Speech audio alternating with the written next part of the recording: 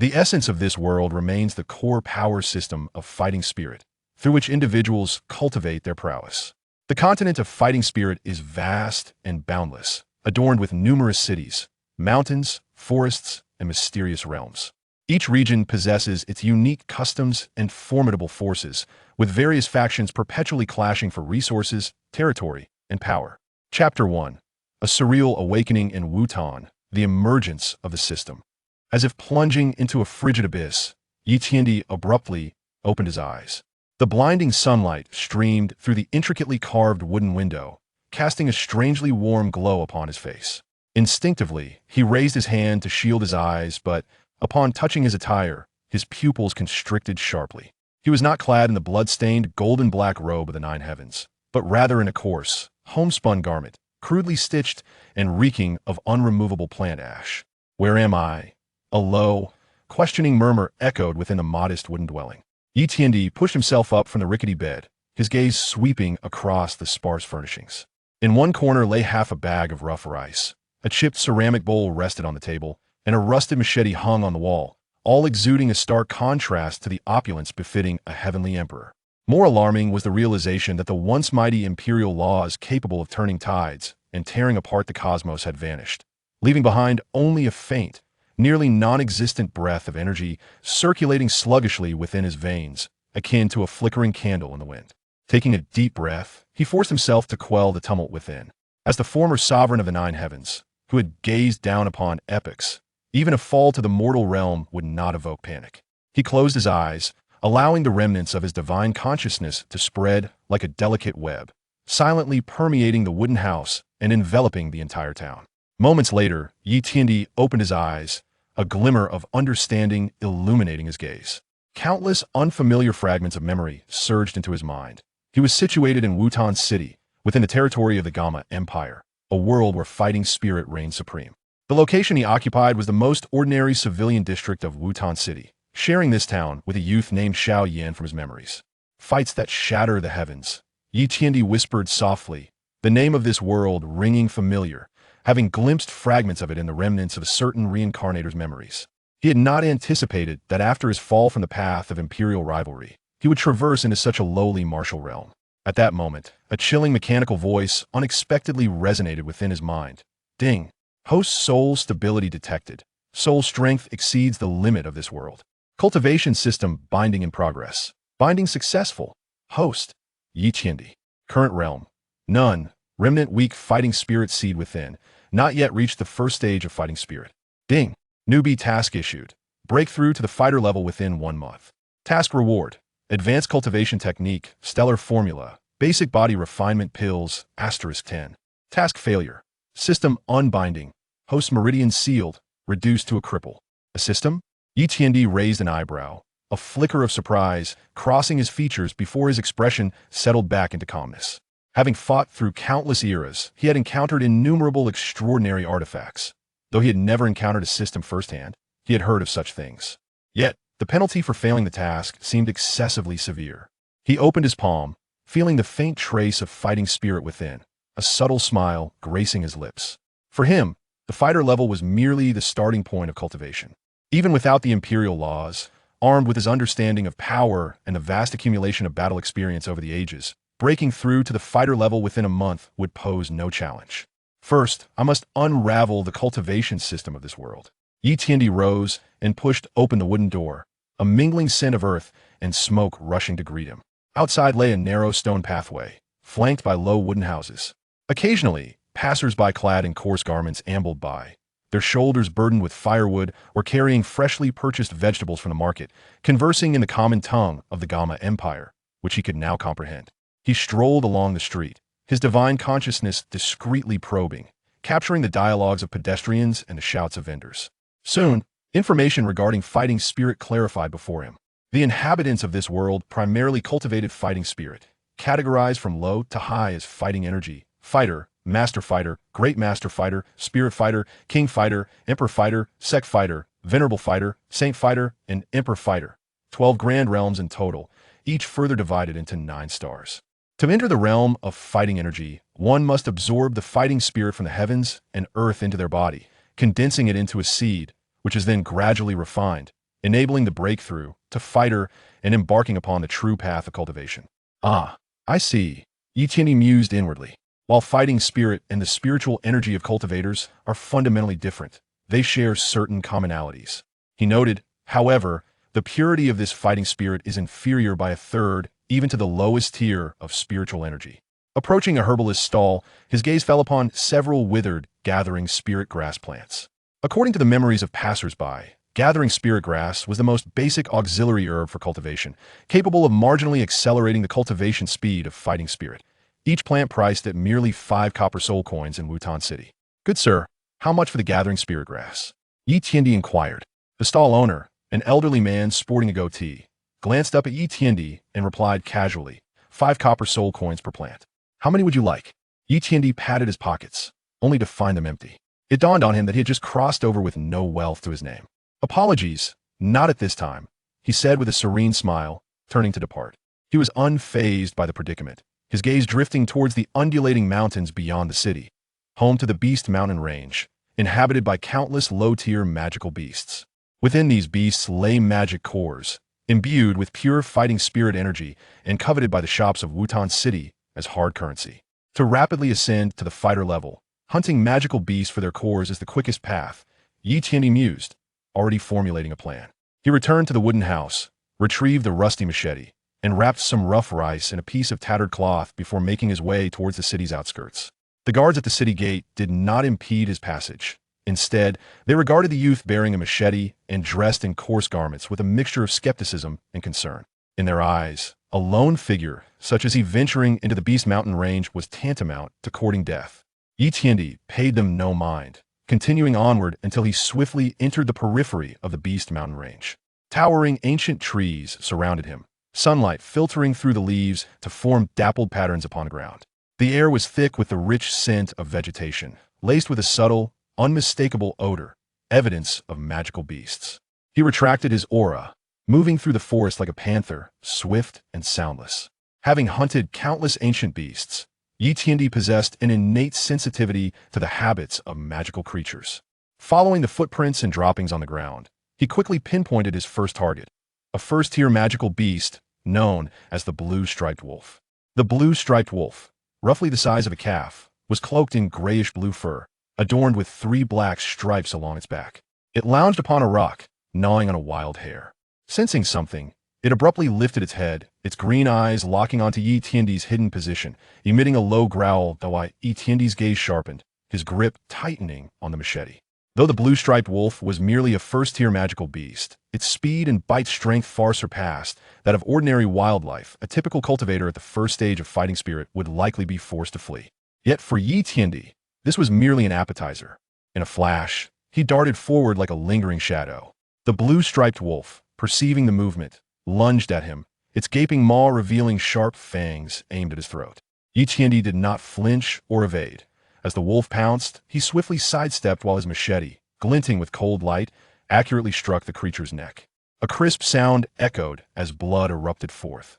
The blue-striped wolf momentarily hung in the air before crashing heavily to the ground, twitching a few times before succumbing to death. The Emperor Yi stepped forward, crouching down to delicately slice open the cranium of the azure-striped wolf with his machete, extracting a magical core the size of pigeon's egg, radiating a deep azure hue. The core felt icy to the touch, harboring a pure essence of combat energy within. A first-tier magical core, though it contains a modest amount of energy, accumulates over time, he mused, tucking the core into his garments as his gaze shifted towards the depths of the forest. Let us continue the hunt. In the ensuing days, the Emperor Yi resembled an indefatigable hunter, fervently pursuing magical beasts on the periphery of the Beast Mountain Range. Azure-striped wolves, wind-fang boars, ironback bears, any first or second-tier magical beast fell prey to his relentless pursuit. His combat style was straightforward yet effective, utilizing a combat awareness and physical coordination that far surpassed that of the cultivators in this realm. He often dispatched his foes within mere exchanges, and at times he would shatter the skulls of these beasts with nothing but his bare fists, eschewing the use of his machete. Upon vanquishing each magical beast, he would promptly sit cross-legged, extracting the combat energy from the magical core and assimilating it into his being. Though the quality of the energy was not particularly high, under his masterful guidance, It flowed into him like streams merging into a river, gradually enriching the combat energy seed within. 7 days later, the aura of Emperor Yi had ascended to the third stage of combat energy. Seated beneath a colossal ancient tree, he grasped a second-tier magical core, the Ironback Bear core, savoring the burgeoning depth of his internal combat energy, a satisfied smile gracing his lips. At this pace, reaching the 10th stage of combat energy within half a month and breaking through to a combatant in a month is well within my grasp. Just as he prepared to rise and continue his hunt, a sudden flurry of hurried footsteps echoed from afar, intermingled with the cries of a woman and the roars of a magical beast. The Emperor Yi raised an eyebrow, turning towards the source of the commotion. Before his eyes, two slender figures rushed towards him, trailed by a massive second-tier magical beast, the Amethyst Lion King. The two figures, one clad in azure and the other in purple, were none other than Nalen Yinran and Xiao Suner. Chapter 2. The Monster Mountain Range. A heroic rescue. Hurry. Faster. Nalen Yinran urged, glancing anxiously over her shoulder as she ran. Her long sword was now riddled with chips, and her garments were torn in several places, revealing her fair skin beneath. Yet she paid no heed to modesty. Beside her, Xiao Suner was faring little better. Not particularly adept in combat. Her complexion was pale, breaths coming in rapid gasps, and her slender arms trembled slightly. Nevertheless, she steadfastly followed closely behind Nalen Yinran, a faint glimmer of fighting spirit coalescing in her hand, ready to be unleashed at a moment's notice. The two had ventured deep into the Monster Mountain Range in search of a rare herb known as the companion purple crystal source, only to unexpectedly encounter a second-tier magical beast, the purple crystal Lion King. This beast was not only massive in size and immense in strength, but could also unleash powerful purple energy orbs from its mouth. The two had battled it for half an hour, utterly exhausted. Had it not been for Nalen Yinran's grasp of several fundamental sword techniques from the Yinlan sect, they might have already perished in the jaws of the lion. Sister Yinran. I can't run anymore, Xiao Suner panted, her steps beginning to falter. Nalen Yinran felt a tightening in her chest as she turned to see the purple crystal Lion King drawing ever closer. Gritting her teeth, she urged, Suner, we cannot stop. Just hold on a little longer. It seems there are others ahead. At that moment, a figure suddenly emerged from the nearby woods, positioning itself in front of them. Young Master Yi? Both Nalen Yinran and Xiao Suner exclaimed in unison, recognizing the individual before them as Yi Tiandi, whom they had encountered a few days prior in the market of Wutan City. They had not anticipated meeting him in such a perilous situation. Yi Tiandi's gaze swept over the two girls before settling on the purple crystal Lion King behind them. This beast was considerably larger than the average second-tier magical beast. Its fur a deep shade of purple, gleaming with a metallic sheen, and a diamond-shaped purple crystal embedded in its forehead, the source of its power. At that moment, it was baring its teeth, its green eyes fixated on Yi Tiandi, emitting a deep growl that indicated it considered him a target as well. Are you both all right? Yi Tiandi inquired, his voice calm and devoid of any hint of anxiety. Young Master Yi, quickly move aside. This is a second-tier magical beast, the purple crystal Lion King. It's formidable, Nalen Yinran urged urgently, unwilling to involve Yi Tiandi in their plight. Xiao Suner nodded in agreement, her eyes filled with concern. Young Master Yi, you must leave. We can manage. Upon hearing this, a faint smile crept across Yi Tiandi's lips. Manage? With your current condition? Barely had he finished speaking when the purple crystal Lion King launched an attack. It propelled itself forward with its powerful hind legs, barreling towards Yi Tiandi like a cannonball, releasing a thick purple energy orb that hurtled straight at his face. Nalen Yinran and Xiao Suner squeezed their eyes shut, convinced that Yi Tiandi was doomed. However, the anticipated explosion never came. They opened their eyes to see Yi Tiandi slightly sidestepping, effortlessly evading the purple energy orb. The orb struck an ancient tree behind him with a tremendous crash, splintering it into pieces. Immediately following this, Yi Tiandi surged forward rather than retreating, his form darting toward the purple crystal Lion King like an arrow. The lion, upon seeing this, opened its gaping maw, aiming to bite down on Yi Tiandi's head. With a focused gaze, Yi Tiandi raised his right hand, wielding a hatchet that gleamed with cold light, striking precisely against the lion's teeth. Clang! The sound of metal colliding rang out clearly, the hatchet vibrating with the force of the impact, and Yi Tiandi felt a slight numbness in his arm. Internally, he mused, the teeth of the purple crystal Lion King are indeed formidable. The lion staggered back from the blow, astonished that this seemingly ordinary human possessed such strength. It roared in fury and launched another assault, its massive claws slicing through the air towards Yi Tiandi. Yi Tiandi moved with grace, evading the strikes like a leaf caught in the wind. His speed was remarkable, weaving effortlessly between the lion's attacks, occasionally swinging his hatchet towards vulnerable spots. Although the hatchet lacked the sharpness to inflict fatal wounds, it still caused the beast considerable pain, prompting it to roar in agony. Nailan Yinran and Xiao Suner stood aside, spellbound. They had never witnessed such exquisite combat techniques. Every evasion and strike from Yi Tiandi was impeccably timed, as though he had foreseen the lion's movements. Furthermore, they could distinctly sense that Yi Tiandi's aura was merely at the third level of fighting spirit, yet he was able to contend with a second-tier magical beast, a feat they had never heard of before. Sister Yinran, young Master Yi is incredibly impressive. Xiao Xun vispiret in Ava. Nailan Yinran nodded, her curiosity and admiration for Yi Tiandi deepening. She had initially thought him to be an ordinary commoner, but it seemed he concealed extraordinary power. The battle raged for a brief time, and soon the purple crystal lion king began to tire, its speed and strength waning. Seizing the opportunity, Yi Tiandi darted behind the lion, raising his hatchet high, channeling all of his fighting spirit into a single, powerful strike aimed at the lion's neck. With a swift motion, the hatchet cleaved through the beast's fur and skin, revealing bone beneath. The purple crystal lion king let out a heart-wrenching wail, its massive body collapsing to the ground, convulsing a few times before falling still. Yi Tiandi sheathed his hatchet, exhaling deeply. Though the confrontation with the purple crystal lion king had not been overly taxing, it had nonetheless drained a significant portion of his fighting spirit.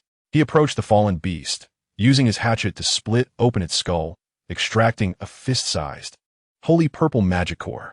This core was considerably larger than the second-tier ones he had previously hunted, containing even more refined fighting spirit energy. Young Master Yi, are you unscathed? Nailan Yinran and Xiao Suner rushed over, their faces etched with concern. Yi Tiandi shook his head, stowing the magic core away. I am fine, merely a bit drained of fighting spirit. How did you come to encounter the purple crystal lion king here? Feeling somewhat embarrassed, Nailan Yinran replied.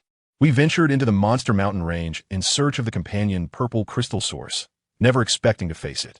Had it not been for young Master Ye's timely intervention, we would likely have perished today. We will forever be grateful for your kindness. Xiao Suner added, Thank you for saving our lives, young Master Yi. It was but a small effort. Yi Tiandi waved his hand dismissively. This place is unsafe. We should depart.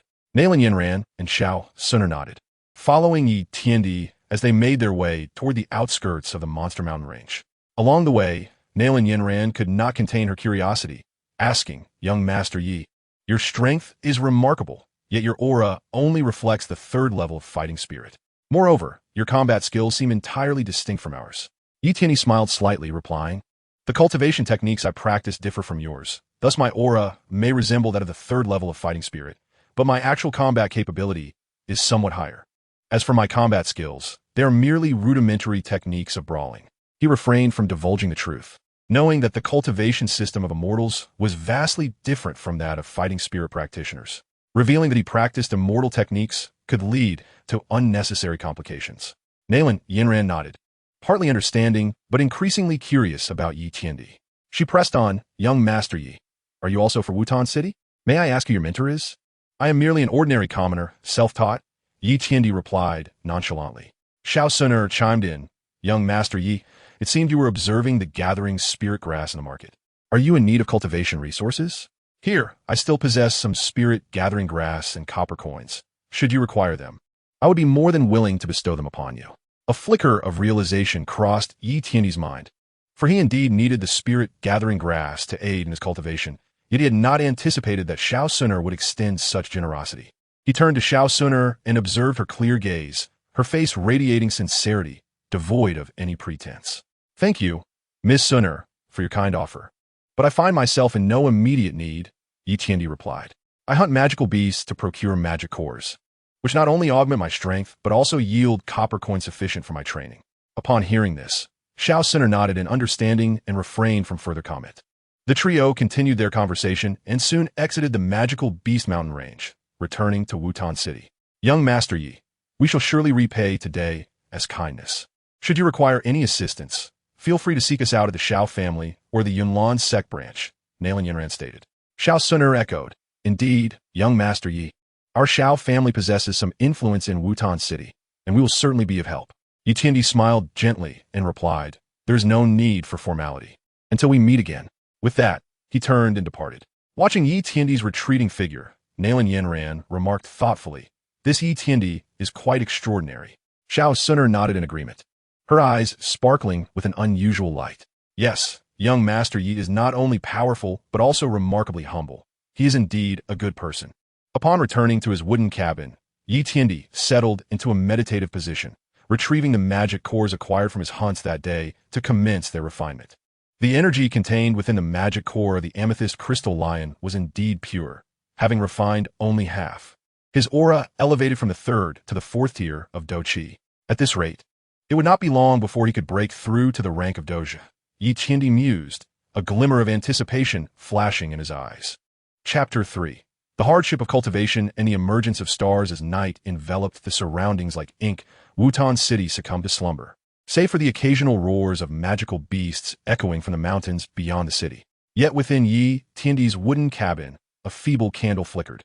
He sat cross-legged on his wooden bed, 7 magic cores of varying sizes arrayed before him, with the amethyst crystal lion's core standing out, shimmering with a faint energy wave. Yi Tiandi gently closed his eyes and formed a peculiar hand seal, a simplified technique he had devised based on the breathing methods of cultivators. Though it lacked the profound intricacies of imperial-level techniques, it maximized the absorption of Doqi energy from the magic cores. As the hand seal activated, a faint halo enveloped Yi Tiandi, and the magic cores before him began to glow successively, resembling 7 miniature suns. The pure Doqi energy transformed into strands that flowed continuously into his body. Unlike other cultivators, Yi Tiandi did not store the Doqi directly in his dantian. Instead, he guided it through his meridians according to the embryonic path of the stellar technique, continually refining his once desiccated imperial body. The Doqi was chaotic and required purification through the power of the soul. Yi Tiandi contemplated inwardly, his residual soul power acting as a fine filter, meticulously eliminating impurities from the Doqi and leaving only the most refined energy to merge with the Doqi seed. This process was immensely taxing on the mind, yet the effects were immediately apparent. The previously turbid Doqi seed gradually shimmered with a faint silver radiance, akin to stars in the night sky. After a night of arduous cultivation, when the first rays of sunlight streamed through the wooden window, Yi Tiandi abruptly opened his eyes, 2 slender silver beams flashing past. He exhaled deeply, the halo around him dissipating, revealing the magic cores now dimmed and lifeless, as if they had lost all vitality. Reaching the 6th tier of Doqi, Yi Tiandi reveled in the surging Doqi within him, which had multiplied several times over, a smile gracing his lips. In the span of a single night, he had advanced 2 tiers. Such a pace of cultivation would surely draw attention, even in the realm of prodigies. He rose to stretch his limbs, his bones cracking with resounding pops, his entire being brimming with vigor. Through the tempering of Doqi, his physical strength had significantly increased. Though it paled in comparison to his former imperial body, it far surpassed that of his peers in Doqi cultivation. It was time to exchange for resources.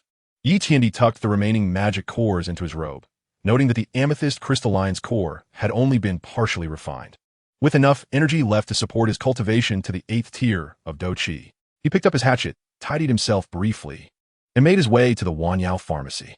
Wanyao Pharmacy was the largest establishment in Wutan City for the procurement of medicinal herbs and magic cores, backed by a prominent family of the Gamma Empire, boasting an excellent reputation. As Yi Tiandi approached the entrance, a young attendant dressed in a blue long robe greeted him. "Young sir, are you here to sell magic cores or purchase medicinal herbs?" The attendant wore a professional smile, his gaze inadvertently flicking over Yi Tiandi's hatchet and simple garb, revealing a hint of disdain. Yi Tiandi paid no mind and replied casually, "I am here to sell magic cores." The attendant led him inside, gesturing towards an elderly man behind the counter. "That is our shopkeeper. Simply show him your magic cores." The elderly man looked up, his gaze clouded yet imbued with shrewdness. He scrutinized Yi Tiandi for a moment and said, "Let us see the magic cores." Yi Tiandi placed 6 first-tier magic cores and half of the amethyst crystalline's core on the counter. As soon as the amethyst crystalline's core appeared, the elderly man's eyes lit up, and he reached out to examine it closely. A peak 2nd-tier magic core from the amethyst crystalline, and its energy is quite abundant. The elderly man exclaimed, casting a surprised glance at Yi Tiandi. "Young sir, did you hunt this magic core yourself?" "Indeed," Yi Tiandi nodded. The disdain in the elderly man's eyes vanished, replaced by a flicker of respect. A peak second-tier magical beast could prove challenging to hunt, even for a 3-star doja. This seemingly ordinary youth possessed such formidable strength? 4 first-tier magic cores. I shall offer you 10 copper coins each, totaling 60 for 6. As for the amethyst crystallines core, I can give you 2 silver coins. How does that sound?" The elderly man proposed. In the Gamma Empire, currency was categorized into copper coins, silver coins, and gold coins, with 100 copper coins equating to 1 silver coin, and 100 silver coins equating to 1 gold coin. 2 silver coins would suffice for an ordinary family's sustenance for half a year. Yi Tiandi did not haggle and simply nodded. "That is acceptable." The elderly man promptly handed over the coins and added, "Young sir, should you acquire more magic cores in the future, do not hesitate to return to Wanyao Pharmacy. I will offer you the best prices. By the way, would you like to purchase some cultivation resources? We have spirit gathering powder and body tempering ointment, both excellent for enhancing strength." Yi Tiandi's gaze fell upon a porcelain bottle behind the counter, prompting him to inquire, "What is that?" The elderly man followed his gaze and smiled. "That is a condensing qi pill, a 3rd-tier elixir that can rapidly enhance the cultivation speed of do-qi and increase the success rate of breaking through to doja. However, it is somewhat pricey at 5 silver coins per pill." Yi Tiandi's interest was piqued. Although the condensing qi pill was a 3rd-tier elixir, it would indeed assist him in his breakthrough to doja. He retrieved 2 silver coins and stated, "First, I would like a bottle of spirit gathering powder, and additionally, 2 stalks of 100-year-old spirit gathering grass." The elderly man quickly fetched the items and handed them to Yi Tiandi. A bottle of spirit gathering powder is 1 silver coin, and 100-year-old spirit gathering grass is 50 copper coins each, totaling 1 silver coin and 100 copper coins. "Here is your change of 90 copper coins." Yi Tiandi accepted the items and turned to leave Wanyao Pharmacy. Instead of heading directly home, he ventured towards a secluded alley in Wutan City. According to his spiritual probe, there lay an abandoned, dilapidated temple, remarkably quiet and suitable for cultivation. Upon arriving at the temple, Yi Tiandi cleared away the dust from the ground and sat cross-legged. He opened the bottle of spirit-gathering powder, and a rich medicinal fragrance wafted towards him. He poured the powder into his mouth and simultaneously took a stalk of the 100-year-old spirit-gathering grass, crushing it and applying it to his palm, guiding the medicinal energy into his body. The medicinal power of the spirit-gathering powder was distinctly different from the do-qi energy within the magic cores. It was milder and more easily absorbed. The Emperor Yi, adeptly wielding the refined breathing technique, seamlessly integrated the potent energies of medicinal essence and fighting spirit, allowing them to circulate swiftly through his meridians. As days unfurled, he hunted ferocious beasts within the monster beast mountain range by day, while dedicating his nights to rigorous cultivation in the dilapidated temple. His strength ascended at an astonishing pace, progressing through the ranks of fighting spirit, 7, 8, 9 segments, until, merely half a month later, he reached the pinnacle of the 10th segment, just a step away from becoming a fighter. One fateful day, deep within the monster beast mountain range, he successfully hunted a 2nd-tier beast, the iron-armored rhinoceros, acquiring a magical core imbued with ferocious energy.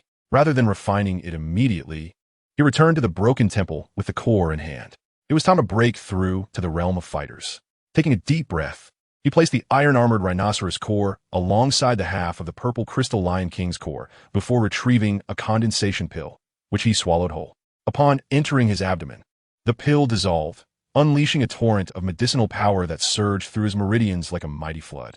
He hastily activated his breathing technique, guiding the medicinal force and the energy from the core towards the seed of fighting spirit nestled in his dantian. A thunderous explosion reverberated within, as the seed erupted like a volcano, unleashing a maelstrom of fighting energy. Yi Tiandi's complexion paled instantly, beads of cold sweat dotting his forehead. The process of breaking through to become a fighter was perilous. A moment's carelessness could shatter his meridians, rendering him utterly incapacitated. Yet, Yi Tiandi remained remarkably composed, skillfully directing the flow of fighting spirit with his soul power, meticulously compressing and refining the chaotic energy according to the paths outlined in the celestial star technique. The seed of fighting spirit within his dantian swelled relentlessly, ultimately transforming into a silvery vortex, the hallmark of a fighter. A chime echoed in his mind. "Congratulations, host. You have broken through to a 1-star fighter. completing the beginner's task. Rewards include the Advanced Cultivation Technique Celestial Star Technique, now dispatched, and 10 basic body refining pills stored in the system space. A surge of joy welled within Yi Tiandi's heart. He immediately delved into his mind, where a golden cultivation technique floated before him, the very celestial star technique. This technique comprised 9 tiers. The first tier, drawing stars into the body, enabled the harnessing of celestial energies to refine the body and enhance one's cultivation. The second tier, stellar revolutions, allowed the convergence of celestial power into formidable fighting techniques. And the third tier, celestial seas, transformed the fighting energy in the Dantian into an ocean of stars, endlessly flowing. Yi Tiandi could hardly contain his excitement as he began to circulate the fighting energy according to the first tier of the celestial star technique. In an instant, the dark clouds above the dilapidated temple dissipated, revealing a multitude of stars that twinkled brilliantly. Streams of silvery starlight cascaded like waterfalls, flowing into his body. The silvery vortex in his dantian was enveloped by the starlight, morphing into a miniature star radiating a soft silver glow. The fighting energy within his meridians became increasingly pure, exuding an aura of celestial majesty. Is this the power of a cultivation technique? Yi Tiandi marveled at the transformative changes within him, a spark of excitement igniting in his eyes. Merely drawing upon a fragment of celestial power had elevated his prowess from a 1-star fighter to a 2-star fighter, while also significantly enhancing his physical strength. Even the attacks of a second-tier magical beast would scarcely leave a mark upon him. He retrieved a basic body refining pill from the system rewards and consumed it. The medicinal potency of the pill fused with the celestial power, continuously refining his bones and muscles. Yi Tiandi could distinctly sense that his physique was gradually regaining the stature of an emperor. At that moment, the system's voice resonated once more. Ding! New task issued. Assist Xiao Yin in fulfilling his 3-year appointment and aid him in defeating Nalan Yinran. Task rewards: 1 exceptional breakthrough pill and 10 spirit stones exclusive to cultivators. Task failure: all cultivation levels will be forfeited and system space will be locked for 1 year. Yi Tiandi raised an eyebrow. A 3-year appointment? He recalled the infamous youth from Wutan City. According to his memories, Xiao Yin had endured ridicule and scorn after being jilted by Nalan Yinran, with his 3-year appointment being his sole opportunity to prove himself. Assisting Xiao Yin? A smile curled at the corners of Yi Tiandi's lips. Perfect. I, too, am eager to discover what makes this world's destined child so remarkable. He rose and exited the temple, gazing towards Wutan City. At that moment, within the Xiao family's courtyard, Xiao Yin clutched a black ring, his brow furrowed in concentration. Yi Tiandi's soul power swept through silently, detecting a lingering remnant of a soul concealed within the ring. Is that you, medicinal elder?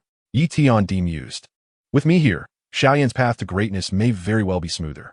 The following morning, Yi Tiandi arrived at the entrance of the Xiao family estate. The guard stationed at the gate, upon seeing his coarse attire, immediately obstructed his path, exclaiming, "Beggar, get lost. This is the Xiao family's territory. You cannot approach." Yi Tiandi's gaze turned icy, a subtle yet potent pressure emanating from him. The 2 guards turned pale, as if an invisible hand had seized their throats, leaving them gasping for breath. "I wish to see Xiao Yin," Yi Tiandi stated coolly. Just then, a melodious voice rang out. "Young Master Yi, what brings you here?" Yi Tiandi looked up to see Xiao Suner hurrying towards him, clad in a light green dress, exuding freshness and elegance like spring bamboo after the rain. Upon spotting Yi Tiandi, a flicker of surprise lit her eyes. "Suner," he replied, retracting his pressure and nodding towards her. The 2 guards, witnessing this exchange, promptly knelt before Yi Tiandi, begging for mercy. "Please spare us, sir. Please spare us." Xiao Suner frowned, addressing the guards. "Why aren't you scramming?" The guards, as if granted a reprieve, scrambled away in a flurry. Turning her gaze back to Yi Tiandi, Xiao Suner curiously inquired, "Young Master Yi, do you have business with my brother Xiao Yin?" Yi Tiandi nodded, saying, "Indeed, I have some cultivation matters I wish to discuss with him." "Xiao Xun es Smedet. Brother Xiao Yin should be training at the training grounds now. Allow me to guide you to him." With that, she led Yi Tiandi towards the Xiao family's training grounds. Along the way, numerous Xiao family disciples regarded Yi Tiandi with curious glances. Having never witnessed Xiao Suner display such warmth towards an outsider, especially one who appeared so ordinary. Upon reaching the training grounds, Yi Tiandi observed a young man clad in black diligently honing his skills. He wielded an iron sword, his sword aura slicing through the air, each movement brimming with power, though his energy seemed somewhat stagnant, clearly indicating he had encountered a bottleneck in his training. "Brother Xiao Yan," Xiao Suner called out. Xiao Yan halted his training, and upon seeing Xiao Suner and Yi Tiandi, a flicker of surprise crossed his features. "Suner, who is this?" "This is young Master Yi, the one who saved me and Sister Yanran during our ordeal in the Monster Beast Mountain Range," Xiao Suner explained. Upon hearing this, Xiao Yan quickly approached Yi Tiandi, clasping his hands in gratitude. "Thank you, young Master Yi, for saving Suner last time. I'm immensely grateful." Yi Tiandi waved his hand dismissively. "It was merely a small effort. I heard you were facing a bottleneck in your training, so I came to take a look." Xiao Yan paused, then with a wry smile replied, "Young Master Yi, you have keen insight. I have indeed been stuck at the third segment of fighting spirit for quite some time. Despite my efforts, I cannot seem to break through." Yi Tiandi's gaze fell upon the ring on Xiao Yan's hand, and seemingly casually remarked, "Your ring is quite impressive." Xiao Yan's heart raced, instinctively tightening his grip on the ring. He was uncertain whether Yi Tiandi had sensed the presence of the medicinal elder. Yi Tiandi smiled, choosing not to press the matter. Instead, he produced a condensation pill, offering it to Xiao Yan. "Take this condensation pill. It may assist you in overcoming your bottleneck." Xiao Yan stared at the pill, its rich medicinal aroma filling the air, shock evident in his eyes. The condensation pill was a third-tier elixir of considerable value. Yet Yi Tiandi so casually gifted it to him? "Young Master Yi, this is far too precious. I cannot accept it," Xiao Yan hastily declined. "Take it," Yi Tiandi insisted, pressing the condensation pill into Xiao Yan's hand. "Consider this an early investment for me. I have faith that you will not disappoint." With that, he turned and departed. As he gazed at the departing figure of Yi Tiandi, Xiao Yan tightened his grip on the qi-gathering pill, a flicker of determination flashing in his eyes. He called out to Yi Tiandi's back, "Young Master Yi, this debt of gratitude shall not be forgotten by Xiao Yan." Xiao Suner approached his side, smiling as she remarked, "Brother Xiao Yan, young Master Yi is indeed a good person, and his strength is formidable."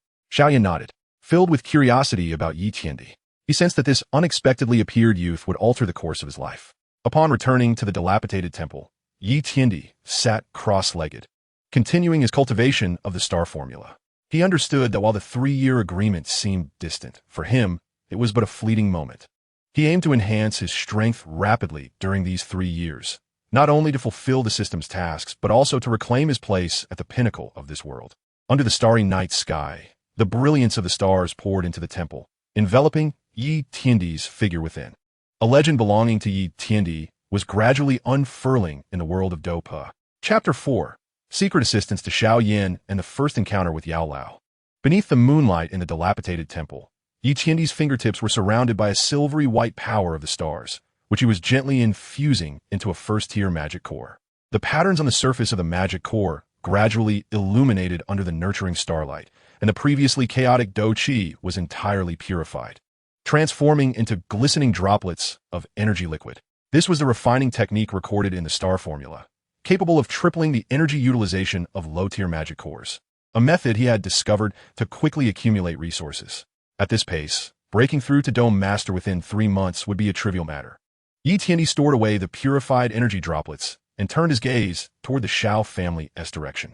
He could distinctly sense that after Xiao Yan consumed the qi-gathering pill, his Do Qi surged within him at an astonishing speed. However, a faint wisp of soul power from the black ring was secretly intercepting the medicinal effects. "Yao Lao," Yi Tiandi's lips curled into a slight smile. This former powerhouse of the Pill Tower, although reduced to a mere remnant of a soul, remained key to Xiao Yan's rise. Rather than revealing this, he retrieved 3-century-old qi-gathering herbs and, using the power of the stars, refined several drops of emerald green juice, which he stored in a porcelain bottle. The next morning, Yi Tiandi returned to the Xiao family's training ground. At that moment, Xiao Yan was seated cross-legged on the ground, his brows furrowed and his forehead glistening with cold sweat. The Do Qi within him was like a tangled mass, violently crashing through his meridians. The potency of the qi-gathering pill was overwhelmingly dominant, and with Yao Lao's secret guidance, his body was temporarily unable to bear it. As he operated his Do Qi, he attempted to sink his breath 3 inches into his dantian, where there was a hidden meridian that could channel the medicinal power. Suddenly, Yi Tiandi's voice resonated. Xiao Yan's eyes flew open as he adjusted his breath according to Yi Tiandi's guidance. Indeed, the previously turbulent Do Qi found an outlet, flowing smoothly through the hidden meridian and ultimately merging with the Do Qi seed. He was astonished to feel the changes within, sensing that he was on the verge of breaking through to the fourth stage of Do Qi. Young Master Yi, how did you know? Xiao Yan rose to his feet, cupping his hands in respect, his eyes filled with admiration. This hidden meridian was exceedingly secretive, not even mentioned by his father, Xiao Zhan. Yi Tiandi handed over the porcelain bottle. This is the essence extracted from the Qi gathering grass. Consume a drop daily to stabilize your realm. Your current issue lies not in the speed of cultivation, but in an unstable foundation. Upon receiving the porcelain bottle, Xiao Yan was greeted by a refreshing herbal fragrance, far more concentrated than ordinary Qi gathering grass. Just as he was about to express his gratitude, he noticed Yi Tiandi's gaze fall upon his ring, who casually remarked, "The old thing within your ring, if it truly wishes to assist you, should cease its incessant attempts to intercept the medicinal power. Though his burning art is domineering, it requires a gradual approach." As his words faded, a faint purple light flickered across the ring. Yao Lao's voice echoed in Xiao Yan's mind. "Little fellow, this youth is extraordinary. He can perceive my existence." Xiao Yan was taken aback, about to speak when he was interrupted by Yi Tiandi's wave of his hand. "No need for further words. Just remember, the duel 3 years hence is not only your battlefield, but also something I must accomplish." With that, Yi Tiandi turned and departed, leaving Xiao Yan in shock and Yao Lao in silence within the ring. In the months that followed, Yi Tiandi became a frequent visitor to the Xiao family. He never interfered with Xiao Yan's cultivation, but always provided guidance at crucial moments. When Xiao Yan encountered a bottleneck while training the Do technique flame splitting wave, he pointed out the need to utilize rotational force to propel the Do Qi. When Xiao Yan faced obstacles in refining, he imparted the stellar body refinement method to help him resist the flame's scorching heat. Yao Lao had attempted multiple times to communicate with Yi Tiandi, but each time was met with a barrier from his soul power. Until one day, when Xiao Yan encountered a third-tier magical beast, the Azure Water Python, in the Beast Mountain range. In a moment of peril, Yi Tiandi unleashed a starlight finger from afar, instantly piercing through the Azure Water Python's skull. "Who exactly are you? Why do you assist Xiao Yan?" Yao Lao's voice directly resonated in Yi Tiandi's mind, tinged with wariness. Yi Tiandi stood atop a tree, observing Xiao Yan as he collected the magic core in the distance. He replied calmly, "Who I am is inconsequential. What matters is that if Xiao Yan dies, you shall never see the light of day again." With a flick of his fingertip, a jade slip containing the basics of alchemy flew into Xiao Yan's embrace, conveying to Yao Lao that to restore his soul, he would need dragon-pattern grass and soul infant fruit. This was his condition for exchange. Yao Lao remained silent for a long while, ultimately sighing in Xiao Yan's mind. This boy is unfathomable. His vision and methods far surpass the scope of the Jia Ma Empire. Xiao Yan, you must cultivate a good relationship with him. Time flew, and 2 years passed in the blink of an eye. With Yi Tiandi's covert assistance and Yao Lao's guidance, Xiao Yan's strength surged, breaking through to the 9th star of Dome Master. Meanwhile, Yi Tiandi, utilizing the star formula and system rewards, had achieved the 5-star Dome Master rank, and the power of the stars within him had coalesced into a rudimentary Do technique, Starburst, with a might comparable to a full force strike from a great Do Master. On this day, Wutan City suddenly buzzed with activity as envoys from the Yunlan sect arrived at the Xiao family, delivering the challenge letter for the 3-year agreement. Nalan Yinran would engage Xiao Yan in combat outside the gates of the Yunlan sect in 1 month's time. In the Xiao family hall, Xiao Zhan examined the challenge letter, his expression grave. Although Xiao Yan had reached the 9th star of Dome Master, Nalan Yinran, as the direct disciple of the Yunlan sect's leader, was rumored to have already surpassed the great Dome Master rank, leaving a considerable gap in strength between the two. "Father, do not worry. I have confidence," Xiao Yan declared, his fists clenched, determination shining in his eyes. Over the past 3 years, he had not only advanced his cultivation, but also, under Yi Tiandi's guidance, mastered the first layer of the burning art and refined a strand of the blue lotus earth fire. At this moment, Yi Tiandi entered the hall, casually toying with a silver-white pill. This is an improved version of the Qi gathering pill. Consuming it will temporarily boost your strength by 1 star. Additionally, I have prepared something for you. He produced a black scale adorned with starry patterns. This is the star pattern scale armor, capable of withstanding a full force strike from a great Do Master. As Xiao Yan received the scale armor, he felt its coldness, and the patterns seemed to resonate with the remnants of the star formula he was cultivating. Just as he was about to express his gratitude, he noticed Yi Tianyi turning to Xiao Zhan, declaring, "Clan leader Xiao, for the 3-year agreement, I shall accompany Xiao Yan to the Yunlan sect." Xiao Zhan was overjoyed. He had long heard of Yi Tianyi's strength. With this formidable ally, Xiao Yan's chances of victory would undoubtedly increase. After leaving the Xiao family, Yi Tianyi ventured to a secluded valley. The voice of the system suddenly rang out, ding, detecting that the host is about to participate in the critical plot of the 3-year agreement. Releasing a side quest. Uncover the conspiracy of the Yunlan sect behind Nailan Yinran. Quest rewards, cultivation technique, fire control technique, and a random fragment. A glimmer of excitement flashed in Yi Tianyi's eyes. He had already discerned through his soul probe that the Yunlan sect's leader, Yin Shan, had colluded with the Soul Palace. This 3-year agreement was, in fact, a ploy to eliminate Xiao Yan and seize the within him. Soul Palace, Yitiandu murmuret softly, his fingertip radiating with starlight.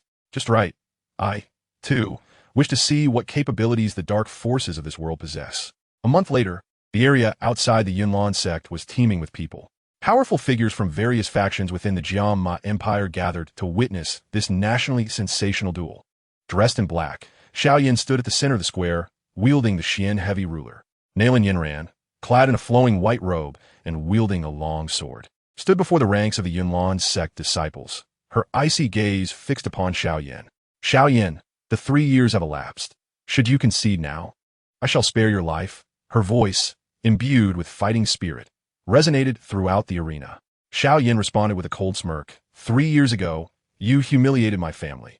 Today, I shall reclaim justice." At that moment, an aged voice interjected. "Yinran, do not waste words with him. Swiftly conclude this matter." The speaker was none other than Yin Shan, the sect leader of Yunlan. Perched upon a high platform, his hawk-like eyes scrutinized Xiao Yan, a glimmer of greed flashing within them.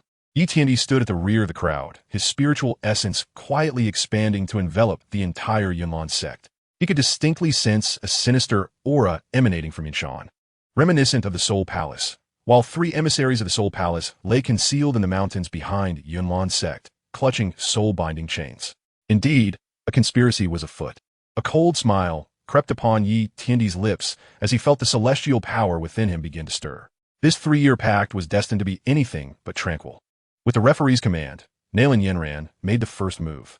Drawing her sword, she unleashed a torrent of sword energy, brimming with the might of a great dome master.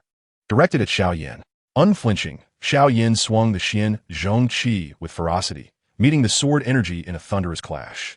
The impact sent both combatants stumbling back 3 steps, dust swirling around them. The battle was ignited, and Yi Tianyi remained an observer, patiently awaiting the opportune moment. He understood that the true spectacle was yet to unfold. Chapter 5. The 3-year pact, the emergence of imperial might. On the plaza outside the Yunlan sect's gates, the sound of colliding fighting spirits resonated through the heavens. Nailan Yinran wove her sword into 3 arcs of light, the green fighting spirit surging forth like a tidal wave, coalescing into a soaring eagle, propelled by fierce winds toward Xiao Yan. This was the advanced Do technique, wind soaring slash, requiring the prowess of a great dome master to fully manifest.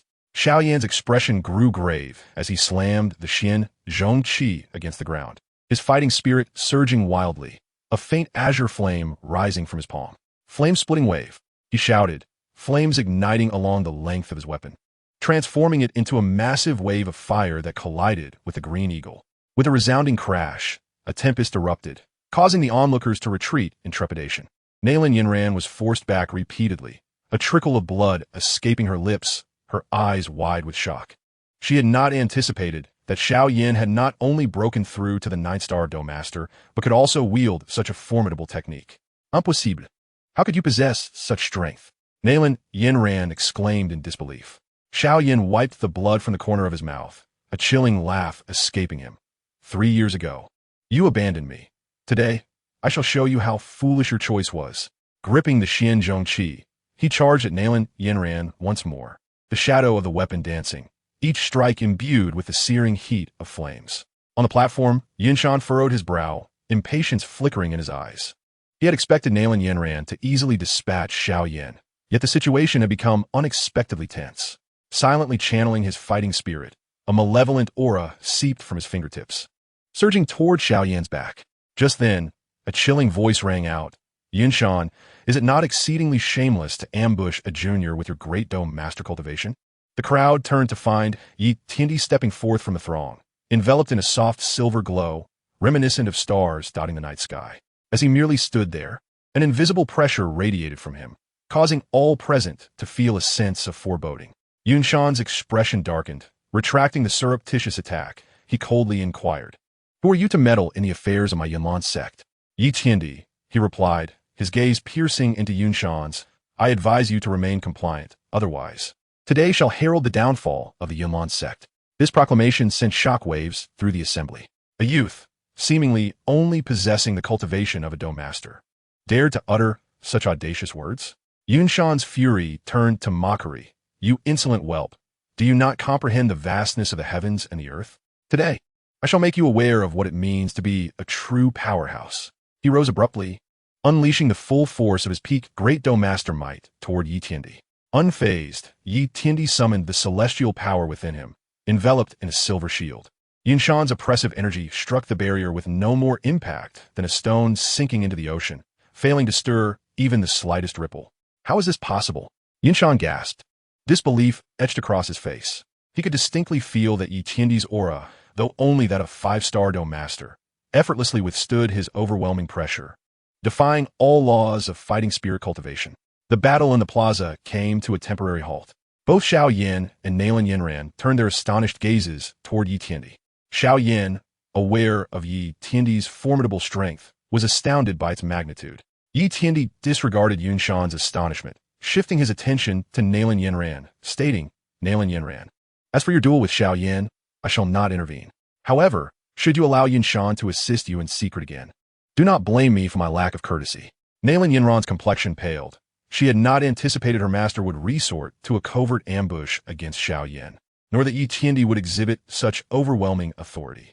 Clenching her teeth, she bowed respectfully to Yi Tiandi, declaring, "Rest assured, young Master Yi, my battle with Xiao Yan shall proceed fairly." With that, she turned to face Xiao Yan, a glint of resolve in her eyes. "Xiao Yan, let us continue." Xiao Yan nodded, gripping the Qingyang Qi once more, launching himself at Nalan Yinran. This time, both unleashed their full might. The sound of colliding fighting spirits echoing as the ground of the plaza was left pockmarked. Yi Tiandi stood nearby, warily observing Yinshan and the mountains behind Yunlan's sect. He could clearly sense that the three emissaries of the Soul Palace were poised to strike, ready to act at a moment's notice. The battle raged for half an hour, with both Xiao Yan and Nalan Yinran utterly spent. Xiao Yan's garments were tattered, his body marred with wounds, yet he clutched the Qingyang Qi with unwavering determination. Nalan Yinran was in a similarly dire state. Her sword's energy had dwindled, her breaths becoming increasingly labored. "Xiao Yan, concede. You cannot hope to match me." Nalan Yinran gasped. Panting heavily, Xiao Yan shook his head, a flicker of madness igniting in his eyes. "I will never concede. Today, I shall triumph over you." He suddenly summoned the within him, unleashing the full might of the burning art, causing the flames on the Qingyang Qi to swell dramatically, transforming into a colossal fire dragon, barreling toward Nalan Yinran. Nalan Yinran's expression shifted dramatically. She realized she could not withstand this onslaught. At that moment, Yinshan struck once more, unleashing a torrent of powerful fighting spirit from his hand to intercept Xiao Yan's fire dragon. "Yi Tiandi, will you not intervene?" The voice of Yao Lao echoed within Yi Tiandi's mind. Yi Tiandi's eyes narrowed, his form flickering as he instantaneously positioned himself before Xiao Yan. He raised his right hand, gathering a silver star in his palm, and hurled it toward Yunshan's fighting spirit. Starburst. With a thunderous roar, the silver star collided with Yunshan's fighting spirit, unleashing a powerful wave of energy. Yunshan was sent reeling, blood seeping from his lips, his eyes filled with shock and fury. "Yi Tiandi, do you dare to harm me?" he bellowed. Yi Tiandi paid him no heed, turning to Xiao Yan, instructing, "Xiao Yan, conclude this swiftly." Xiao Yan nodded, once more channeling the fire dragon's might surpassing all previous levels, instantly engulfing Nalan Yinran's sword energy and sending her hurtling backward. She crashed heavily to the ground, spitting blood, desperately attempting to rise, only to find herself devoid of combat capability. I concede," Nalan Yinran uttered in despair. Xiaoyan sheathed the Xianzhong Qi and approached Nalan Yanran, declaring, Nalan Yanran, for the 3-year pact, I have emerged victorious. From this day forth, we are even. At that moment, a sinister laughter echoed from the mountains behind Yunlan's sect. Ha, Xiaoyan, do you believe you have triumphed? Today marks your demise. 3 dark figures surged forth from the rear mountain, the emissaries of the Soul Palace. Grasping soul chains imbued with a sinister aura, they lunged toward Xiaoyan. The minions of the Soul Palace could no longer restrain themselves. A glint of icy, murderous intent flickered in Yi Tiandi's eyes. In a swift motion, he positioned himself before Xiaoyan, the power of the stars within him surging wildly, causing the silver radiance surrounding him to shine even more brilliantly. Boy, wise up and step aside. Otherwise, I shall eliminate you alongside him. The leading emissary of the Soul Palace uttered coldly. Yi Tiandi remained silent, slowly raising his right hand, where a colossal star began to coalesce in his palm. This star exuded a terrifying pressure that rendered all present cultivators breathless. Star fragment, Yi Tiandi declared in a low voice, hurling the star in the direction of the 3 emissaries. The star erupted in midair, transforming into countless silver shards that rained down upon the Soul Palace's emissaries like a meteor shower. The faces of the 3 emissaries paled, and they hastily wielded their soul chains to defend themselves. However, the power of the star shards exceeded their expectations. The soul chains were shattered instantaneously, and the shards pierced through their bodies in an instant. No! The 3 emissaries screamed in agony, their forms dissipating into wisps of black smoke, vanishing into the air. With the emissaries dealt with, Yi Tiandi turned his gaze toward Yinshan, his eyes brimming with murderous intent. Yinshan, you collude with the Soul Palace and wreak havoc upon the innocent. Today, I shall act on behalf of justice and obliterate your Yunlan sect. Yinshan's complexion turned ashen. He had not anticipated Yi Tiandi's strength to be so formidable, able to effortlessly slay even the emissaries of the Soul Palace. Knowing he was no match for Yi Tiandi, he hastily proclaimed, Young Master Yi, it is a misunderstanding. This is all the Soul Palace's conspiracy and has nothing to do with my Yunlan sect. Misunderstanding? Yi Tiandi scoffed. Do you think I would believe your deceitful words? In a flash, he appeared before Yinshan, striking down with his hand, infused with the power of the stars. Aimed directly at Yinshan's chest. Yinshan quickly channeled his fighting spirit to defend, but was sent flying by Yi Tiandi's palm, crashing heavily to the ground and spitting out a mouthful of blood. Struggling to rise, he found that his meridians had been shattered by the star power, rendering him utterly powerless. Hearing Yi Tiandi's voice echo throughout the square, the disciples of the Yunlan sect exchanged glances. From this day forth, the Yunlan sect is hereby disbanded. Should anyone dare to collude with the Soul Palace again, they shall be executed without mercy. The disciples of the Yunlan sect looked at one another, and ultimately, they relinquished their weapons and scattered. The once glorious Yunlan sect was utterly annihilated by Yi Tiandi's strike. Xiaoyan approached Yi Tiandi and clasped his hands in gratitude. Brother Yi, I sincerely thank you for your assistance. Yi Tiandi shook his head, replying, it was but a trifling matter. You have now fulfilled the 3-year pact. What are your plans moving forward?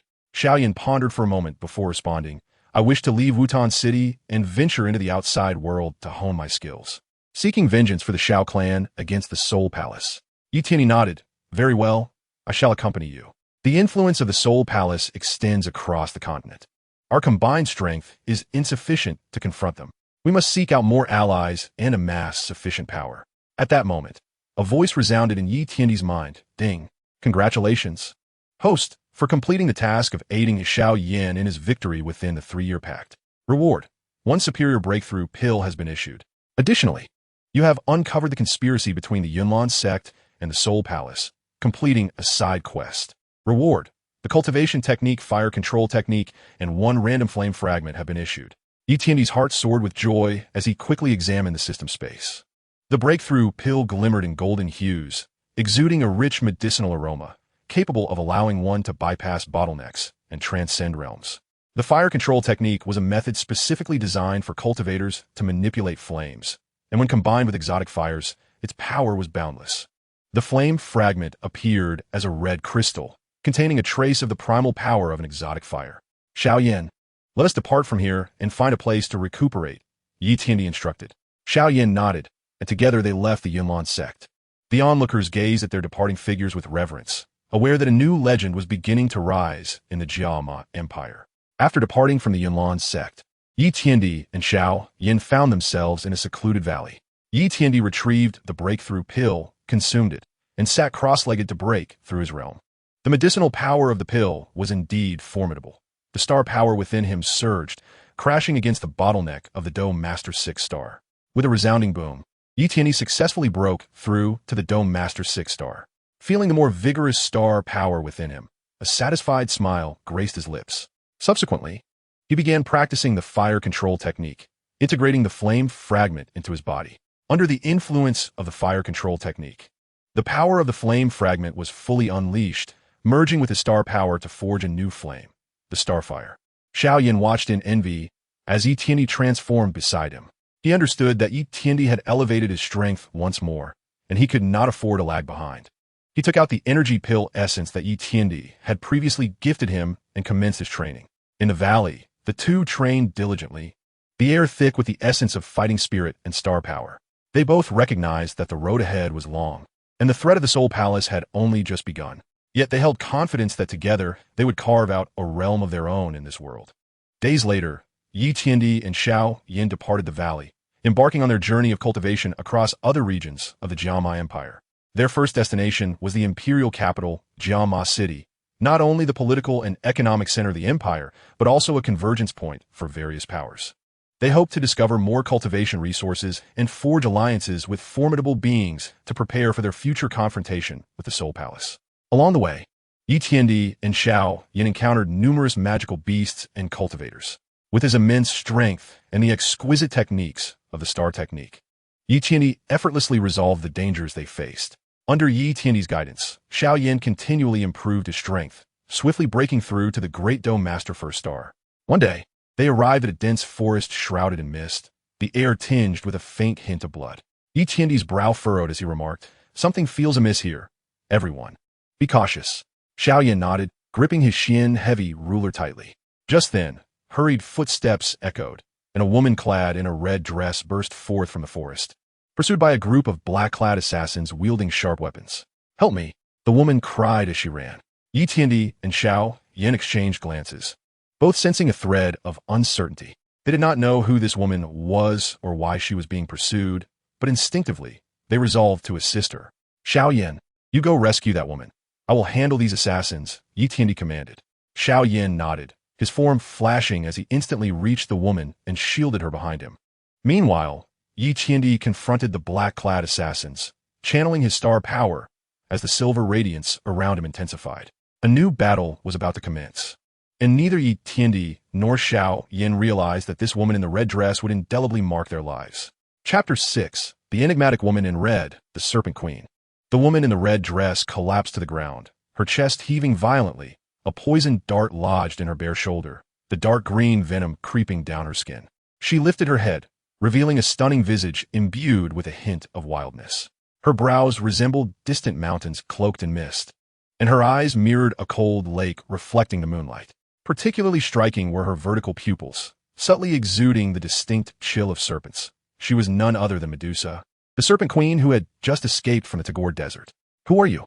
Medusa inquired, her voice hoarse, as she warily scrutinized Yi Tiandi and Xiao Yin. Having narrowly evaded the joint pursuit of the Soul Palace and the royal family of the Jimar Empire, she was already a frightened bird, reluctant to let her guard down despite the apparent assistance from the two before her. Just as Xiao Yin was about to speak, Yi Tiandi interjected first. "We are merely passing cultivators. Why are they pursuing you?"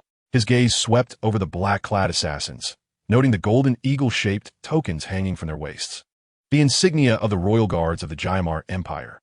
The leader among them exuded an aura that had already reached the level of a 3-star Great Dome Master, evidently a meticulously trained assassin of the royal family. Upon seeing Yi Tiandi and Xiao Yan's intervention, the leader's eyes flashed with a fierce glint. "Unrelated parties, leave at once. This is a royal secret. Any further interference will be met with lethal force."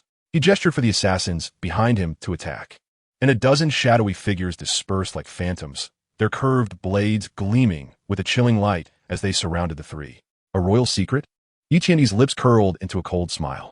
"I am curious to see what secret warrants the deployment of so many assassins." In a flash, he moved, unleashing the power of the stars within him, The aura of a six-star Great Dome Master surged forth like a tidal wave. Even more astonishing was the silvery radiance surrounding him, which transformed into countless minute star blades, shooting towards the assassins with his gestures. Be careful. The leader's expression changed drastically as he hastily swung his curved blade to defend. However, the speed of the star blades was too swift, imbued with a peculiar tearing force. The blade was instantly severed into several segments, and the star blades pierced through the assassin's chest without obstruction. In the blink of an eye, 3 assassins lay lifeless on the ground. Medusa's pupils constricted. She could distinctly sense that although Yi Tiandi's aura was merely that of a 6-star Great Dome Master, his actual combat prowess far surpassed that of an ordinary Great Dome Master, especially that silvery energy, which bore a pressure that resonated with her very soul, as if it emanated from a higher dimension of power. Xiaoyan was equally astonished by Yi Tiandi's strength. He knew Yi Tiandi was formidable, yet he had not anticipated such an overwhelming display. Without hesitation, he brought down his Xin Zhong onto the ground, unleashing his Do Qi and simultaneously, flame-splitting wave. A colossal wave of flames surged forth, forcing the remaining assassins to retreat. We must retreat. The leader, sensing the dire situation, decisively commanded. They had been ordered by the royal family to secretly pursue Medusa and seize the bloodline of the 7-colored devouring python within her. Never expecting to encounter someone as formidable as Yi Tiandi. Thinking of escaping? Yi Tiandi's gaze turned icy as he raised his right hand, condensing a silver star in his palm. Starlock. The star erupted, transforming into innumerable silver chains that ensnared the retreating assassins firmly. Immediately thereafter, he flickered and appeared before the leader, gripping his throat and coldly demanding, "Speak. Who sent you? What is the purpose of your pursuit?" A flicker of resolve flashed in the assassin's eyes as he suddenly bit down on a hidden poison pouch within his teeth. Yet before the toxin could take effect, Yi Tiandi activated the power of the stars, sealing his meridians. "Want to die? It won't be that easy." A spark of starlight flickered at his fingertips as a thread of star power entered the assassin's mind, beginning a soul search. Moments later, Yi Tiandi released his grip, and the assassin collapsed to the ground, utterly drained, his gaze vacant. Turning to Medusa and Xiaoyan, he announced, "It is an order from the royal family of the Qingyang Empire, supported by individuals from the Soul Palace. Their goal is the bloodline of the 7-colored devouring python within her." Medusa's complexion instantly paled. The reason she had fled the Tagore Desert was due to a traitor within the Serpent Clan colluding with the royal family and the Soul Palace, seeking to seize her bloodline. She had thought that reaching this place would grant her temporary safety, yet she had not anticipated being pursued still. "Thank you both for your timely rescue," Medusa said as she rose, cupping her hands in gratitude towards Yi Tiandi and Xiaoyan. Although proud, she understood the importance of acknowledging favors. The lives of the two before her had saved her, and this kindness she must remember.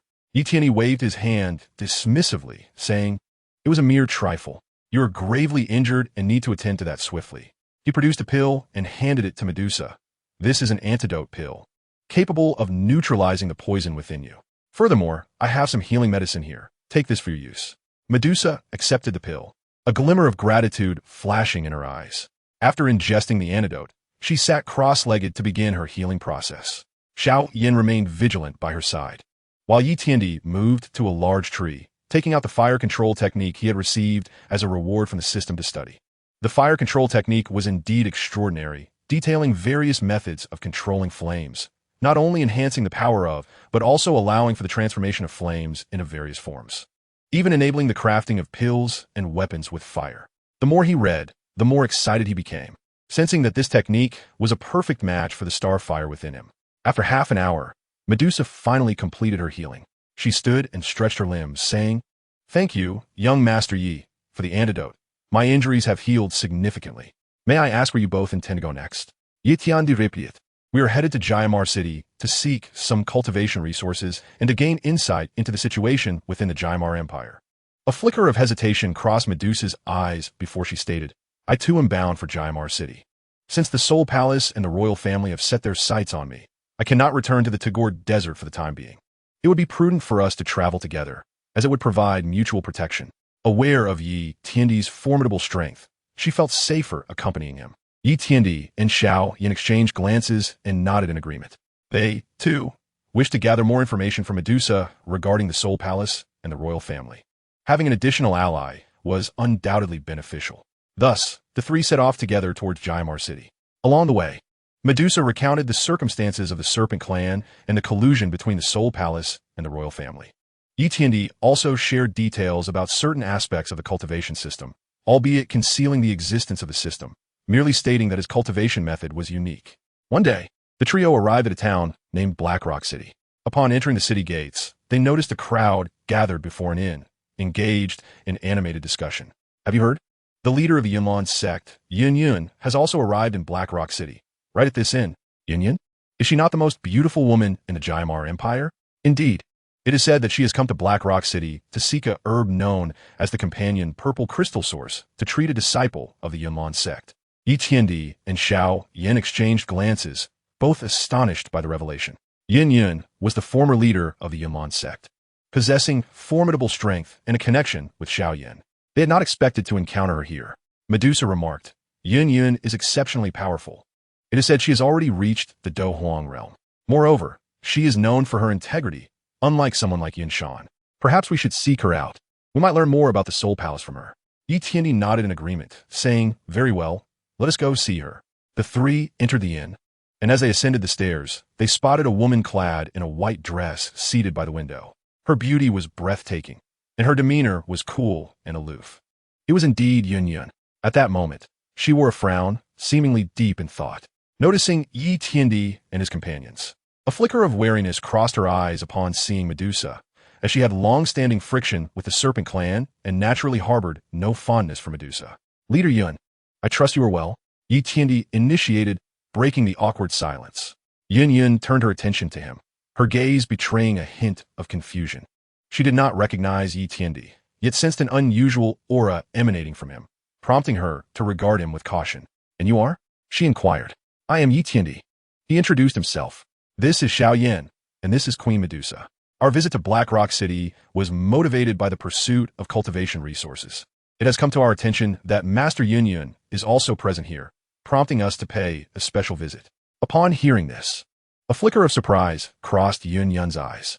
She had heard of Xiao Yan's name, knowing him to be the young man who triumphed over Nalan Yanran during the 3-year agreement. The name of Queen Medusa was even more resounding. She had not anticipated that the three of them would converge together. Ah, it is young Master Yi, my young friend Xiao Yan, and Queen Medusa, Yun remarked. Might I inquire what brings you all to me? The Emperor Yi responded. We have learned that Master Yun is in search of the accompanying purple crystal source, and we happen to possess some information regarding it.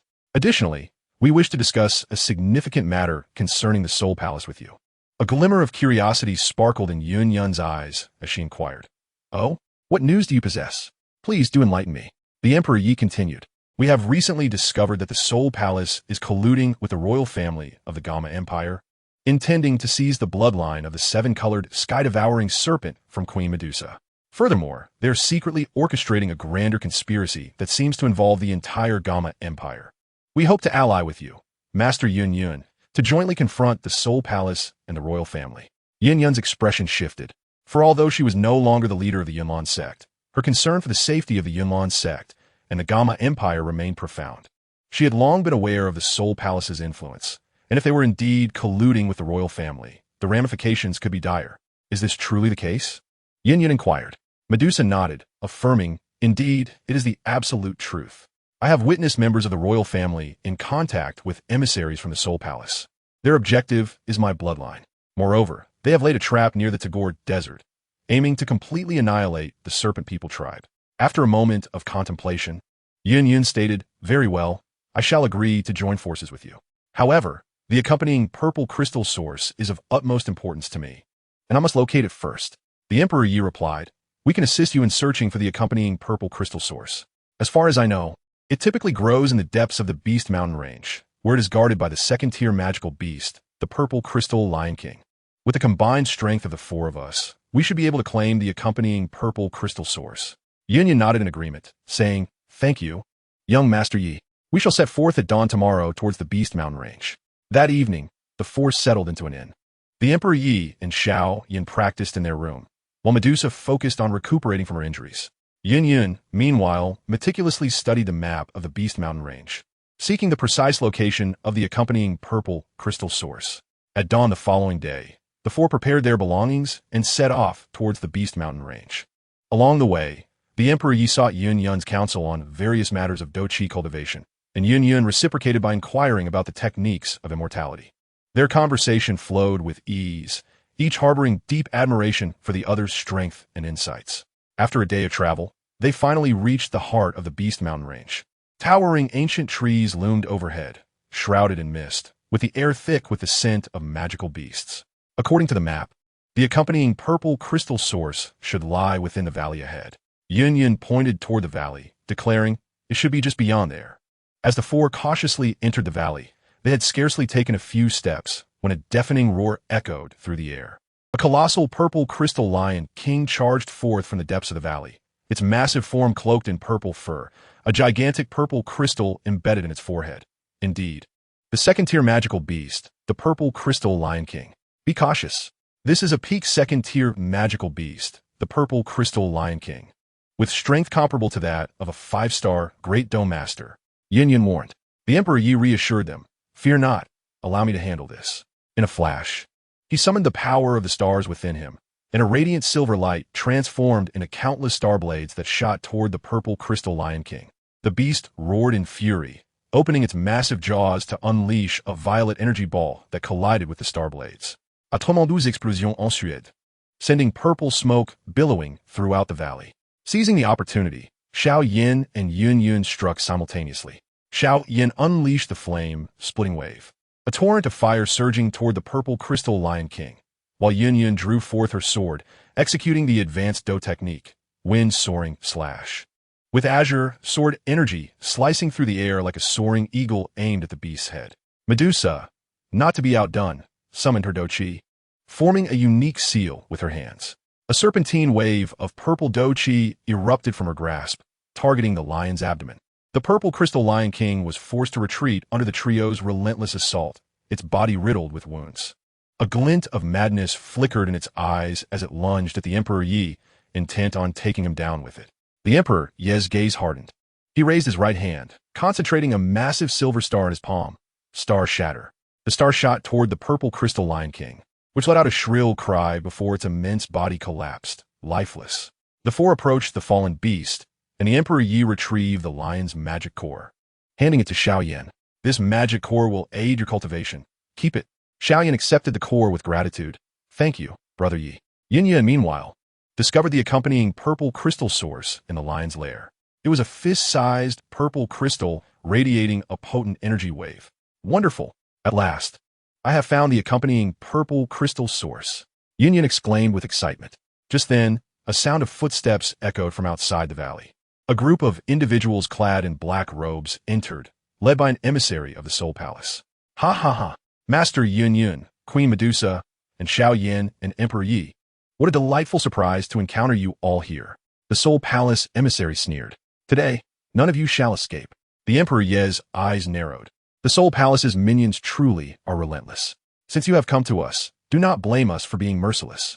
His star power surged violently, intensifying the silver glow surrounding him, signaling the commencement of a new battle. Chapter 7. The Deadly Struggle in the Valley, Fire Control Revealed. The Soul Palace emissary slowly removed his hood, revealing a face as pale as parchment, with deep-set eyes and a twisted smile. Behind him followed a dozen black-clad acolytes, each wielding a bone staff inscribed with sinister patterns, their tips wreathed in faint black mist, the hallmark of the Soul Palace's soul-devouring staff. "Emperor Yi, Xiaoyan, Medusa, and Yun Yun, what a splendid gathering we have here." The emissary licked his lips, his gaze greedily sweeping over Medusa. "Your 7-colored sky-devouring serpent bloodline is a treasure desired by the lords of the Soul Palace. Come willingly, and perhaps you may retain your life." Medusa's eyes turned icy as her Do-Chi surged forth, a serpentine purple energy coiling around her. "Should you wish to claim my bloodline, you must first contend with my sword." In her hand appeared a purple sword, its blade adorned with scale-like patterns, the treasured serpent scale sword of the serpent people tribe. Yin Yin gripped her sword tightly, her cold voice laced with murderous intent.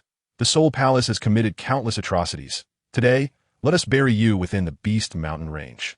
Her azure Do-Chi surged forth, exuding the unrestrained aura of a peak Great Dome Master, ready to flank alongside Medusa. Xiao Yin slammed the Xian heavy ruler heavily into the ground. His rising in his palm. Brother Yi, let us join forces this time and show these Soul Palace scum our might. The Emperor Yi nodded slightly, the power of the stars coursing through him, the technique of fire control flashing rapidly in his mind. He raised his right hand, and the star fire in his palm exploded, transforming into a silver fire dragon that resonated harmoniously with Xiao Yan's blue lotus earth heart fire.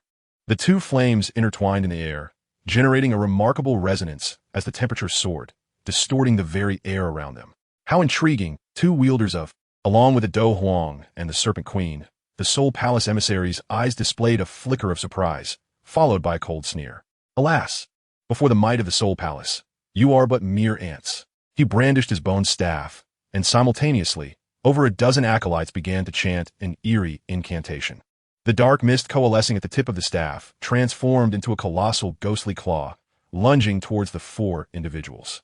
Starfall, the heavenly emperor of stars, acted first.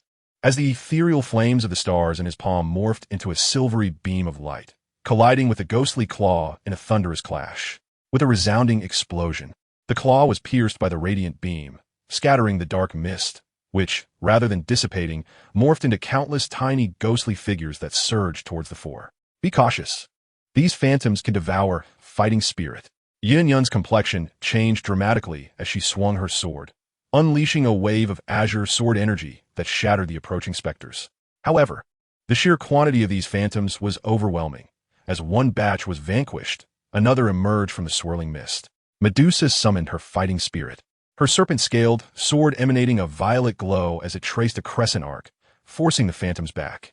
Yet, she soon realized that these specters not only consumed fighting spirit, but were also laced with venom, the black mist clinging to her sword slowly corroding its blade. Xiao Yan, unleash your, the heavenly emperor commanded, fully aware that was the nemesis of the sinister arts of the Soul Hall. Xiao Yan understood the urgency. Flames erupted from the Xian Zhongqi as he unleashed the flame-devouring tsunami. A tremendous wave of fire surged forth, incinerating the phantoms in its wake. Yet, the envoy of the Soul Hall was prepared. With a sweep of his bone staff, the ground suddenly fissured, and countless black tendrils emerged from the crevice, ensnaring Xiao Yan. Starchain, the heavenly emperor, swiftly appeared beside Xiao Yan, conjuring numerous silver chains from his palm to ensnare the black tendrils. Following this, he activated the fire control technique, causing the starry flames to engulf the chains, reducing the tendrils to ashes. Thank you, Brother Yi. Xiao Yan expressed his gratitude. Seeing his assault thwarted, the envoy's gaze darkened with malice. Since you refuse my hospitality, do not blame me for resorting to my trump card. He retrieved a black box from his robe, unveiling a dark pearl inscribed with bizarre runes. This is the soul-devouring pearl, containing the souls of thousands of vengeful spirits. Today, I shall use your souls to nourish these spirits. He hurled the pearl into the air, which instantly expanded into a massive black hole, exuding a terrifying gravitational pull that drew in surrounding trees and rocks, turning them to dust. The four felt an overwhelming force pulling them towards the black hole. Yin Yin quickly unleashed her fighting technique, Wind Barrier, forming a shield of azure fighting spirit to resist the pull. Medusa also channeled her entire fighting spirit, thrusting her serpent-scaled sword into the ground to anchor herself. Xiao Yan planted the Xian Zhongqi into the earth, igniting his to counter the gravitational force. The heavenly emperor's expression turned grave as he sensed the power of the soul-devouring pearl far surpassed that of ordinary fighting techniques, reaching the level of a Do Wang. Taking a deep breath, he let the star power within him surge and took out a special spirit stone awarded by the system, shattering it to infuse its essence into his being. Fire control technique, Starfire C, he proclaimed as the starry flames erupted from his palm, transforming into an endless ocean of fire that surged toward the black hole. The collision between the sea of flames and the black hole crackled with energy, momentarily weakening the gravitational pull. Not enough. The heavenly emperor furrowed his brow, knowing that his strength alone was insufficient to obliterate the soul-devouring pearl. He turned to Xiao Yan and said, Xiao Yan, lend me your... Without hesitation, Xiao Yan infused the blue lotus earth core fire into the heavenly emperor's body. The heavenly emperor activated the fire control technique, merging the two into a new flame, the blue lotus starfire. This flame combined the dominance of the blue lotus earth core fire with the sharpness of the starfire, amplifying its power exponentially. Blue lotus starfire, incinerate the heavens. The Heavenly Emperor condensed the fused flames into a colossal fire sword and swung it at the black hole. The fire sword, exuding a cataclysmic force, shattered the black hole and cleaved the soul-devouring pearl in two. With the pearl destroyed, the trapped vengeful souls surged forth, frantically rushing towards the envoy of the soul hall.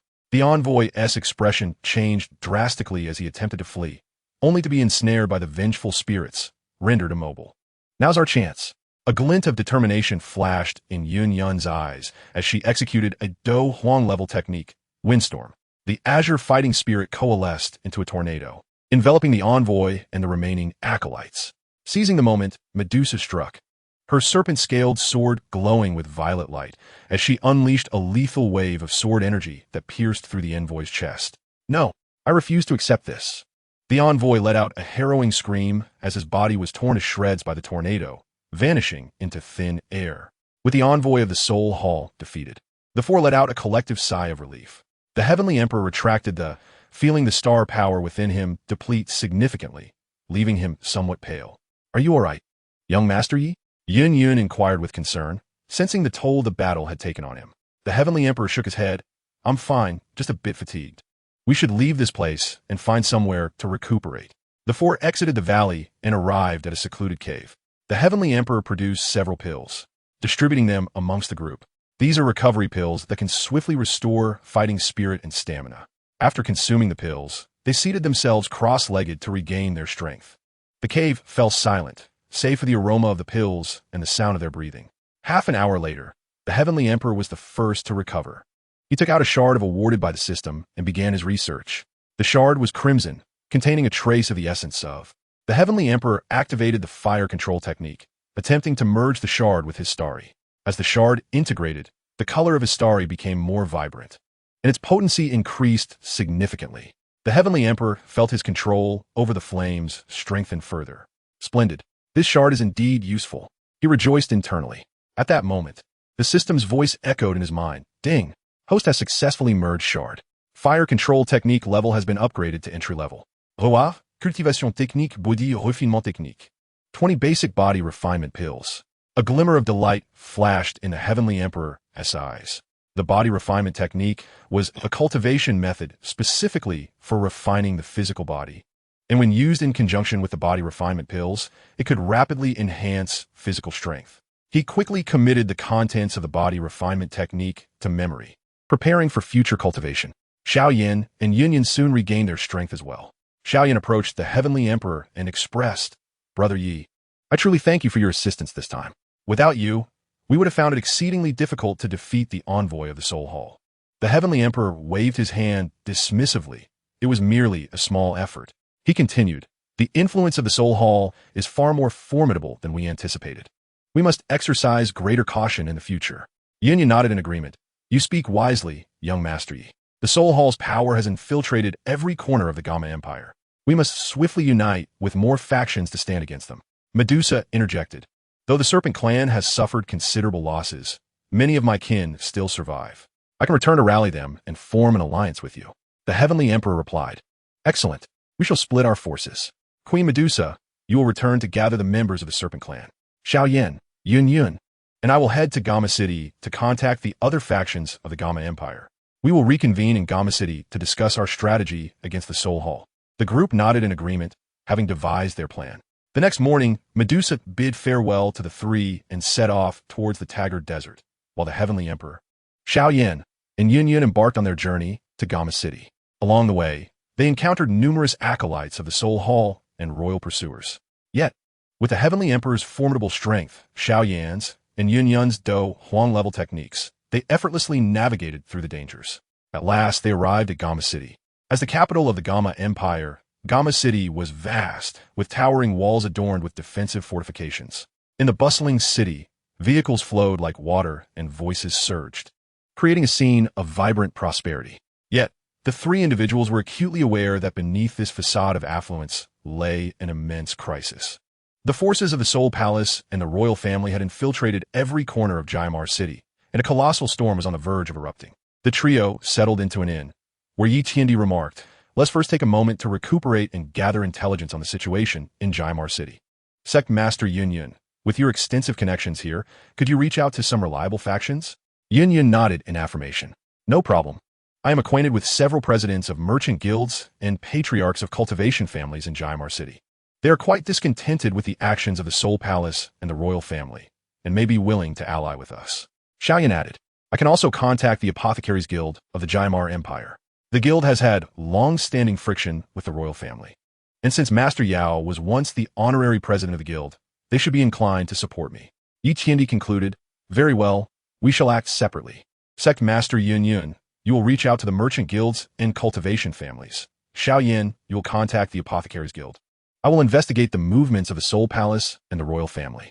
Let us reconvene here at the inn by evening. With a consensus, they departed the inn. Yi Tiandi stepped outside, his figure flickering as he transformed into a wisp of shadow, vanishing around the street corner. He harnessed his soul power to probe the circumstances in Qingyang City. Soon, he discerned that the city's defenses had tightened considerably, with the royal family's elite troops and Soul Palace adherents visible on every street. Furthermore, he discovered that a clandestine meeting was underway within the royal palace. Stealthily, he approached the palace's vicinity, channeling his soul power to eavesdrop on the discussions. A high-ranking official of the Soul Palace declared, As long as we assist them in seizing the bloodline of Queen Medusa, they will aid us in unifying the entire Qingyang Empire. The Emperor of the Qingyang Empire responded, Your Majesty, but Yi Tiandi and Xiao Yin have already arrived in Qingyang City. Their formidable strength may obstruct our plans, a minister cautioned. Merely a troop of clowns. The Emperor scoffed coldly. I have dispatched the royal family's most elite troops and Soul Palace experts. Should they dare approach the palace, they shall find no way back. Upon hearing this, a glint of icy murderous intent flashed in Yi Tiandi's eyes. He understood that the royal family and the Soul Palace were well prepared. A monumental battle was inevitable. As evening descended, the three reconvened at the inn. Yin Yin reported, I have contacted 3 merchant guilds and 2 cultivation families. They are willing to ally with us. However, their strength is limited, and they can only provide a few dome masters and great dome masters. Xiaoyan added, I spoke with the president of the Apothecaries Guild, and he is willing to support us. The guild possesses numerous apothecaries and guards. Their strength should not be underestimated. Yi Tiandi stated, I have learned that the royal family and the Soul Palace are fully prepared, having set an intricate trap within the palace, awaiting our approach. Moreover, they have dispatched a significant number of elite troops and Soul Palace experts to hunt us down in Qingyang City. The expressions of the group turned grave. Yin Yin asserted, It appears we can no longer afford to wait. We must launch our attacks swiftly to disrupt their plans. Xiaoyan agreed, Indeed. We can unite the forces of the merchant guilds, cultivation families, and the Apothecaries Guild to stage a surprise assault on the palace, thereby dismantling the conspiracies of the royal family and the Soul Palace. Yi Tiandi concluded, Very well, it is settled. We will initiate our attack at dawn tomorrow. Sect Master Yun Yun, you will be responsible for coordinating the various forces and assembling our troops.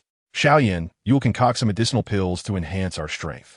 I will prepare some hidden cards to ensure our success. Nodding in agreement, they began their preparations for the battle ahead.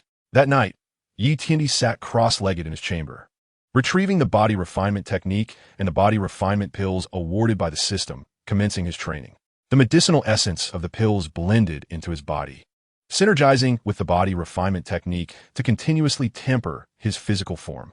He could distinctly sense his bodily strength augmenting, and the power of the stars within him becoming more refined. Meanwhile, within the royal palace of Qingyang City, the Emperor and the Soul Palace experts were still engrossed in their delusions of unifying the Qingyang Empire, utterly oblivious to the impending calamity. At dawn the following day, the streets of Qingyang City erupted with thunderous shouts. Yi Tiandi, Xiao Yin, and Yun Yun led the experts from the merchant guild's cultivation families and the Apothecaries Guild in a surprise assault on the palace. A battle that would determine the fate of the Qingyang Empire had officially commenced. Chapter 8. The Battle of Qingyang City. The Emperor's might shakes the world. As the morning light of Qingyang City was rent by the cries of battle, over 1,000 cultivators had already gathered in the square outside the palace. Guards from the merchant guilds wielded iron long swords, their dou chi swirling around the blades, while the elders of the cultivation families leaned on their staffs, exuding the oppressive aura of great dome masters. Apothecaries from the Apothecaries Guild held alchemical cauldrons, poised to hurl toxic pills at a moment's notice. Yi Tiandi, Xiao Yin, and Yun Yun stood at the forefront, their auras intertwining like an insurmountable mountain. The crimson gates of the palace swung open with a thunderous crash as the royal family's elite troops surged forth in a disciplined formation. The leading general, clad in golden armor and wielding a spear, emanated the peak aura of a great dome master, declaring, "Rebels, do not overstep your bounds. His Majesty has decreed the execution of Yi Tiandi and Xiao Yan. A reward of 10,000 gold is offered for their heads." 10,000 households? You think you are worthy of such a title? Yi Tiandi scoffed coldly as the power of the stars within him erupted. The aura of a 6-star dome master eclipsed that of a peak great dome master, and silver starlight coalesced around him like armor, with faint starry apparitions manifesting behind him. In a flash, he soared into the ranks of the elite troops like a shooting star, his fist imbued with stellar force crashing down upon the general. Bang! The golden armor crumpled instantly, the general spewing blood as his body was sent flying like a broken kite, colliding against the palace wall and losing consciousness. The formation of the elite troops fell into disarray as Yi Tiandi moved through them with ease, leaving fallen soldiers in his wake. Their screams stifled before they could escape their lips. Kill! Xiao Yan brandished the Qingyang, flames of exotic fire blazing along its length. He unleashed the flame splitter technique, sending forth a massive wave of fire that incinerated a line of elite troops to ash. Seizing the opportunity, the Apothecaries Guild's alchemist hurled pills into the air, which detonated, releasing a green toxic mist that enveloped the elite soldiers, causing them to collapse upon contact. Yun Yun led the elders of the Cultivation families into fierce combat with the royal family's great dome masters.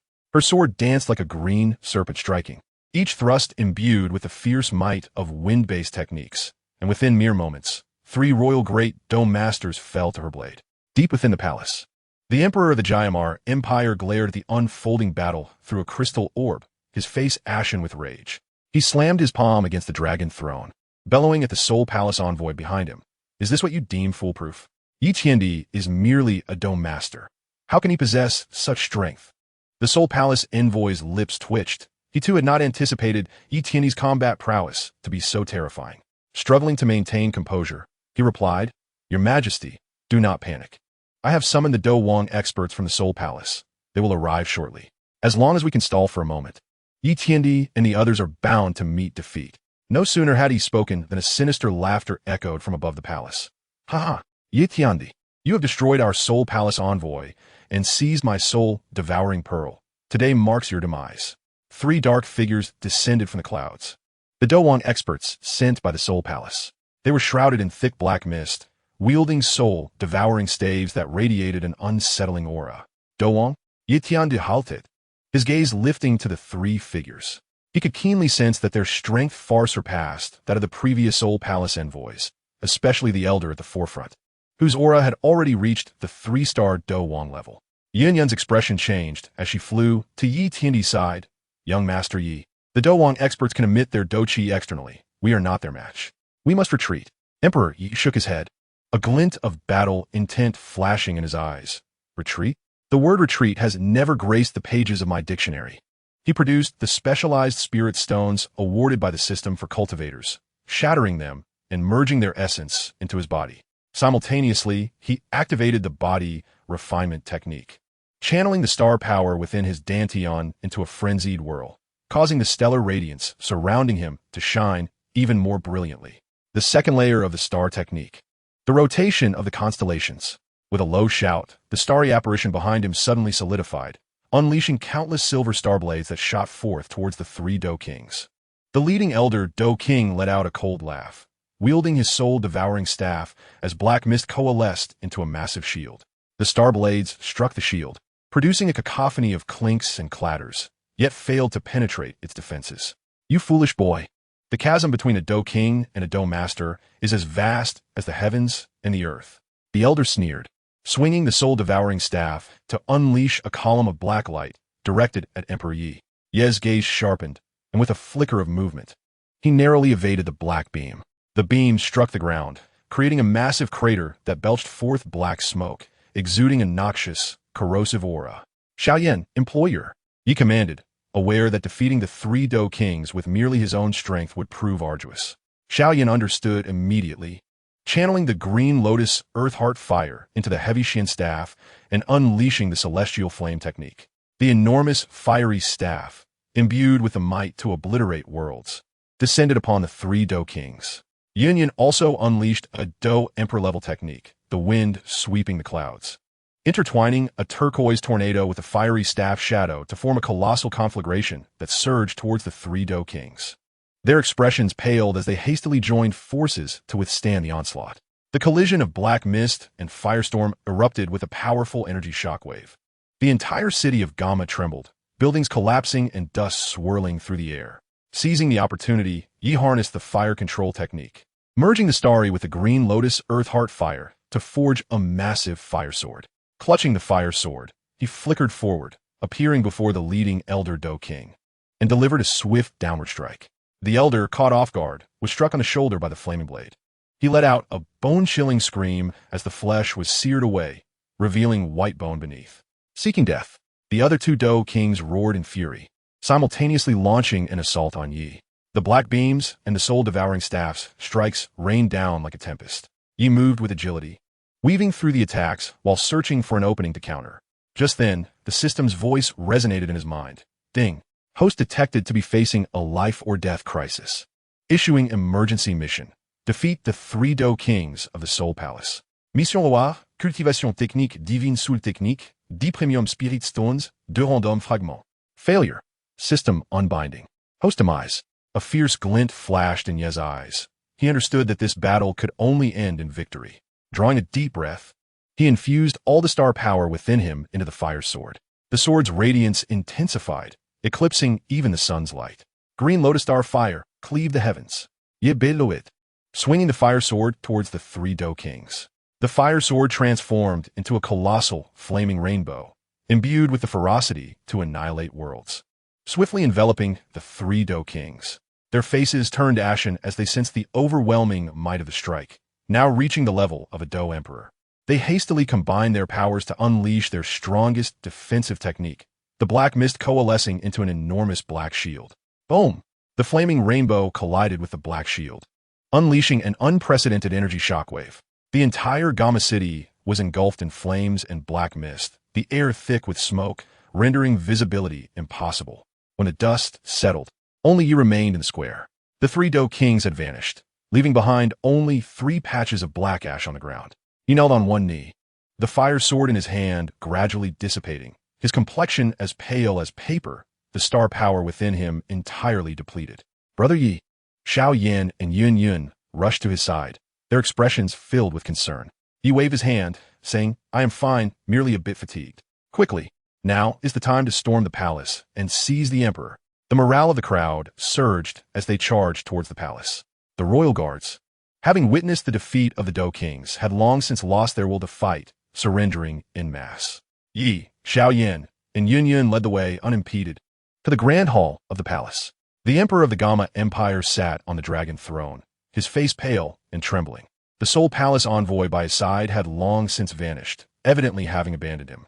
"Your days of revelry are at an end, Your Majesty," Xiao Yan declared, brandishing the heavy Xian staff and pointing it accusingly at the emperor. The emperor trembled as he implored, "No, do not kill me. I am willing to abdicate and hand the Gamma Empire over to you." He approached the emperor, his voice cold as ice. "Abdicate? You conspired with the Soul Palace, slaughtering innocents. Your crimes are deserving of death. Today, I shall act as heaven's instrument and behead you, the tyrant." He raised his right hand, a starry radiance coalescing in his palm and shooting towards the emperor. "Do not!" The emperor screamed in a heart-wrenching wail as the star radiance pierced through him, collapsing lifelessly onto the dragon throne.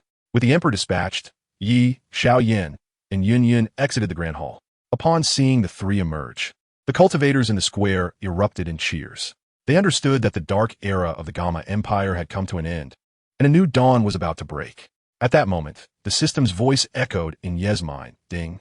Congratulations, host, for completing the emergency mission and defeating the 3 Soul Palace Do Kings. Rewards: Cultivation Technique, Divine Soul Technique, 10 Premium Spirit Stones, and 2 random fragments have been distributed.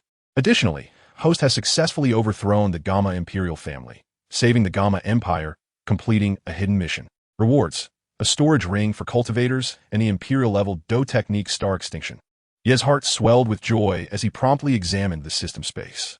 The storage ring was a silvery band with an expansive interior, capable of housing a small mountain. The divine soul technique was a cultivation method dedicated to enhancing the soul, significantly boosting its strength.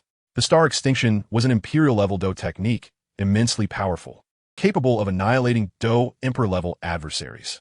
Splendid. With these rewards, my strength shall ascend to new heights. Ye acclaimit inyardly. Xiao Yan and Yunyan approached him, smiling. Brother Yi, congratulations. The Gamma Empire has finally regained its tranquility. Yi nodded, stating, this is merely the beginning. The influence of the Soul Palace still pervades the continent. Our journey ahead remains long. What we must do next is consolidate the Gamma Empire's strength, cultivate more powerful warriors, and prepare for the inevitable confrontation with the Soul Palace. At that moment, the distant sound of hooves echoed. The crowd looked up to see a regiment clad in purple armor advancing towards the palace. At the forefront stood Queen Medusa, flanked by powerful experts from the Serpent Tribe. Young Master Yi, Xiao Yan, Sec Master Yunyan, I have returned. Queen Medusa declared with a smile. Yi, Xiao Yan, and Yun exchanged smiles, knowing that with the addition of the Serpent Tribe, their strength had significantly increased. In the square of Gamma City, the sun shone brightly and a gentle breeze blew. Yi, Xiao Yan, Yun, and Medusa stood together, their gazes fixed on the horizon. They understood that the road ahead would be fraught with challenges, yet they were confident that as long as they stood united, they could overcome any obstacle and carve out a domain of their own in this world. A month later, a new regime was established in the Gamma Empire. With Yi being appointed as its guardian, Xiao Yan serving as the president of the Alchemist Guild, Yun overseeing the military, and Medusa leading the Serpent Tribe in peaceful coexistence with humanity. The Gamma Empire ushered in an unprecedented era of prosperity. During the past month, Yi Tiandi, leveraging the rewards from the system and abundant cultivation resources, has successfully advanced to the rank of a one-star great fighter. His spiritual strength has multiplied several times through the practice of the soul technique, allowing him to briefly foresee imminent dangers. On this day, Yi Tiandi stood atop the palace roof, gazing towards the distant horizon. He understood that the threat of the Soul Palace had not yet been eradicated, and the crises of this world were merely beginning. However, he was resolutely prepared, intent on reclaiming his path to the pinnacle and becoming a true sovereign, safeguarding all that he cherished. At that moment, the system's voice resonated once more. Ding. Detection confirms host strength has reached great fighter. New main quest released. Proceed to Zhongzhou. Seek the ruins of cultivators. Enhance your strength and confront the headquarters of the Soul Palace. Quest rewards. Cultivation technique chaos formula. Imperial grande weapon stardust sword. Quest failure. System disconnection. Host cultivation reverts to Do Qi. A glimmer of anticipation sparkled in Yi Tiandi's eyes. Zhongzhou, ruins of cultivators, chaos formula, stardust sword, all these filled him with eager expectation. He recognized that a new adventure was about to unfold. Turning to look within the palace, he saw Xiao Yan, Yun, and Medusa busily engaged in their tasks. A smile graced Yi Tiandi's lips. He believed that with these companions by his side, no matter the magnitude of the challenges faced, he could triumph. Zhongzhou, I am coming, he silently proclaimed, his figure flickering like a shooting star, racing towards Zhongzhou. A legend belonging to Yi Tiandi continued to inscribe new chapters within the realm of Do Songqiong. Chapter 9. Winds rise in Zhongzhou. Initial exploration of the ruins. Golden sunlight pierced through the clouds, cascading upon the undulating mountains. Yi Tiandi stood atop a towering rock, his garments billowing in the mountain breeze. Below him flowed the tumultuous Duanlong River, its waters a deep crimson, stained by the blood of battles waged by Do Huang powerhouses, a hue that had endured for millennia. Beyond the Duanlong River lay the territory of Zhongzhou.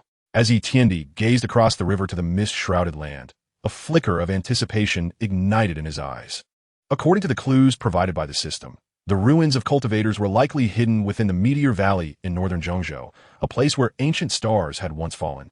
Resonating with the stardust formula he practiced, harnessing the power of the stars, he propelled himself towards the river's surface like an arrow released from a bow. His toes barely grazed the crests of the waves, each step igniting delicate silver glimmers, as if he had laid down a path of starlight upon the water. In no more than the time it takes for a stick of incense to burn, he reached the opposite shore. As he set foot on Zhongzhou's soil, Yi Tiandi felt the concentration of Do Qi in the air far surpass that of the Gamma Empire, interspersed with a faint trace of spiritual energy, the fundamental essence cultivated by practitioners. He inhaled deeply, the starlight within him surging forth, eagerly absorbing the ambient spiritual energy. No wonder the system directed me to Zhongzhou. The environment here is practically tailored for cultivators. Yi Tiandi thought with delight, hastening his steps towards the direction of Meteor Valley. The scenery along the way starkly contrasted with that of the Gama Empire.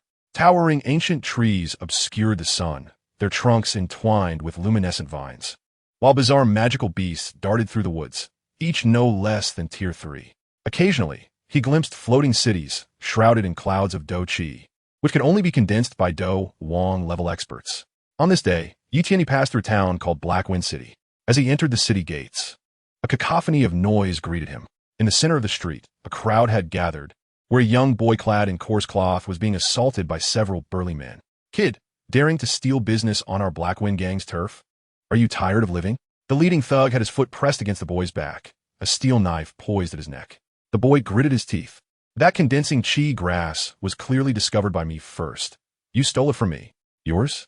In Blackwind City, anything we set our eyes on is ours." The thug sneered, ready to bring the blade down. "Stop." Yi Tiandi's voice resonated, though he had no intention of meddling. The defiance in the boy's eyes reminded him of his own early days in the 9 heavens and 10 earths. The thug turned to see Yi Tiandi, a flicker of disdain in his gaze. "Who is this pretty boy, daring to interfere with our Blackwind gang? Scram, or we'll deal with you too."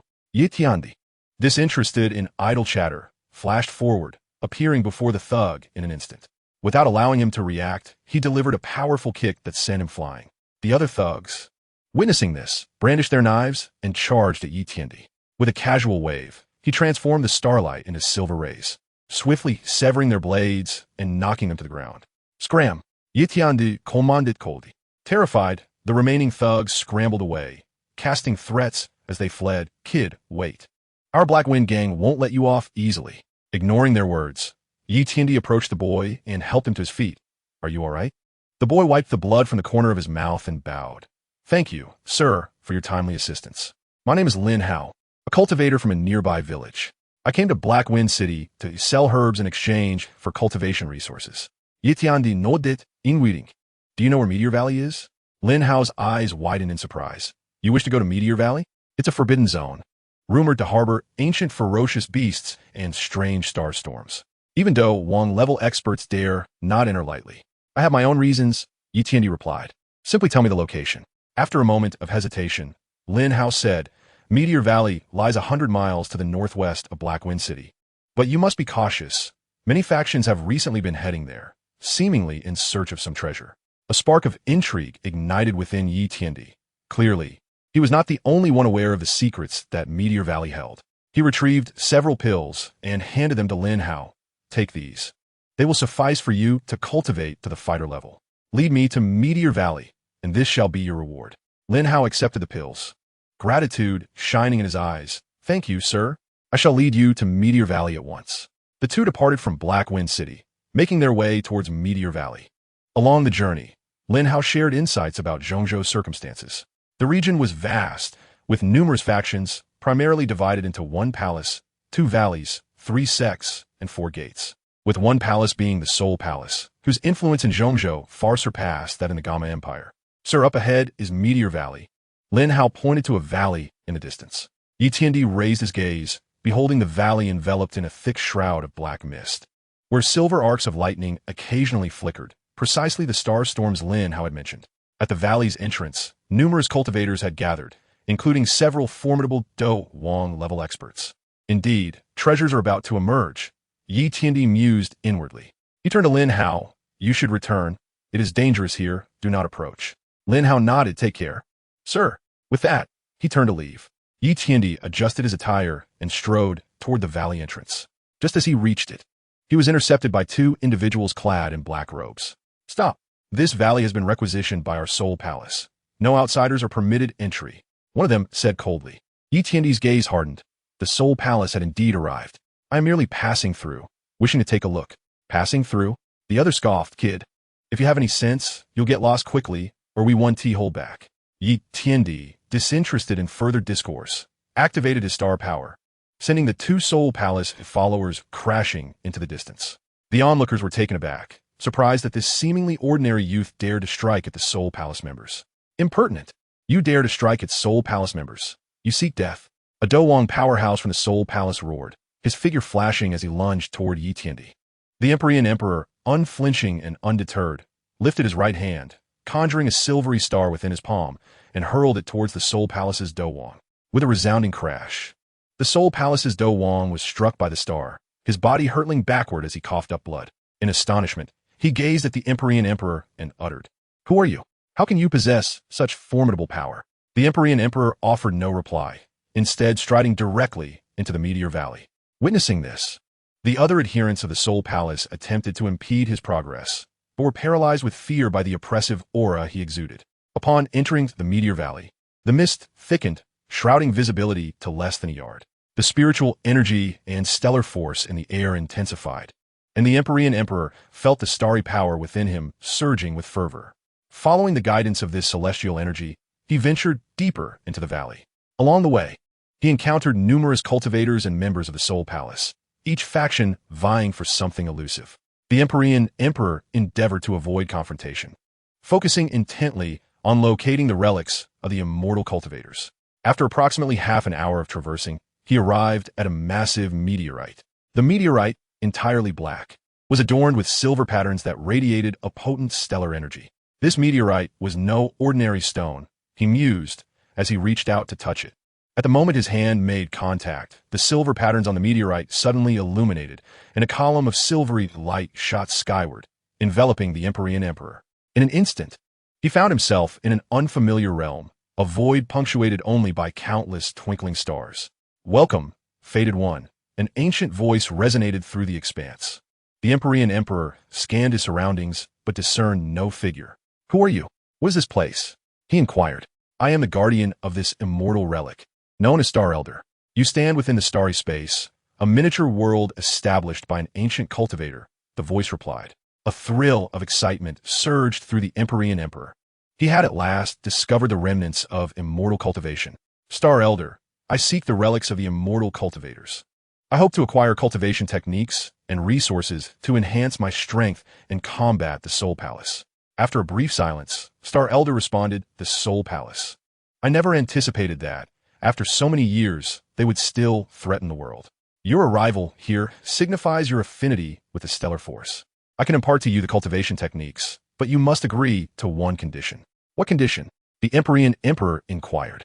"Assist me in dismantling the Soul Palace's branch in Zhongzhou and liberate the imprisoned souls of the cultivators," Star Elder stated. The Empyrean Emperor nodded firmly. "Very well. The Soul Palace has committed numerous atrocities. I have long intended to settle the score." "Excellent." Star Elder's voice brimmed with excitement. "I shall now bestow upon you the complete technique of the Star Technique, along with my lifelong insights into cultivation. Furthermore, you may freely absorb the stellar energy within this space to aid in your ascension."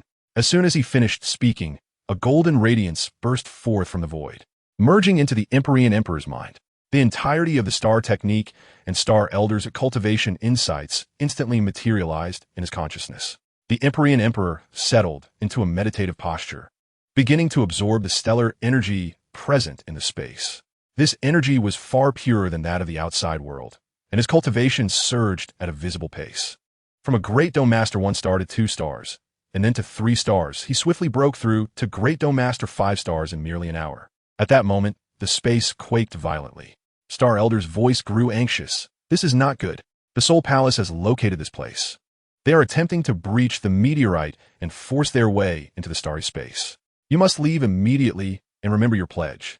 The Empyrean Emperor opened his eyes, affirming, "Rest assured, Star Elder, I will indeed obliterate the Soul Palace's branch and rescue the imprisoned cultivator souls." With that, he vanished in a flash, racing towards the exit of the space. Upon emerging, he beheld several Soul Palace Wang experts frantically assaulting the meteorite. The silver patterns upon it had dimmed, teetering on the brink of collapse. "Cease this at once," the Empyrean Emperor bellowed, darting towards the Soul Palace Wang. The leading Soul Palace Wang, upon recognizing the Empyrean Emperor, was momentarily taken aback. "It's you. How could you have entered the meteorite? Speak, what treasures lie within?" The Empyrean Emperor offered no response. Instead, the starry energy within him surged as he unleashed the second tier of the Star Technique, the Star Cycle. Countless silver star blades erupted from his being, hurtling towards the Soul Palace Do Wang. The expression of the Soul Palace Do Wang shifted dramatically as he and his companions hastily coordinated to defend themselves. Yet, the might of the Star Blades far surpassed their expectations, shattering their defenses in an instant and sending them sprawling to the ground. Having vanquished the Soul Palace Do Wang, the Empyrean Emperor approached the meteorite, channeling the stellar energy into it. The silver patterns rekindled, returning to their former brilliance. "Star Elder, are you unharmed?" He called to the meteorite. "I am well.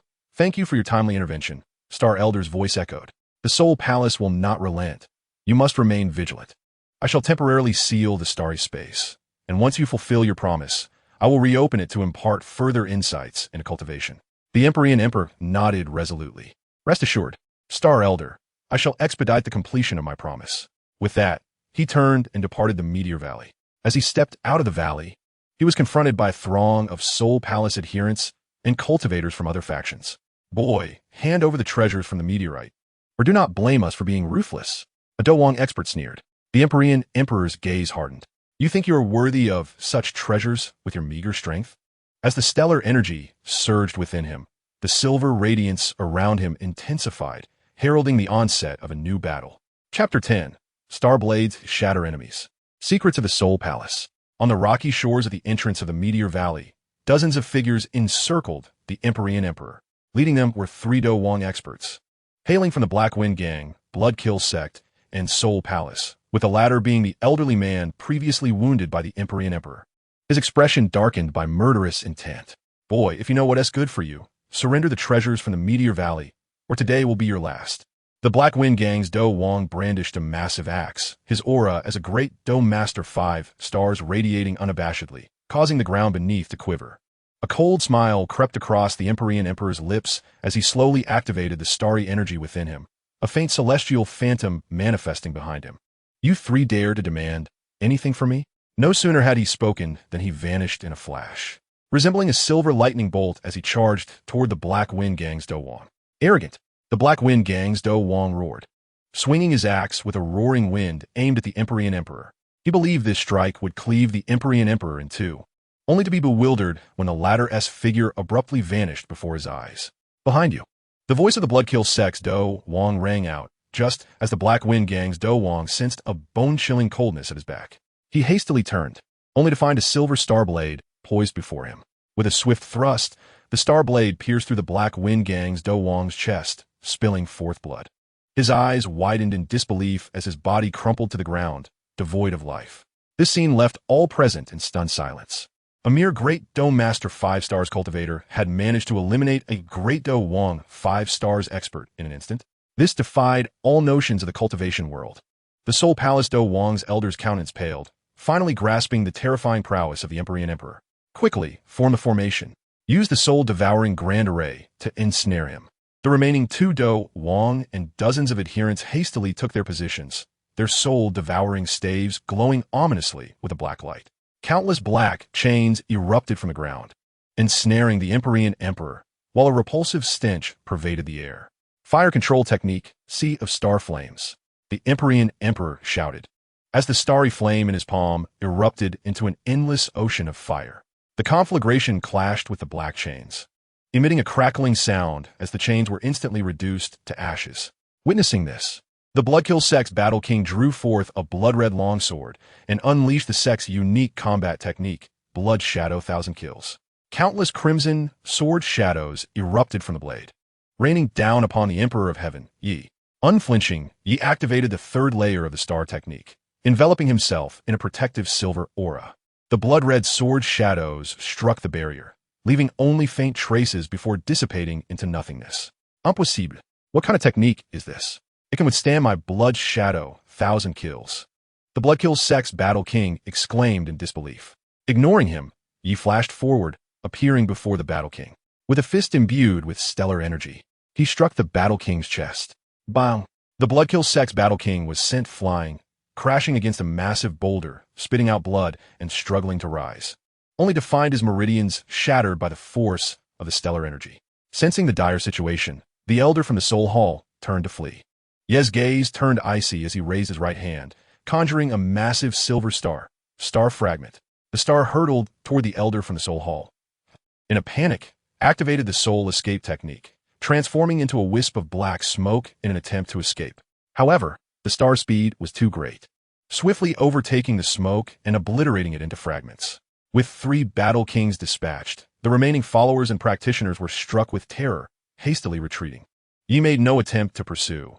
He understood these minions posed little threat, with the true danger lying in the Soul Hall's branch in Central Continent. Approaching the corpse of the Black Wind Gang's battle king, he retrieved a storage ring containing a considerable sum of gold coins, medicinal pills, and a black map. The map marked the location of the Soul Hall's branch in the northern region of Central Continent, situated just west of the Soul Severing Cliff. The Soul Severing Cliff. Yi stowed the map away, a glint of cold, murderous intent flickering in his eyes. He knew it was time to fulfill his promise to Elder Xing. After departing from Meteor Valley, Yi did not return to Black Wind City, but instead made his way directly toward the Soul Severing Cliff. Along the journey, he activated the Soul Technique, spreading his spiritual energy to sense the surroundings. He discovered numerous Soul Hall followers converging upon the Soul Severing Cliff, seemingly preparing for something ominous. After half a day's travel, Yi finally arrived at the Soul Severing Cliff. The terrain was perilous, with steep cliffs leading down to an unfathomable abyss. Atop the cliff stood a black palace, shrouded in thick black mist, marking the branch of the Soul Hall. Yi concealed himself in the shadows, utilizing his spiritual energy to investigate the palace's interior. He discerned that 3 battle emperors were stationed within, accompanied by dozens of battle kings and hundreds of followers. In the palace's basement, hundreds of remnants of cultivators were imprisoned, their souls bound by black chains, slowly drained of their spiritual power. The Soul Hall dares to be so cruel. A flicker of murderous intent flashed in Ye's eyes. Taking a deep breath, he retrieved a top-tier spirit stone awarded by the system, shattering it and infusing its energy into his body. Simultaneously, he activated the Star Technique and Body Refinement Technique, pushing his stellar energy and physical strength to their zenith. Today, you shall pay in blood for your sins. Ye's figure flickered as he surged toward the palace like a streak of silver lightning. The 2 battle king guards at the palace entrance, noticing the intrusion, swiftly brandished their blades to obstruct him. With a casual motion, Yi unleashed 2 silver star blades, instantly slaughtering the guards. "We are under attack."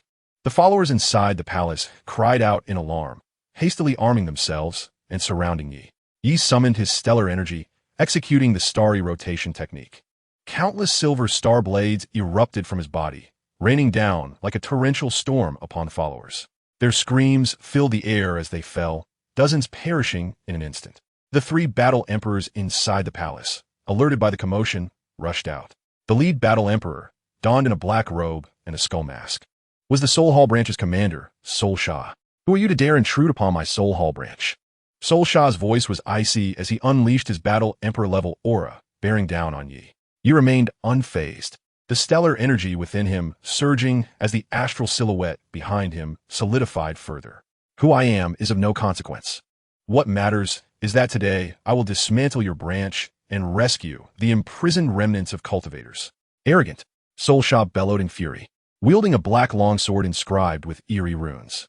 He unleashed the Soul Hall's advanced technique, soul-devouring swordplay, sending forth numerous black sword shadows suffused with malevolent energy toward Yi.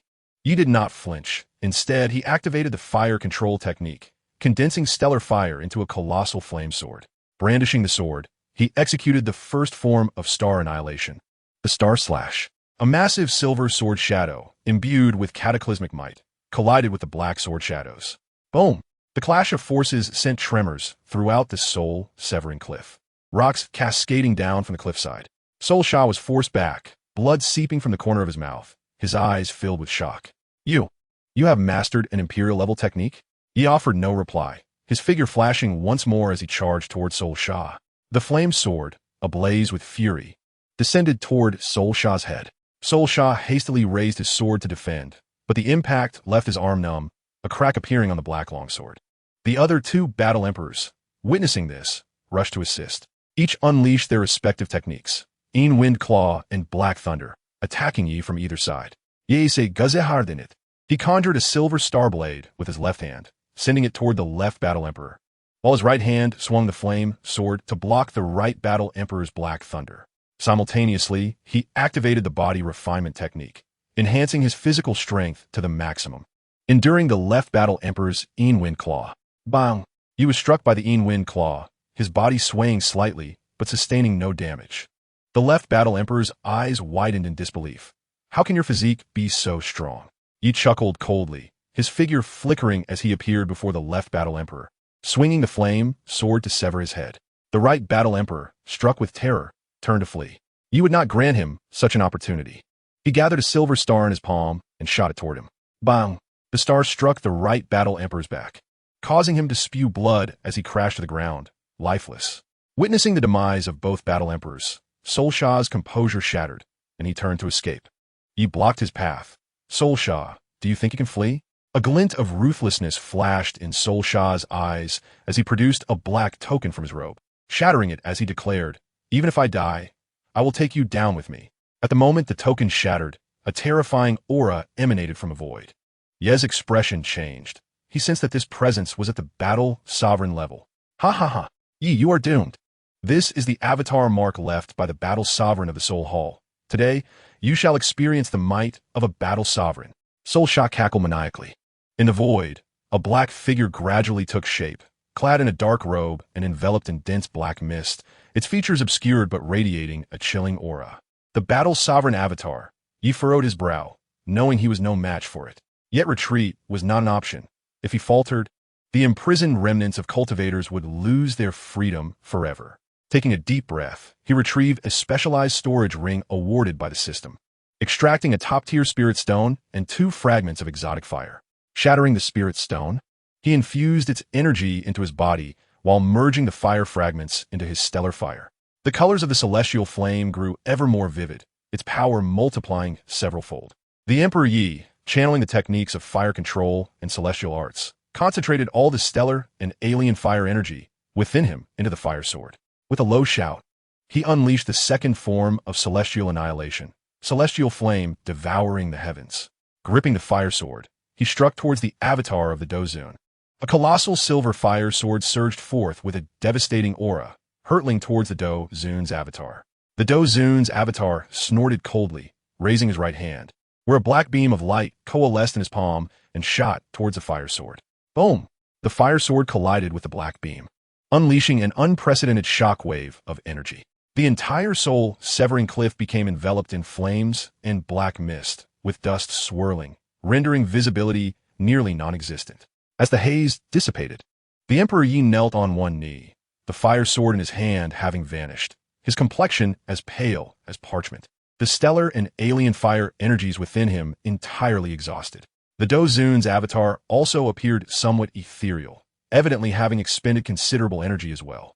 Witnessing this, the Soul Devourer flashed a fierce glint in his eyes and lunged at the Emperor Yi, exclaiming, "Boy, prepare to meet your demise." The Emperor Yi's gaze turned icy, and with his last ounce of strength, he focused a silver star blade in his palm, shooting it towards the Soul Devourer. With a piercing sound, the star blade pierced through the Soul Devourer's chest, eliciting a chilling scream as he collapsed to the ground, utterly lifeless. The Dozun's avatar regarded the Emperor Yi with a flicker of surprise, then coldly snorted, "Today, you are fortunate, boy. Should we meet again, I shall ensure you are torn asunder." With that, he transformed into a wisp of black mist, vanishing into the void. The Emperor Yi exhaled a sigh of relief and gradually rose to his feet. He made his way to the palace's underground chamber, unshackling the black chains binding the remnants of the cultivator's souls. Hundreds of souls regained their freedom, bowing in gratitude to the Emperor Yi. "Thank you, young friend, for your timely rescue. We have no means to repay you, but we shall impart the entirety of our cultivation knowledge to you," spoke an elderly remnant soul. The Emperor Yi's heart leapt with joy as he responded, "Thank you, esteemed seniors." Simultaneously, hundreds of remnant souls unleashed a golden radiance, merging into the Emperor Yi's consciousness. Countless cultivation techniques, methods, and combat skills instantaneously appeared in his mind, and under the nourishment of this knowledge, his cultivation began to hint at a breakthrough to the Doling realm. At that moment, the system's voice echoed within his mind, "Ding! Congratulations to the host for fulfilling the promise to Star Elder, destroying the Soul Palace branch, and rescuing the remnants of the cultivators. Reward: Cultivation Method Chaos Technique, Emperor Grade Weapon. Celestial Sword has been issued. Additionally, the host has slain 3 Do Huang and numerous Do Wang, earning a substantial amount of points, redeemable in the system shop. The Emperor Ye's heart swelled with excitement as he promptly checked the system space.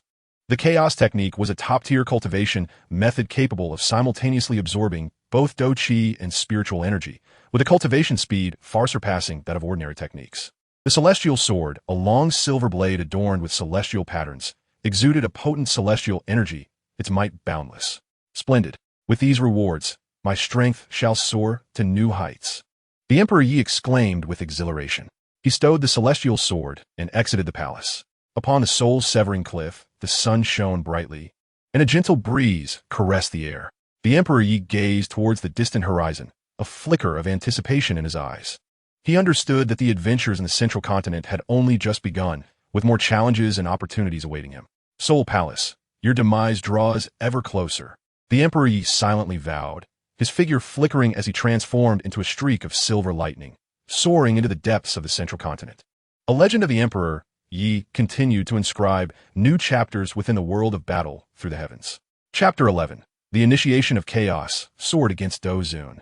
The winds of the soul-severing cliff swept through the dust as the Emperor Yi sat cross-legged before the ruins of the palace, cradling the Chaos Technique, which shimmered with a dark golden luster. The pages turned of their own accord, the profound runes leaping as if alive, integrating into his consciousness. Following the method outlined within the technique, he attempted to draw forth the Do, Qi, and spiritual energy from the world simultaneously. The two distinctly different energies clashed within his meridians, unleashing a searing pain that felt like being torn apart. No wonder it is a top-tier cultivation method. The initial practice is perilous indeed. Cold sweat beaded upon the Emperor Ye's forehead as he activated Soul Technique to forcibly stabilize his chaotic breath. He recalled the stellar energy left behind by Star Elder in the Meteorite Valley, which could neutralize energy conflicts. Without hesitation, he retrieved the spatial coordinates he had noted earlier and transformed into a streak of silver light, hastening towards the Meteorite Valley. 3 days later, the Emperor Yi returned to the Meteorite Valley. The silver patterns before the meteorite sensed his presence and automatically opened a portal. Upon entering the celestial space, a torrent of rich stellar energy surged forth, prompting him to promptly sit cross-legged. He guided the Do Qi, spiritual energy, and stellar energy into fusion within his dantian, as if 3 colossal dragons spiraled and collided within. With his soul as a guide, he integrated the operational pathway of celestial arts, constructing a celestial bridge amidst the 3 energies. When the first wisp of the fused chaotic energy came into being, his aura surged dramatically, breaking through to the Great Dome Master. 5 stars, 6 stars, 7 stars, and ultimately halting at the Do Ling 1 star. Ding! Congratulations to the host for mastering the Chaos Technique entry level. Unlocking the characteristics of chaotic energy. Devour, transform, indestructible. Reward: 1 Chaos Fire Seed, 50 enhancement to soul strength. The system prompt resounded, and a dark golden fire seed materialized in the Emperor Ye's palm, the space around it subtly distorting. The Chaos Fire Seed, when combined with fire control, would suffice to contend against Do Zun-level adversaries. The Emperor Yi clenched his fists, rising to face the void. Star Elder, I have fulfilled my promise. In the void, the figure of Star Elder gradually materialized. Young friend, your talent is indeed extraordinary. The Soul Palace's influence in the central continent has become aware of the destruction of their branch, and the Dozun-level expert, Soul Void, is personally on his way. You must hasten to enhance your strength. This is the core star nucleus of the celestial space. It can assist you in your cultivation and, if you encounter danger, can also invoke the star nucleus to unleash a Do Sheng-level defense. A fist-sized silver crystal floated into the Emperor Ye's hand, icy to the touch, yet brimming with terrifying energy.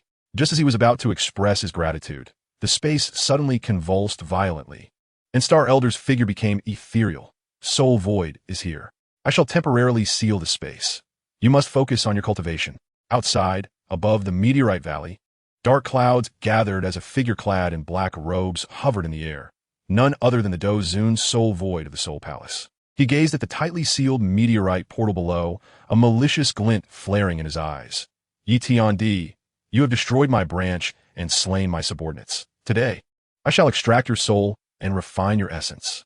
He raised his right hand, condensing Do Qi into a colossal black claw aimed at the meteorite. Bang! The black claw collided with the silver patterns of the meteorite, igniting a shower of sparks. The patterns flickered violently, yet remained unbroken. Soul Void snorted coldly, producing a black staff from which a black beam shot forth, imbued with a trace of Dosheng-level pressure.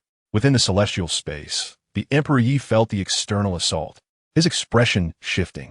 He grasped the star nucleus, infusing it with chaotic energy and stellar power, while simultaneously drawing the celestial sword bestowed by the system. The sword hummed, channeling the stellar energy within the space, transforming into a towering silver sword shadow. Star Elder, lend me the power of the celestial space. The Emperor Yi bellowed, as the sword shadow cleaved through the spatial portal, striking towards Soul Void outside. As Soul Void unleashed his full assault on the meteorite, he was caught off guard by the imminent sword shadow. In a hurried response, he raised the black staff to defend, but with a resounding clang. The staff was cleaved in two, and the sword shadow continued unabated, grazing his shoulder and unleashing a cloud of blood mist. How can a Doling realm be capable of injuring me? Soul Void was both astonished and enraged, the Do-Chi within him erupting violently as a colossal skeletal head coalesced from the black mist, lunging at the Emperor Yi. The Emperor Yi infused the chaos fire seed into the celestial sword, igniting the blade in dark golden flames. Chaos technique, chaos devouring the heavens. The sword shadow, enveloped in chaotic fire, collided thunderously with the skeletal head. The shockwaves unleashed by the two forces flattened the entire meteor valley to the ground. Soul Void, shaken and reeling, was filled with disbelief. What you cultivate is not fighting spirit, but the power of an immortal practitioner. Suddenly, he recalled the ancient legends recorded in the Soul Palace's ancient texts. You are the descendant of the immortal practitioners. And what of it? The celestial emperor, brandishing the star sword, stepped forward, a dark golden aura of chaotic energy enveloping him. Today, I shall use your blood to honor those immortal practitioners who suffered at the hands of the Soul Palace. A flicker of fear flashed in Soul Void's eyes as he turned to flee. But the celestial emperor would not grant him the opportunity. With a sweep of the star sword, a dark golden sword energy shot towards Soul Void's back. In a desperate attempt to escape, Soul Void quickly unleashed his life-saving technique, Soul Dispersal, transforming his body into countless wisps of black smoke, attempting to scatter and flee. Sur technique, sur look. The celestial emperor shot forth a silver beam from his brow, firmly locking the dispersing black smoke in place. He channeled chaotic energy, compressing the smoke bit by bit until it eventually coalesced into the true form of Soul Void. Spare me.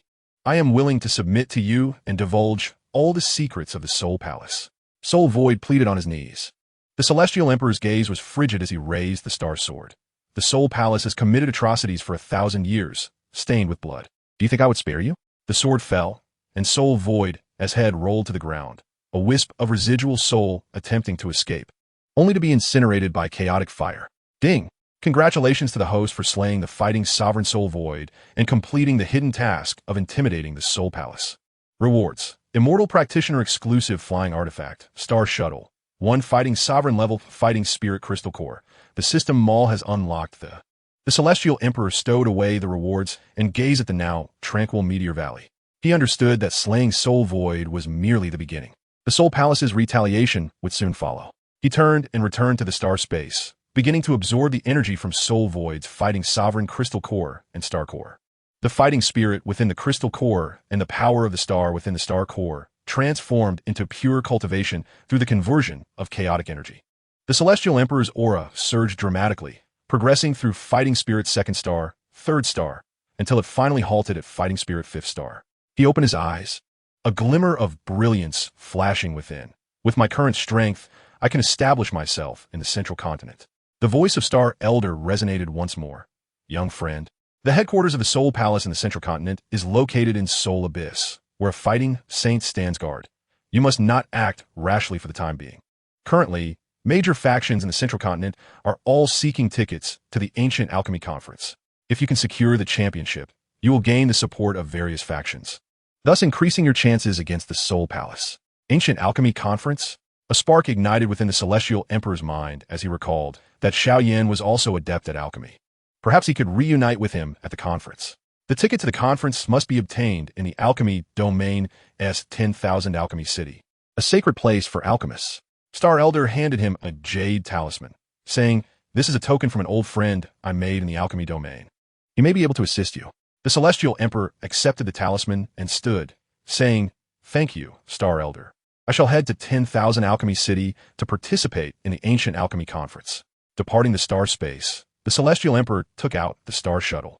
The shuttle, entirely silver and resembling a bird in flight, transformed into a streak of light infused with chaotic energy, soaring towards the alchemy domain. The speed of the star shuttle far surpassed that of a fighting emperor. In less than half a day, he arrived above 10,000 Alchemy City. 10,000 Alchemy City was even more magnificent than Jiama City. Its walls were constructed from rare alchemy stones, exuding a faint medicinal fragrance. Alchemists were visible everywhere within the city, with shops lining the streets brimming with various medicinal herbs and pills, and even fighting kings setting up stalls to purchase rare herbs. The Celestial Emperor stowed away the star shuttle and, following Star Elder's guidance, arrived at a shop named 10,000 Medicine Hall. The shopkeeper, an elderly man with white hair, upon seeing the jade talisman in the Celestial Emperor's hand, quickly greeted him with respect. "Ah, so you are Star Elder's heir? Please, come in." The elder led the Celestial Emperor into the inner hall and brewed a pot of spirit tea. "I am Medicine Dust, an old acquaintance of Star Elder. May I inquire if you have come to 10,000 Alchemy City for the Ancient Alchemy Conference?" The Celestial Emperor's heart stirred at the mention of Medicine Dust, a name strikingly similar to that of Medicine Elder. He nodded. "Indeed, I am the Celestial Emperor, and I wish to participate in the Ancient Alchemy Conference. Hoping for your guidance, Medicine Dust." A flicker of surprise crossed Medicine Dust's eyes. "You are the renowned Celestial Emperor from the Central Continent, who recently gained fame by slaying the fighting sovereign of the Soul Palace and destroying their branch. What remarkable prowess." He retrieved a golden token, saying, "This is the ticket to the Ancient Alchemy Conference. Take it. However, be cautious, for the conference will be filled with formidable competitors, including talented alchemists from various factions in the Central Continent, as well as participants from the Soul Palace." The Celestial Emperor accepted the token with a cupped fist. "Thank you, Medicine Dust. Might I inquire if Xiao Yin has also come to 10,000 Alchemy City?" A hint of amusement sparkled in Medicine Dust's eyes. "Are you referring to that lad who wields the green lotus heartfire? He arrived just yesterday and is currently lodging at an inn in the west of the city." The Celestial Emperor felt a surge of joy, and after bidding farewell to Medicine Dust, he hurried towards the inn in the west. Upon reaching the inn's entrance, he heard a familiar laughter. "Ha ha, Xiao Yan, your Buddha's Fury Lotus has gained even more power." Following the voice, he saw Xiao Yan engaged in a spar with a young man clad in yellow robes. In Xiao Yan's hands, the coalesced into a lotus flower, exuding tremendous might. The young man in yellow, exuding the aura of a fighting king, was none other than Tang Hor, the young master of the Burning Flame Valley. "Xiao Yan," the Celestial Emperor called out. Xiao Yan turned abruptly, his eyes lighting up with surprise upon seeing the Celestial Emperor. "Big Brother Yi, what brings you here?" Tang Hor ceased her attack, curiously observing the Celestial Emperor. "Xiao Yan. Who is this?" Xiao Yan smiled as he introduced. "This is Big Brother Yi, the Celestial Emperor, my benefactor and the person I admire most." "Big Brother Yi, this is Tang Hor, the young master of the Burning Flame Valley." The Celestial Emperor nodded at Tang Hor and then turned to Xiao Yan, saying, "I have come to participate in the Ancient Alchemy Conference and to seek you out. The Soul Palace's influence in the Central Continent is formidable. We must join forces to confront them." A flicker of gravity crossed Xiao Yan's gaze. "I have also heard about the Soul Palace. My purpose in attending the conference is to enhance my strength and seek ways to combat them." Just then, a commotion erupted outside the inn. A group of individuals clad in black robes entered, led by the Soul Palace alchemist, Soul Cliff. Upon spotting the Celestial Emperor and Xiao Yan, a fierce glint flashed in his eyes. "Celestial Emperor, Xiao Yan, what a coincidence. Today, you shall meet your demise here." The Celestial Emperor and Xiao Yan exchanged glances and simultaneously drew their weapons. A new battle was about to unfold in 10,000 Alchemy City, and they both understood that this confrontation not only concerned their lives, but also the qualifications for participating in the Ancient Alchemy Conference, as well as the grand strategy against the Soul Palace. Chapter 12. The Storm of 10,000 Alchemy City, Prelude to the Alchemy Conference. Inside the Gathering of Heroes Inn in the west of 10,000 Alchemy City, Soul Cliff led over a dozen Soul Palace disciples, surrounding the Celestial Emperor, Xiao Yan, and Tang Hor, clad in a black robe embroidered with skull patterns. Soul Cliff held a black alchemical cauldron, emanating a peak fighting king's aura intertwined with a dense medicinal fire. "Celestial Emperor, you have destroyed our Soul Palace branch and slain our fighting sovereign. Xiao Yan, you have repeatedly thwarted our plans and even refine the green lotus heart fire coveted by our palace. Today, neither of you shall leave 10,000 Alchemy City alive. Soul Cliff sneered, tilting the cauldron slightly, a wisp of black medicinal fire shooting forth, transforming into a venomous snake that lunged toward Xiaoyan. Oomph. Do you think you are worthy of threatening Big Brother Yi and me? Xiaoyan's flickered as the green lotus heart fire formed a wall of flames. Blocking the black venomous fire, he brandished his profound heavy ruler, releasing his fighting spirit third star aura without reservation. Big Brother Yi, leave Soul Cliff to me. You and Horror can deal with these disciples. Tang Horror also drew a red long sword, her aura erupting at Fighting King first star. Xiaoyan, I shall assist you. The Burning Flame Valley has long-standing grievances with the Soul Palace. It is time to settle the score. With a swing of her longsword, Red Fighting Spirit transformed into a sea of flames, forcing back 3 Soul Palace disciples. The Emperor of Heaven, Yi, nodded slightly as the star sword in his hand trembled lightly. Chaotic energy surged into the blade, enveloping it in a radiant dark golden glow. With a swift motion, he dashed into the ranks of the followers like a fleeting shadow. The sword's shadows danced, each strike imbued with the searing power of chaotic flames. With a sharp sound, a follower, poised to wield the soul-devouring staff, was pierced through the chest by the star sword, his body instantly consumed by the chaotic flames, reduced to ashes. The remaining followers, witnessing this, unleashed black chains in an attempt to ensnare Yi. Star technique, celestial rotation. Yi bellowed, and an ethereal projection of stars emerged behind him. Countless silver star blades shot forth from this visage, shattering the black chains into fragments. Simultaneously, he activated the fire control technique, transforming the chaotic flames into a raging inferno that engulfed the remaining followers. Their screams echoed, and in mere moments, over a dozen followers had perished. Meanwhile, Xiaoyan and Tang Horror joined forces to confront the Soul Cliff.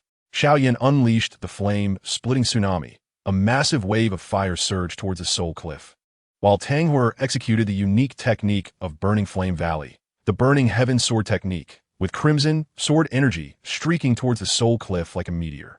Soul Cliff's expression shifted as he hastily raised a black medicinal cauldron in defense. The skull patterns on the cauldron glowed, coalescing black medicinal flames into a shield to block the duo's assault. He sneered, 2 mere kids, daring to show their skills before me.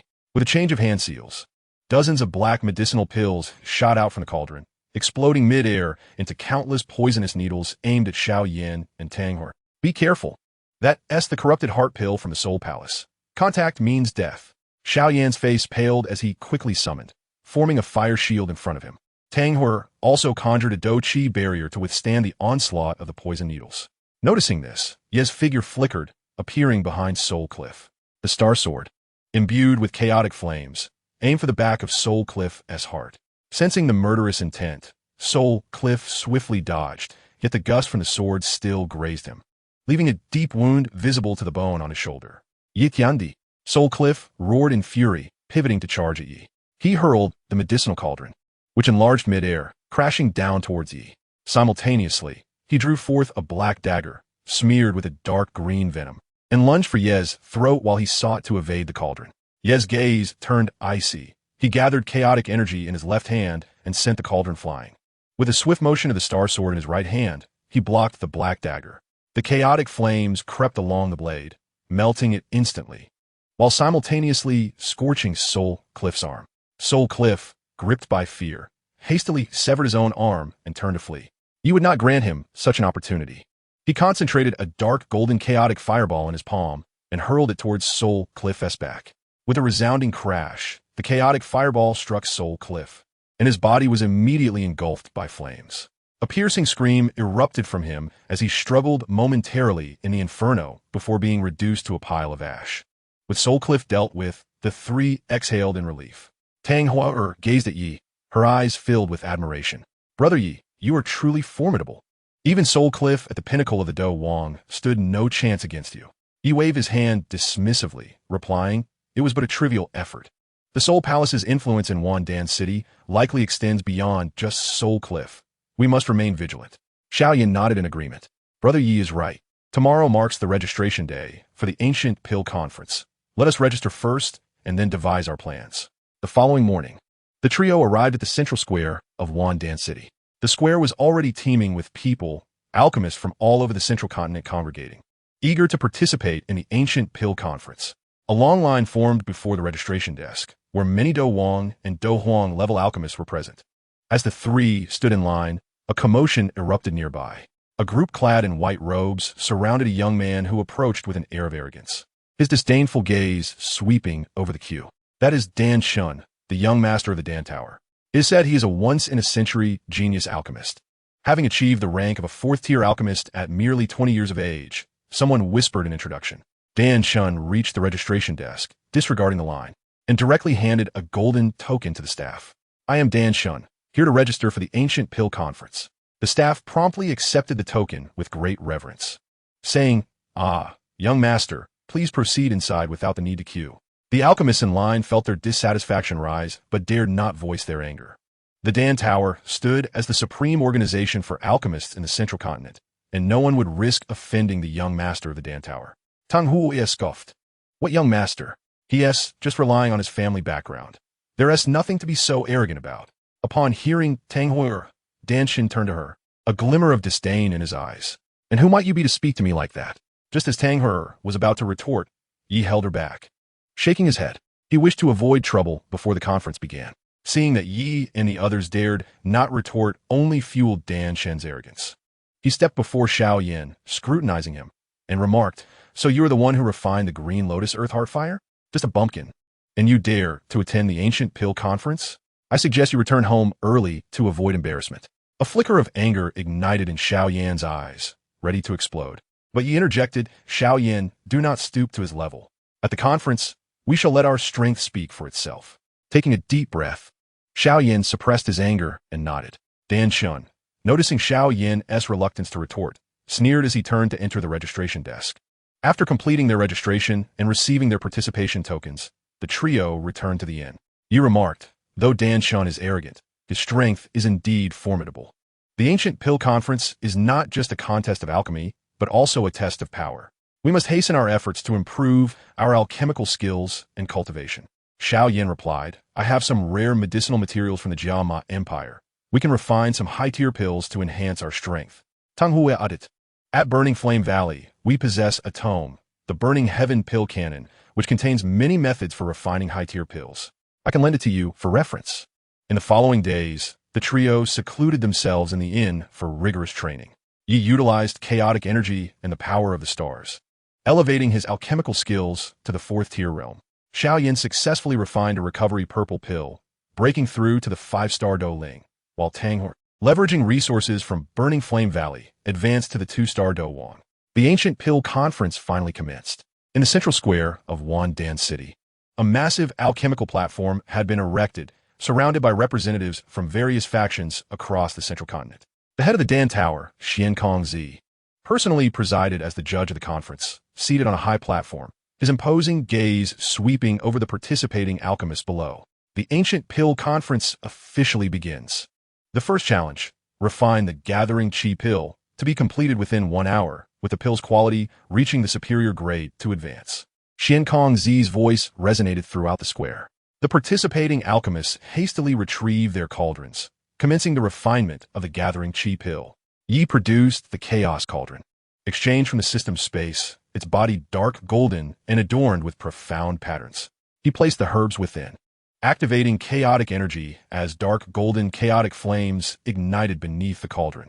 The temperature of the chaotic flames was exceedingly high, instantly melting the herbs. Following the alchemical methods outlined in the chaos technique, Yi concentrated the medicinal power into pill form. In merely half an hour, a Gathering Qi pill, pure white and exuding a rich medicinal aroma, was successfully refined. This pill's quality far surpassed the superior grade, reaching the exquisite realm. Upon witnessing Ye's refined Gathering Qi pill, Qingyang Zi's eyes flickered with surprise. An exquisite Gathering Qi pill. Who is this youth? His alchemical skills are astonishingly high. The other participating alchemists also turned their attention, particularly Dan Shun, whose expression soured considerably upon seeing Ye's achievement. Xiao Yin and Tang Hu successfully concocted the high-grade Qi Gathering Pill, achieving a commendable advancement. With the conclusion of the first round, 50 alchemists advanced to the second stage. In the second round, you are to refine the Soul Condensing Pill. which must be completed within 2 hours, and only those who produce a high-grade pill will progress. Announced Qingyang. The soul-condensing pill, a third-grade elixir, presented a significantly greater challenge than the qi-gathering pill. The participating alchemists commenced their work, and the square was soon enveloped in a rich aroma of medicinal herbs. The Emperor Yi continued utilizing the Chaos Cauldron and Chaos Fire, effortlessly producing a supreme-grade soul-condensing pill. With the guidance of Yao Lao and his own extraordinary fire, Xiaoyan also succeeded in refining a high-grade soul-condensing pill. Although Tang Hou'er encountered some difficulties, she ultimately managed to craft a high-grade soul-condensing pill as well. As the second round concluded, only 20 alchemists advanced to the third and final round. The third round involves the refinement of the barrier-breaking pill. This fourth-grade elixir aids practitioners in transcending their cultivation bottlenecks. You are to complete it within 3 hours, and the highest quality pill will crown the champion of the alchemy conference. Qingyang's voice echoed, igniting a fervor in the square.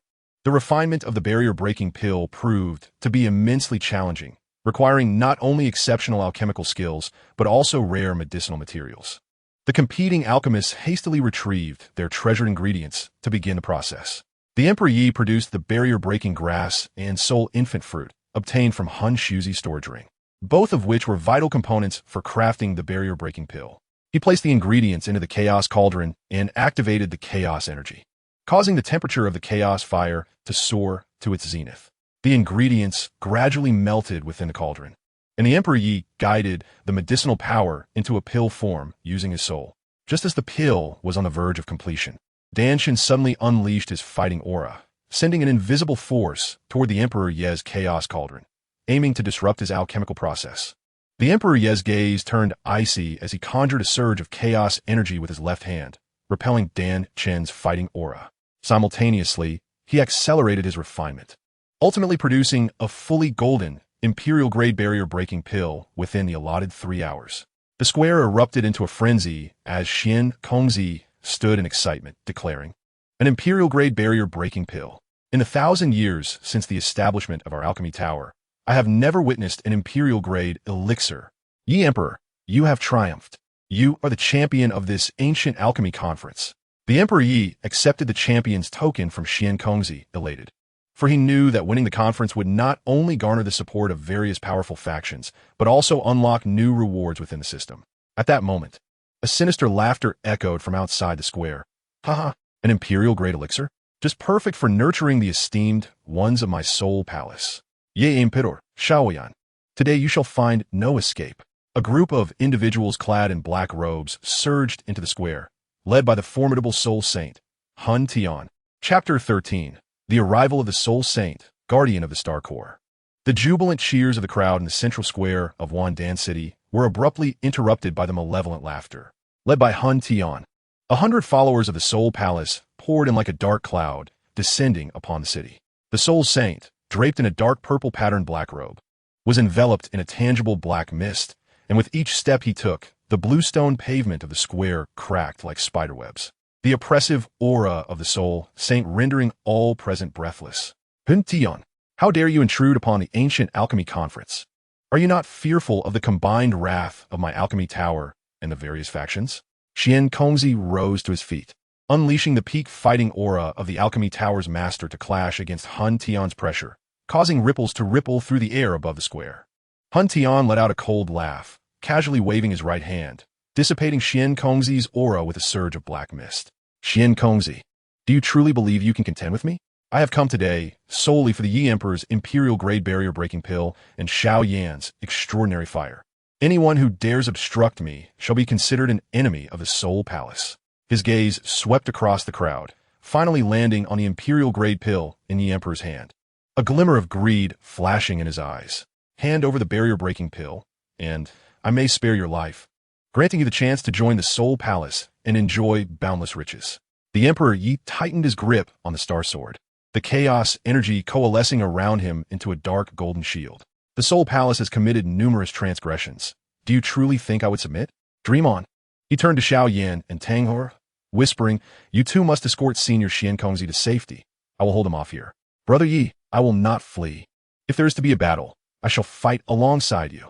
Xiao Yan summoned the Blue Lotus Earth Heart Fire, the heavy ruler thudding against the ground.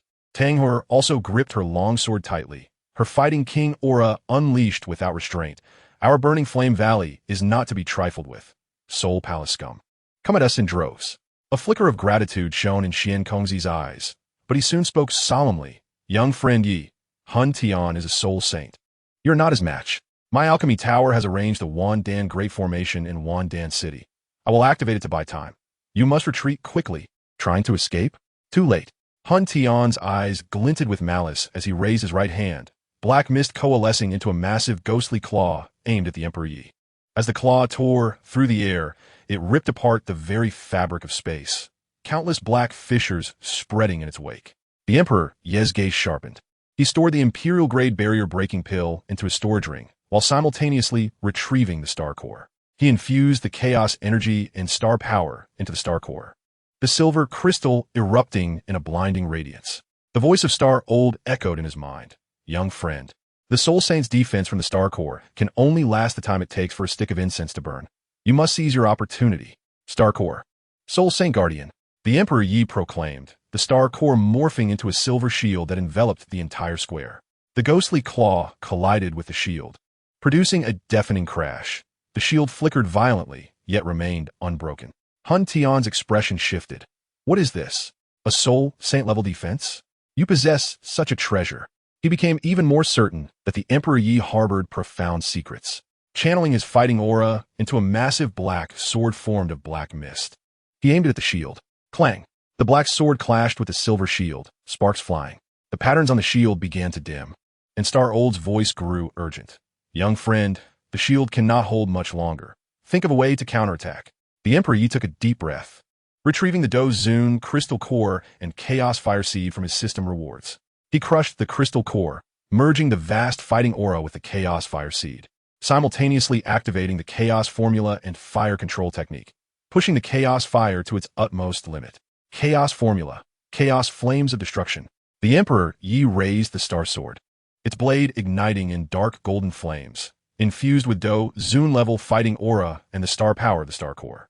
He leaped into the air, swinging his sword toward Hun Tian, a tremendous dark golden sword shadow bursting forth with an earth-shattering momentum, shattering the shield and hurtling toward Hun Tian. Hun Tian's expression changed drastically. He hadn't expected the Emperor Yi to unleash such a powerful attack at the Doling realm. He dared not underestimate it, unleashing his full fighting power as the black mist coalesced into a massive shield to protect him. Boom! The sword's shadow collided with the shield, unleashing an unprecedented wave of energy. The entirety of Wandan City trembled, buildings around the square collapsing, dust filling the air. Hun Tian was forced back repeatedly, blood trickling from the corner of his mouth. Disbelief etched in his eyes. You actually managed to injure me? The Emperor Yi landed on the ground, the chaos energy and star power within him nearly depleted, his complexion as pale as paper. He realized that while he had wounded Hun Tian, it was insufficient to defeat him. The shield of the star core had dimmed considerably, and it could last at most 10 breaths of time. You have completely enraged me. Hun Tian's eyes blazed with madness as he unleashed his fighting power without reserve, the black mist forming into a colossal skull that unleashed a black beam of light toward the Emperor Yi. Just at that critical moment, an ancient voice suddenly resonated. Hun Tian, do not harm my young friend. The figure of Star Old materialized from the star core, though merely a remnant soul. He radiated the aura of a soul saint. With a wave of his right hand, a silvery star power shot toward the black beam, dispersing it. Star Old, you are still alive. A flicker of fear crossed Hun Tian's eyes. He had heard tales of the ancient cultivator, Star Elder, and understood that his prowess far surpassed that of an ordinary Do Saint. With a cold sneer, Star Elder remarked, had it not been for my carelessness in the past, allowing your soul hall to launch a surprise attack, I would not have met such a fate. Today, I shall exact vengeance for those cultivators who suffered at the hands of the soul hall, channeling the power of his remnants. He fused it with the strength of the star core, transforming into a colossal silver star that hurtled towards Hun Tian. Stricken with terror, Hun Tian turned to flee, but Star Elder would not grant him such an opportunity. The star swiftly caught up, ensnaring him completely. Star Elder called out to Yi Tiandi, young friend, I have trapped Hun Tian using the remnants of my soul. Quickly, use the chaotic fire and the star sword to strike him down. I cannot hold on for long. A glint of determination flickered in Yi Tiandi's eyes as he retrieved his final supreme spirit stone, shattering it and allowing its essence to merge within him. Simultaneously, he infused all his chaotic qi and the power of the stars into the star sword, which erupted with blinding radiance. Third form of star destruction, star shatters the heavens. Yi Tiandi intoned, wielding the star sword as he struck at Hun Tian. A vast silver sword shadow, imbued with chaotic fire, instantly pierced through Hun Tian's body. A chilling scream escaped Hun Tian's lips as his form gradually disintegrated into ashes under the combined might of the sword shadow and the chaotic fire. Just before his demise, he roared defiantly, "The Soul Hall will not let you go. The Do Saint will avenge me." With Hun Tian vanquished, Star Elder's remnants grew increasingly ethereal. He spoke to Yi Tiandi, "Young friend, I can no longer endure. The power of the Star Core has been exhausted. My final wish is for you to utterly destroy the Soul Hall and avenge the cultivators." With that, Star Elder's remnants dissipated into the air. A wave of sorrow washed over Yi Tiandi, and he bowed deeply in the direction of Star Elder's vanishing essence, declaring, "Rest assured, Star Elder, I will fulfill your wish." At that moment, a voice from the system echoed in his mind. "Ding! Congratulations, host, for slaying Do Saint Hun Tian and fulfilling Star Elder's legacy. Hoa, Cultivation technique au manger. One Do Saint level Do Qi crystal core and the unlocking of the cultivator relic map in the system shop. Additionally, the host has gained recognition for various factions and completed the hidden quest guardian of Zhongzhou, receiving rewards. Emperor-level armor star armor in a Mount Star Qilin exclusive for cultivators. Yi Tiandi stored the rewards and turned to Xian Kongzi, Xiao Yan, and Tang Huiyan, who were all still in shock from the recent battle. They were just beginning to regain their composure. Wan Kongzi approached Yi Tiandi respectfully, stating, "Yan Firindye. You are not only the champion of the Alchemist Association, but also the guardian of Zhongzhou. My Alchemist Tower is willing to serve you and heed your commands." The other representatives of the factions in the square echoed their sentiments, expressing their willingness to submit to Yi Tiandi and unite against the Soul Hall. Yi Tiandi waved his hand dismissively, saying, "Gentlemen, please, there is no need for such formality. The influence of the Soul Hall has yet to be eradicated. We must stand united. I propose the establishment of the Anti-Soul Alliance, composed of all major factions to collectively combat the Soul Hall." Everyone expressed their agreement. And Xian Kongzi added, "Young friend Yi, your strength surpasses all, and you have rendered great service to Zhongzhou. Thus, the position of the Alliance leader rightfully belongs to you." Without hesitation, Yi Tiandi replied, "Very well. I shall temporarily assume the role of leader. Xiao Yan, you will oversee the Alchemist Association, providing the Alliance with elixirs. Tang Huiyan, you will manage the Burning Flame Valley, supplying combat strength. Senior Xian Kongzi, you will be in charge of the Alchemist Tower in Wandan City, providing resources for the Alliance. Let us collaborate to swiftly bolster the Alliance's strength." The three nodded in agreement and began to organize the Anti-Soul Alliance. Over the following month, Yi Tiandi led the Alliance, systematically dismantling over a dozen branches of the Soul Hall in Zhongzhou and slaying numerous Do Emperor and Do Zun powerhouses. The Alliance's influence expanded exponentially, attracting an increasing number of factions. During this time, Yi Tiandi absorbed Hun Tian's Do Saint Crystal Core, advancing his cultivation to Do King 1 star. Meanwhile, he practiced Hongmeng-ju, amplifying the potency of his chaotic qi several-fold, and tamed the Star Qilin, acquiring a mount of Do Saint caliber. One day, while Yi Tiandi was diligently training at the Alliance headquarters, Xiao Yan rushed in, breathless. "Big brother Yi, bad news. The Do Saint Hun Tian Emperor is personally leading an army towards Wandan City." Yi Tiandi opened his eyes, a glint of icy resolve flashing within. "Hun Tian Emperor? At last. He has arrived. Relay my orders. All members of the Alliance, assemble at Wandan City and prepare to confront the Soul Hall."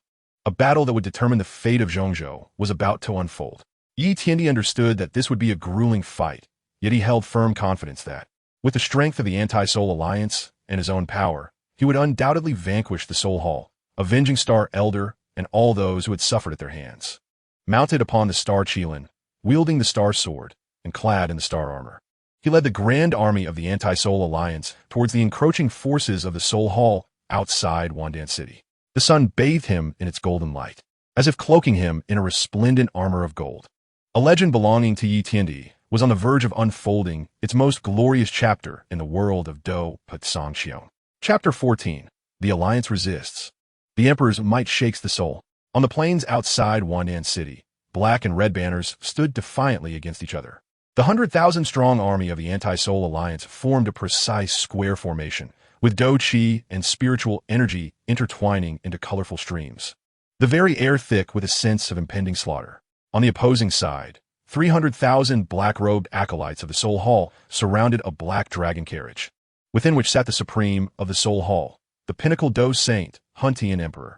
A tangible black mist swirled around him, impenetrable even by sunlight, and the oppressive aura emanating from him caused the front ranks of the Alliance soldiers to surge with blood and energy.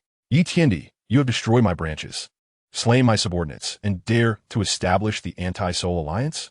Truly, you are unaware of your own mortality. Huntian Emperor's voice boomed like thunder, and a colossal, ghostly claw emerged from the black mist, reaching for the Alliance's military formation. Where the claw passed, the space twisted, and the ground deep chasms. Yi Tiandi, astride the star Qilin and wielding the star sword while clad in star armor, positioned himself before the Alliance's formation. Channeling Hongmengju, he fused the chaotic qi with the residual strength of the star core, conjuring a dark golden light shield before him. Huntian Emperor, the Soul Hall has committed atrocities for a millennium. Today marks your annihilation. With a sweep of his star sword, a colossal silver sword shadow, imbued with chaotic fire, cleaved towards the ghostly claw. Boom! The clash of the sword shadow and the ghostly claw unleashed an energy shockwave that sent soldiers from both sides staggering back. Huntian Emperor's eyes flickered with surprise. A Do King 1-star can withstand my strike? It seems you harbor many secrets. Rising from his dragon carriage, he brandished a black long spear adorned with ominous runes, the Soul Hall's treasured weapon, the soul-devouring spear. Xiao Zhan, Dang Huyan, you lead the Alliance forces to restrain the Soul Hall's acolytes. I will handle Huntian Emperor. Yi Tiandi shouted back. Xiao Yan, wielding the Xian heavy ruler, with the blue lotus earth fire blazing around him, declared, Big Brother Yi, do not worry. We will hold our ground. Tang Huiyin also rallied the disciples of the Burning Flame Valley, forming a fiery formation that surged towards the Soul Hall's acolytes. Xian Kongzi activated the Alchemist Tower's Wandan Great Formation, summoning countless illusory elixirs that rained down like meteor showers upon the Soul Hall's followers. Yi Tiandi surged forward on the star Qilin, a silver bolt of lightning aimed at Huntian Emperor. The star sword, enkindled with chaotic fire, unleashed the final form of star destruction. Star obliterates the world. A massive silver fire sword tore through the heavens, radiating a destructive aura as it struck towards Huntian Emperor. With a cold laugh, Huntian Emperor swung the soul-devouring spear, coalescing the black mist into a gigantic spear shadow that collided with the fire sword. Boom! At the moment of their clash, the entire plain quaked, the ground collapsing into a vast pit, dust and debris swirling. Yi Tiandi was jolted, blood surging within him. While Star Qilin let out a fierce neigh, he realized that Huntian Emperor's strength far exceeded that of Huntian. Relying solely on his own power would make victory elusive. Taking a deep breath, he retrieved the Do Saint crystal core from the system rewards, shattering it and infusing its essence into his being. Concurrently, he activated Divine Soul Technique, elevating his soul power to its zenith as he began to analyze the trajectory of Huntian Emperor's attacks. Child, do you truly believe this will suffice to defeat me?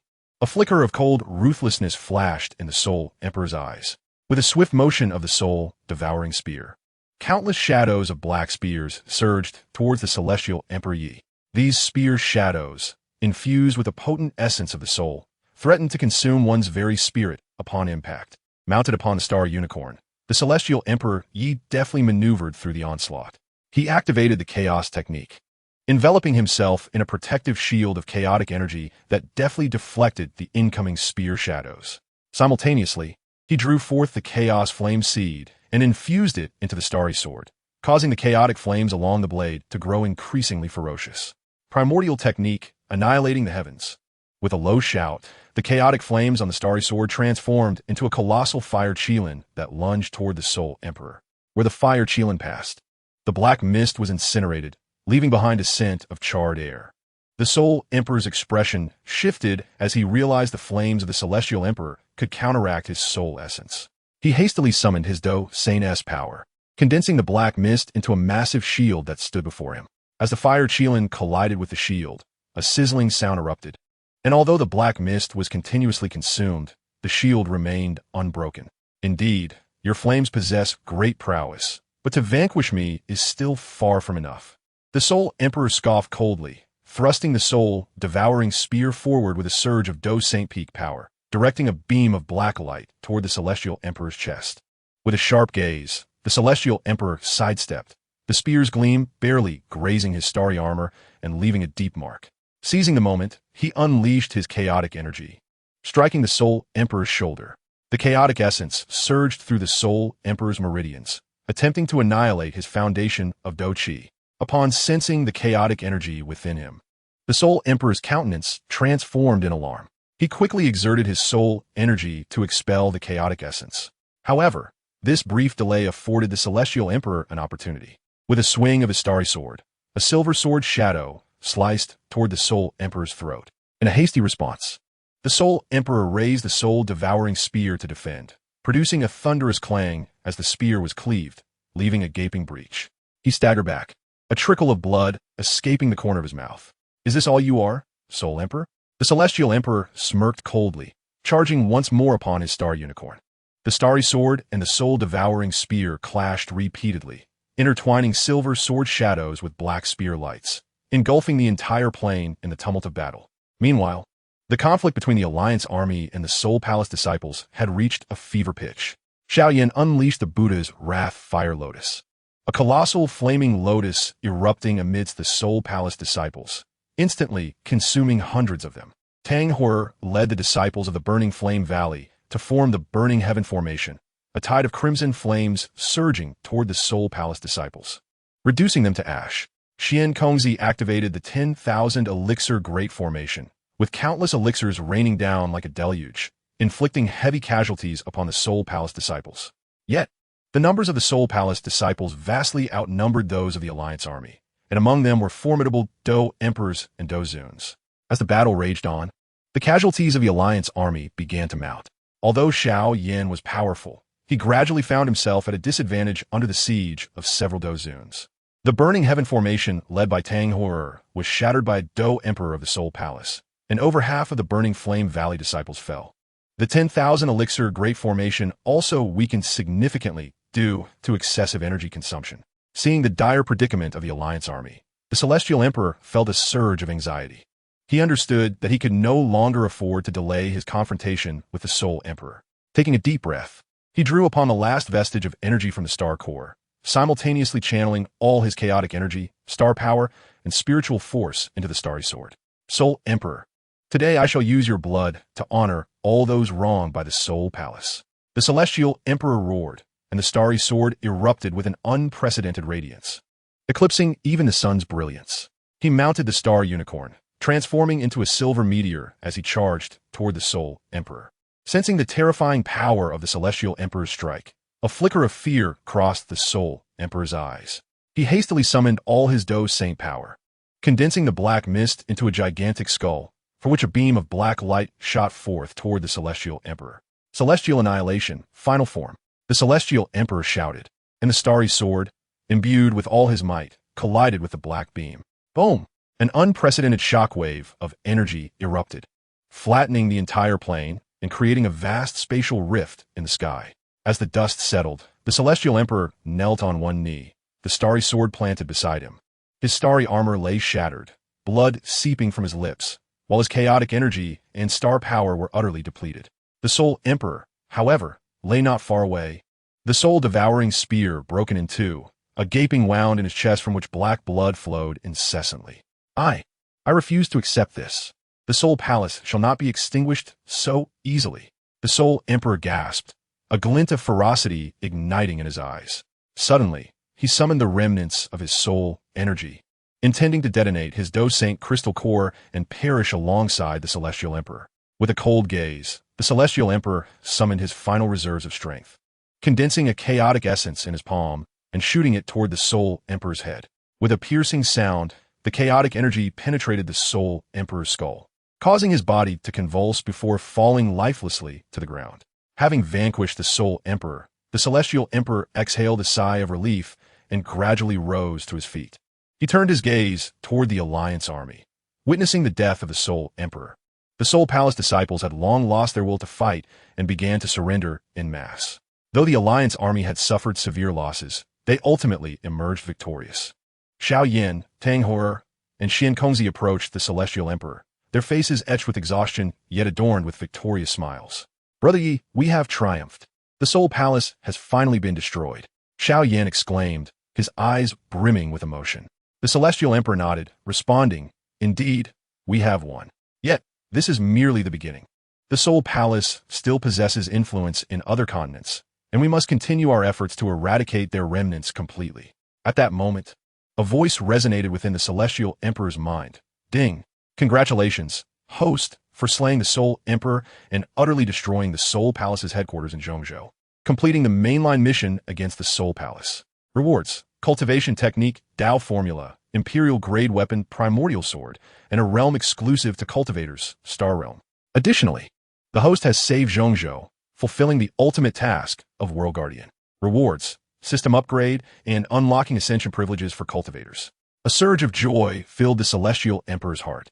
He realized he had finally completed his mission in this world. He gazed toward the distant horizon, a glimmer of anticipation in his eyes. The crisis in Zhongzhou had been averted. Next, he would seek the path to ascension. Xiao Yin and Tang Hor discerned the Celestial Emperor's thoughts, with Xiao Yin stating, "Brother Yi, wherever you go, we shall support you. Should you require assistance, simply call, and we shall be there without delay." Tang Hor nodded in agreement, adding, "Brother Yi, you will always be our leader, the protector of Zhongzhou." The Celestial Emperor smiled softly, replying, "Thank you both. I will cherish this bond. If given the chance, I shall certainly return to see you." He mounted the Starry Unicorn, wielding the starry sword and donning the starry armor, soaring toward the horizon. Sunlight cascaded upon him, as if draping him in a golden mantle of armor. A legend belonging to the Celestial Emperor had reached a resounding conclusion in the world of Do Po Tsang Xiong, while in the distant realm of cultivation, a new legend awaited his pen. Chapter 15, The Path to Ascension, a new journey in the celestial domain. The celebration banquet in Wandan City lasted 3 days. When the Celestial Emperor announced his intention to journey toward the Ascension Passage, cultivators from all over Zhongzhou gathered outside the city to bid him farewell. Xian Kongzi presented him with a treasured alchemical jade slip from the Pill Tower, while Xiao Yin gifted him a jade vial containing the essence of the heart of Earth Fire. Tang Hor pressed the burning Heaven Secret Tome into his hands. "Brother Yi, as you depart for the celestial domain, we do not know when we shall meet again. Please take care." Xiao Yan's eyes glistened with unshed tears. He had never imagined that the person he met in the Jiama Empire would become the guardian who saved Zhongzhou. Emperor Yi accepted the gifts from the crowd with solemnity, clasping his hands in gratitude. "Rest assured, my friends, once I establish a firm foothold in the celestial realm, I shall devise a way to open the passage between our two worlds and facilitate your ascension alongside me." He mounted the Star Qilin and set forth towards the ascension point indicated by the system, heading towards the Shattered Star Cliffs in the northernmost region of Zhongzhou. The Shattered Star Cliffs, a deep chasm formed by the fall of stars in ancient times, were perpetually shrouded in chaotic spatial currents at the bottom. Upon reaching the cliff's edge, Yi took out the ascension token rewarded by the system. The token transformed into a golden portal in midair, emanating a rich wave of spiritual energy from behind it, the unique celestial aura of the immortal realm. Ding! The system's notification rang out. Ascension passage detected. The host may choose to ascend with their mount and belongings. Shall we proceed now? Gently stroking the mane of the Star Qilin, Yi smiled and said, "Let us go. I will show you the true world of cultivation." Together, they stepped through the portal and were instantaneously engulfed in a time-space tunnel. Time passed, though its duration was indeterminate, until he felt the solid ground beneath his feet. Opening his eyes, he beheld a landscape of mist-laden peaks, upon which stood an ancient palace, its plaque emblazoned with the golden characters Qingyang sect. The concentration of celestial energy in the air was 100-fold that of Zhongzhou, causing the chaotic energy within him to autonomously circulate, voraciously absorbing the surrounding celestial essence. Who dares trespass upon the sacred grounds of Qingyang sect? 2 azure figures descended from the skies, clad in Taoist robes, their auras already reaching the foundation establishment stage, equivalent to the Dowang realm of the Doqi continent. Yi reigned in the Star Qilin and, with a respectful gesture, introduced himself. "I am Yi Tiandi, from the Doqi continent, having just arrived through the Ascension Passage. With no intention to offend your esteemed sect." The two cultivators exchanged astonished glances. The Doqi continent? That is one of the 3,000 minor worlds. It is indeed surprising that someone could ascend from there. One of them spoke, I am Lin Feng, an outer disciple of Qingyang sect. Follow me. You must first register with the sect and undergo identity verification. Accompanying Lin Feng to the Grand Hall of Qingyang sect, they found an elderly man with white hair seated within, the sect's leader, Xianjinzi. He utilized his celestial power to assess Ye's cultivation level. And upon sensing the extraordinary chaotic energy within him, a glint of intrigue flashed in his eyes. An interesting young man, although merely at the Dowang stage. He possesses the essence of chaos, making him several times stronger than an average foundation establishment cultivator. Xianjinzi handed Yi a blue token. As you have no sect affiliation, you may temporarily join Qingyang sect. This is an outer disciple token, granting you access to cultivation resources within the sect. In 3 days, there will be an assessment for outer disciples. Should you pass, you may advance to inner disciple status. Yi accepted the token, his heart brimming with joy. He needed a stable environment to acclimatize to the cultivation realm, and Qingyang sect was undoubtedly the best choice. In the following 3 days, Yi familiarized himself with the outer sect environment. He discovered that the cultivation system of the immortal realm was vastly different from that of the Doqi continent, divided from low to high into 8 stages. Foundation establishment, golden core, nascent soul, spirit transformation, void refinement, integration, great ascension, and tribulation crossing, each stage further subdivided into early, mid, late, and peak phases. His Dowang 1-star was equivalent to the early phase of foundation establishment in the immortal realm. Utilizing the Hongmeng Ju and the advantages of chaotic energy, Yi ascended to the mid-foundation establishment stage within just 3 days. On the day of the assessment, outer disciples were required to navigate through 3 trials within the trial tower, defeating the cultivation puppets inside. The first puppet was at the early foundation establishment level. Yi harnessed his chaotic energy and shattered it with a single punch. The second puppet was at the mid-foundation establishment level. He executed the Xingqian Ju S star cycle, instantly penetrating the puppet's core with a star blade. The third puppet was at the late foundation establishment level. Wielding a long sword, he unleashed his exquisite sword technique. Hongmeng Ju, Hongmeng Palm, a dark golden palm imprint coalesced in his palm, colliding with the puppet's sword. The chaotic energy contained within the palm imprint instantly shattered the long sword, sending the puppet flying. Excellent. The elder judge outside the trial tower chuckled, stroking his beard. Yi Tiandi, you have passed all 3 trials with overwhelming force. Advancing to inner disciple status, you may enter Qingyang Pavilion to select a mid-grade celestial technique. Upon entering Qingyang Pavilion, Yi discovered a celestial technique titled Qingyang Sword Ju among countless scriptures.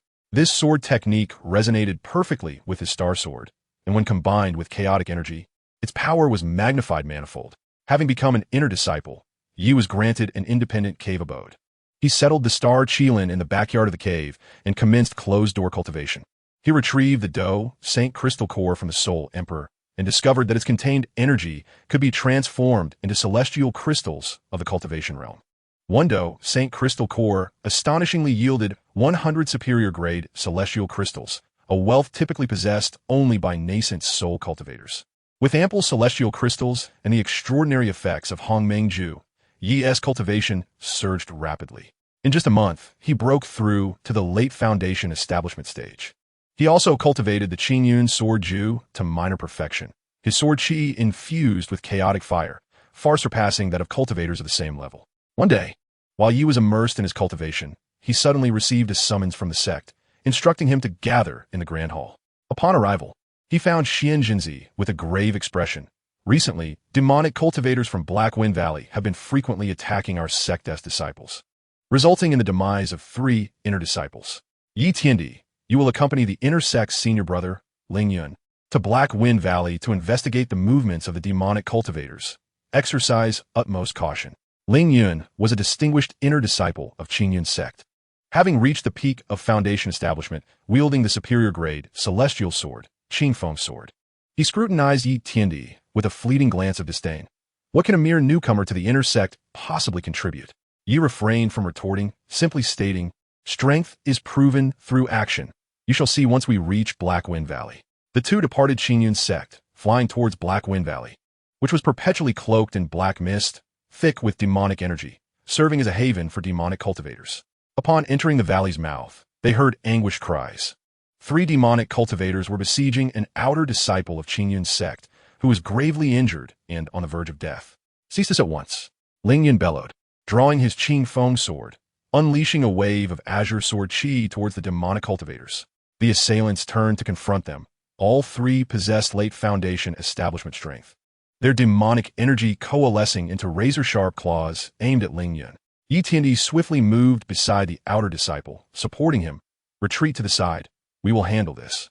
Channeling his chaotic energy, he unsheathed his star sword, unleashing dark golden sword qi imbued with chaotic fire towards the demonic cultivators. With a swift thrust, one demonic cultivator could not evade in time, and was struck by the sword qi, his body instantly reduced to ashes by the chaotic fire. The remaining two demonic cultivators, now terrified, attempted to flee. Lingyan would not grant them such an opportunity. With a sweep of his Qingfeng sword, two azure sword qi surged forth, dispatching the fleeing demons. Lingyan gazed at Yi Tiandi with astonishment. "I did not expect you to possess such strength. Late Foundation establishment demonic cultivators are no match for you." Yi Tiandi smiled lightly, saying, "Let us continue our exploration within the valley." As they delved deeper into Black Wind Valley, the demonic energy intensified. Upon reaching the valley center, they beheld a black altar where a robed demonic cultivator was performing a ritual, surrounded by the corpses of numerous cultivators, the ground stained crimson with blood. "It is the Valley Master, Mo Xian, a Peak Foundation establishment demonic cultivator." Ling Yun's countenance shifted. He was currently cultivating the soul, devouring demon art. Should he succeed, his strength would break through to the golden core stage. Hearing the commotion, Mo Xian turned, a fierce glint flashing in his eyes. A mere pup from Qingyang's sect. Chapter 16. Core Disciples and the Secrets of the Scripture Pavilion. The Scripture Pavilion of Qingyang's sect stood majestically on the mountainside of the sect's main peak. Constructed entirely of jade-like stones, its roof adorned with golden glazed tiles that reflected resplendent light under the sun. Holding the core disciple token bestowed by Xianzhenzi, Yi Tiandi entered the pavilion under the guidance of the elder guarding it. Inside, a faint aroma of ink mingled with celestial energy permeated the air. 3 tiers of bookshelves encircled a central jade platform, where yellowed ancient tomes and jade slips shimmering with spiritual light were neatly arranged. The elder, stroking his white beard, remarked, "Core disciples may select a mid-grade celestial technique from the first 3 tiers. The hidden compartments behind the 3rd-tier shelves contain ancient remnants that require contribution points for exchange. Feel free to choose at your leisure." The Celestial Emperor Yi first perused the first floor, where the majority of text consisted of foundational celestial arts and introductory tomes on alchemy and artifact forging. The second floor predominantly featured mid-tier celestial techniques, encompassing categories such as swordplay, palm techniques, and movement arts. Upon reaching the 3rd level, he was enveloped by a faint spiritual glow emanating from the shelves, which housed an array of superior celestial methods. One particular tome, the sky-rending sword technique, seized his attention with its fierce and domineering sword strikes, demonstrating a remarkable compatibility with his own stellar sword. Just as he reached out to grasp the sky-rending sword technique, his peripheral vision caught a flicker of light emanating from behind the 3rd shelf. Recalling the words of the Elder Guardian, he circled behind the shelf to discover a stone wall inscribed with a myriad of runes, embedded with dozens of dark golden jade slips, which were indeed remnants of ancient secrets. As his fingertip made contact with one of the jade slips, a system prompt resonated. Ding! A spiritual imprint from the ancient cultivator Xing Lao has been detected. The content of the jade slip is the fragment of the stellar path, originating from the same lineage as the stellar technique practiced by the host. Would you like to expend 1,000 contribution points for redemption? Ye's heart stirred. Xing Lao had actually left a legacy within the realm of cultivation. He hurriedly inquired of the Elder Guardian, "Elder, how may I acquire contribution points?" The elder replied, "You can obtain them through sect missions, explorations of secret realms, or by submitting rare resources. As a new core disciple, you may first accept the task of hunting demon cores in the beast forest, which will grant you 500 contribution points upon completion." The elder handed him a task jade slip. Yi stored the slip, momentarily setting aside the redemption of the fragment of the stellar path, and after retrieving the sky-rending sword technique, he returned to his cave dwelling. He fused the sky-rending sword technique with the azure cloud sword technique, incorporating the attributes of chaotic energy to forge a new sword technique, the chaotic sky-rending sword. 3 days later, Yi, accompanied by the stellar Qingyang, ventured towards the beast forest. This forest lay 100 miles to the southeast of the Azure Cloud sect, and the beasts within corresponded to the realms of cultivation. First-tier beasts aligned with the Foundation Establishment stage, and second-tier beasts with the Golden Core stage. His task was to hunt 10 first-tier peak beasts, the Crimson Flame Wolves, and collect their demon cores. Upon entering the forest, the stellar Qingyang halted, alertly growling ahead. He harnessed his spiritual energy, sensing a dozen searing auras. Indeed, a pack of Crimson Flame Wolves, with the Alpha Wolf radiating the aura of a first-tier peak beast. Surrounded by flames of crimson hue, stellar Qingyang, handle the ordinary wolf demons. Leave the Wolf King to me. Yi dismounted, unsheathing the stellar sword, infusing chaotic energy into its blade.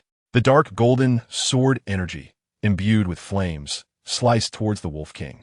The Wolf King roared in fury, unleashing a jet of fire to counter. The clash of sword energy and fire erupted, shattering the fire pillar instantly. The residual force of the sword energy surging towards the Wolf King. Unable to evade, the Wolf King was struck, blood gushing from a gash on its back. First stance of the chaotic sky-rending sword, earth shatter. Yi leaped high, sword blade pointed downwards, delivering a powerful strike towards the Wolf King. The Wolf King hastily raised its claws to defend, but with a resounding clang, its claws were severed, and its body crashed heavily to the ground. Seizing the opportunity, he thrust his sword through the Wolf King's skull, retrieving the demon core. Simultaneously, the stellar Qingyang had dispatched all the ordinary wolf demons, carrying 9 demon cores in its mouth before placing them at Ye's feet.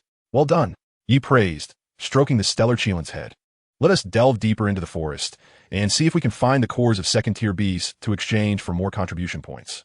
The duo ventured deeper into the forest for 100 miles, arriving at a secluded valley teeming with potent demonic energy. He sensed a formidable presence, an early-stage second-tier beast, the Azure Water Python. This serpent was a vibrant green, stretching several dozen feet long, its scales as hard as iron, capable of spewing toxic jets of water. Stellar Qingyang, restrain it with fire. Upon Ye's command, the stellar Qingyang unleashed a torrent of silver flames towards the Azure Water Python. The serpent retaliated with a water jet, extinguishing the flames. Seizing the moment, Yi activated the chaotic technique, condensing chaotic energy into a massive sword shadow, executing the second stance of the chaotic sky-rending sword, Skybreaker. The sword shadow surged forth with cataclysmic force, cleaving towards the Azure Water Python. Terrified, the python attempted to flee, but the speed of the sword shadow was unparalleled, cleaving its body in two. Yi extracted the Azure Water Python's demon core, this second-tier core being sufficient for 1,000 contribution points. Upon returning to the Azure Cloud sect, Yi submitted the 10 Crimson Flame Wolf demon cores and was awarded 500 contribution points. He then sold the Azure Water Python core to the sect's treasure pavilion, earning another 1,000 contribution points. With the additional 200 contribution points allocated monthly to core disciples, he finally amassed enough points to redeem the fragment of the Stellar Path. Once more visiting the Scripture Pavilion, Yi redeemed the fragment of the Stellar Path. The moment the Jade Slip merged with his consciousness, a multitude of profound runes surged into his mind, revealing Xing Lao's deep comprehension of stellar forces. Following the fragment's guidance, he operated the stellar technique, refining the stellar energy surrounding him, enabling him to briefly draw upon the stellar forces from the heavens. Ding! Congratulations to the host for merging the fragment of the Stellar Path. The stellar technique has ascended to a superior celestial art, unlocking a new combat skill, Stellar Devourer. Reward, soul strength increased by 100. The stellar sword evolves into the primordial stellar sword. Grasping the stellar sword, Yi felt the blade transform into a more resplendent form, its celestial patterns morphing into flowing bands of light, exuding a rich primordial aura. He sensed that the newly evolved stellar sword possessed power on par with that of a premier celestial sword. In the second month of his status as a core disciple, the Azure Cloud sect held a grand competition for core disciples, where the top 3 would earn the opportunity to cultivate within the Azure Cloud secret realm. This sacred ground of the sect was imbued with dense celestial energy and ancient legacies, significantly beneficial for cultivation. The competition took place at the sect's martial arts arena, featuring 20 core disciples, among whom the strongest was the senior brother Ling Xiao, whose cultivation had reached the pinnacle of Foundation establishment, just a step away from the Golden Core stage. Ye's first opponent was a core disciple in the late Foundation establishment stage, skilled in palm techniques.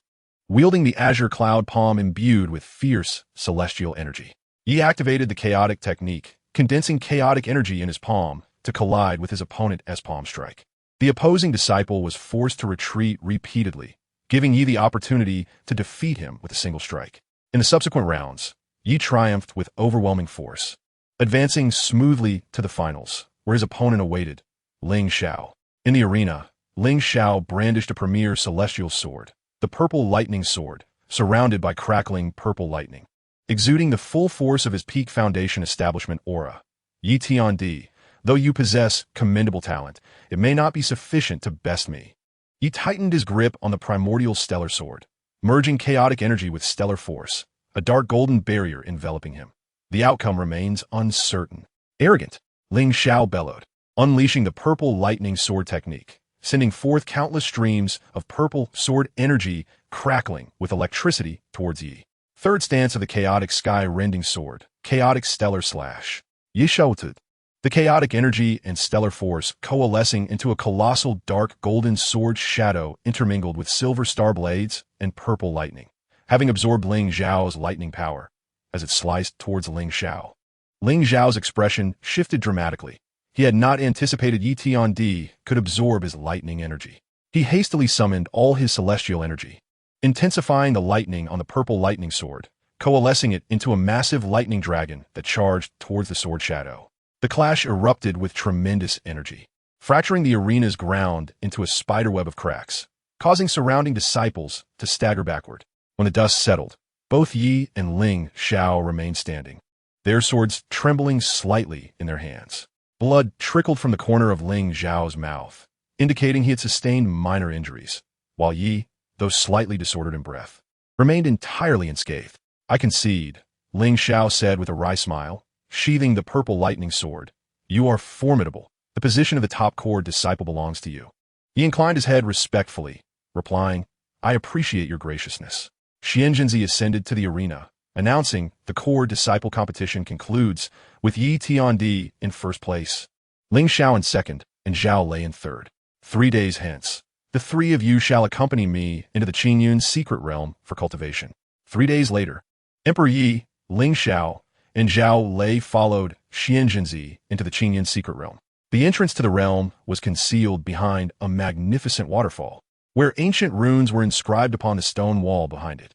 Xianzhenzi placed his hand upon the stone, causing the runes to illuminate, and the wall gradually opened, revealing a passageway into the realm. Upon entering the secret realm, Emperor Yi was immediately enveloped by a dense aura of celestial energy, causing the chaotic energy within him to surge wildly. The realm was filled with countless exotic flowers and rare herbs, alongside the remnants left by ancient cultivators. Xianzhenzi remarked, you may freely utilize the cultivation resources within the realm, but exercise caution. A second-tier pinnacle beast, the Golden Mane Lion King, guards the depths. Given your current strengths, it is wise to keep your distance. After imparting this warning, he turned and departed. Emperor Yi, along with Ling Xiao and Zhao Lei, ventured forth separately to explore the realm. He soon arrived at a serene lake, with waters composed of condensed celestial liquid. He leapt into the lake, activating the Hongmeng technique, fervently absorbing the celestial energy within the liquid. The energy proved far purer than that found in the outside world, and Emperor Yi's cultivation ascended at a visible rate. From the peak of foundation establishment to the early stages of Golden Core, within a mere hour, he had advanced to the mid-stage of Golden Core.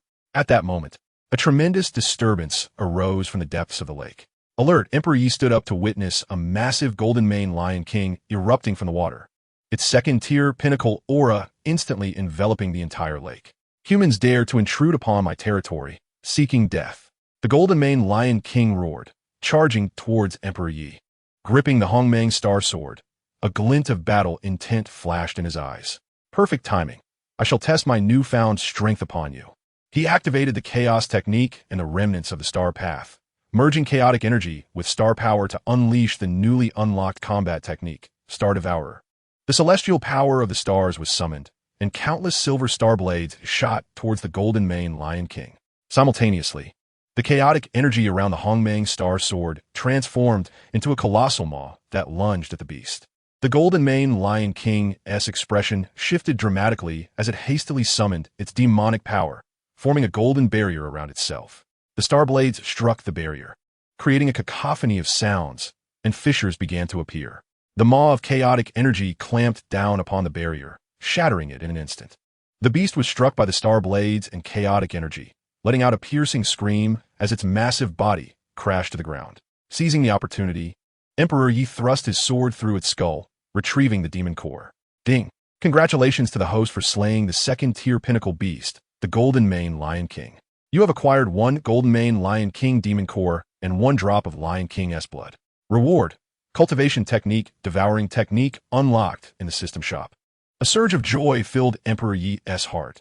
The Devouring Technique could absorb the blood and demon cores of beasts, rapidly enhancing his cultivation. He refined a Lion King S blood and demon core, achieving yet another breakthrough, now reaching the late stage of Golden Core. Continuing his exploration of the secret realm, he discovered several ancient ruins and amassed a wealth of cultivation resources and techniques. Half a month later, as he exited the secret realm, his cultivation had reached the pinnacle of Golden Core, merely a step away from the infant transformation stage. Ling Xiao and Zhao Lei also made significant gains, with Ling Xiao breaking through to the early stage of Golden Core and Zhao Lei reaching the peak of foundation establishment. Xian Jinzi, observing their progress, nodded in satisfaction. Excellent. You have not disappointed the sect's expectations. Emperor Yi, your innate talent is extraordinary. I have decided to take you as my personal disciple and guide your cultivation personally. Filled with elation, Emperor Yi immediately knelt to pay his respects. Disciple Yi Tiandi greets master. Xian Jinzi helped him to his feet, saying, "Rise. From this day forth, you are my personal disciple, and I shall impart all my cultivation insights to you." Becoming Xian Jinzi's personal disciple granted Emperor Yi access to even more resources and guidance. He understood that he had taken a significant step forward on the path of cultivation, with ambitions not only to become a peak powerhouse in the cultivation realm, but also to discover a means to bridge the 2 worlds, allowing Xiao Yin, Tang He, and others to ascend together and continue their legend in the celestial domain. Chapter 17. The Bond of a Personal Disciple and the Warning of the Demonic Tide. Xian Jinzi's personal abode was situated atop the summit of the Qingyang sect, featuring a spirit-gathering array and a comprehension platform, with a concentration of celestial energy tenfold that of ordinary abodes. After becoming Xian Jinzi's disciple, Emperor Yi practiced the essence of celestial techniques with his master each morning, contemplated the Hongmeng technique and the remnants of the star path on the comprehension platform in the afternoon, and refined the Lion King's blood to enhance his cultivation in the evening, rapidly approaching the infant transformation stage. One morning, Xian Jinzi, holding an ancient whisk, stood before the comprehension platform and addressed Emperor Yi. The path of cultivation requires not only strength but also a tempered heart. Though you possess the primal chaos essence and star power, your excessive killings have left traces of malevolence in your soul. If left unresolved, it may manifest as inner demons when you attempt to break through to the infant transformation stage. He handed Emperor Yi the translucent jade known as the Clear Heart Jade. This jade, a relic of ancient cultivators, can purify the malevolence within your soul. In 3 days, the sect will organize the heart trial. Only those who pass this trial will qualify to attempt the infant transformation stage, so prepare diligently. Taking the Clear Heart Jade, Emperor Yi felt a refreshing sensation coursing through his fingertips into his mind, calming the tumultuous malevolence within his soul. He bowed deeply, saying, "Thank you for your guidance, Master. I shall not disappoint your expectations." In the following 3 days, Emperor Yi pressed the Clear Heart Jade to his forehead, utilizing the soul technique to purify the malevolence. As the last trace dissipated, the strength of his soul remarkably increased, allowing him to vaguely perceive the emotional fluctuations of the surrounding cultivators. A precursor to externalizing his soul, an achievement that typically took decades for ordinary Golden Core cultivators to attain. The heart trial was set in the Illusion Valley at the back of the Qingyang sect, filled with ancient illusion arrays that could evoke the deep-seated obsessions and fears within cultivators. Alongside 5 other core disciples preparing to advance to the infant transformation stage, Emperor Yi stepped into the valley. The moment he entered, the scenery around him shifted dramatically. He found himself back in the Meteor Valley of the Duqi continent, witnessing the remnants of Xing Lao being besieged by the Soul Palace Do Sheng, rendered powerless by an invisible force that bound him. Forced to watch as Xing Lao dissipated. "No!" Emperor Yi roared, the chaotic energy within him surging as he struggled against the constraints. This is your obsession. If you cannot let go, you shall remain trapped here forever. An ancient voice echoed in his ears. Suddenly awakened, Emperor Yi realized this was an illusion. Xing Lao's dying wish was to destroy the Soul Palace and protect the living, not to dwell in past regrets. Taking a deep breath, determination flashed in his eyes. Xing Lao, I shall fulfill your wish. As soon as he uttered those words, the illusion shattered, and he found himself standing on the heart trial platform at the center of the valley, while the other 5 disciples remained trapped within the illusion, their faces contorted in agony. What a remarkable clarity of obsession. Qianzhenzi's voice resonated from outside the valley. Emperor Yi, you are the first disciple in a century to pass the heart trial in merely half an hour.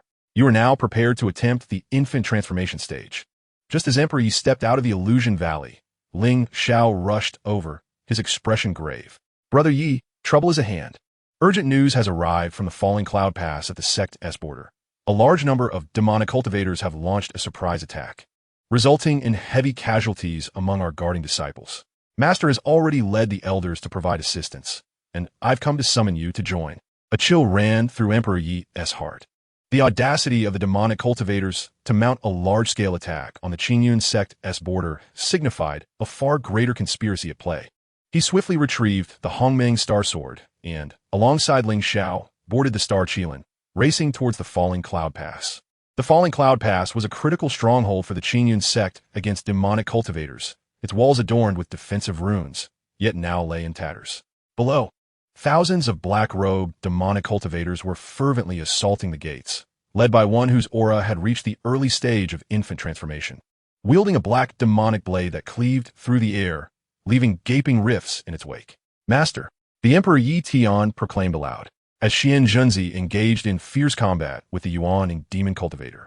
The azure whisk clashed with the obsidian demon blade, unleashing waves of energy shockwaves. Upon catching sight of Yi Tian, Xian Zhenzi's eyes glimmered with a flicker of relief. The Emperor's arrival is most timely. This demon cultivator is Mo Xie, a remnant of the Black Wind Valley, who has mastered the complete version of the soul-devouring demon technique. Assist me in restraining him while I prepare my lethal strike. Yi Tian nodded, mounting the Star Qilin and soaring into the fray, wielding the Hongmeng Star Sword imbued with chaotic fire, unleashing the 4th form of the chaotic sky-splitting sword. Annihilation, a colossal dark golden sword shadow, infused with stellar energy, cleaved towards Mo Xie. Mo Xie's expression shifted dramatically as he was compelled to abandon his assault on Xian Zhenzi, turning to parry with his blade. Clang! The demon blade collided with the sword shadow, sending Mo Xie staggering backward, blood oozing from his lips. Seizing the opportunity, Xian Zhenzi channeled his celestial power, transforming the whisk into thousands of azure threads, ensnaring Mo Xie. Qingyang's secret tome, all paths converge as one. Countless azure sword energies coalesced from the void, hurtling towards Mo Xie. No! Mo Xie bellowed in fury, his demonic aura surging violently as he attempted to break free from the bindings. Yi Tian's gaze turned icy. He drew forth the blood of the Lion King, merging it with his sword, causing the sword shadow to swell mightily, piercing through Mo Xie's chest. Mo Xie let out a harrowing scream, his body turning to ash under the embrace of chaotic fire. Witnessing their leader's demise, the demon cultivators fell into disarray.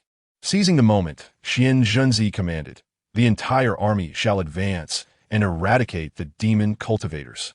The disciples of Qingyang's sect surged forth, their morale invigorated, clashing with the demons in fierce combat. Yi Tian, astride the Star Qilin, charged through the ranks of demon cultivators, and wherever the Hongmeng Star Sword passed, demons fell to the ground. Half an hour later, the demon forces were thoroughly vanquished, and the falling cloud pass was finally liberated. However, Xian Zhenzi's expression grew more somber. He retrieved a black jade tablet from Mo Xie's storage ring, which recorded a shocking secret. The demon cultivators were preparing for a demonic tide, set to strike Qingyang's sect in 3 months with an army of 100,000 demons, led by a powerful Yuan late-stage cultivator. This matter is of utmost gravity. We must prepare swiftly, Xian Zhenzi stated. Emperor, you shall return with me to the sect to convene with the elders and devise a strategy. Ling Xiao, you remain to repair Falling Cloud Pass and strengthen its defenses. Upon returning to Qingyang's sect, Qingyang promptly summoned an elders' meeting. At the gathering, the elders expressed their concern upon learning of the impending demonic tide. An elder with white hair spoke gravely. 100,000 demon cultivators, with a late-stage Yuan-ing powerhouse at the helm, would be insurmountable for our sect alone. It would be prudent to seek assistance from the nearby Danxia sect and Fenglei Pavilion to jointly resist the demons. Qingyang nodded in agreement. Your words hold merit. Emperor, you have met the daughter of Danxia sect's leader, Su Muxue, and with your exceptional strength, I entrust this task to you. Be sure to persuade Danxia sect and Fenglei Pavilion to send troops to our aid. Yi Tian clasped his hands in salute. Disciple obeys.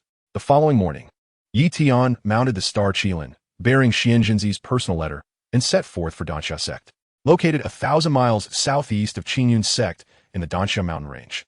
Danxia sect is renowned for its alchemical prowess and fire-attributed celestial techniques. Upon arriving at Danxia sect, Yi Tian coincidentally found the sect hosting an alchemical conference, with numerous cultivators gathered both inside and outside the gates. Just as he was about to announce his arrival, he heard a familiar laughter. Brother Yi, what brings you here? A young girl in red approached briskly. It was none other than Su Muxue, the daughter of the Danxia sect leader. She had met Yi Tian during the ancient Pill conference in Wandan City. Yi Tian smiled. Miss Muxue, it has been a while. I come at the behest of my master, with urgent matters to discuss with your sect's leader. Su Muxue led Yi Tian into the grand hall of Danxia sect, where they met the sect leader, Su Zhennan. After reading Qingyang's letter, Su Zhennan's expression turned grave. The matter of the demonic tide is indeed serious. We at Danxia sect cannot remain indifferent. However, Fenglei Pavilion has had its share of friction with us and may not readily agree to send troops. I will accompany you to Fenglei Pavilion. Perhaps we can convince their leader, Lei Qinjue. The three set off together for Fenglei Pavilion, which is situated in the Thunderstorm Mountain range, where the disciples are adept in lightning-attributed celestial techniques. Lei Qinjue, a burly middle-aged man at the initial stage of Yuan-ing, possessed a rebellieux disposition. Upon learning of Yi Tian's purpose, he snorted disdainfully. What concern is Qingyang's sect's plight to Fenglei Pavilion?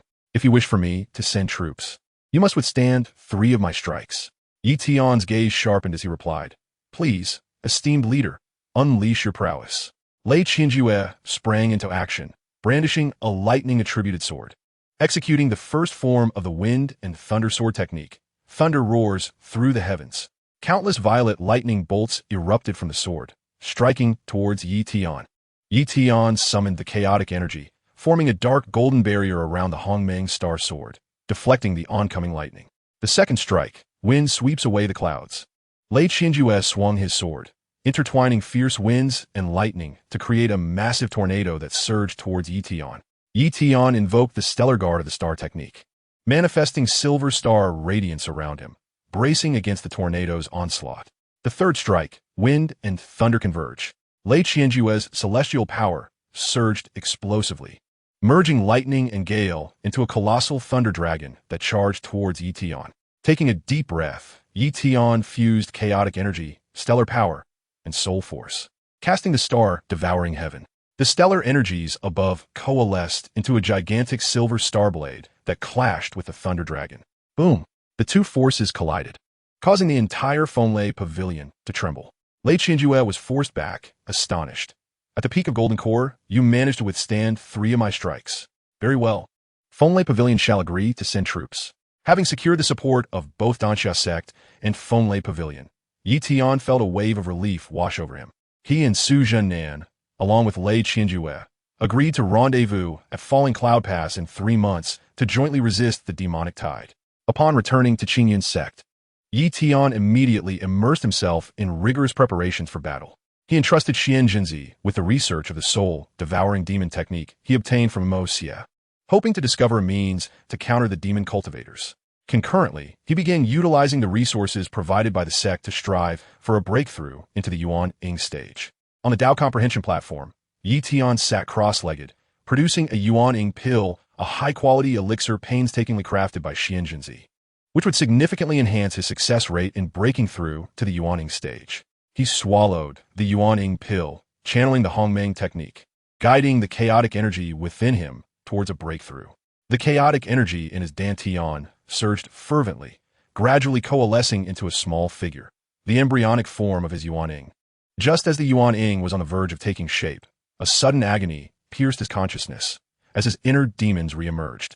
This time, the inner demon manifested as the Soul Emperor, grinning maliciously. Yi Tian, do you believe you can achieve Yuan Ying? Prepare to perish. Yi Tian's eyes turned cold as he invoked the soul technique alongside the power of the clear heart jade, shouting at the inner demon. Soul Emperor, you have long since turned to ash. Dare you disturb my mind? His soul force morphed into a sharp sword, piercing through the chest of the inner demon. The inner demon let out a wretched cry, dissipating entirely. In the instant the inner demon vanished, the Yuan Ying in his dantian fully formed. Yi Tian opened his eyes, a golden glimmer flashing within, as he erupted with the aura of an initial stage Yuan Ying. He had successfully advanced to the Yuan Ying stage. Ding!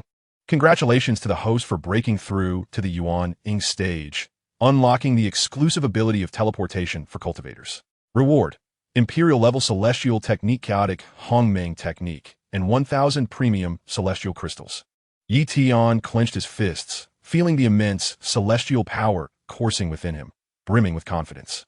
He understood that with this newfound strength, he held a greater chance against the impending demonic tide.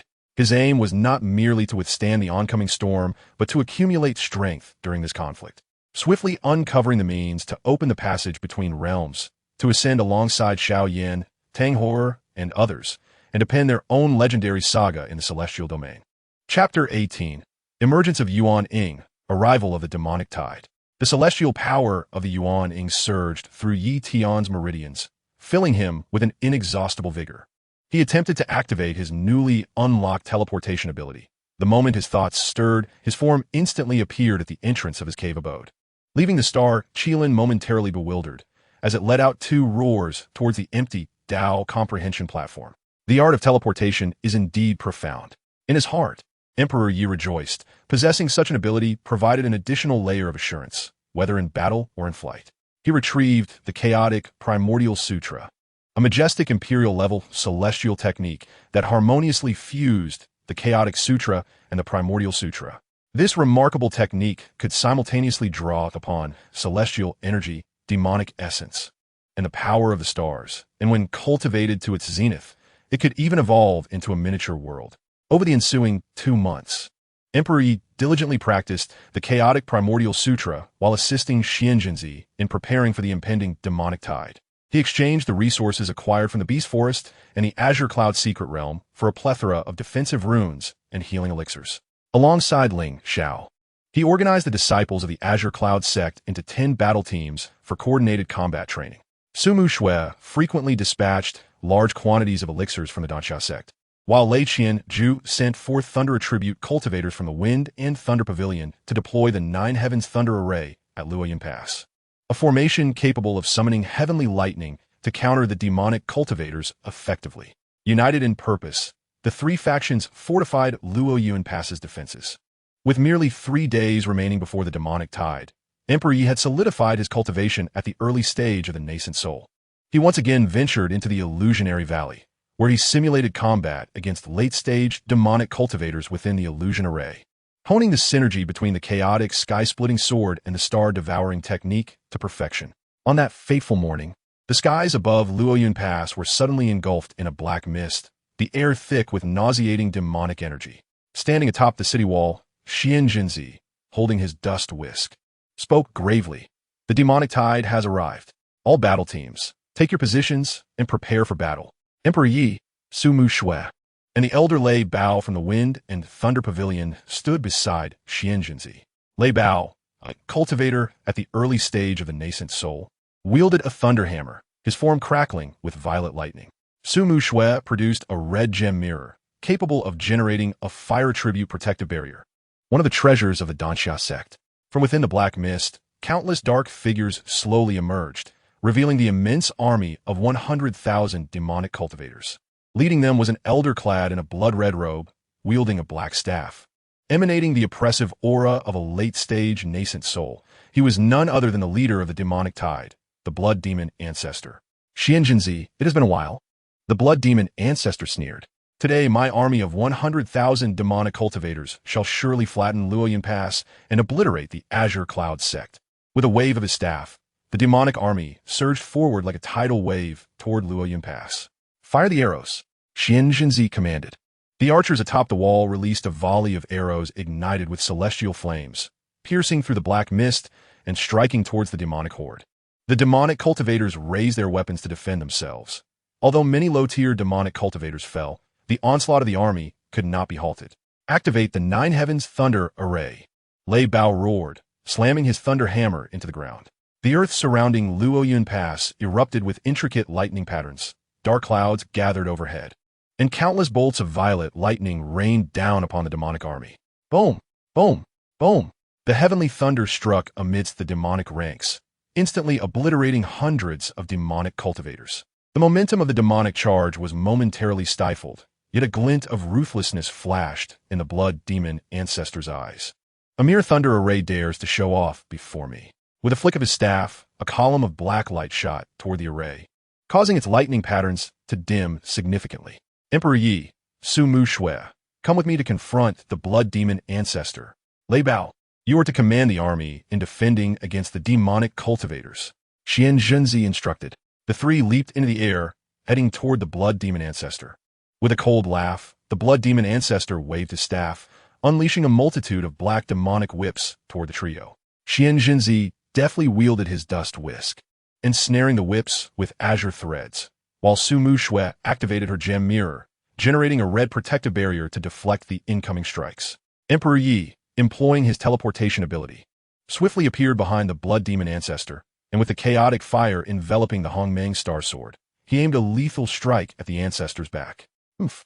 The blood demon ancestor had anticipated this, sidestepping and countering with a swift strike of his staff toward Emperor Yi. The latter raised his sword in defense, feeling a tremendous force reverberate through him, forcing him to stagger back. The power of a late-stage nascent soul was indeed formidable, Emperor Yi acknowledged inwardly. He activated the chaotic primordial sutra, drawing in the surrounding celestial energy and stellar power, causing his own energy to surge dramatically. Unleashing the star-devouring technique, he summoned the celestial powers, sending forth a barrage of silver star blades toward the blood demon ancestor. The ancestor raised his staff, conjuring a massive shield from the black mist to absorb the oncoming star blades. Seizing the opportunity, Qianzhi executed the Azure Cloud Sect's secret technique, Azure Cloud Break, transforming his dust whisk into a colossal sword shadow aimed at the blood demon ancestor.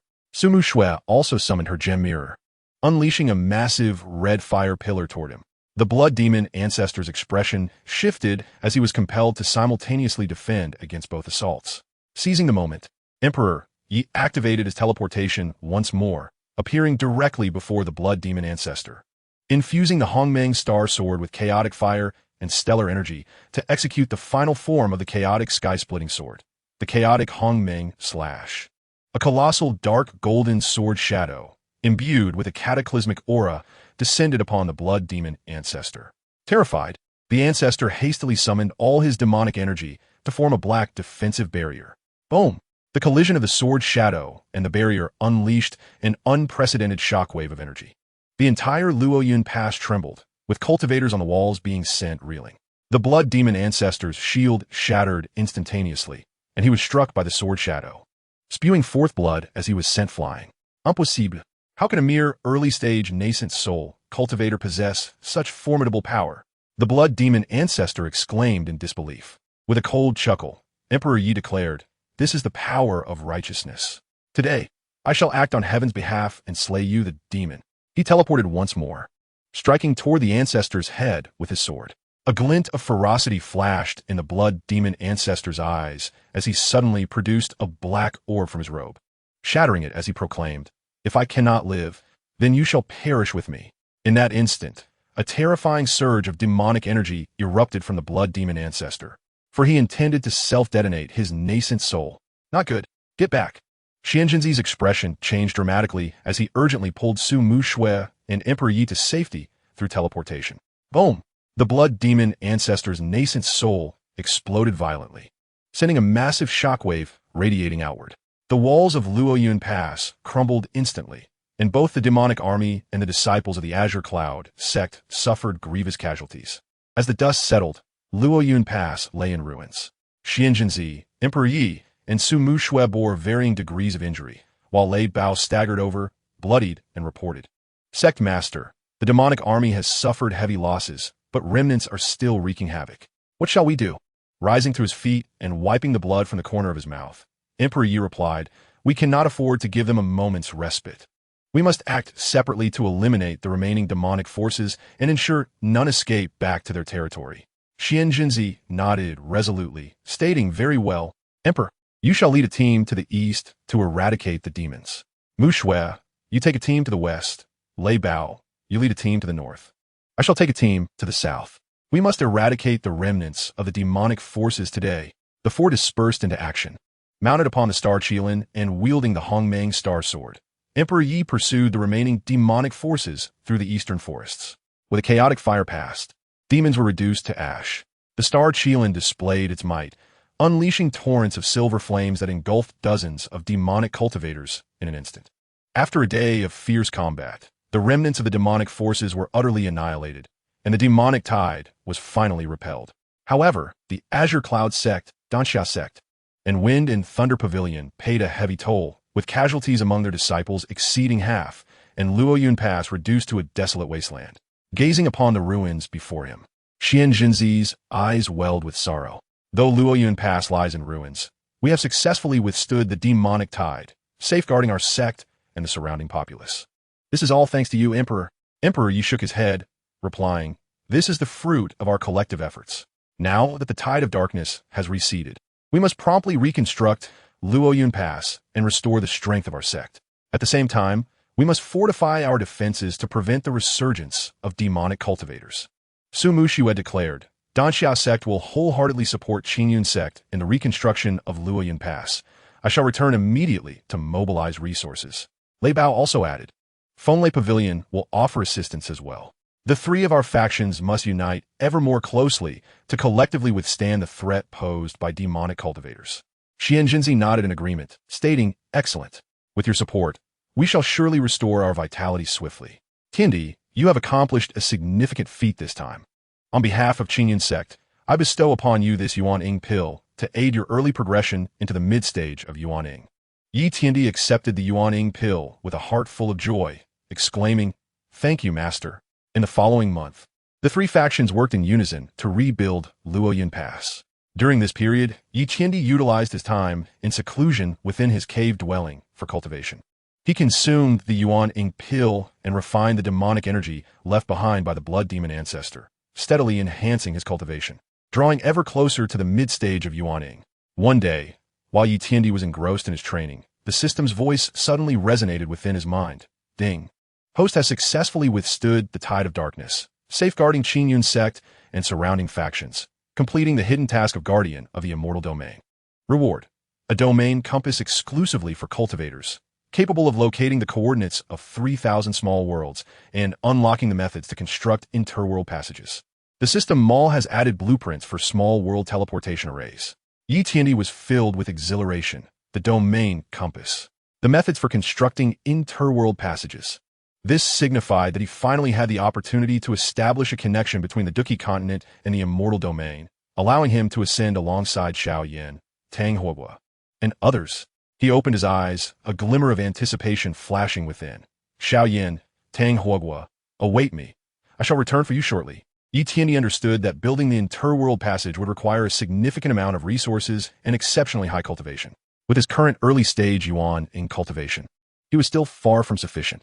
His goal was to swiftly break through to the mid-stage of Yuan-Ing, accumulate ample resources, and expedite the construction of the interworld passage, reuniting with his companions from the immortal domain and the Duqi continent to jointly compose a new legend. Chapter 19. The Domain Compass and the Quest for Treasures. The domain compass floated in the palm of Yi Tiandi's hand, its size akin to that of a palm, engraved with 3,000 intricate patterns, each corresponding to a small world coordinate. As his fingertip grazed the pattern inscribed with the Duqi continent, the compass suddenly radiated a soft blue glow, and a three-dimensional star map emerged in the air. Between the Duqi continent and the immortal domain lay 9 spatial barriers. Even the shortest passage required traversing billions of miles of void, and one would also need to unravel the spatial seals left by the Soul Palace. To construct the interworld passage, at least 3 supreme treasures were necessary. Yi Qiandi murmured to himself while consulting the construction methods unlocked by the system. The void crystal capable of tearing through space, the chaotic earth to stabilize the passage, and the Qingyang essence to neutralize the energy conflicts between the two worlds. These three supreme treasures were exceedingly rare in the immortal domain, with only the ancient secret realm. The 10,000 treasures cave, documenting their existence. He immediately proceeded to Xianjinzi's cave dwelling, laying out the domain compass and the plans for constructing the interworld passage in their entirety. Xianjinzi gazed at the swirling spiritual light on the compass, his eyes filled with awe. I never imagined you had such a profound connection with the 3,000 small worlds. The 10,000 treasures cave is a treasure trove of ancient cultivators, yet it is sealed by formidable restrictions. Only by gathering the 5 spiritual keys of gold, wood, water, fire, and earth can it be opened. Xianjinzi handed Yi Qiandi a wooden token. This is the wood spiritual key, which I fortuitously acquired in the Qingyang secret realm years ago. The remaining 4 spiritual keys are located in the burning heaven furnace of Danxia sect, the Thunder God Hall of Fonlei Pavilion, the depths of the cold pool in the Bishi sect, and the Vajra Pagoda of the Vajra sect. Yi Qiandi accepted the wood spiritual key and bowed, saying, "Thank you, Master, for your guidance. I shall set forth to seek the remaining spiritual keys." The next day, Yi Qiandi rode the star Qilin to Danxia sect. Upon learning that he was in search of the fire spiritual key, Su Muxue immediately took him to the burning heaven furnace. The furnace was situated at the volcanic crater on the back mountain of Danxia sect, its body entwined with the eternal heart of the earth's fire. The fire spiritual key lay hidden within the heart of the fire lotus at the furnace's bottom, requiring the lotus to be refined into raging flames before it could be retrieved. Brother Yi, the temperature inside the burning heaven furnace is akin to that of golden core fire. You must exercise caution. However, Yi Qiandi waved his hand, activating the chaotic fire. There is no need for the fire avoidance talisman. My flames can restrain the earth's fire. He leaped into the burning heaven furnace, a protective barrier of chaotic fire forming around him. The earth's fire within the furnace not only failed to harm him, but was instead consumed by the chaotic fire, becoming his energy. The fire lotus at the furnace's base radiated a searing red light. Yi Qiandi reached out to pluck the fire lotus, and, at its center, indeed embedded was a red fire spiritual key. Just as he extracted the key, the burning heaven furnace suddenly trembled violently, ancient runes appearing on the walls, revealing a hidden inheritance site. Ding! Detection of ancient alchemy inheritance. The host may choose to merge with the fire Tao alchemy scripture. The system's prompt echoed. Yi Qiandi integrated the fire Tao alchemy scripture into his sea of consciousness, instantly elevating his alchemy skills to the 6th grade, while also unlocking the chaotic alchemy technique, enabling him to refine cross-world elixirs using Duqi, Xinqi, and chaotic qi simultaneously. After departing from Danxia sect, Yi Qiandi proceeded to Fonlei Pavilion in search of the Thunder spiritual key. Upon seeing him, Lei Qinjue chuckled. To obtain the Thunder spiritual key, you must help me unravel the Thunder rune seal in the Thunder God Hall. The Thunder God Hall was located at the heart of the Thunder Clouds in the Thunderstorm Mountain Range. Its entrance inscribed with a multitude of thunder runes, which could only be activated by summoning the 9 heavens thunder. Yi Qiandi activated the chaotic Hongmeng art, harnessing the power of lightning from the sky while infusing the Thunder spiritual key's aura into the runes. Crack! A bolt of purple heavenly thunder struck the entrance, causing the runes to illuminate instantly, and the doors began to slowly open. Inside the hall on a stone platform floated a Thunder spiritual key, pulsating with lightning. Just as Yi Qiandi reached for the key, a Thunder spirit beast, a peak 2nd-tier demon beast formed of lightning, suddenly charged out from within the hall. The Thunder spirit beast roared, unleashing a column of lightning. Yi Qiandi activated his movement technique, evading the lightning column while merging the chaotic fire with the lightning power to execute the chaotic thunder flame slash. In a flash, the sword shadow sliced through the Thunder spirit beast, cleaving it in two, transforming into pure lightning energy that merged into Yi Qiandi's body. His cultivation unexpectedly exhibited faint signs of breaking through to the mid-stage of Yuaning. In the following half-month, Yi Qiandi visited Bishi sect and Vajra sect in succession, retrieving the water spiritual key from the ice soul clam at the bottom of the cold pool and acquiring the earth spiritual key from the hand of the Vajra Buddha statue within the Vajra Pagoda. After gathering all 5 spiritual keys, he hastened to the 10,000 treasures cave. The 10,000 Treasures Cave was located in the desolate forbidden zone of the far west of the Immortal Domain, its entrance shrouded in a layer of transparent restrictions. Yi Tiandi inserted the 5 spiritual keys in the sequence of gold, wood, water, fire, and earth into the restriction, which shattered instantly, revealing a pitch-black passage. The air within the passage was thick with an ancient aura, and the ground was littered with the bones of cultivators, indicating that many had attempted to breach it but had perished along the way. Delving 100 miles into the cave, Yi Tiandi arrived at a vast stone chamber. In the center of the chamber, on a stone platform, lay the 3 supreme treasures he sought. The void crystal emitted a faint spatial fluctuation. The chaotic earth was of a dark golden hue, and the Qingyang essence was a crystal half black and half white. Finally, he had found them. Yi Tiandi's heart surged with joy as he reached for them. But suddenly, a deafening roar emanated from the chamber's walls, and 3 enormous stone puppets burst forth. Crafted entirely from black iron stone, the puppets possessed an aura that reached the mid-stage of Yuan-Ying, wielding giant stone axes that they swung toward Yi Tiandi. It appeared that acquiring the mid-stage Yuan-Ying puppets would not be so straightforward. Yi Tiandi activated the chaotic Hongmeng art, channeling the chaotic fire and stellar power into the Hongmeng star sword, executing the chaotic stellar slash.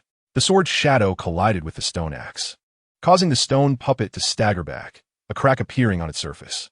However, the stone puppets were impervious to blades and spears, even when struck with a fissure. They could rapidly mend themselves. Yi Tiandi furrowed his brow, channeling his soul power to discover that the puppet's core was concealed within their heads. He activated his movement technique, appearing behind one of the stone puppets, and thrust his sword through its head. The stone puppet's movements halted instantly, before crashing to the ground with a thunderous thud. As the 2 stone golems perceived the situation, they lunged toward the Emperor of Heaven simultaneously. The Emperor produced the residual energy of the star core, coalescing it into a shimmering silver shield that deftly repelled the golem's assault. Concurrently, he infused the ground with chaotic flames, igniting a torrent of fire that consumed the earth, with the chaotic essence gradually eroding the golem's forms. Chaotic thunderflame slash. The Emperor of Heaven uttered a low incantation, and the sword shadow, imbued with both lightning and flames, struck simultaneously at the heads of the 2 stone golems. With a resounding crack, their heads shattered, their cores utterly obliterated, and their bodies crumbled into mere debris. Having vanquished the stone constructs, the Emperor retrieved 3 invaluable treasures. Just as he prepared to depart, the ground of the stone chamber suddenly collapsed, plunging him into a deeper realm. Within this space, a colossal stone tablet stood majestically at the center, inscribed with ancient characters, the legacy left by the Star Elder. I am the Star Elder, who dedicated my life to traversing the paths of 3,000 small worlds. Yet, I fell victim to an ambush by the Soul Palace. Today, I bestow upon the Fated One the Star Realm Map. This map reveals the optimal construction points for interdimensional passages and can harness the power of the stars to reinforce these gateways. The text on the tablet gradually faded, and a golden Star Realm map floated into the Emperor's consciousness. Ding! Congratulations, host, for acquiring the Star Elder's legacy, the Star Realm map. The success rate for constructing interdimensional passages has been elevated to 80. Reward: a spatial array disk specifically for cultivators, capable of temporarily stabilizing small spatial passages, with a 200-point enhancement to soul strength. The Emperor of Heaven was overwhelmed with excitement, armed with the Star Realm map and the 3 treasures. His confidence in establishing the interdimensional passage soared. He retraced his steps through the collapsed tunnel back to the stone chamber, and as he emerged from the treasure vault, he saw Xianjinzi and Su Mu Shui waiting anxiously. Your Majesty, are you unharmed? Xianjinzi hurriedly approached. We sensed violent energy fluctuations within the treasure vault and feared for your safety. The Emperor smiled and replied, I have successfully fulfilled my mission. Not only did I uncover 3 treasures, but I also obtained the legacy of the Star Elder. He displayed the Star Realm map, eliciting expressions of astonishment from both Xianjinzi and Su Mu Shui. With the Star Realm map and 3 treasures, constructing the interdimensional passage will be more efficient, Xianjinzi remarked. However, establishing the passage requires a significant expenditure of celestial energy and resources, and one must possess cultivation at the late Yuan-Ying stage or above to oversee the process. Your current cultivation is insufficient. You must expedite your enhancement. The Emperor nodded and said, I understand, Master. I intend to enter seclusion to advance to the mid-Yuan-Ying stage before embarking on the preparations for the passage. Upon returning to the Qingyang sect, the Emperor entered his personal cave dwelling. He placed the void crystal, chaotic earth, and Qingyang essence beside him and began to cultivate using the chaotic primordial art, simultaneously absorbing the energies emanating from the three treasures. The spatial power of the void crystal enhanced his mastery over teleportation. The weighty force of the chaotic earth fortified his dantian, while the balancing power of the Qingyang essence allowed for a more perfect fusion of his celestial energy, demonic aura, and star power within. A month later, the Emperor successfully advanced to the mid-Yuanying stage. He opened his eyes, a glimmer of golden light flashing within, and an immense celestial power erupted around him. He attempted to activate the star realm map, clearly perceiving the spatial barrier between the Duki continent and the celestial domain. Even sensing the auras of Shaoyin and Tanghur, both now at the Dozun level, continuing their efforts to eradicate the remnants of the Soul Palace in the central continent. Shaoyin, Tanghur, I shall return for you soon. The Emperor clenched his fists, filled with anticipation. He exited the cave and found Xianzhenzi, stating, Master, I have broken through to the mid-Yuanying stage and intend to begin preparations for constructing the interdimensional passage. I request that you summon the members of the Danxia sect and the Wind Thunder Pavilion to discuss this matter collaboratively. Xianzhenzi nodded, saying, Very well. I shall dispatch someone to notify Su Zhannan and Lei Qianju. In 3 days, we shall convene in the Qingyang sect's Grand Hall to deliberate on the specifics of constructing the interdimensional passage. The Emperor's heart swelled with joy. He understood that the day of opening the interdimensional passage was drawing near. His goal was not merely to reunite with his allies from the Duki continent, but also to lead them in continuing their growth within the celestial domain, collectively confronting the demonic forces therein, and crafting their own legendary saga. Chapter 20. The initial construction of the passage, cross-dimensional communication. Within the Grand Hall of the Qingyang sect, Xianzhenzi, Su Zhannan, and Lei Qianju occupied the principal seats, while the Emperor of Heaven stood at the center, holding the Star Realm map. The hall was filled with the core elders and array masters from the three sections. The Star Realm map hovered in the air, with the coordinates of the Duki continent and the celestial domain marked by golden points of light. 9 spatial barriers stretched across like black ribbons, with the shortest passage node aligning with the Meteorite Valley in the central continent, a place that had once been the burial site of the Star Elder and where the Emperor first encountered the remnants of the Star Elder's soul. The construction of the interdimensional passage requires 3 steps, the Emperor indicated on the Star Realm map. First, we must establish the teleportation array bases at both the Meteorite Valley and the Falling Star Cliff in the celestial domain. Second, we shall utilize the void crystal to tear through the spatial barrier, with the chaotic earth reinforcing the framework of the passage. Third, we will employ the Qingyang essence to harmonize the energy conflicts between the 2 realms, ultimately invoking the power of the stars to activate the passage. Lei Qianju stroked his chin thoughtfully. The Falling Star Cliff is located within the turbulent spatial currents of the Western Celestial Domain. We must first clear the surrounding spatial devourers, where the array bases will be destroyed as soon as they are constructed. Su Zhannan added, the Danxia sect can provide solidifying array pills, which will temporarily strengthen the array bases, granting us time to construct. Xianzhenzi nodded. This matter concerns the connection between the 2 realms. The 3 sects must cooperate fully. Tiandi, you will oversee the construction of the Falling Star Cliff array base. Lei Qianju, lead the disciples of the Wind Thunder Pavilion to clear the spatial devourers. Zhannan, you will be responsible for refining, solidifying array pills and healing elixirs, while I shall remain at the Qingyang sect to coordinate resources. 3 days later, the Emperor, accompanied by 20 array masters from the Qingyang sect, rode the Star Qilin to the Falling Star Cliff. The cliff's walls were riddled with spatial fissures, with black spatial currents writhing like venomous serpents, and the sounds of growling echoed from the cliff's base. These were the spatial devourers. These beasts fed on spatial energy, resembling wolves with scales capable of rending space, the weakest among them being at the late Jinan stage. Star Qilin, clear the area. The Emperor dismounted, and the Star Qilin understood, unleashing a torrent of silver flames infused with star power down toward the cliff's base. The spatial devourers shrieked in agony as they were scorched, surging upward from the depths. Chaotic, sky-rending sword, shatter the realms.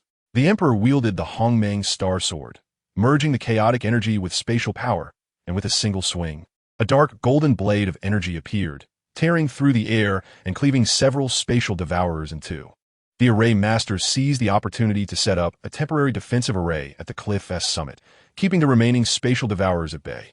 The disciples of the Wind Thunder Pavilion, led by Lei Qianju, arrived just in time, unleashing thunderous spells like a torrential downpour, striking the spatial devourers with purple lightning until they were burnt and battered.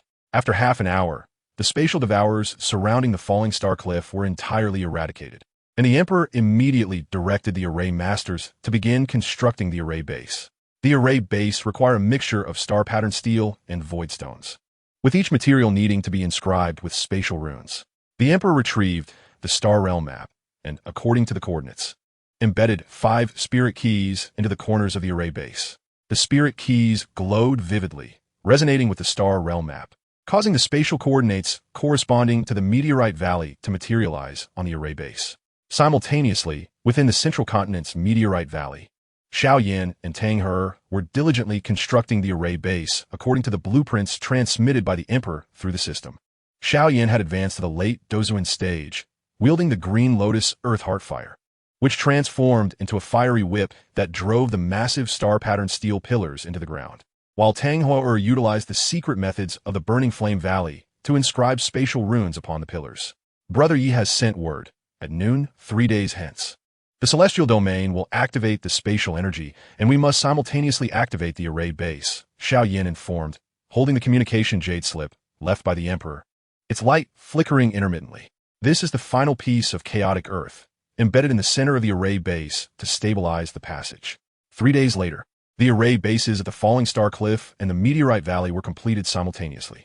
The Emperor embedded the void crystal into the core of the array base, which erupted with a blinding light, slowly revealing a black spatial rift above the array base. Lei Qianju swiftly commanded his disciples to activate the 9 Heavens Thunder Array, channeling the celestial lightning into the fissure, which expanded to a width of approximately 10 feet. Chaos Earth fill, Yi Qiandi proclaimed as he scattered the chaotic soil into the crevice. The dark golden earth transformed into countless threads within the fissure, weaving a robust framework for the passageway. At that moment, Su Mushue timely delivered the formation pill, and upon its infusion into the framework, the vibrations of the passage diminished almost instantaneously.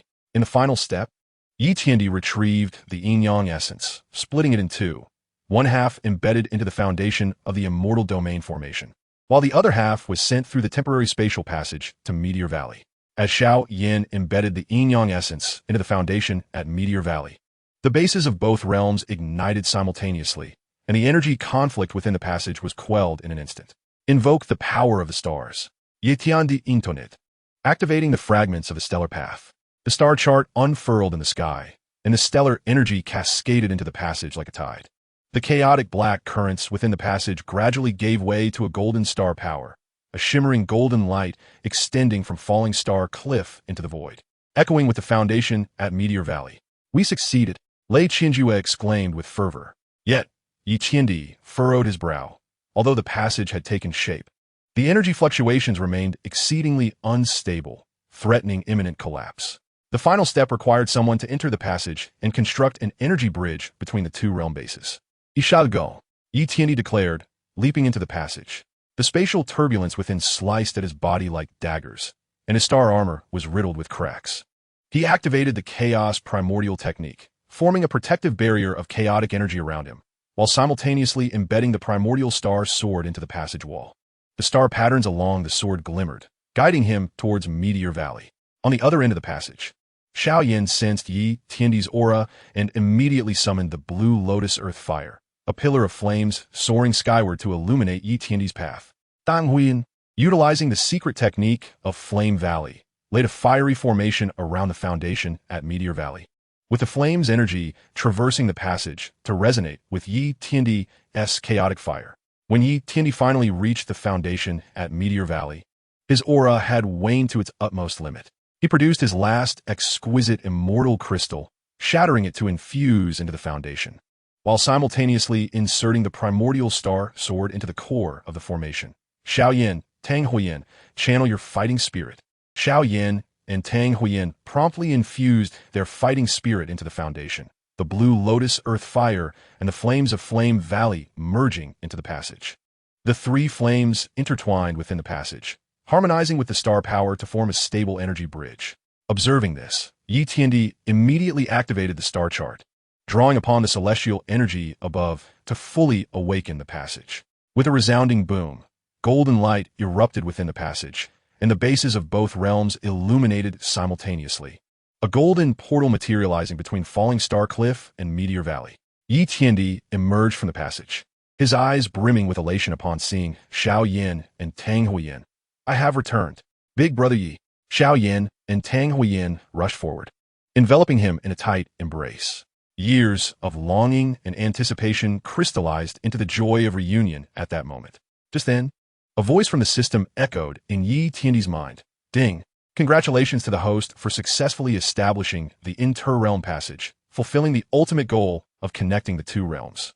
Reward: Fusion Technique Fighting Immortal Technique for Cultivators and the Imperial-Grade Spatial Artifact. The Inter-Realm Pot, capable of opening a small inter-realm passage at will.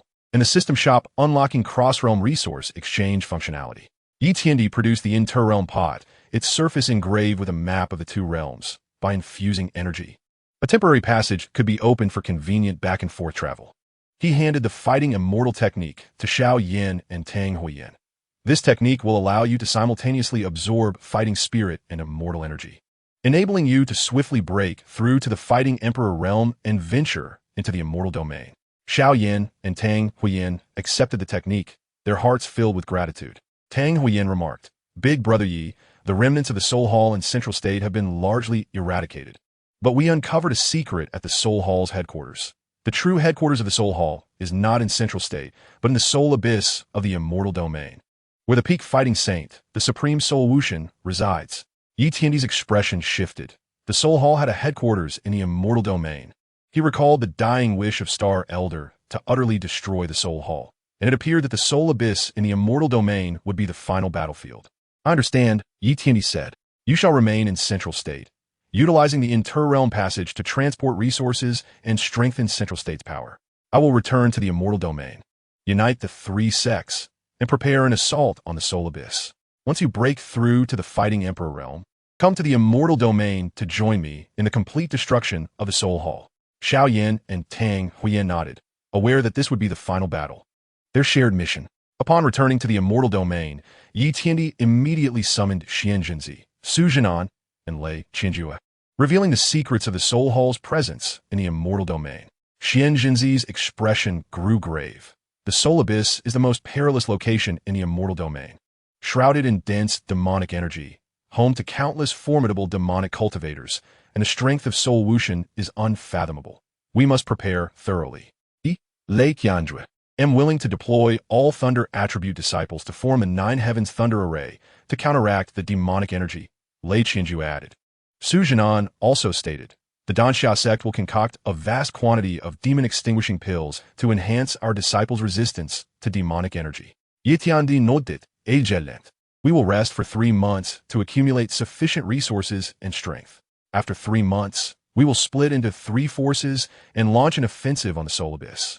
In the ensuing 3 months, Yi Tiandi diligently practiced the Fighting Immortal Technique, merging fighting spirit with immortal energy, achieving a breakthrough to the late Yuaning stage.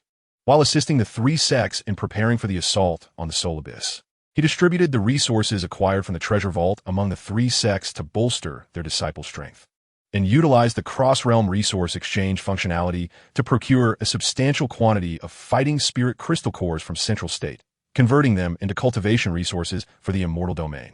3 months later, an army of 100,000 from Qingyang sect, Danxia sect, and Wind Thunder Pavilion gathered at Falling Star Cliff. Yi Tiandi, mounted on the Star Qilin and wielding the primordial star sword, stood at the forefront of the army. Behind him, Xiao Yin and Tang Huiyin, riding the avatars of the Star Qilin, summoned by Yi Tiandi using the Inter-Realm Pot, had broken through to the initial stage of Fighting Emperor, their auras formidable. Brave warriors. The Soul Hall has committed heinous acts for millennia, slaughtering the beings of both realms. Today, we shall raise the Soul Abyss and utterly destroy the Soul Hall, restoring peace to both realms. Yi Tiandi's voice resonated through the ranks, igniting their morale as they shouted in unison, flatten the Soul Abyss, annihilate the Soul Hall.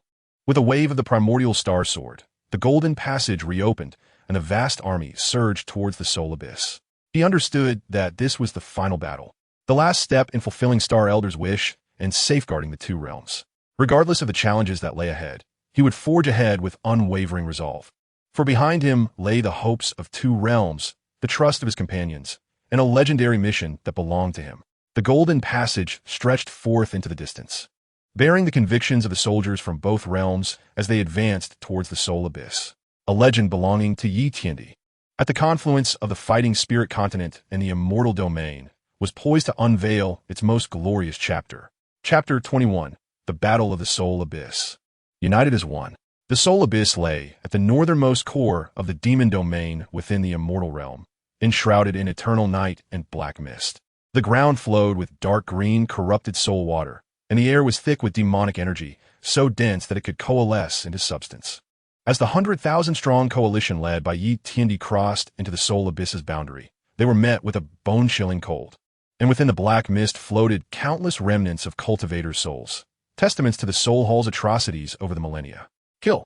Suddenly, thousands of demonic cultivators surged forth from the black mist, led by 3 late Yuan Ing stage protectors of the soul hall, wielding soul-snatching staves, surrounded by swirling black soul flames. Lei Qingyang was the first to strike, slamming his thunder hammer into the ground, instantly activating the 9 heavens thunder array, unleashing torrents of purple lightning that rained down upon the demonic cultivators, incinerating them to ashes. Xiao Zhan, Dang Huyan, lead the central state disciples to maneuver from the left flank and restrain the lower-tier demonic cultivators.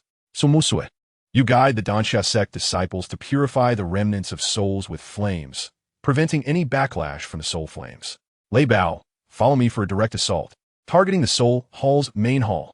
Yi Tiandi commanded in a deep voice, the primordial star, sword in his hand, glowing with a dark golden aura, intertwining chaotic fire with stellar power to cleave towards one of the soul hall's protectors. The guardian raised the soul-devouring staff to defend himself, but with a resounding clang. The staff was cleaved in 2, and the momentum of the sword's shadow did not wane, piercing through his chest. In an instant, the malevolent energy within the guardian was incinerated by the chaotic flames, leaving only a chilling scream before he was reduced to ashes. Observing this, the other 2 guardians exchanged glances and simultaneously unleashed the soul-devouring magic, coalescing countless lingering souls into a colossal ghostly claw that lunged towards the Emperor of Heaven. With the dueling immortal technique, the Emperor of Heaven harmonized his combat energy with celestial energy, a golden barrier enveloping him, where the patterns of combat and celestial energies intertwined. He executed the ultimate form of the chaotic sky-splitting sword, infusing it with the earth heart fire from Xiao Yin and the blazing sky flames from Tang Huiyan, creating a tricolored fire lotus that collided violently with the ghostly claw. Boom! The shockwave of energy sent the surrounding demonic cultivators flying. As the fire lotus consumed the 2 guardians, their bodies thrashing violently in the flames. Seizing the opportunity, the Emperor of Heaven teleported behind them, severing their heads with a single stroke. Just as their nascent souls attempted to flee, they were utterly consumed by the chaotic flames. The allied forces surged forward like a tidal wave, arriving before the Soul Abyss Palace in half an hour. The palace, constructed from black soul crystals, bore grotesque skull engravings on its doors, with the words Soulless Palace inscribed above, exuding a bloody aura. In the square outside, the supreme of the Soul Palace, Soulless God, sat majestically upon a black throne, draped in a dark golden robe adorned with dragon patterns, surrounded by the aura of a peak demon saint, casually playing with a black soul core crafted from the souls of 1,000,000 cultivators. Emperor of Heaven, you truly possess the ability to open the passage between realms. Soulless God remarked as he slowly rose, his voice imbued with a bewitching charm.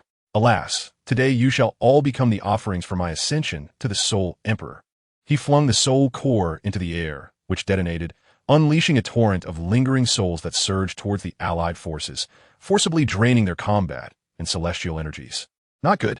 It's the soul-devouring domain. Xianzhenzi's complexion paled as he swiftly activated the Qingyang sect's secret cleansing mantra, golden runes forming a protective barrier in the air to temporarily stave off the encroaching souls. The Emperor of Heaven produced the 2 realms pot, its body glowing with golden radiance. The cultivators from Central Continent, on the other end, immediately infused their combat energy, unleashing countless golden energy threads that connected the souls of the allied forces with the energies of the 2 realms, forming a sturdy defense.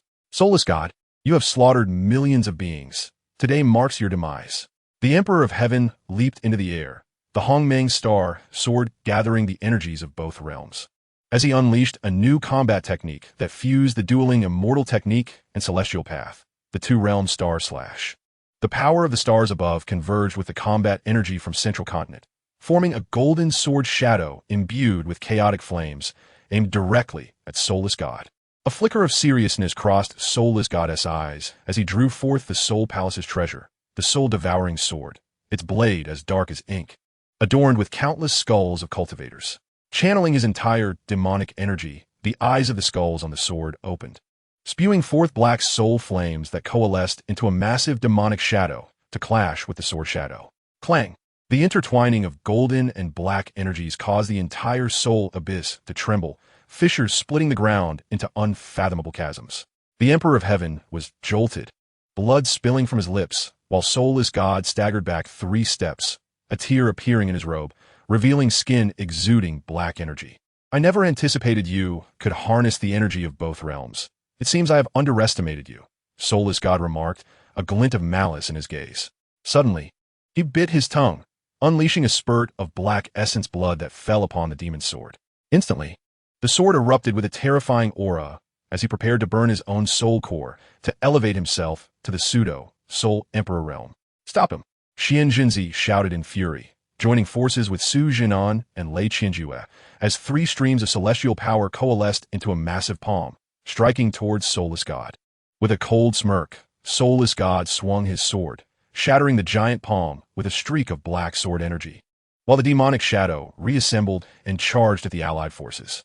Xiao Yin and Tang Huiyin exchanged knowing glances, simultaneously summoning the Buddha's Wrath Fire Lotus and the Blazing Sky Fire Sea. The Earth Heart Fire and the Blazing Sky flames intertwined into a colossal fire lotus, colliding thunderously with the demonic shadow. In the instant of the explosion, countless fiery shards rained down upon the demonic cultivators, reducing them to ashes. However, soulless Goddess' soul core was nearing completion, his aura growing increasingly potent, warping the very fabric of space around him. The Emperor of Heaven realized that further delay was untenable. He hurled the two realms pot into the air, its body radiating blinding light as cultivators from both realms infused energy simultaneously, forming a golden pillar of light that connected heaven and earth. He leaped into the light pillar, merging his nascent soul with the energies of the two realms, manifesting a dual illusion of the combat emperor and his nascent soul. Astonishingly, he broke through to the pinnacle of the nascent soul realm amidst the battle, simultaneously channeling combat emperor-level energy. The realms unite. The emperor descends upon the heavens. The voice of the Emperor of Heaven resounded across both realms as he wielded the Hongmeng star sword, transforming into a golden meteor streaking towards soulless God. The chaotic flames, star power, and energies from both realms erupted simultaneously, forming an unstoppable golden torrent. A flicker of fear crossed soulless God's eyes as he hastily raised his demon sword to defend, only to be instantly engulfed by the golden torrent. The sword shattered piece by piece as soulless God's body thrashed within the flow, unwillingly roaring, "The soul palace shall not perish. I shall return. Impossible." The Emperor of Heaven thrust his sword through soulless God's chest, chaotic flames surging through the blade into his body, incinerating his soul core completely. With a final anguish scream, soulless God's body disintegrated into ashes, scattering throughout the soul abyss. With soulless God's demise, the malevolent energy within the soul abyss began to dissipate, the black mist receding to reveal a clear sky. The corrupted soul water on the ground slowly dried up, countless imprisoned lingering souls liberated, transforming into golden specks and dissipating into the ether. We have won. The soul palace is destroyed. A thunderous cheer erupted from the allied forces as Xiao Yin and Tang Huiyin rushed to the Emperor of Heaven's side, the three embracing tightly. Xuan Sensi, Su Senan, and Lei Qianjue also approached, their faces alight with satisfaction. Ding! Congratulations, host! You have slain soulless God, utterly obliterated the soul palace, and fulfilled the Elder Star's legacy and the guardianship mission of the two realms. Reward: Ultimate Cultivation Technique, Two Realms Path Technique, capable of merging energies from 3,000 small worlds, and the Imperial-grade Treasure Two Realms Seal, which can command the beings of both realms. The system has upgraded to the Two Realms Guardian system, unlocking permissions for small world exploration. The Emperor of Heaven received the Two Realms seal, its surface engraved with a map of the two realms, emanating a gentle yet commanding aura. He understood that this was not merely a reward but a profound responsibility, to safeguard the peace of both realms and explore broader horizons. 3 months later, the passage between the two realms stabilized, and Central Continent and the Celestial Domain began to exchange resources. The Emperor of Heaven established the Two Realms Alliance at Falling Star Cliff, jointly governed by Xianzhenzi, Su Jinan, Lei Qinjue, Xiaoyan, and Tang Huiyan, responsible for inter-realm communication and defense. He, meanwhile, accompanied by the Star Unicorn, set out to traverse the 3,000 small worlds in search of new civilizations and legacies. One day, the Emperor of Heaven arrived at a small world known as the Xianhuang realm, where the cultivation system and combat energy diverged significantly from those he was accustomed to, yet possessed a unique essence of martial truth. He sat cross-legged atop a peak, channeling the two realms path technique, merging combat energy, celestial energy, and martial truth, manifesting 3,000 slender beams of light, each corresponding to the energy of small world. Indeed, this was the ultimate meaning of cultivation, not the pursuit of personal zenith, but the integration of myriad paths to safeguard all beings. The Emperor of Heaven opened his eyes, enlightenment shining within. Rising, he grasped the Hongmeng Star Sword and strode deeper into the Xianhuang realm. He knew that a new adventure was just beginning, and his legend would continue to unfold across the 3,000 small worlds. In a distant horizon, the golden passage between the two realms intertwined with the radiance of the Xianhuang realm, forming a resplendent rainbow. The Emperor of Heaven's figure gradually faded into the forest, leaving behind a resolute silhouette as he carried the hopes of both realms onward, fulfilling his mission as the guardian of the two realms and penning his own eternal legend. Chapter 22. Enlightenment in Xianhuang, the flow of all realms. In the verdant forests of the Xianhuang realm, a distinctive martial spirit permeates the air, markedly different from the ferocity of battle energy and the ethereal essence of immortality. This energy is as substantial as the earth itself, yet flows with the grace of water. As Yi Tiandi traverses the jade stone path within the woods, each step resonates with the martial spirit of the ground beneath, emanating a faint earthy glow from his feet, a sign of his initiation into the martial arts of the Xianhuang realm. The cultivation system here centers around the true essence of martial arts, necessitating an understanding of the laws of nature to transform spiritual energy into internal strength, ultimately striving to break through to the realms of martial master, martial saint, and martial emperor. The system automatically analyzes the cultivation framework of the Xianhuang realm, and a thought crosses Yi Tiandi's mind. He activates the two realms' great Tao technique, attempting to merge martial spirit, battle energy, and ethereal essence. The three energies converge within his dantian, not clashing as before, but rather coalescing into a tricolor vortex under the guidance of the two realms' great Tao technique.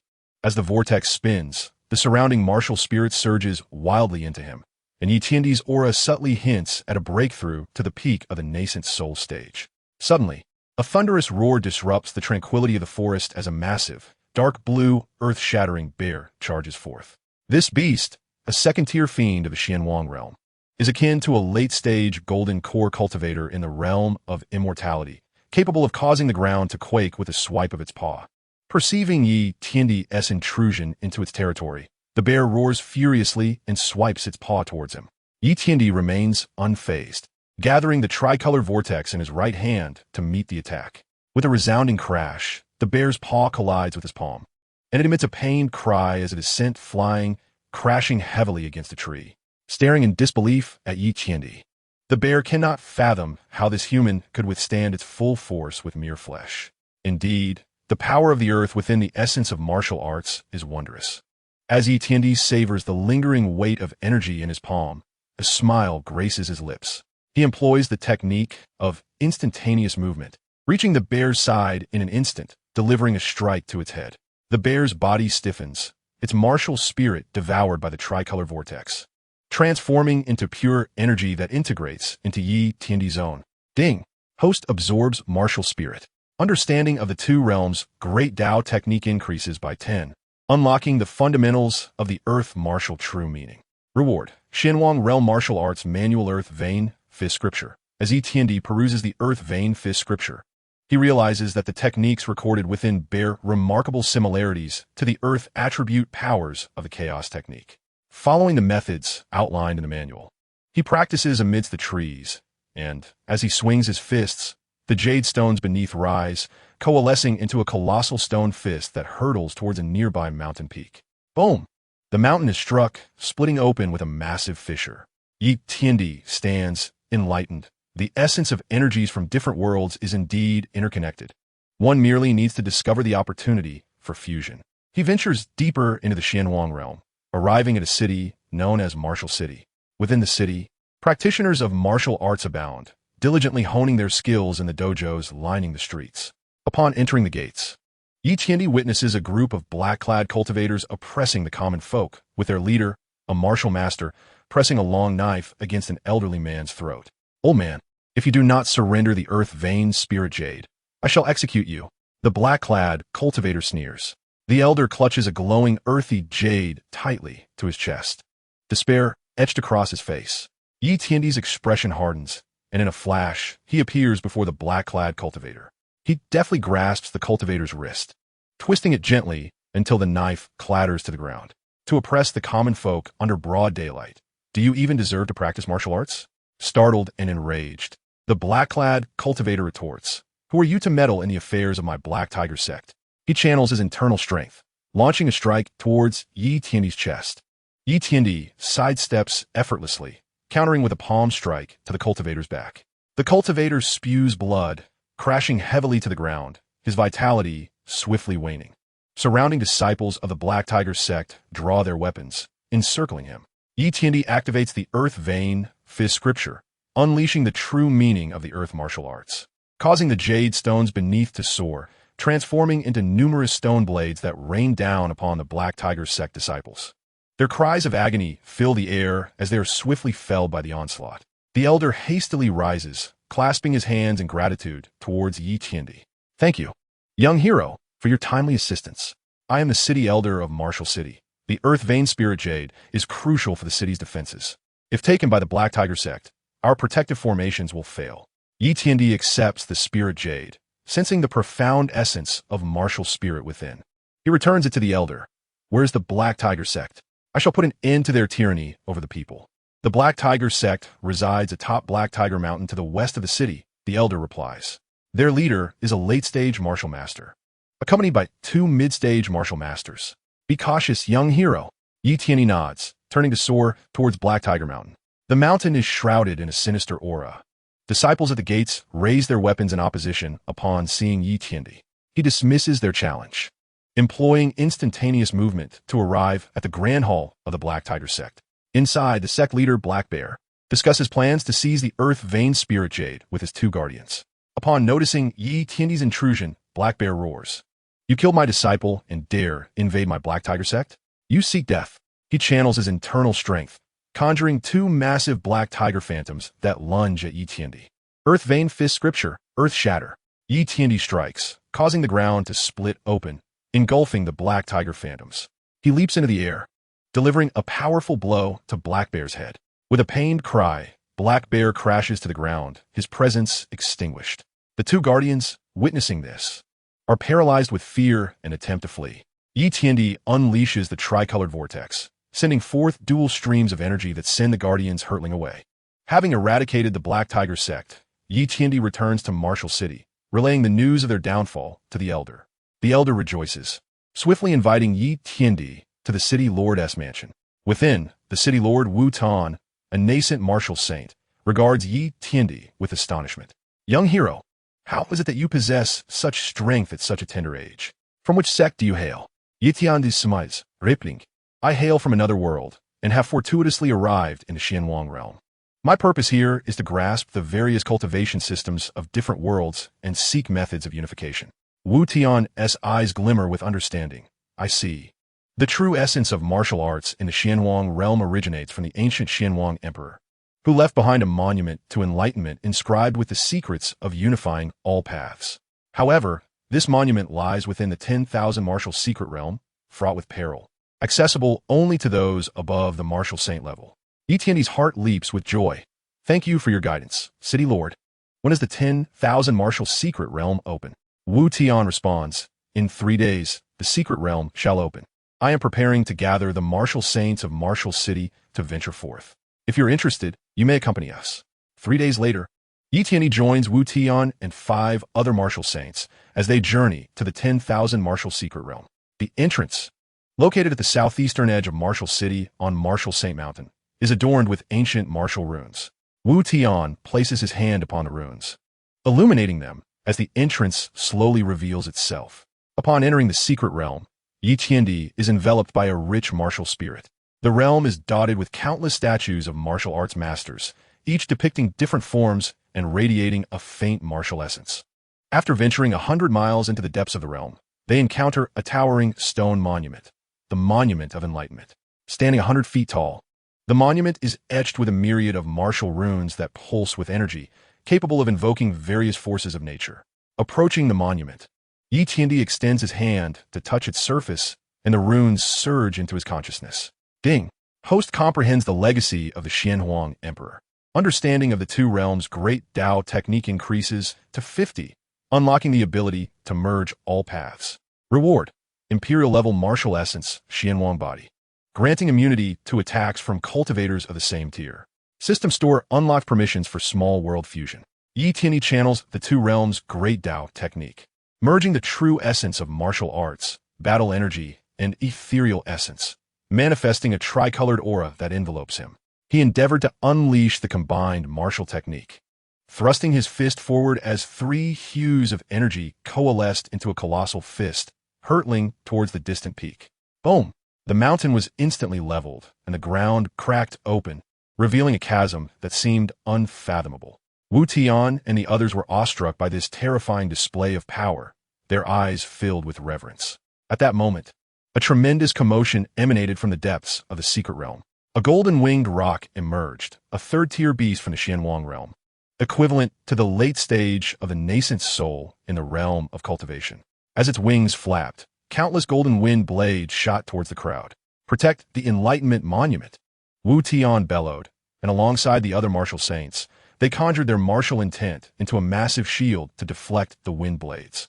Yi Tianyi leaped into the air, activating the Qingyang dominance body, enveloped in a golden barrier. The wind blades struck the shield, leaving not a trace.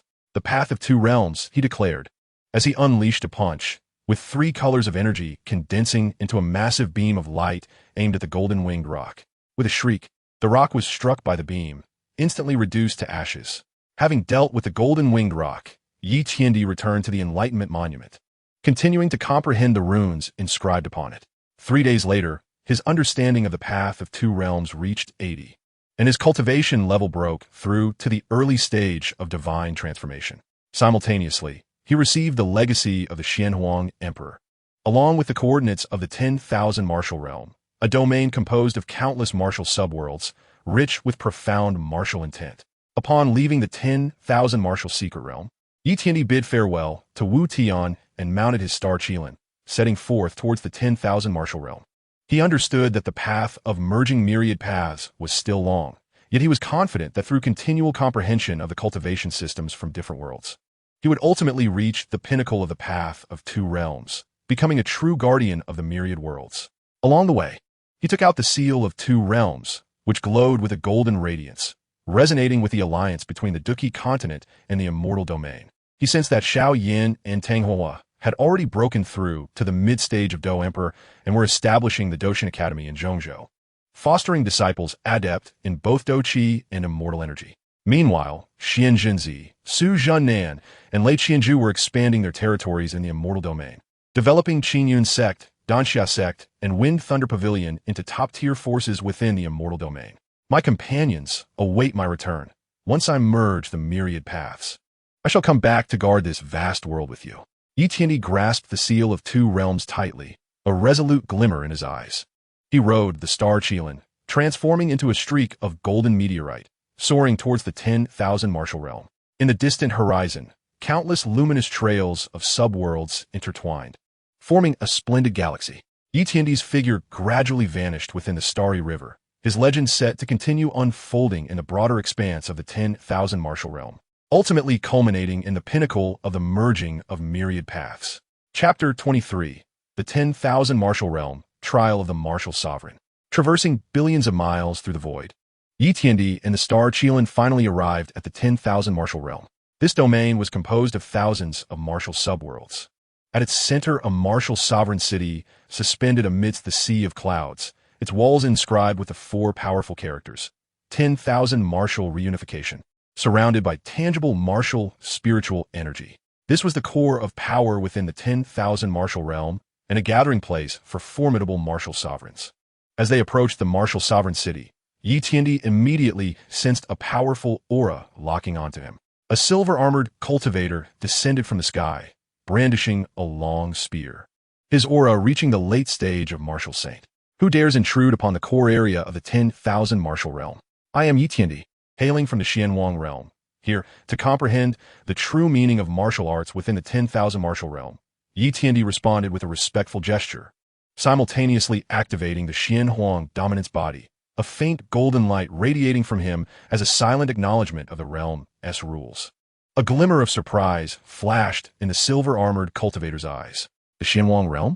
Someone has managed to ascend from a lower-tier martial world to this place. Follow me. You must first register your identity in the Martial Sovereign Hall. Only by passing the Martial Sovereign Trial may you freely roam within the realm. Following the silver-armored cultivator into the Martial Sovereign Hall, Yi Tiandi beheld 12 immense statues, each representing a martial sovereign from the annals of the 10,000 Martial Realm. The Hall Master, Wu Zhantian, an elder clad in golden robes, had reached the semi-emperor realm. He scrutinized Yi Tiandi, a flicker of intrigue in his gaze.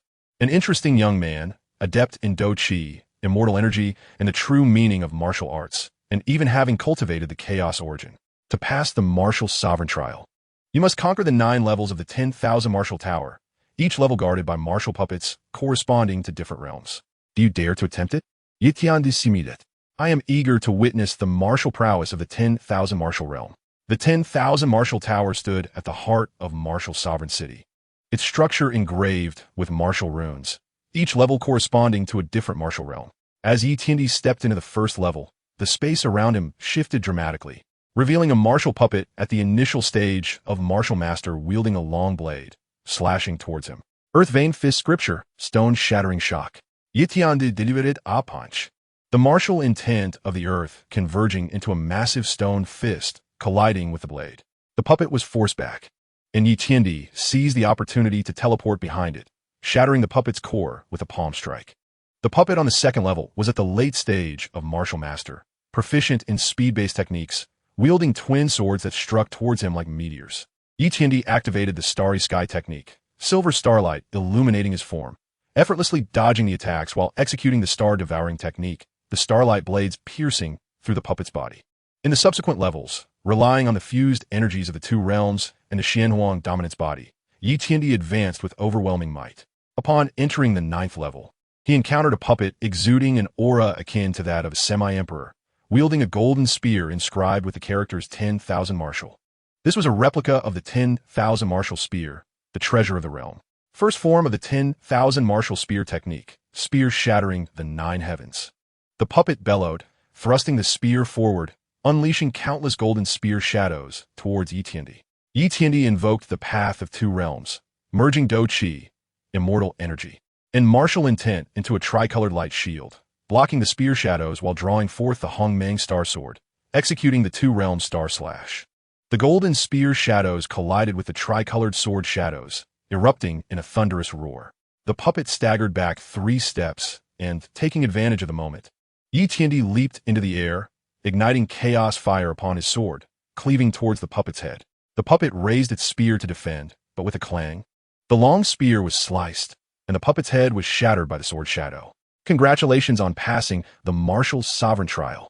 Wu Zhantian's voice echoed within the tower. You may choose to join the Martial Sovereign Alliance of the 10,000 Martial Realm or remain a free cultivator. Should you join the alliance, you will gain access to the cultivation resources and martial legacies of the realm. Yi Tiandi pondered, I wish to join the Martial Sovereign Alliance. But I have a request. I hope to borrow the 10,000 martial scriptures from the alliance to comprehend the different true meanings of martial arts. Certainly, Wu Zhantian's figure appeared within the tower. However, you must complete a task first. proceed to the demon martial realm and eliminate the demon martial cultivators there. They practice the sinister art of combining demonic techniques with martial arts, posing a threat to the safety of the 10,000 martial realm. Yi Tiandi nodded. I'm willing to go. The next day, Yi Tiandi rode the star Qilin towards the demon martial realm. This realm, situated at the fringes of the 10,000 martial realm, was a small world tainted by demonic energy, with the ground littered with the corpses of corrupted martial cultivators. As Yi Tiandi stepped into the demon martial realm, he sensed a thick, sinister aura. Ahead, within demon martial city, the sounds of battle echoed. He hastened his pace to the city, witnessing a group of demon martial cultivators besieging several disciples of the Martial Sovereign Alliance. Leading them was a powerful cultivator at the late stage of martial saint, wielding a long knife entwined with black demonic energy. Each strike laced with a toxin capable of corroding martial spiritual energy. Stop! Yi Tiandi shouted, leaping into the air, wielding the Hongmeng star sword imbued with chaos fire, delivering a strike towards the demon martial cultivator. The demon martial cultivator hastily raised his knife to defend, but with a clang, the long knife was engulfed in chaos fire, and his arm was cut by the sword's wind, black blood gushing forth. Who are you to meddle in the affairs of my demon martial hall? The demon martial cultivator roared. Yi Tiandi Simirkit Koldi. I am Yi Tiandi, a disciple of the Martial Sovereign Alliance, here specifically to eradicate you demon martial traitors. He activated the two realms' great Tao technique, and three-colored energy coalesced into a colossal shadow of a sword, unleashing the 10,000 paths returning to one slash. The sword shadow, infused with combat energy, celestial aura, and the true essence of martial arts, instantaneously cleaved the demonic martial practitioners in two. Witnessing this, the surrounding demonic warriors were struck with terror and fled in a panic. Yet, how could Yi Tiandi afford them such an opportunity? He employed teleportation to weave through the ranks of demonic martial practitioners, and wherever the Hongmeng stellar sword passed, the foes collapsed to the ground. The star Qilin also displayed its might, unleashing torrents of silver flames that incinerated the demonic energy of Demon Martial City. After rescuing the disciples of the Martial Sovereign Alliance, Yi Tiandi learned from them that the headquarters of the Demon Martial Hall was situated on Demon Martial Mountain in the Demon Martial Realm, and its master, Mo Wutian, was a half-emperor-level demonic martial practitioner, having cultivated the sinister art of merging demonic and martial powers, making him extraordinarily formidable. Yi Tiandi set off towards Demon Martial Mountain with the disciples of the Martial Sovereign Alliance. The air around Demon Martial Mountain was thick with malevolence, and the foot of the mountain was littered with the corpses of demonic martial practitioners, indicating that many disciples of the Martial Sovereign Alliance had already perished there. Yi Tiandi's gaze turned icy as he activated the Xianhuang body, charging towards the summit of the mountain. At the peak, within the Demon Martial Hall, Mo Wutian sat cross-legged in a demonic martial formation, absorbing the demonic energy and martial spiritual essence of the realm, striving to break through to the emperor level. Upon hearing the commotion, he opened his eyes, a glint of cruelty flashing within. Another fool has come to meet his end. He leapt into the air, brandishing a black demonic martial blade, its surface etched with sinister runes. He unleashed the fusion of demonic and martial energies, forming a massive demonic shadow that lunged at Yi Tiandi. Two realms' great Tao technique, Xianhuang body shatters the demon. Yi Tiandi activated the Xianhuang body, causing the golden shield surrounding him to shine even more brilliantly. The demonic shadow collided with the shield, instantly purified by the golden radiance. Seizing the moment, he executed the two realms' stellar slash, the three-colored sword shadow imbued with chaotic flames, striking towards Mo Wutian. Mo Wutian's expression changed drastically as he hurriedly raised his blade to defend, but the demonic sword was swiftly shattered by the sword shadow. He was forced to retreat repeatedly, a trickle of black blood escaping from the corner of his mouth. Yi Tiandi teleported before Mo Wutian and struck his chest with a palm. Mo Wutian let out a piercing scream as his body gradually disintegrated into ashes under the influence of the three-colored energy. With Mo Wutian vanquished, Yi Tiandi dismantled the demonic martial formation, causing the demonic energy of the demon martial realm to dissipate, while the martial spiritual essence gradually regained its purity. He returned to Martial Sovereign City with the disciples of the Martial Sovereign Alliance and reported the situation of the demon martial realm to Wu Zhantian. Wu Zhantian nodded in satisfaction. Well done. You have not only eradicated the demonic martial practitioners, but also purified the martial spiritual essence of the demon martial realm. Here is the token for borrowing the myriad martial secret techniques. You may access all the tomes in the Martial Sovereign Alliance's library. Yi Tiandi accepted the token, his heart swelling with joy. He immediately made his way to the library, which was filled with martial tomes from the myriad martial realm spanning generations, encompassing everything from basic fist techniques and sword forms to emperor-level martial truths. In the following month, Yi Tiandi immersed himself in study within the library, integrating various martial truths into the two realms' great Dao technique. He comprehended the fast sword martial path, merging teleportation with sword techniques, which significantly enhanced his sword speed. He mastered defensive martial arts, elevating the defensive prowess of the Qingyang body to a level that could withstand attacks from late-stage transformation practitioners. He also acquired the technique of creating martial clones, capable of manifesting avatars with 70% of his original strength. As he delved deeper into the martial truths, Yi Tiandi's cultivation progressed to the mid-transformation stage. He attempted to completely fuse combat energy, celestial aura, and martial truths. And the three-colored cyclone within his dantian gradually coalesced into a golden seed of the Tao, heralding the approach of a breakthrough to the Emperor level. Ding! The host has fused the martial truths of the myriad martial realm, elevating the comprehension of two realms' great Tao technique to 90, unlocking the precursor to the Emperor level. Reward: Emperor-level martial clone technique, myriad martial clone technique, capable of manifesting countless martial clones, and the formula for the Emperor-level breakthrough elixir has been unlocked in the system store. Yi Tiandi was elated, now just a step away from the Emperor level. He exited the library and sought out Wu Zhantian, stating, "Home Master, I have comprehended the martial truths of the myriad martial realm and intend to return to the continent of combat energy and the celestial realm to assist my companions in enhancing their strength, so we may collectively face any impending crises." Wu Zhantian nodded in agreement. Very well.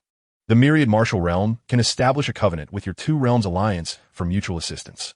Here is the myriad martial order. Possessing this order allows you to summon the strength of the myriad martial realm. Should you encounter danger, the Martial Sovereign Alliance will dispatch aid immediately.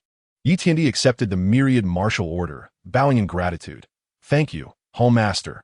He mounted the Star Qilin, bearing the myriad martial tomes and martial heritage, and soared towards the Two Realms passage. He understood that breaking through to the Emperor level required substantial resources and opportunities, and his companions in the continent of combat energy and the celestial realm were his greatest assets for this breakthrough.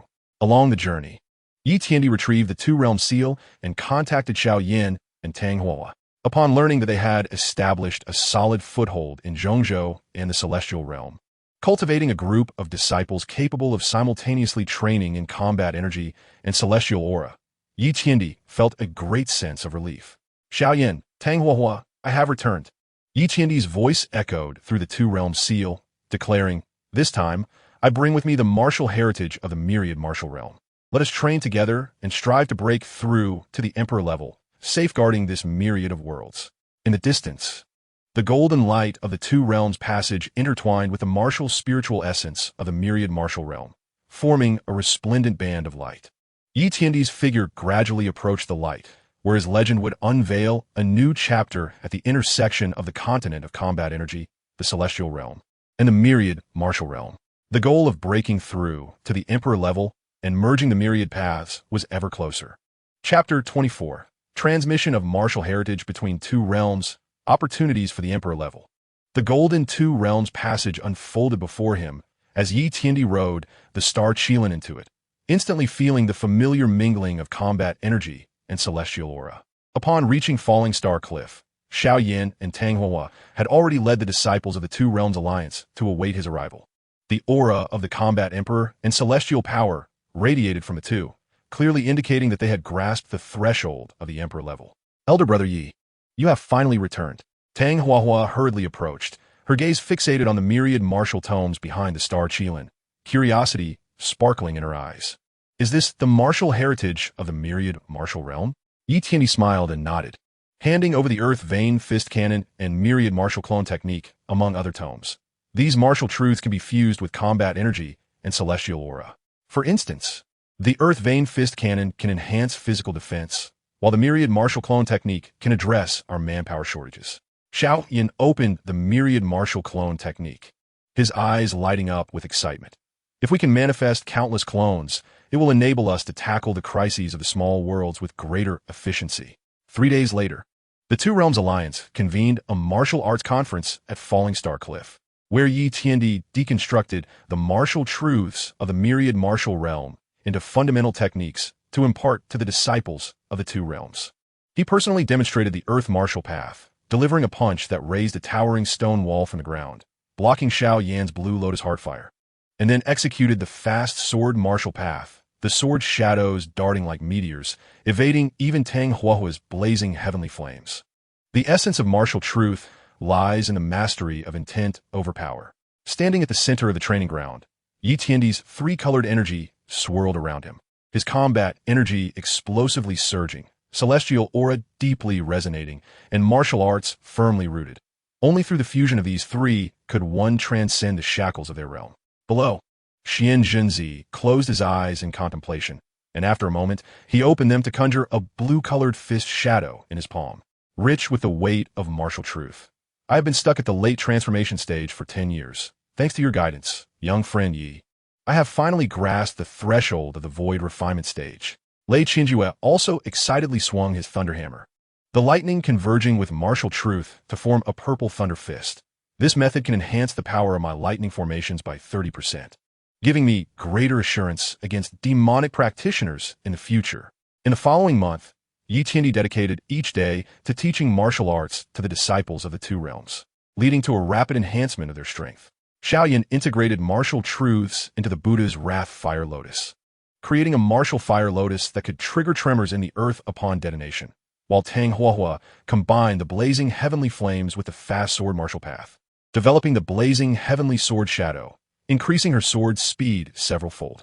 One day, while Yi Tiandi was in his cave, dwelling, contemplating the Two Realms' great Tao technique, the system suddenly notified him, ding, detected the presence of primordial energy in the meteorite valley of the Doqi continent.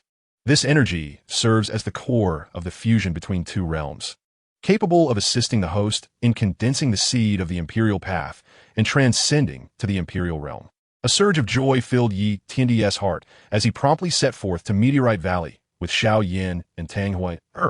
At the site of the star core ruins in Meteorite Valley, a golden beam of light soared into the heavens, imbued with a rich essence of Do-Chi and celestial energy, precisely the primordial energy spoken of by the system.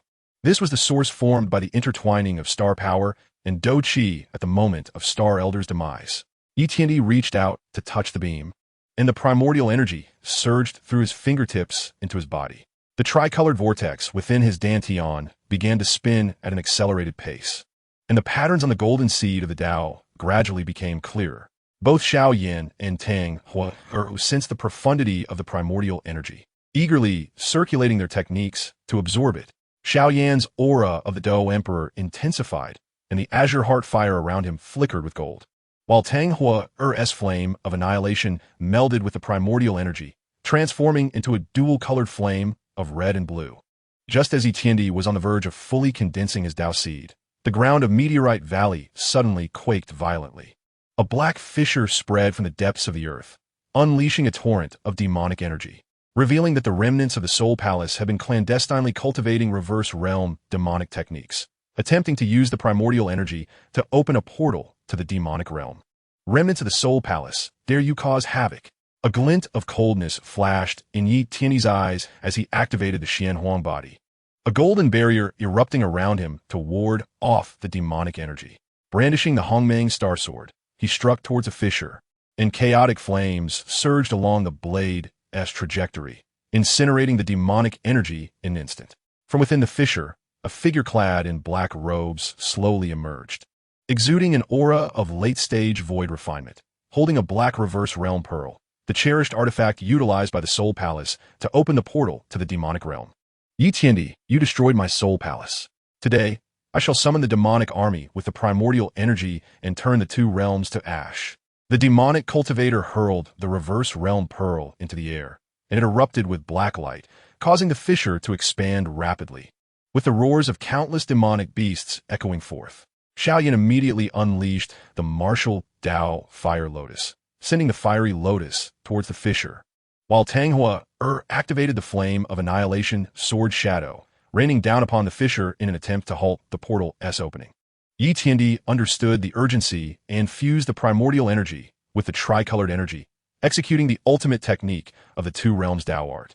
The 10,000 paths return to one. The stellar force from the heavens, the Do Qi of the Do Qi continent, the celestial energy from the immortal realm, and the true intent of martial arts from the myriad martial realm converged, forming a golden pillar of light that pierced through the heavens, hurtling towards the demonic cultivator and the reverse realm pearl. No! The demonic cultivator let out a desperate cry as his body was engulfed by the pillar of light, and the reverse realm pearl shattered in an instant. The demonic beasts within the fissure, deprived of their energy sustenance, were annihilated by the beam, and the fissure began to close gradually. As the pillar dissipated, the Tao seed within Yi Tiandi's Dantian had fully solidified, emanating the aura of the imperial realm. He opened his eyes, golden light flashing within, as Do Qi, celestial energy, and the true intent of martial arts seamlessly fused within him, forming a dual-realm imperial power, a new realm transcending that of the Do Emperor and the Immortal Emperor. Ding! Congratulations to the host for breaking through the imperial realm and becoming the great emperor of the two realms. The ultimate ability, myriad realm projection, has been unlocked, allowing the projection of consciousness into the 3,000 small worlds. Reward: imperial-grade treasure, myriad realm cauldron, capable of refining the primordial power of myriad worlds. The system has been upgraded to the myriad realm guardian system, unlocking the small world alliance privileges. Under the nourishment of the primordial energy, Xiao Yin and Tang Fa also broke through to the late Do Emperor and the initial stage of void refinement in the immortal realm. Gazing at Yi Tiandi with awe, "Brother Yi, you have finally transcended to the imperial realm." Yi Tiandi nodded with a smile, retrieving the myriad realm cauldron. This cauldron can refine the world's primordial essence. In the future, we can gather the primordial power from the 3,000 small worlds to enhance the strength of the two realms. Additionally, I plan to establish the Myriad Realm Alliance, inviting the Myriad Martial Realm, Xianhuang Realm, and other small worlds to join forces against the demonic realm and other malevolent forces. The trio returned to the two-realmed alliance, promptly sending invitations to the Myriad Martial Realm and Xianhuang Realm. Upon receiving the news, Wu Zhantian and Wu Tian expressed their willingness to join the Myriad Realm Alliance to collectively safeguard the 3,000 small worlds. 3 months later, the Myriad Realm Alliance was officially established at Falling Star Cliff, with Yi Tiandi being elected as the alliance leader, while Xian Jinzi, Su Jinan, Lei Qianjue, Xiao Yin, Tang Hua, Wu Zhantian, and Wu Tian served as vice leaders. The alliance headquarters was established at the center of the Two Realms Passage, with a myriad realm transmission array constructed to access the allied small worlds. On this day, while Yi Tiandi was cultivating at the Myriad Realm Alliance headquarters, the system suddenly alerted, "Ding! Detection of dimensional rifts appearing at the edges of the 3,000 small worlds, emanating the aura of the demonic realm. An invasion by the demonic army is anticipated in a century." Yi Tiandi immediately summoned the vice leaders of the alliance for an emergency meeting. During the meeting, Wu Zhantian spoke gravely. "The demonic realm is the archenemy of the 3,000 small worlds. The Xianhuang Great Emperor perished after exhausting his strength to resist the invasion of the demonic realm. We must enhance the strength of the alliance within a century and prepare for battle." Xiao Yin suggested, "I can establish the Docian Academy in the central state to train disciples who can cultivate Do Qi, celestial energy, and martial arts simultaneously.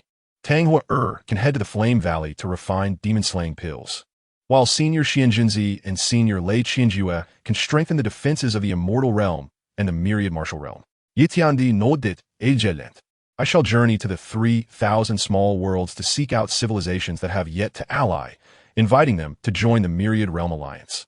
Simultaneously, I will gather the world as primordial essence to refine a Myriad Realm Guardian Array, using the Myriad Realm Cauldron to resist the demonic army." After the meeting, Yi Tiandi mounted the Star Qilin, wielding the Hongmeng Star Sword and carrying the Myriad Realm Cauldron, soaring towards the depths of the 3,000 small worlds. He understood that the impending invasion by the demonic realm in a century would be a battle for survival. Yet he was confident that with the strength of the Myriad Realm Alliance, they would undoubtedly safeguard the 3,000 small worlds, fulfill the wishes of Star Elder, and pen an immortal legend belonging to the guardians of the Myriad Realms. In the distance, the horizon was woven with countless beams of light from the small worlds, forming a resplendent river of stars, as Yi Tiandi's figure gradually faded into the starry expanse. His legend was no longer confined to the Do Qi continent and the Immortal Realm. It continued to unfold across the broader canvas of the 3,000 small worlds. writing the glorious chapter of the great emperor of the two realms. Chapter 25, Seeking Allies in the Myriad Realms, Secrets of the Primordial Source. The star Qingyang stomped through the void, carrying Yi Tiandi as he traversed among the beams of light of the 3,000 small worlds. The Myriad Realm cauldron hovered before him, its surface engraved with myriad world patterns that occasionally illuminated, guiding him towards the unallied civilizations. The system's alert echoed in his mind. Ding. Detection of a complete civilization in the spirit plant realm ahead. This world centers its cultivation system around spirit plant techniques, capable of producing spirit plant elixirs that reinforce primordial essence. The spirit plant realm was enveloped in a verdant mist, with the ground adorned by towering, extraordinary flowers and grasses, and the air infused with the spirit energy of plants that nourished the soul. As soon as Yi Tiandi landed, he beheld a group of cultivators clad in green robes, nurturing a luminous seven-colored spirit lotus, their fingertips surrounded by a gentle green aura as the lotus petals gradually unfurled in rhythm with the energy flow. Outsiders, halt! An elder in green robes floated forth, exuding an aura of void refinement, wielding a staff entwined with vines. The spirit plant realm does not welcome unfamiliar cultivators. Leave at once. Yi Tiandi clasped his hands in greeting. I am Yi Tiandi, the Alliance leader of the Myriad Realm Alliance. I have come to invite your esteemed realm to join the Alliance and collectively resist the impending invasion of the demonic realm in a century. He produced the Myriad Realm Cauldron, revealing a phantom of the spirit plant realm, explaining, this cauldron can sense the world as primordial essence, and your realm as spirit plant elixirs are crucial for bolstering the Alliance's defenses. The elder's eyes widened in astonishment as he reached out to touch the cauldron. Upon sensing the myriad world energies contained within, his expression changed drastically. To command so many small worlds, follow me to meet the master of the spirit plant realm. At the heart of the spirit plant realm stood the spirit plant hall, suspended amidst a sea of flowers. The hall's master, Mu Lingzi, was a frail-looking elder, yet he radiated vibrant primordial energy, indicating his cultivation at the integration stage. He regarded the alliance agreement presented by Yi Tiandi, then glanced at the projected images of the demonic realm invasion within the Myriad Realm Cauldron, his brow furrowing. The calamity of the demonic realm is indeed recorded in ancient texts. However, the spirit plant realm remains aloof from worldly affairs. Should they join the alliance, it may invite calamity upon themselves. The heavenly emperor Yi pointed towards the colorful spiritual lotus outside the hall. Do you understand, Realm Master, that the essence of spiritual plants requires the nourishment of primal energy? Once the demon realm invades and the primal essence of this small world is compromised, the spiritual flora of the spirit plant realm will wither entirely. He activated the two realms' great Tao technique, channeling a stream of primal energy from his fingertips into the colorful spiritual lotus, causing its petals to burst forth in a radiant golden glow. If you join the alliance, I can assist your realm in refining the primal essence, enhancing the yield of the spiritual plant elixir tenfold. A flicker of emotion passed through Mu Lingzi's eyes. After a moment's contemplation, he finally nodded in agreement. Very well. The spirit plant realm is willing to join the 10,000 Realms Alliance. However, we require your assistance in resolving a pressing dilemma.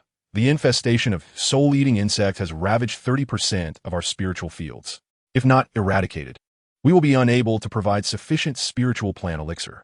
Following Mu Lingzi, the heavenly emperor Yi arrived at the western desert of the spirit plant realm, where the ground was littered with dark, gaping insect holes, and countless palm-sized, soul-eating insects voraciously devoured the spiritual herbs.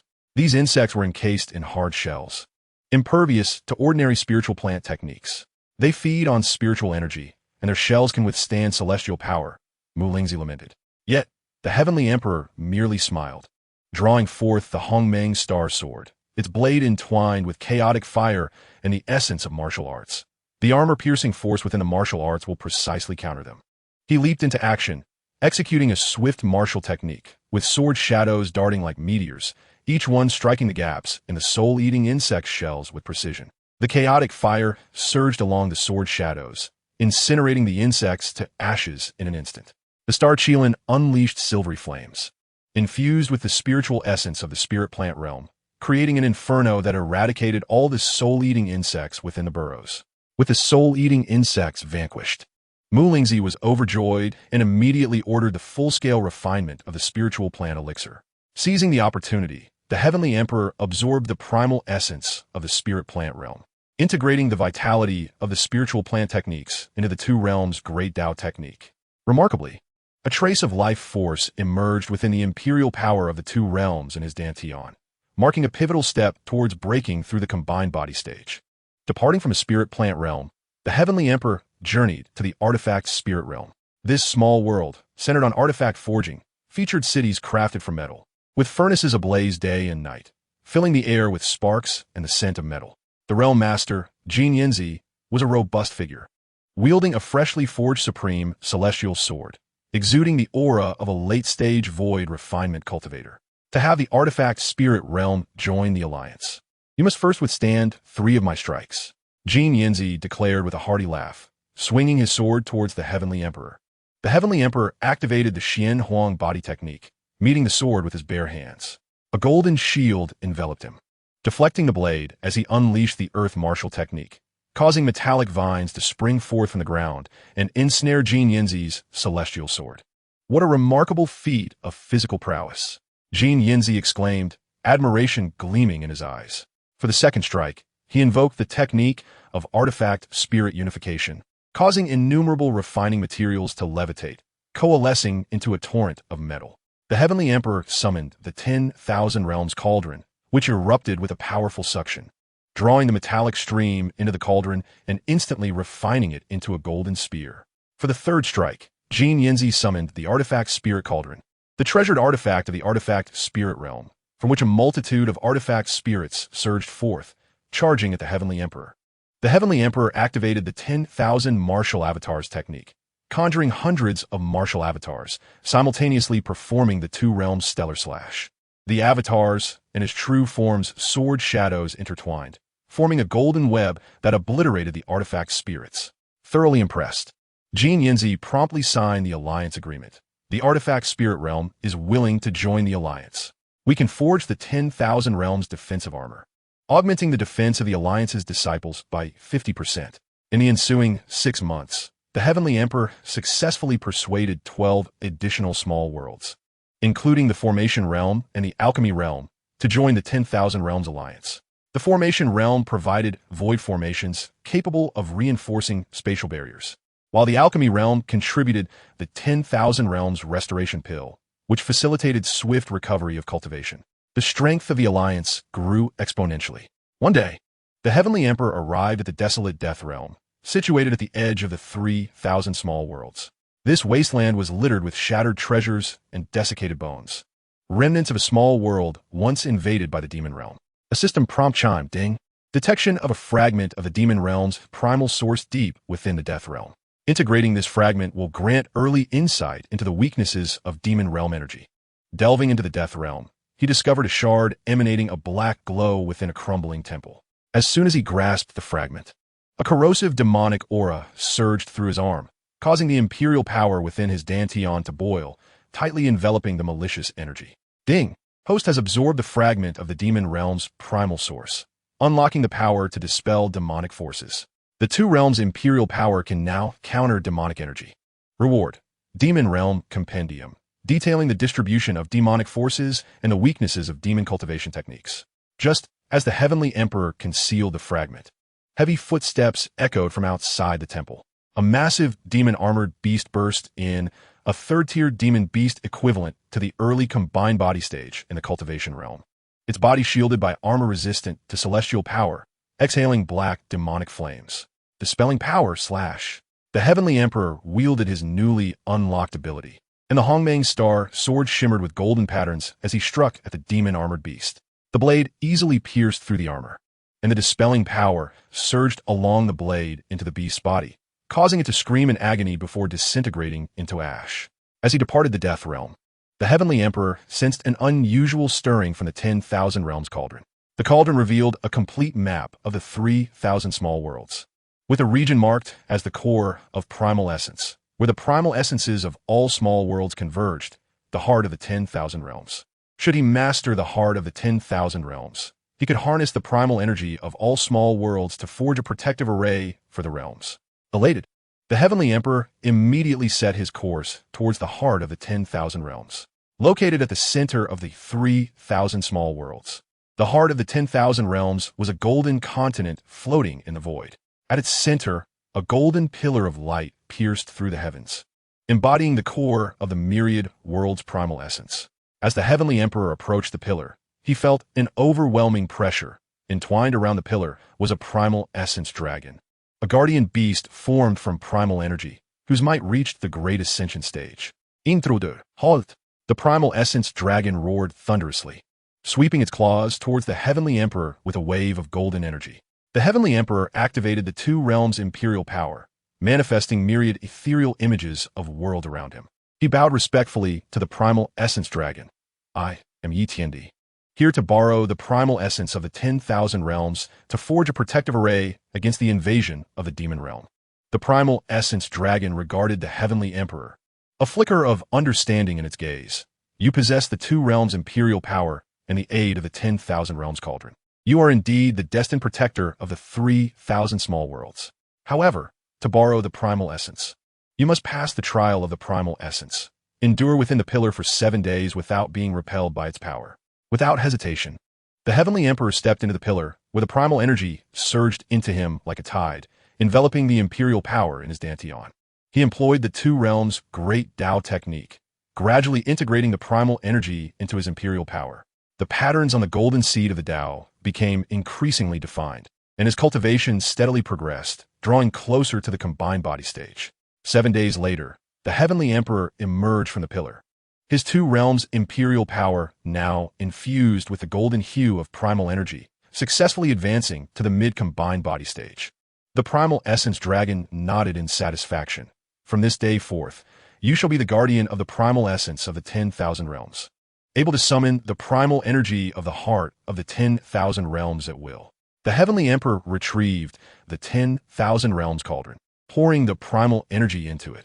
The cauldron erupted with blinding radiance, and the silhouette of the protective array for the 10,000 realms emerged within.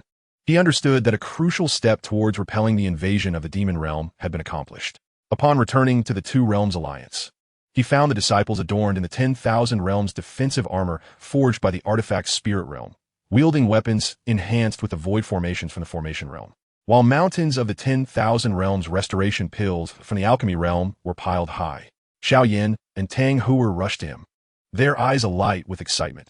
Brother Yi, reinforcements from the Wanwu realm and the Xianhuang realm have arrived. We are ready for battle at any moment. The heavenly emperor gazed at his fellow disciples, and then towards the interwoven light of the small worlds in the distance. Determination flashing in his eyes. A century passes in the blink of an eye. We must hasten to perfect the protective array of the 10,000 realms and cultivate more formidable warriors. On the day of the invasion from the demon realm, it marked the moment when our alliance of all realms would safeguard the myriad small worlds. Beneath the setting sun, the silhouette of Emperor Yi intertwined with the brilliance of the All Realms Cauldron, forming a golden barrier that protected both realms. His legend had become a symbol of hope for the 3,000 small worlds, while a war that would determine the fate of all civilizations was quietly approaching. Chapter 26. The Guardian Array is formed, the Demon Realm's first move. Within the Grand Hall of the Alliance of All Realms, Emperor Yi placed the All Realms Cauldron at the center, surrounded by the realm lords of the 12 small worlds and core members of the Alliance. A three-dimensional map of the realms floated above the cauldron, with golden primordial energy flowing along the cauldron's patterns, intricately outlining a multitude of array formations on the map, a nascent form of the Guardian Array of All Realms. The Guardian Array required the 12 small worlds as its focal points, the heart of all realms as its core, and the passage between the two realms as its hub. Emperor Yi pointed at the luminous dots on the map, stating that the spirit plant realm would provide the vitality source to stabilize the array's foundation. The tool spirit realm would forge the core of the array patterns. The array pattern realm would inscribe the defensive runes, and the alchemy realm would concoct spirit gathering pills to sustain the array's energy. The wood spirit child responded first. The spirit plant realm has refined 100,000 pounds of spirit plant elixir, ready to nourish the focal points. Golden Flame Child declared with pride, the core of the All Realms array from the tool spirit realm has been successfully forged, capable of withstanding the full force of a great ascension cultivator. In the ensuing 3 years, the Alliance of All Realms devoted itself wholeheartedly to constructing the Guardian Array. Emperor Yi stationed himself daily at the heart of all realms, channeling the imperial power of both realms to draw forth primordial energy, linking the 12 focal points with the core hub. Xiaoyan and Tang Hua led disciples from both realms to lay down martial Dao fire lotuses and burning heaven sword shadows around the focal points, establishing the first line of defense, while Wu Zhantian led the martial saints from the martial domain to practice their combined techniques at the array pattern nodes. One day, the All Realms cauldron suddenly erupted with blinding golden light, illuminating all 12 focal points simultaneously, and a golden shield expanded from the heart of All Realms, enveloping all allied small worlds. A system prompt sounded ding. The guardian array of All Realms has been completed, capable of withstanding attacks from demon cultivators below the Great Ascension stage. However, energy reserves are insufficient and require continuous infusion of primordial energy. Just as Emperor Yi exhaled in relief, a violent energy fluctuation suddenly emanated from the direction of the Dead Silence realm. The system issued an urgent alert. Ding. The vanguard army of the demon realm has breached the edge of the 3,000 small worlds and invaded the Dead Silence realm. The leading demon general, Moro, has reached the initial stage of Great Ascension and carries the world-breaking demon crystal, which can temporarily weaken the guardian array. Follow me to the Dead Silence realm. Emperor Yi leaped into action, wielding the primordial star sword, accompanied by core members such as Xiaoyan, Tang Hua, and Wu Zhantian, directly teleporting to the Dead Silence realm via the All Realms teleportation array. Upon the desolate ruins of the Dead Silence realm, a thick shroud of black demonic energy obscured the sky as thousands of demon cultivators frantically assaulted a temporary light shield. Within the shield, disciples from the array pattern realm were reinforcing the spatial barrier. At the forefront, the demon General Moro, clad in black demonic armor and wielding a corrupted demonic blade, left cracks in the shield with each swing of his weapon. At last, I have awaited you, Yi Tiandi, Moro sneered, tossing the world-breaking demon crystal into the air. The black crystal exploded, causing the protective shield above the Dead Silence realm to dim instantly, revealing a gap nearly 10 feet wide. Kill! The demon cultivators surged like a tide towards the breach.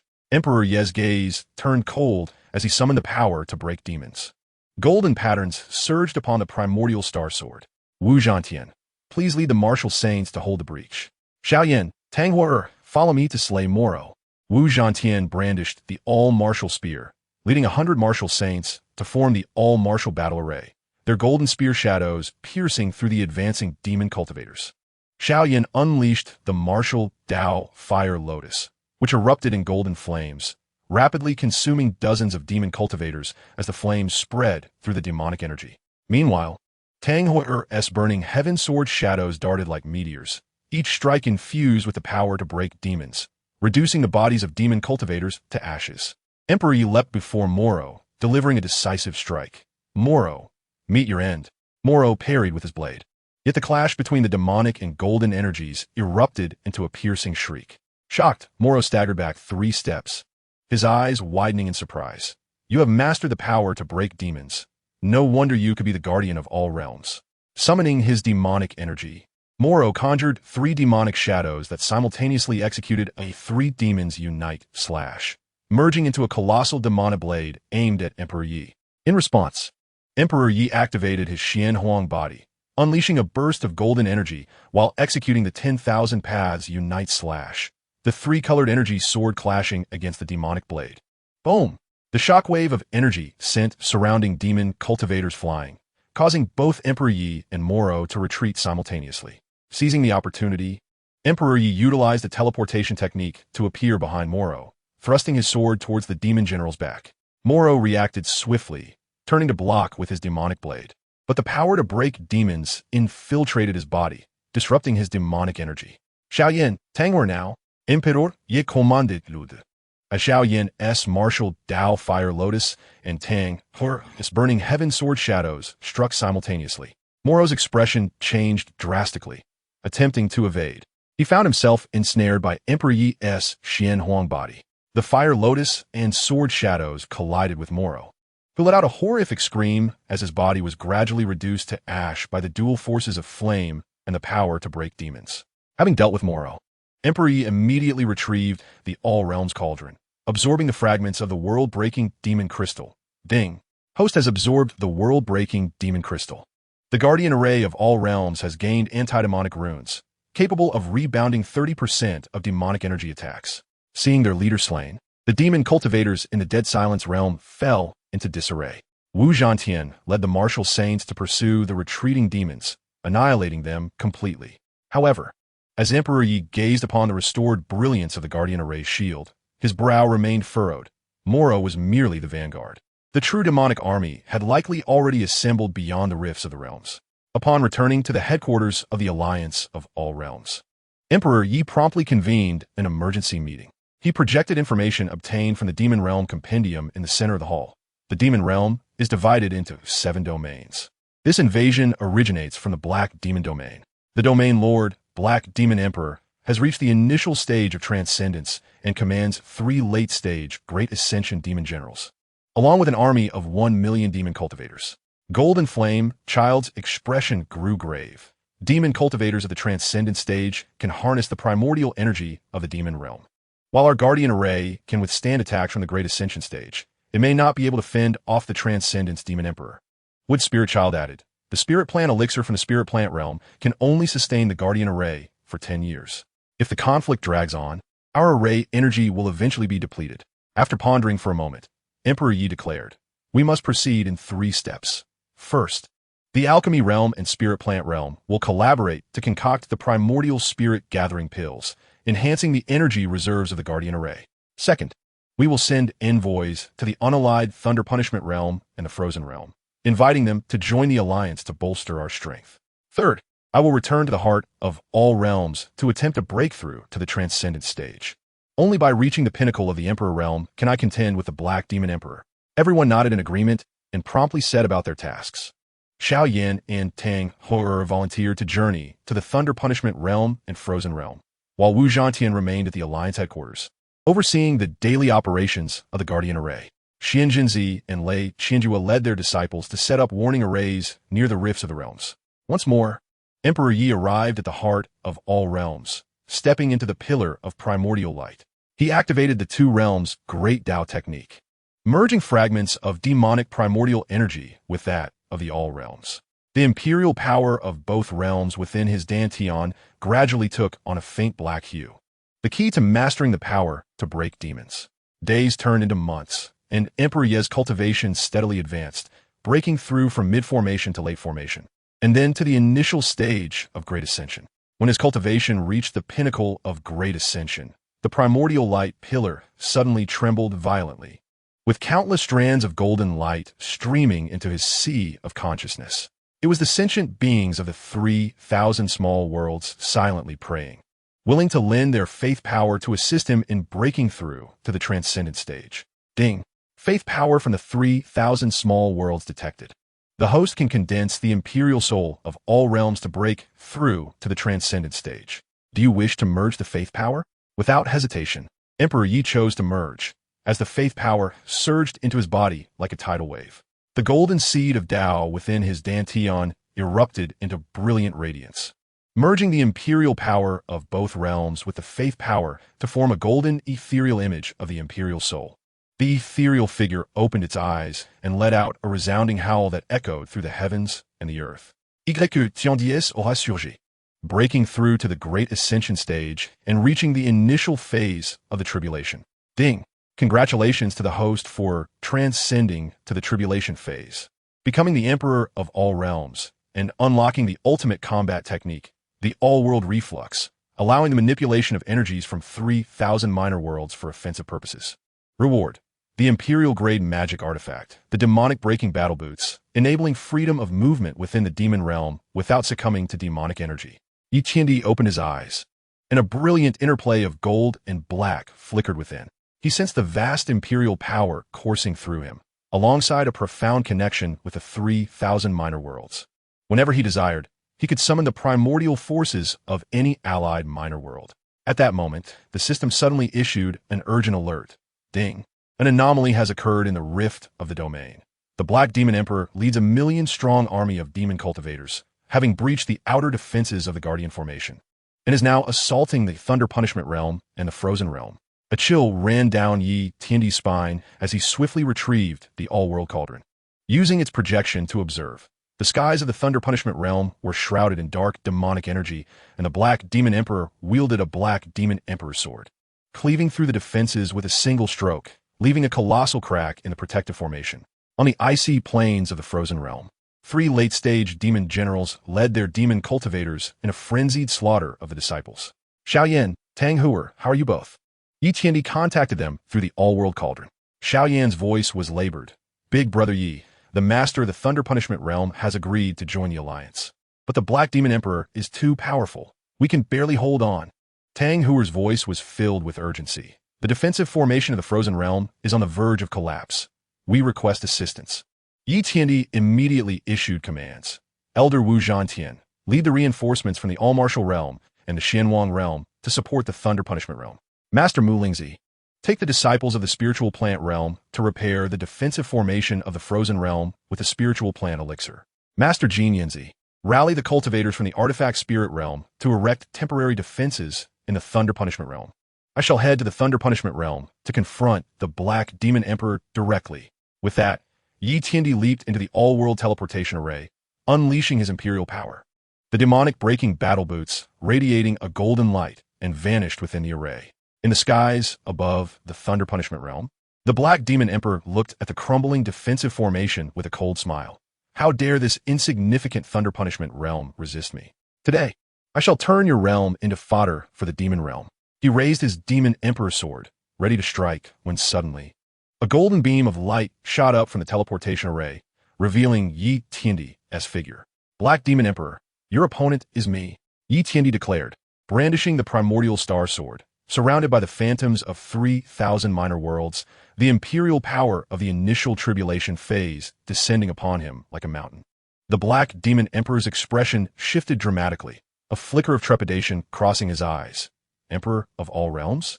I did not expect anyone among the 3,000 minor worlds to reach such heights. With a cold laugh, Yi Tiandi activated the all-world reflux. The lightning power of the Thunder Punishment Realm, the life force of the Spiritual Plant Realm, and the metallic strength of the Artifact Spirit Realm surged forth from the all-world cauldron, coalescing into a golden sword shadow that cleaved towards the Black Demon Emperor. Black Demon Domain. The Black Demon Emperor roared, unleashing a torrent of demonic energy that formed a vast black domain, attempting to withstand the sword shadow. The collision of the golden sword shadow and the black domain shook the entire Thunder Punishment Realm, intertwining demonic energy and golden light, creating a bizarre, dual-colored glow. Thus commenced the ultimate battle concerning the fate of the 3,000 minor worlds. Yi Tiandi understood that this confrontation was not merely to vanquish the Black Demon Emperor, but to make the demon realm aware that the beings of the 3,000 minor worlds would never yield to darkness. Behind him stood the faith of countless souls, and beneath his sword lay the mission to protect all realms. The legend of the Emperor of all realms was inscribed in the skies of the Thunder Punishment Realm, crafting the most magnificent chapter. Chapter 27, The Thunder Punishment Battle and the Reinforcement of All Realms. The skies of the Thunder Punishment Realm were torn asunder by gold and black. As Yi Tiandi's all-world reflux sword shadow collided with the Black Demon Emperor's Black Demon Domain, unleashing shockwaves of energy that pulverized the clouds to dust.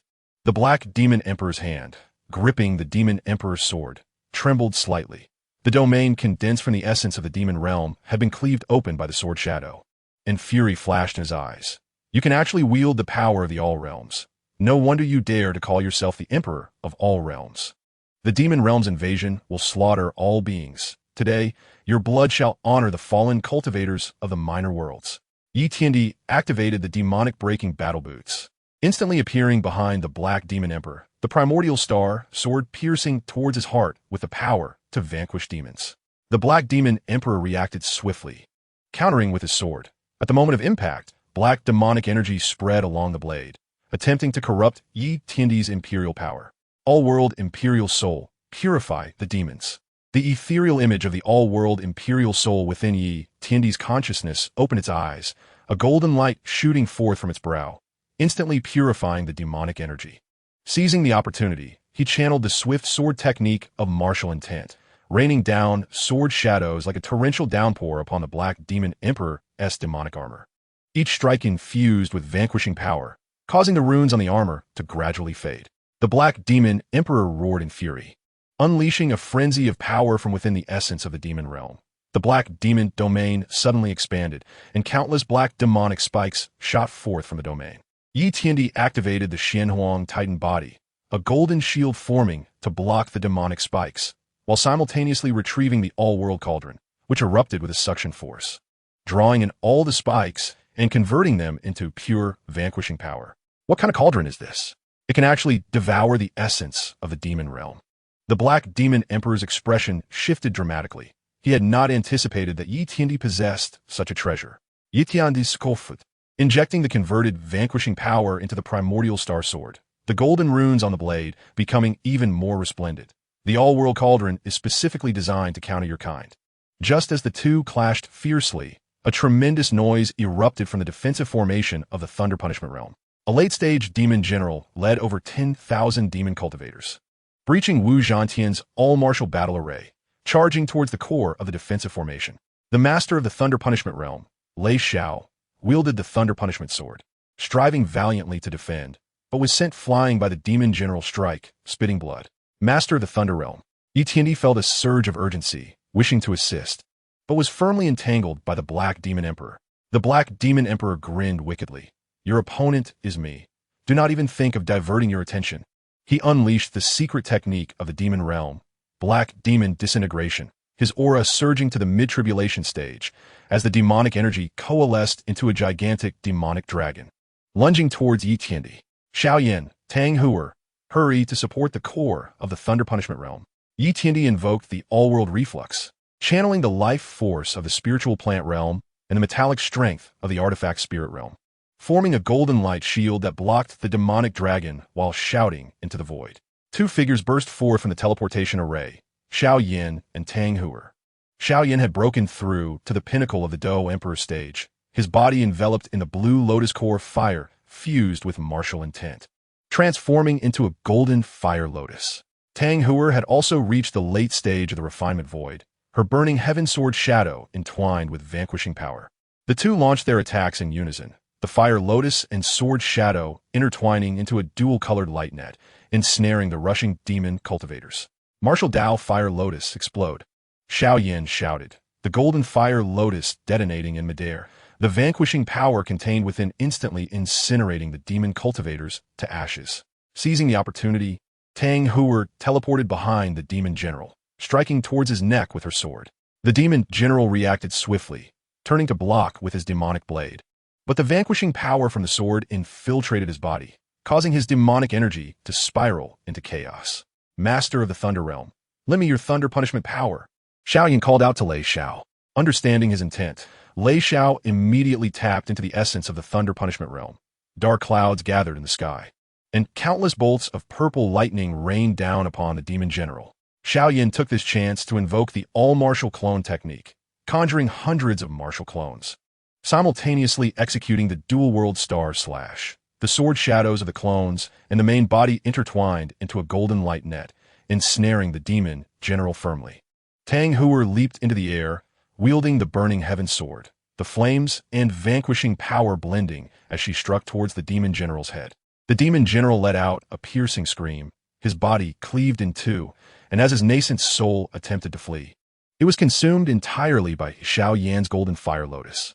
With the demon general dispatched, Xiao Yin and Tang Huer swiftly led the disciples of the Thunder Punishment Realm to assist Wu Zhantian in repairing the all-martial battle array. Wu Zhantian looked at them, his eyes filled with pride. Your growth has far exceeded my expectations. With your assistance, the Thunder Punishment Realm shall remain secure. In the heavens, the fierce battle between the Empyrean Leaf and the Dark Demon Sovereign rages on.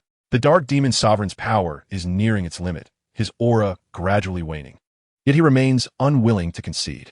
He retrieves a black origin pearl from the demon realm and shatters it, declaring, since I cannot defeat you, I shall take the Thunder Punishment Realm down with me. In an instant, a terrifying demonic energy erupts from the Dark Demon Sovereign as he prepares to detonate his own origin pearl, intending to perish alongside the Thunder Punishment Realm. The Empyrean Leaf's countenance changes dramatically. He realizes that if the Dark Demon Sovereign ignites the origin, the entire Thunder Punishment Realm will be reduced to ruins, potentially affecting the nearby minor worlds. 10,000 Realms Imperial Soul, restrain. The ethereal image of the 10,000 Realms Imperial Soul emerges from the Empyrean Leaf's consciousness. transforming into a colossal golden hand that firmly holds the dark demon sovereign in place. Simultaneously, he activates the two realms' great Tao technique, channeling the primordial power of the heart of all realms to form a golden cocoon of light that envelopes the dark demon sovereign. No, I will not yield. The dark demon sovereign struggles frantically within the cocoon, his demonic energy clashing violently with the primordial force. Gritting his teeth, the Empyrean Leaf merges his own dual-realm imperial power with the primordial energy of the myriad worlds, gradually suppressing the dark demon sovereign's impending explosion. Just then, 12 beams of light suddenly pierce the sky of the Thunder Punishment Realm. They're the realm masters of the 12 minor worlds, including the Spirit Plant Realm and the Artifact Spirit Realm.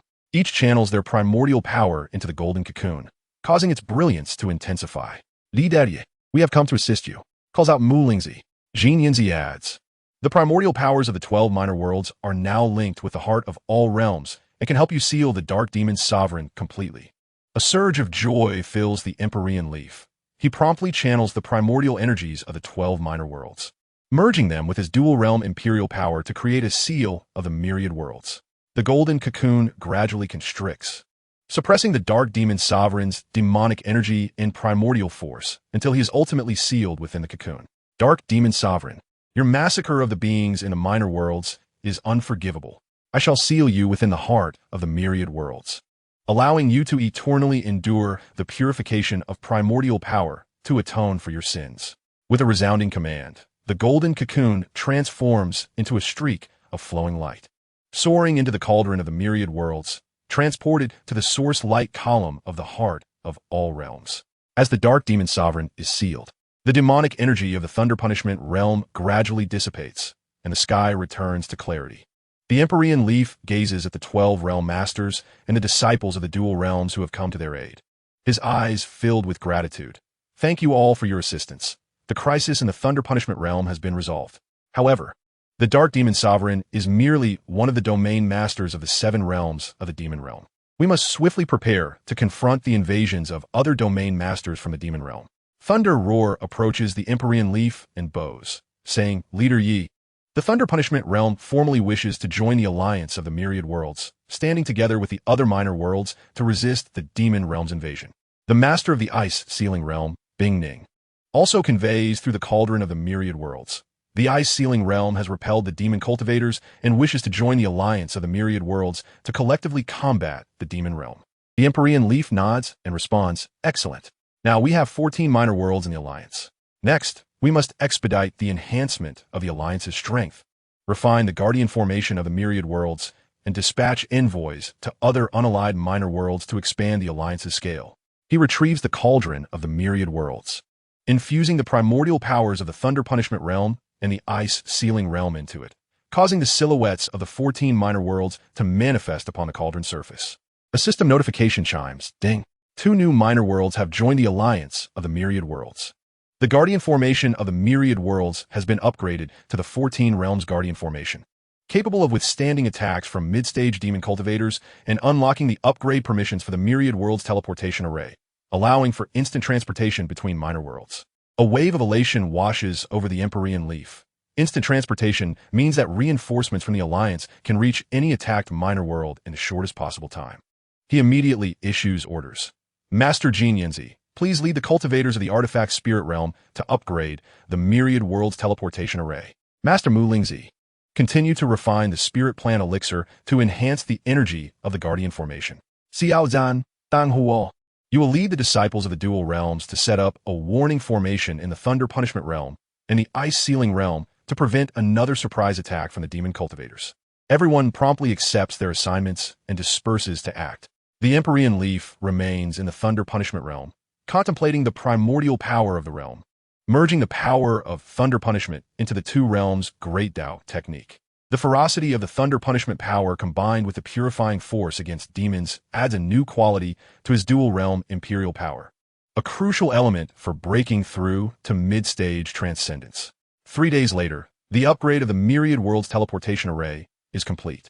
The Empyrean Leaf returns to the headquarters of the Alliance of the Myriad Worlds through the teleportation array. Upon stepping into the Grand Hall, he sees Xian Jinzi and Su Jinan anxiously awaiting him.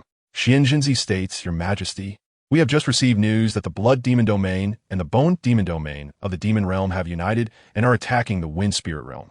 Located at the edge of the 3,000 minor worlds, the Wind Spirit Realm is in grave danger. The Empyrean Leaf's expression darkens as he quickly retrieves the cauldron of the myriad worlds, which displays the image of the Wind Spirit Realm. The sky of the Wind Spirit Realm is shrouded in blood red and bone white demonic energy. Countless blood demons and bone demons are mercilessly slaughtering the disciples of the Wind Spirit Realm, while two late-stage demon generals are jointly assaulting the defensive formation of the Wind Spirit Realm. It appears that a large-scale invasion from the demon realm has already begun. The Empyrean Leaf grips the Hongmeng star sword tightly, determination flashing in his eyes. Relay my command to all members of the Alliance of the Myriad Worlds. Immediately utilize the teleportation array to rush to the aid of the Wind Spirit Realm.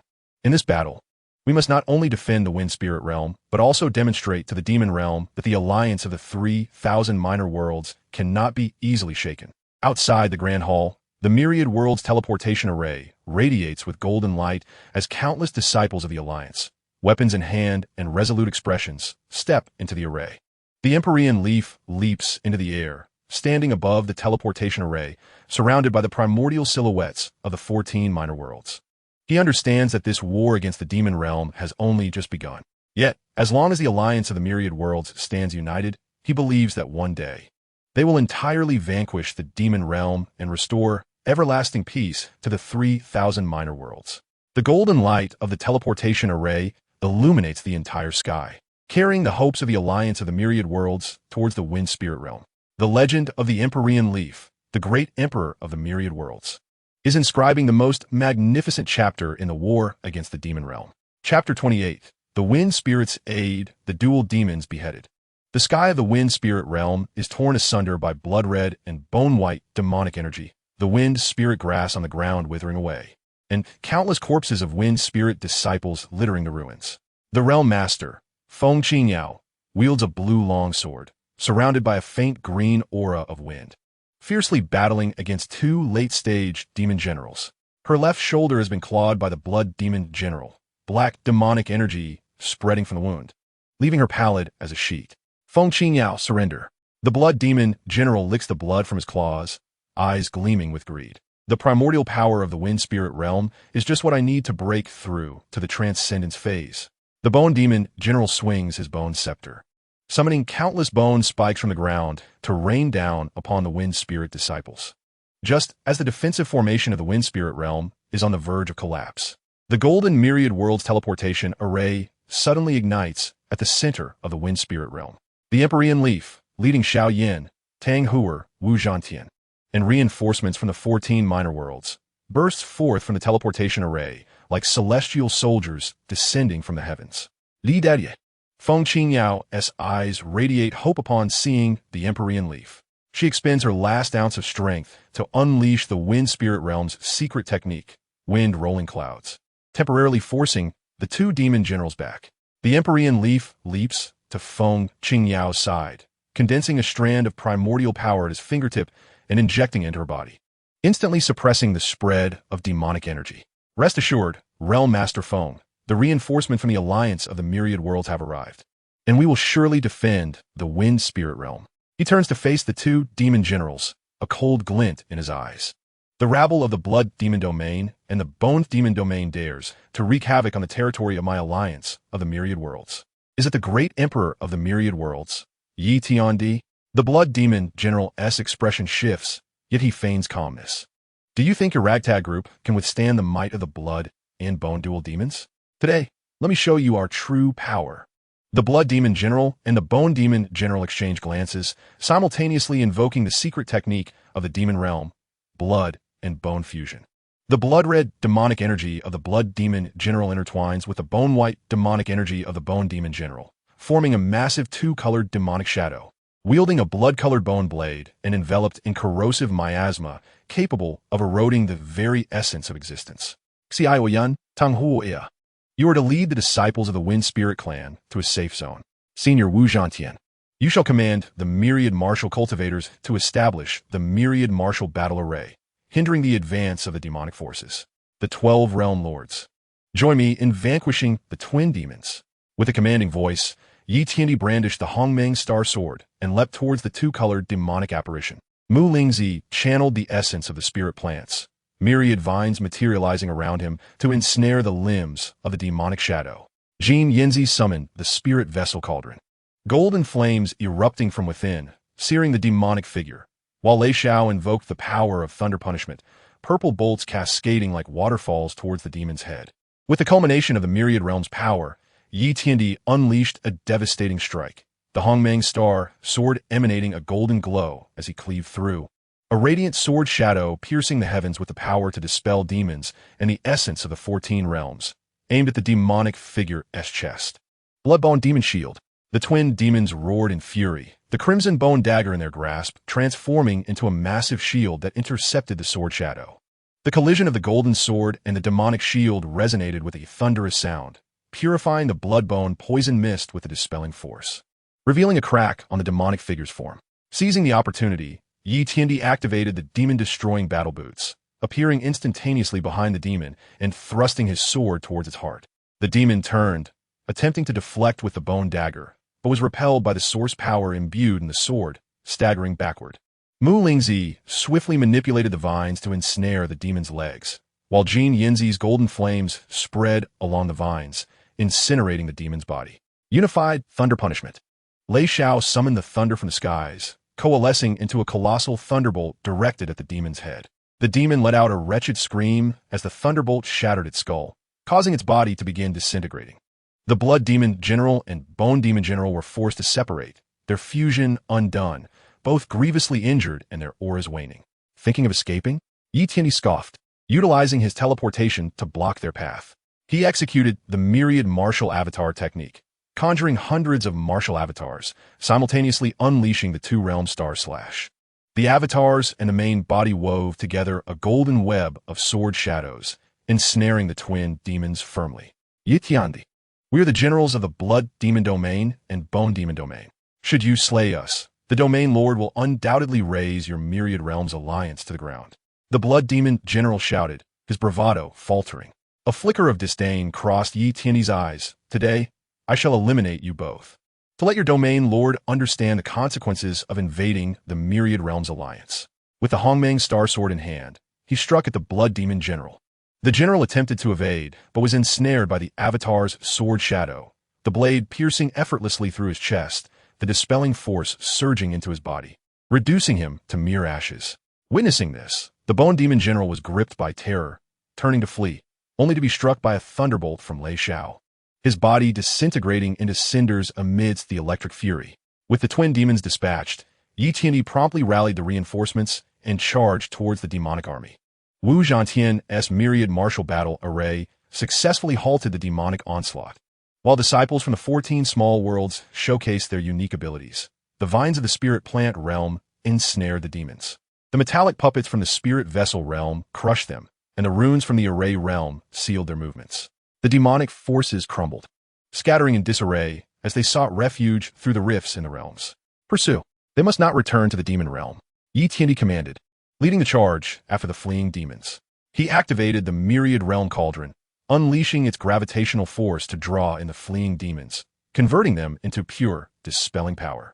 At the rift in the realms, Yi Tiandi established a seal formed from the essence of the 14 realms to temporarily thwart further incursions from the demon realm. The crisis in the wind spirit realm was finally averted, and Feng Qingyang, leading the surviving disciples, bowed deeply to Yi Tiandi and his reinforcements, expressing gratitude. Thank you, Alliance Leader Yi, and all for your rescue. The Wind Spirit Realm wishes to join the Myriad Realms Alliance and stand with you against the invasion from the Demon Realm. Yi Tiandi nodded, responding, welcome the Wind Spirit Realm to our alliance. Next, we must swiftly repair the defensive array of the Wind Spirit Realm, refine its essence, and integrate it into the Myriad Realm Guardian Array. Additionally, we shall reinforce the seals at the realm rifts to prevent another surprise attack from the demons. For the next half-month, Yi Tiandi remained in the Wind Spirit Realm, assisting Feng Qingyang in restoring the defensive array while comprehending the essence of the Wind Spirit Realm. The synergy of the wind's ethereal energies and the purifying force of dispelling magic enriched his dual-realm imperial power, gradually bringing his cultivation closer to the mid-stage of tribulation. One day, while immersed in his training, a sudden alert from the system rang out. Ding.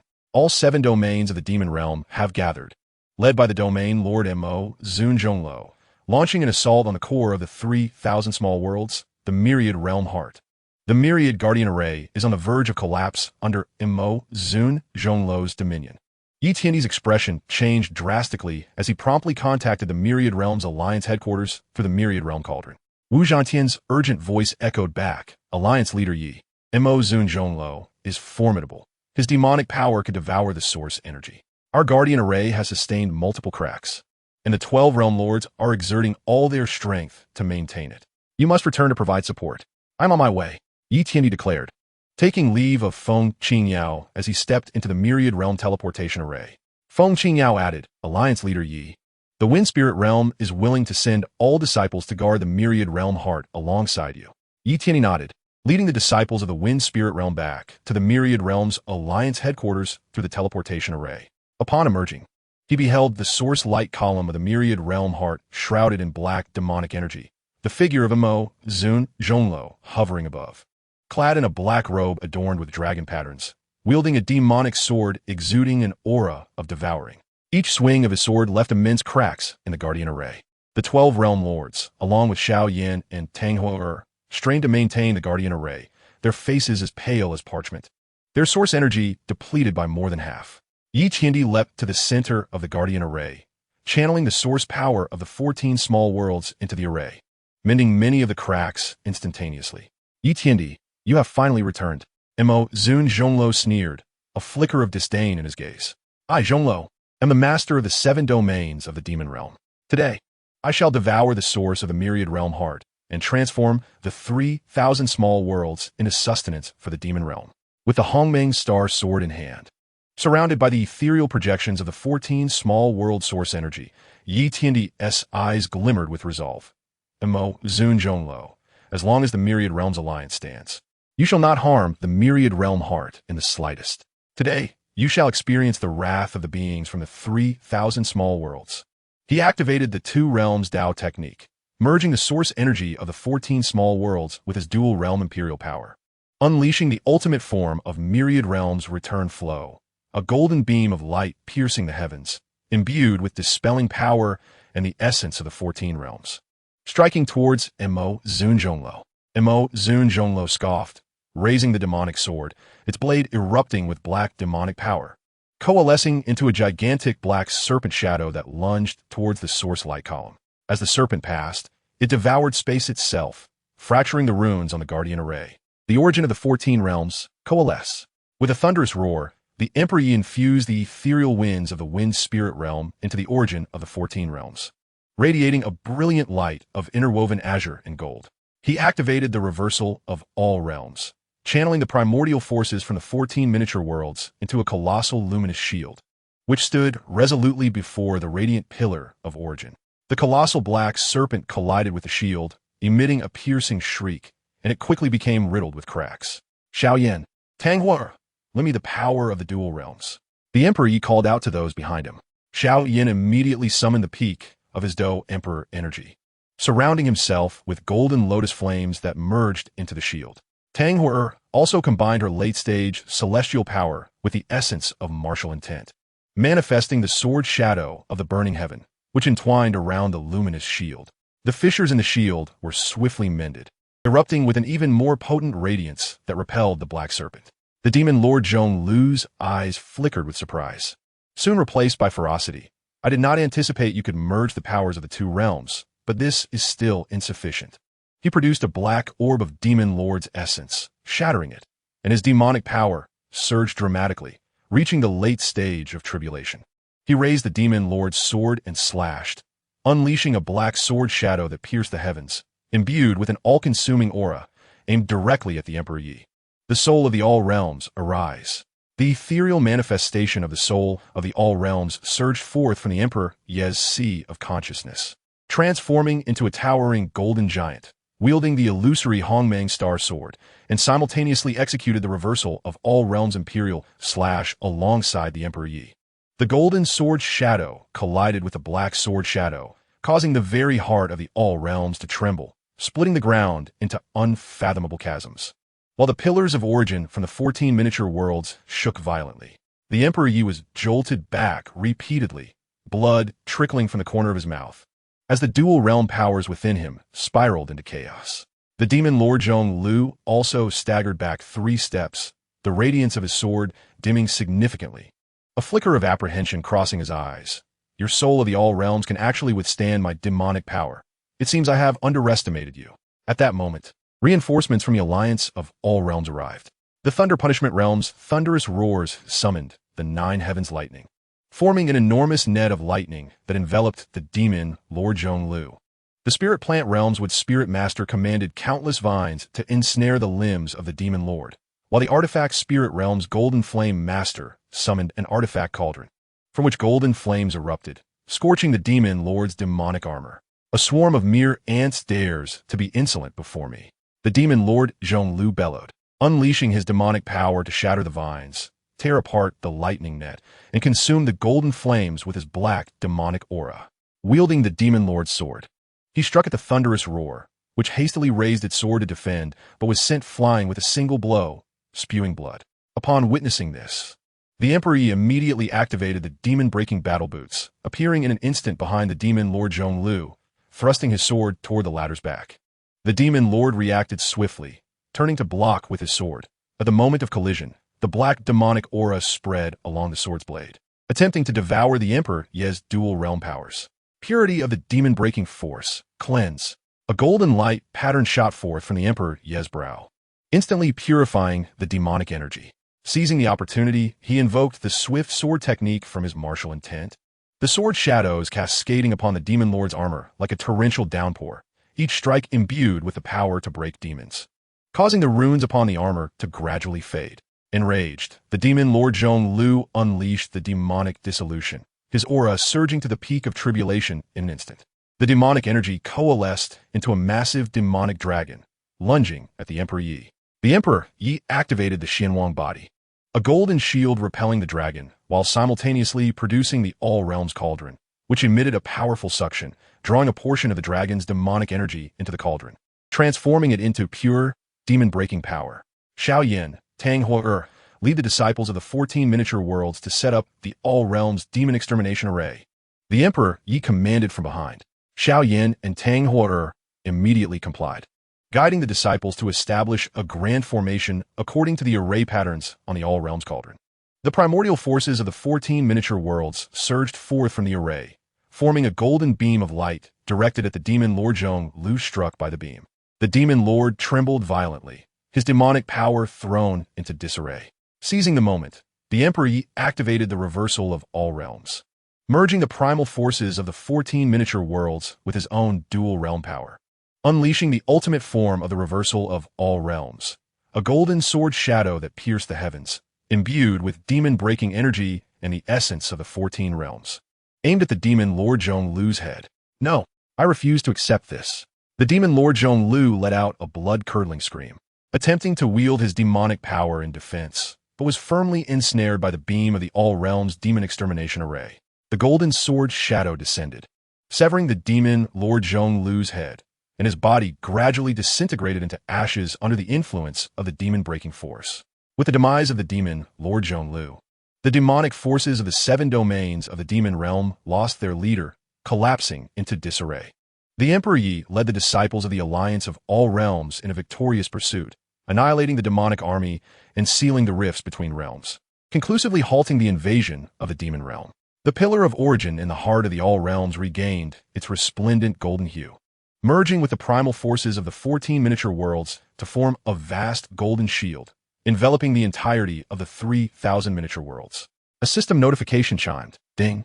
Congratulations, host, for successfully defeating the demon Lord Zhong Lu, completely thwarting the invasion of the demon realm, and accomplishing the mission of safeguarding the All Realms.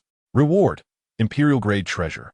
The All Realms Guardian Seal, capable of governing the 3,000 miniature worlds, unlocking the ultimate authority of the All Realms Emperor, allowing free traversal of the 3,000 miniature worlds and the ability to harness the primal forces of all miniature worlds. While the system upgrades to the All Realms Creation System, unlocking the authority to create miniature worlds. The Emperor Yi received the All Realms Guardian Seal, which bore an intricately engraved map of the 3,000 miniature worlds, exuding a gentle yet commanding aura. He understood that this was not merely a reward, but a profound responsibility to safeguard the peace of the 3,000 miniature worlds and to forge a brighter future. 3 months later, the Alliance of All Realms convened the All Realms Peace Conference at the heart of the All Realms, inviting representatives from all civilizations of the 3,000 miniature worlds. The Emperor Yi stood at the center of the assembly, holding the All Realms Guardian seal, proclaiming, "The invasion of the demon realm has been thoroughly thwarted, yet we must remain vigilant. Henceforth, the Alliance of All Realms shall be renamed the Federation of All Realms, governed collectively by all miniature worlds, fostering mutual benefit and development." At the conference, all representatives unanimously agreed to establish the Federation of All Realms, electing the Emperor Yi as the supreme commander of the Federation, with Xiao Yin, Tang He, Wu Zhantian, and the 12 realm lords appointed as elders of the Federation. The establishment of the Federation of All Realms signified the dawn of a new era for the 3,000 miniature worlds. On that day, the Emperor Yi was meditating within the heart of the All Realms when Xiao Yin and Tang He came to pay their respects. Xiao Yin remarked, "Brother Yi, the Doqi continent and the celestial domain have achieved complete integration, and upon the foundation of both realms, we have established the Doxian realm, nurturing a multitude of disciples adept in concurrently cultivating Doqi, celestial energy, and martial arts." Tang He added, "The martial arts realm and the Xianhuang realm have also merged, giving rise to the martial arts domain, with senior Wu Zhantian serving as the realm lord." The Emperor Yi nodded approvingly, stating, "Excellent. Next, we can commence the endeavor of creating new miniature worlds, enhancing the prosperity of the 3,000 miniature worlds." He retrieved the All Realms Cauldron, pouring his dual realm power and the primal forces of the All Realms into it. As a new map of a miniature world emerged upon the cauldron's surface, a world that fused Doqi, celestial energy, and martial arts. As the Emperor Yi infused his imperial power, a golden beam of light erupted from the cauldron, coalescing in the air into a new miniature world. Within this world, Doqi, celestial energy, and martial spirit intertwined, forming a unique environment for cultivation. The Emperor Yi named this new realm the All Dao realm, designating it as the new territory of the Federation of All Realms. Gazing upon the All Dao realm before him, the Emperor Yi felt a profound sense of fulfillment. He had journeyed from the Doqi continent, grown within the celestial domain, grasped the essence of martial arts in the martial arts realm, and ultimately ascended as the All Realms Emperor, safeguarding the 3,000 miniature worlds. He understood that this was not the end, but rather a new beginning. Mounting his star Qilin, wielding the Hongmeng star sword, and bearing the All Realms Guardian seal, the Emperor Yi soared towards the All Dao realm. Behind him trailed the beings of the 3,000 miniature worlds, while before him lay the limitless possibilities of the future. The legendary tale of the Supreme Emperor Yi, the sovereign of the 10,000 realms, shall eternally echo through the myriad small worlds, inspiring generations of cultivators to strive for the preservation of peace and the pursuit of the great Tao. Golden sunlight bathes the land of the myriad realms as Ye's figure gradually fades into the mountains and forests. His story is one of courage, faith, and guardianship, a legendary narrative that will forever shine with resplendent brilliance throughout the annals of the 3,000 small worlds. Chapter 30. The Genesis of the Myriad Paths. The dawn of a new era. Within the wooded expanse of the myriad paths, the Supreme Emperor Yi channels tricolor imperial power through his fingertips, gently tapping the ground. From the earth emerges a triune herb, a unique plant infused with the essences of combat energy, celestial energy, and martial spirit, its leaves adorned with intertwining patterns of combat, celestial and martial runes, exuding a fragrance that nourishes the soul. Beside him, the star Kirin rests, its silvery flames occasionally licking the earth, giving rise to the star flame flower, a new life form unique to the myriad paths that possesses the ability to enhance one's physical body. Ding!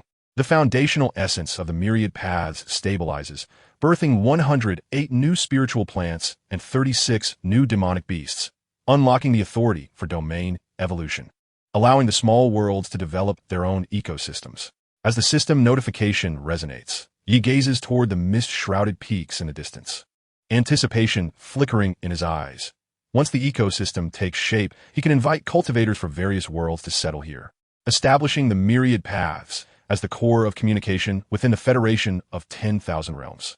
He retrieves the guardian seal of the 10,000 realms, its body radiating golden light as he establishes contact with the 14 realm lords of the Federation. Moments later, Xiao Yin, Tanghor Wu Zhantian, and others arrive via the transference array of the 10,000 realms. As Xiao Yin lands, he is captivated by a combat spirit tree emanating waves of combat energy. The fruits it bears can directly enhance a combatant's cultivation. He exclaims in awe, the spiritual energy of this realm can naturally nurture cultivation resources. If this could be propagated, the strength of cultivators across the realms would surely see a substantial rise. Wu Zhantian notices a martial shadow leopard darting through the woods, its form enveloped in the essence of martial truth, leaving behind phantoms that contain the subtleties of martial arts. He strokes his beard, chuckling. The martial instincts of these beasts serve as the finest practical teaching materials for martial cultivators. My martial realm is willing to dispatch martial saints to establish martial trial grounds. Yi nods in agreement.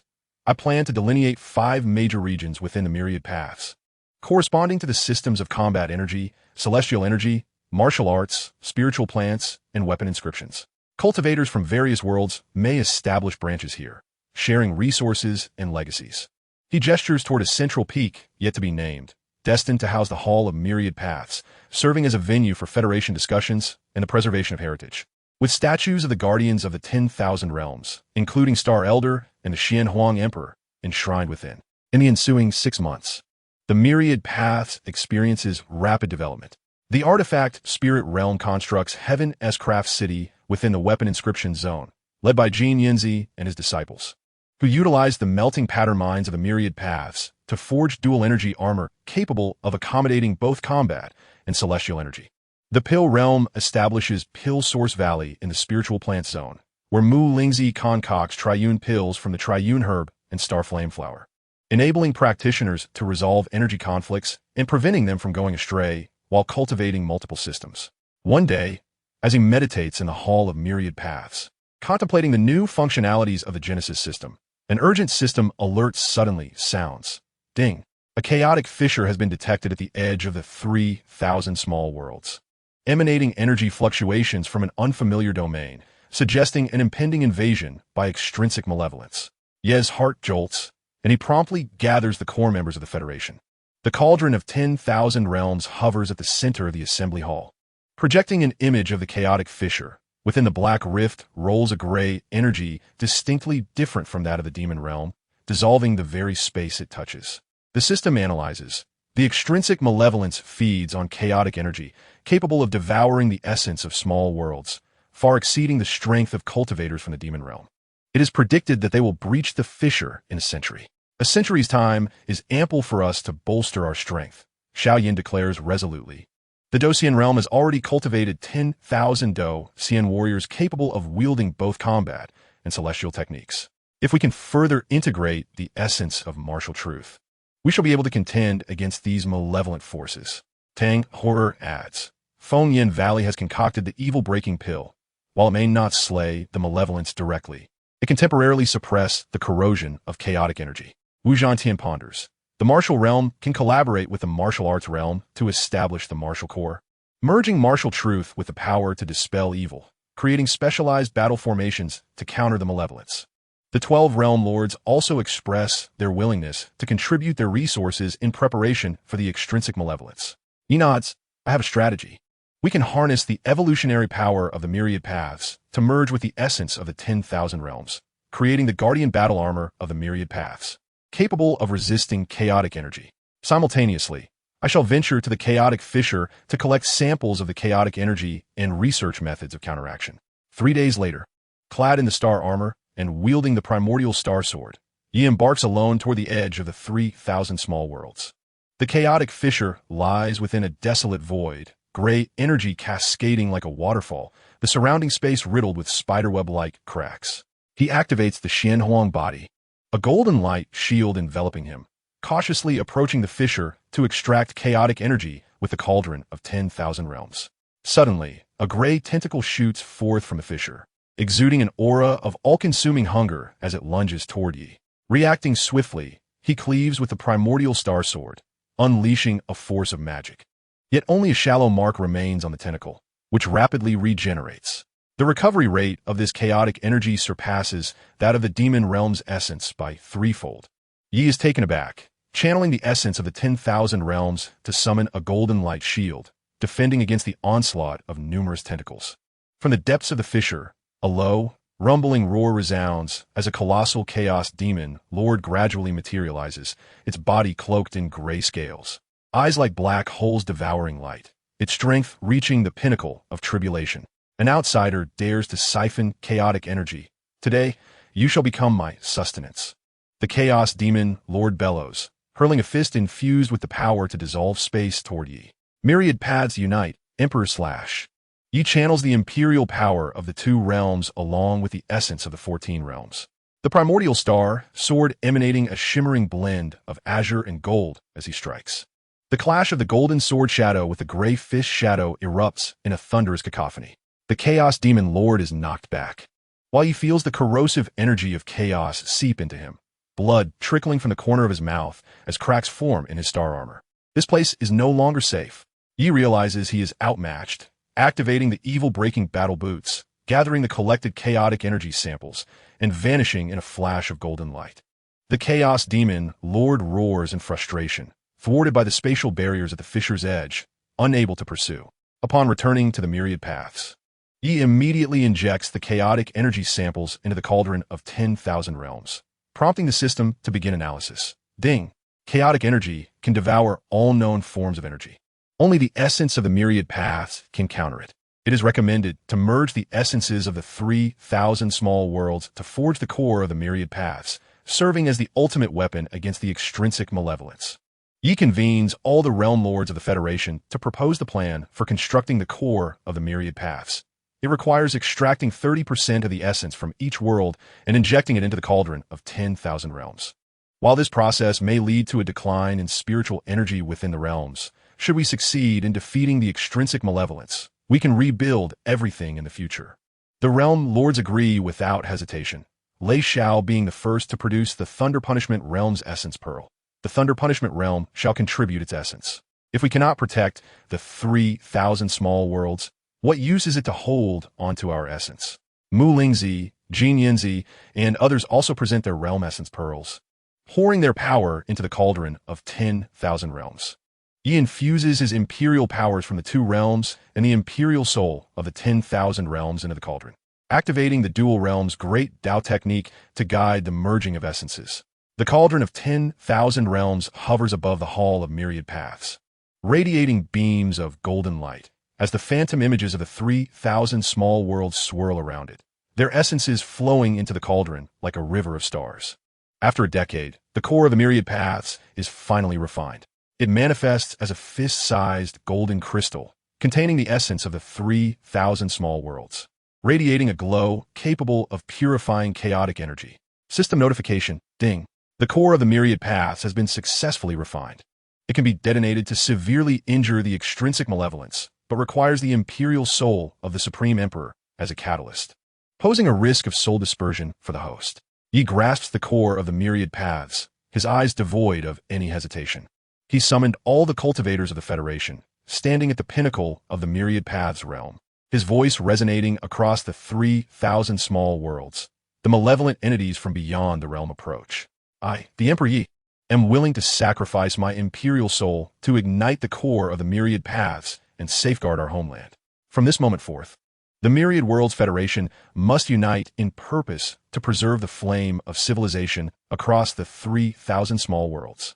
Leader Yi No, Xiaoyan, Tang Huiyou, and others rushed forward to dissuade him, but were halted by a wave of the Emperor Ye's hand. He gazed at the crowd, his eyes filled with gratitude.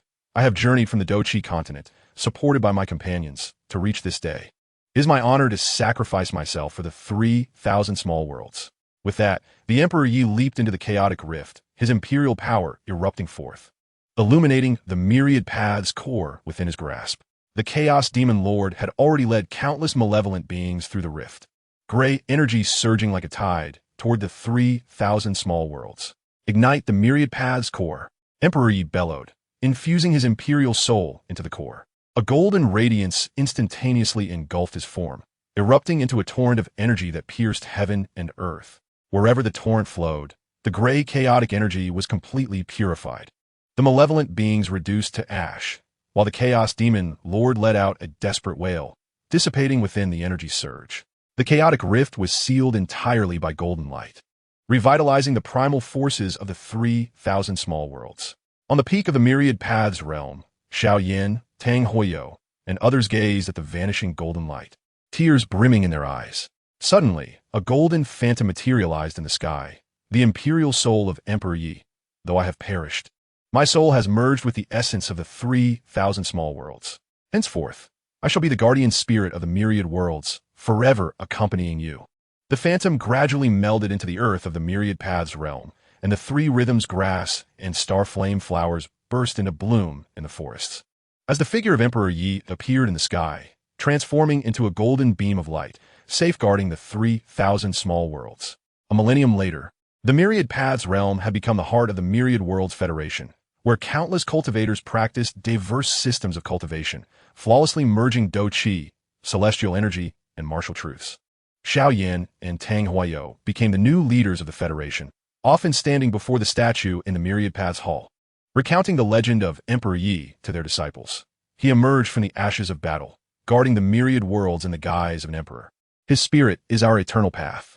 Golden sunlight bathed the land of the Myriad Paths realm, as children frolicked in the forests and spirit plants coexisted harmoniously with magical beasts. The legend belonging to Emperor Yi, although concluded in sacrifice, continued to shine with the radiance of protection throughout the river of civilization of the 3,000 small worlds, heralding a new era of coexistence among the myriad worlds. Chapter 31. The Return of the Imperial Soul, the Rebirth of the Myriad Paths.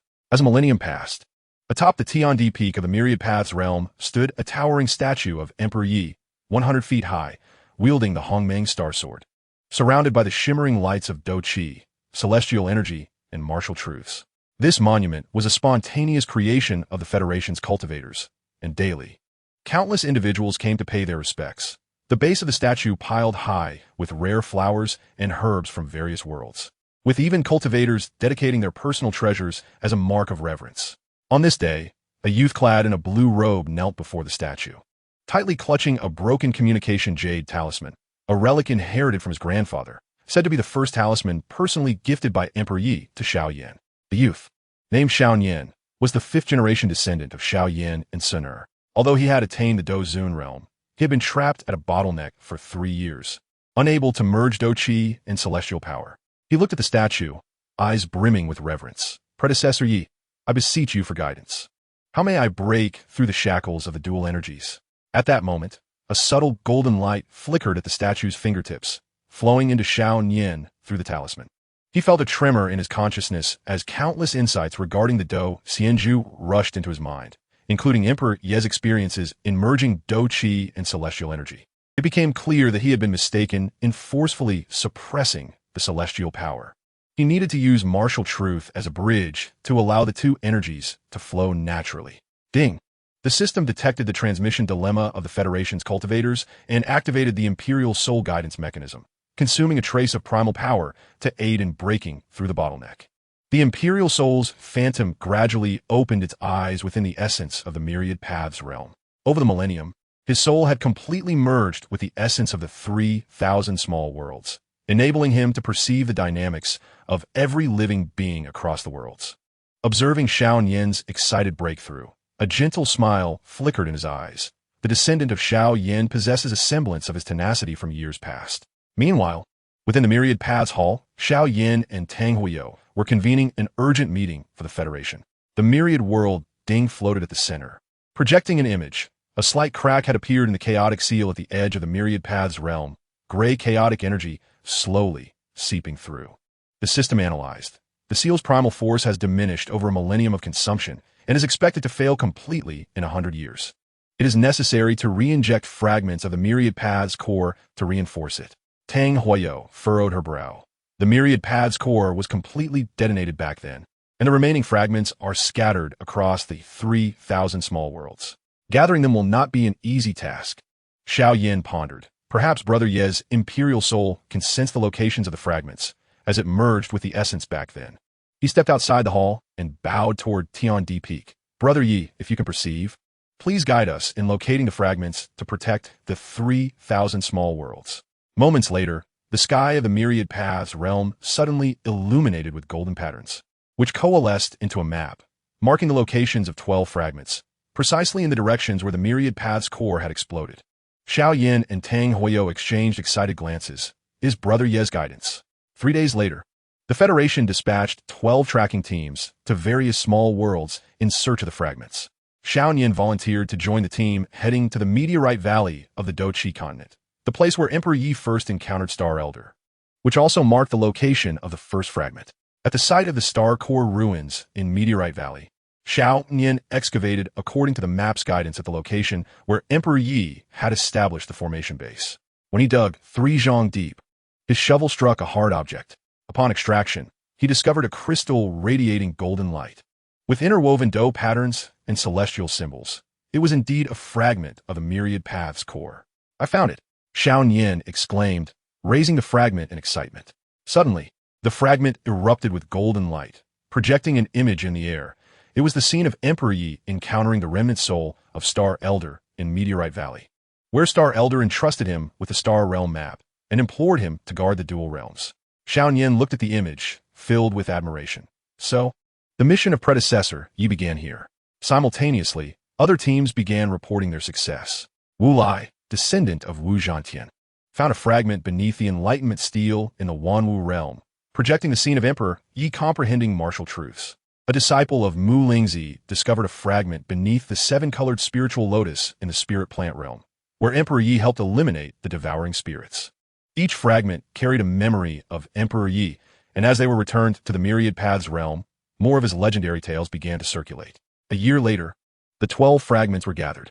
Xiao Yin and Tang Huoyo brought the fragments into the Myriad Paths Hall, placing them within the Myriad World Ding.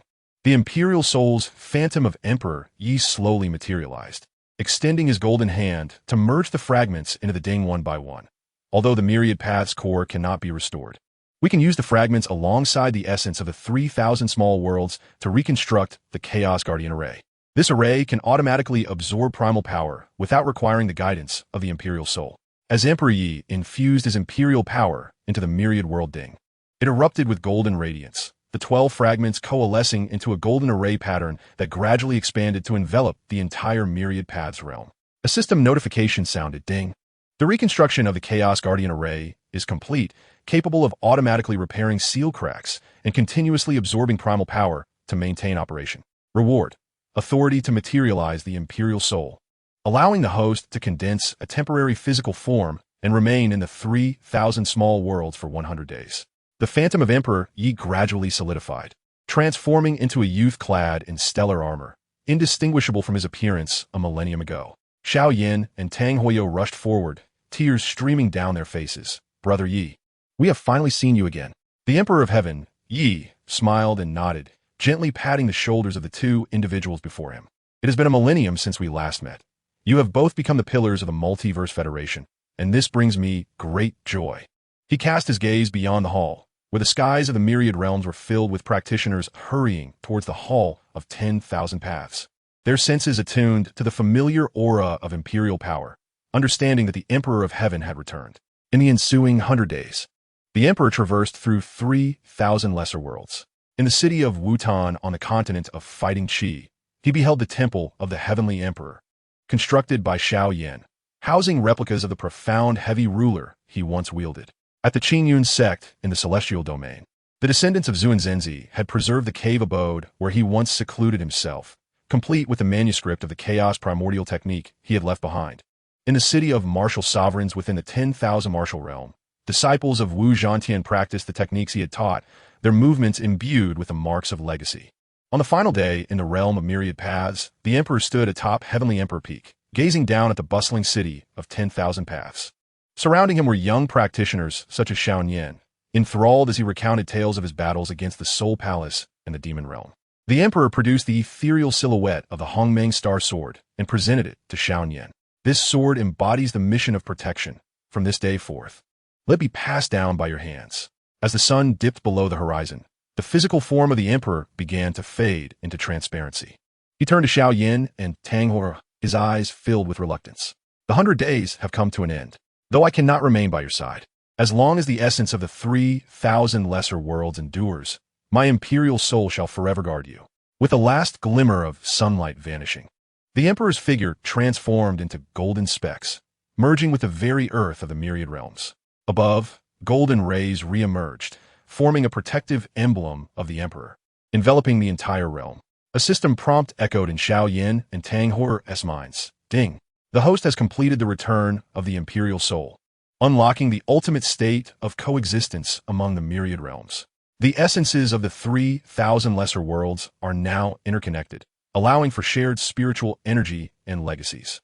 They gaze at the protective emblem in the sky, their hearts brimming with emotion. They understood that the emperor had never truly departed. He had become a part of the 3,000 lesser worlds, continuing to protect the land he had safeguarded with his very life. On a certain day, a millennium later, a young boy from the Qingyang realm found himself lost in the forests of the 10,000 Paths realm, just as despair threatened to engulf him. A three-tone grass suddenly illuminated, guiding him towards the path leading to Danyuan Valley. The boy, puzzled, touched the grass leaves, and a gentle voice resonated in his consciousness. Little one, are you lost? Allow me to lead you to the Dam Master. He looked up to see a blurred golden figure in the sky. Though indistinct, it filled him with an overwhelming sense of peace. He knew not who this was, only that it was the guardian spirit of the 10,000 Paths realm. This figure was none other than the imperial soul of Yi, accompanying the beings of the 3,000 lesser worlds in a different manner, witnessing the flourishing and rebirth of the civilizations of the myriad realms. Golden sunlight bathed the land of the 10,000 Paths realm, where spiritual plants thrived, beasts roamed, practitioners cultivated in the woods, and children frolicked on the grass. The legend of the Emperor of Heaven was no longer one of a concluded sacrifice, but rather an eternal guardianship, inscribing a new chapter of life and vitality upon every inch of the 3,000 lesser worlds. Chapter 32, Coexistence of the Myriad Realms, a new chapter unfolds. In the coexistence square of the 10,000 Paths realm, 100 practitioners from various lesser worlds sat cross-legged, with a coalesced crystal core of coexistence hovering at the center. The core emitted a gentle golden light, merging diverse energies such as fighting spirit, celestial energy, and martial aura into a pale golden essence of coexistence, gradually infusing it into the practitioners' bodies. This was a coalescence cultivation technique promoted by the Multiverse Federation, founded by Xiao Yin and Tang Horror under the guidance of the Emperor's Soul, allowing practitioners of different systems to share energies and break through together. Success.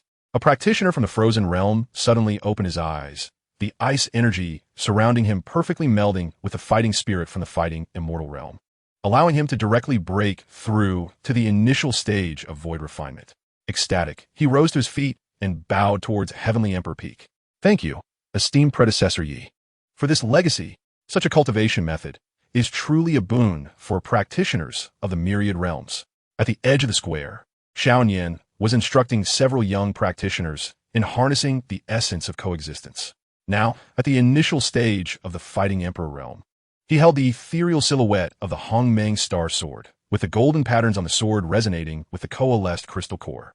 Remember, the essence of coexistence lies in embracing differences. Just as esteemed predecessor, Yi once integrated the energies of 3 systems, accepting every force with an open heart. His voice was gentle yet resolute, filled with reverence for the legacy. Meanwhile, in the secret chamber of the Hall of 10,000 Paths, Xiao Yin and Tang Horror were studying a newly discovered source jade slip, unearthed from deep within the enlightenment steel of the 10,000 martial realm. The slip bore the unfinished evolutionary diagram of the myriad realms, indicating a method to merge the 3,000 lesser worlds into a grand world of 10,000 paths. If they could complete this evolution, the essences of all lesser worlds would become irrevocably connected, rendering any external malevolence incapable of breaching their defenses. Xiao Yin's eyes glimmered with anticipation as he brushed his fingers over the Emperor's handwriting on the slip, as if grasping his thoughts from ages past. Tang Horror retrieved the cauldron of the myriad realms and placed the jade slip within. The cauldron glowed with golden light as the details of the evolutionary diagram gradually became clear. 12 types of source fire seed from the various realms must be gathered, corresponding to the 12 major systems, including fighting spirit, celestial energy, and martial arts. Centered around the 10,000 Paths realm, they would ignite the seeds of coexistence to activate the grand evolutionary formation. The source fire seeds were hidden in the core locations of each lesser world, such as the foreign fire square on the continent of fighting Qi and the heavenly pool of the Qingyang sect in the celestial domain. Tang Hui spoke with excitement, immediately summoning the elders of the Federation to devise a fire-seeking plan. 3 months later, 12 fire-seeking teams set out successively. The team led by Xiao Yin headed to the foreign fire square on the continent of fighting Qi, a place where Xiao Yin once gathered foreign fires and which had now become a sacred ground of fire in the fighting immortal realm. At the center of the square, the foreign fire lotus platform was surrounded by 9 types of foreign fires, centering on a pale red seed, which was the source fire of fighting spirit. Following the guidance of the jade slip, Xiao Yin harnessed the essence of coexistence, slowly drawing the seed into a specially crafted fire seed jade bottle. Suddenly, the lotus platform radiated golden light, and the ethereal figure of the emperor appeared. Xiao Yin, remember, evolution is not about annexation, but allowing each world's uniqueness to shine within the grand world of 10,000 paths. With those words, the figure dissipated, leaving Xiao Yin grasping the jade bottle. His understanding of the evolutionary plan deepened. At the same time, the team led by Wu Lai found the source fire seed of celestial energy at the heavenly pool of the Qingyang sect in the celestial domain. The waters of the pool contained the purest celestial energy, and the fire seed floated on the surface, exuding a serene glow. As Wu Lai approached, a colossal wave surged from the pool, and a figure emerged from the water. The remnant soul of the first master of the Qingyang sect and a friend of the emperor. You are a descendant of Wu Zhantian? The remnant soul's voice carried a sense of age. Young friend, you once said that celestial energy must be combined with the true essence of martial arts to avoid losing its source in the evolution. This fire seed is entrusted to you. A year later, all 12 types of realm source fire seeds were gathered. In the central square of the 10,000 Paths realm, the grand evolutionary formation had been erected, with the 12 fire seeds positioned in a massive golden circle. Xiao Yin and Tang He stood at the center of the formation, holding the cauldron of the myriad realms, ready to activate the array. Surrounding the square were representatives of practitioners from the 3,000 lesser worlds. Their eyes filled with anticipation and tension as they gazed at the source cloud gradually coalescing in the sky. Activate the evolutionary formation. With a commanding shout from Xiao Yin, the 12 fire seeds were simultaneously infused into the cauldron of the myriad realms. The cauldron erupted with brilliance, the fire seeds transforming into 12 beams of light, connecting with the essences of the 3,000 lesser worlds. The cloud in the sky began to condense into a colossal golden vortex, within which the voice of the emperor resonated, gentle yet authoritative. Coexistence of the myriad realms, evolution and rebirth. Today, let us witness the birth of the grand world of 10,000 paths together. As the words echoed, an overwhelming surge of coexistence energy poured forth from the vortex, enveloping all lesser worlds. The mountains of the Duki continent began to connect with the plains of the immortal domain, while the martial city of the Wandu realm merged with the forests of the Xianwang realm. The sea of flowers from the spirit plant realm extended into the frozen expanse of the icebound realm. Under the influence of the symbiotic power, the landscapes of different worlds seamlessly fused together. The cultivators were astonished to discover that they could freely traverse the once inaccessible small worlds, with Duki and immortal Qi naturally intertwining in the air, allowing even the beasts to absorb energies from different systems for their growth. Ding! The grand world of myriad paths had successfully evolved, and the essence of the 3,000 small worlds had completely merged, unlocking the myriad laws.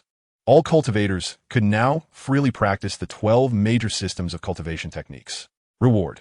The Emperor Soul of Yi Tiandi has materialized with permanent authority, allowing the host to solidify their physical form and permanently reside in the grand world of myriad paths. The system's notification echoed in the minds of Xiao Yin and Tang Hui, and suddenly, the vortex in the center of the square erupted, revealing a golden figure descending slowly. It was Yi Tiandi, clad in starry armor and wielding the Hongmeng star sword. His appearance was unchanged from 1,000 years ago, and the imperial power of the two realms around him had perfectly fused with the myriad laws. Brother Yi, Xiao Yin, and Tang Hui rushed forward, grasping his hands tightly, tears streaming down their faces once more. The surrounding cultivators knelt down in reverence, chanting, "We pay our respects to Yi Tiandi." With a smile, Yi Tiandi helped them up, his gaze sweeping across the newly fused grand world of myriad paths, filled with satisfaction. After a millennium, we have finally achieved the goal of coexisting among the myriad realms. But this is not the end. Rather, it is a new beginning. The evolution of the grand world of myriad paths will attract more unknown civilizations. We must continue to enhance our strength to protect this newly born land. He produced the guardian seal of the myriad realms and embedded it into the base of the hall of myriad paths. The seal erupted with golden light, and a colossal protective barrier manifested in the sky of the grand world of myriad paths, inscribed with the runes of the 12 major systems, capable of automatically repelling outside invasions. From now on, the grand world of myriad paths would serve as the new homeland for the 3,000 small worlds. The Federation would be renamed the Myriad Alliance, governed collectively by all civilizations, sharing heritage and resources. In the following decade, the grand world of myriad paths experienced unprecedented prosperity. Yi Tiandi established the Hall of Myriad Paths, where he imparted his insights on the fusion of multiple system techniques to the cultivators daily. Xiao Yin and Tang Hua led the disciples of the Myriad Alliance to form exploratory teams at the edges of the grand world, seeking out unknown civilizations. The younger generation, including Xiao Yin and Wu Lai, became the core force of the protective barrier, repeatedly repelling attempts by small foreign groups to invade. One day, standing atop the Emperor Peak, Yi Tiandi gazed at the distant cheers, a testament to the cultivators of the spirit plant realm successfully cultivating the ice fire lotus. Capable of thriving on the icy plains, while disciples from the artifact spirit realm forged the myriad spirit treasure, capable of accommodating 12 types of energy. As his fingertips traced the myriad laws in the air, a sudden epiphany surged within him. The ultimate goal of cultivation is not to become the strongest, but to enable all beings to find their own path of existence within the grand principles. The star Qilin approached him, affectionately nudging his arm. Yi Tiandi smiled as he stroked its head and looked toward the boundless starry sky. Star Qilin, do you think, in that distant cosmos, there are civilizations like ours, striving to protect their homes? The star Qilin let out a long cry, its voice reverberating throughout the grand world of myriad paths. The protective barrier in the sky suddenly illuminated, the runes of the 12 major systems intertwining into a dazzling beam of light, as if responding to his inquiry. Yi Tiandi gripped the Hongmeng star sword tightly, determination flashing in his eyes. No matter what challenges we encounter in the future, as long as the beings of the grand world of myriad paths unite, there is no difficulty we cannot overcome. Golden sunlight bathed the land of the grand world of myriad paths, where mountains stretched endlessly and seas of flowers flourished. Cultivators practiced in the forests while children frolicked on the meadows, and beings of different races coexisted harmoniously. The legend of Yi Tiandi was no longer an epic of solitary struggle, but a song of unity among the myriad realms. He had come from the Duki continent, guarding the myriad realms with imperial grace, ultimately merging with this land to become a part of the myriad laws. Forever safeguarding the new homeland he had nurtured with faith and blood. In that distant cosmic river, an unknown portal to another realm slowly opened, emanating strange energy fluctuations. Yet this time, the beings of the grand world of myriad paths felt no fear, for they knew that with Yi Tiandi's guidance, the protection of the Myriad Alliance, and each other's companionship, they would continue to inscribe the immortal legend of the grand world of myriad paths along the path of the great principles. Chapter 33. The Stargate unveils secrets, seeking alliance of myriad paths. At the pinnacle of the exploratory tower of the grand world of myriad paths, Xiao Yin was operating the myriad scanning device to monitor the starry sky. Suddenly, a red alert flashed across the screen, revealing a massive light gate emerging from an unmarked star region. The gate was forged from silver-white metal, its surface inscribed with spiral patterns starkly different from the myriad laws. And the energy emanating from behind, it was gentle yet vast, far from the chaotic energies of foreign evils. Predecessor Yi Tiandi, Alliance leader Xiaoyan. Xiao Yin excitedly contacted the two through a communication jade, having discovered the unknown realm's light gate, with safe energy fluctuations suspected to be a passage to a higher civilization. Half an hour later, Yi Tiandi, Xiao Yin, and Tang Hua arrived at the exploratory tower.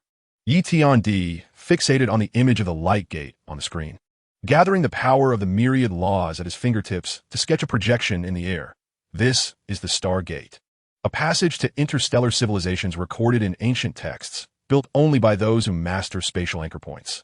As he activated his Emperor's soul perception, astonishment flickered in his eyes. The energy emanating from behind the gate contained a power akin to the true essence of martial arts, along with star core energy that shared the same origin as Duki. Xiao Yin retrieved the myriad cauldron, injecting the energy samples collected by the scanning device into it. The cauldron illuminated with a blue light.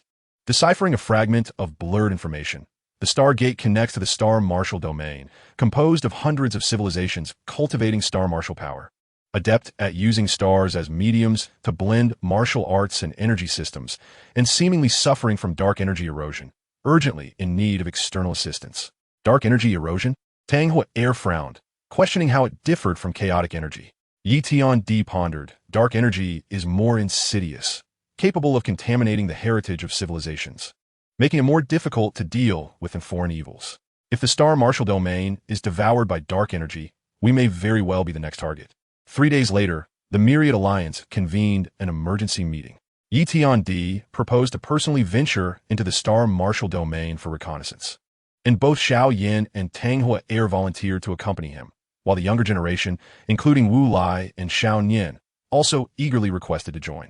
Ultimately, it was decided that Yi Tian would lead a small team of 10, carrying core fragments of the Myriad Paths and evil-breaking pills, to pass through the Stargate into the unknown realm. The Stargate was located at the edge of the grand world of Myriad Paths, amidst the meteor belt, where countless remnants of stars lay scattered, and the gate stood proudly on a massive meteorite. Yi Tian channeled the power of the myriad laws, infusing the energy from the core fragments into the gate's patterns. The silver-white metal instantly ignited, revealing a resplendent river of stars beyond the gate, a stable spatial passage directly leading to the Star Marshal domain. Let's go. Yi Tian stepped into the Stargate first, followed closely by Xiao Yin, Tang Hua and the others. The passage was filled with starry points of light, and beneath their feet flowed starry mist. In just half an hour, they reached the end of the passage, and the scene before them left them in awe.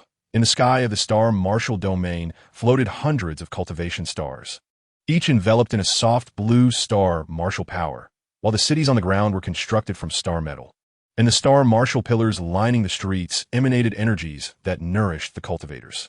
Here, the cultivation system was fundamentally based on stars. Xiao Nian caressed one of the Star Marshal pillars, sensing the resonance between the Duki within him and the Star Marshal power. If he could integrate Star Marshal power into the Doshin technique, his strength would surely see a significant enhancement. Just as everyone was marveling, the sounds of battle suddenly echoed from afar. A group of Star Marshal cultivators clad in silver armor was besieging a dark energy beast, its body coalesced from black mist, causing the Star Marshal pillars it touched to lose their luster instantly. The leading Star Marshal general, a woman wielding a star spear, exuded an aura that reached the late stage of the void refinement realm, but was wounded by the dark energy beast's claws, black patterns emerging on her silver armor. A clear sign of dark energy erosion. Go! With a commanding decree from Emperor Yi Tian, the Hongmeng stellar sword unleashed a golden sword shadow, instantly purifying the claw of the dark energy beast with its magic-breaking power. Xiao Yin manifested the martial Dao Fire Lotus, infusing the golden flames with the might of stellar martial arts, creating a gaping wound in the dark energy beast's body. Meanwhile, Tang Hua, wielding the sky-burning sword shadow, employed the power of symbiosis to sever the connection between the dark energy beast and the surrounding dark energy. The beast let out a wretched cry, its body reduced to ashes under the dual forces of magic breaking and symbiosis. The woman gazed at Yi Tian and the others with astonishment, bowing in gratitude. Thank you all for your assistance. I am Ling Yu, the Guardian General of the Tianshu Star in the Stellar Martial Realm. May I inquire which realm you hail from? We come from the great world of 10,000 paths, allies who arrived through the Stargate, replied Yi Tian, producing a fragment of the core of 10,000 paths. The fragment emanated a golden radiance that resonated with the power of stellar martial arts. We sense that your realm was besieged by dark energy and have come to lend our aid. Ling Yu's eyes sparkled with excitement. The great world of 10,000 paths? The civilization of symbiosis recorded in ancient texts. How wonderful! The Realm Lord is gathering the leaders of various stars to discuss methods of combating dark energy. Please follow me. Within the stellar martial hall of Tianshu Star, the Realm Lord Qingyang, an elderly figure clad in a robe adorned with star patterns and surrounded by ethereal starry apparitions, exuded an aura indicative of an early stage of tribulation.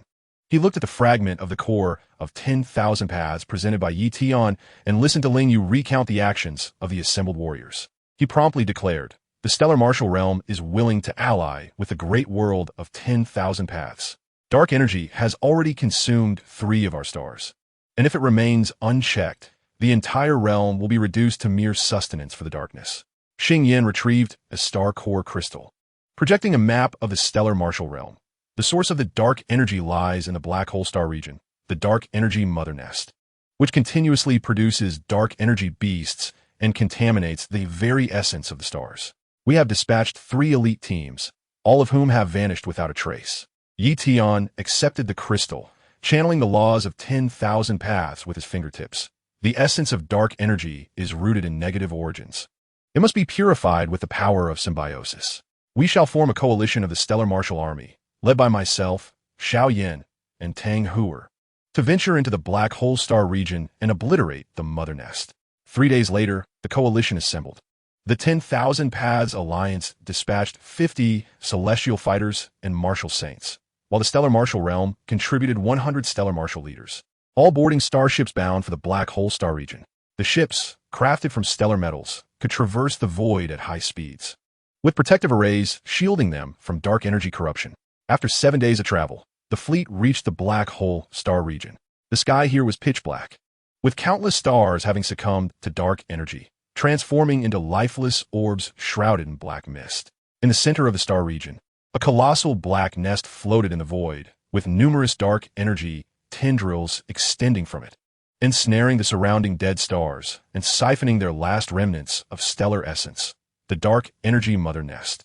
Prepare for battle. With a single command from Yi Tian, the coalition soldiers surged forth from their ships. The stellar martial leaders unleashed their martial formations, coalescing hundreds of stellar martial powers into a massive star spear aimed at the mother nest, while the 10,000 Path practitioners set up a symbiotic defensive array, a golden barrier shielding them from the tendrils' assaults.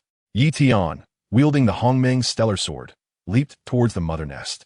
The blade infused with the laws of 10,000 Paths and the power of stellar martial arts. 10,000 Paths reverse flow star slash. A golden sword shadow, piercing through the heavens and the earth, surged towards the core of the mother nest, accompanied by shards of stars and magic-breaking energy. With a piercing roar, the mother nest unleashed a deafening wail, and countless dark energy beasts erupted from its depths, charging toward the coalition.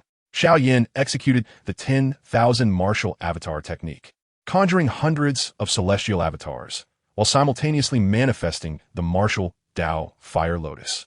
Tang Huer led the disciples of the Burning Flame Valley, infusing the Dispel evil pills into the flames, creating a sea of purging fire that incinerated the oncoming dark energy beasts. Qingyang and Lingyu, directing the stellar martial leaders, drove their star spears into the mother nest, channeling stellar martial power into the weapon, triggering violent explosions within the nest. Seizing the moment, Yi Tian activated his imperial soul, injecting the energy from the core of 10,000 Paths into the mother nest. The golden light expanded instantaneously, rapidly purifying the dark energy. Just as the mother nest was on the brink of collapse, a dark figure suddenly emerged from its depths.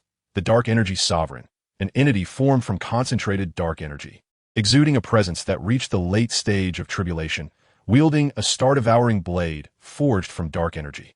Outsiders, how dare you disrupt my mother nest? The dark energy sovereign roared in fury, swinging the blade towards Yi Tian, its shadow imbued with the power to devour stars. 10,000 Paths laws arise.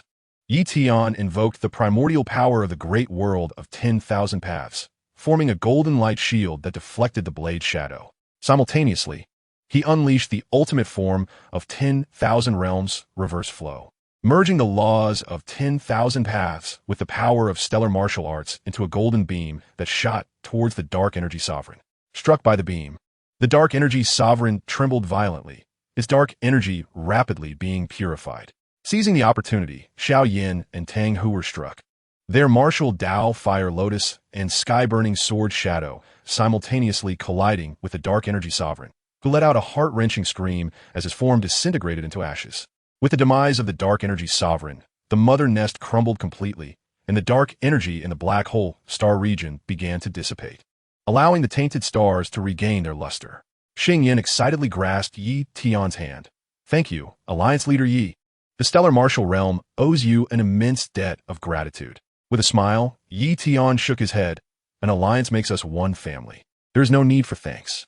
The great world of 10,000 paths is promoting the concept of universal symbiosis. If the stellar martial realm is willing, you may join the 10,000 Paths Alliance to share in our heritage and resources. Without hesitation, Qingyang agreed. We could not ask for more. The stellar martial realm is eager to become a member of the 10,000 Paths Alliance and to unite in safeguarding the peace of the star realms. Upon returning to the great world of 10,000 paths, the Stargate of the stellar martial realm successfully connected with the transmission array of 10,000 paths, marking the beginning of mutual exchanges between the two great civilizations. The practitioners of the stellar martial realm introduced their cultivation methods, while the 10,000 Paths Alliance imparted the power of symbiosis and the techniques to dispel evil, rapidly enhancing the strength of both factions. One day, Yi Tian stood atop the peak of the Heavenly Emperor, gazing at the newly formed light band of the stellar martial realm in the sky, filled with profound sentiments. Xiao Yin and Tang Huer approached, presenting him with a new star core crystal. Brother Yi, Realm Lord Qing Yin has sent word that on the other side of the stellar martial realm, there are still more than 10 civilizations threatened by dark energy, all of whom wish to join the 10,000 Paths Alliance to collectively counter the dark energy. Yi Tian accepted the crystal, a flicker of determination igniting in his eyes. The threat of dark energy extends beyond this. We must continue to seek allies and spread the concept of universal symbiosis to even broader star realms. He gazed into the boundless starry sky, the Hongmeng stellar sword in his hand glowing with golden brilliance. Their next destination would be the unknown star regions, where the light of 10,000 paths would illuminate the entire galaxy. The star Qilin let out a long howl, its voice echoing throughout the great world of 10,000 paths. The protective barrier in the sky intertwined with the stellar martial formations, creating a magnificent light band, as if blessing the new journey that lay ahead. The figures of Yi Tian, Xiao Yin, Tang Huer, and countless practitioners of the 10,000 Paths Alliance appeared resolute beneath the starlight, their legends having traversed from the 3,000 small worlds to the vast starry river. While the concept of universal symbiosis would pen a grander chapter in the legacies of countless civilizations. Chapter 34. Seeking Alliances in the Star River. Tracing the origins of dark energy. Within the Star River port of the great world of 10,000 paths, starships integrating the technology of the stellar martial realm were arranged in neat rows. Their hulls were cloaked in star-patterned metals and symbiotic runes, capable of being powered by star core energy while utilizing the primordial force of 10,000 paths to conceal their presence. These vessels represented the first generation of interstellar warships jointly crafted by the 10,000 Paths Alliance and the stellar martial realm, designed specifically for exploring unknown civilizations and combating dark energy. Yi Tian stood on the deck of the flagship, the Hongmeng, clutching the star map bestowed upon him by Realm Lord Qingyang. The map marked the coordinates of 12 civilizations surrounding the stellar martial realm, 6 of which had succumbed to dark energy, while the remaining 6 were struggling to survive. Xiaozan, Dang Huo, we shall divide our forces into 3 paths to visit the 3 unaffected civilizations and invite them to join the 10,000 Paths Alliance. Yi Tian pointed at the luminous dots on the star map.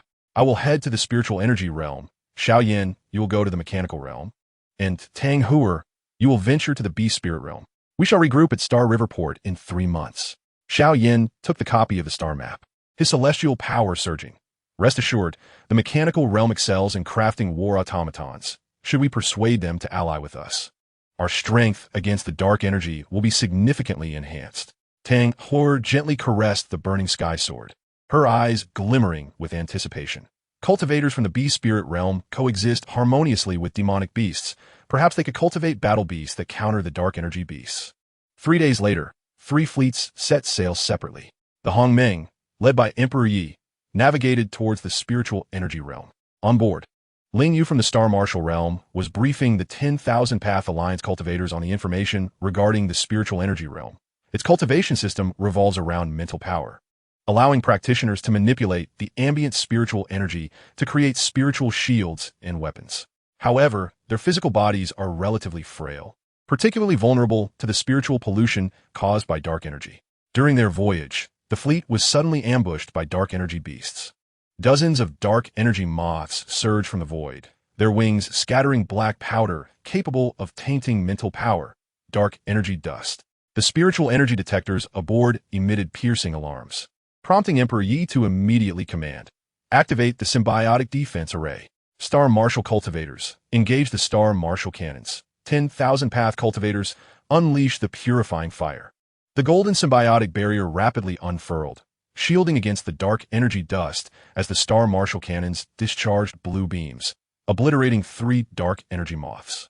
Emperor Yi leapt from the ship, wielding the Hongmeng Star Sword to unleash the power of myriad laws, the sword's shadow darting like a meteor, swiftly vanquishing the remaining dark energy moths. He retrieved the remnants of a dark energy moth, concentrating the power of demonic dispelling at his fingertips to analyze. Within these dark energy beasts, there were traces of mechanical components. It seemed dark energy had begun to merge with the technologies of other civilizations. Half a month later, the Hongmeng finally arrived in the spiritual energy realm. The sight before them elicited gasps of awe. The sky was a soft lavender, and the structures on the ground were crafted from translucent spiritual energy crystals, while countless clouds of spiritual energy, formed by concentrated mental power, floated above the city, intermittently flashing with lightning as the spiritual cultivators practiced. As the fleet landed, they were immediately surrounded by a group of cultivators clad in spiritual energy battle armor. The leader, Ling Shi, wielding a spiritual energy spear and exuding a presence at the late stage of the void refinement, regarded Emperor Yi warily. Outsiders. Why do you carry the energy fluctuations of the Star Martial realm? Are you in league with the dark energy beasts? We are cultivators from the 10,000 path great world, allied with the Star Martial realm, here to assist you against the dark energy, Emperor Yi replied, producing a fragment of the 10,000 path core. The golden radiance emitted resonated with the spiritual energy clouds. This was the essence of the 10,000 path, capable of purifying dark energy. If you doubt it, accompany me to the area afflicted by dark energy. Ling Shi, though skeptical, guided Emperor Yi to the remnant Spirit Valley, once a sacred cultivation site of the spiritual energy realm, now polluted by dark energy. The spiritual energy crystals on the ground had lost their luster, and the air was thick with black mist capable of corroding mental power. A colossal dark energy golem was wreaking havoc in the valley, its body composed of dark energy and mechanical components, capable of shattering a spiritual energy crystal tower with a single punch. Watch closely. Emperor Yi leapt towards the golem, the Hongmeng Star Sword slicing through the air, effortlessly piercing the golem's form. Channeling the myriad laws, he infused the ground with symbiotic power, and golden light spread forth, causing the tainted spiritual energy crystals to regain their brilliance. Ling Shi's eyes widened in astonishment as she promptly commanded, Spiritual Energy Team, assist the senior from the 10,000 Path Alliance. The spiritual cultivators unleashed their mental power, creating numerous spiritual energy bindings that ensnared the golem firmly. Seizing the opportunity, Emperor Yi executed the myriad world's returning slash, the golden sword shadow merging with the spiritual energy, cleaving the golem's core in a single strike. As the golem collapsed, the dark energy in the remnant Spirit Valley gradually dissipated, and the spiritual energy clouds regained their splendor. The essence of the 10,000 Path is indeed miraculous. Ling Shi exclaimed, approaching Emperor Yi and bowing respectfully. The spiritual energy realm wishes to join the 10,000 Path Alliance and earnestly requests the method to purify dark energy. Emperor Yi smiled and nodded, producing a copy of the symbiotic cultivation method. This is the core inheritance of the 10,000 Path Alliance, capable of merging spiritual energy with other energies, enhancing mental power while fortifying physical bodies against dark energy corruption. In the following month, Emperor Yi remained in the spiritual energy realm, assisting Ling Shi in establishing the symbiotic array. The spiritual cultivators shared their mental power through the array, integrating it with the essence of the 10,000 Path, resulting not only in a significant enhancement of their mental abilities, but also in the formation of spiritual energy golden light capable of purifying dark energy. As the agreed 3-month period concluded, Emperor Yi led the Hongmeng back to Star River Port. Upon arrival, he found Xiao Yin and Tang Horror's fleets already waiting. Xiao Yin excitedly announced, the mechanical realm has agreed to ally with us. They're willing to forge purifying puppets for the 10,000 Path Alliance, embedded with star core energy and purifying pills, capable of autonomously identifying and attacking dark energy targets. Tang He added with a smile, cultivators from the Beast Spirit realm have successfully cultivated purifying battle beasts. Their blood can counter dark energy and share strength with their practitioners. As everyone celebrated, the Lord of the Starry Realm suddenly sent an urgent message via communication jade. Leader Yi, We have discovered a dark energy crystal core among the wreckage in the black hole star domain. It contains records of the dark energy's origins, which stem from the outer Dead Sea of stars. This dark energy civilization survives by consuming the essence of other civilizations and has now formed a dark energy army, expected to invade the Star River within a century. Emperor Yi took the dark energy crystal core, concentrating the myriad laws at his fingertips to analyze it. A terrifying image materialized within the core. Countless black dark energy warships traversing the Dead Sea of stars, each loaded with bombs capable of contaminating entire planets. The practitioners of the dark energy civilization were all clad in black battle armor, their auras at least at the tribulation stage. 100 years is ample time for us to prepare. A resolute glint flickered in Emperor Ye's eyes. Transmit my orders. The 10,000 Path Alliance will unite with the Star Martial Realm, the Spiritual Energy Realm, the Mechanical Realm, and the Beast Spirit Realm to immediately initiate the Star River Guardian Plan. First, under the leadership of the Mechanical Realm, we will construct a defensive line along the Star River, deploying purifying puppets and Star Martial cannons. Second, the Spiritual Energy Realm and the Beast Spirit Realm will collaborate to cultivate a legion of spiritual energy battle beasts, enhancing the practitioner's mental and combat prowess. Third, the Star Martial Realm will be responsible for collecting star core energy from the Star River to power the defensive line. Fourth, I shall journey to the ancient celestial ruins within the Star River in search of the celestial source capable of countering the dark energy civilization. Everyone promptly accepted their orders and began to move into action. Emperor Yi boarded the Hongmeng, setting course for the ancient celestial ruins.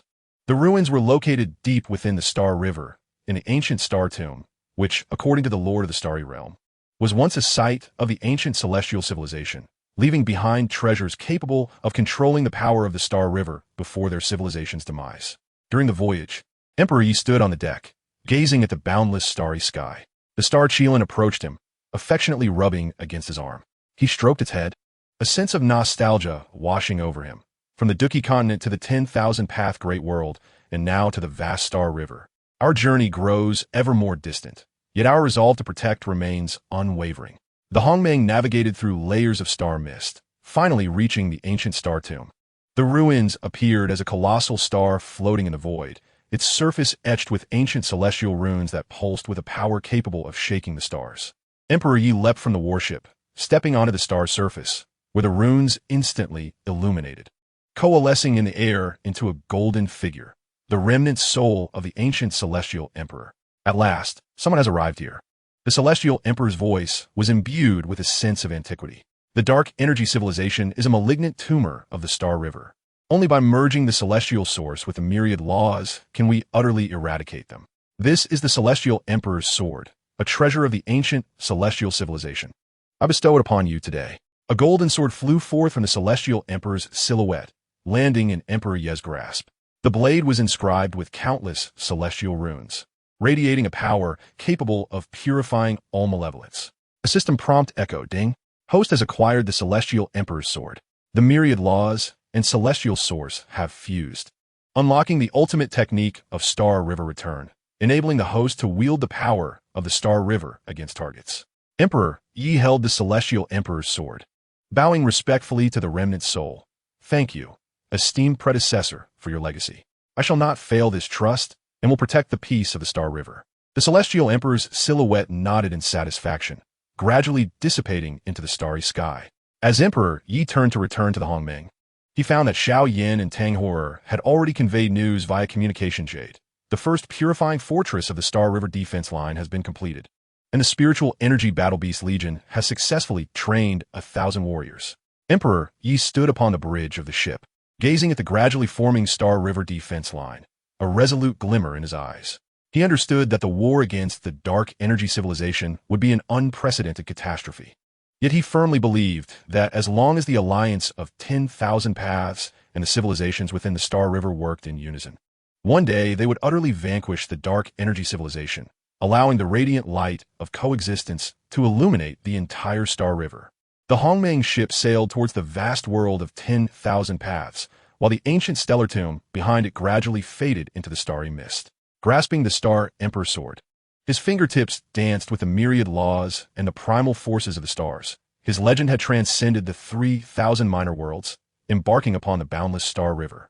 and an ultimate battle concerning the very survival of the Star River was quietly brewing. Chapter 35, The Star River Defense Line, Vanguard of the Dark Energy. Above the Star River port of the vast world of 10,000 paths, hundreds of starships from the Alliance and the warships of the Star Marshal realm formed a colossal fleet, heading towards the defense line. This defense line consisted of 12 anti-dark fortresses, each outfitted with supernova cannons forged by the mechanical realm and spiritual barriers constructed by the spiritual realm. The fortresses were interconnected by star chains from the Star Marshal realm, creating a golden barrier that spanned the Star River. Standing on the bridge of the Hongmeng ship, Emperor Yi clutched the Star Emperor's sword, its starry runes resonating with the star chains of the defense line, golden light radiating forth to envelop the 12 fortresses. Activate the Star River Guardian Array, he commanded, and, simultaneously, the cultivators of the Alliance of 10,000 Paths and various civilizations channeled their powers, myriad laws. The might of the Star Marshal, spiritual golden light, and mechanical energy intertwined, forming a colossal golden shield that enwrapped the entire defense line. A system notification chimed. Ding! The Star River Guardian Array has been successfully activated, capable of withstanding attacks from late-stage Tribulation Realm cultivators, with a 90 purification effect against dark energy. The imminent approach of the Dark Energy Civilization's vanguard was detected, expected to reach the defense line in 3 days. Emperor Yi promptly convened an urgent meeting with the leaders of various civilizations. The Lord of the Star Yan's realm wore a grave expression. The Dark Energy Vanguard is led by the Dark Energy Marquis, who possesses strength at the late stage of Tribulation Realm, commanding 10 Dark Energy warships and 10,000 Dark Energy warriors, proficient in using Dark Energy bombs and mental pollution weapons. The Iron Machine King of the Mechanical Realm added, our anti-Dark puppets have been deployed and can autonomously identify Dark Energy targets, but they require guidance from spiritual cultivators' mental power to unleash their maximum potential. Emperor Yi nodded. I, along with Xiao Yin and Tang Hor, shall deal with the Dark Energy Marquis. The Lord of the Star Yan's realm and Ling Yu will lead the Star Marshal fleet to intercept the Dark Energy warships, while the Iron Machine King commands the anti-Dark puppets to eliminate the Dark Energy warriors. Ling Shi and the Beast Sovereign from the Beast Spirit realm will lead the Spiritual Beast Legion to purify the Dark Energy bombs and mental pollution. 3 days later, a thick black mist suddenly materialized in the void before the Star River defense line, as 10 grotesque, Dark Energy warships surged forth from the haze. Their hulls encrusted with Dark Energy crystals, their cannons trained upon the anti-Dark fortresses. At the forefront stood the Dark Energy Marquis, clad in black battle armor, wielding a Dark Energy battle blade, surrounded by waves of Dark Energy that distorted space, his aura reaching the pinnacle of the late-stage Tribulation Realm. Such insignificant civilizations dare to obstruct the march of the Dark Energy Army. The voice of the Dark Energy Marquis reverberated with mental shockwaves through the warships towards the defense line, causing numerous low-tier cultivators to spew blood, their mental faculties severely wounded. Ling Shi immediately commanded, activate the mental barrier. Spiritual cultivators released streams of spiritual golden light, forming a faint purple shield to block the mental onslaught. Attack! The Lord of the Star Yan's realm bellowed, as the Star Marshal fleet's cannons unleashed blue beams of light, while the Mechanical Realm's supernova cannons fired golden projectiles towards the Dark Energy warships. The Dark Energy Marquis sneered, raising a hand to summon a Dark Energy shield, which instantaneously devoured the incoming beams and projectiles. Fire the Dark Energy bombs, he commanded, as the warship's cannons spat forth black bombs that detonated in midair, creating a Dark Energy field that dimmed the golden shield of the defense line. The Beast Sovereign promptly led the Spiritual Beast Legion into the fray. As the war beasts unleashed blood imbued with purifying power, the golden blood clashed with the Dark Energy field, producing sizzling sounds as the Dark Energy was gradually purified. Emperor Yi, wielding the Star Emperor sword, leaped from the Hongmeng ship, followed closely by Xiao Yin and Tang Hor. Dark Energy Marquis, your adversaries are us. Emperor Yi channeled the flow of the Star River, gathering the myriad laws and primal forces of the stars upon his sword, and with a powerful swing, he sent forth a golden sword shadow imbued with fragments of the Star River towards the Dark Energy Marquis. The Dark Energy Marquis attempted to parry with his blade, but the collision of the Dark Energy battle blade and the Star Emperor sword emitted a deafening roar, intertwining black and golden energies. The Marquis was forced back 3 steps, astonishment flaring in his eyes, to wield the power of the Star River. No wonder you dare to challenge the Dark Energy civilization. He unleashed a secret technique. Dark energy disintegration, his aura surging to the initial stage of the Great Ascension realm. As dark energy coalesced around him into a colossal dark energy beast that lunged towards Emperor Yi, Xiaoyan invoked the martial Tao Fire Lotus, infusing it with the energy of the star core, the erupting flames transforming into a sea of starry fire, while Tang Huo summoned the burning heaven sword shadow, merging the power of coexistence with spiritual golden light to form a bicolored sword net that ensnared the dark energy beast. Seizing the moment, Emperor Yi activated the Imperial Soul, thrusting the Star Emperor's sword into the void as the forces of the Star River continuously poured into the blade. Star River return. Imperial slash. A golden beam of light, imbued with the power to purify all, surged towards the dark energy Marquis. The Marquis's countenance shifted dramatically as he attempted to evade, but he was ensnared by Xiaoyan and Tang Huo'er's relentless attacks. The beam struck the dark energy Marquis, unleashing a piercing scream as his body was gradually reduced to ashes under the influence of the Star River's power, leaving behind but a black dark energy core. With the dark energy Marquis dispatched, Emperor Yi swiftly rallied his forces to support other battlefronts. The fierce clash between the Star Marshal fleet and the dark energy warships raged on, as one Star Marshal warship was struck by a dark energy projectile, igniting its hull in black flames. Ling Yu leaped forth, brandishing a star spear, piercing the core of a dark energy warship, which exploded in an instant. The anti-dark puppets commanded by the Iron Machine King gained the upper hand, wielding their anti-dark blades to decimate the dark energy warriors. As purification devices on their mechanical arms continuously absorbed dark energy, converting it into energy for the defense line. Ling Shi and the Bee Sovereign led the spiritual beasts to purify all dark energy bombs, restoring the brilliance of the mental barrier. Half a day later, the dark energy vanguard was completely annihilated. Emperor Yi picked up the dark energy core left behind by the Marquis, channeling the power of the Star River to analyze it. The main force of the dark energy civilization has gathered in the Silent Star Sea, led by the dark energy Emperor, with strength at the late stage of the Great Ascension realm, commanding 100 dark energy warships and 1,000,000 dark energy warriors, expected to reach the Star River defense line in a century. The expressions of the leaders of various civilizations turned grave as the Lord of the Star Yan's realm remarked. The Dark Energy Emperor wields the essence of dark energy and can pollute the stars within the Star River. Although our defense line can withstand attacks from late-stage Tribulation Realm cultivators, it may not withstand the Dark Energy Emperor at the late stage of the Great Ascension Realm. Emperor Yi pondered, we must enhance the strength of the defense line within the century while seeking alliances with more Star River civilizations. I have decided to journey to the Holy Universe realm within the Star River, the repository of ancient Star River civilizations, said to possess the Holy Universe power capable of countering Great Ascension realm adversaries. Xiao Yin and Tang Huo immediately volunteered. Brother Yi, we shall accompany you. Emperor Yi shook his head. You must remain at the defense line to assist the Lord of the Star Yan's realm and the Iron Machine King in fortifying the defenses, training more cultivators and war beasts. The journey to the Holy Universe realm is long. I shall go alone with the Star Qilin. 3 days later, Emperor Yi bid farewell to all and set sail towards the Holy Universe realm aboard the Hongmeng ship. Inside the vessel, he drew forth the Star Emperor sword, its runes illuminating as they resonated with the stars of the Star River, guiding his path forward. The Star Qilin lay beside him, its silver flames occasionally licking the blade, intensifying the Star River's power within the sword. Throughout the voyage, Emperor Yi continuously comprehended the power of the Star River, integrating it into the myriad laws. The two realms of imperial power within his Dantian gradually fused with the primal forces of the stars, forming a golden Star River imperial power. The key to breaking through to the Great Ascension realm. A system notification chimed. Ding! The host has fused with the power of the galaxy, elevating their comprehension of myriad laws to a perfect 100, thus unlocking the title of the Galactic Emperor. This grants them the reward of the imperial-level movement technique, Starry Escape, allowing unfettered traversal through the cosmos, free from the constraints of space. The Celestial Emperor Yi felt a surge of joy within, activating the Starry Escape.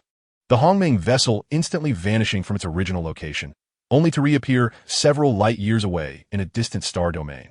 He understood that the Sacred Universe realm was no longer far away, and locating the Sacred Universe's power would be pivotal in combating the Dark Energy Sovereign. Months later, the Hongmeng vessel finally arrived at the Sacred Universe realm. The sight before Yi Tian Emperor was awe-inspiring.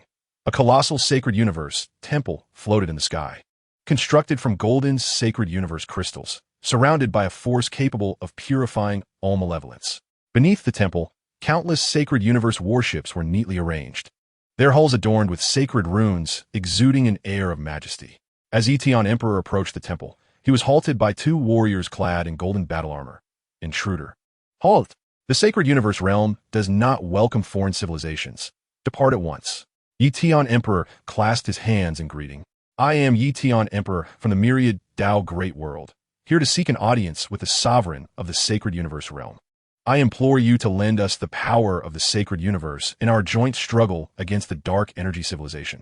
He produced a dark energy core and the starry emperor sword, stating, this core is a fragment of the dark energy civilization's essence. And this sword is an imperial artifact of the ancient stellar civilization, proving my identity. The sacred universe warrior accepted the dark energy core, sensing the vile aura emanating from it, their expression shifting dramatically. Follow me. The sovereign awaits you in the temple. Entering the temple alongside the sacred universe warrior, Etion Emperor met the sovereign of the sacred universe, adorned in a golden robe and enveloped in sacred universe energy, exuding the aura of an early stage ascendant. Clutching a sacred universe staff, his gaze was filled with authority. The sovereign examined the starry emperor sword presented by Etion Emperor and, upon hearing of the threat posed by the dark energy civilization, furrowed his brow. The dark energy civilization is the enemy of the galaxy. The sacred universe realm is willing to ally with the myriad Tao Great World. However, the power of the sacred universe must be guided by the sacred universe heart, which has been tainted by dark energy and sealed deep within the temple. Without purification, we cannot harness the sacred universe's power. A determined glint shone in Etion Emperor's eyes. I am willing to venture into the depths of the temple to purify the sacred universe heart. The sovereign nodded, leading Etion Emperor to the sealing chamber at the temple's base. Inside, a black crystal floated at the center, the tainted sacred universe heart, surrounded by sacred universe runes, flickering as they attempted to suppress the spread of dark energy. Holding the starry emperor's sword, Etion Emperor activated the River of Stars technique, channeling the myriad laws and the essence of the stars into the sacred universe heart. Golden radiance clashed violently with the black dark energy, causing the sacred universe heart to tremble as the dark energy was gradually purified. After 3 hours, the sacred universe heart finally regained its golden hue, radiating a brilliant sacred universe power. Thank you, Alliance Leader Yi, the sovereign exclaimed with excitement.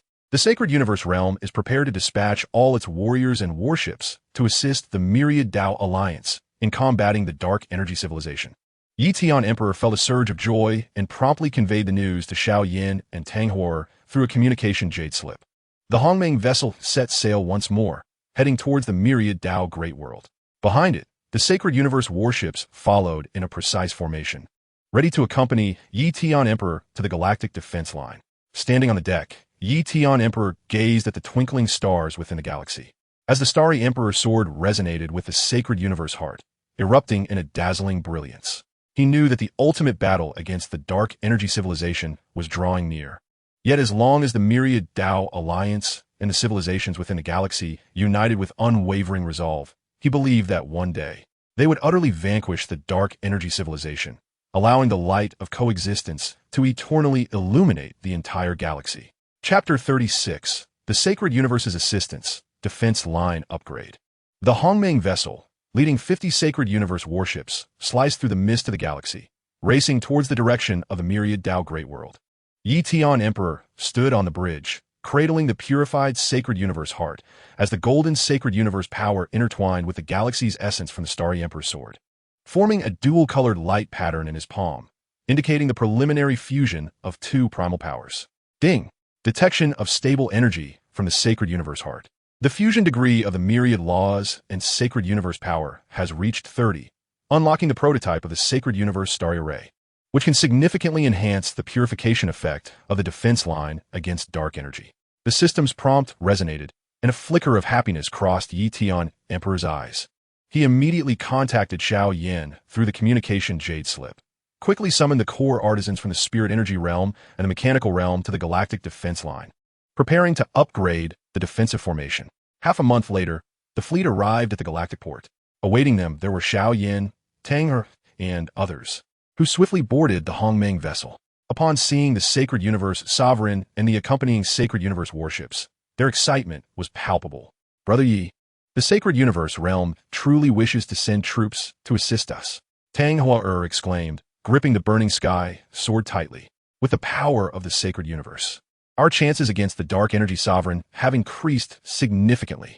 The Sacred Universe Sovereign stepped forward, bowing respectfully to Xiao Yin and the others. "The Dark Energy Civilization is the common enemy of the galaxy. The Sacred Universe realm will certainly contribute its strength. I have brought the schematic of the Sacred Universe Great Array, which can be integrated with the Galactic Guardian Array to form a more powerful defensive system." 3 days later, within the central fortress of the Galactic Defense Line, commanders from various civilizations convened. Yi Tian Emperor placed the Sacred Universe Heart at the center of the array, while the Sovereign unfurled the schematic of the Sacred Universe Great Array. Golden array patterns projected into the air, perfectly aligning with the star chain patterns of the Galactic Guardian Array. The Sacred Universe Starry Array required the Sacred Universe Heart as its core, with 12 evil-breaking fortresses serving as its foundation, and the star chain acting as a link, spreading the powers of the Sacred Universe and the galaxy throughout the entire defense line. The Sovereign elaborated on the array. Once activated, this formation can not only withstand attacks from late-stage ascendants, but also actively purify the surrounding star domains of dark energy, even revitalizing polluted planets within the galaxy. In the following 6 months, various civilizations devoted themselves to upgrading the defense line. The Iron Machine King of the Mechanical Realm led artisans to install Sacred Universe energy converters atop the evil-breaking fortresses, transforming star core energy into Sacred Universe power.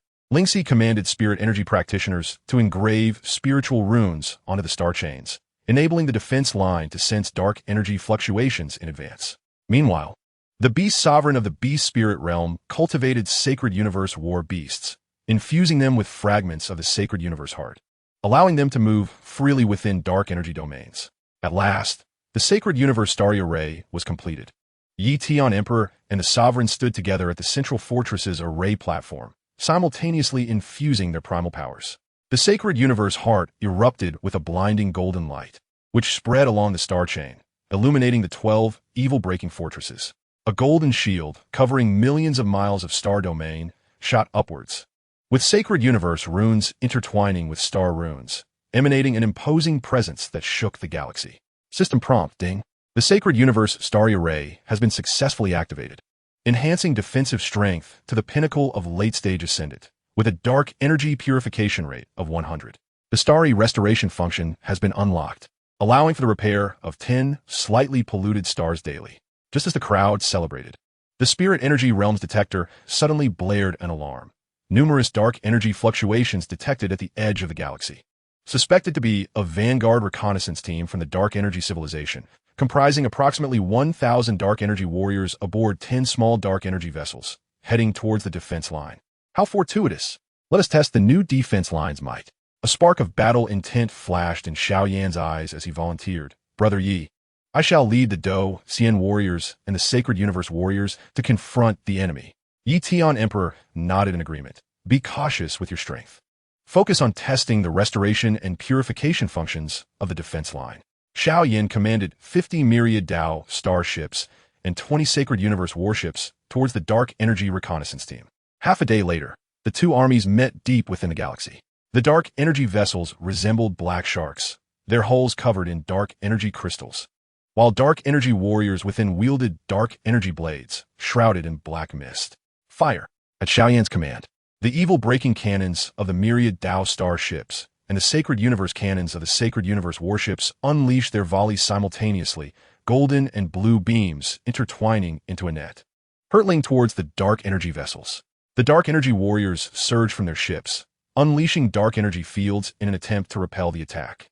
However, the Sacred Universe power possessed an innate restraint against dark energy. As the beams pierced through the dark energy fields, the black mist was instantaneously purified, and the hulls of the dark energy vessels were left riddled with gaping holes. Xiao Yan leaped from the starship, merging his Docian power with the Holy Universe power to unleash the Holy Universe Fire Lotus. The golden Fire Lotus erupted in the air, incinerating dozens of dark energy warriors into ashes. The commander of the Holy Universe, Shang Hui, also led the Holy Universe warriors into battle, wielding the Holy Universe spears, whose tips, imbued with Holy Universe power, could effortlessly pierce through the armor of the Dark Energy warriors. A Dark Energy squad leader attempted to deploy a Dark Energy bomb, only to be devoured by a Holy Universe beast, which purified the bomb within its body using Holy Universe power, transforming it into energy for the beast. Half an hour later, the Dark Energy reconnaissance team was entirely annihilated. Xiaoyan returned to the defensive line with a captured Dark Energy warrior and, through interrogation using Holy Universe power, learned that the Dark Energy Emperor had consolidated all the forces of the Dark Energy civilization to form the Dark Energy Star River Legion, expected to reach the Star River defense line in 50 years. This legion would not only consist of 1,000,000 Dark Energy warriors, but also 10 Dark Energy motherships capable of annihilating stars. In 50 years, we must be fully prepared. The Emperor Yi convened everyone to discuss strategy, outlining a three-pronged plan. First, the Holy Universe Sovereign and the Master of Star Evolution would lead the Holy Universe and Star Marshal fleets to search for undiscovered civilizations in the Star River, inviting them to join the 10,000 Paths Alliance. Second, King Tiji would collaborate with Lingxi to develop the Star River evil-breaking cannon, which could concentrate all energy from the defense line to deliver a devastating blow to the Dark Energy motherships. Third, I will venture into the chaotic Star Sea within the Star River to seek the legendary chaotic origin. If I can merge with the chaotic origin, I could break through to the Great Ascension stage and attain the pinnacle realm of the Star River Emperor, giving me the confidence to contend with the Dark Energy Emperor. The Holy Universe Sovereign expressed concern. The chaotic Star Sea is a forbidden area of the Star River, where the chaotic turbulence can shred the bodies of Great Ascension cultivators. This journey poses great peril for you, Lord Yi. The Emperor Yi smiled and shook his head. I have mastered Star River escape and Holy Universe power, should danger arise. I can withdraw in time. Moreover, only by breaking through to the Star River Emperor can I protect everyone in the ultimate battle. 3 days later, the Emperor Yi bid farewell to all and embarked alone on the Hongmeng ship towards the chaotic Star Sea. Before his departure, Xiaoyan handed him a Do Xian talisman. This talisman contains all my Do Xian power. If you encounter danger, shatter the talisman, and I, along with Tanghor, will use the interdimensional teleportation array to provide you with our utmost support. Tanghor then presented a vial of 10,000 Paths restoration pill. This was crafted from spiritual plants of the 10,000 Paths realm and fragments of the Holy Universe Heart, capable of rapidly restoring your original power. You must return safely. The Emperor Yi accepted the talisman and pill, nodding solemnly. Rest assured, I will return and protect the Star River alongside everyone. The Hongmeng ship transformed into a beam of golden light, vanishing into the depths of the Star River. Standing on the deck, the Emperor Yi gazed at the encroaching chaotic Star Sea, an expanse comprised of gray chaotic turbulence, where purple spatial rifts occasionally flickered, threatening to shred any nearby stars. He activated the Holy Universe power and Star River power, forming a double-layered light shield around the ship as it slowly entered the chaotic Star Sea. Upon entering the Star Sea, he was immediately met with intense chaotic turbulence. The shield trembled violently, and the ship emitted a piercing metallic distortion sound. The Emperor Yi swiftly employed Star River escape to avoid the most perilous turbulence zones, while simultaneously channeling the 10,000 Paths laws to sense the location of the chaotic origin. Ding! A detection alert sounded. The chaotic core region ahead harbors the essence of the chaotic origin, requiring passage through 9 layers of chaotic barriers to reach it. The system notification resonated, and a resolute glimmer flashed in the Emperor Ye's eyes as he maneuvered the Hongmeng ship towards the chaotic core. The 9 layers of chaotic barriers stacked upon one another, each containing chaotic power capable of eroding the essence. With each barrier he breached, the Emperor Yi expended considerable Holy Universe and Star River power, necessitating the consumption of the 10,000 Paths restoration pill to recover. Upon breaking through the final barrier, he finally beheld the chaotic core, a gray crystal suspended in the void, surrounded by pure chaotic power. This is the chaotic origin. The Emperor Yi leaped from the Hongmeng ship, carefully approaching the crystal while channeling the 10,000 Paths laws. As his fingertips brushed against the chaotic origin, a torrent of vast power surged into his body, causing the Star River Emperor's power and Holy Universe power within his dantian to boil violently, beginning to merge with the chaotic power. The Emperor Yi let out a pained roar. The chaotic power was too ferocious, threatening to tear his physical form and imperial soul apart. Gritting his teeth, he activated the two realms' Great Tao technique, gradually guiding the chaotic power into the 10,000 paths laws as the golden imperial power became tinged with gray, forming a chaotic Star River Emperor's power. After 3 days and nights, the Emperor Yi finally fully merged with the chaotic origin. He opened his eyes, which gleamed with golden, blue, and gray light, and his aura broke through the great ascension stage, reaching an unprecedented realm of the Star River Emperor. System notification, ding. Host has broken through to Star River Emperor, unlocking the ultimate ability, Star River Creation, allowing for the creation of new civilizations within the Star River. Reward: Emperor-level Supreme Treasure, Chaotic Star River Armor, capable of resisting chaotic power and dark energy erosion. The Emperor Yi donned the Chaotic Star River Armor, wielding the Star Emperor Sword, surrounded by the 10,000 paths laws, holy universe power, and the essence of chaos. He sensed the immense power within him and felt a surge of confidence. Dark Energy Emperor, in 50 years. I shall await you at the Star River defense line for our battle. The Hongmeng ship sailed slowly out of the chaotic Star Sea, heading towards the 10,000 paths great world. Deep within the Star River, the figure of the Emperor Yi intertwined with the radiance of the Star Emperor's sword, forming a golden beam of light that pierced through heaven and earth, symbolizing the Star River Emperor and embodying the hope of all Star River civilizations. The legend of the Emperor Yi has transitioned from the 3,000 small worlds to the pinnacle of the vast Star River, while an ultimate battle concerning the survival of the Star River quietly approaches. Chapter 37. The Emperor returns, preparing for the final chapter. The Hongmeng ship broke through the gray fog of the chaotic Star Sea, its exterior adorned with the resplendent chaotic Star River armor. The Emperor Yi stood on the deck, enveloped in the golden, blue, and gray imperial power, a fusion of the 10,000 paths laws, holy universe power, and the essence of chaos. He raised his hand, and the chaotic Star River energy, coalescing at his fingertips, instantly smoothed the chaotic turbulence behind him, even healing spatial rifts. Ding! Detection indicates that the host power has reached the Star River Emperor level, unlocking full access to the Star River map, enabling real-time monitoring of energy fluctuations within 1,000,000 light-years. Reward: Emperor Domain, which can suppress dark energy below the Great Ascension level and forcibly purify low-tier dark energy creatures. The system notification resonated, and a glint of brilliance flashed in the Emperor Ye's eyes as he summoned the Star River map. The images of the 10,000 paths Great World and the Star River defense line clearly emerged, even revealing Shengyu and the Master of Star Evolution searching for new civilizations within the Star Sea. Half a month later, the Hongmeng ship arrived at the Star River port, when the Emperor Yi, clad in the chaotic Star River armor and wielding the Star Emperor's sword, stepped out of the ship's cabin. Xiao Yin, Tang He, and others who had long awaited his arrival immediately felt the vast imperial power akin to the Star River. Bowing in respect, "We welcome Brother Yi, Lord Yi, back to his rightful place." The Emperor Yi stepped forward to assist them, smiling as he said, "I have broken through to the Star River Emperor. Now, we have greater assurance in our fight against the Dark Energy Emperor." He concentrated a strand of chaotic Star River power at his fingertips and infused it into the communication array of the Star River defense line, instantly establishing contact with the 12 evil-breaking fortresses. "Now, I can mobilize all energy from the defense line at any time, even utilizing the power of the Star River to launch long-range attacks against the Dark Energy Legion." 3 days later, the 10,000 Paths Alliance convened a Star River War Preparation Conference, attended by the commanders of the 7 major domains already allied in the Star Sea. The Emperor Yi infused the power of the chaotic origin into the 10,000 Worlds Cauldron, projecting the latest intelligence on the Dark Energy Legion. The Dark Energy Emperor has gained control over the Dark Energy Mother Star, which can continuously produce Dark Energy warriors and warships. If we cannot destroy the Mother Star at the onset of the war, we will be drawn into a protracted conflict. The Holy Universe Sovereign furrowed his brow.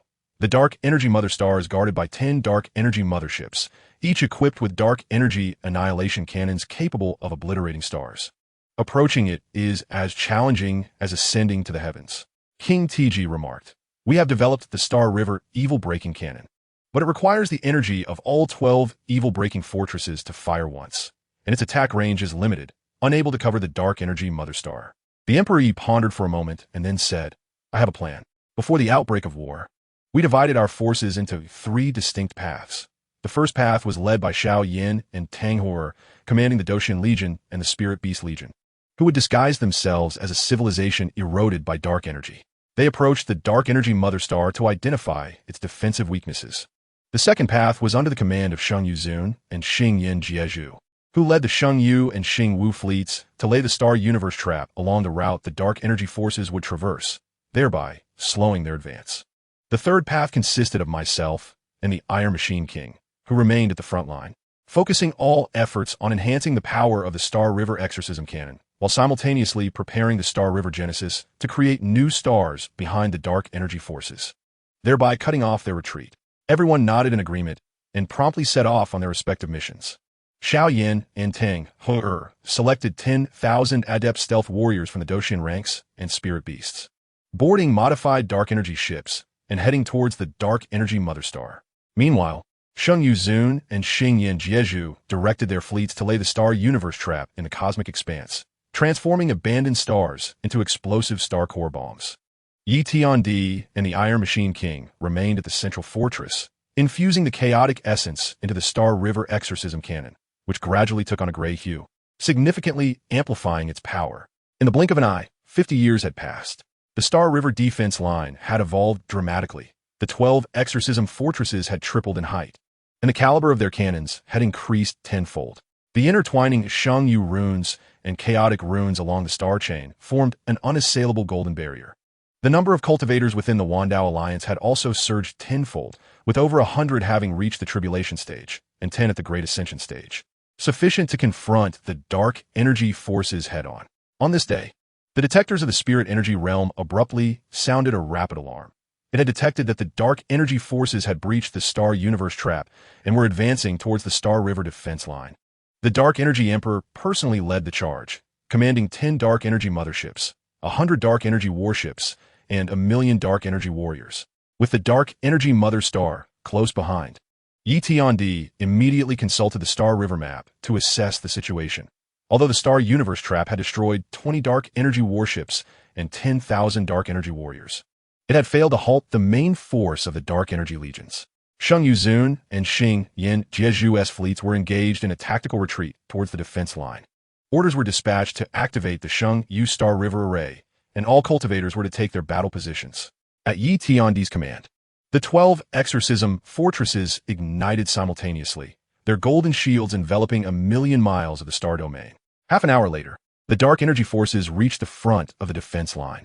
The dark energy mother star loomed like a colossal black orb in the void, surrounded by 10 dark energy motherships, their annihilation cannons aimed directly at the exorcism fortresses. Clad in a black imperial robe and wielding the dark energy imperial sword, the dark energy emperor radiated a force capable of distorting the Star River, his aura reaching the pinnacle of the Great Ascension stage. He hovered above the mother star, his voice reverberating throughout the defense line like a mental assault. Yi Tiandi, come forth to meet your demise. Today, I shall transform your Star River into a paradise of dark energy. Yi Tiandi brandished the Star Emperor sword, leaping to the forefront of the defense line. Dark Energy Emperor, you slaughtered the civilizations of the Star River. Your sins are unforgivable. Today, in the name of the Star River Emperor, I shall eradicate you and the Dark Energy civilization from the Star River entirely. Arrogant, the Dark Energy Emperor roared, swinging his Dark Energy Imperial sword. A shadow of black energy surged towards Yi Tiandi, imbued with the power to obliterate all. Yi Tiandi activated the Emperor's domain, forming a luminous shield that blocked the sword shadow while executing the Star River Reversal Emperor Slash. The Star Emperor sword, imbued with chaotic, sacred, and Star River energies, unleashed a 3-colored sword shadow that pierced the heavens, aimed directly at the Dark Energy Emperor. The Dark Energy Emperor was forced back by the impact of the sword shadow, his eyes flashing with fury and disbelief. What of the Star River Emperor? I have the Dark Energy Mother Star to assist me. Today, I shall annihilate you. He commanded the Dark Energy Mother Star to activate, revealing countless Dark Energy cannon ports on its surface, which fired Dark Energy projectiles towards the defense line. Activate the Star River Exorcism Cannon. Yi Tiandi commanded, and the 12 Exorcism Fortresses cannon mouths ignited simultaneously. A golden beam, merging chaotic, sacred, and Star River powers, surged towards the Dark Energy projectiles.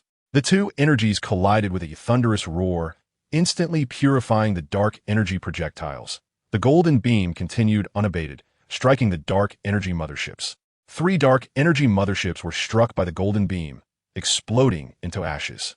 The Dark Energy Emperor's expression changed drastically as he ordered his Dark Energy warriors to charge.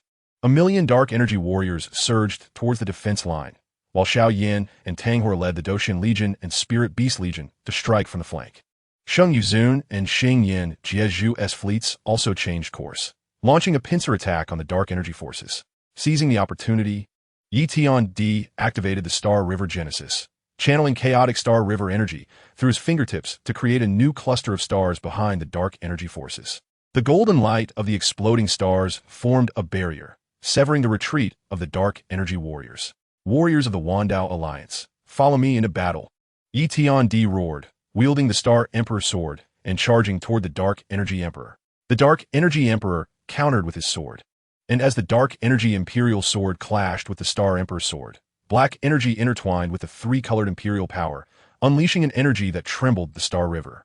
Yi Tian activated the Emperor's domain, suppressing the Dark Energy Emperor's power while executing the chaotic Star River annihilation. The 3-colored Imperial power coalesced into a massive fist, striking towards the Dark Energy Emperor.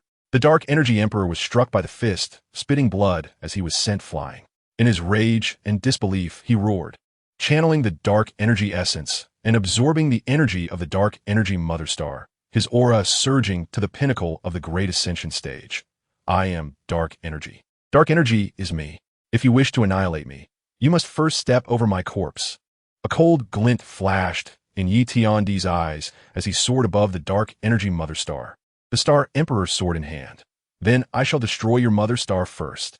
He infused the chaotic Star River energy into the Star Emperor's sword, its 3-colored radiance illuminating the entire Star River. Star River Reversal Creation / a sword shadow, imbued with the powers of creation and destruction, cleaved toward the Dark Energy Mother Star.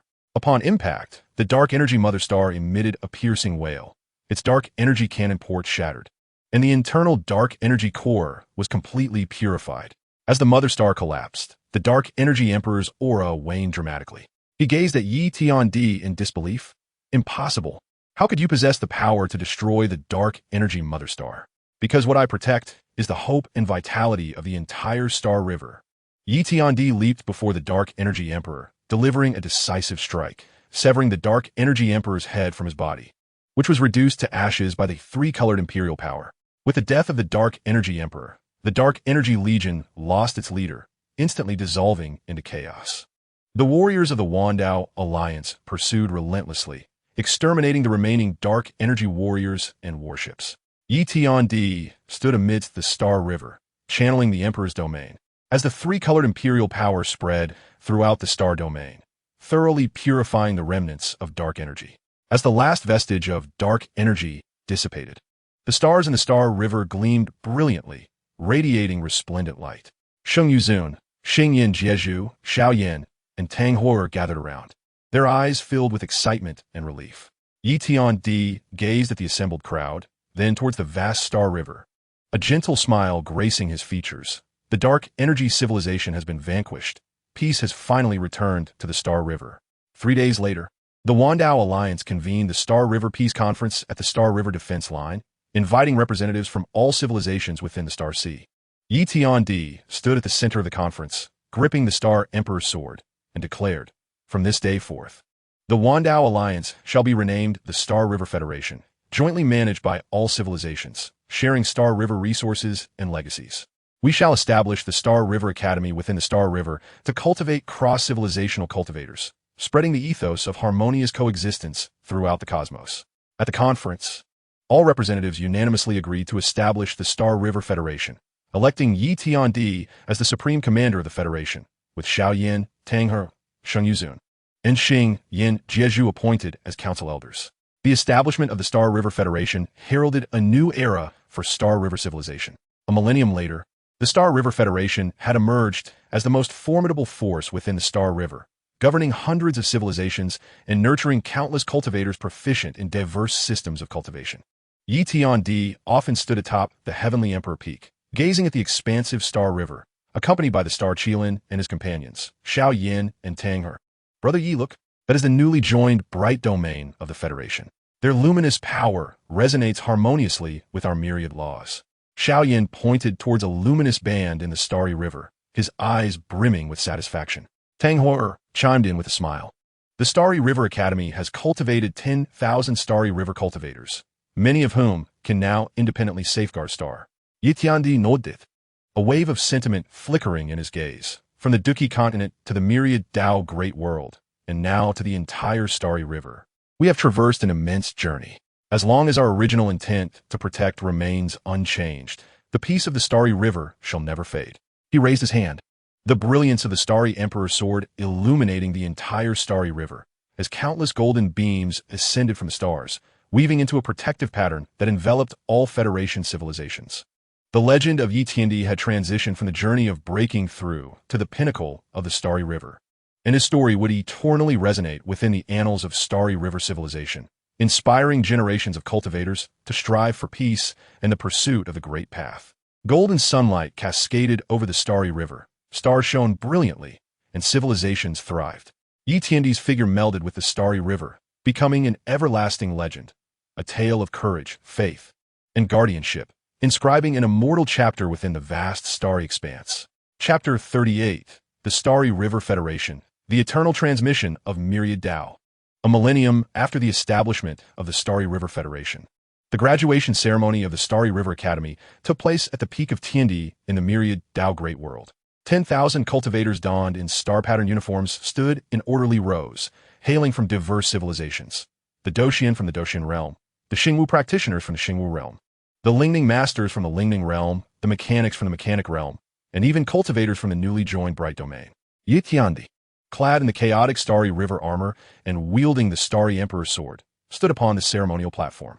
Beside him, Xiao Yin and Tang Hor, their hair now white, still exuded vitality, while Sheng Yuzuan and the Lord of Qingyang were enveloped in primordial power, their aura increasingly unfathomable. Yi Tiandi gazed at the spirited young cultivators below, his voice gentle yet imbued with the majesty of the Starry River. 1,000 years ago, we fought to protect the Starry River. 1,000 years hence, you shall live to inherit the myriad Dao. Remember, power is not for conquest, but for guardianship. Guardianship of civilizations, comrades, and the vitality of every star. As his words fell, 12 beams of light suddenly illuminated the sky, symbolizing the 12 great civilizations of the Starry River Federation. The beams interwove to form a pattern of symbiosis, showering golden specks upon each graduate, planting primordial seeds bestowed by Yi Tiandi, allowing them to perceive the essence of various civilizations during cultivation and comprehend the true meaning of the myriad Dao's coexistence. The final assessment, the trial of myriad Dao, now commences, Xiaoyan announced loudly. The trial valley beneath Tiandi Peak instantly unfolded, simulating the battleground of the past against the dark energy civilization. With phantoms of dark energy beasts, dark energy motherships, and even projections of the remnants of the Dark Energy Emperor, the graduates formed teams, coordinating seamlessly. Doxian warriors unleashed combat techniques to fend off attacks. Xingwu practitioners precisely targeted with stellar power. Lingning masters constructed mental barriers for protection, and mechanics deployed evil-repelling puppets to clear petty foes. Yi Tiandi and the others stood on the platform, observing the young cultivators skillfully blending the powers of different systems, his heart swelling with pride. In those days when we first collaborated against the Marrow demons, we were not so in sync, Tang Hor reminisced with a smile, her burning heaven sword still exuding the flames of evil repulsion despite the marks of time. Sheng Yuzuan nodded. The principle of myriad Dao's coexistence has been passed down to this day, thanks to Lord Ye's persistence back then. 3 days later, the trial concluded. All graduates successfully passed the assessment, with the most outstanding among them being a young girl from the Bee Spirit realm, Lingxi. She could share power with 10 Saint Universe battle beasts, and had fused the Doxian Fire Lotus with Lingning Golden Light, purifying the projection of the Dark Energy Emperor's remnant with a single strike. Yi Tiandi presented her with a Starry River Guardian Talisman. This talisman can mobilize a portion of the Starry River's power. From now on, you shall be the guardian messenger of the Starry River Federation, tasked with patrolling the border star domains and safeguarding newly emerging civilizations. After the graduation ceremony, Yi Tiandi convened a council with the core elders of the Federation. The myriad realm cauldron floated at the center, projecting images of the Starry River's periphery. A new nebulous secret realm was forming, containing previously unseen primordial spiritual energy. As the system analyzed, the nebulous secret realm is born from the fusion of chaotic essence and starry river power, potentially harboring primordial treasures, but also accompanying unknown risks. With suspected activities of primordial beasts, I volunteer to explore the nebulous secret realm, Lingxi offered, determination gleaming in her eyes. I have mastered multiple system powers should danger arise. I can call for aid using the Starry River Guardian Talisman. Yi Qiandi nodded in agreement. Take 10 elite cultivators from various civilizations, proceed with caution, and retreat immediately if you cannot cope. Half a month later, Lingxi's team relayed news. Indeed, a primordial treasure, the primordial lotus seed, existed within the nebulous secret realm. Consuming it could reshape the essence, enabling cultivators to break through their boundaries. But a massive primordial python guarded the depths of the realm, its strength reaching the late stage of the Great Ascension, preventing the team from approaching. Yi Qiandi decided to go personally. He boarded the Hongmeng ship and traveled to the nebulous secret realm alongside the starry Qilin. At the entrance of the secret realm, shrouded in mist, the primordial spiritual energy was so dense it almost liquefied. A single breath could amplify a cultivator's primordial power. Yi Qiandi activated the power of the chaotic starry river, effortlessly entering the secret realm, as the primordial beasts along the way sensed his imperial might and retreated in fear. Deep within the secret realm, a colossal primordial lotus grew atop a chaotic stone, the lotus seeds emanating a soft purple glow. These were the primordial lotus seeds. Beside it coiled a massive primordial python, enveloped in primordial spiritual energy and chaotic force. Upon seeing Yi Qiandi, the python let out an angry roar and lunged forward with its enormous maw. The power of the primordial is truly remarkable, Yi Qiandi marveled, activating the Emperor's domain, forming a protective light shield to block the python. He did not slay the creature, but instead retrieved a shard of chaotic essence and infused it into the python. This is chaotic essence, resonant with your origin. From now on, you shall be the guardian of the nebulous secret realm. What say you? The python, sensing the aura of chaotic essence, gradually calmed down, nodding at Yi Qiandi before retreating back to the side of the primordial lotus. Yi Qiandi plucked 3 primordial lotus seeds, leaving 1 for the python, and turned to exit the secret realm. Upon returning to the myriad Dao Great World, Yi Qiandi bestowed the primordial lotus seeds upon Xiao Yin, Tang Hor, and Sheng Yuzuan. Consuming these seeds will reshape your essence, allowing you to break through to the starry Emperor realm. After consuming the seeds, the 3 experienced a dramatic surge in their aura, entering seclusion to break through. A century later, Xiao Yin and Tang Hor successfully ascended to the starry Emperor realm, while Sheng Yuzuan reached the pinnacle of the late stage of the Great Ascension. The strength of the Starry River Federation rose once more, and Yi Qiandi decided to entrust the affairs of the Federation to the 3, while he, accompanied by the Starry Qilin, began to roam the Starry River in search of more undiscovered civilizations, spreading the concept of myriad Dao's coexistence. He traversed the Bright Domain's holy temple, engaging in discussions with the Pope of Light regarding the fusion of luminous power and the myriad laws. He visited the Steel City of the Mechanic Realm, guiding mechanics in the crafting of myriad Dao puppets capable of accommodating multiple system powers. He delved into the primal forests of the Beast Spirit Realm, assisting Beast Spirit cultivators in establishing symbiotic relationships with more formidable beasts. One day, Yi Qiandi arrived at the edge of the Starry River, where lay an unexplored, unknown star sea. The Starry Qilin suddenly let out a long howl, pointing towards the depths of the star sea, where a gigantic domain gate was slowly opening, emanating familiar energy fluctuations akin to the essence of the Duki continent. Yi Qiandi's eyes widened in surprise as he activated the Starry River escape, instantly arriving beside the domain gate. Behind the gate was a familiar world, the streets of Wutan City, the shops of the Gale family, the ancestral home of the Shao clan, and even a younger version of himself cultivating combat techniques. It turned out this was a parallel world of the Duki continent. Yi Qiandi grasped the situation, choosing not to disturb the beings of this world, but merely leaving behind a myriad Dao mark. Should this world encounter a crisis, the mark would activate, contacting the Starry River Federation for assistance. Leaving the Gateway of Realms, Emperor Yi stood amidst the sea of stars, gazing at the countless radiant celestial bodies. Suddenly, an epiphany dawned upon him. The ultimate essence of coexistence among myriad paths was not to dominate the galaxies, but to allow every civilization to flourish freely within the great Tao, enabling every being to discover their unique path to existence. He drew forth the Star Emperor's sword, merging his imperial soul with the very essence of the starry river. The tricolored radiance emanating from the sword illuminated the entire expanse of the starry sea, as countless golden beams ascended from the stars, intertwining to form an eternal pattern of myriad paths that enveloped the entire galaxy. A system notification resonated. Ding! Host has completed the mission of the eternal myriad paths, unlocking the embodiment of the great Tao, capable of transforming into the myriad laws, forever safeguarding the civilization of the starry river. Ye's figure gradually became transparent, transforming into innumerable golden specks of light that merged into every star and every civilization within the galaxy. The star Qingyang let out a long cry, filled with reluctance yet accompanied by a sense of solace. It understood that Emperor Yi had never truly departed. He had become a part of the starry river, an embodiment of the myriad laws. A millennium later, a young boy from the parallel continent of Do Chi accidentally activated the mark of the myriad paths during his cultivation, witnessing the image left behind by Emperor Yi. In the projection, the emperor spoke gently. The path of cultivation is an endless journey, and the heart of guardianship shall never fade. Remember, regardless of the world from which you hail, as long as you embody righteousness, you are the inheritor of the myriad paths. The boy clenched his fists, determination shining in his eyes, embarking on his own journey of cultivation.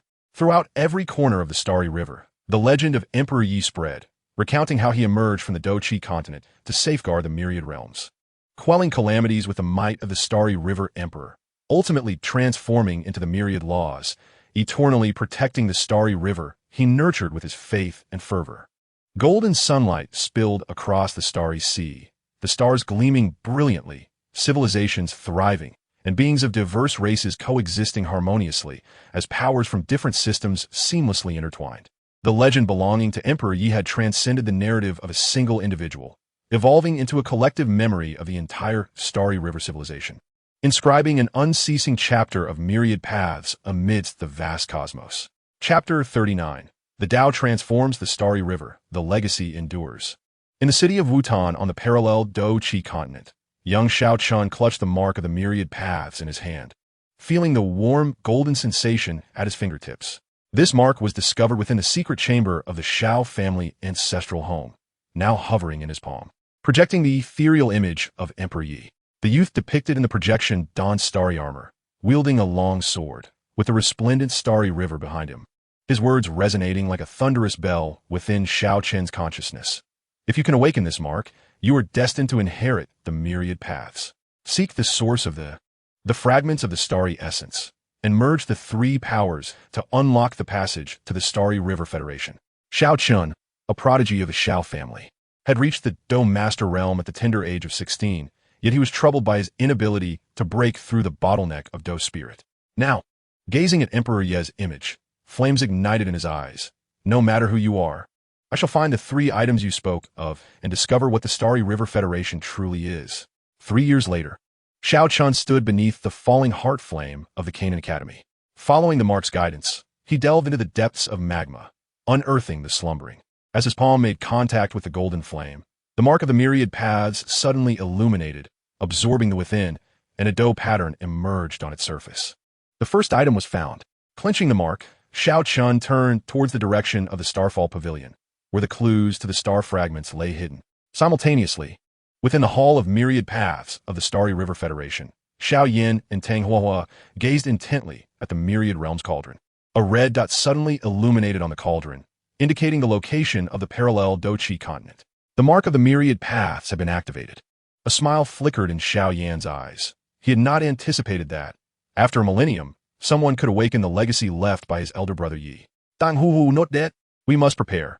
If that child can successfully merge the three powers, he will open the Starry Passage and be welcomed into the Federation. 5 years later, after enduring countless trials, Xiao Chun finally located the star fragments within the Starfall Pavilion's core chamber and obtained the essence crystal from the Ling clan's ruins. When the three items merged into the mark of the myriad paths, it erupted with blinding golden light, enveloping Xiao Chun. He felt his Do Chi, star power, and spiritual energy surge wildly, directly breaking through to the Do Zun realm. A system notification reverberated in his consciousness. Ding! Qualification for the inheritor of the myriad paths achieved. The starry passage is opening, expected to be accessible in 3 days. 3 days later, a colossal golden portal appeared in the skies above Wutan, serving as the passage to the Starry River Federation. Xiao Chun leaped into the portal, instantly arriving at the starry port of the myriad paths world. The sight before him left him astounded. Countless starships traversed the starry sky. Cultivators clad in diverse civilization armors came and went, and in the distance, atop the heavenly Emperor Peak, stood the statue of Emperor Yi, surrounded by tricolored imperial aura. Welcome to the Starry River Federation, Xiao Chun. The figures of Xiao Yin and Tang Hua materialized before him, their presence infused with the might of the Starry River Emperor, granting Xiao Chun immediate clarity. Before him stood the legendary Do Emperor Xiao Yin and the powerful being from the celestial domain, Tang Hua. With excitement, he bowed deeply. Junior Xiao Chun pays his respects to the two esteemed seniors. Xiao Yin smiled, helping him rise. No need for such formalities. Your awakening of the mark of the myriad paths signifies that you are recognized as the inheritor by Brother Yi. Come, I shall take you to meet someone. The trio arrived before the statue atop Heavenly Emperor Peak, where Xiao Yin produced a seed of the primordial lotus, placing it in the statue's palm. The lotus seed burst forth with golden brilliance, and the statue's eyes suddenly opened. The ethereal image of Emperor Yi gradually materialized, a fragment condensed by the myriad laws after his transformation into the Starry River. Xiao Chun, welcome. You hail from the parallel Do Qi continent, where the source of power resembles my homeland. Henceforth, you shall serve as the envoy of the realms, connecting the parallel world with the Starry River Federation. Xiao Chen's eyes brimmed with determination. Junior shall not fail in this mission. In the ensuing decade, Xiao Chun studied at the Starry River Academy, merging the powers of Do immortals, star martial arts, and spiritual energy from various systems, ultimately breaking through to the tribulation transcendent stage. Following Emperor Ye's guidance, he returned to the parallel Do Qi continent, establishing a branch of the myriad paths and imparting the cultivation methods of the Starry River Federation to local cultivators. An ever-increasing number of practitioners from parallel worlds traversed the Starry Passage to the Myriad Paths world, expanding the civilizational landscape of the Starry River Federation. One day, alarms blared in the Hall of Myriad Paths. A temporal rift had appeared in the parallel Do Qi continent, unleashing temporal demons. Entities more formidable than those of the dark energy civilization, capable of consuming time and space, distorting the annals of history. In urgent need of assistance, Xiao Chun called for help, and Emperor Ye's ethereal image, along with Xiao Yin and Tang Hua, immediately led a fleet to provide support. Above the parallel Do Qi continent, the temporal rift continued to expand, with countless temporal demons surging forth. Wherever they passed, cities turned to ruins, and the cultivation levels of practitioners regressed. Emperor Yi harnessed the myriad laws, conjuring a golden barrier to repel the demons' assault. The weakness of the temporal demons lies in the source timeline. We must locate the core of the rift and restore the temporal order. Xiao Yin and Tang Hua commanded the Do Immortal Legion and the Holy Universe Warriors to launch flanking attacks against the demons, while Xiao Chun led the practitioners from the parallel world, establishing the myriad temporal formation to pinpoint the core of the rift. Emperor Yi, wielding the Star Emperor Sword's ethereal image, soared above the rift, channeling the power of creation. Myriad paths return, temporal restoration. A tricolored luminous pattern infused the rift, and the temporal demons emitted anguished wails as the rift gradually shrank. Seizing the moment, Emperor Yi infused the power of the primordial lotus into the core of the rift, restoring the temporal order. As the final temporal demon was purified, the skies above the parallel Do Qi continent cleared, and the distorted history began to revert. Gazing at Emperor Ye's ethereal image, Xiao Chun expressed his admiration. Senior, how were you able to so effortlessly repair the temporal rift? Emperor Yi similed. Because the core of the myriad laws is balance. Balancing energy, balancing civilizations, balancing time and space. As long as we maintain this balance, we shall overcome any crisis we encounter. Upon returning to the vast world of myriad paths, Emperor Yi summoned representatives from all civilizations within the Federation to announce the establishment of the Realm Alliance. Henceforth, we shall not only safeguard the starry rivers, but also protect the parallel worlds and the order of time and space. Each civilization may dispatch a realm envoy to propagate the doctrine of coexistence among myriad paths, ensuring that the path of balance permeates all known worlds. A millennium later, The Realm Alliance has connected hundreds of parallel worlds and starry civilizations. Ye's ethereal avatar frequently appears in various realms, guiding cultivators to comprehend the laws of myriad paths. Xiao Yin and Tang Hou preside over the Starry River Federation, managing daily affairs, while Xiao Chun has become the chief envoy of the Realm Alliance, leading a team through the interstices of parallel worlds and starry realms to resolve various crises. One day, Xiao Chun arrived at a newly discovered martial world, where the practitioners solely focused on martial arts, but, in their fervent pursuit of power, had exhausted the spiritual energy of heaven and earth. Following the guidance of Emperor Yi, he introduced the spiritual liquid from the realm of spiritual plants and the star core energy from the star martial realm into this world, simultaneously imparting the method of coexistence cultivation. Decades later, the spiritual energy of the martial world gradually rejuvenated, and the practitioners began to integrate diverse systems of power, becoming new members of the Realm Alliance. On the summit of Tiandi Peak in the world of myriad paths, before the statue of Emperor Yi, a child from the martial world named Lin Xiaowu made a wish upon the statue. Senior Emperor Yi, I too wish to become a realm envoy when I grow up, to help more worlds. Suddenly, the statue radiated a beam of golden light, landing in the child's palm, transforming into a miniature emblem of myriad paths. The voice of Emperor Yi resonated within the child's consciousness. The essence of guardianship is the inception of myriad paths. Go forth, child, and inscribe your own legend. Golden sunlight bathed the earth of the world of myriad paths, while starships at the Starry River port continued their ceaseless journey. The statue on Tiandi Peak steadfastly stood amidst the clouds, and Emperor Yi's ethereal avatar traversed various worlds. His legend had evolved from a solitary journey of overcoming adversity into a collective mission of guardianship. As the doctrine of coexistence among myriad paths spread from the 3,000 small worlds to the starry rivers, parallel realms, and even more distant unknown territories. In the vast temporal river, the figure of Emperor Yi never faded. He was the youthful conqueror of the heavens, the leader of the alliance of worlds, the emperor of the starry river, the embodiment of the laws of myriad paths, and the lighthouse in the hearts of all guardians. His story shall eternally echo through the endless corridors of time, inspiring generation after generation of beings to strive for balance, for peace, and for the perpetual continuity of myriad paths. Chapter 40. The Return to the Source of Myriad Paths, Eternal Radiance of Time and Space. Outside, the martial god city in the martial world, the child Lin Xiaowu clutched the miniature emblem of myriad paths in his palm, gazing longingly at the realm envoy Xiao Chun soaring into the sky. Since acquiring the emblem from the statue of Emperor Yi, it had become his inseparable companion, guiding him daily in the practice of coexistence cultivation. In merely 3 years, he transformed from an ordinary child into a peak practitioner at the body refinement stage. Xiaowu, it's time to gather spiritual plants, called out the old gardener from the spiritual plant garden outside the city. Lin Xiaowu responded promptly and hurried towards the garden.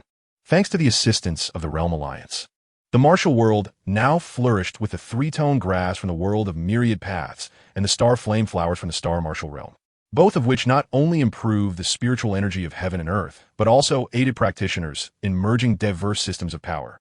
As Lin Xiaowu was collecting the spiritual plants, the emblem suddenly trembled violently, a red light pattern manifesting on its surface, a signal of impending danger.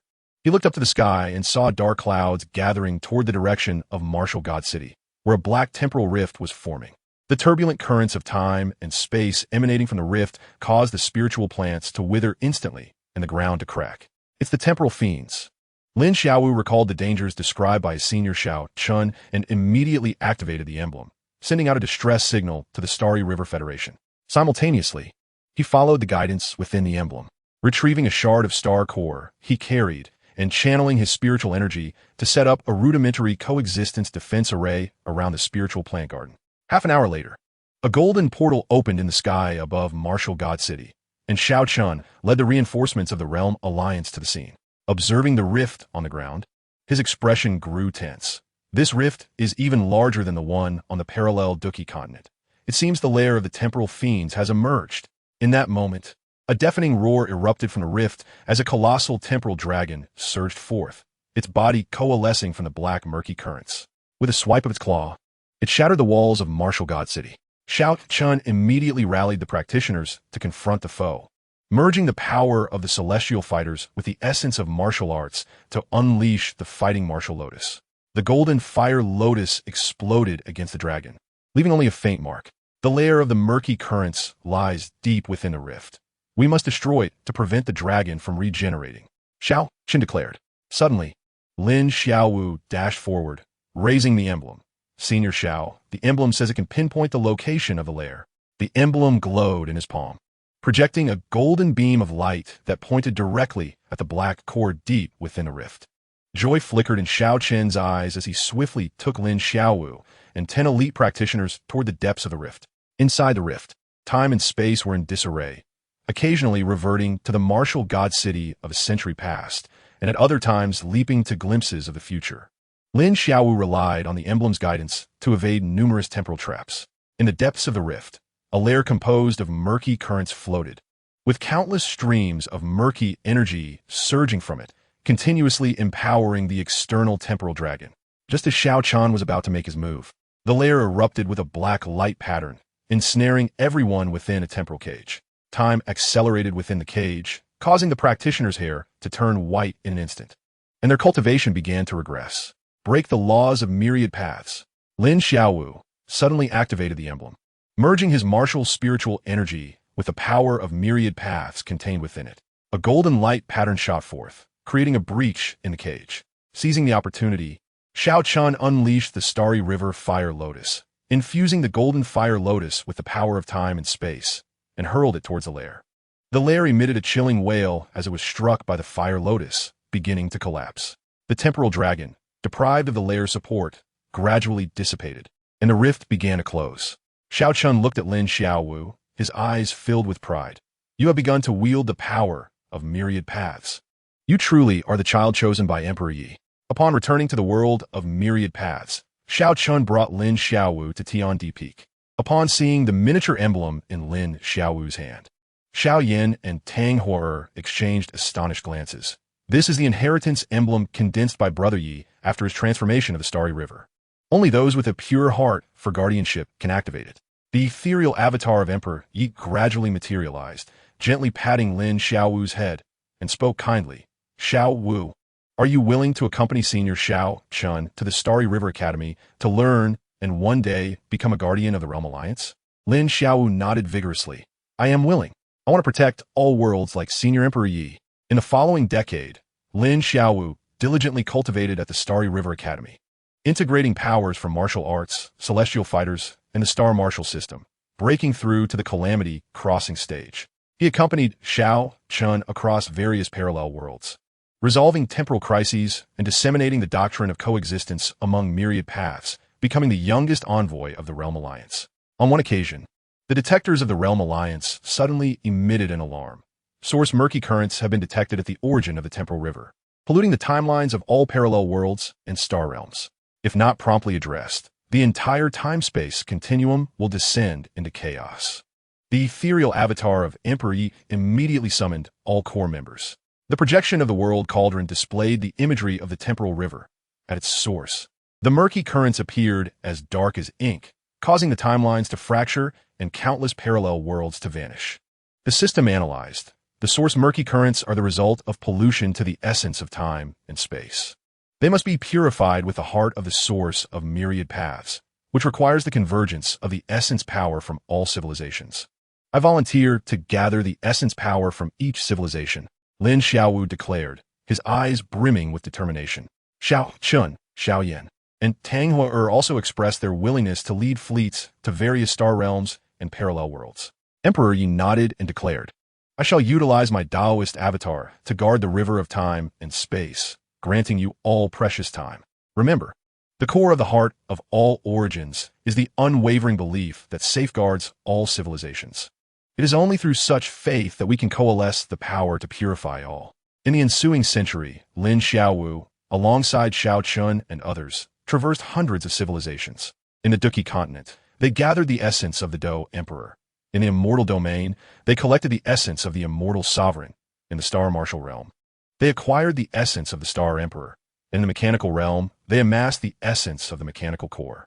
At each civilization, the cultivators willingly offered their source of power, for they understood that this was the hope for safeguarding all worlds. When the final source of power was collected, Lin Xiaowu and his companions returned to the great world of all paths.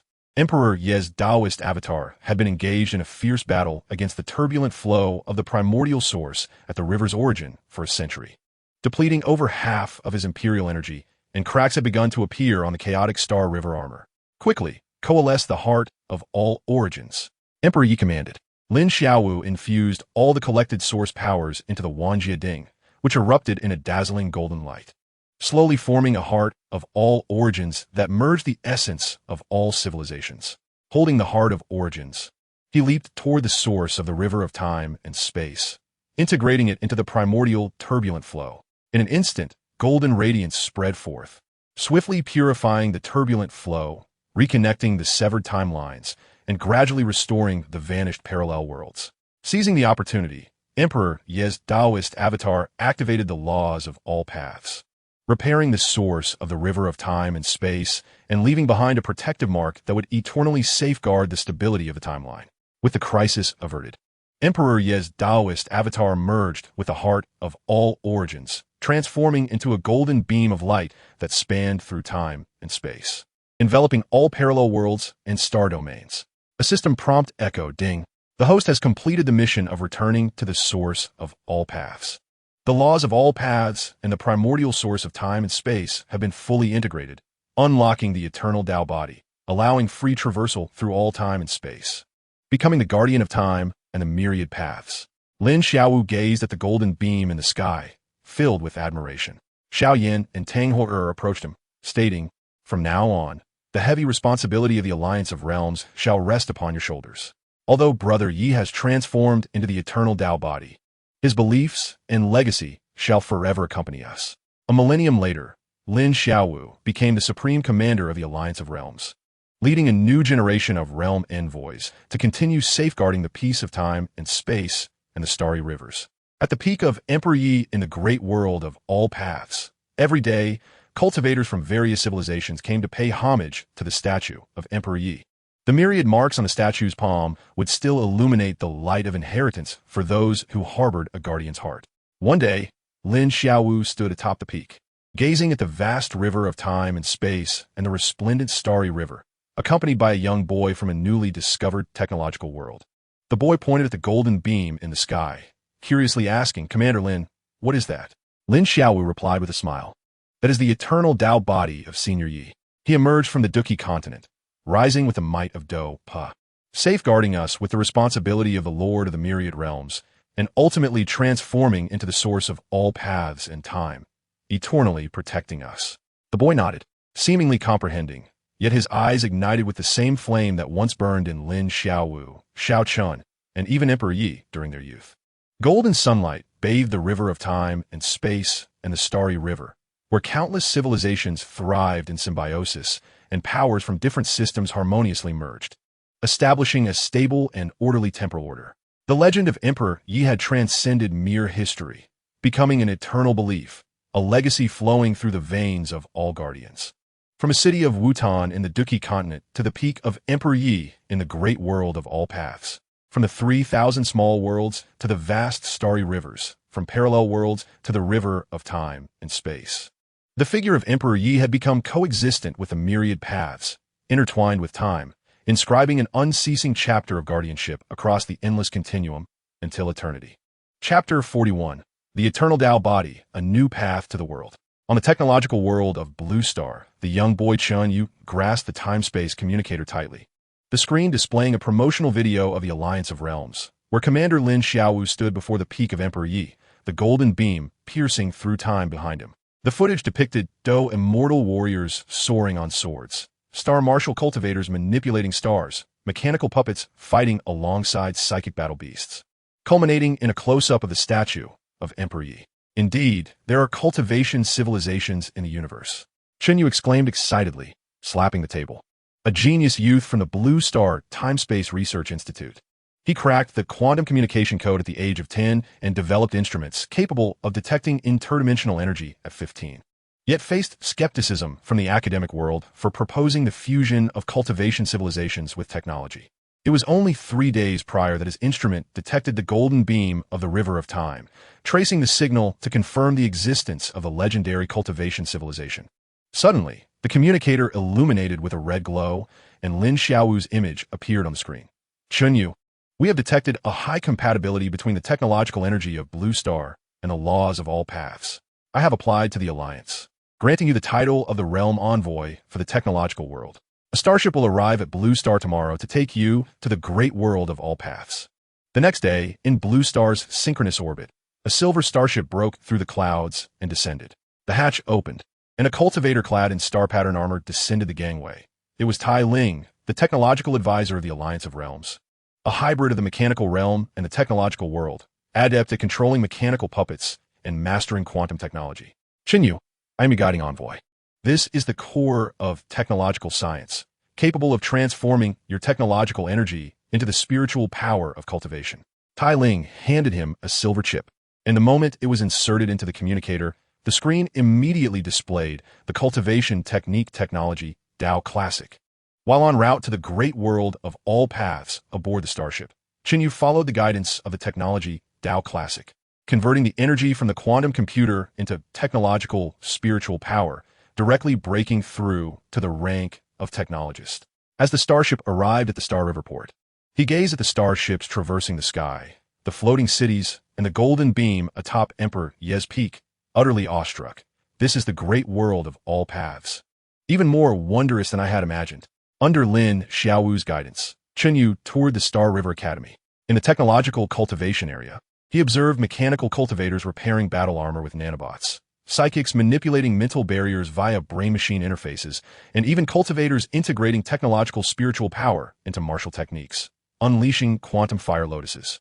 The fusion of technology and cultivation is indeed the future direction, Lin Xiao remarked. After Senior Ye's transformation into the eternal Tao body, he left behind the philosophy of inclusivity in all paths, allowing any system to find its legacy within the Federation. Chunyu promptly proposed his research plan. I wish to develop the Wanjiao technology pod, enabling ordinary people in the technological world to swiftly embark on the path of cultivation, and then create a time-space technology ship to enhance the starship's traversal speed, exploring even more distant unknown star realms. Lin Xiaowu fully supported him, assigning top-tier craftsmen from the mechanical realm and psychic experts from the spiritual realm to assist. 3 years later, Chunyu's research achieved a breakthrough. At the testing ground of Star River Port, he activated the Wanjiao technology pod.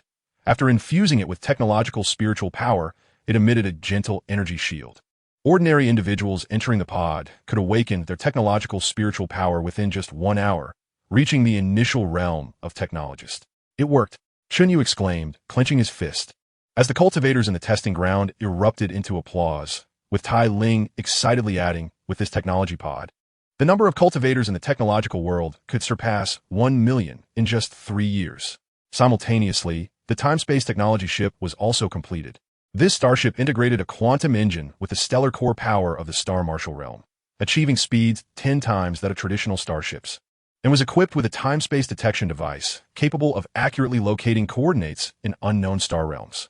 Chunyu applied to the Alliance to lead an exploration team to the misty star domain, the edge of the river of time and space that had never been traversed by cultivators. Lin Xiaowu personally sent off the exploration team. The temporal turbulence in the misty star domain is exceedingly perilous. This is the shield of technological science, infused with the eternal Dao power of Senior Yi, capable of resisting the corruption of the primordial turbulent flow. He handed a silver shield to Chunyu, etched with myriad runes, radiating a warm energy upon contact. After the expedition team set off, Chunyu skillfully piloted the time-space technology ship through the tumultuous currents of time and space, entering the enigmatic mist star domain. This realm was shrouded in a dense purple mist, within which flickered the ethereal shadows of other worlds, a realm of sword cultivators, a savage continent inhabited by orcs, and a futuristic planet with advanced technology. These were civilizations yet to be discovered. Chunyu eagerly recorded the coordinates when suddenly, the detector emitted an alarm. It had detected a high-intensity fluctuation of time-space energy, suspected to be the source crystal of time and space. Following the signal, Chunyu ventured deep into the star domain and discovered a floating mountain of time-space crystals, radiating a soft blue light. Revealing itself as the source crystal of time and space. When his technological spiritual energy made contact with the crystal, myriad technological shields illuminated abruptly.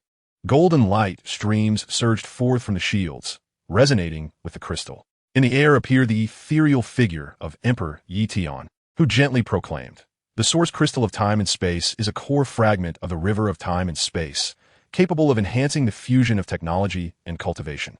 Your arrival here signifies that you have grasped the profound truth of inclusivity."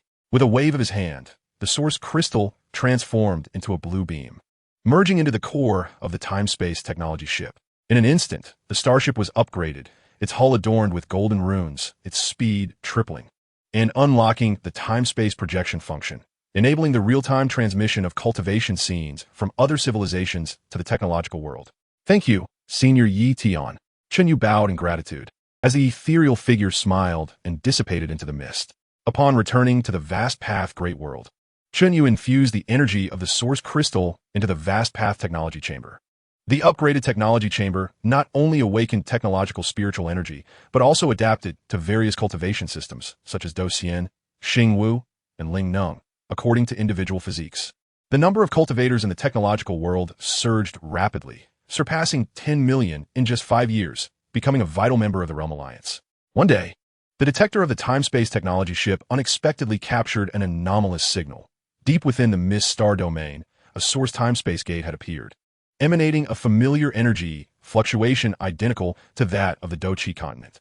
Qingyang promptly reported to the Alliance, and Lin Xiaowu, Xiaoyan, and Tang Hui personally boarded the starship to investigate.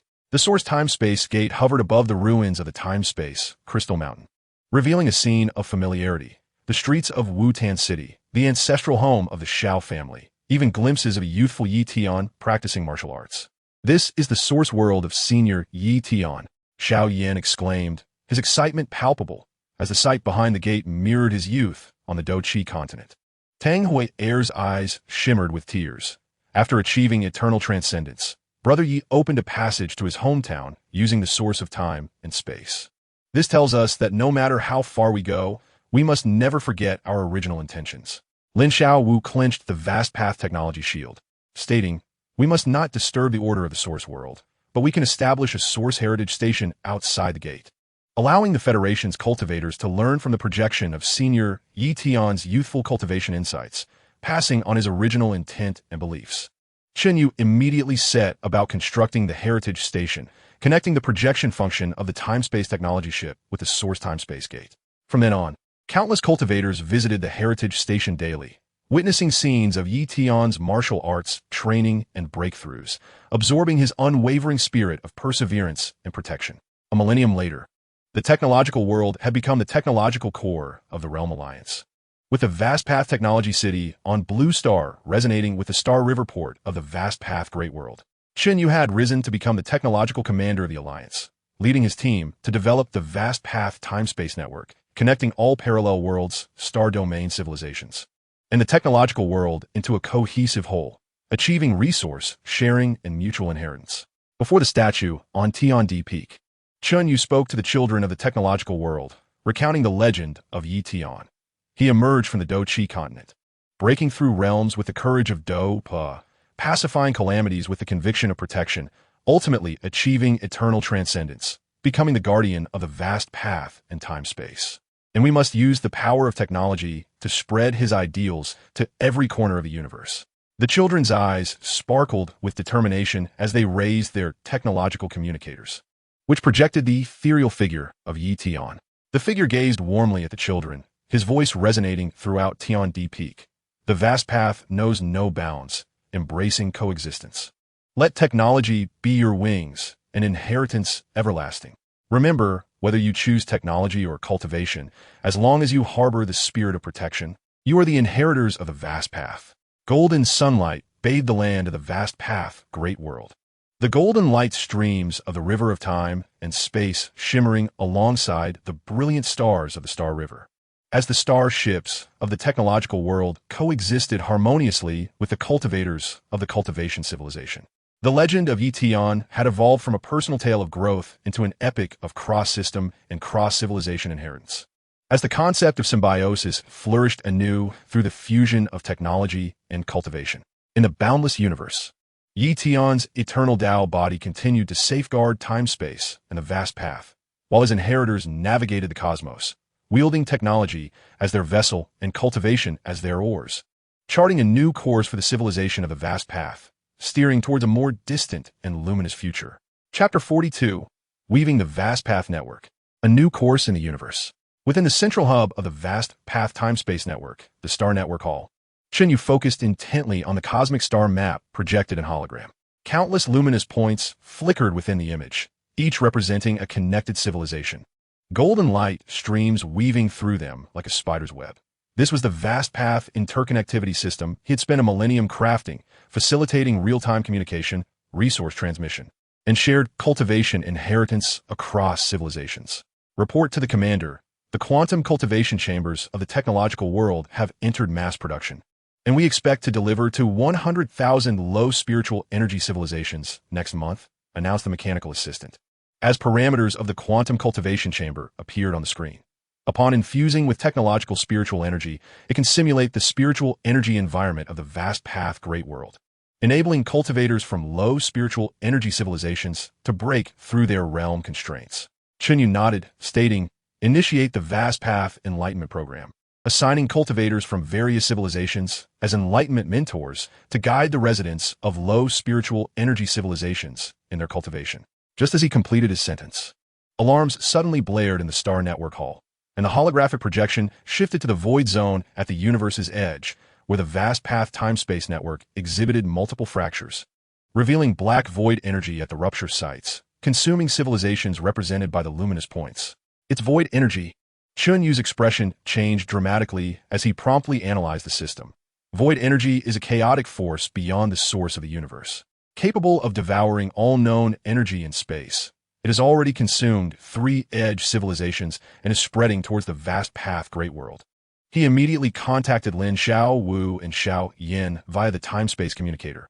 Void energy is invading the universe's edge. The vast path time-space network has been damaged, requesting support. Half an hour later, Lin Xiaowu and Xiao Yin led their fleet to the Star Network Hall, observing the expanding void energy in the projection. Xiao Yin furrowed his brow. This energy is more terrifying than dark energy and time-space turbulence. My Dosian power was instantly devoured upon contact. Lin Xiaowu added, Senior Yi Tian's eternal Tao body may be able to counteract the void energy. I have already called for assistance from the Tao body through the vast path mark. As soon as he spoke, golden light streams illuminated the space above the Star Network Hall, and the ethereal figure of Yi Tian slowly manifested. He gazed at the void energy in the projection, his expression grave. Void energy originates from the void realm beyond the universe. It is the primordial chaos that accompanied the birth of the universe. Only by merging the sources of the vast path and the heart of the universe can it be sealed. Where is the heart of the universe? Qinyu inquired urgently. Yi Tian's ethereal figure pointed to the center of the holographic projection. The heart of the universe lies within the origin star C, the birthplace of the universe. Guarded by the origin beast, you must gather the 12 core sources of the great civilizations to enter. 3 days later, the Realm Alliance convened the leaders of the 12 great civilizations, assembling the core sources of Dosian, Xingwu, Lingneng, technology, and others. Qinyu piloted the time-space technology ship, accompanied by Lin Xiaowu and Xiao Yin, towards the origin star C. The starship traversed layers of star clouds, finally arriving at a dazzling star C, where the stars glimmered in pale gold, emanating the breath of the universe's origin. In the center of this star C floated a colossal golden crystal, the heart of the universe. That is the origin beast. Lin Xiaowu pointed at the colossal beast beside the heart of the universe, its form reminiscent of a lion, enveloped in the primordial flames, exuding an aura that reached the late stage of the Star River Emperor. Upon noticing the crowd, the primordial beast let out a thunderous roar, unleashing a torrent of primordial flames towards the starship. Xiao Yin leaped from the starship, merging the power of the celestial combat with the holy universe, and executed the holy universe combat slash. The golden sword shadow collided with the primordial flames, resulting in a resounding explosion. Meanwhile, Lin Xiaowu channeled the myriad forces, condensing 12 core essences into a golden light shield that effectively blocked the beast's onslaught. Seizing the opportunity, Chunyu manipulated the temporal technology vessel, infusing its technological, spiritual energy into the heart of the universe. The heart illuminated with golden radiance, resonating with the 12 core essences. The primordial beast, sensing the essence of the heart, gradually calmed, nodding at the crowd before slowly retreating to the side. "Thank you for your graciousness, esteemed elder." Chunyu bowed respectfully to the primordial beast before joining Lin Xiaowu and Xiao Yan aboard the heart of the universe. Inside, the golden cosmic essence was so rich it nearly took on a liquid form, with a pale golden cosmic core floating at its center. The ethereal projection of Emperor Yi reappeared, infusing the eternal Tao power into the cosmic core. By merging the 12 core essences with the cosmic core, one can forge the myriad Tao universe formation, which can harness the cosmic essence to seal the void energy. The three immediately set to work, integrating the 12 core essences into the cosmic core one by one. As the final technological core was assimilated, the cosmic core erupted with brilliant golden light. In a golden formation that enveloped the entire universe unfurled, the myriad Tao universe formation. The pattern radiated to the edge of the universe, colliding with the void energy. The golden brilliance intertwined with the dark energy, unleashing a deafening roar that shook the cosmos. The ethereal projection of Emperor Yi channeled the eternal Tao power, infusing the myriad essence into the formation. Myriad Tao universe formation, seal. The void energy was gradually suppressed by the golden formation. The fragmented myriad Tao temporal net reconnected, and the consumed civilizations began to revive. As the last trace of void energy was sealed, the ethereal projection of Emperor Yi grew increasingly transparent. The seal of the void realm can only last for a millennium. After 1,000 years, you must locate the void essence and transform it into cosmic energy to completely resolve the crisis. "Brother Yi, must you depart?" Xiao Yan asked, his eyes filled with reluctance. The projection of Emperor Yi smiled and shook his head. "I have merged with the heart of the universe. From henceforth, I shall be the guardian of the cosmos. As long as the universe exists, I shall endure eternally." His figure transformed into golden specks, merging into the heart of the universe, and from that moment on, a projection of Emperor Yi resided at the center of the cosmic sea. Upon returning to the myriad Tao great world, Qinyu upgraded the myriad Tao temporal net, integrating the energy of the heart of the universe to enable automatic alerts for void energy. Lin Xiaowu initiated the cosmic patrol plan, dispatching cultivators to form patrol teams that would regularly survey the universe's edge, monitoring the movements of the void realm. A millennium later, Qinyu had ascended to the highest commander of the Realm Alliance, leading a team that developed a void energy converter capable of transforming captured void energy into cosmic essence. Beside the heart of the universe in the Origin Sea, 12 great civilizations established the Cosmic Guardian Hall, housing a statue of Emperor Yi, where cultivators came daily to pay their respects and inherit his protective ideology. On this day, a girl named Xingyu from a low spiritual civilization stood before the statue in the Cosmic Guardian Hall, making a heartfelt wish. "Esteemed Emperor Yi, I wish to become a member of the Cosmic Patrol Team to safeguard all civilizations." Suddenly, the statue radiated golden light, and a myriad Tao mark descended into Xingyu's palm. The mark echoed with Emperor Ye's voice. "The original intent of guardianship is the light of the universe. Go, child, and write your own legend." Xingyu clenched the myriad Tao mark, her eyes filled with determination. She departed from the Cosmic Guardian Hall, boarding the temporal technology vessel, steering towards the universe's edge. Behind the ship, the golden radiance of the heart of the universe intertwined with the light trails of the myriad Tao temporal net, illuminating the entirety of the cosmos. In the vast expanse of the universe, the legend of Emperor Yi continued to unfold. From a youth in the continent of combat, Qi, he grew into the sovereign of the myriad realms, the Star River Emperor, and the eternal Tao body, ultimately merging with the heart of the universe to become its guardian. His successors, using technology as a bridge, cultivation as a path, and guardianship as their belief, were forging new routes in the cosmos, spreading the doctrine of coexistence throughout every corner of the universe. The golden sunlight bathed the Origin Sea, with the light of the heart of the universe shimmering alongside the stars, while the light trails of the myriad Tao temporal net flowed like a golden river through every inch of space. The tale of Emperor Yi had become a collective memory of cosmic civilization, inspiring generation after generation of beings to safeguard the universe, perpetuate the myriad paths, and forge ahead eternally. Chapter 43. Void Transformation. cosmic coexistence. In the square of the Cosmic Guardian Hall, the girl Qingyu donned silver patrol armor, wielding a void detection gun, training alongside other patrol members.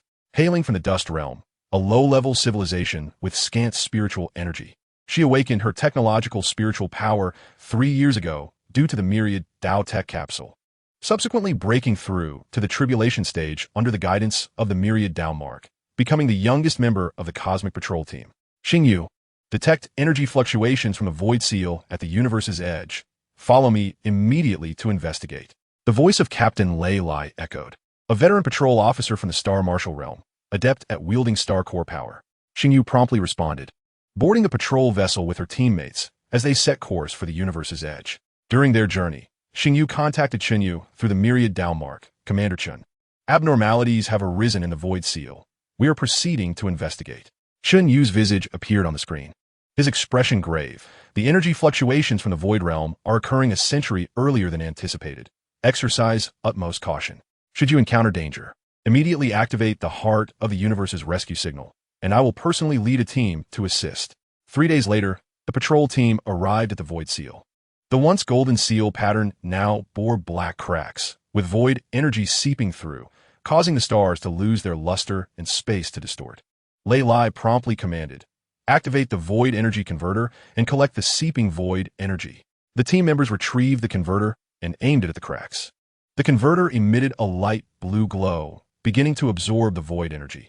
However, the concentration of the void energy far exceeded expectations, causing the converter to overload and emit black smoke. It's no good. The energy concentration is too high. The converter can't withstand it, a team member exclaimed. Suddenly, Qingyu recalled the guidance within the Myriad Dao Mark. She took out the mark and infused it with technological spiritual energy and Myriad Dao power. Myriad Dao Law's Guide. The mark erupted with golden brilliance, establishing a connection with the heart of the universe. A stream of golden energy surged from the depths of the cosmic sea into the converter. Instantly, the converter upgraded. The light blue glow transformed into gold, rapidly absorbing the void energy and converting it into cosmic essence. We did it, Lai Li exclaimed excitedly. Yet, Qingyu furrowed her brow. The cracks are still expanding. We must find the weak point of the seal and reinforce it. Following the guidance of the Myriad Dao Mark, she piloted a small probe ship towards the core of the seal. At the core of the seal, a massive black crack was forming, behind which a dark void gate was faintly visible. As Qingyu approached, a primordial beast suddenly burst forth from behind the gate, its shadowy form devouring the space it touched. Qingyu swiftly maneuvered the probe ship to evade, simultaneously channeling Myriad Dao power to transform her technological spiritual energy into a quantum light shield to block the beast's attack. The rescue signal from the heart of the universe had been dispatched. Hold on, Qingyu shouted into the communicator. The primordial beast, however, accelerated suddenly, crashing into the probe ship, causing it to violently tremble, and the quantum light shield began to crack. Just then, a golden light beam surged from the depths of the universe. As Qinyu led the rescue team to arrive just in time, Qinyu leaped from the starship, wielding the Myriad Dao technology, sword infused with cosmic essence, and with a single strike, cleaved the primordial beast in half. Qingyu, are you all right? Qinyu helped her up, concern etched in his eyes. Qingyu shook her head. I'm fine. The void gate lies just behind the crack. We must seal it quickly. Qinyu nodded and swiftly summoned his team, rain-fusing the 12 primordial cores into the sealing array. The ethereal projection of the heavenly emperor of the leaf materialized from the direction of the cosmic heart. He channeled eternal Dao power, infusing the cosmic essence into the array. 10,000 paths cosmic array, reseal. The golden array patterns once again cloaked the fissure, gradually closing the void gate, while the seeping void energy was thoroughly absorbed by the converter. With the crisis averted, Qinyu returned to the Cosmic Guardian Hall with Qingyu. Beside the cosmic heart, the heavenly emperor's ethereal projection spoke gently. Qingyu, your ability to comprehend the fusion of myriad powers and technology in a moment of peril is truly commendable, befitting a successor of the 10,000 paths. From now on, you shall be the void converter, responsible for leading the team in developing more advanced converters to transform void energy into cosmic essence. Qingyu bowed deeply. I shall not fail in my mission. In the subsequent decade, Qingyu led her team in an in-depth study of void energy. They established a void conversion base at the edge of the universe, connecting the converter to the cosmic heart, forming a void energy conversion belt. Whenever void energy seeped forth, The conversion belt would automatically absorb it, transforming it into cosmic essence and nourishing the surrounding low-spirited civilizations. One day, the detectors at the conversion base suddenly blared an alarm. They had detected the Void Lord from the Void Realm breaking through the seal, his aura reaching the early stages of a cosmic emperor, with an anticipated arrival in a century. Xingyu promptly reported to the Domain Alliance. Xingyu, Lin Xiaowu, Xiaoyan, and Tang Huer summoned the leaders of the 12 great civilizations for an urgent meeting. The 10,000 Realms cauldron projected the image of the Void Lord, clad in a black imperial robe, surrounded by void energy, wielding a Void Emperor's sword. His presence capable of shaking the cosmos. The Void Lord was the embodiment of the Void Realm's essence, his power far surpassing that of the Dark Energy Emperor and the Temporal Turbulent Dragon. The Heavenly Emperor's ethereal projection grew solemn, stating that to defeat him, the Cosmic Heart and the 10,000 Paths essence must be thoroughly fused to condense the cosmic 10,000 Paths body, a form capable of harnessing the energy of the entire universe to contend with the Void Lord. I volunteer to journey to each civilization and gather the essence of the 10,000 Paths, Xingyu declared. Xingyu added, I will upgrade the 10,000 Paths temporal network, enabling all cultivators in the universe to contribute a fragment of their primordial power, coalescing into the cosmic 10,000 Paths array. Over the next century, Xingyu traversed every civilization in the universe. In the Docian realm, she gathered the Tao essence of the Dou emperors. In the technological world, she collected the core power of quantum technology. And in the Micron realm, she gathered the resilient beliefs of lower civilizations. Each time she arrived at a civilization, cultivators willingly offered their primordial power, knowing that this was the last hope for safeguarding the universe. When the final fragment of primordial power was collected, Xingyu returned to the Cosmic Guardian Hall. Xingyu had completed the upgrade to the 10,000 Paths temporal network, connecting all cultivators in the universe, each contributing their strength. The ethereal projection of the Heavenly Emperor fused the Cosmic Heart with the 10,000 Paths essence, condensing it into a golden cosmic 10,000 Paths body, a humanoid form composed of countless points of light, each representing a civilization's essence. Xingyu, you are the successor of the 10,000 Paths. Only you can wield the cosmic 10,000 Paths body. The Heavenly Emperor's ethereal projection infused the 10,000 Paths seal into Xingyu's being. Go forth, and with the power of the universe, protect our home. Xingyu grasped the 10,000 Paths seal tightly and leaped into the cosmic 10,000 Paths body. She felt her body infused with the power of the universe, distinctly sensing the heartbeat of every civilization and the breath of every star. Void Lord, come forth and battle. Xingyu's voice echoed throughout the cosmos. The void seal at the universe's edge suddenly exploded, and the Void Lord, wielding the Void Emperor's sword, emerged from the Void Realm. He gazed disdainfully at the cosmic 10,000 Paths body controlled by Xingyu, exclaiming, Insignificant beings dare to challenge me.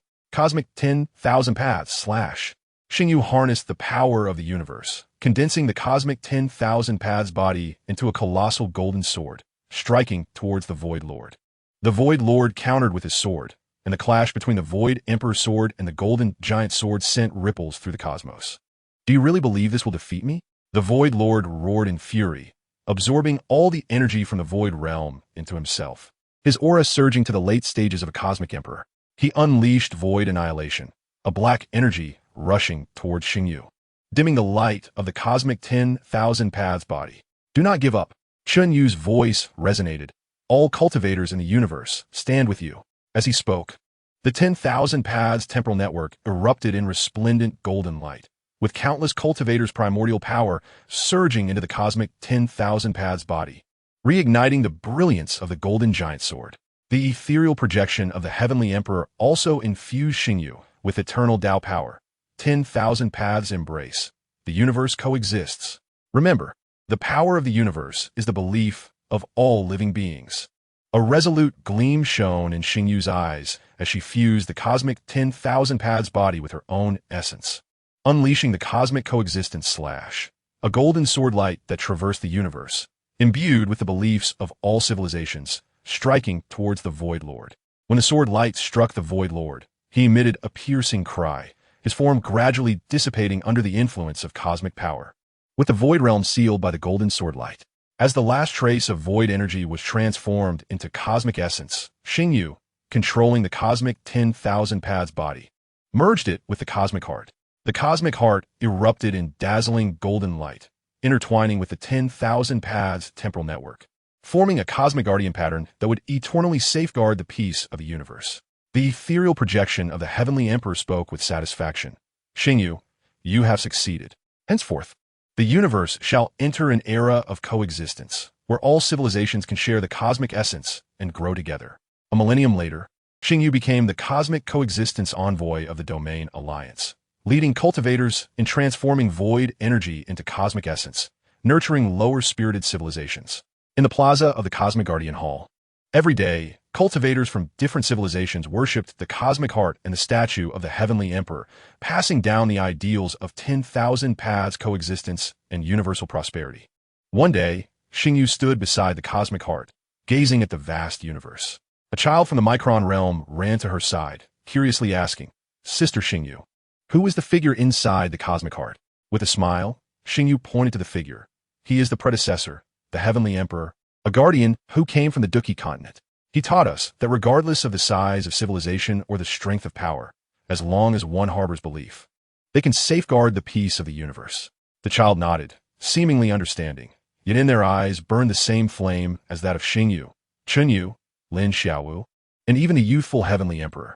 Golden sunlight bathed the cosmic heart, intertwining with the luminous bands of the 10,000 paths temporal network, illuminating the entire universe. The legend of the heavenly emperor was no longer merely a history, but a belief that permeated every inch of the cosmos. The ideal of 10,000 paths coexistence becoming the common pursuit of cosmic civilizations, inscribing a new chapter of eternal prosperity and cosmic coexistence in the endless flow of time. Chapter 44, The Era of Coexistence, the Tao Transmitted Without End. In the star source city of the Micron realm, the child Lin Xiaoxing clutched a mini cosmic heart pendant in his palm, trailing behind Qingyu, curiously observing the lively street scene. Cultivators from the Docian realm were transporting spiritual plants using their qi to form wings. Puppets from the mechanical realm were maintaining quantum streetlights. And spiritual energy masters were using their mental abilities to repair technological devices for the residents. Beings from different civilizations coexisted harmoniously, and a faint aroma of cosmic essence filled the air. Sister Qingyu, is this the coexistence city? It's even more bustling than the spiritual plant garden in our village. Lin Xiaoxing exclaimed, excitement radiating from his small face. An orphan from the Star Source village in the Micron realm, he had nearly starved on the streets after a torrential rain devastated the spiritual plant harvest half a year ago. It was Qingyu who saved him with cosmic essence food and brought him to Star Source City, gifting him the mini cosmic heart pendant, a token crafted from fragments of the cosmic heart that automatically absorbed cosmic essence to aid cultivators in their training. Qingyu smiled and nodded, pointing to the floating 10,000 paths coexistence tower in the distance. That is the core of Coexistence City, containing the 10,000 paths inheritance pool, allowing cultivators from different civilizations to share their cultivation insights. You wanted to learn about technological cultivation methods, didn't you? Today, I will take you to try it out. Upon entering the Tower of Coexistence, Lin Xiaoxing was immediately awestruck by the breathtaking sights within. The central heritage pool shimmered with golden ripples, and countless beams of light danced overhead. These projections showcased Xiao Yin training with the immortal fire lotus, Tang Huer's trajectory while wielding the sword shadow of the burning sky, and Qingyu elucidating quantum technology through holographic displays. What delighted him most was the handwritten notes of Emperor Yi from his youth during his cultivation on the Duki continent, displayed on the myriad shelves beside the pool. These invaluable insights from the esteemed predecessor were particularly beneficial for novice cultivators. Qingyu handed the notes to Lin Xiaoxing, advising him to begin with the foundational 10,000 paths breathing technique and to consult the projection mentors in the heritage pool whenever he encountered difficulties. Cradling the notes, Lin Xiaoxing settled beside the pool, engrossed in study. The notes not only captured the essence of martial arts cultivation, but also reflected Emperor Ye's contemplations on the nature of power. Power is not for ostentation, but for protection, guarding those around us, safeguarding the homes we cherish, and defending the justice that resides in our hearts. These words fell like seeds into Lin Xiaoxing's heart. 3 years later, Lin Xiaoxing had adeptly mastered the fusion of technological spiritual energy and martial skills, achieving a breakthrough into the realm of technological Do Master. On this day, He practiced the quantum Dookie wings in the square of Coexistence City when a miniature cosmic heart began to tremble violently, its surface adorned with crimson patterns, signaling an anomaly at the edge of the universe. Qingyu promptly arrived, retrieving the cosmic communicator for analysis. Fissures had appeared in the coexistence transformation zone at the universe's edge, with void energy seeping out, accompanied by unknown primal fluctuations. We must investigate immediately. Lin Xiaoxing volunteered eagerly. Sister Qingyu, I wish to join. I can manipulate quantum martial arts and might be of assistance. Qingyu, seeing the determination in his eyes, nodded in agreement. Bring your notes and pendant, and be cautious on the journey. The two boarded the coexistence spacecraft, setting course for the edge of the universe. During their voyage, Qingyu contacted Commander Chunyu via the communicator. Commander, there are anomalies in the coexistence transformation zone, with unknown primal fluctuations that may be related to the void realm. Chunyu's visage promptly appeared on the screen, his expression grave. I have dispatched Captain Lei Lai to provide support. You must wait for reinforcements before taking any action. Do not approach the transformation zone alone. However, upon the coexistence spacecraft's arrival at the universe's edge, the sight before them drew gasps of horror. The fissures in the coexistence transformation zone had expanded several-fold, and the void energy was intertwined with faint purple primal mist. Wherever the mist flowed, the cosmic primal forces began to destabilize. Even the movements of the stars slowed. This was no ordinary void energy. It bore the marks of primal erosion. Qingyu deployed a detection device, which revealed that the primal mist emanated from an unknown realm beyond the universe, a domain never before recorded. At that moment, a primal eroding beast burst forth from the mist, its form resembling a deer, surrounded by primal fog, and it swiftly shattered the spacecraft's protective shield. Lin Xiaoxing immediately activated his quantum martial arts, unleashing a quantum fire lotus that exploded upon the beast. But it merely paused for an instant. The primal eroding beast fed on cosmic primal energy. Ordinary attacks were ineffective against it.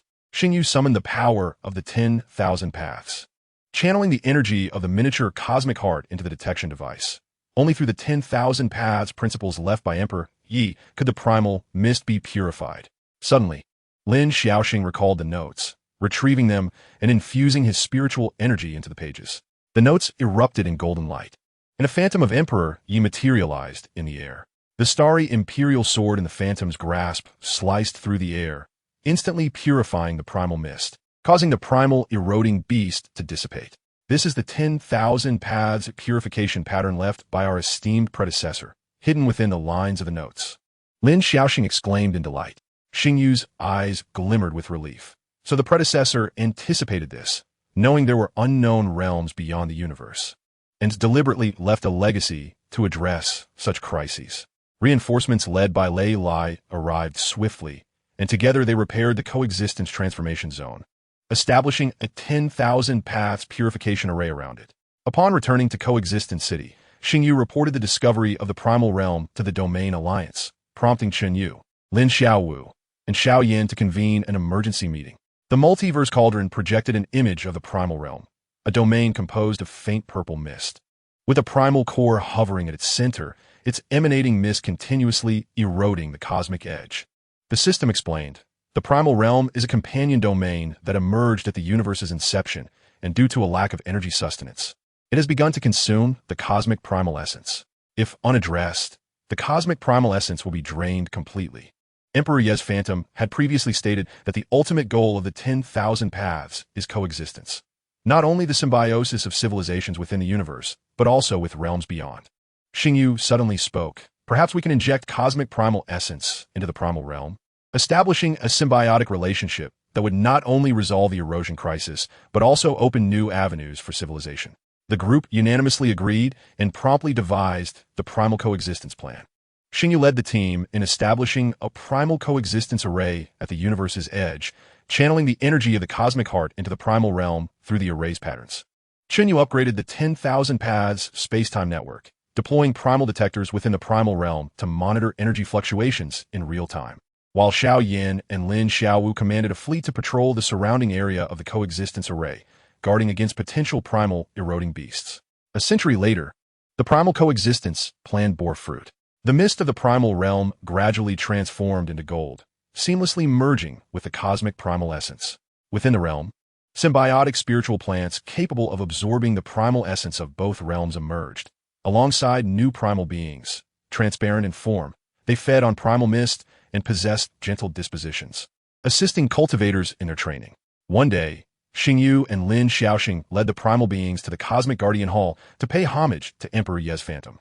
The Phantom gazed upon the harmonious coexistence of the dual-realm beings with profound satisfaction. Coexistence is not merely tolerance. It is a journey of mutual growth.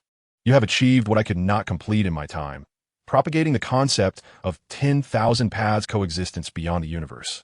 Lin Xiaoxing raised the notes in his hand, earnestly stating, "It is the guidance of our predecessors' notes that enlightened us, helping us realize that true strength is not conquest, but enabling all beings to find their path of existence within the Great Way."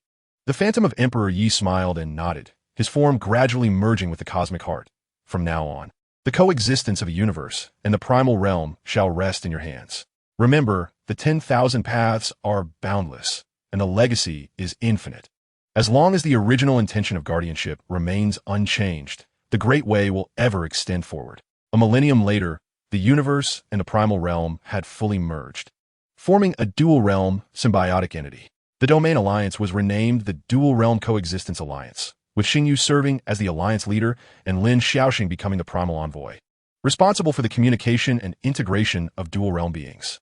At the pinnacle of the Tower of Coexistence, Emperor Ye's handwritten notes were enshrined upon a golden shelf, attracting cultivators from both realms daily to pay their respects. The last page of the notes bore a new inscription penned by Lin Xiaoxing: 10,000 paths coexistence, life everlasting. Dual realms thriving until eternity.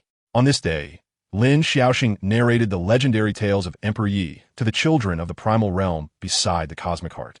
The children gathered around him, captivated as he recounted how the young warrior from the Duki continent transcended boundaries, quelled the calamities of dark energy, achieved eternal transformation, and guided future generations toward dual-realm coexistence. "Where is Emperor Yi now?"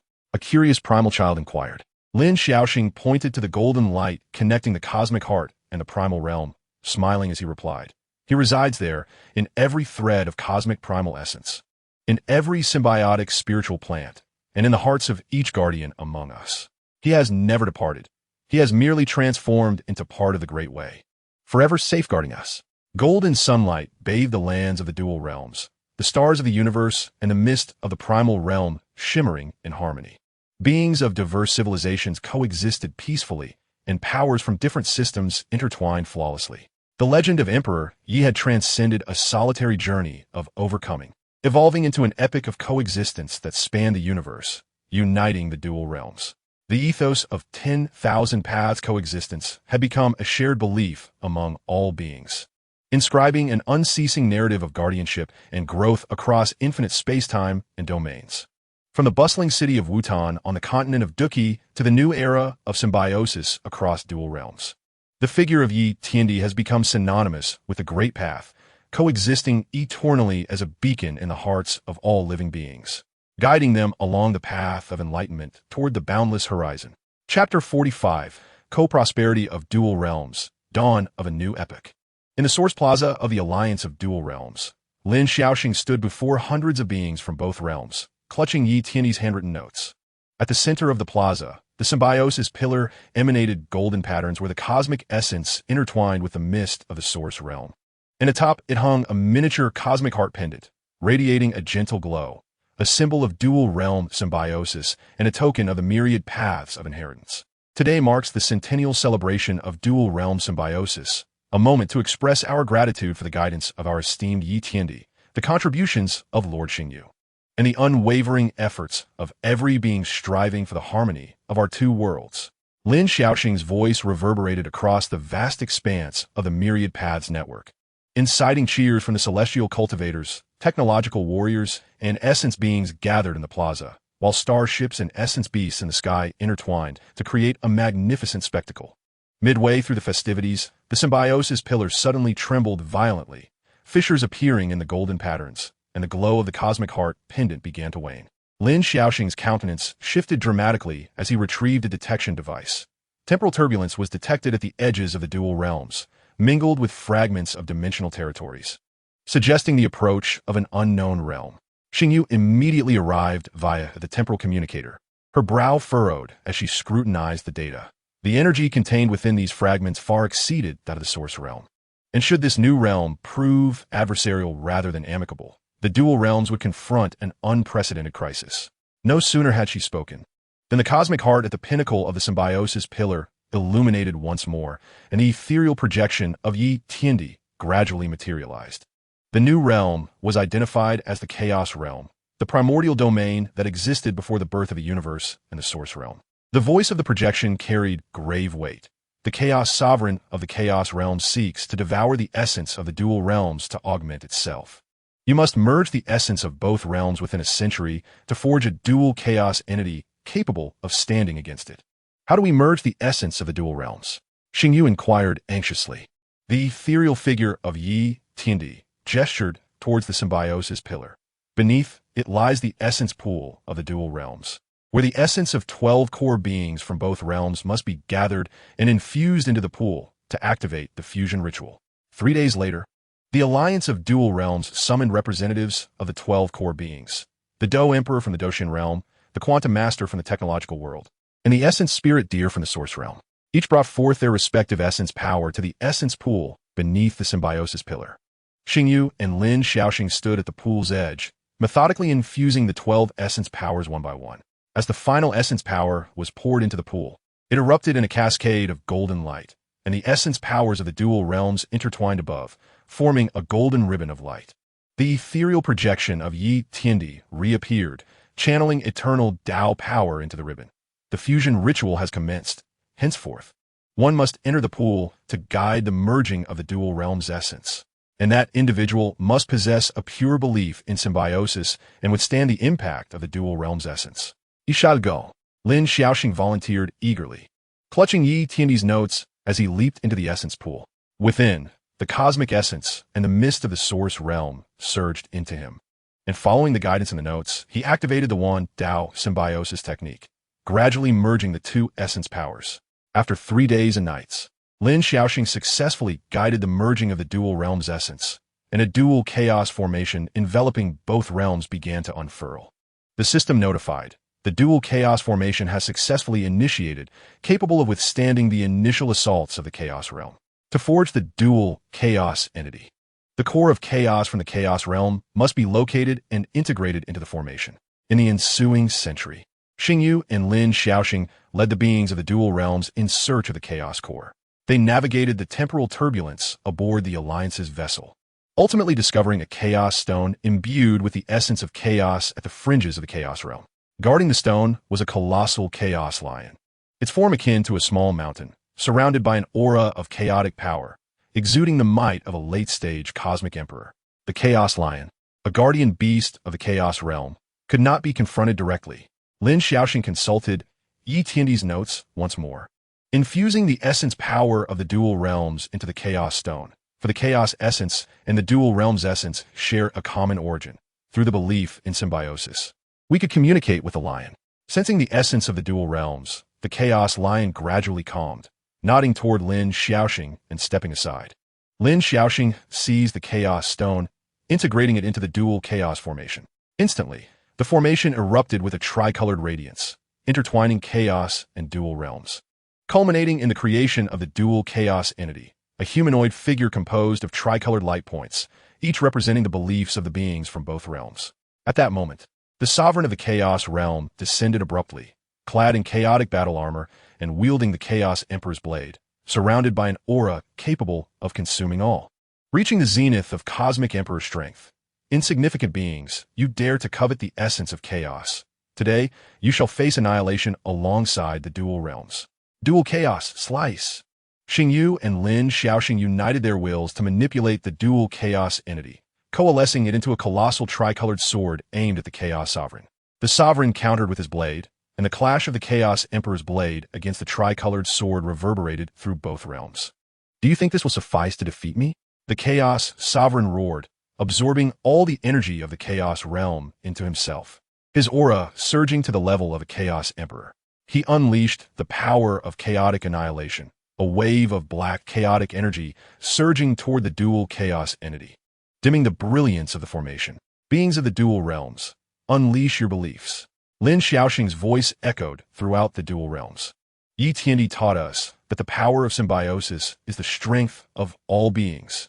As he spoke, the beings of the dual realms released their essence power, channeling it through the myriad paths network into the dual chaos entity, reigniting the brilliance of the tricolored sword. The ethereal projection of Yi Tiandi infused the eternal Tao power into the dual chaos entity. Chaos is the origin of all things. The dual realms are the fruit of symbiosis. Only by embracing chaos can we achieve the true myriad paths. Determination shone in Xingyu and Lin Xiaoxing's eyes as they merged their essence into the dual chaos entity. Executing the dual chaos symbiosis slash, a tricolored sword shadow that traversed both the dual realms and the chaos realm, carrying the beliefs of all beings toward the chaos sovereign. As the sword shadow struck the chaos sovereign, a piercing wail escaped him, his form gradually dissipating under the combined forces of the dual realms and chaos, leading to the fusion of the chaos realm with the dual realms, forming a tri-realm symbiotic entity. When the last vestige of chaotic power was transmuted into the essence of symbiosis, Xingyu and Lin Xiaoxing guided the dual chaos entity into the symbiosis pillar. The pillar erupted in tricolored brilliance, intertwining with the myriad paths network to form a protective pattern for the tri-realm, safeguarding the peace of all realms for eternity. Yi Tiandi's ethereal projection expressed contentment. You have succeeded. From this day forth, the tri-realm shall enter a new epoch of myriad paths symbiosis. All beings will share the essence of the tri-realm and collectively grasp the profound truths of the Great Path. A millennium later, Xingyu became the envoy of myriad paths symbiosis for the Alliance of Tri-Realm, while Lin Xiaoxing took on the role of the Chaos Envoy, tasked with guiding the beings of the Tri-Realm in harmonizing with the power of chaos. Beside the symbiosis pillar in the Source Plaza, Yi Tiandi's handwritten notes were enshrined within a transparent chaos crystal. The final page of the notes bore an additional inscription, co-written by Xingyu and Lin Xiaoxing. From the continent of Duki to the Tri-Realm symbiosis, from a solitary struggle to the harmonious chorus of myriad paths. The beliefs of Yi Tiandi have become the cornerstone of the Great Path, guiding us along the road of symbiosis ceaselessly onward. On this day, Xingyu and Lin Xiaoxing stood atop the symbiosis pillar, gazing at the panorama of the Tri-Realm. Cultivators from the Doxian realm practiced amidst the chaotic mist. Quantum computers from the technological world coexisted with the essence spirit deer, and beings from the chaos realm cultivated symbiotic life forms alongside the inhabitants of the dual realms. In the sky, the ethereal projection of Yi Tiandi intertwined with the essence of the Tri-Realm, forming a golden ribbon of light that enveloped every inch of land. Yi Tiandi, do you see? This is the myriad path symbiosis you have pursued, Xingyu murmured softly. The ethereal figure smiled gently, gradually merging with the essence of the three realms, leaving behind a voice that echoed in the wind. Infinite paths, boundless existence, unwavering original intent, eternal principles. The golden sunlight bathed the lands of the three realms. As the stars of the cosmos, the mists of the origin realm, and the energies of the chaos realm intermingled harmoniously. Beings from diverse civilizations coexisted in perfect harmony, and the powers of different systems blended seamlessly. The legend of the Emperor Yi had transcended from a mere tale of an individual's growth to an epic of symbiosis that spanned realms and interconnected all things. The philosophy of mutual coexistence had become the shared belief of all beings, inscribing an unceasing narrative of guardianship, inclusivity, and growth across the infinite tapestry of time and space. From the city of Wutan in the Duki continent to the new epic of symbiosis in the three realms, the figure of Emperor Yi had become one with the great Tao, coexisting with all things, a perpetual beacon in the hearts of all beings, guiding them along the path of the great Tao, ever onward toward the boundless horizon. His tale would forever resonate in every corner of the three realms, inspiring generations of beings to strive endlessly for the mutual flourishing of all paths and the shared prosperity of the three realms. Chapter 46. The Unity of the Three Realms. The Eternity of All Paths. In the chaotic square of the Alliance of the Three Realms, 100 cultivators clad in tricolored battle armor stood in orderly formation. They were the new members of the Guardian Army of All Paths, hailing from the cosmos, the Origin Realm, and the Chaos Realm. The battle armor of the Doxian cultivators integrated technological runes, while the armor of the beings from the Origin Realm intertwined with chaotic patterns, and the mechanical constructs donned armor adorned with luminous energy patterns. The three sources of power flowed through the armors, symbolizing the profound integration of the three realms. Lin Xiaoxing held Emperor Yi's handwritten notes, standing on the reviewing stand. Beside him, Xingyu donned the symbiotic armor of the three realms. With a crystal of chaos floating at the center of the armor, surrounded by bands of light in cosmic, origin, and chaotic hues. The mission of the Guardian Army of All Paths was to safeguard the order of symbiosis among the three realms and to propagate the inclusive philosophy of their predecessor. Imperorie. Xingyu's voice resonated through the network of time and space, announcing, "Today, you shall journey to various locales across the three realms to establish symbiotic way stations, ensuring that every being can partake in the essence and cultivate the great Tao." At that moment, the monument of symbiosis at the center of the chaotic square suddenly glowed with a crimson light, and the tricolored patterns upon it became chaotic. Lin Xiaoxing promptly retrieved a detection device, and the data displayed on the screen caused his countenance to change drastically. A fissure in the great Tao had emerged at the edge of the three realms, from which surged the power of the void Tao, threatening to devour the connections of the three realms' essence. Xingyu swiftly summoned core members through the temporal communicator. Moments later, the images of Chunyu, Lin Xiaowu, and Xiaoyan appeared in the air above the square. Though a millennium had passed, their aura had grown increasingly unfathomable. The Doshin power surrounding Xiao Yin had fused with the primordial chaos. Lin Xiaowu's power of myriad paths could manipulate the stars of the three realms. And Qinyang's technological spiritual power could control the nodes of time and space. The void Tao, an embodiment of chaotic power beyond the great Tao, posed a greater peril than both the void realm and the chaos realm. Xiao Yin spoke gravely. It can sever the connections of essence, causing the three realms to split into isolated domains. Qinyu added, "I have discovered through the temporal detection device that the source of the fissure is a singularity of the great Tao, where the paths of the three realms converge. If consumed by the void Tao, the three realms will be utterly shattered."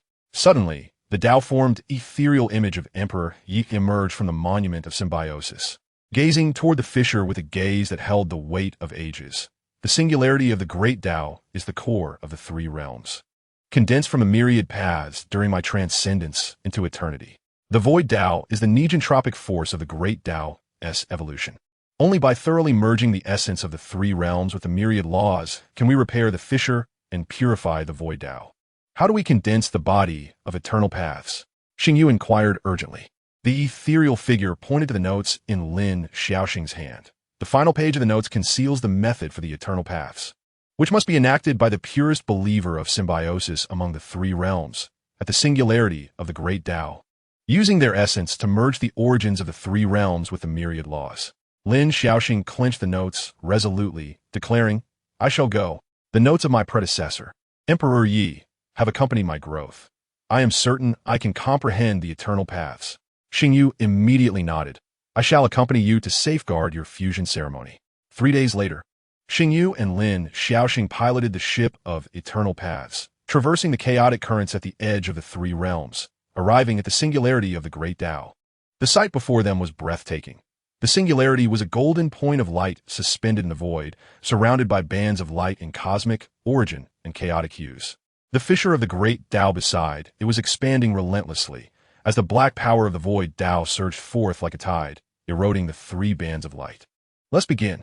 Xingyu summoned the power of the symbiotic armor of the three realms, establishing a protective array around the singularity to stave off the encroachment of the void Tao.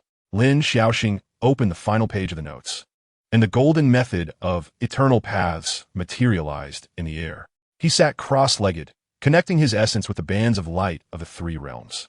As the incantation flowed, the primordial power of the three realms surged into Lin Xiaoxing's body, rendering him increasingly transparent, merging with the singularity. The power of the void Tao sensed the threat, violently crashing against the protective array, causing the array's patterns to tremble violently. Blood trickled from the corner of Xingyu's mouth, yet he gritted his teeth and persevered. "Xiaoxing, hold on. The beings of the three realms are supporting you."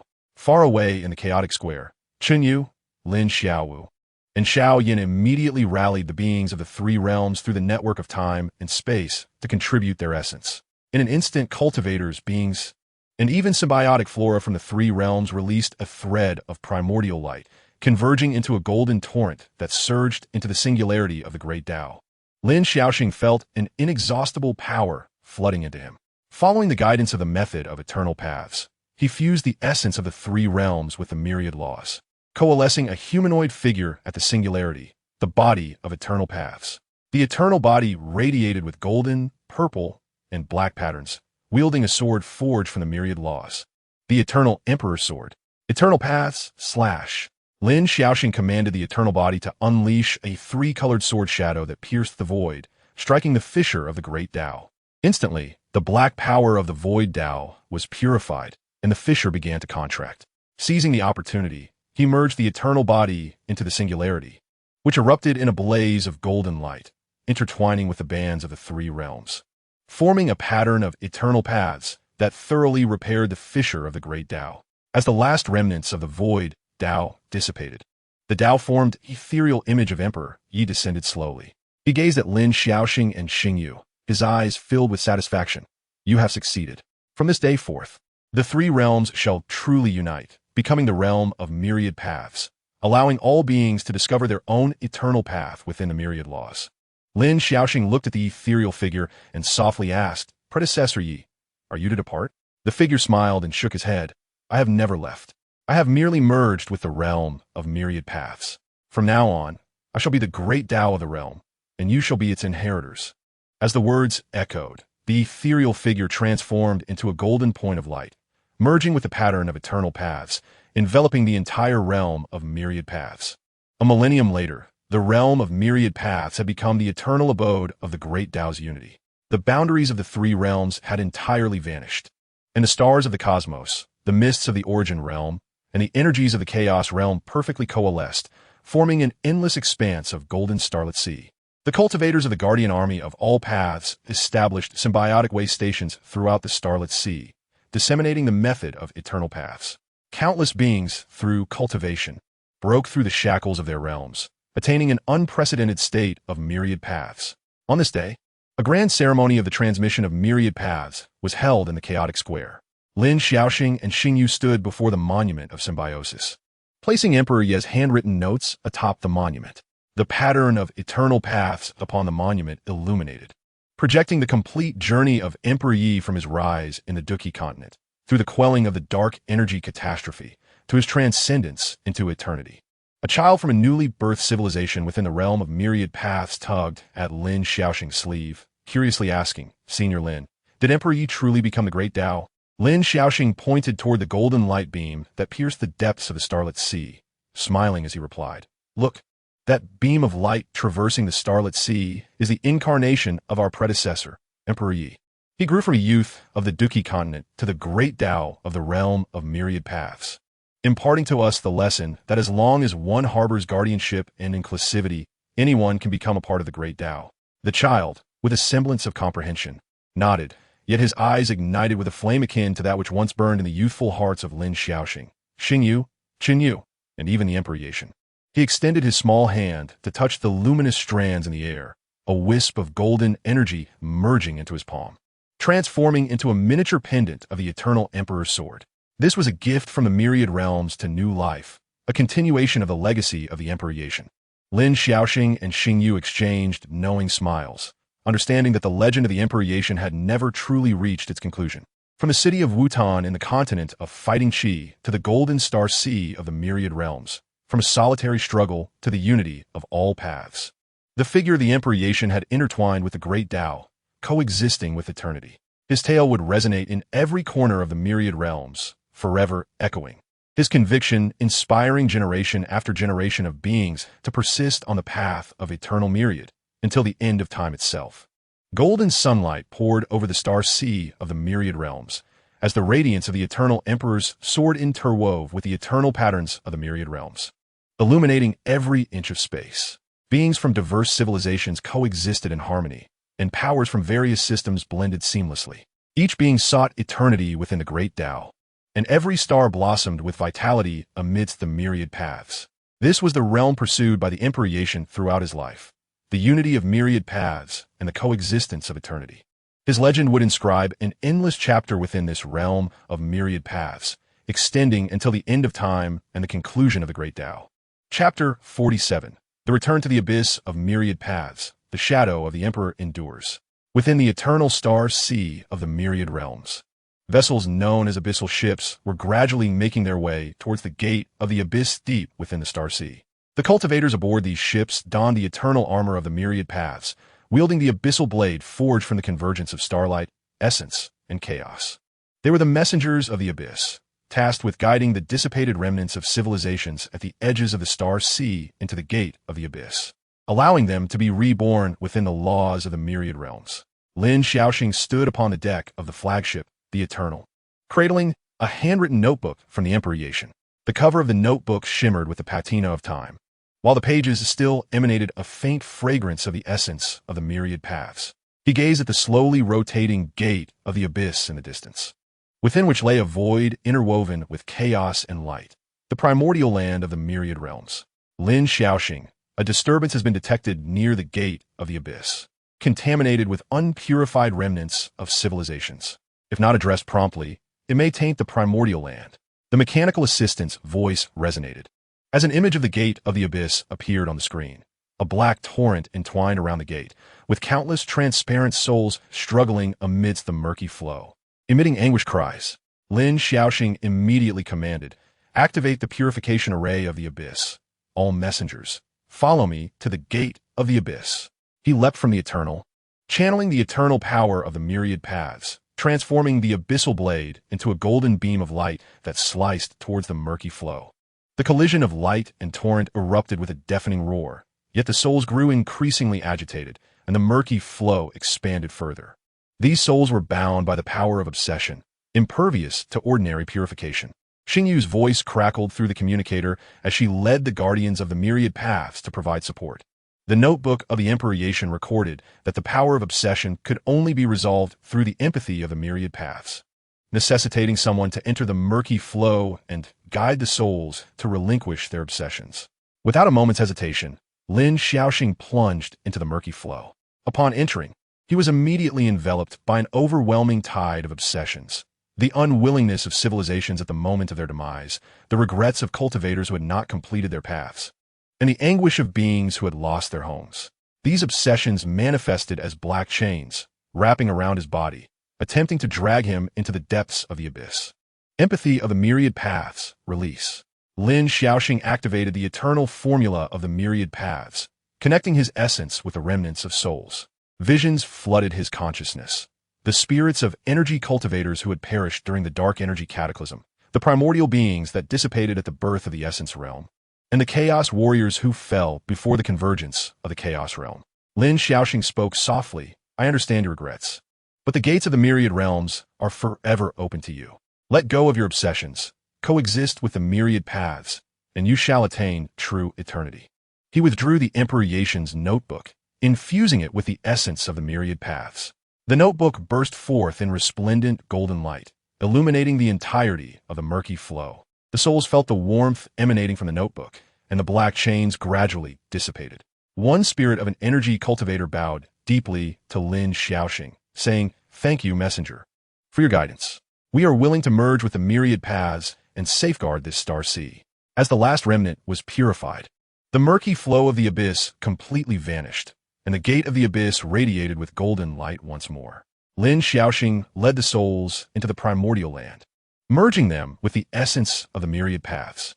Within the primordial land, the ethereal figure of the Emperor Yaxian gradually materialized, softly stating, "Obsession is an obstacle to the great Tao.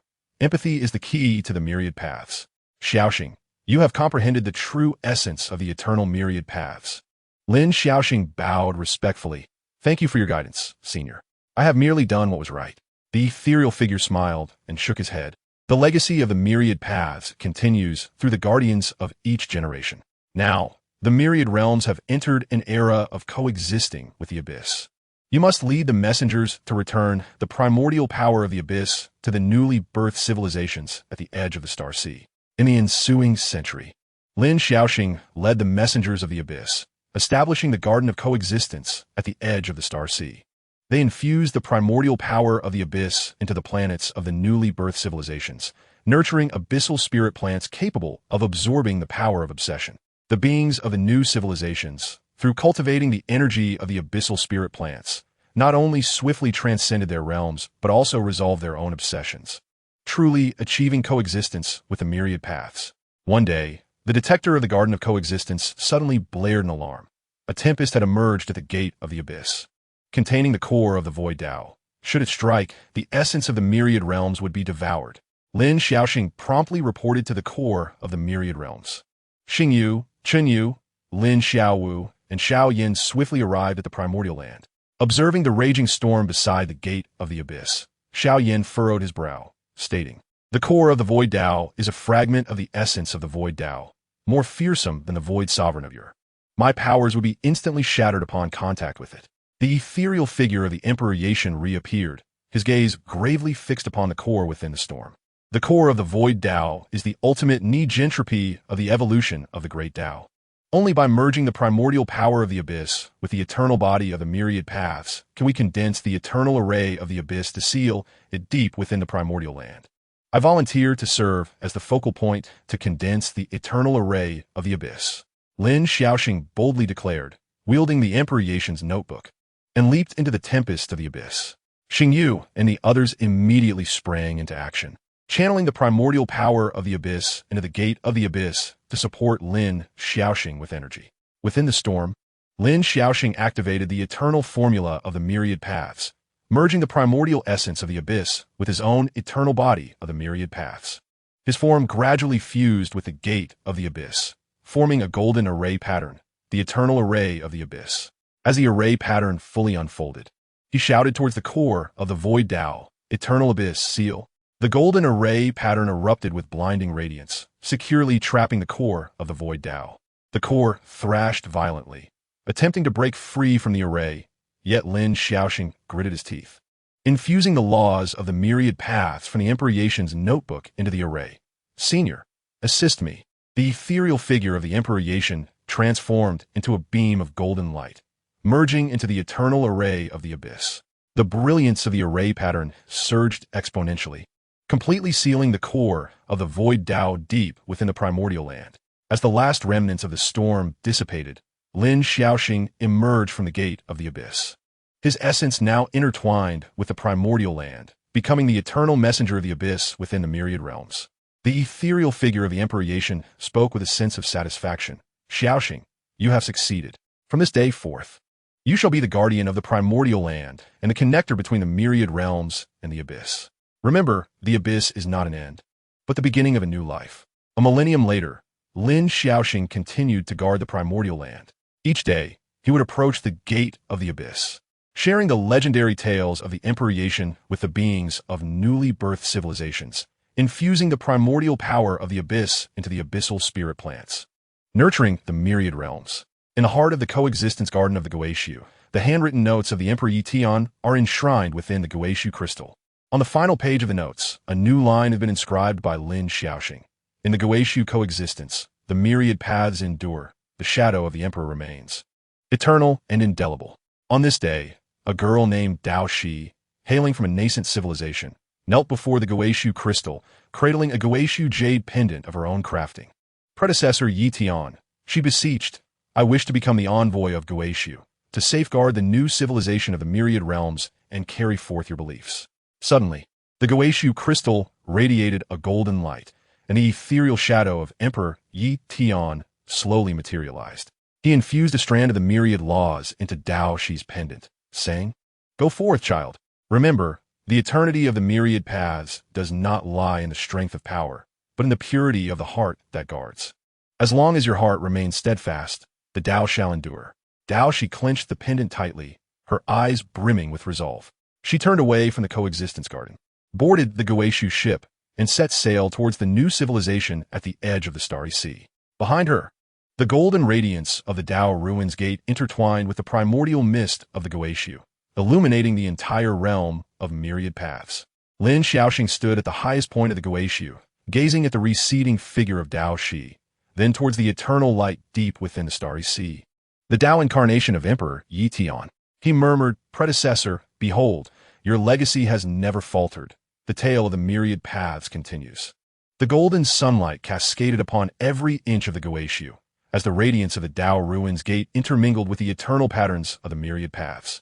The ethereal flora of Guishu exuded a faint fragrance, while the beings of the nascent civilization traversed freely through the starry sea.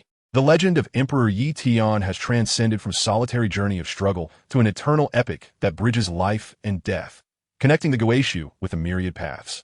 The philosophy of coexistence has become the spiritual totem of all beings, inscribing an unceasing guardianship of renewal and legacy across the infinite realms of time and space.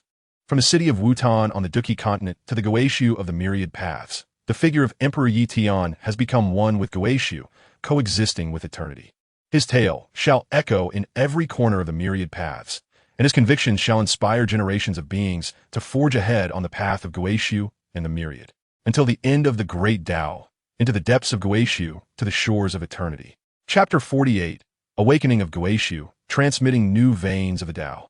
Within the Guishu Academy of the Myriad Paths, the young Tao, she donned the silver battle armor of the Guishu envoy and wielded the Guishu blade, instructing the new disciples in the cultivation of the myriad paths empathy technique. In the Academy's courtyard, youths from various civilizations of the starry sea sat in a circle, placing their palms upon the empathy stone, a wondrous gem forged from the essence of Guishu, enabling cultivators to perceive one another's emotions and comprehend the profound truth of letting go of attachments for mutual prosperity. While channeling their spiritual energy, they were to maintain a tranquil mind, attuning themselves to the residual memories within the empathy stone, understanding the regrets of the lingering souls in order to dissolve their own attachments. Daoxi's voice was gentle yet resolute as she observed a boy, anxious due to a failed breakthrough. She softly reassured him. In his youth, predecessor Yi Tian also faced numerous obstacles during his cultivation on the Duqi continent. Yet he never surrendered, for he understood that the path of cultivation offers no shortcuts. Only through diligent effort can one achieve the great Tao. Upon hearing her words, the boy gradually calmed down, and the light upon the empathy stone softened. Zhaoxi Smai Fai Li, retrieving the handwritten notes of Emperor Yi Tian and flipping to the page detailing his insights on breakthroughs. Look here, this is the predecessor's understanding of cultivation during his youth. He stated that strength originates from the heart, not from impatience, a wisdom worthy of our remembrance. Just then, the Academy's alarm rang out, and a violent tremor emanated from the direction of Guishu. Tao, she swiftly took out a detection device, her countenance shifting dramatically as the data on the screen revealed. Energy fluctuations from the void Tao core deep within Guishu are manifesting, and the seal of the Tao Ruins Gate is weakening, indicating a potential resurgence of the Guishu turbid flow. She immediately contacted Lin Xiaoxing through the Myriad Paths temporal network. Lin predecessor, there are anomalous movements within the void Tao core, and the seal of the Tao Ruins Gate is loosening. I request assistance. Lin Xiaoxing's image soon appeared on the screen, enveloped in the essence of Guishu. His expression grave. I have sensed the anomaly and am leading the Guishu envoys towards Guishu. You must evacuate the new disciples from the Academy and avoid approaching the Tao Ruins Gate. She, however, shook her head. The disciples of Guishu Academy have grasped the myriad paths empathy technique. Perhaps they can assist you in reinforcing the seal. Please trust us, as well as the legacy left by predecessor Yi Tian. Half an hour later, Daoxi led 100 new disciples to Guishu. The scene before them elicited gasps of astonishment. The golden seal of the Tao Ruins Gate bore black fissures, with energy from the void Tao core seeping through, forming strands of black Guishu turbid flow, intermingled with unpurified attachment power, causing the Guishu ethereal flora to wither instantly wherever it passed. Lin Xiaoxing was leading the Guishu envoys in setting up a purification array to suppress the turbid flow, yet the intensity of the attachment power was overwhelming, causing the array patterns to dim. The attachment power is even stronger than last time. Ordinary purification cannot resolve this. Lin Xiaoxing exclaimed anxiously. Daoxi suddenly recalled the notes and retrieved them, infusing her spiritual energy into the text. Predecessor Yi Tian once stated that attachments arise from unfinished business. If we can assist the lingering souls in fulfilling their wishes, we can completely dissolve the attachments. We can use the myriad paths empathy technique to enter the memories of the lingering souls and help them resolve their regrets. She commanded the new disciples to form a circle, placing their palms upon the Tao Ruins Gate, channeling the myriad paths empathy technique. Within their consciousness, they beheld vivid memories of the lingering souls. Elder Lingxi, who sacrificed herself to protect spiritual children during the dark energy cataclysm, wished to see the children grow up safely. The first beings of the primordial realm, whose wish was for harmonious coexistence between the primordial realm and other domains, and the warrior Dantian from the chaos realm, whose desire was to witness the integration of the chaos realm into the myriad paths, no longer isolated. We shall act separately to fulfill the wishes of the lingering souls. Zhao Si Gongman. The new disciples utilized the myriad paths temporal network to travel to the locations from the memories of the lingering souls. Some established the Lingxi orphanage in the spiritual energy realm to nurture the orphans. Others planted Guishu ethereal flora at the border between the primordial realm and the chaos realm to foster communication between the beings of the two realms. While others erected a statue of Dantian in the Chaos Square to commemorate his contributions to the integration of the Chaos Realm. As the wishes of the lingering souls were fulfilled one by one, the attachment power within the Guishu turbid flow gradually dissipated, and the energy fluctuations from the Void Dao core began to subside. Seizing the opportunity, Lin Xiaoxing activated the eternal array of Guishu, infusing the essence of Guishu into the seal. The fissures of the Dao ruins gate gradually healed, and the golden seal regained its brilliance. We did it! Dao Shi exclaimed with elation. Lin Xiaoxing looked at her and the new disciples with profound satisfaction. You have found a fundamental method to resolve the attachments using the myriad paths empathy technique left by predecessor Yi Tian. You understand the essence of coexistence better than we older cultivators. The Dao incarnation of Emperor Yi Tian emerged from the Dao ruins gate. Gazing kindly upon Dao Shi and the new disciples, attachments are not enemies, but unfulfilled wishes. You have dissolved attachments with empathetic hearts and fulfilled regrets through action. This is the true meaning of the eternal myriad paths. Henceforth, Guishu Academy was renamed the Myriad Paths Empathy Academy, with Dao Shi appointed as the dean, entrusted with the legacy of the Myriad Paths Empathy technique to cultivate more guardians imbued with empathy. Dao Shi bowed respectfully. As a junior, I vow not to disgrace this mission, ensuring that the philosophy of myriad paths empathy permeates every corner of the myriad realms. In the subsequent century, the Myriad Paths Empathy Academy nurtured 10,000 cultivators proficient in the empathy technique. They journeyed across the starry sea, employing their empathetic hearts to resolve civilizational conflicts and assisting beings in fulfilling their wishes. In the realm of technology, they helped despondent scientists regain their confidence after experimental failures. In the Docian realm, they mediated disputes among sects arising from resource competition, and in the primordial realm, they guided lost primordial beings to find their homes. On this day, Dao Shi received a distress signal from the shattered star civilization at the edge of the starry sea. This civilization, on the brink of planetary disintegration, found its beings engulfed in despair, generating a potent desire for destruction. Should this not be resolved in a timely manner, it could trigger a chain reaction that poses a threat to the stability of the entire starry sea. Dao Shi promptly led the elite cultivators of the academy aboard the Guishu ship to the shattered star civilization. Upon their arrival, they beheld a planet marred by deep fissures, where its inhabitants clung to one another, their eyes brimming with despair. Dao Shi produced the empathy stone and embedded it at the planet's core, invoking the myriad paths of the empathy technique. We understand your fears, yet please believe that the myriad realms will not forsake any civilization. The esteemed Tiandi once proclaimed that a desperate situation is not an end, but rather the commencement of a new life. As long as we unite in purpose, we shall undoubtedly discover a solution. The cultivators, through the empathy stone, sensed the heartfelt wishes of the shattered star beings. They yearned to preserve their civilization's legacy, ensuring that future generations would remember the existence of the shattered star civilization. Dao Shi immediately contacted Qingyang, requesting support for the time-space heritage capsules, a specialized technology developed to compress and store the memories and legacies of civilizations, sending them into the starry sea in search of a new home. With the assistance of various civilizations within the myriad realms, the legacy of the shattered star beings was successfully secured within the time-space heritage capsules.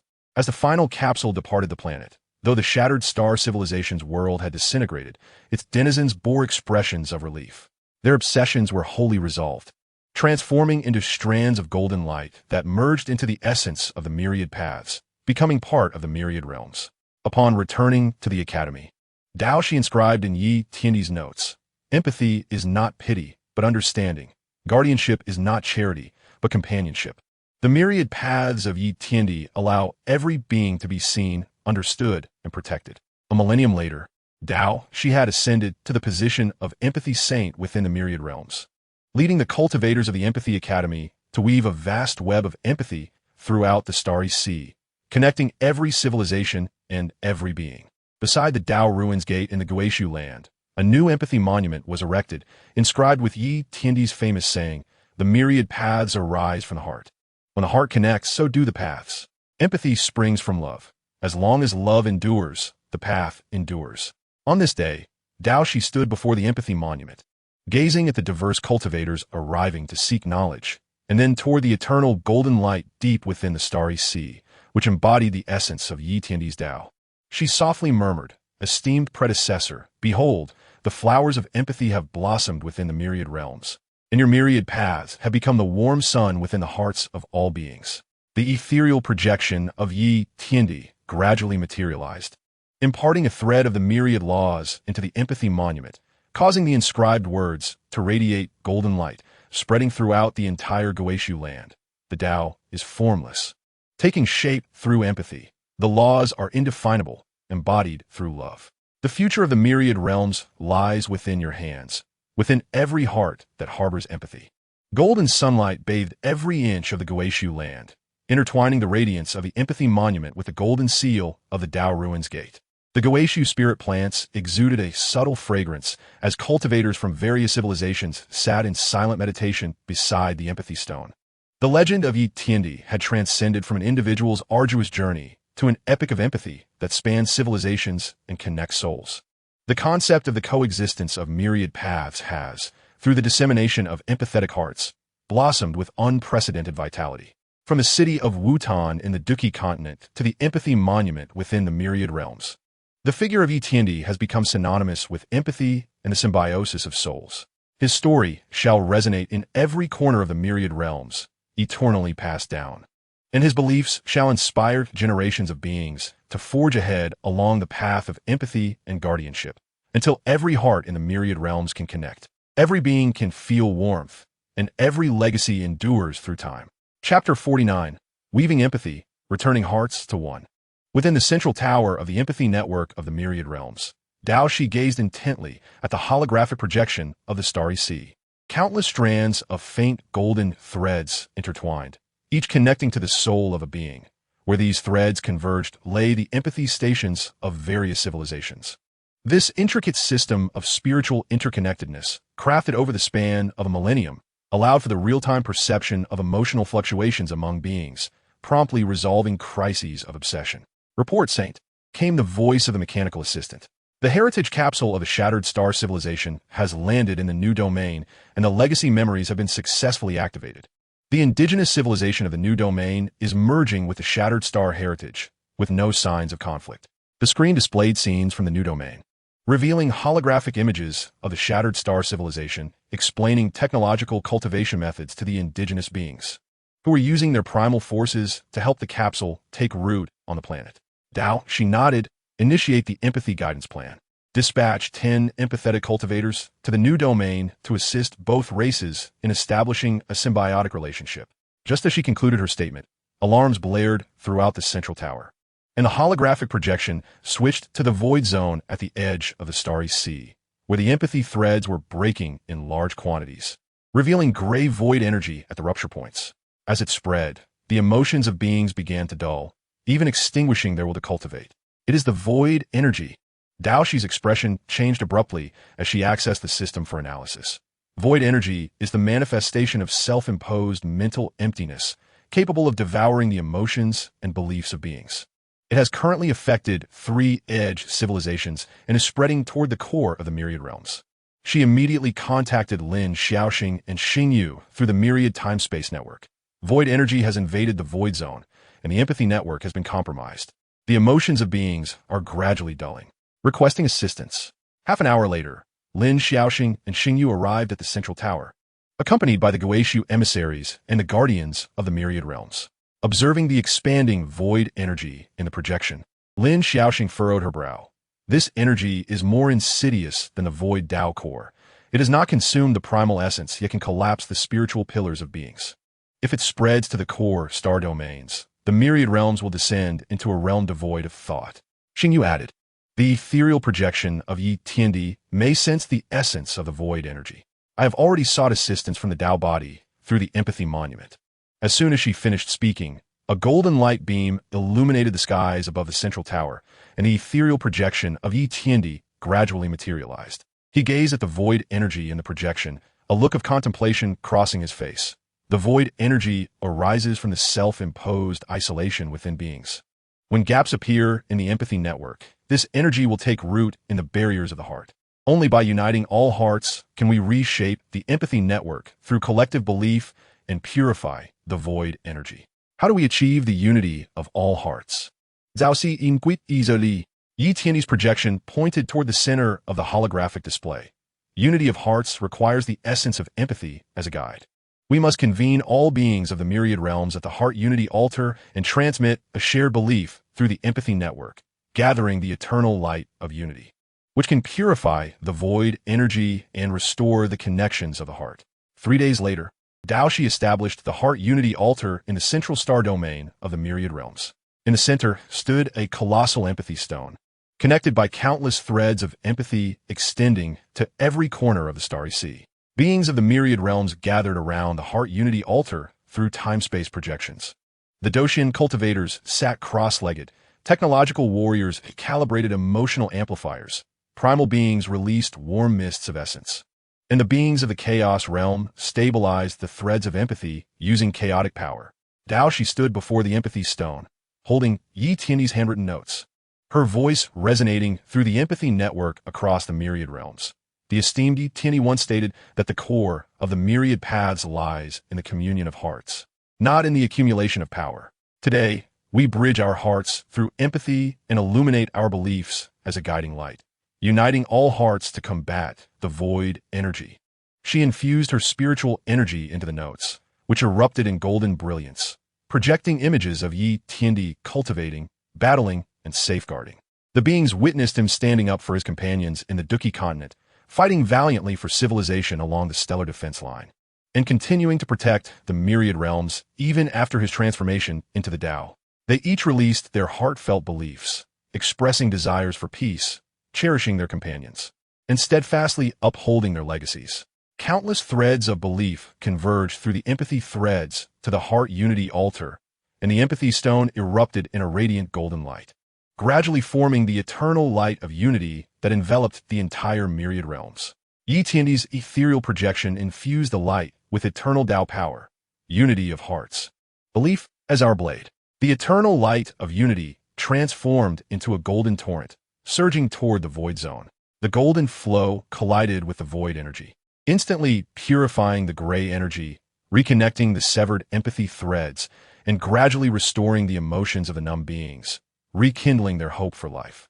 As the final wisp of the void energy dissipated, Daoshi wielded the eternal light of all hearts, intricately weaving it into the empathy network. The threads of empathy grew sturdier, the luminous points at their tips flickering with a warm glow, symbolizing each vibrant soul. The ethereal projection of the Leaf Emperor spoke with a sense of relief. The convergence of all hearts is not an end, but rather a new beginning for the connection of souls. Henceforth, the empathy network shall serve as the spiritual bastion of the myriad realms, safeguarding the hearts of all beings. Daoshi bowed deeply, affirming, as a junior, I shall not fail the trust bestowed upon me by my predecessors, ensuring that the empathy network perpetually transmits warmth and conviction. In the century that followed, Daoshi enhanced the empathy network, establishing spiritual mentors at each empathy station to guide beings through their negative emotions. She also authored the Chronicles of Shared Hearts, a collection of poignant tales from the various civilizations of the myriad realms, allowing beings to experience a resonance of the soul through reading. One day, Daoshi received a distress signal from the solitary star civilization. Its inhabitants, having long dwelled in isolation, had gradually closed off their souls, nurturing a vast accumulation of void energy.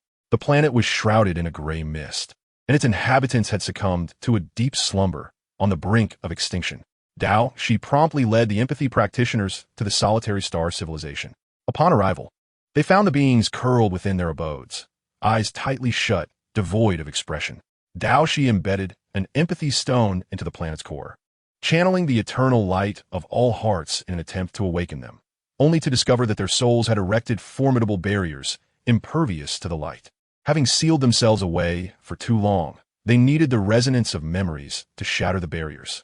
Remembering the friendship between the Leaf Emperor and Xiao Yin recorded in her notes, she retrieved historical images of the solitary star civilization, projecting them into the consciousness of each being through the empathy network. The images revealed their ancestors aiding one another, collectively resisting calamities, despite their isolation. They had never lost their spiritual connection. Visions of ancestral memories emerged in the minds of the beings, their tightly shut eyes gradually opening, revealing a tapestry of complex emotions, gratitude, guilt, and longing for companionship.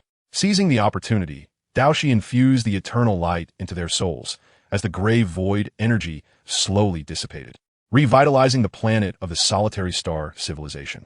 We were wrong. We should not have closed ourselves off due to loneliness, one of the solitary beings choked out. Daoshi smiled and replied, "Loneliness is not to be feared. What is truly frightening is relinquishing the connection with others. From now on, an empathy station shall permanently reside in the solitary star, ensuring your eternal bond with the beings of the myriad realms." Upon returning to the central star domain, Daoshi inscribed in the Leaf Emperor's notes, "Empathy is not about forceful change, but about awakening the warmth that lies deep within. The convergence of all hearts does not demand uniformity. Rather, it is about mutual understanding that respects our differences. The path of the Leaf Emperor is one that allows every soul to find its belonging." A millennium later, Daoshi had become the holy emissary of all hearts in the myriad realms, leading empathy practitioners in weaving an unbreakable web of souls across the starry seas. Beside the empathy stone at the All Hearts altar, the handwritten notes of the Leaf Emperor were enshrined within a transparent crystal of the heart, and on the last page, a new passage had been added, co-written by Dao Shi and the beings of the myriad realms. From a youthful heart of Dochi continent to the myriad hearts of the realms, the Leaf Emperor proved with his life that the power of the heart surpasses all, and the warmth of empathy outshines any brilliance. On this day, standing at the All Hearts altar, Daoshi gazed at the interwoven threads of empathy across the starry sea, then looked up at the ethereal projection of the Leaf Emperor. She softly declared, "Predecessor, look, the beings of the myriad realms have connected their hearts. What you sought as the coalescence of all paths has transformed into the symbiosis of souls." The ethereal projection of the Leaf Emperor nodded with a smile, his form gradually merging with the empathy network. The convergence of all hearts leads to the convergence of the Tao. From this moment forth, I shall be a part of the empathy network, forever accompanying you. Golden sunlight bathed every inch of the All Hearts altar, as the glow of the empathy stone intertwined with the threads of the empathy network, while the laughter of beings and the resonant energies of their cultivation converged into a warm torrent. The legend of the Leaf Emperor had evolved from a solitary journey of battle into an eternal epic that transcended souls and connected all hearts, with the ideal of symbiosis becoming a shared belief among all beings of the myriad realms. From the city of Wutan in the Dochi continent to the All Hearts altar in the myriad realms, the presence of the Leaf Emperor had merged with all hearts, coexisting with empathy. His story would resonate eternally within the hearts of every being in the myriad realms, his convictions inspiring generations to come, as they forged ahead along the path of soul connection, until every heart in the myriad realms was tightly interlinked. Every civilization thrived in harmony, and every legacy endured in warmth, reaching towards eternity. Chapter 50. The Convergence of All Hearts, the End of the Emperor's Legend. Above the All Hearts altar in the myriad realms, the golden empathy network unfurled like a celestial canopy, with each thread connecting the hearts of the starry beings. Zhao Si, clad in the armor of the holy emissary of all hearts, wielded the empathy staff forged from the notes of the Leaf Emperor. Standing before the empathy stone at the center of the altar, today marked the grand ceremony of the convergence of all hearts in the myriad realms, where beings from various civilizations of the starry sea gathered through spatial projections to witness the ultimate fusion of the myriad realms with the empathy network. A millennium ago, the Leaf Emperor rose in the form of a battle hero, safeguarding against calamities with a heart of protection. A millennium later, we bridge with empathy to realize the convergence of all hearts and the symbiosis of all paths. Daoshi's voice echoed through the empathy network across the starry sea. Today, we shall activate the convergence of all hearts array, allowing every soul in the myriad realms to merge with the Tao principles of the Leaf Emperor, achieving true eternity. As her words faded, 12 beams of light suddenly illuminated the depths of the starry sea, symbolizing the 12 great civilizations of the myriad realms. The beams intertwined to form the pattern of the return of all paths, connecting with the empathy network as the beings below release their spiritual convictions, channeling them through the threads into the empathy stone. Lin Xiaoxing, Xingyu, Qinyu, Lin Xiaowu, and Xiao Yin manifested around the All-Hearts altar, their powers having fused with the essence of the myriad realms. Xiao Yan's power of the fighting sage radiated with a warm, chaotic energy. Xingyu's symbiotic force resonated with the light of the three realms, and Qinyu's technological strength wove through the fabric of time and space. The five of them simultaneously unleashed their essences into the convergence of all hearts array. Convergence of all hearts, activate. Dao, she commanded, wielding the empathy staff, as the empathy stone erupted in a resplendent golden light. The golden luminescence spread along the empathy network, enveloping the entirety of the myriad realms. The beings of the starry sea felt a surge of warmth within their hearts, resonating strongly with their companions and even strangers from distant star domains, as if all souls had transformed into one singular heart. At that moment, a rift suddenly appeared above the all-hearts altar, from which pure Tao source energy surged forth. This marked the first appearance of the fundamental source since the dawn of the myriad realms. The ethereal projection of the Leaf Emperor slowly materialized from the Tao source energy. His form no longer a mere illusion of light, but a solid entity, surrounded by radiant patterns of gold, purple, black, and white, each representing the cosmos, the source, chaos, and the heart, the convergence of all hearts, the return of all paths. The voice of the Leaf Emperor resonated with the authority of the Tao, yet was imbued with warmth. You have guided the myriad realms to achieve the unification of hearts. This is the ultimate vision I was unable to complete during my own transformation into eternity. Predecessor, you have materialized, Daoshi exclaimed with excitement. The Leaf Emperor nodded with a smile. The activation of the convergence of all hearts array has awakened the Tao source energy, allowing me to emerge from my transformation and regain a form through which I can communicate with beings. From now on, I shall embody the Tao of the myriad realms and be your companion. With a wave of his hand, he infused the Tao source energy into the convergence of all hearts array, instantly upgrading it to the heart realm array of the myriad paths. The stars of the starry sea began to rearrange themselves, forming a colossal star map of the heart realm, where each star corresponded to the soul of a being, resonating in harmony with their spirits. Though the Tao source energy was potent, it required the core of the heart realm to stabilize. The Emperor Yi pointed towards the empathy stone, a gem that had amalgamated the beliefs of myriad living beings, capable of transforming into the core of the heart realm. However, it demanded a sacrifice of one's own spiritual essence to bind with the core, to eternally safeguard the heart realm of myriad paths. I shall do it, Dao she declared without hesitation, asserting her role as the saint envoy of 10,000 hearts, for it was her mission to protect the heart realm. Lin Xiaoxing, Xingyu, and others rallied to volunteer as well, but were halted by the Emperor Yi.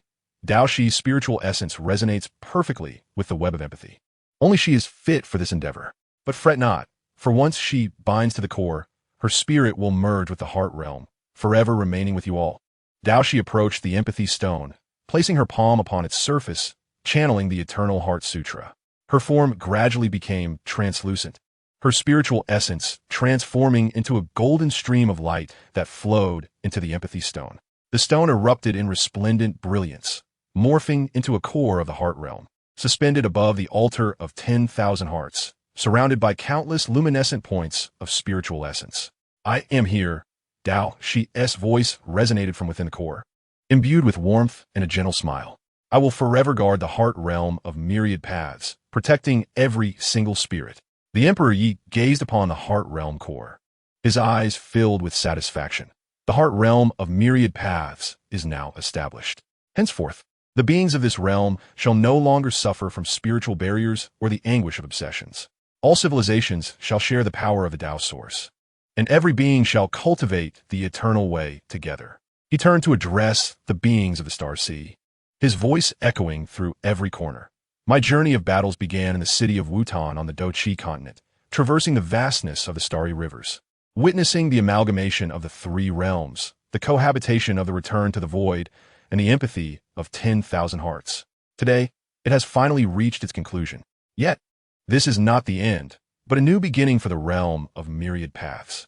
I shall divide the power of the Tao source into two parts. One part shall merge into the heart realm of myriad paths to nurture all beings, while the other shall transform into the pearl of 10,000 paths, hidden within the city of Wutan on the Doqi continent. Should any being in the future awaken this pearl, they shall learn the tales of the realm of myriad paths and become a new inheritor. Upon finishing, the figure of Emperor Yi gradually fused with the heart realm array, his voice transforming into a golden light that encircled the altar of 10,000 hearts. The myriad paths are boundless. The heart realm is infinite. Remain steadfast in your original intentions, and the legend shall endure. Remember, true eternity is not the eternity of power, but the eternity of the spirit, the eternity of guardianship and empathy. As the last vestiges of his voice faded, the heart realm array erupted with a golden radiance. The stars of the star sea twinkling alongside the luminous points of spiritual essence, forming an everlasting light that transcended time and space. Lin Xiaoxing, Xingyu, Chenyu, Lin Xiaowu, and Xiaoyin stood upon the altar of 10,000 hearts, gazing at the scene before them, their eyes brimming with excitement and contentment. They understood that while the legend of Emperor Yi had reached its conclusion, the story of the realm of myriad paths was only just beginning. A millennium later, the heart realm of myriad paths had become the most prosperous domain in the cosmos. Beings connected through their spirits, sharing knowledge and heritage, practicing without encountering bottlenecks, and civilizations coexisting without conflict. Surrounding the altar of 10,000 hearts, the Hall of 10,000 Legends was established, showcasing Emperor Yi's Star Emperor Sword, handwritten notes, the Hongmeng model, and all the experiences he had from the Doqi continent to the realm of myriad paths. Daily, beings from various civilizations of the Star Sea visited the hall to listen to the legend of Emperor Yi, a youth from a parallel world of the Doqi continent. Guided by the Pearl of 10,000 Paths, arrived in the realm of myriad paths. He stood before the statue of Emperor Yi, determination gleaming in his eyes. I too wish to follow in the footsteps of the esteemed Emperor Yi, departing from the Doqi continent to protect those around me and safeguard all civilizations. Suddenly, the statue radiated golden light, and the ethereal figure of Emperor Yi slowly materialized. Speaking gently, "Go forth, young one. Remember, regardless of your origins or the strength of your powers, as long as you harbor the spirit of guardianship and empathy, you are the inheritor of the myriad paths, the continuer of the legend." The youth clenched his fists, turning away from the Hall of 10,000 Legends, embarking on his own path of cultivation. Outside, the star map above the altar of 10,000 hearts continued its celestial dance. The radiance of the heart realm core as warm as ever, while the beings of the Star Sea, nourished by the power of the Tao source, lived in happiness and tranquility. Golden sunlight bathed every inch of land in the realm of myriad paths. As the light of the heart realm intertwined with the stars of the Star Sea, where beings of different civilizations coexisted harmoniously and the powers of varying systems perfectly melded. The legend of Emperor Yi had evolved from a solitary tale of growth into a collective memory shared by all beings of the realm, becoming an eternal beacon in the cosmos. From the city of Wutan on the Doqi continent to the altar of 10,000 hearts in the realm of myriad paths, from a solitary battle to the convergence of 10,000 hearts, the figure of Emperor Yi had become one with the myriad paths, coexisting with the spirit, and cohabiting with eternity. His story shall resonate through infinite times and realms, forever inspiring generations of beings to persist in their guardianship, empathy, and the eternal way of myriad paths, advancing until the end of time and the culmination of the great Tao. Chapter 51, a new chapter of inheritance. The voyage of the heart realm. Within the star harbor of the realm of myriad paths, sleek heart realm vessels were gradually entering the temporal pathways. The hulls were adorned with faint golden spiritual patterns, and the bows were embedded with miniature fragments of the heart realm core, capable of automatically connecting to the web of empathy during their voyage, sensing the spiritual fluctuations of the beings in the Star Sea in real time. Xiao Fan, a youth from the parallel Doqi continent, donned a black outfit embedded with the pearl of 10,000 paths, standing at the helm of the ship Voyager. In his hand, he held a silver heart realm communicator, the screen displaying footage of Emperor Yi cultivating in Wutan City, an initial memory automatically stored upon activating the pearl of 10,000 paths. "How long until we reach the first unknown heart domain?" Xiao Fan inquired, his eyes sparkling with anticipation. In the cockpit, the ethereal figure of Chunyu appeared, He had now integrated his consciousness into the web of time and space of the myriad paths, able to project his avatar to any corner of the star sea. 3 days of travel remain, the figure proclaimed with a smile. The unknown heart domain may harbor untouched spiritual systems. Remember the words of the esteemed Emperor Yi. Communicate with an empathetic heart rather than through force.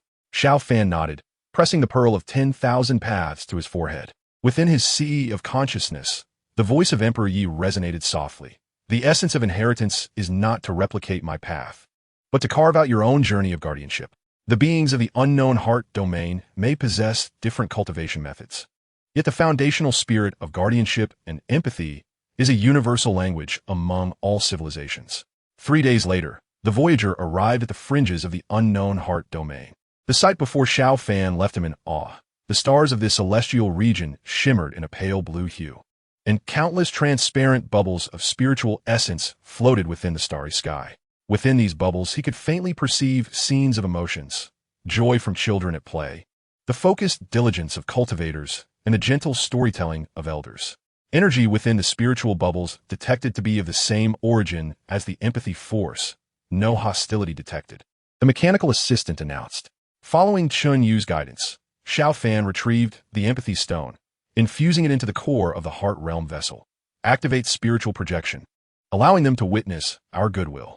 The vessel projected images of the realm of myriad paths, beings coexisting harmoniously, cultivators from various civilizations practicing side by side, and the spiritual plants of the return to the void radiating warm light.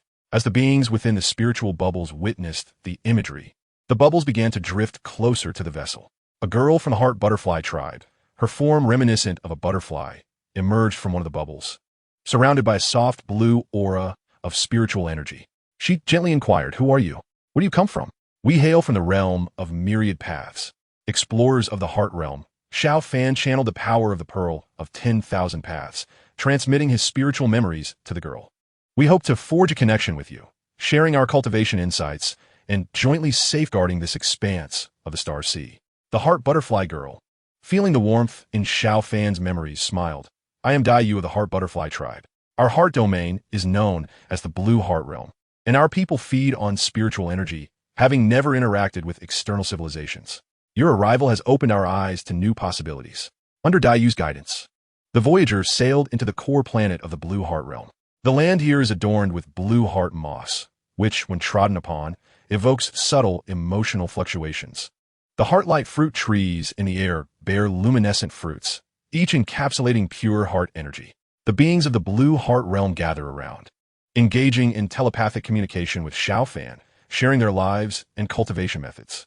However, just as the two races revel in their exchange, the sky of the blue heart realm suddenly darkens, and the heart bubbles become murky, permeated by an unsettling aura. Daiyu's expression shifts dramatically. It is the heart demon turbulence. Occurring once every century, it devours the heart energy of our kin, plunging us into madness. Xiao Fan promptly retrieves the heart realm communicator to contact Qinyu. The blue heart realm is beset by the heart demon turbulence. I request assistance. Chun Yu's ethereal figure swiftly manifests. The heart demon turbulence is a manifestation of negative emotional energies. It must be purified with the eternal light of 10,000 hearts. I have mobilized the heart beliefs of the myriad beings through the empathy network. You will connect the inheritance pearl with the core of the blue heart realm to activate the purifying power. Following the guidance, Xiao Fan accompanies Dai Yu to the heart core palace of the blue heart realm. In the center of the palace, the blue heart core emits a faint glow, while the surrounding heart energy is gradually corroded by the heart demon turbulence. Xiao Fan embeds the inheritance pearl into the blue heart core and channels the eternal heart mantra. Beings of the myriad realms, bestow upon me your strength. The denizens of the myriad realms transmit their heart beliefs through the empathy network. The inheritance pearl erupts with golden radiance, merging with the blue heart core, slowly forming a purifying light that envelopes the entire blue heart realm. The golden light collides with the heart demon turbulence, gradually dissipating the negative emotions within it, restoring the heart bubbles to transparency and brightening the sky of the blue heart realm once more.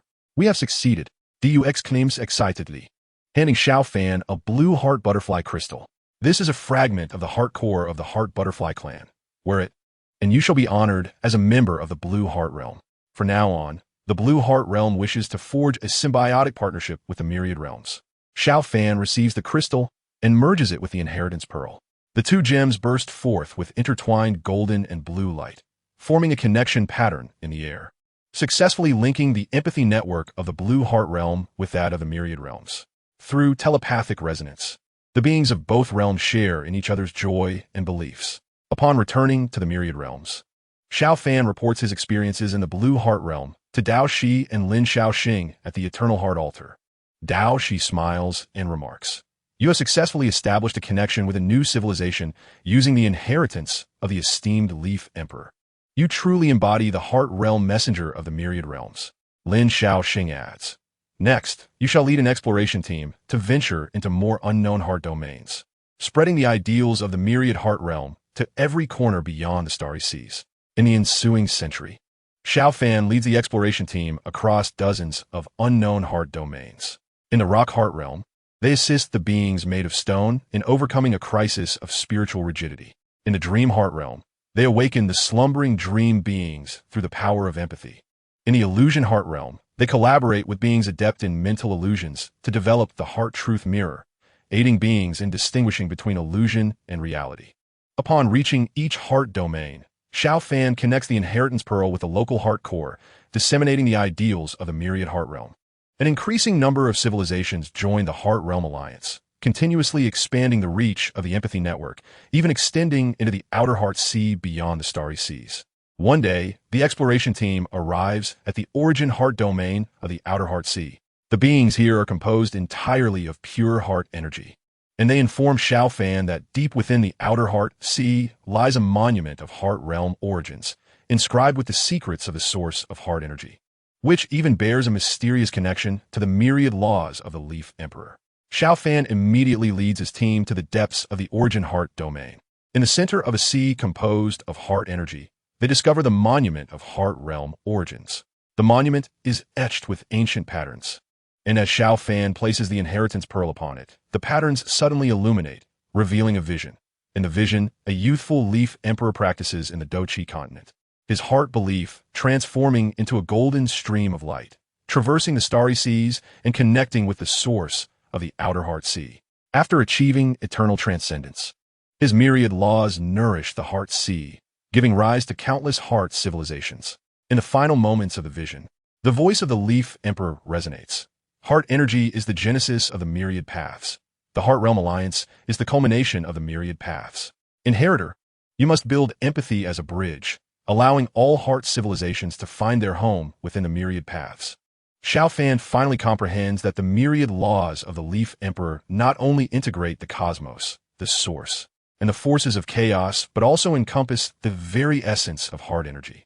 He embeds the Inheritance Pearl into the origin monument, connecting its patterns with the empathy network, allowing the heart energy of the Outer Heart Sea to flow along the threads into the Eternal Heart Altar of the Myriad Realms.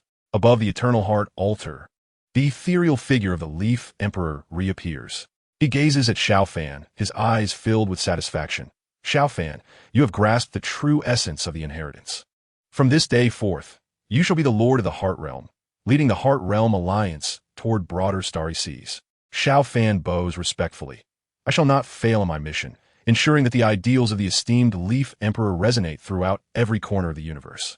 A millennium later, Xiao Fan has ascended to become the supreme commander of the Heart Realm Alliance.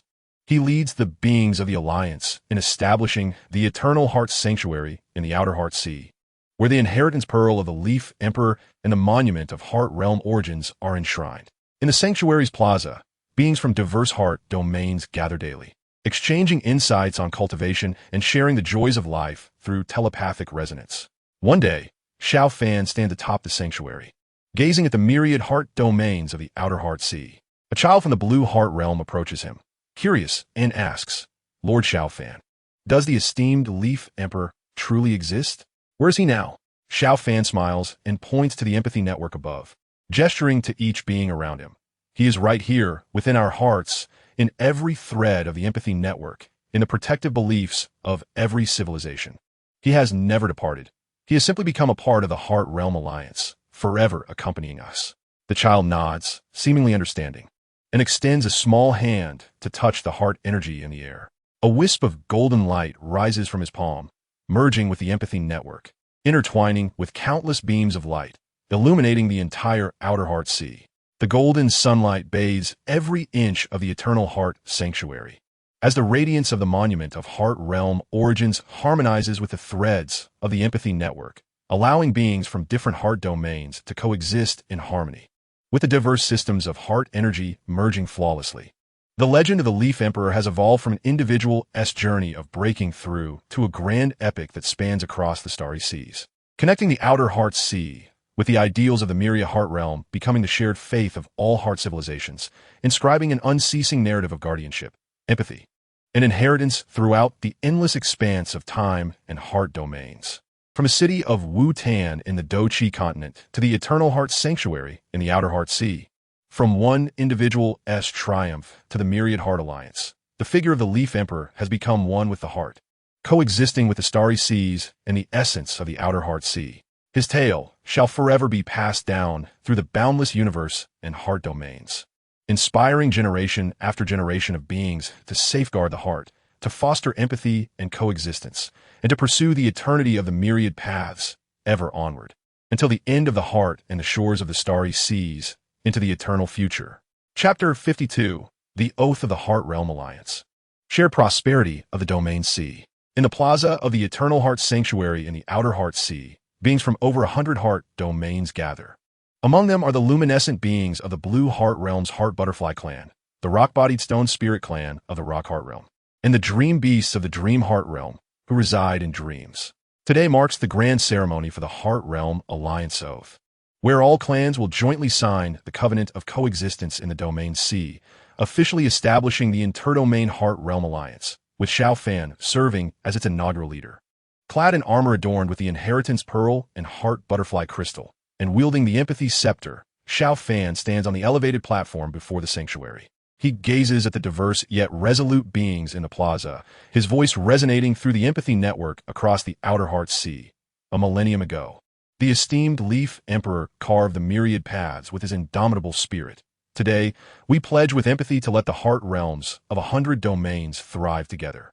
The essence of the covenant of coexistence in the Domain Sea lies in the three principles of non-infringement: refraining from appropriating the spiritual energies of other realms, abstaining from interfering with the developmental trajectories of other civilizations, and refusing to abandon any heart realm that finds itself in peril. As these words echoed, the central monument of coexistence in the plaza suddenly illuminated with myriad radiant patterns, each corresponding to the emblem of a heart realm. Representatives from various races stepped forward in succession, infusing their own spiritual essence into the glowing patterns, which intertwined to form the intricate tapestry of the Domain Sea's coexistence, merging with the empathic web of the myriad realms. At that moment, the alarm of the temple blared abruptly, signaling severe spiritual fluctuations emanating from the dark heart belt at the edge of the Outer Heart Sea. Xiao Fan promptly retrieved the heart realm communicator, and the image on the screen rendered his countenance pale. A black, heart-consuming mist emerged from the dark heart belt, within which a colossal, heart-devouring beast could be discerned, devouring spiritual bubbles and rendering the emotions of living beings into naught. It was the heart-consuming mist. The representative from the Blue Heart Realm, Daiyu, gasped in alarm. Ancient texts recorded that this was the spiritual negative entropy born at the inception of the Outer Heart Sea, appearing once every 10,000 years, capable of devouring all spiritual energy. Xiao Fan immediately commanded, "All heart realms, activate your spiritual defense arrays." The Rock Spirit Clan of the Rock Heart Realm shall erect stone barriers to repel the heart-consuming mist, while the Dream Beast Clan of the Dream Heart Realm shall utilize dream energy to soothe the affected beings. I shall lead the elite of the Alliance to investigate the Dark Heart Belt. Half an hour later, the elite team led by Xiao Fan arrived at the Dark Heart Belt. The black heart-consuming mist surged like a tide, and a beast, comparable in size to a star, burst forth from the fog, its body encrusted with gray, spiritual scabs, effortlessly shattering the spiritual shield of their vessel. Ordinary attacks proved futile against it. Harnessing the power of the Inheritance Pearl, Xiao Fan infused the myriad laws of the Heavenly Emperor Yi into the empathic Imperial Staff. realizing that only by merging the spiritual essences of the 100 realms could they coalesce the domain C's myriad heart Canaan to pierce through its spiritual scabs. He called upon the various races through the empathic web. Partners of the Heart Realm Alliance, we must unite our efforts. Convey your spiritual convictions to combat the heart-devouring beast. The myriad beings responded in kind. The spiritual energy of the blue heart realm transformed into streams of azure light. The convictions of the rock heart realm solidified into brown barriers, and the dream powers of the dream heart realm wove into a purple light net. Countless streams of spiritual energy converged through the empathic web, coalescing before Xiao Fan into a golden domain C's myriad heart Canaan. Domain C's myriad heart, shatter. Xiao Fan swung the imperial staff, and the golden cannon light surged toward the heart-devouring beast. The cannon light struck the beast's scabs, creating a breach through which pure spiritual energy was revealed. It turned out that the heart-devouring beast was merely a native spiritual beast tainted by negative entropy. Its essence was pure, having only been corrupted by the heart-consuming mist. A glimmer of understanding flickered in Xiao Fan's eyes as he leaped from the vessel, employing the eternal heart technique to connect his own spiritual essence with that of the native spiritual beast. In his sea of consciousness, memories of the native spiritual beast unfolded. It had once been the guardian of the outer heart sea, corrupted by negative entropy during a spiritual cataclysm 1,000,000 years ago, reduced to a puppet of the heart-consuming mist. We have come to aid in your purification. Xiao Fan infused the myriad powers of the inheritance pearl into the native spiritual beast, while myriad beings transmitted warm convictions through the empathic web. The golden light streams gradually dispelled the negative entropy within the heart-devouring beast, causing its form to shrink until it transformed into a docile white spiritual beast, affectionately nudging Xiao Fan's arm. The native spiritual beast led the assembly to the core of the dark heart belt, where a black core of negative entropy continuously released heart-consuming mist. Collaborating with representatives from the 100 realms, Xiao Fan established the domain C Purification Array, infusing the pure essence of the native spiritual beast along with the myriad powers of the inheritance pearl into the array. The negative entropy core was gradually enveloped by golden light streams, ultimately morphing into a pale gray crystal of negative entropy, stripped of its corruptive abilities. With the crisis averted, Xiao Fan returned to the myriad heart sanctum, embedding the negative entropy crystal within the monument of coexistence. The crystal fused with the coexistence patterns, resulting in the emergence of a spiritual alert pattern, capable of foreseeing crises from the outer heart sea. The ethereal visage of the heavenly emperor Yi materialized from the inheritance pearl, gazing upon the jubilant beings in the plaza with warmth as he proclaimed, "The establishment of the Cross-Realm Heart Realm Alliance has truly realized the mutual prosperity of the Domain C. Xiao Fan, you have demonstrated through your actions that inheritance is not merely following, but transcending." Xiao Fan bowed respectfully, stating, "This is the result of the collective efforts of all races, guided by the principles of the esteemed Heavenly Emperor." The visage smiled and shook his head. Beyond the outer heart sea lies an even vaster void heart realm, where the ultimate secrets of spiritual energy are concealed. And it shall be your next objective. In the millennia that followed, Xiao Fan led the Cross-Realm Heart Realm Alliance in the exploration of the void heart realm. Within this realm, they uncovered fragments of spiritual laws, unraveled the origin mystery of the native spiritual beasts, and discovered the myriad heart imprint lost in the void during the time of the Heavenly Emperor Ye's transcendence into eternity. When this heart imprint merged with the inheritance pearl, it enabled the empathic web to encompass the void, forming a closed loop with the source of the myriad realm's powers. On one particular day, as Xiao Fan stood amidst the heart essence pool of the void heart realm, he fused the myriad heart imprint with his own spiritual essence. His body gradually melded with the void heart realm, and the voice of the Heavenly Emperor Yi resonated within his consciousness. The void heart realm is the birthplace of spiritual energy. You have merged with it. And from now on, you shall be the master of the void heart, responsible for safeguarding the balance of spiritual energies between the domain C and the void. Xiao Fan opened his eyes, enveloped in intertwining golden, blue, and brown light patterns, representing the myriad realms, the outer heart sea, and the void heart realm, respectively. With a wave of his hand, the void heart realm and the outer heart sea formed a triad of heart realms, allowing spiritual energy to flow freely among the three realms. Beings could traverse effortlessly between different heart realms through the empathic web. Before the monument of coexistence in the myriad heart sanctum, Xiao Fan inscribed a new inscription, from the Duqi continent to the triad heart realm, from the protection of one to the shared prosperity of myriad realms. The myriad principles of the esteemed heavenly emperor have become the beacon of spiritual enlightenment. The vow of the cross-realm, heart-realm alliance shall forever illuminate the domain sea and the void. A child of the void heart realm, tugging at Xiao Fan's garment, inquired, "Leader Xiao, what is the ultimate secret of the spirit that the heavenly emperor spoke of?" Pointing to the inscription on the monument, Xiao Fan smiled and replied, "The ultimate secret is that when all spirits are interconnected, it is the time of the eternal myriad." The child, seemingly grasping the concept yet not entirely, nodded and extended a small hand to touch the monument. A stream of golden light surged from the stone, merging into his palm, transforming into a miniature myriad heart imprint. This was the recognition of the void heart realm for its new inheritor, a continuation of the heavenly emperor's principles. Golden sunlight bathed the plaza of the myriad heart sanctum, as the radiance of the monument intertwined with the light bands of the triad heart realm, while the laughter of the myriad beings and the fluctuations of spiritual energy converged into a warm torrent. The legend of the heavenly emperor had transcended from a solitary journey of breaking through to an epic of spiritual connection spanning the domain sea and the void. The principles of the myriad heart realm had become a shared belief among all spiritual civilizations.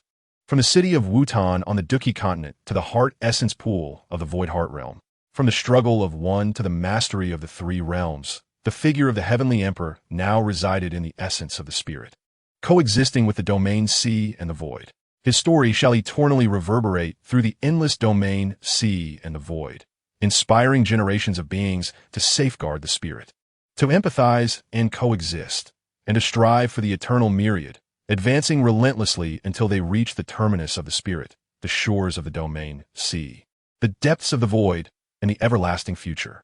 Chapter 53. Seeking the source in the void, restoring the heart core.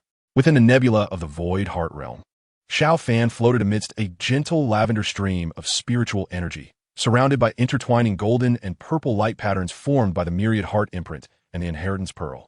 He endeavored to decipher the Codex of Void Spirituality, an ancient tome composed of pure spiritual energy, chronicling the origins of the void heart realm and the clues left by the heavenly emperor Yi. The characters of the Codex of Void Spirituality flowed through Xiao Fan's sea of consciousness, gradually weaving together a vivid image, millennia ago.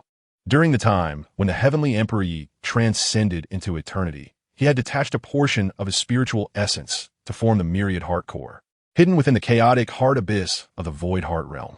Should the triad heart realm face an ultimate crisis in the future, the heart core would be necessary to activate the grand array of myriad spiritual energies to safeguard all spiritual civilizations. Where lies the chaotic heart abyss? Xiao Fan inquired, connecting with Dai Yu at the myriad heart sanctum through the empathic web.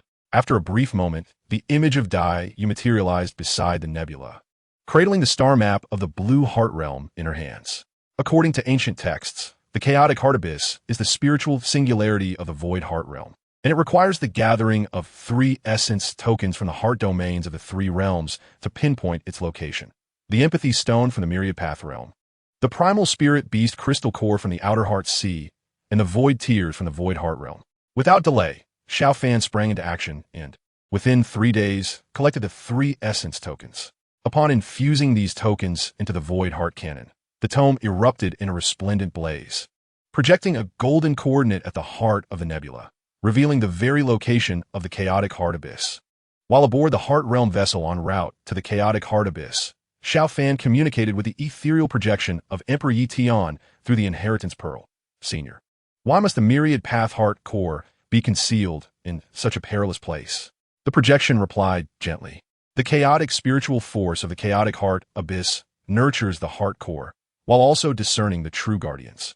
Only those with a pure heart of empathy and a steadfast belief in protection can approach the heart core. Should one harbor impure thoughts, they will be consumed by the chaotic force. 3 days later, the vessel arrived at the chaotic heart abyss.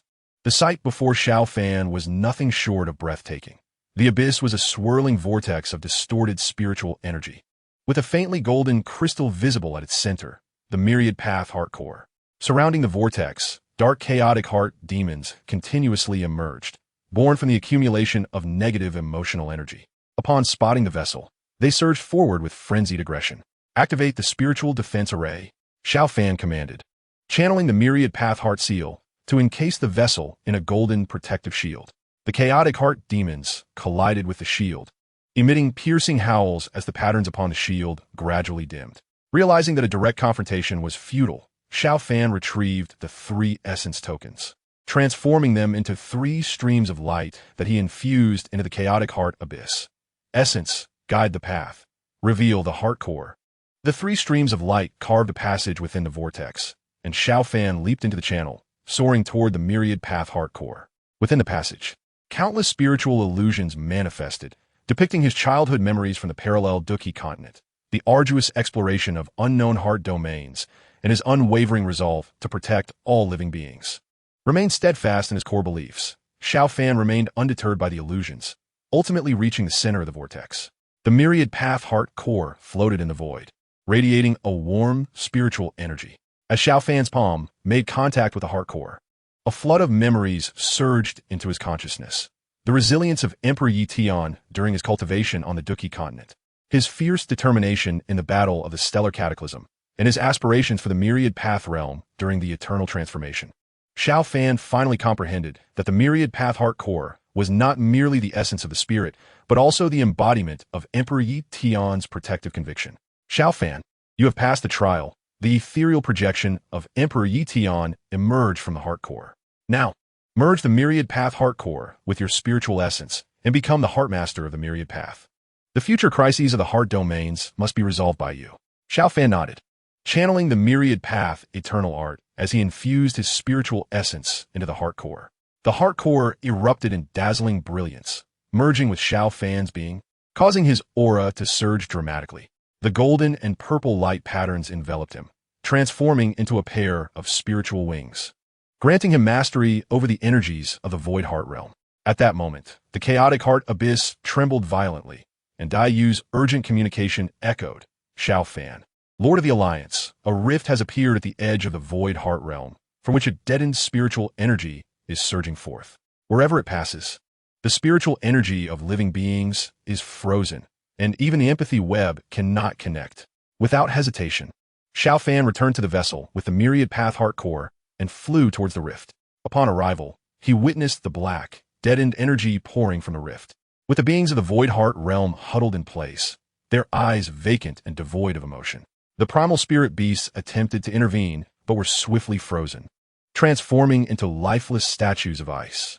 The deadened spiritual energy was a byproduct of the depletion of spiritual essence, far more terrifying than the heart-devouring mist. The projection of Emperor Yi Tian spoke gravely. We must immediately activate the myriad path spiritual array, using the energy of the myriad path heart core to repair the rift and purify the deadened energy. Xiao Fan swiftly called upon the beings of the 3 realms through the empathy web. All companions, transmit your spiritual convictions to me and activate the myriad path spiritual array. The Dao Shi of the myriad path realm released a warm spiritual energy from the core of the heart realm, while the various beings of the outer heart conveyed their beliefs through the coexistence steel. The spirits of the void heart realm also unleashed their primal powers. Countless streams of spiritual energy converged within Xiao Fan, who raised the myriad path heart core above his head. Myriad path spiritual array, activate. The golden array patterns unfurled in the void, enveloping the entire void heart realm. The light streams emitted by the array surged into the rift, gradually constricting it as the deadened energy was purified, transforming into pure spiritual energy, which revitalized the frozen beings. The primal spirit beasts regained their vitality, and the inhabitants of the void heart realm once again beamed with joy. As the last remnants of deadened energy were purified, Xiao Fan embedded the myriad path heart core into the center of the rift, sealing it completely and forming a golden spiritual protection pattern that would eternally safeguard the void heart realm. The projection of Emperor Yi Tian expressed his contentment. Xiao Fan, you have become a worthy heart master of the myriad path.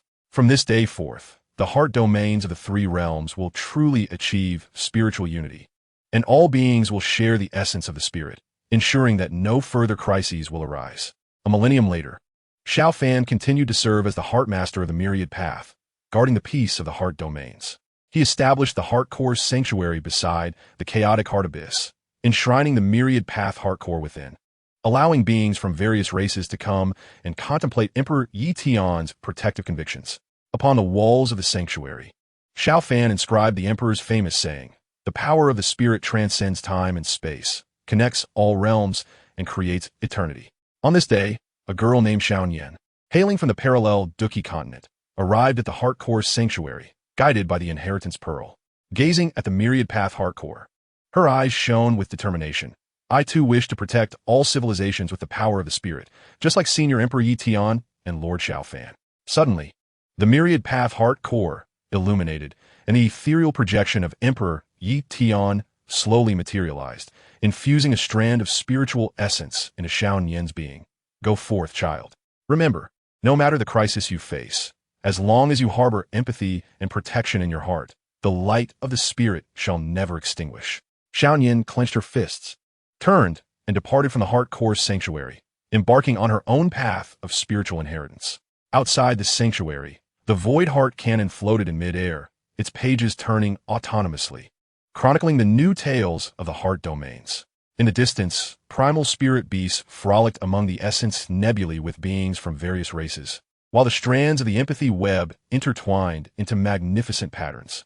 The golden sunlight bathed every inch of the void heart realm, as the radiance of the myriad path heart core harmonized with the luminous strands of the heart domains, allowing beings of diverse civilizations to coexist in harmony, with different systems of spiritual energy merging seamlessly.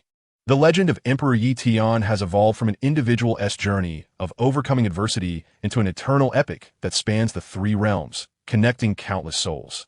The ideals of the myriad path realm have become the shared faith of all spiritual civilizations, inscribing an unending narrative of guardianship, empathy, and inheritance across the vast void and domain seas.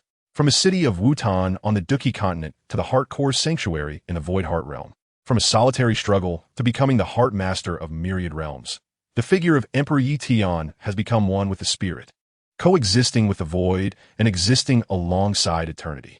His story shall resonate through the infinite realms of time and spirit, inspiring generations of beings to protect the spirit, to empathize and coexist, and to strive ceaselessly for the eternal myriad path until the very end of the spirit, the shores of the void, and the eternal future. Chapter 54. The Continuity of the Heart Pulse, a new chapter of the myriad path. Outside the heart core sanctuary of the void heart realm, the young girl Xiaoyan held the inheritance pearl, gazing at the intertwining strands of spiritual light in the distance. She had just completed the trial of the heart pulse, the final test to become a spiritual inheritor, needing to maintain her core convictions amidst the illusions of the essence nebula and resolve her own negative emotions. At this moment, the inheritance pearl radiated a soft, golden glow, resonating perfectly with her spiritual essence. "Xiaoyan, your trial resulted the best in nearly a millennium." The figure of Xiao Fan emerged from the light, his spiritual wings now transformed into a gentle halo. "The legacy of Senior Emperor Yi Tian requires pure-hearted young individuals like you to convey the ideals of the myriad path to even more distant realms beyond the heart." Xiaoyan's eyes gleamed with anticipation. What is the domain beyond the heart? Does it also harbor a civilization of the mind? With a smile, Xiao Fan gestured toward the depths of the void. "The domain beyond the heart lies beyond the realms of the three worlds, an unknown territory where it is said that primordial mental tribes exist, untouched by external civilizations, and their form of mental energy is entirely distinct from ours. Your mission is to serve as the inaugural envoy and establish a connection with them." 3 days later, Xiaoyan boarded the starship, Heart Journey, embarking toward the domain beyond the heart. The vessel was equipped with a mental translator, a device developed by Qingyang's team that combines technology with mental energy, capable of converting various forms of mental waves into comprehensible information. Along the way, Xiaoyan diligently studied the handwritten notes of Emperor Yi Tian, particularly his insights on intercivilizational communication. When engaging with unknown civilizations, respect surpasses persuasion, and listening is more crucial than expression. Half a month later, the starship arrived at the periphery of the domain beyond the heart. The starry sky here exhibited a rare spectrum of colors, with countless semi-transparent mental isles floating in the air, adorned with silver mental vines through which beings resembling fireflies flitted. These were the primordial mental tribes. Xiaoyan activated the mental translator, releasing gentle mental waves, I come from the realms of the three worlds, harboring no malice, merely wishing to communicate with you. The native beings halted their movements, curiously gathering around. Their mental waves transformed into melodious voices through the translator. You carry the scent of light, reminiscent of the heart core tree we protect. Under the guidance of the native beings, Qingyang ascended to the largest mental aisle.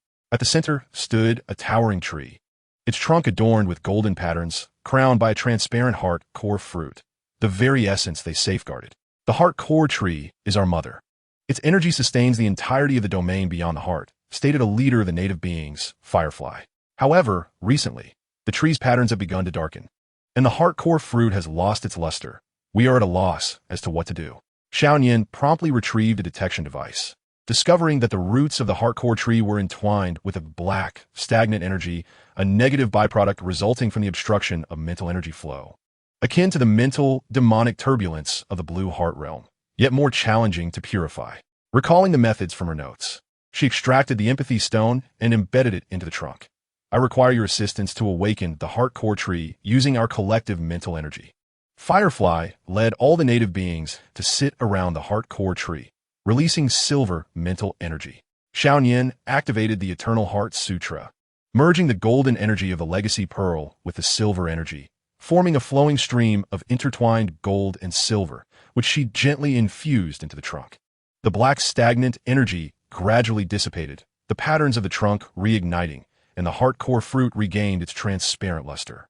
Thank you, Firefly exclaimed with excitement, embracing Qingyang through mental waves. We are willing to forge a partnership with the realms of the three worlds, sharing our methods of mental cultivation. Qingyang smiled in response. This is our shared achievement. From this day forth, we can learn from one another through the mental network, growing together. Upon returning to the realms of the three worlds, Qingyang reported her experiences in the domain beyond the heart to Xiaofan. He immediately convened the core members of the alliance, deciding to initiate the Heart Domain Interconnection Project to establish a mental passage between the realms of the three worlds and the domain beyond the heart, allowing beings from both realms to communicate freely. Simultaneously, they would dispatch cultivators to the domain beyond the heart to assist the native tribes in nurturing the heart core tree and imparting methods of mental purification. However, shortly after the project commenced, the mental passage encountered anomalies. Through monitoring, Qingyang discovered a surge of chaotic mental energy infiltrating the passage, originating from the stagnant zone of the domain beyond the heart. If not promptly halted, this could taint the mental network of both realms. The chaotic energy was an evolved form of stagnant energy, capable of distorting the cognitive perception of beings. Xiaofan stated gravely, someone must enter the stagnant zone, locate the source of the energy, and purify it. Qingyang volunteered. I'm familiar with the environment of the domain beyond the heart and have established trust with the native tribes. I am the most suitable candidate. Under Firefly's guidance, Qingyang ventured into the stagnant zone. The mental aisles here had turned black, and the chaotic energy in the air left her feeling dizzy. Following the guidance of the legacy pearl, she delved deep into the stagnant zone, discovering a chaotic heart core, a fruit wholly tainted by negative emotions, continuously releasing chaotic energy. Purifying it requires the combined mental energies of both realms. Qingyang called upon the beings of the realms of the three worlds and the domain beyond the heart through the mental passage.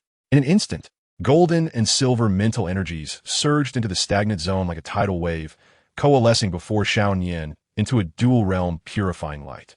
United in purpose, let us purify. Qingyang infused the light stream into the chaotic heart core, causing the black energy to gradually dissipate until the heart core returned to a transparent state. As the last vestige of chaotic energy was purified, the mental aisles of the stagnant zone revived, and the mental passage stabilized once more. The ethereal visage of Emperor Yi Tian emerged from the legacy pearl, gazing upon Qingyang and Firefly with evident satisfaction. The courage to traverse the unknown and the inclusivity to connect differences embody the essence of the myriad paths.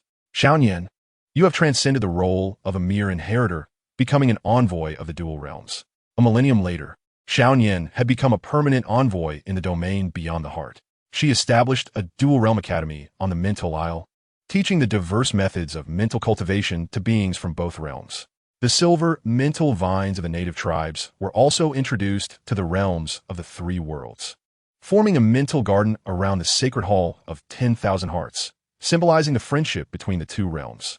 On this day, Xiaoyan, accompanied by children from both realms, recounted the legendary tales of Emperor Yi Tian beside the heart core tree. The children gathered around her, listening intently as she narrated how the youth of the Duki continent overcame challenges, quelled calamities, transcended into eternity, and guided future generations to connect the myriad realms. Can the esteemed Emperor Yi Tian still see us? A native child inquired curiously.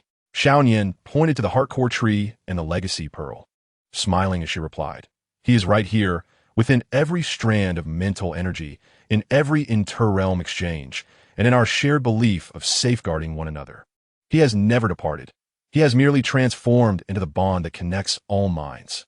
The children nodded, somewhat understanding, as they extended their small hands, pooling their mental energies together, forming a tiny rainbow light in the air, a manifestation of their yearning for friendship and peace, and a continuation of Emperor Yi Tian's ideals.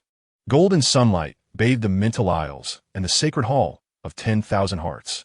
As the light bands of the realms of the three worlds and the domain beyond the heart interwove into a splendid celestial tapestry, where beings of diverse forms coexisted harmoniously, and different shades of mental energy fused flawlessly.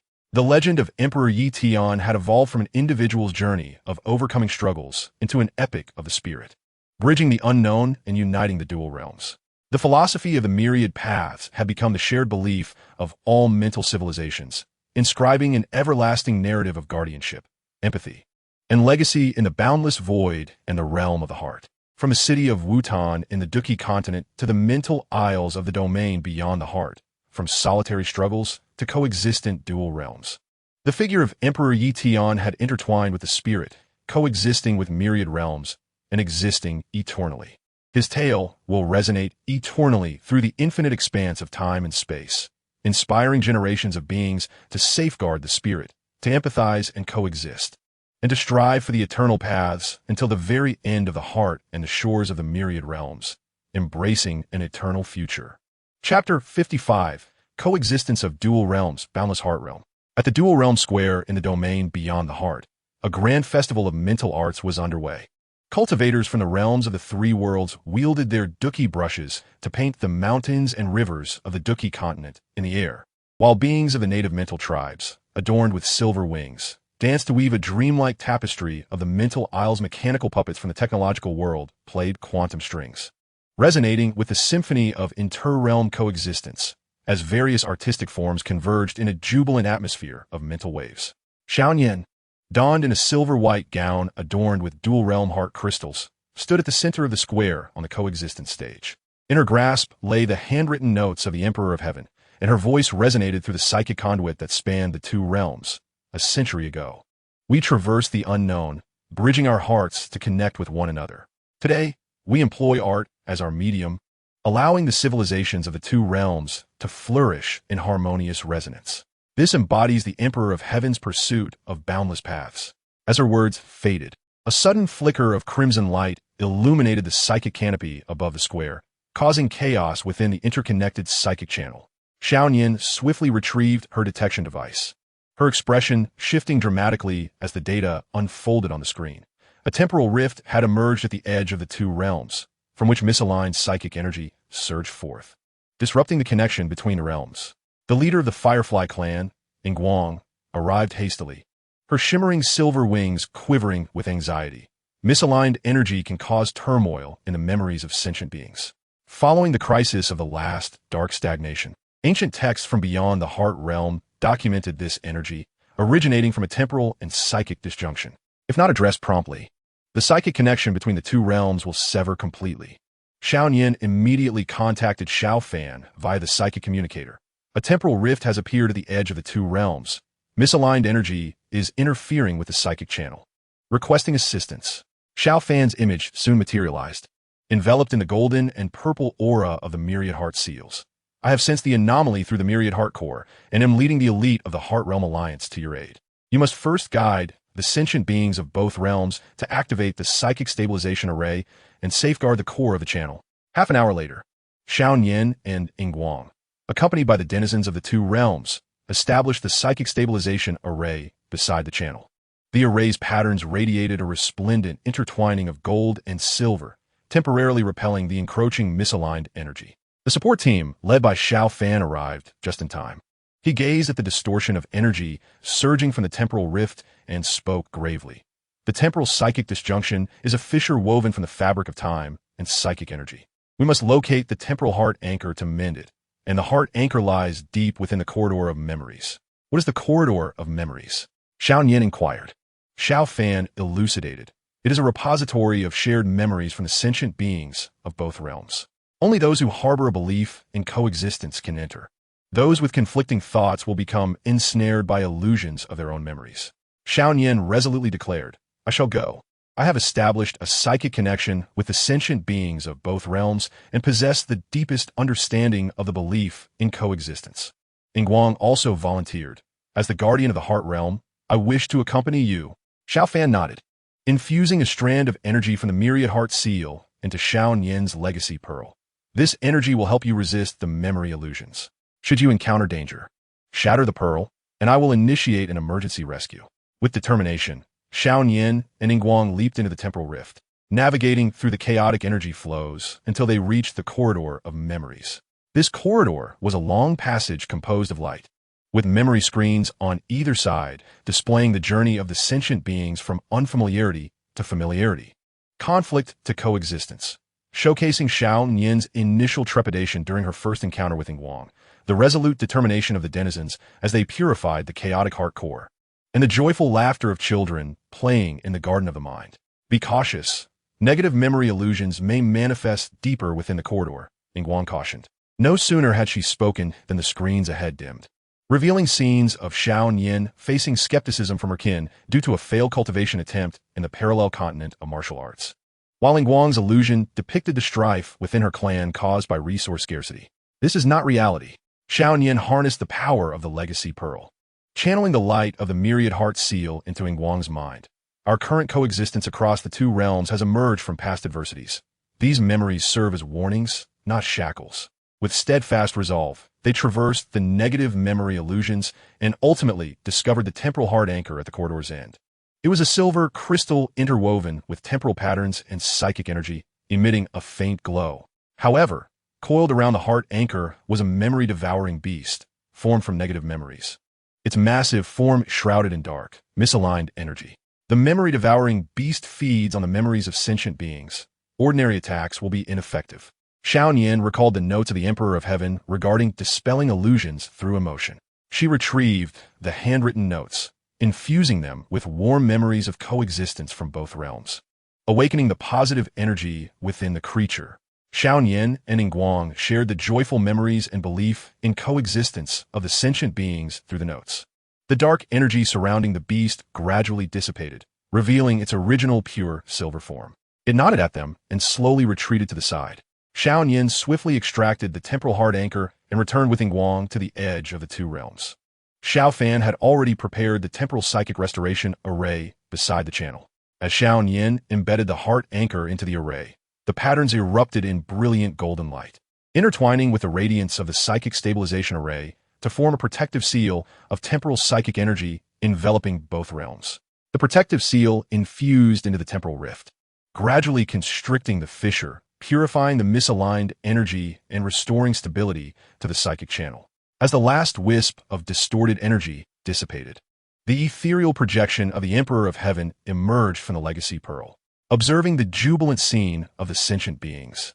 He spoke gently. The coexistence of the two realms is not an endpoint, but rather a new beginning of boundless hearts. Xiao Nian, Qingyang, through your belief in coexistence, you have repaired the temporal rift, demonstrating that the hearts of different civilizations, when united in trust, can transcend all barriers. Xiao Nian and Qingyang bowed respectfully. This is the result of the collective efforts of the sentient beings of both realms, guided by the ideals of the Emperor of Heaven. The ethereal figure smiled and shook his head. From now on, the two realms may initiate the heart fusion plan, allowing the psychic energies of both realms to flow freely, enabling beings to migrate between the two realms, truly realizing a boundless heart realm.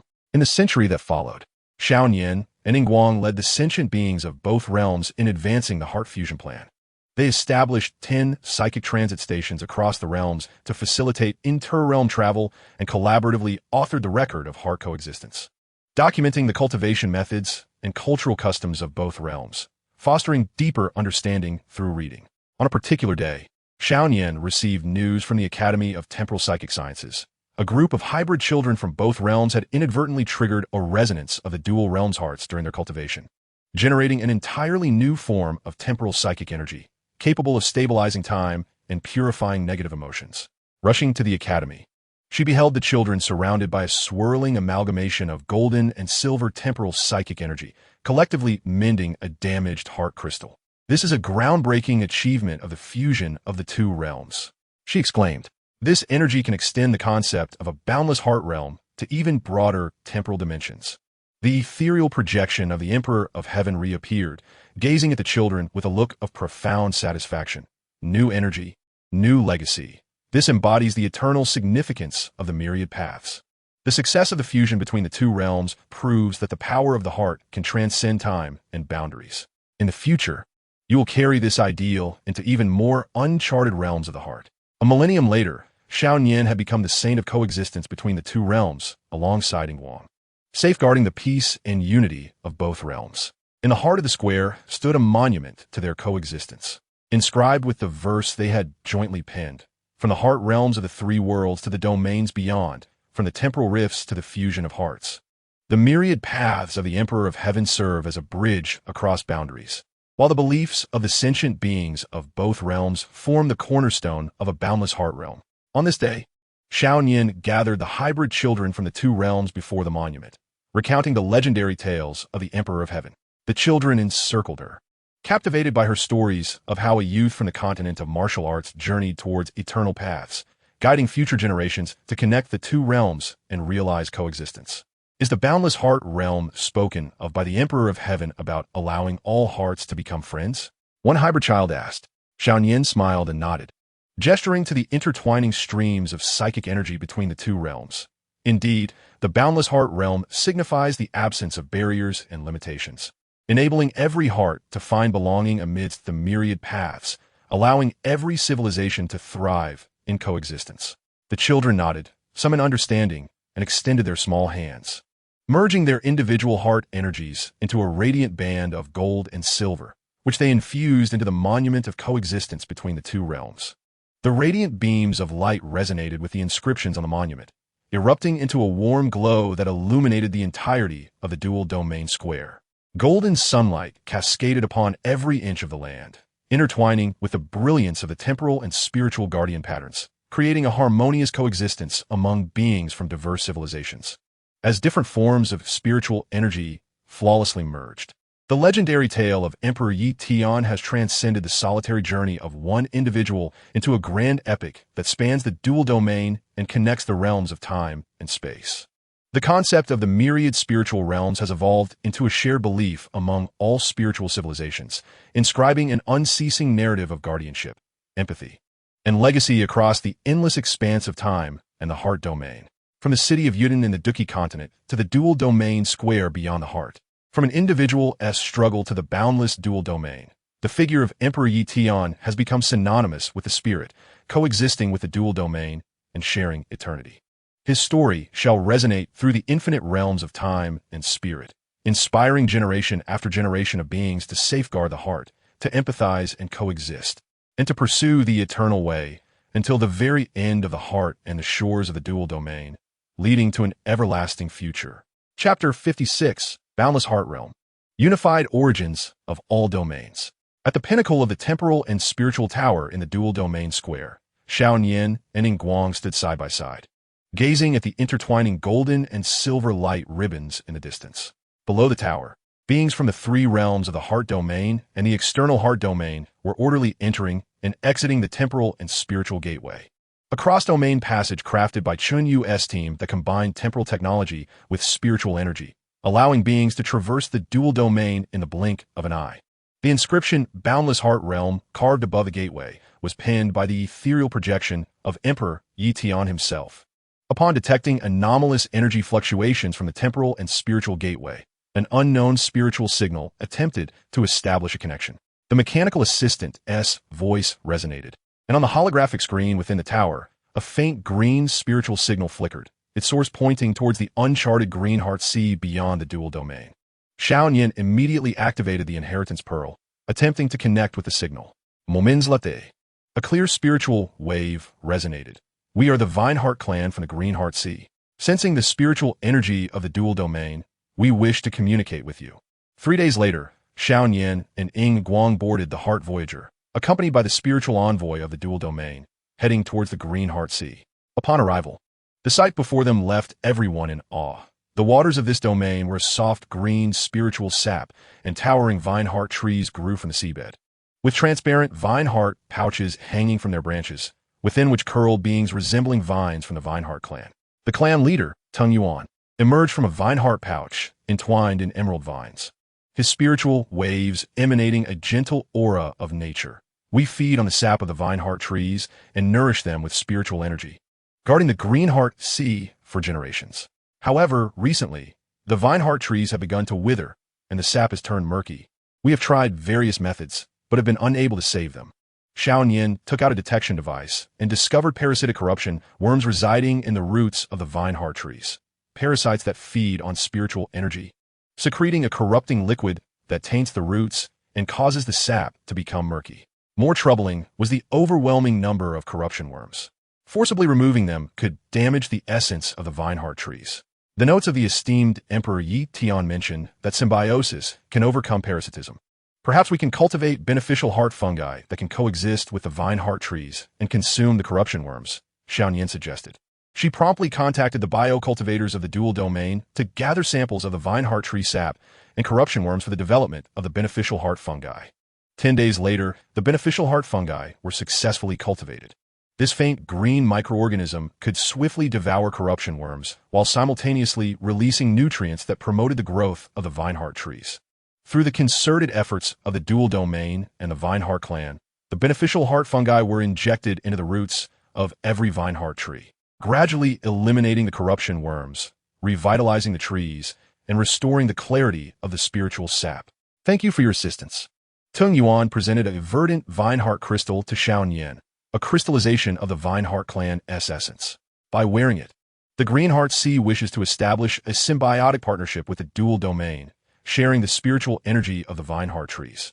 Xiaoyan accepted the Vineheart crystal, merging it with the inheritance pearl and the dual domain heart crystal. The three crystals erupted in intertwining beams of gold, silver, and green, forming a tridomain symbiotic pattern in the air, successfully connecting the spiritual networks of the Green Heart Sea and the dual domain. From that moment forth, the beings of the Vineheart clan could traverse to the dual domain through the temporal and spiritual gateway, and the cultivators of the dual domain could practice in the Green Heart Sea, drawing upon the pure energy of the Vineheart trees. Yet, on the 3rd year of the tridomain symbiosis, the Vineheart mother tree of the Green Heart Sea suddenly issued a warning. When Xiaoyan and Qingyang arrived, they discovered a fissure appearing on the trunk of the mother tree, from which black corruption energy surged forth, rapidly withering the Vineheart trees and causing the spiritual energy of the Vineheart beings to begin to dissipate. Corruption energy is the product of spiritual energy being depleted to its utmost, posing a greater threat than even lifeless energy. The image of Xiao Fan materialized through the spiritual network, his presence imbued with the profound power of myriad heart seals. I have sensed through the myriad heart core that the source of the energy lies in the depths of the Green Heart Sea, in the corruption abyss, where corruption core resides. If not purified in time, the spiritual energy of all 3 domains will be drained away. The ethereal projection of Emperor Yi Tian emerged from the inheritance pearl, gazing gravely towards the direction of the fissure. The corruption core is a negative source of spiritual energy from the birth of the universe. It requires the essence of the 3 domains to serve as a guide to condense a myriad domain unity array in order to purify it into pure spiritual energy. What is the essence of the 3 domains? Xiaoyan inquired urgently. The projection explained. It is the myriad heart core of the 3 realms, the heart core fruit of the external heart domain, and the core of the Vineheart mother tree from the Green Heart Sea. It must be fused by the purest spiritual guardians of all 3 domains to activate the myriad domain unity array. Xiaoyan, Qingyang, and Tung Yuan exchanged glances, and in unison declared, "We shall go."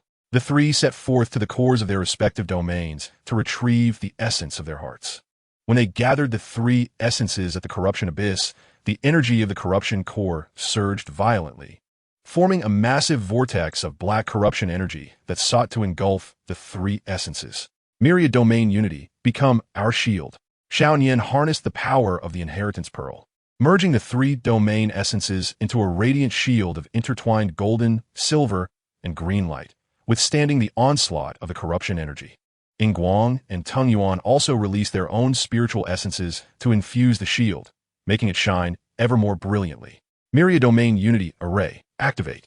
The three channeled their strength simultaneously, transforming the essence shield into a tricolored stream of light that surged into the corruption core. The corruption core quaked violently as the black energy was gradually purified, ultimately transforming into a pale green new heart core, releasing pure spiritual energy that nourished the trees and beings of the three domains.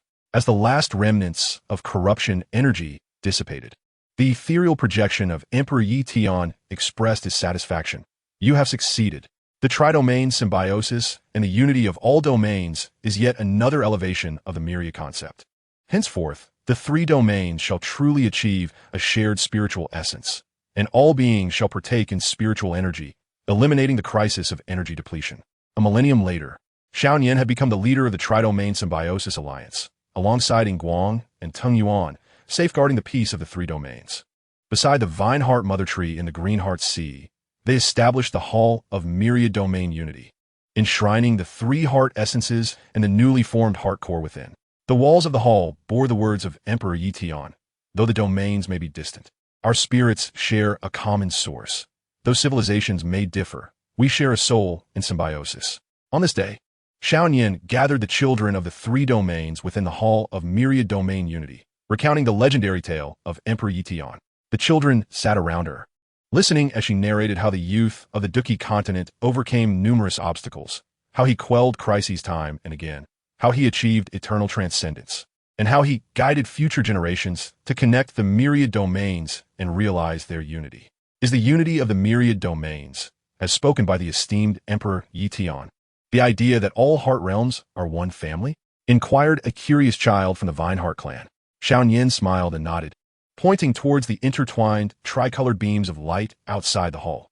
Indeed, the unity of the myriad domains signifies that all spiritual energies of the heart realms originate from a singular source, and all beings are brothers and sisters.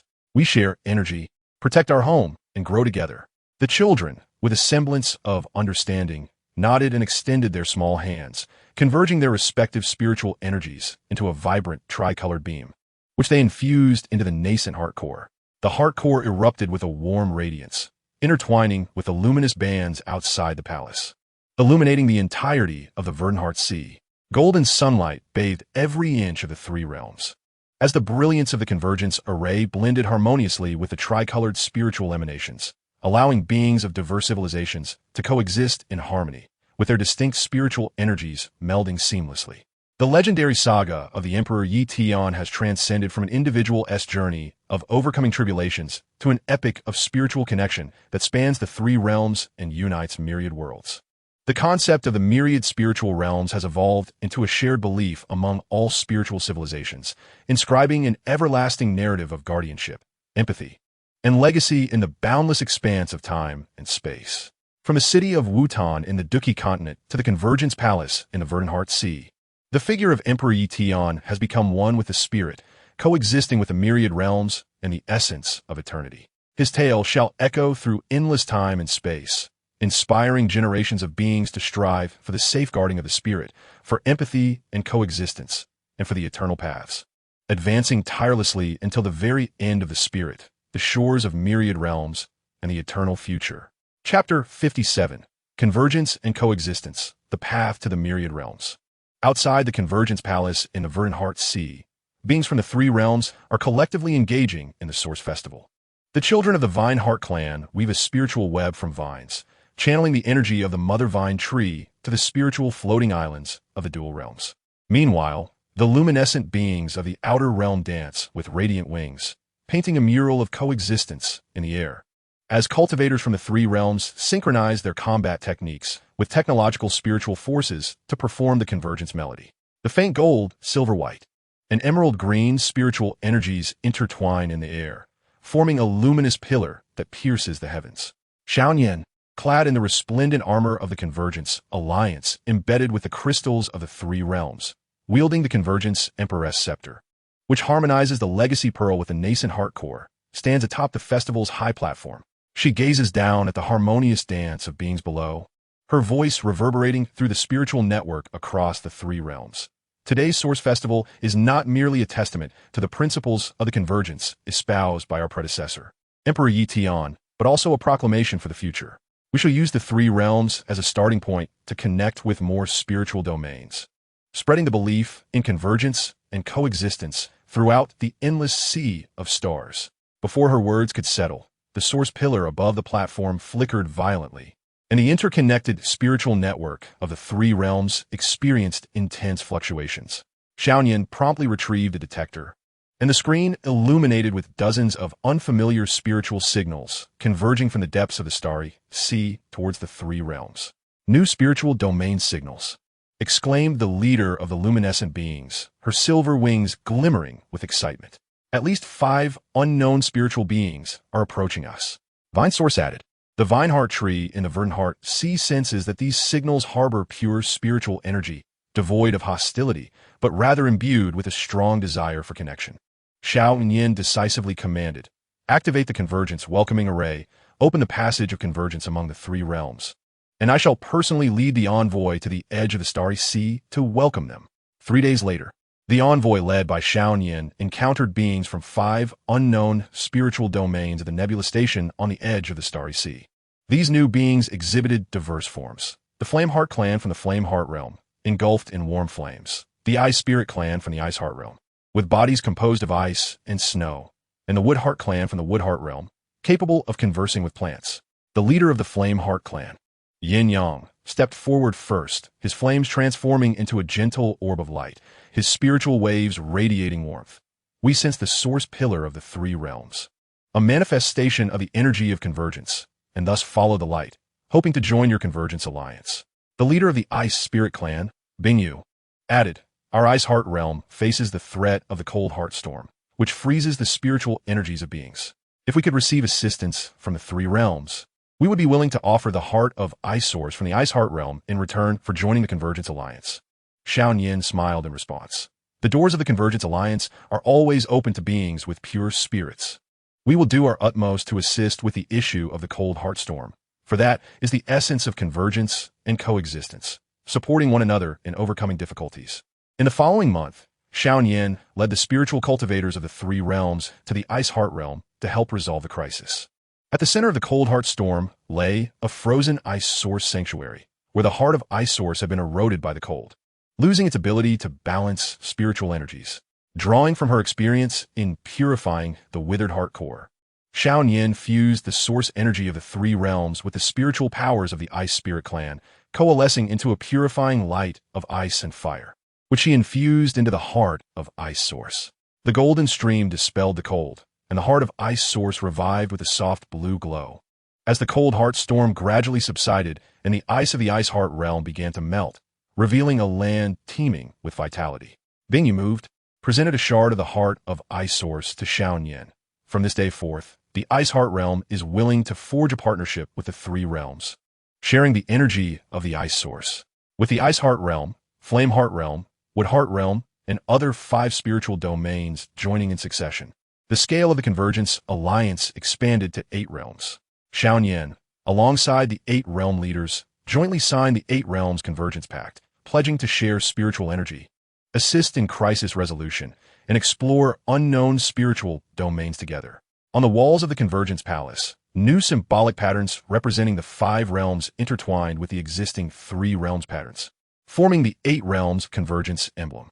However, during the centennial celebration of the establishment of the 8 Realms Alliance, a violent spiritual tremor suddenly emanated from the depths of the starry sea.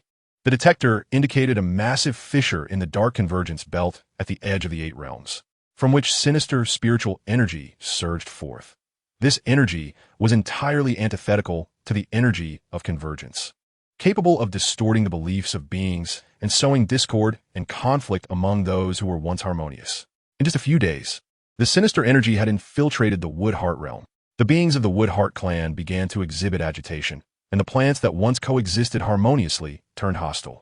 While the heart of Wood Source in the Wood-Heart realm displayed black cracks, the sinister energy represented a negative force of divergence, specifically designed to disrupt the connections of the spirit. An urgent message from Xiao Fan, surrounded by the golden-purple energy of the myriad heart seals, reached through the spiritual network. His expression grave. The source of the fissure in the dark convergence belt is the heart of divergence. It stands in opposition to the convergence principles of the myriad realms. If not purified in time, the convergence alliance of the 8 realms will crumble. The ethereal projection of Emperor Yi Tian also emerged from the convergence Emperor's scepter, gazing toward the fissure with profound contemplation. The heart of divergence is a reverse force generated when the spiritual energies of the myriad realms diverge. Only by gathering the source hearts of the 8 realms and coalescing the great convergence array can we transform it into pure converged energy using the blade of our shared belief. I shall gather the source hearts of the 8 realms, Xiao Yin declared resolutely. The beings of the 8 realms trust me.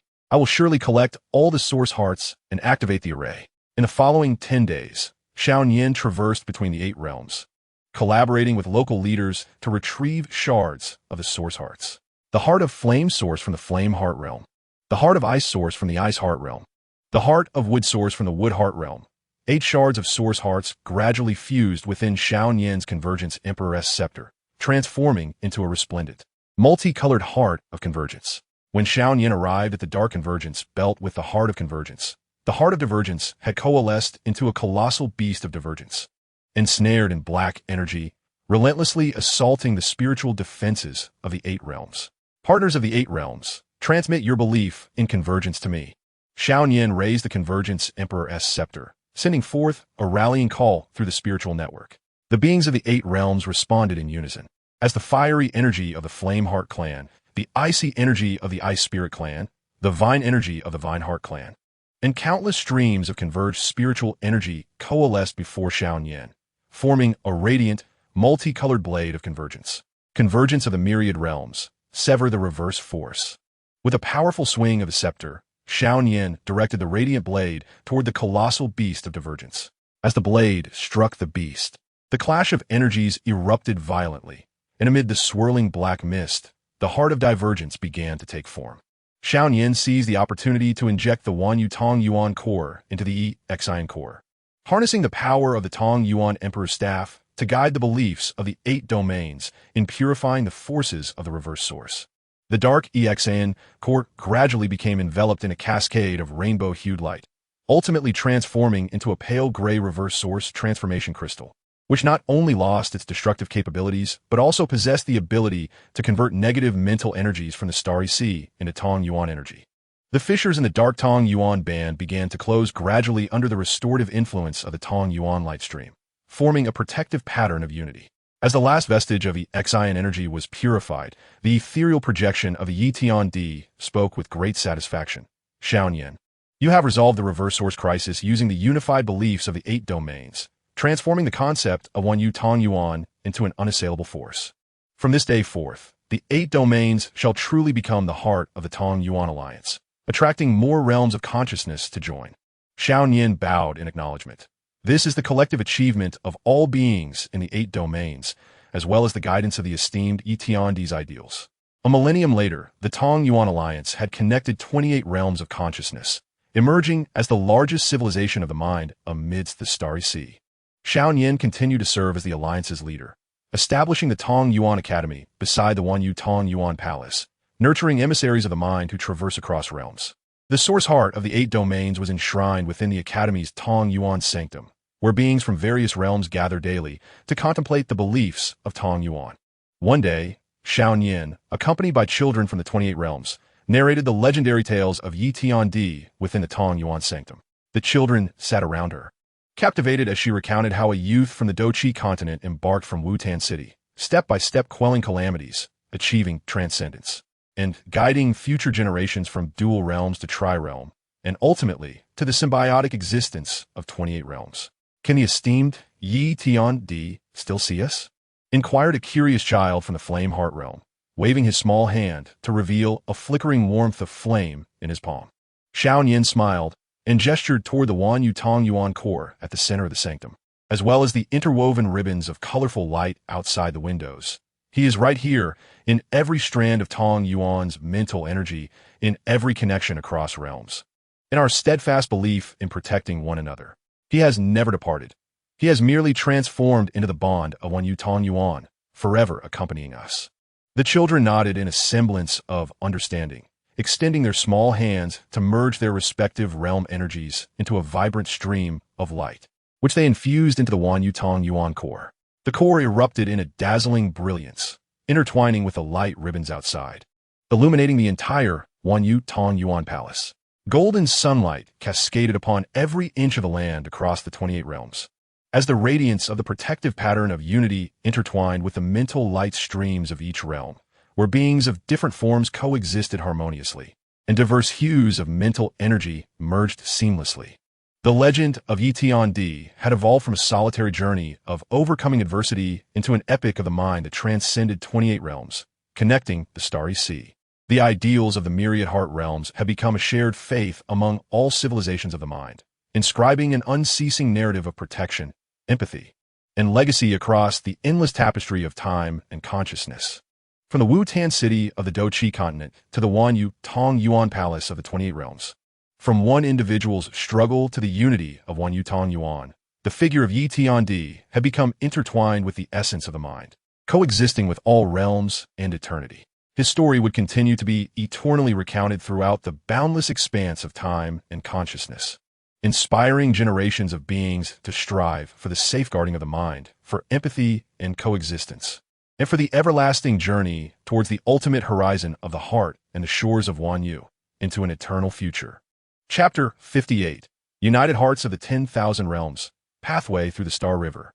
Within the Star River Assembly Hall of the Tong Yuan Alliance of the 28 Realms, Xiaoyan sat among the leaders of various realms, gathered around the Tong Yuan star map.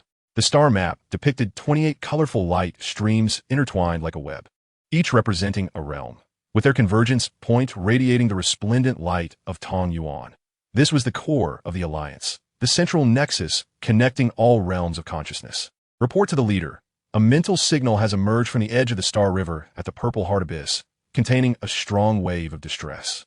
It appears an unknown realm is facing a crisis, announced the mechanical assistant, as a faint purple signal illuminated the area of the Purple Heart Abyss on the star map. Xiaoyan immediately activated the Inheritance Pearl, attempting to establish a deep connection with the signal. Moments later, a feeble mental wave reached her. We are the Purple Crystal Clan from the Purple Heart Abyss. Our realm is under attack by the Star-Eating Heart Demon, which can devour both stellar and mental energy. If this continues, the Purple Crystal Clan will face complete annihilation. The leader of the Flame Heart Clan, Qingyang, rose with flames surging around him. The Star-Eating Heart Demon dares to disrupt our peace of Tong Yuan. I am willing to lead the warriors of the Flame Heart Clan to fight alongside the Purple Crystal Clan against the Heart Demon, the leader of the Ice Spirit Clan. Bingyu also nodded. Our ice source power can freeze the Heart Demon's movements. We shall go together. Xiaoyan raised her hand to signal everyone to calm down. The strength of the Star-Eating Heart Demon is unknown. We must not act rashly. I will first lead an elite envoy team to the Purple Heart Abyss to investigate. All realms should prepare to provide support and be ready to transmit Tong Yuan energy through the Star River Nexus at any moment. 3 days later, the envoy team led by Xiaoyan arrived at the Purple Heart Abyss. The starry sky here exhibited an eerie dark purple hue, the once brilliant stars now dulled. And the Purple Crystal City lay in ruins, with the beings of the Purple Crystal Clan huddled inside, their purple crystalline light dimmed. The leader of the Purple Crystal Clan, Zichun, approached, his crystalline body marred by cracks, his mental wave carrying despair. The Star-Eating Heart Demon is hiding in the forbidden zone of the star core within the Purple Heart Abyss. It has devoured the energy of 10 stars and has grown to the size of a small planet. Our purple crystal powers cannot harm it in the slightest. Xiaoyan followed Zichun to the forbidden zone of the star core, where a colossal beast, entirely cloaked in black, lay coiled at the center of the forbidden area. Its surface was covered in gray star-eating scales, continuously consuming fragments of surrounding stars. With each piece devoured, it grew larger. The core of the star-eating heart demon was identified as the star-eating core, which required the power of the Star River's Qingyang to shatter, thus eradicating it entirely. Xiaoyan connected with various realms through the mental network, activating the Star River Nexus to gather the Qingyang energy from the 28 realms to her. In an instant, the 28 colorful light streams converged towards Xiaoyan through the Star River Nexus. She fused the Inheritance Pearl with the Qingyang Emperor's staff, raising it high above her head. Star River Qingyang gathered strength as a blade. The seven-colored Qingyang energy coalesced at the tip of the staff, forming a massive light blade of the Star River. Xiaoyan swung the staff, directing the light blade towards the star-eating heart demon. Upon impact, the blade struck the star-eating scales with a thunderous roar, creating a fissure on the scales, and the heart demon emitted a painful howl, turning to lunge at Xiaoyan. Ice Source Freeze. Bing led the Ice Spirit Clan practitioners to unleash a storm of ice shards, freezing the heart demon's limbs. Seizing the opportunity, Qingyang rallied the warriors of the Flame Heart Clan, infusing fire energy into the light blade, causing its temperature to surge dramatically as it struck again at the heart demon's wound. Purple Crystal Power, assist you. Zieth Chun led the beings of the Purple Crystal Clan, merging their purple crystal energy into a light arrow that shot towards the heart demon's star-eating core. The light arrow pierced through the fissure and struck the core, instantly halting the movements of the heart demon. Xiaoyan seized the moment, channeling all the Qingyang energy into the Star River light blade. Star River Qingyang Slash. The light blade transformed into a vibrant pillar of light piercing through heaven and earth, utterly shattering the star-eating core. The heart demon emitted a final howl, its form gradually dissipating as the devoured stellar energy returned to the starry sky, and the dark purple hue of the Purple Heart Abyss slowly faded, restoring its former brilliance. Zichun knelt on the ground in excitement, bowing toward Xiaoyan and the envoys of the various realms. Thank you for the life-saving grace of the Qingyang Alliance. The Purple Crystal Clan wishes to join the alliance with our Purple Crystal Heart, henceforth united with the 28 realms to safeguard the Starry River. Xiaoyan helped Zi Chun to his feet, integrating the shards of the Purple Crystal Heart into the Qingyang star map. Welcome, Purple Crystal Clan. From now on, we shall be the 29th realm of the Qingyang Alliance. With the addition of the Purple Crystal Clan, the influence of the Qingyang Alliance expanded even further. In the subsequent century, 12 more realms followed the luminous path of the Star River Qingyang, enlarging the alliance to 41 realms. Xiaoyan, alongside the leaders of various realms, jointly revised the Qingyang Alliance Charter, adding clauses for the protection of the Star River, agreeing to collectively resist external threats and safeguard the mental tranquility of the Starry River. On this day, the alarm of the Star River Council Hall abruptly echoed, as a colossal black fissure manifested within the dark star belt of the source star map. From this rift surged the energy of the Annihilation Star River, a force more perilous than the energy of alien intent, capable of directly unraveling the connections of source energy. Wherever it passed, stars extinguished and the mental network fractured. The energy of the Annihilation Star River is the primordial negative energy from the birth of the Star River, with the fissure S source being the Annihilation Star Core. Should it consume the Star River Nexus, the source alliance of the 41 domains would be utterly dismantled. The ethereal projection of the Heavenly Emperor Yi emerged from the Heritage Pearl, gazing gravely at the fissure. It was imperative to unite the source hearts of the 41 domains to coalesce the 10,000 domains heart array at the Star River Nexus. Using the belief in source energy as a guide to purify the Annihilation Star Core and mend the fissure, Xiaoyan resolutely declared, I shall gather the source hearts and activate the 10,000 domains heart array. The leaders of the various heart domains also stepped forward, eager to join her at the Star River Nexus to safeguard the Source Alliance. 3 days later, Xiaoyan and the leaders of the 41 domains convened at the Star River Nexus, embedding their respective source hearts into the core of the Nexus. As the last source heart was placed, the Nexus erupted with a brilliant 7-colored radiance, intertwining into the 10,000 domains heart array. With the 10,000 domains united, the path traversing the Star River was established. Xiaoyan activated the Heritage Pearl alongside the Source Emperor's staff, infusing her own mental essence into the array.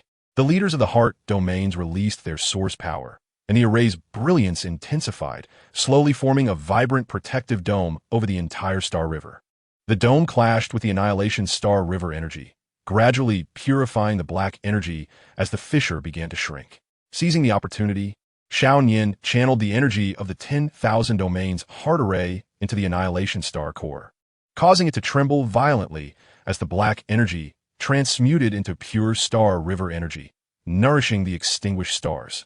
As the last remnants of the annihilation energy were purified, the star river nexus erupted in a dazzling light, intertwining the source light of the 41 domains with the stars of the star river, forming an eternal star river heart pattern that would forever safeguard the tranquility of the star river. The ethereal projection of the heavenly emperor Yi expressed his satisfaction, saying, Xiaoyan, you have led the Source Alliance to achieve the realm of the 10,000 domains heart. This is the ultimate vision I sought to realize during my own transcendence to eternity. From this day forth, the star river shall become the Source Star River, where all beings from the heart domains can share the source energy and cultivate the myriad paths of eternity. A millennium later, Xiaoyan had ascended to the role of the Saint Envoy of the Source Star River, collaboratively safeguarding the peace of the 41 domains with the leaders of the heart domains. Beside the Star River Nexus, the Hall of the 10,000 Domains Heart was established, enshrining the source hearts of the 41 domains and the purified Annihilation Star Core. The walls bore the inscription of the Heavenly Emperor Yi's profound words, the 10,000 domains united in heart, the path traversing the Star River, thriving in symbiosis, eternal and undying. On this day, Xiaoyan gathered the children of the 41 domains within the Hall of the 10,000 Domains Heart, recounting the legendary tales of the Heavenly Emperor Yi. The children sat around her, listening intently as she spoke of a youth from the Doqi continent who departed from Wutan City, how he gradually quelled calamities, transcended to eternity, and guided future generations from 3 domains to 41 domains, culminating in the birth of the Source Star River. Is the idea of the 10,000 domains united in heart, as spoken by the esteemed Heavenly Emperor, about making all beings of the Star River friends? Inquired a curious child from the Amethyst clan, a small orb of purple crystalline light forming in his palm. Xiaoyan smiled and nodded, gesturing towards the resplendent Star River outside the hall and the intertwining 7-colored light bands. Indeed, the 10,000 domains united in heart means that all beings within the Star River harbor the belief in source energy, protecting one another and growing together. Regardless of which heart domain we hail from, or our forms, we are all children of the Star River and companions of Source. The children, somewhat understanding, nodded in agreement and extended their small hands, merging their heart domain energies into a stream of 7-colored light, which they infused into the core of the Hall of the 10,000 Domains Heart. The luminous flow resonated with the Source hearts within the hall, erupting in a warm glow that illuminated the entire Source Star River.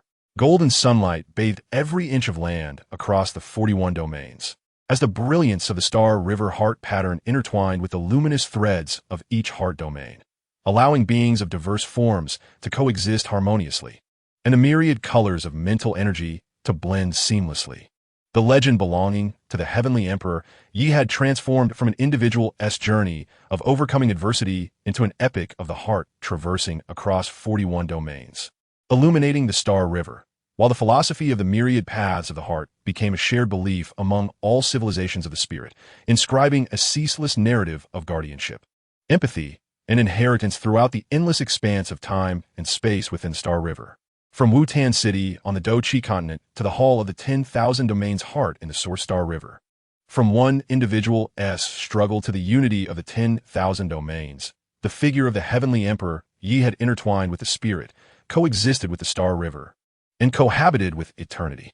His tale shall resonate eternally through the endless time and space of the Star River, inspiring generations of beings to protect the spirit, to empathize and coexist, and to strive for the eternal paths, advancing until the very end of the spirit, the other shore of the Star River, and into the eternal future. Chapter 59. The Star River shines together. The myriad paths return to the source. Outside the Hall of the 10,000 Domains Heart in the Source Star River, beings from the 41 domains were collaboratively preparing for the grand ceremony of the Star River's radiance. Artisans from the Flameheart clan forged a lighthouse of the Star River, its body engraved with symbolic patterns of each heart domain. Cultivators from the Ice Spirit clan sculpted reliefs of source energy, chronicling the Alliance's journey from 3 domains to 41. While the Amethyst clan infused amethyst energy into the heart bell, which resonated to evoke a collective echo from all beings. The entire Source Star River was enveloped in the joyous ambience of the celebration. Xiaoyan donned the Star River Saint Envoy armor, embedded with fragments of the Source from the 41 domains. Wielding the myriad paths returned to the Source Staff, a fusion of the Heritage Pearl, the Source Emperor's staff, and the Annihilation Star Core, standing atop the grand platform of the ceremony. She gazed down at the assembled beings, her voice resonating through the mental network across the Star River. Today's grand ceremony of the Star River's radiance is a manifestation of the esteemed Heavenly Emperor Ye's philosophy of myriad paths returning to the Source. We take the Star River as our home and Source as our soul, allowing the myriad paths ideals to blossom with eternal brilliance within the Star River. As her words hung in the air, the lighthouse above the platform suddenly erupted in a cascade of colorful radiance, revealing an ancient spiritual imprint amidst the glow. Xiaoyan promptly wielded the myriad paths returned to the Source Staff to establish a connection with the imprint. Moments latte. A wave of ancient and dignified spiritual resonance emerged. I am the ancient spirit of the Star River, a guardian of the Star River's source for eons. Today, witnessing the beings of the Source Star River harboring the belief in coexistence, I invite you to the source of the Star River, where the ultimate secrets of the myriad paths return to the source lie hidden. 3 days later, Xiaoyan led the leaders of the heart domains aboard the Star River source vessel, following the direction indicated by the ancient spirit. En route to the source of the Star River. Upon arrival, the sight before them astounded all, a vast expanse composed solely of pure source energy of the Star River. With the source pearl of the Star River suspended at its center, swirling with countless colors of golden, purple, black, white, silver, green, and red, manifesting the myriad laws in tangible form. The ethereal form of the ancient spirit of the Star River emerged from the source pearl, enveloped in chaotic energy. The source pearl of the Star River is the very first thread of energy born at the inception of the universe, containing the remnants of the myriad paths from the esteemed Heavenly Emperor Yi. In his transcendence to eternity, he infused part of the myriad laws within it. If the energy of the Source Star River can be fused with the source pearl, the myriad paths returned to the source array can be activated, allowing the Star River to become a river of myriad paths, where all beings can comprehend the myriad paths and attain eternity. How do we achieve this fusion? Xiaoyan inquired eagerly. The ancient spirit explained, it must be done through the core belief of the Source Star River, with oneself as the conduit, infusing the source energy of the 41 domains into the source pearl. And you, Xiaoyan, are this core belief. You have evolved from a mere inheritor to the saint envoy of the Star River, harboring the pure conviction of coexistence among the 10,000 domains. Only you're capable of fulfilling this task. Without a moment's hesitation, Xiaoyan approached the source pearl of the Star River, embedding the myriad paths returned to the source staff into the pearl, channeling all her mental essence and source energy. Companions of the 41 domains, lend me your strength.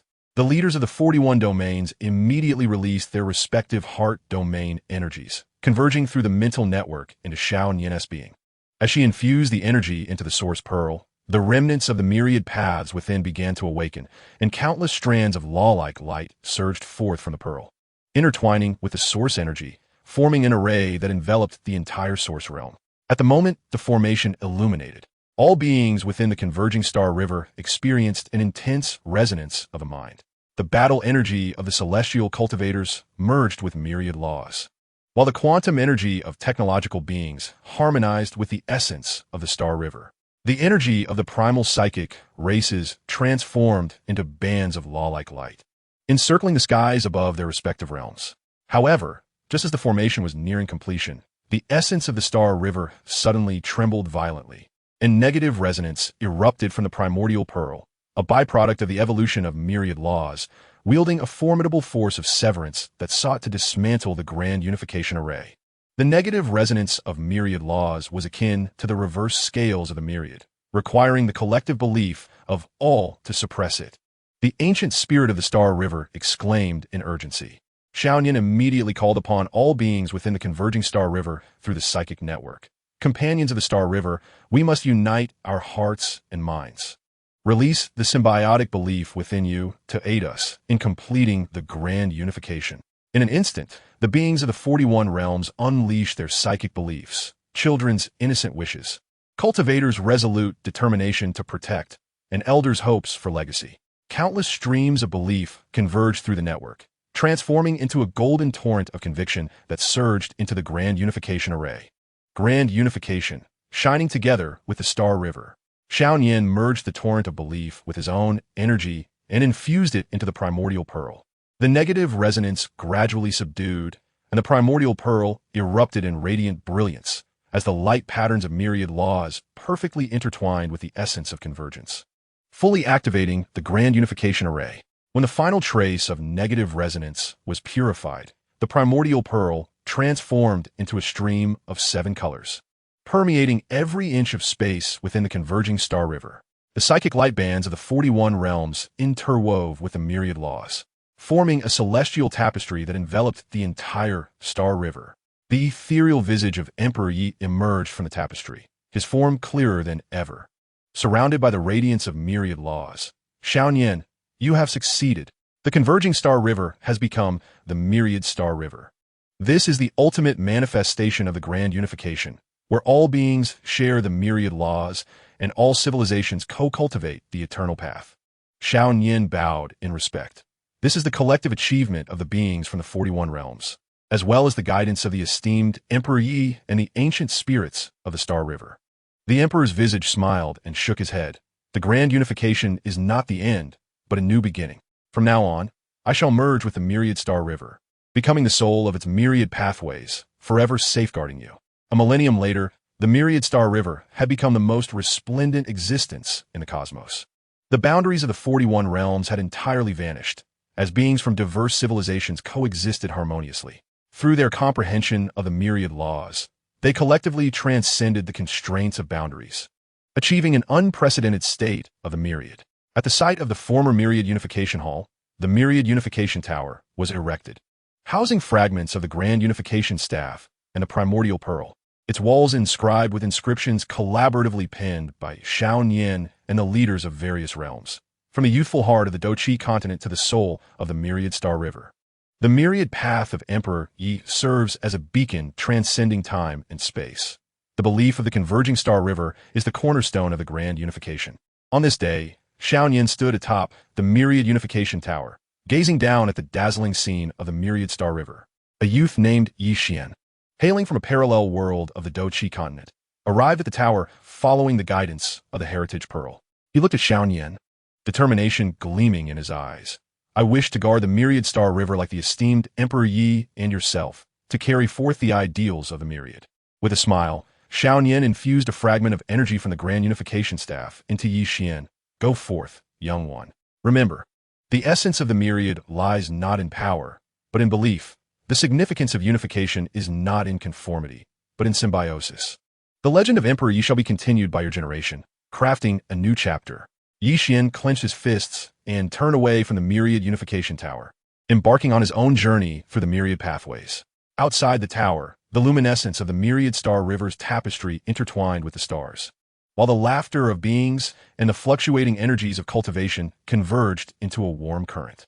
Golden sunlight bathed every inch of the Myriad Star River, as the radiance of the Myriad Unification Tower harmonized with the tapestry, allowing beings of diverse civilizations to coexist in harmony, blending different systems of power into a perfect union.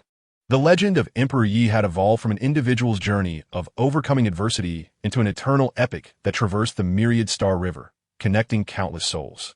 The ideals of the Myriad Heart Realm had become the shared belief of all psychic civilizations, inscribing an unceasing narrative of guardianship, empathy, and legacy across the infinite expanse of time and space.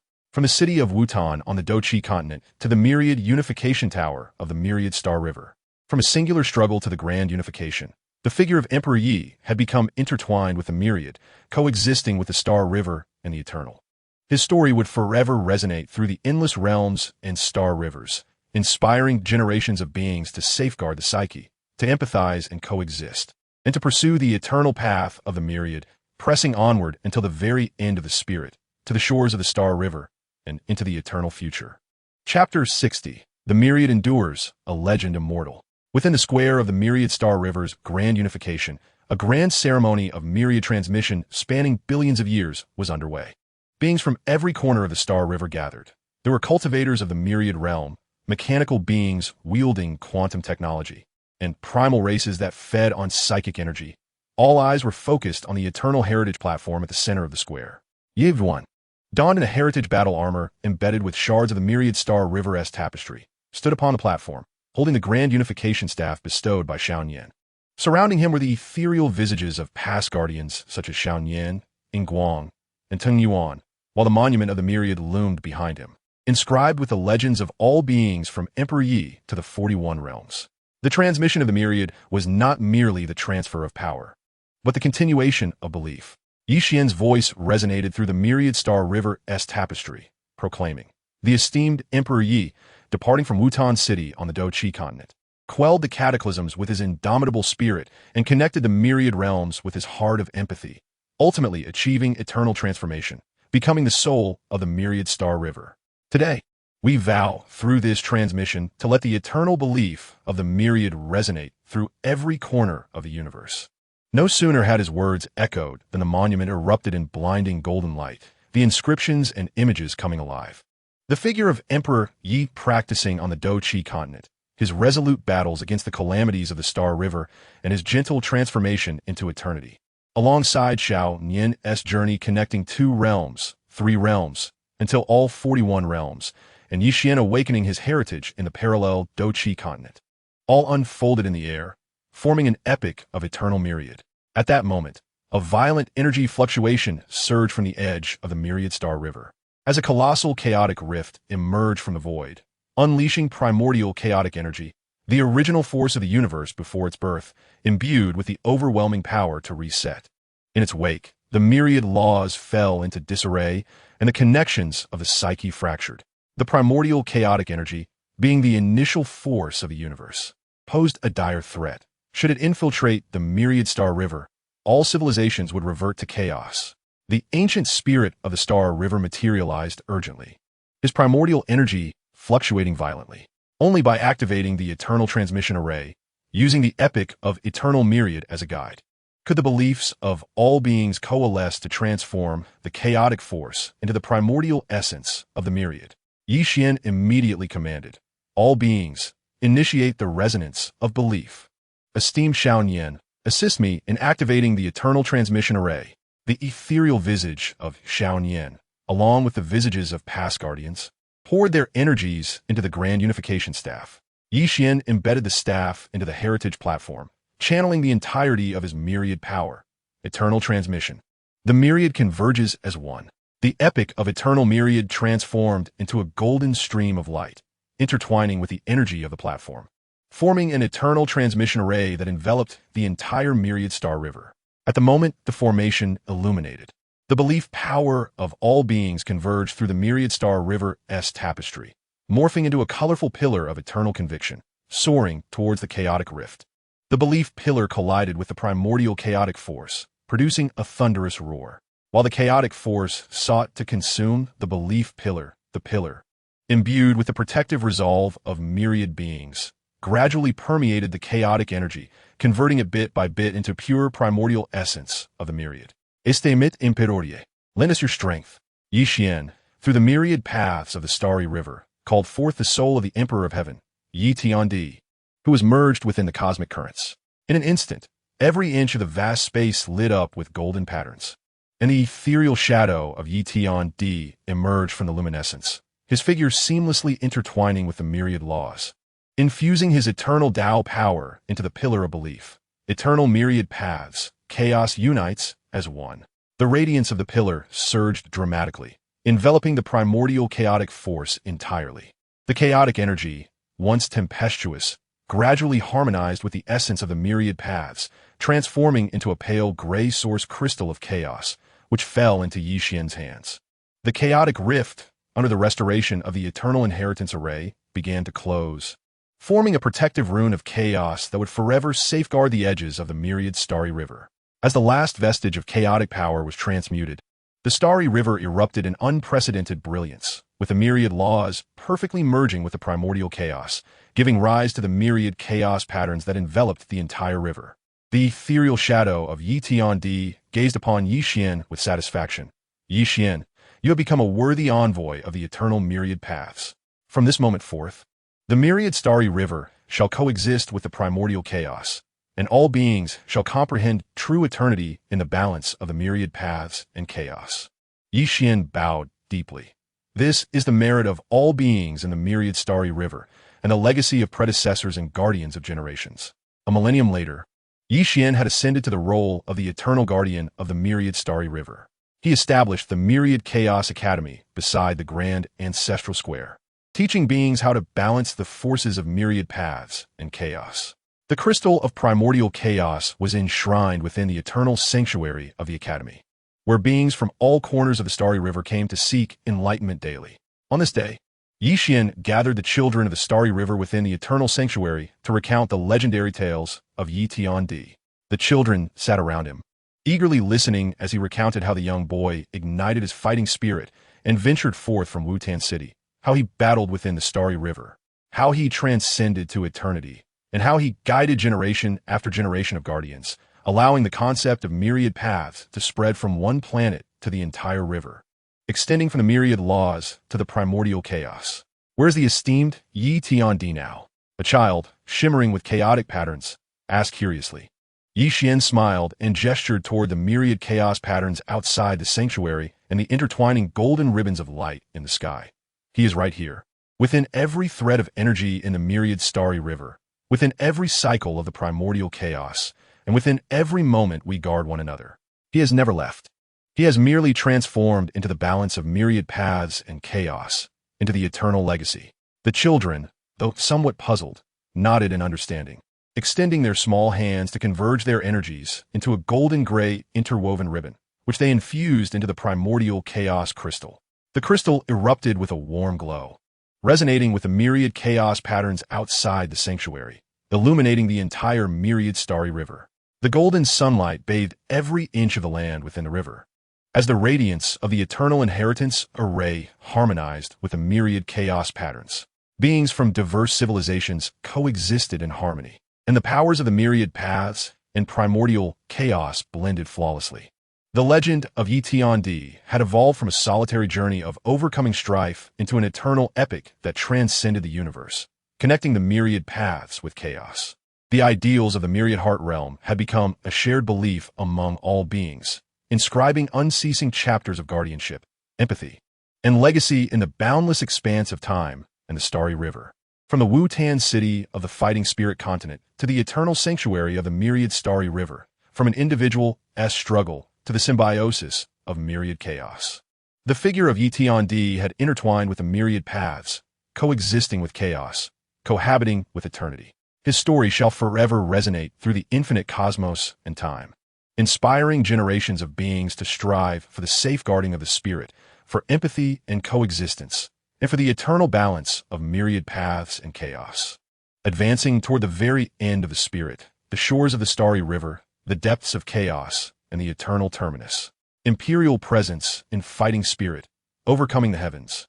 Myriad paths returning to origin, chaos coexisting, legends immortal, eternity unquenched. Chapter 61. Chaos Coexistence, a new journey begins. Outside the eternal sanctuary of the myriad starry river, Yi Xian resonated with the primordial chaos crystal, sensing the intertwining powers of chaos and the myriad paths flowing within it. Golden-gray energies swirled in the palm of his hand, sometimes manifesting as streams of fighting spirit, at times coalescing into technological patterns, and occasionally transforming into the luminous wings of the primal spiritual kin. This was the transformative power endowed by the myriad chaos patterns, capable of adapting the energy of different systems at will. Lord Yi Xian, the children of the Chaos Academy have gathered and await your teachings on the balance of chaos and the myriad paths, the mechanical assistant announced. As a lively patter of footsteps approached, a group of children, adorned with faint gray patterns, surrounded him with curious eyes. Yi Xian smiled, retracting the energy in his palm, and took the hand of one child. Today, we shall not delve into theory. Instead, I will take you to the Chaos Trial Grounds to personally experience how chaos merges with the myriad paths. The Chaos Trial Grounds were located at the edge of the myriad starry river, a realm of energy extending from the primordial chaos crystal. Countless chaos myriad pearls floated within, each harboring a unique energy puzzle that required balance. Yi Xian pointed to a pearl that flickered with unstable light. Look, The chaotic energy within this pearl is clashing with the fighting spirit. Who can harmoniously coexist them? A boy named Xiaochun, hailing from a parallel world of the fighting spirit continent, stepped forward, channeling his fighting spirit in an attempt to infuse it into the pearl.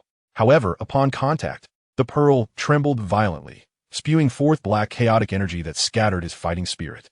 What a strong repulsion! Xiaochun wiped the sweat from his brow. Yixian knelt beside him, softly guiding. Remember, chaos is not your enemy. It is the source of the myriad paths. Try to perceive the rhythm of the chaotic energy with the empathetic ideals of the esteemed Yi Tian, rather than forcibly suppressing it. Xiaochun nodded, closing his eyes and recalling the story Yixian had shared about Yi Tian coexisting with the strange fire.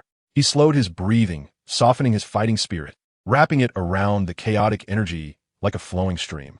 Gradually, the pearl's tremors subsided, and the energies of gold and black began to intertwine and spiral, ultimately forming a stable light pattern. We did it! The children cheered. Yixian expressed his satisfaction. This is the essence of chaos coexistence, understanding rather than opposing, merging rather than dividing. Just then, an alarm rang throughout the eternal sanctuary, and the ground of the chaos trial grounds began to crack. Black chaotic murk surged from the fissures, shattering the chaos myriad pearls in its path, and the energy turned wild. It's the chaos reversal source. Yixian's expression changed drastically as he connected with the ancient spirits of the Starry River through the mental network. The emergence of chaotic murk in the trial grounds, with its strong reactionary energy, was jeopardizing the balance between chaos and the myriad paths. The ethereal figure of the ancient spirit swiftly materialized, gazing gravely towards the source of the murk. The chaos reversal source is the dormant reactionary force within the primordial chaos. The recent frequent trials by the children have disturbed it with energy fluctuations. If not purified in time, it will infiltrate the core of the myriad starry river along the protective rune of chaos. Yixian immediately ordered, all children, evacuate the trial grounds. Xiaochun, accompany me to the source of the murk. Activate the chaotic defense array of each heart domain and channel the source energy to the trial grounds. Yixian and Xiaochun followed the murk, arriving at the depths of the trial grounds where the chaos source well was located. Within the well, black waves roiled, and a colossal chaos reversal beast emerged, its surface adorned with shattered chaotic patterns, exhaling a black murk capable of dismantling the power of the myriad paths. Xiaochun, use the method of fusion you just comprehended to stabilize the energy at the well's mouth. Yixian drew forth the myriad inheritance staff, channeling the energy of the myriad chaos patterns into it. He leapt into the air, the staff's tip radiating golden gray light as it struck down upon the reversal beast. The reversal beast roared in anger, unleashing murk to counter. The two energies collided, and Yixian was knocked back several steps, the light patterns on the staff dimming slightly. I cannot purify it alone. Yixian gritted his teeth, calling out through the mental network. Companions of the myriad starry river, lend me your power of belief. In an instantaneous moment, the beings of the 41 domains fervently unleashed their convictions, the resolute determination of the cultivators, the innocent wishes of the children, and the hopeful legacies of the elders. Countless luminescent threads converged through the network, transforming into a golden river of faith that surged into Yixian's being. In the symbiosis of chaos, myriad paths converged into one. Yixian melded the river of faith with the chaos patterns, creating a chaotic multi-path cannon that pierced through the heavens and earth, aimed at the reversal source beast. Seizing the opportunity, Xiaochun injected the fused golden black energy into the chaos source well, stabilizing the energy fluctuations at its mouth. When the cannon's light struck the reversal source beast, it let out a piercing howl, its form gradually dissipating into strands of black energy. Yixian seized this moment to infuse the energy of the chaos origin crystal into the source well, purifying the murky black flow and restoring it to its pristine chaotic essence. As the last remnant of chaotic reversal was purified, the chaos source well regained its tranquility, and the fissures in the ground began to heal. The ethereal figure of the Star River ancient spirit expressed its satisfaction. Yixian, not only have you preserved the balance between chaos and myriad paths, but you have also imparted to the new generation the understanding of symbiosis. This child, Xiaochun, possesses a purity of conviction akin to yours in your youth. Yixian turned to Xiaochun, smiling as he presented her with a miniature chaos origin crystal. You are exceedingly gifted. Henceforth, Follow me and learn to safeguard the balance of chaos and myriad paths. Xiao Chun accepted the crystal, her eyes brimming with determination. I shall protect the myriad star rivers just as Senior Yi Tiandi and you, Master Yi Xian, have done. A millennium later, Xiao Chun had matured into a guardian of chaos, standing alongside Yi Xian in safeguarding the balance of the myriad star rivers. The chaos trial grounds reopened, becoming a cradle for nurturing the next generation of guardians. Beside the eternal sanctum, a new monument of chaotic symbiosis was erected, inscribed with the words penned jointly by Yi Xian and Xiao Chun, for the convergence of myriad paths to the symbiosis of chaos. The philosophy of Senior Yi Tiandi serves as a beacon transcending sources. The guardians of the new generation carry forth the eternal flame. On this day, Yi Xian and Xiao Chun gathered the children before the monument of chaotic symbiosis, recounting the legendary tales of Yi Tiandi. The children sat rapt before the monument, listening intently as they spoke of the young man who ignited his fighting spirit, who emerged from Wutan City, battled amidst the star rivers, transcended eternity, and guided posterity from the convergence of myriad paths to the symbiosis of chaos. Will the story of Senior Yi Tiandi endure through the ages? One child inquired. Yi Xian pointed to the intertwining chaos patterns in the sky, smiling as he replied, "Indeed, as long as there are those who remember empathy and guardianship, as long as there are those who practice symbiosis and balance, the tale of Senior Yi Tiandi shall never fade into oblivion." The children nodded in partial understanding, extending their tiny hands to combine their energies into a golden-gray, interwoven beam of light, which merged into the monument of chaotic symbiosis. The inscribed words shimmered with brilliance, harmonizing with the luminous strands of the myriad star rivers, illuminating the endless expanse of time and space. Golden sunlight bathed every inch of the myriad star rivers, as the patterns of chaotic guardianship intermingled with the chaos of myriad paths, allowing diverse civilizations to coexist in harmony. The powers of chaos and myriad paths fused flawlessly. The legend of Yi Tiandi had transcended a solitary journey of struggle, evolving into an eternal chronicle continued by generation upon generation of guardians. And the ethos of the myriad heart realm had become the laws of the universe, guiding all beings through the endless star rivers and chaos until the next eternal beginning. Chapter 62. The eternal flame passed down. The heart realm is boundless. In the square of chaotic symbiosis within the myriad star rivers, a grand ceremony of the eternal flame of guardianship was underway. At the center of the square, a pillar of flame forged from the myriad chaos patterns stood tall, its apex ablaze with an eternal flame of golden-gray intermingled hues. This flame emanated from the power of Yi Tiandi, the convictions of generations of guardians, and the spiritual energy of all beings within the myriad star rivers, symbolizing an unwavering commitment to guardianship and symbiosis. Xiao Chun, clad in guardian armor adorned with fragments of the chaos origin, stood before the pillar, wielding the eternal flame staff gifted by Yi Xian. Surrounding her were the ethereal figures of past guardians, as beings from all corners of the star rivers gathered in the square. Children raised their belief lanterns adorned with the legend of Yi Tiandi, while cultivators channeled the power of the myriad chaos, weaving luminous bands across the square. Today's ceremony was not only a rite of inheritance, but also a testament to promises made. Xiao Chun's voice resonated through the spiritual network, proclaiming that from the moment Senior Yi Tiandi ignited his fighting spirit, the flame of guardianship and symbiosis was kindled, illuminating the darkness of the fighting spirit continent, warming the hearts of beings across the myriad domains, and balancing the conflicts between chaos and myriad paths. Now, this flame shall be entrusted to us, to pass on to the next generation. As her words echoed, the flame pillar suddenly erupted with dazzling brilliance. The eternal flame at its apex, splitting into countless tiny flames that soared towards the children in the square. Each flame transformed into a miniature flame talisman, landing in the palms of the children, revealing miniature scenes of Yi Tiandi's cultivation, battles, and guardianship. This is the talisman of the inherited flame, allowing you to sense the convictions of generations of guardians. Xiao Chun smiled and said, "From now on, carry this talisman with you as you train in the star rivers, sharing the tale of the flame with more beings." Just as the children cheered and received their flame talismans, a disturbance suddenly emanated from the chaotic boundary at the edge of the myriad star rivers. A fissure appeared in the chaotic guardian patterns, from which flowed an ethereal chaotic mist, more sinister than the chaotic reversal, capable of causing energy to vanish into thin air. Wherever it passed, stars dimmed, and spiritual connections severed. The ethereal chaotic mist possessed the power of emptiness from the chaotic essence, if allowed to spread. The myriad star rivers would gradually devolve into a realm devoid of energy. The urgent figure of Yi Xian manifested, his myriad chaos patterns flickering violently. He needed to reach the void source point at the chaotic boundary to sever the chaotic guardian patterns anew with the energy of the eternal flame. Xiao Chun immediately rallied her team of guardians, accompanied by 3 children holding flame talismans. Xiao Chun, the descendant sharing her name from the fighting spirit continent, the gray spirit of the chaotic lineage, and the technological genius Xiao Xing, as they boarded the flame vessel to the chaotic boundary. Upon arrival, the sight before them was heart-wrenching.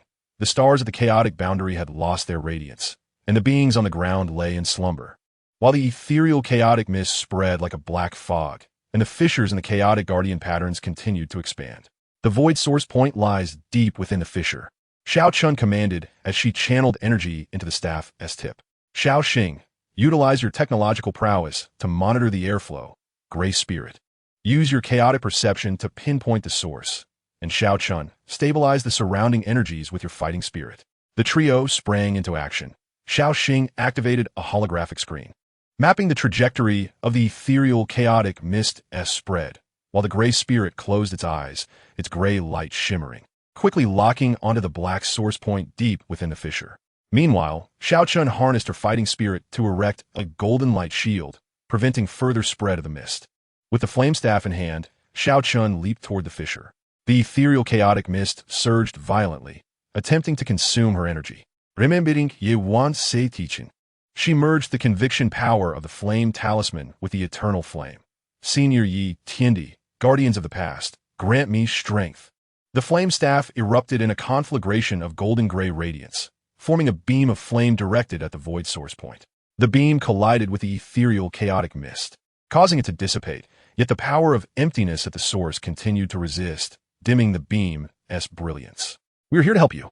The 3 children simultaneously unleashed the energy of their flame talismans, Xiao Xing's technological energy transforming into a blue flow of light, the gray spirit's chaotic power coalescing into a gray luminescent strand, and Xiao Chun's fighting spirit igniting as golden flames. The 3 energies merged into the beam, instantly causing it to swell and completely pierce through the void source point. With the source point obliterated, the ethereal chaotic mist gradually dissipated, the fissures in the chaotic guardian patterns sealing once more under the influence of the flame energy, becoming even more robust than before. The slumbering beings awoke. The dim stars regained their glow, and the chaotic boundary was revitalized. As the last wisp of ethereal chaotic mist vanished, the ethereal figure of Yi Tiandi emerged from the flame staff, gazing at Xiao Chun and the children with eyes full of contentment. The flame passed down is not merely a transfer of power, it is the continuation of belief. Xiao Chun, you have become a worthy bearer of the flame of inheritance. Children, through your actions, you have demonstrated that the belief in guardianship transcends age and civilization. Xiao Chun and the children bowed in reverence. This is our mission, guided by the ideals of our esteemed predecessor, the Emperor Yi. A millennium later, Xiao Chun has ascended to the role of the sacred flame envoy of the myriad celestial rivers. She leads a team of guardians, establishing flame way stations at the farthest reaches of the starry expanse, enabling children to carry the symbols of the flame and share the stories of guardianship and coexistence across every planet. 3 children have matured into the new generation of guardians. Little Star has developed a flame monitoring system capable of providing early warnings for energy anomalies. Gray Spirit has become a perceiver of the chaotic boundaries, constantly monitoring the dynamics of chaos. While Xiao Chun has founded the Flame Academy in a parallel world of the Duki continent, nurturing more inheritors. On this day, Xiao Chun stood before the pillar of flame, gazing at the children frolicking in the square, their belief lamps flickering with a warm glow, harmonizing beautifully with the totem of flame in the sky. A little girl who had just received a flame symbol ran over, tugging at her garment, and asked Sister Xiao Chun, will the flame of the Emperor Yi always burn? Xiao Chun smiled as she pointed to the pillar of flame, to the belief lamps in the children's hands, and to the intertwining streams of light in the galaxy. Indeed, it shall, as long as there are those who remember his tale and practice the ideals of guardianship and coexistence. This flame shall burn eternally. It resides within our hearts, in every act of kindness, and in the hands of each generation of inheritors, never to be extinguished. The little girl nodded, half understanding, raising her belief lamp high, joining the other children in converging their lights into a golden stream, infusing it into the pillar of flame. The eternal flame atop the pillar blazed brighter, illuminating every inch of the myriad celestial rivers.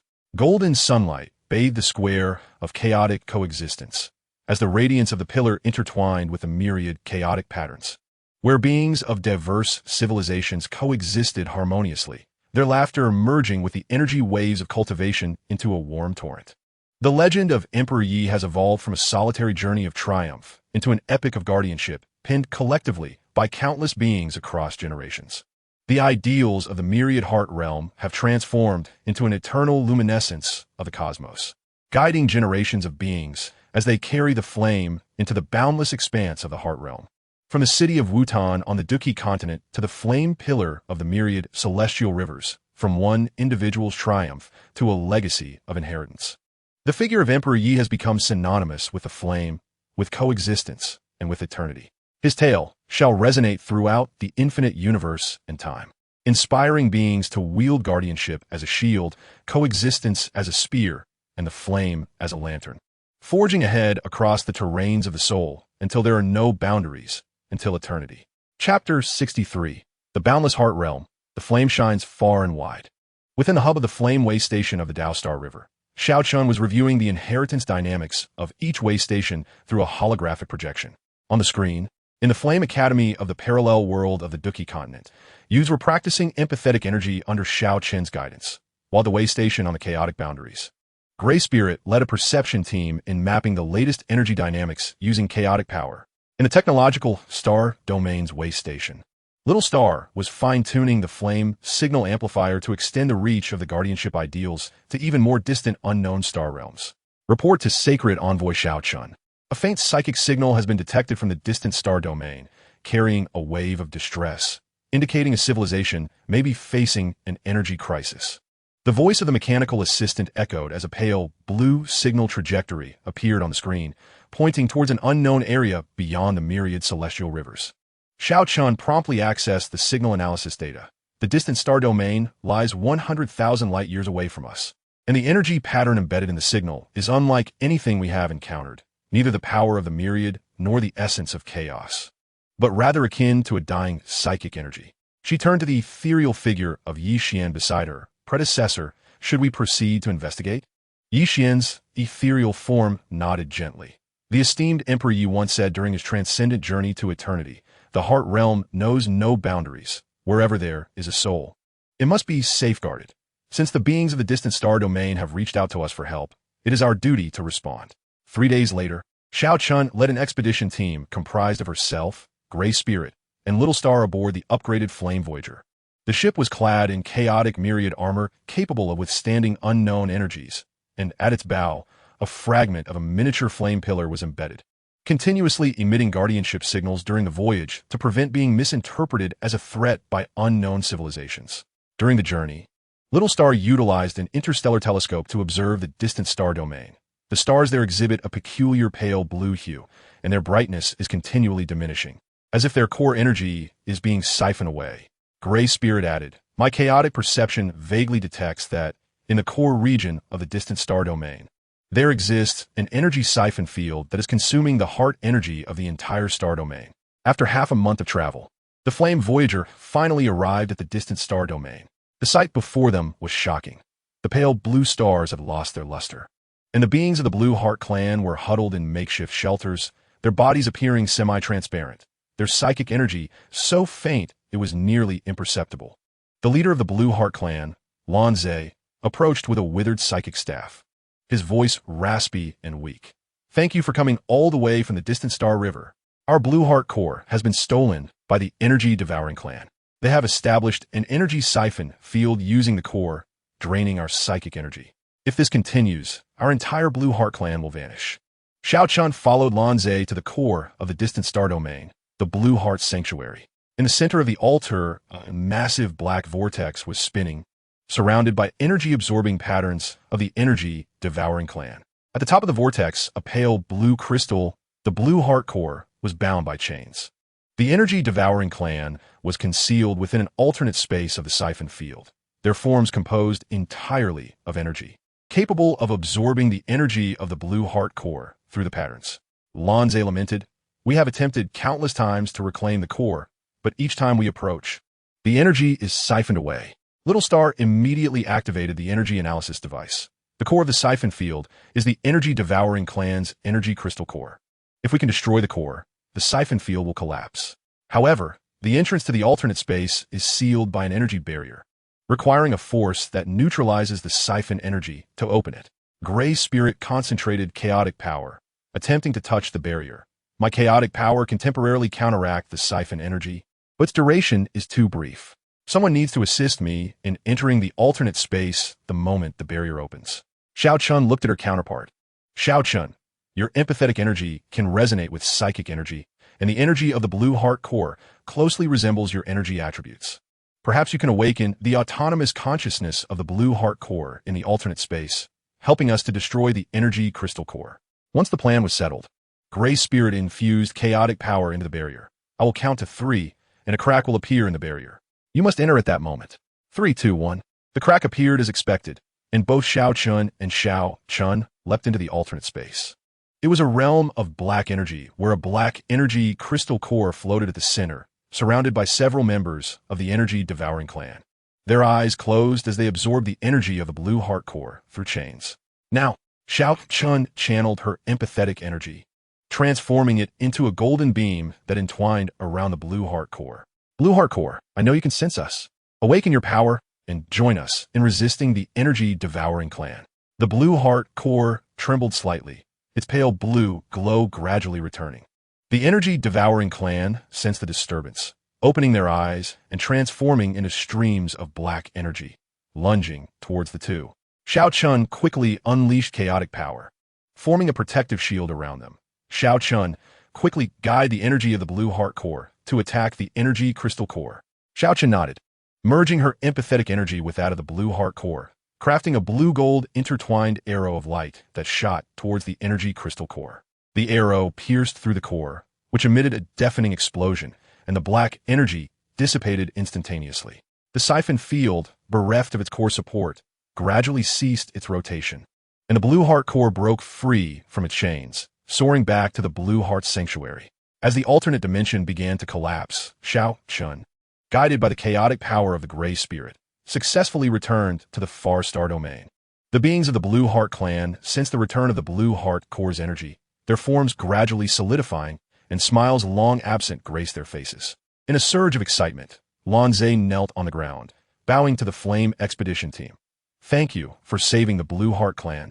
We are willing to join the Flame heritage with the essence of the Blue Heart, from henceforth following you, spreading the ideals of guardianship and symbiosis to more star domains. Xiao Chun assisted Lanze to her feet, presenting her with a miniature flame symbol. Welcome to the Blue Heart clan. From now on, we shall be companions in the boundless heart realm. She then turned to Xiao Xing, instructing, immediately establish a flame station in the far star domain. Utilizing the essence of the blue heart and flame energy to restore the stars and the spiritual network here. In the ensuing century, the Flame Expedition team ventured to 6 additional unknown star domains, including the Crimson Flame and Crystal Star domains, aiding local civilizations in resolving energy crises and fending off external threats. With each star domain saved, Xiao Chun established a flame station there, imparting the principles of guardianship and the path of symbiosis, thereby expanding the heart realm map of the myriad star rivers nearly twofold. On a particular day, as Xiao Chun led the expedition team back to the myriad star rivers, an alarm blared from the flame nexus. The screen revealed a massive energy fault in the transfer star domain between the myriad star rivers and the far star domain, from which severing energy surged forth, completely severing the spiritual network between the two regions. This severing energy could disrupt connections between different energy systems, proving more formidable than the previous chaotic reverse source and void chaotic energy. The ethereal image of Yi Xian urgently appeared, announcing that the source of the fault was the severing core, hidden within the energy turbulence of the transfer star domain. If not repaired in time, our connection with the 6 civilizations of the far star domain would be forever lost. The Taoist projection of the heavenly emperor Yi also materialized from the shards of the flame pillar, gazing thoughtfully towards the fault. The severing core embodies the barriers of the spirit. It must be purified with the power of cross-domain empathy. Gathering the spiritual energies of the myriad star rivers and the 6 civilizations of the far star domain. With the flame as a guide, we must awaken the yearning for connection within all beings to mend the energy fault. Xiao Chun sprang into action, utilizing the remaining emergency signals to contact the 6 civilizations of the far star domain, all companions of the heart realm. An energy fault has emerged in the transfer star domain. We must unite our efforts, using the beliefs of empathy and connection to repair the fault. The beings of the myriad star rivers responded first. Cultivators of the fighting spirit released empathic battle energy. Technological beings activated energy resonance devices. And primal spiritual tribes manifested spiritual wings. The Blue Heart clan and other civilizations from the far star domain also unleashed their spiritual energies, converging toward the transfer star domain through the emergency signals. Xiao Chun guided the expedition team into the energy turbulence, merging the energy of the flame navigational ship with the shards of the flame pillar, creating a radiant flame connection that spanned heaven and earth. When the energies of the myriad star rivers and the far star domain coalesced into the light band, it erupted in a spectrum of colors, shooting towards the severing core. The heart realm knows no bounds. Connection is the bridge. Xiao Chun channeled all her energy, infusing her spiritual essence into the light band. The severing core trembled violently as the black severing energy was gradually dissolved by the empathy within the light band, and the energy fault began to heal slowly. As the last vestige of severing energy was purified, the energy fault disappeared entirely, and the spiritual network between the myriad star rivers and the far star domain reconnected, even more robust than before. The Heavenly Emperor Ye's Daoist projection expressed his satisfaction. Xiao Chun, you have demonstrated through the power of cross-domain empathy that the heart realm knows no bounds is not merely a slogan, but a shared pursuit of all spiritual civilizations. From this day forth, the flame will illuminate even more distant star domains, safeguarding countless beings. A millennium later, Xiao Chun had ascended to become the envoy of the boundless heart realm, leading the flame bearers in establishing 20 flame stations beyond the myriad star rivers, forming a protective web spanning 1,000,000 light years. At the heart of the flame nexus stood a newly erected monument to the boundless heart realm, inscribed with the names of all the civilizations saved, along with Xiao Chen's inscription. From the myriad star rivers to the far star domain, from energy crises to spiritual connections. The vision of the Heavenly Emperor Yi transcends distance in guardianship, and the flame in our hands is the light illuminating the unknown. On this day, Xiao Chun gathered children from various star domains before the monument of the boundless heart realm, recounting the legendary tales of the Heavenly Emperor Yi. The children sat around her, listening intently as she spoke of the boy who ignited the battle energy, how he emerged from Wutan City, battled amidst the star rivers, transcended eternity, and guided generation after generation of bearers, passing the flame of guardianship from the myriad star rivers to the far star domain, 1,000,000 light years away. Sister Xiao Chun, can we one day pass the flame to the edge of the universe? A curious child from the mist star domain asked, clutching a flame symbol that shimmered with a pale purple glow. Xiao Chun smiled, pointing to the interwoven spiritual light band around the monument and the dazzling stars above. Of course we can. The edge of the universe may seem distant, but as long as the flame in our hearts does not extinguish and we forever remember empathy and connection, there is no place we cannot reach, no spirit we cannot protect. The story of the Heavenly Emperor Yi will accompany our flame, extending all the way to the universe's edge. The children nodded, some with a hint of understanding, as they raised their flame symbols, channeling their light into a vibrant stream, pouring it into the monument of the boundless heart realm. The inscription resonated with the light stream, erupting in a warm glow that illuminated the star domains for 1,000,000 light years. Golden sunlight bathed every inch of the flame nexus, as the glow of the boundless heart realm monument intertwined with the light band of the flame protective web, fostering harmony among beings from different star domains and achieving perfect integration of diverse energy systems. The legend of the Heavenly Emperor Yi had evolved from a solitary journey of overcoming battles into a vast epic transcending millions of light years, connecting countless spirits. The ideals of the myriad heart realms transformed into the warmest light in the universe, guiding the bearers as they carried the flame toward the ever-remote boundless heart realm, to the very edge of the universe and the shores of the spirit. From Wutan City on the continent of fighting spirit to the far star domain 1,000,000 light years away, from one person's struggle to the flame shining far and wide. The figure of the heavenly emperor had become one with the heart realm, coexisting with the flame and eternally enduring. His story would forever resonate across the endless universe and time, inspiring generations of beings to forge ahead with empathy as their bond, guardianship as their mission, and the flame as their guide, tirelessly advancing across the domain of the spirit, until the heart realm knows no bounds and the flame endures eternally. Chapter 64. The Cosmic Pact, Flames Spreading Across the Land. Within the far star nexus, a million light-years away, Xiao Chun was monitoring the dynamics of each flame station through the Cosmic Heart Spirit screen.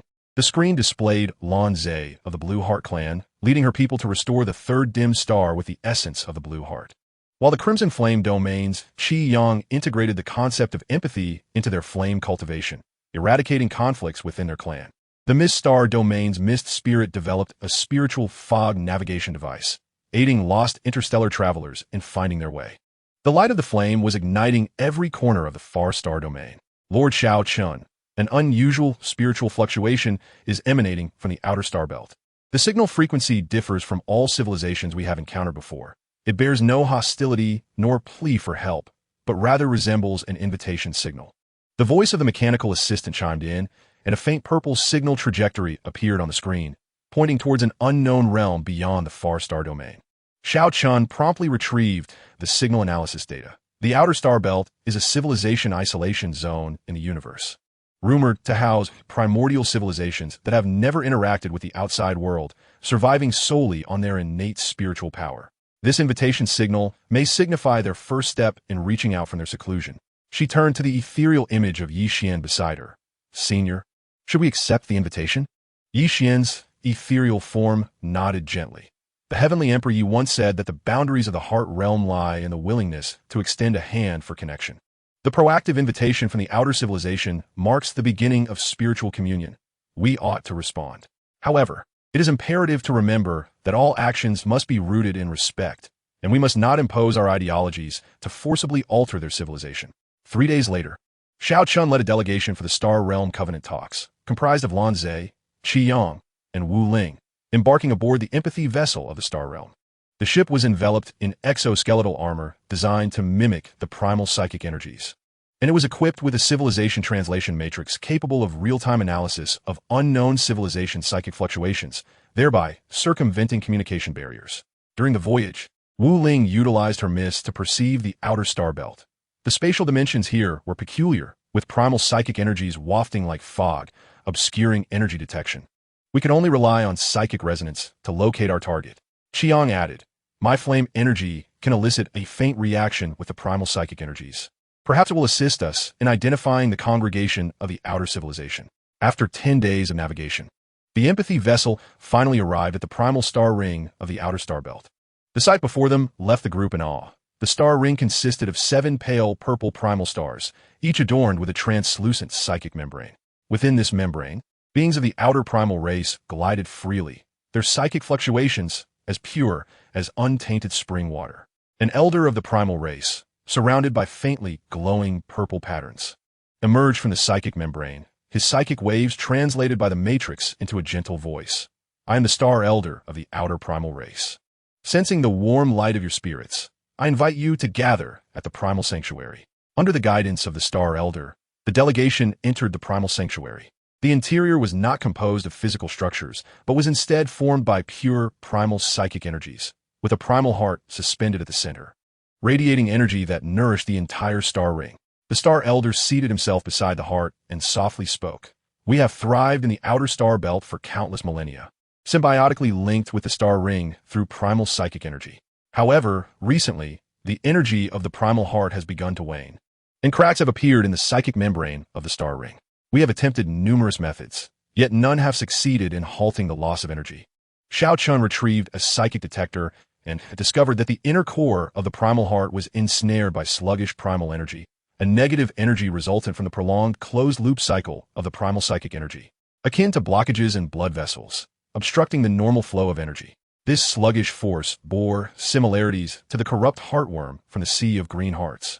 Yet it was more unique, sharing a source with primal psychic energy. Any forcible removal would damage the heart.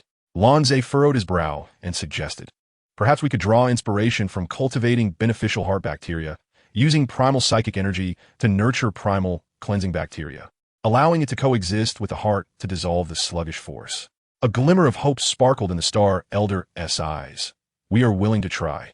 But the primal cleansing bacteria require an external empathic force as a catalyst. Your psychic energy is the most suitable catalyst. Once the plan was established, Xiao Chun infused the primal heart with her own ember energy, Lanzai's blue heart essence, Qingyang's flame empathic energy, and Wu Ling's mist psychic energy. The star elder and the primal beings released pure primal psychic energy, which merged with the external energies, nurturing pale purple primal cleansing bacteria within the core. The cleansing bacteria proliferated rapidly within the primal heart, functioning like tiny brushes, gradually clearing away the sluggish primal energies. As the sluggish force dissipated, the energy of the primal heart began to restore, the psychic membrane of the star ring regained its resilience, and the psychic fluctuations of the primal beings became increasingly vibrant. Thank you for your assistance.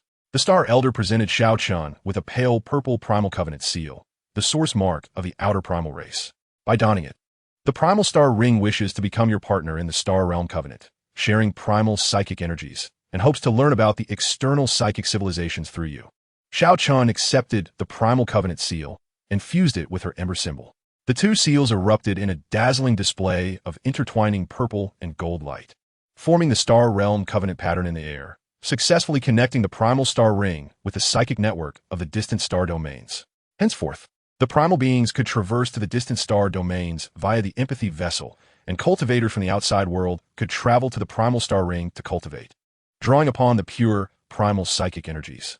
However, just 3 years into the star realm covenant, the psychic membrane of the primal star ring suddenly suffered extensive ruptures, leading to a massive loss of pale purple primal psychic energy, causing the surface of the primal star to begin cracking. When Xiao Chun and the star elder arrived, they discovered the ruptures were enveloped in a black corrosive force from the outer realm, a negative primal energy from the depths of the outer star belt capable of eroding all psychic connections, posing a far greater danger than the sluggish force. This corrosive force represented the inverse energy of the primal psychic energy, originating from the corrosive abyss deep within the star belt, where a corrosive core lay hidden. Yi Xian's ethereal silhouette urgently emerged through the psychic network, his myriad chaotic patterns pulsating violently. Unless purified promptly, not only would the primal star ring be doomed, but the corrosive force would also infiltrate the distant star domains through the star realm covenant pattern. The ethereal manifestation of the heavenly emperor also materialized from the ember symbol, gazing gravely at the ruptured psychic membrane. The corrosive core is a primal negative source from the inception of the outer star belt. We must use the power of the star realm covenant as a catalyst to coalesce a star realm empathy array, transforming the corrosive force into pure primal psychic energy. This requires the outer primal race and our civilization to truly unite in psychic covenant, sharing our essences without reservation. We are willing, the star elder declared without hesitation. The primal race's ability to step out of seclusion is entirely reliant on your assistance. Now, it is time for us to fight side by side. Xiao Chun immediately sprung into action, sending a call through the star realm covenant pattern to all civilizations in the distant star domains and the myriad paths of the star river, partners of the star realm. The primal star ring is facing a crisis from the corrosive force. We must unite through our psychic covenant to collectively form the star realm empathy array. The beings of the myriad paths of the star river were the first to respond, the empathic combat energy of the fighting cultivators, the quantum psychic energy of the technological beings, and the winged energy of the primal psychic races coalescing into vibrant streams of light. Civilizations from the distant star domains, such as the Blue Heart race and the Crimson Flame race, also released their source powers, while the outer primal race infused all their primal psychic energies into the primal heart. Countless streams of energy converged towards the corrosive abyss through the star realm covenant pattern. Xiao Chun, alongside the star elder, Lanzai, and others, arrived at the edge of the corrosive abyss. She embedded the fused ember symbol and primal covenant seal into the array I at the bottom of the abyss. Star realm empathy array. Activate. A magnificent light array formed above the abyss, radiating purifying empathic light towards the corrosive core. The corrosive core trembled violently, the black corrosive force clashing with the purifying light, gradually transforming into pale, purple primal psychic energy. The psychic membrane of the primal star ring resealed, and the cracked surface sprouted psychic vegetation composed of primal energy. As the last vestige of corrosive force was purified, the corrosive core transformed into a pale purple primal conversion crystal, losing its destructive power while gaining the ability to convert the negative energies of the outer star belt into primal psychic energy. The ethereal manifestation of the heavenly emperor expressed his satisfaction. Shao Chun, you have demonstrated through the power of the Star Realm Covenant that the hearts of different civilizations can transcend all crises, provided there is genuine trust and unreserved sharing. From now on, the Outer Star Ring will become a new hub connecting the Star Realm, and the light of the Ember will illuminate the broader outer regions. A millennium later, Shao Chun had ascended to the status of the Star Realm Covenant emissary, establishing the Star Realm Empathy Academy within the Primal Star Ring to teach beings from various civilizations how to fuse empathic powers with primal psychic energies.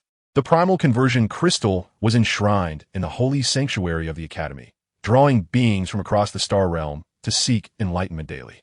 One day, Shao Chun gathered the children of the Star Realm within the holy sanctuary, recounting the legendary tales of the Heavenly Emperor. The children sat around her, enchanted by tales of the youth who ignited his fighting spirit and ventured forth from the city of Wutan, fought amidst the star rivers, achieved enlightenment, and guided generations of successors to pass on the Ember they protected from the myriad paths of the Star River to the Outer Star Ring. Sister Shao Chun, can the Ember of the Star Realm illuminate the entire universe? A curious child from the primal race inquired, clutching a shimmering covenant seal of purple gold light.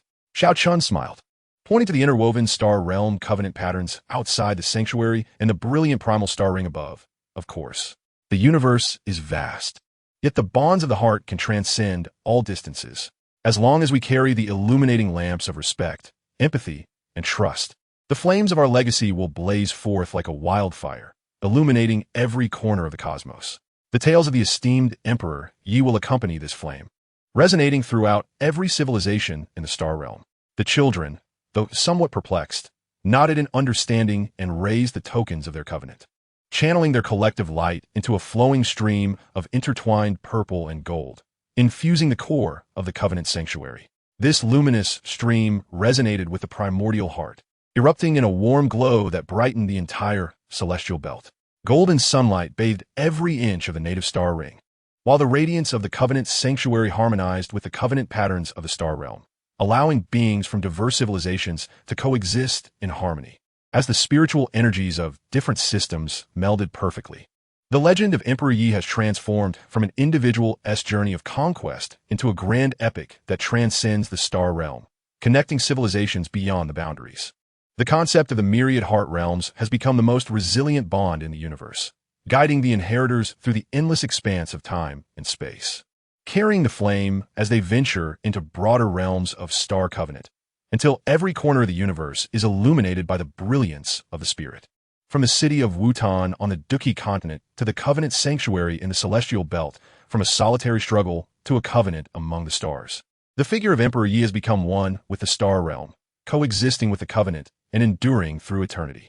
His story will forever resonate through the boundless universe and time, inspiring generations of beings to set sail with empathy as their sail, covenant as their oar, and the flame as their lamp, ceaselessly navigating the ocean of the star realm until the covenant of the stars ignites into a conflagration. Chapter 65, The Covenant Ignites. A new journey beyond the boundaries. Outside the covenant sanctuary in the celestial belt, beings from various races are collectively celebrating the festival of the igniting flame. Children of the native tribe weave delicate lavender-hued light butterflies with their primordial spiritual energy, forming the characters of the star realm's covenant in the air.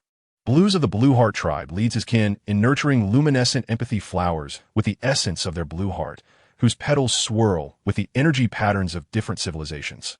The fiery red sun of the Qingyang tribe ignites a cross-domain bonfire, intertwining bands of gold, blue, and purple flames, symbolizing the spiritual fusion of the myriad paths, distant stars, and the realms beyond. Shao Chun, adorned in the Star Realm Covenant armor, embedded with primordial covenant seals and fragments of the igniting flame, wields the blazing imperial staff, which merges the covenant seal with the staff of inheritance, standing atop the celebratory platform. She gazes at the jubilant beings below, her voice resonating through the covenant patterns of the star realm, Today's Festival of the Igniting Flame is a continuation of the boundless ideals of our esteemed predecessor, Emperor Yi. We embark from the myriad star rivers, transcending the barriers of distant star realms to forge a covenant with civilizations beyond. Let us transform this flickering glimmer into a blazing wildfire. From this day forth, we shall use the celestial belt as our starting point to explore the broader realms beyond, spreading the belief of covenant to every unknown corner of the universe. No sooner had her words faded than the bonfire above the platform erupted in a kaleidoscope of colors, revealing dozens of unfamiliar spiritual signals converging from the direction of the new realm beyond. Xiao Chun immediately activated the blazing imperial staff to establish a connection with the signals. Moments later, a wave of urgent spiritual energy reached her. We are the core tribe of the Rockheart realm beyond, facing a crisis of subterranean collapse. The spiritual energy of our entire domain is dissipating. We request the support of our covenant partners. Red Sun clenches fists, flames surging around him. Since the core tribe has called for our aid, it signifies a covenant bond with us. I am willing to lead the warriors of the Qingyang tribe to stabilize the subterranean with our fiery energy. Blues of the Blue Heart tribe nodded in agreement. Our Blue Heart essence can nourish the subterranean and alleviate the energy loss. We shall go together. Xiao Chun raised her hand, signaling everyone to remain calm. The environment of the new realm beyond is unknown, and the cause of the subterranean collapse is not yet clear. We must not act rashly. I will first lead an elite team of Covenant warriors to scout the Rockheart realm. All domains should prepare for support and be ready to transmit energy through the Covenant patterns of the Star Realm at any moment. 3 days later, Xiao Chun led a rescue team composed of Blues, Red Sun, and Xing Lao, representative of the native tribe, aboard the upgraded Blazing Rescue Ship. The ship was covered in composite armor that could withstand the complex energies of the new realm beyond, and it carried subterranean detection instruments capable of real-time analysis of subterranean structures, providing data support for the rescue. During the voyage, Xing Lao used primordial spiritual energy to perceive the new realm beyond. The spatial energy there is highly unstable, with a strong core essence of the rock heart embedded in the subterranean. Yet this power is rapidly diminishing, as if it is being siphoned by some external force. Red Sun added, my flame perception can vaguely detect that in the core area of the Rockheart realm, there is a siphoning field depleting the subterranean energy of the entire domain. After 5 days of travel, the rescue ship finally reached the Rockheart realm. The sight before them filled everyone with concern. The gray earth was riddled with cracks, towering rock formations were collapsing, and the beings of the Rockheart tribe sheltered in hastily constructed rock shield shelters, their bodies formed of stone, with their surface patterns dimmed due to energy loss. The leader of the Rockheart tribe, Rock Mountain, approached heavily, leaning on a broken subterranean pillar. His voice was hoarse. Thank you for coming all the way from the distant celestial belt. Our mother pillar has been destroyed by the digging tribe.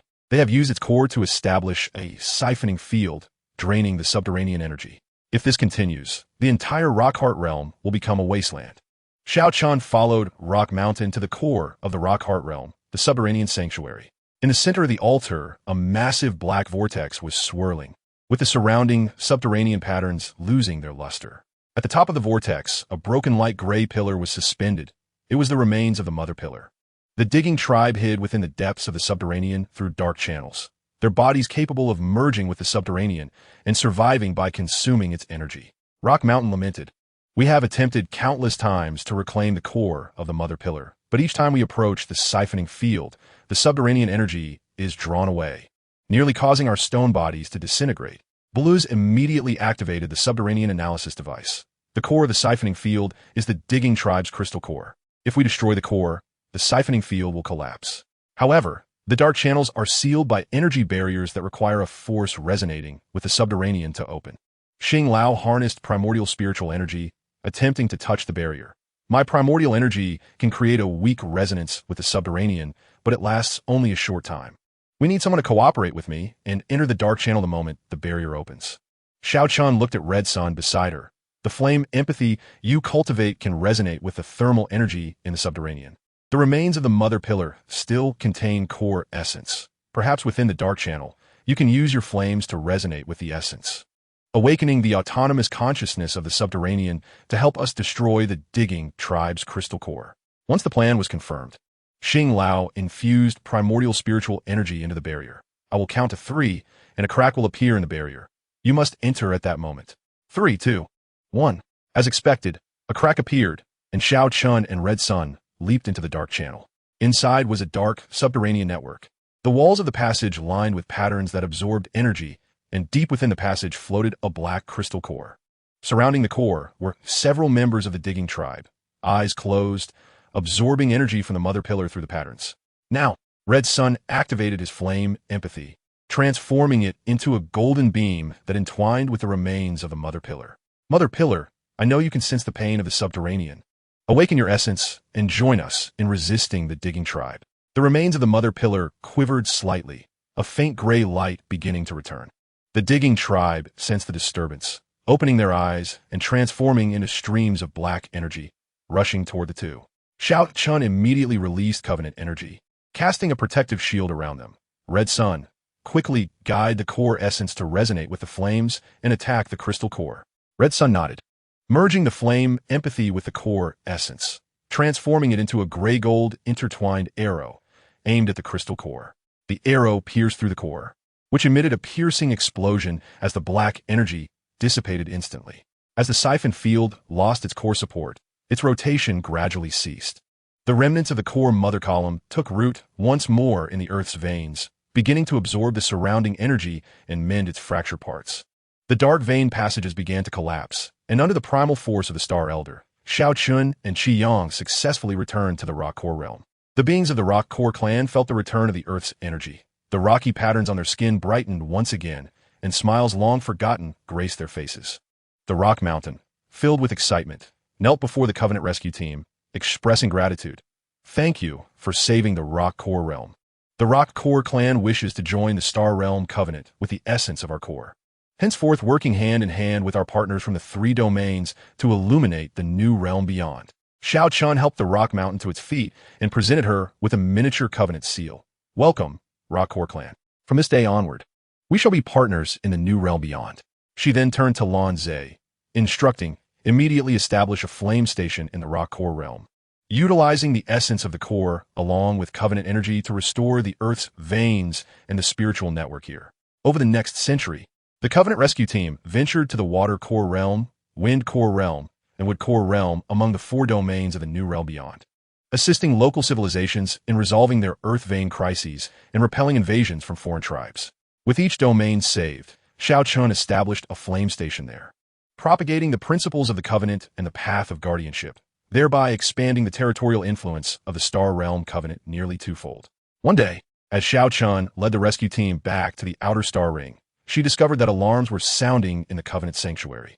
On the screen, a massive energy storm had emerged within the domain passage between the Outer Star Ring and the new realm beyond, containing the power to tear apart domains and sever the spiritual connections between them. Wherever it passed, the Covenant markings began to fracture, and the energy supply to the stations was interrupted. This tearing force was a manifestation of negative energy resulting from the collision of domains, proving to be even more perilous than the prior outer corrosion. The Phantom of Yi Xian urgently materialized, his myriad chaotic patterns flickering violently. The storm source was the tearing core, concealed within the chaotic flow at the storm center. If not purified in time, our Covenant connection with the 4 civilizations of the new realm beyond would be irrevocably severed. The Taoist Phantom of the Emperor Yi Tian also emerged from the blazing imperial staff, gazing thoughtfully towards the storm. The tearing core embodies the barriers between domains and must be purified through the power of interdomain covenant. We must unite the spiritual energies of the 3 domains of the Star Realm and the 4 civilizations of the new realm beyond, invoking the flame of the blazing fire to awaken the desire for symbiotic coexistence in all beings' hearts, to quell the energy storm and restore the domain passage. Without delay, Xiao Chun took action, using the remaining emergency covenant signal to contact the 4 civilizations of the new realm beyond, all covenant partners. An energy storm has appeared in the domain passage. We must unite our efforts, channeling our belief in the covenant and coexistence to quell the storm. The beings of the Star Realm's 3 domains were the first to respond. The Starry Cultivators released empathic fighting spirit. The Blue Heart clan of the distant star regions unleashed their essence, and the primal tribes of the outer realms surged with primal spiritual power. The Rock Core clan, Water Core clan, and other civilizations of the new realm beyond also unleashed their core powers, gathering towards the domain passage through the emergency signal. Xiao Chun, accompanied by the rescue team, arrived in the chaotic flow of the domain, merging the energy of the blazing rescue ship with the imperial staff of the blazing fire to create a radiant covenant light that pierced through heaven and earth. As the energies of the star realm's 3 domains and the new realm beyond converged into the light band, it erupted into a kaleidoscope of colors. Shooting towards the tearing core, covenant, blazing fire, symbiosis of domains.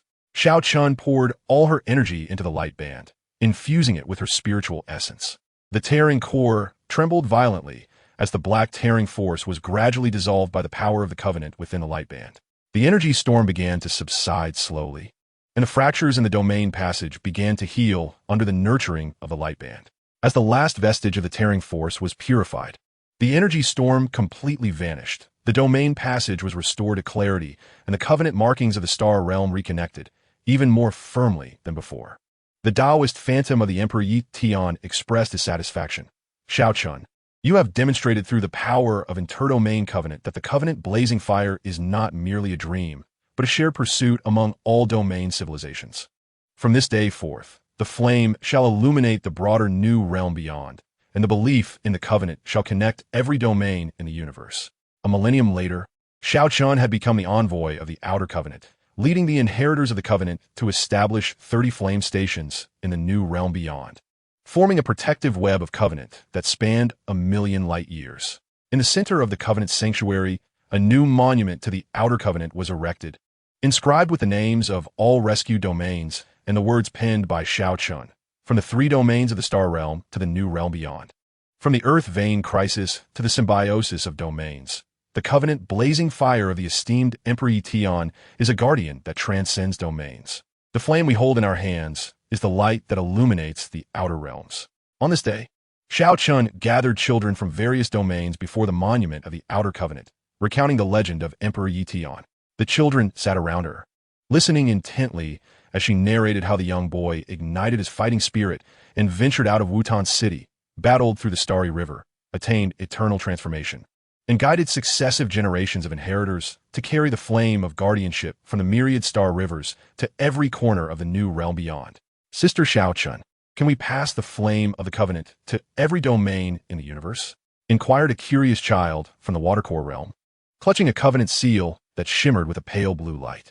Xiao Chun smiled, pointing to the intertwining light bands of the covenant around the monument and the radiant domain passage above. Of course we can. The universe may possess countless domains, but the belief in the covenant can break through all barriers.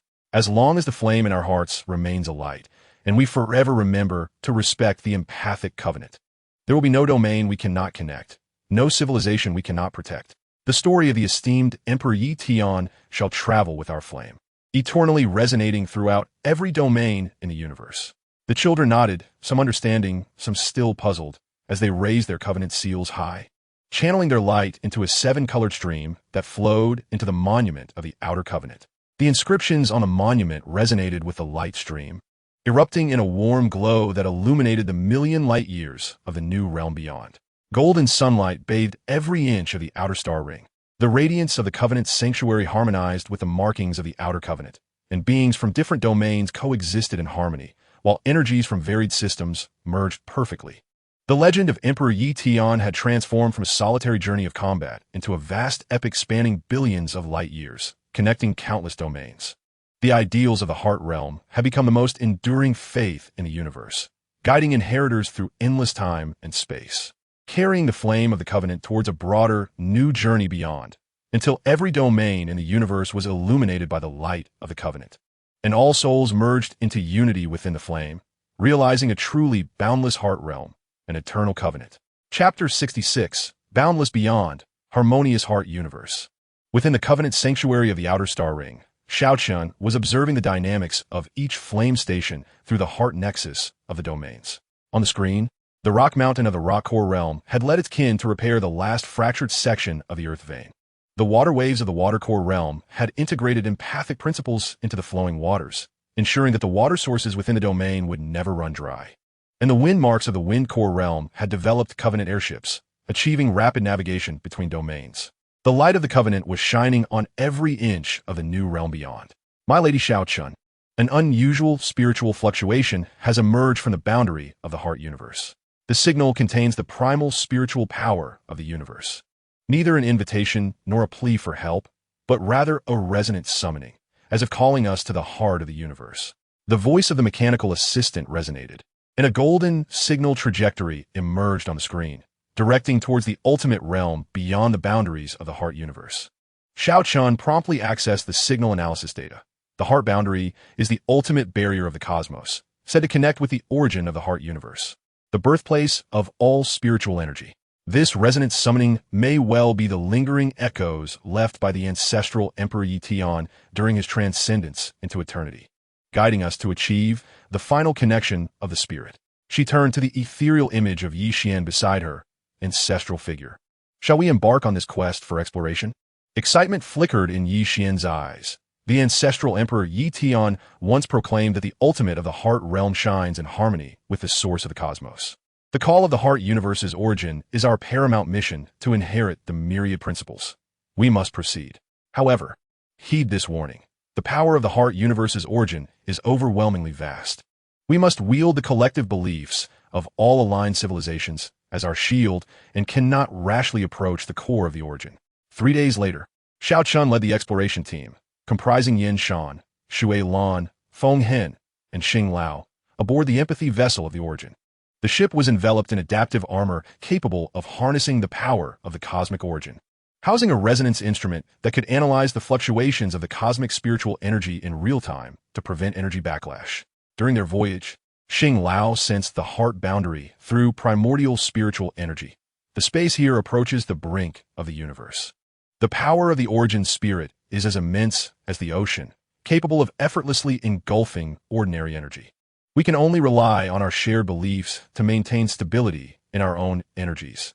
Feng Hen added, my wind-based energy can produce a faint resonance with the origin's power. Perhaps it can assist us in locating the entrance to the heart universe's origin. After a 15-day journey, the empathy vessel finally reached the stargate of the heart boundary. The sight before them was breathtaking. The stargate was composed of countless golden patterns of origin light, flowing with all the spiritual memories since the birth of the universe. From the emergence of the first spiritual being to the rise and fall of countless civilizations, and the scenes of Emperor Yi Tian cultivating on the continent of fighting spirit, battling in the starry river, and transcending into eternity, all flashed vividly within the light patterns. A heart universe guardian, surrounded by golden origin energy, emerged from Stargate. His spiritual resonance transformed into a solemn voice through the resonance instrument. I am the guardian of the heart universe's origin, having protected it for eons.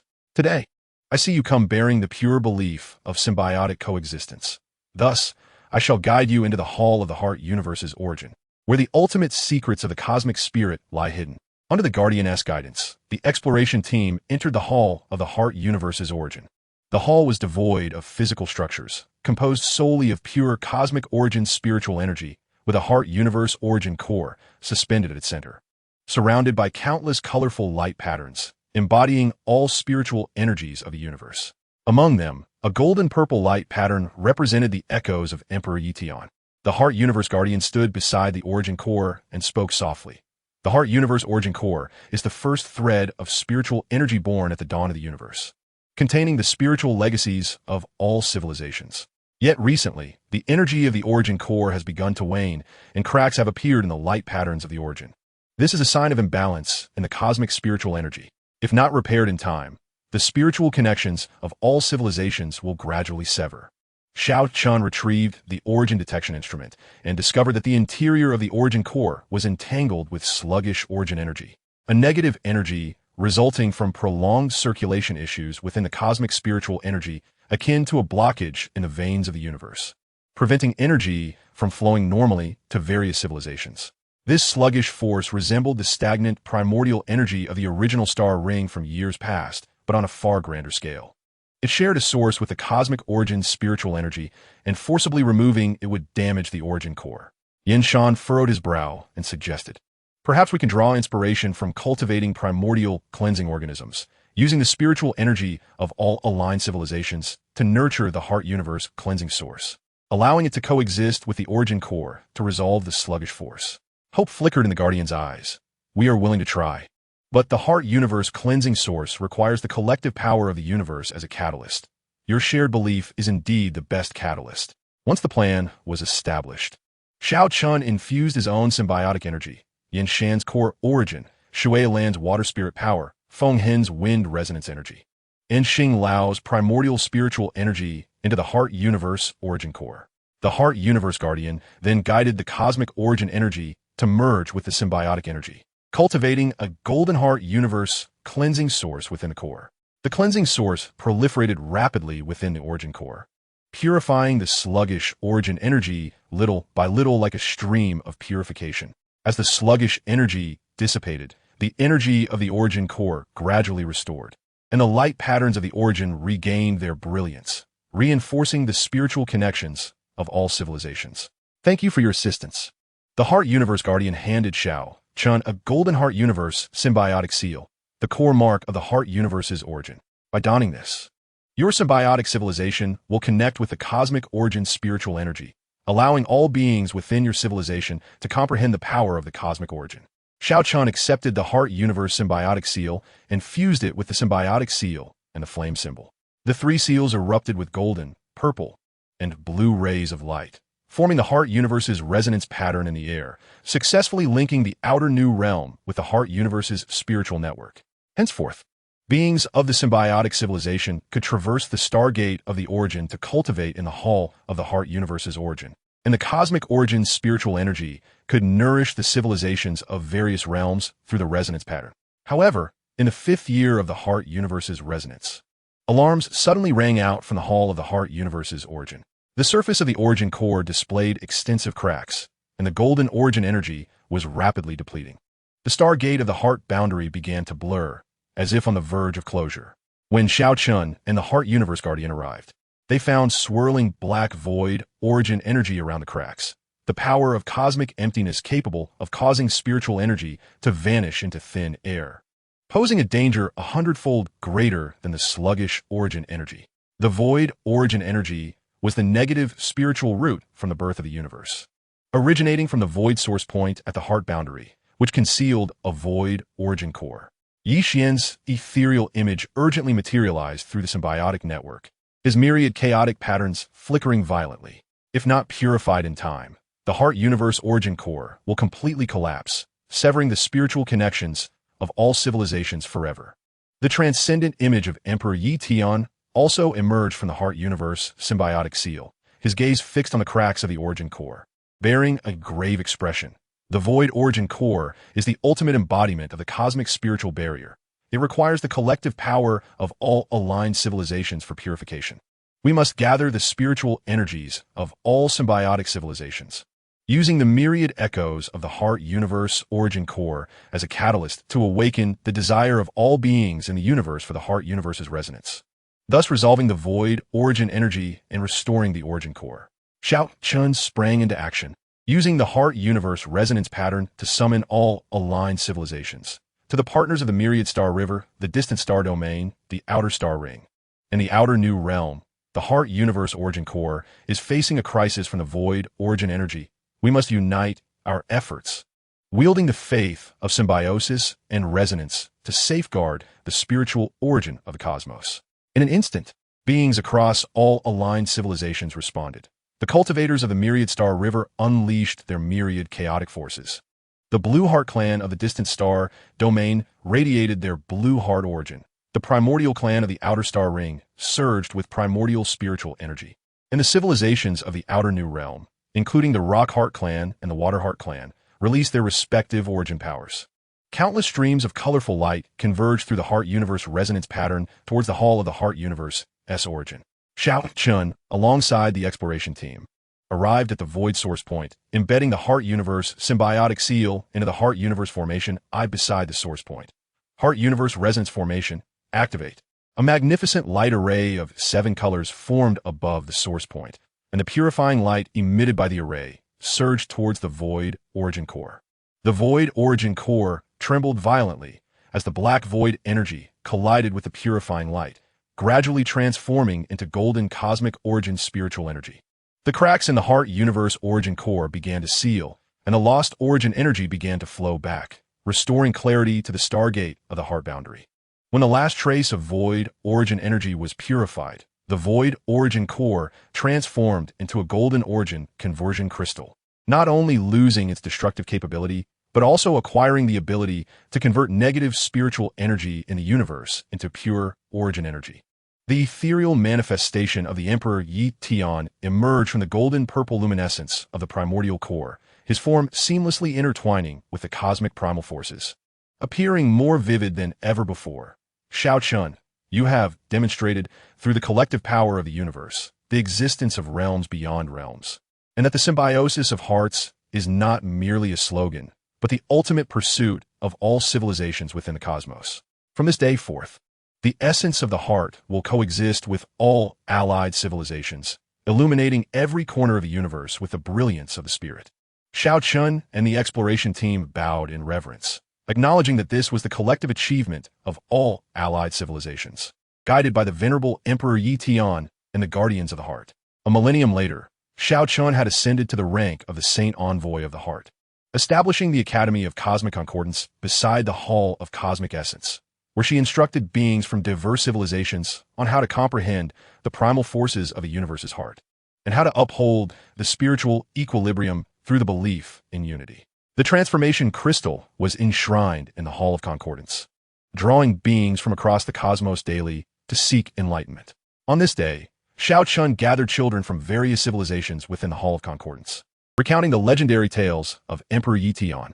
The children sat in a circle around her, listening intently as she narrated how the spirited youth ignited his fighting spirit to emerge from the city of Wutan, how he battled amidst the starry rivers, how he transcended eternity, and how he guided successive generations of inheritors, passing the torch of protection from the myriad star rivers to the Hall of Cosmic Essence, achieving realms beyond realms and the harmony of hearts.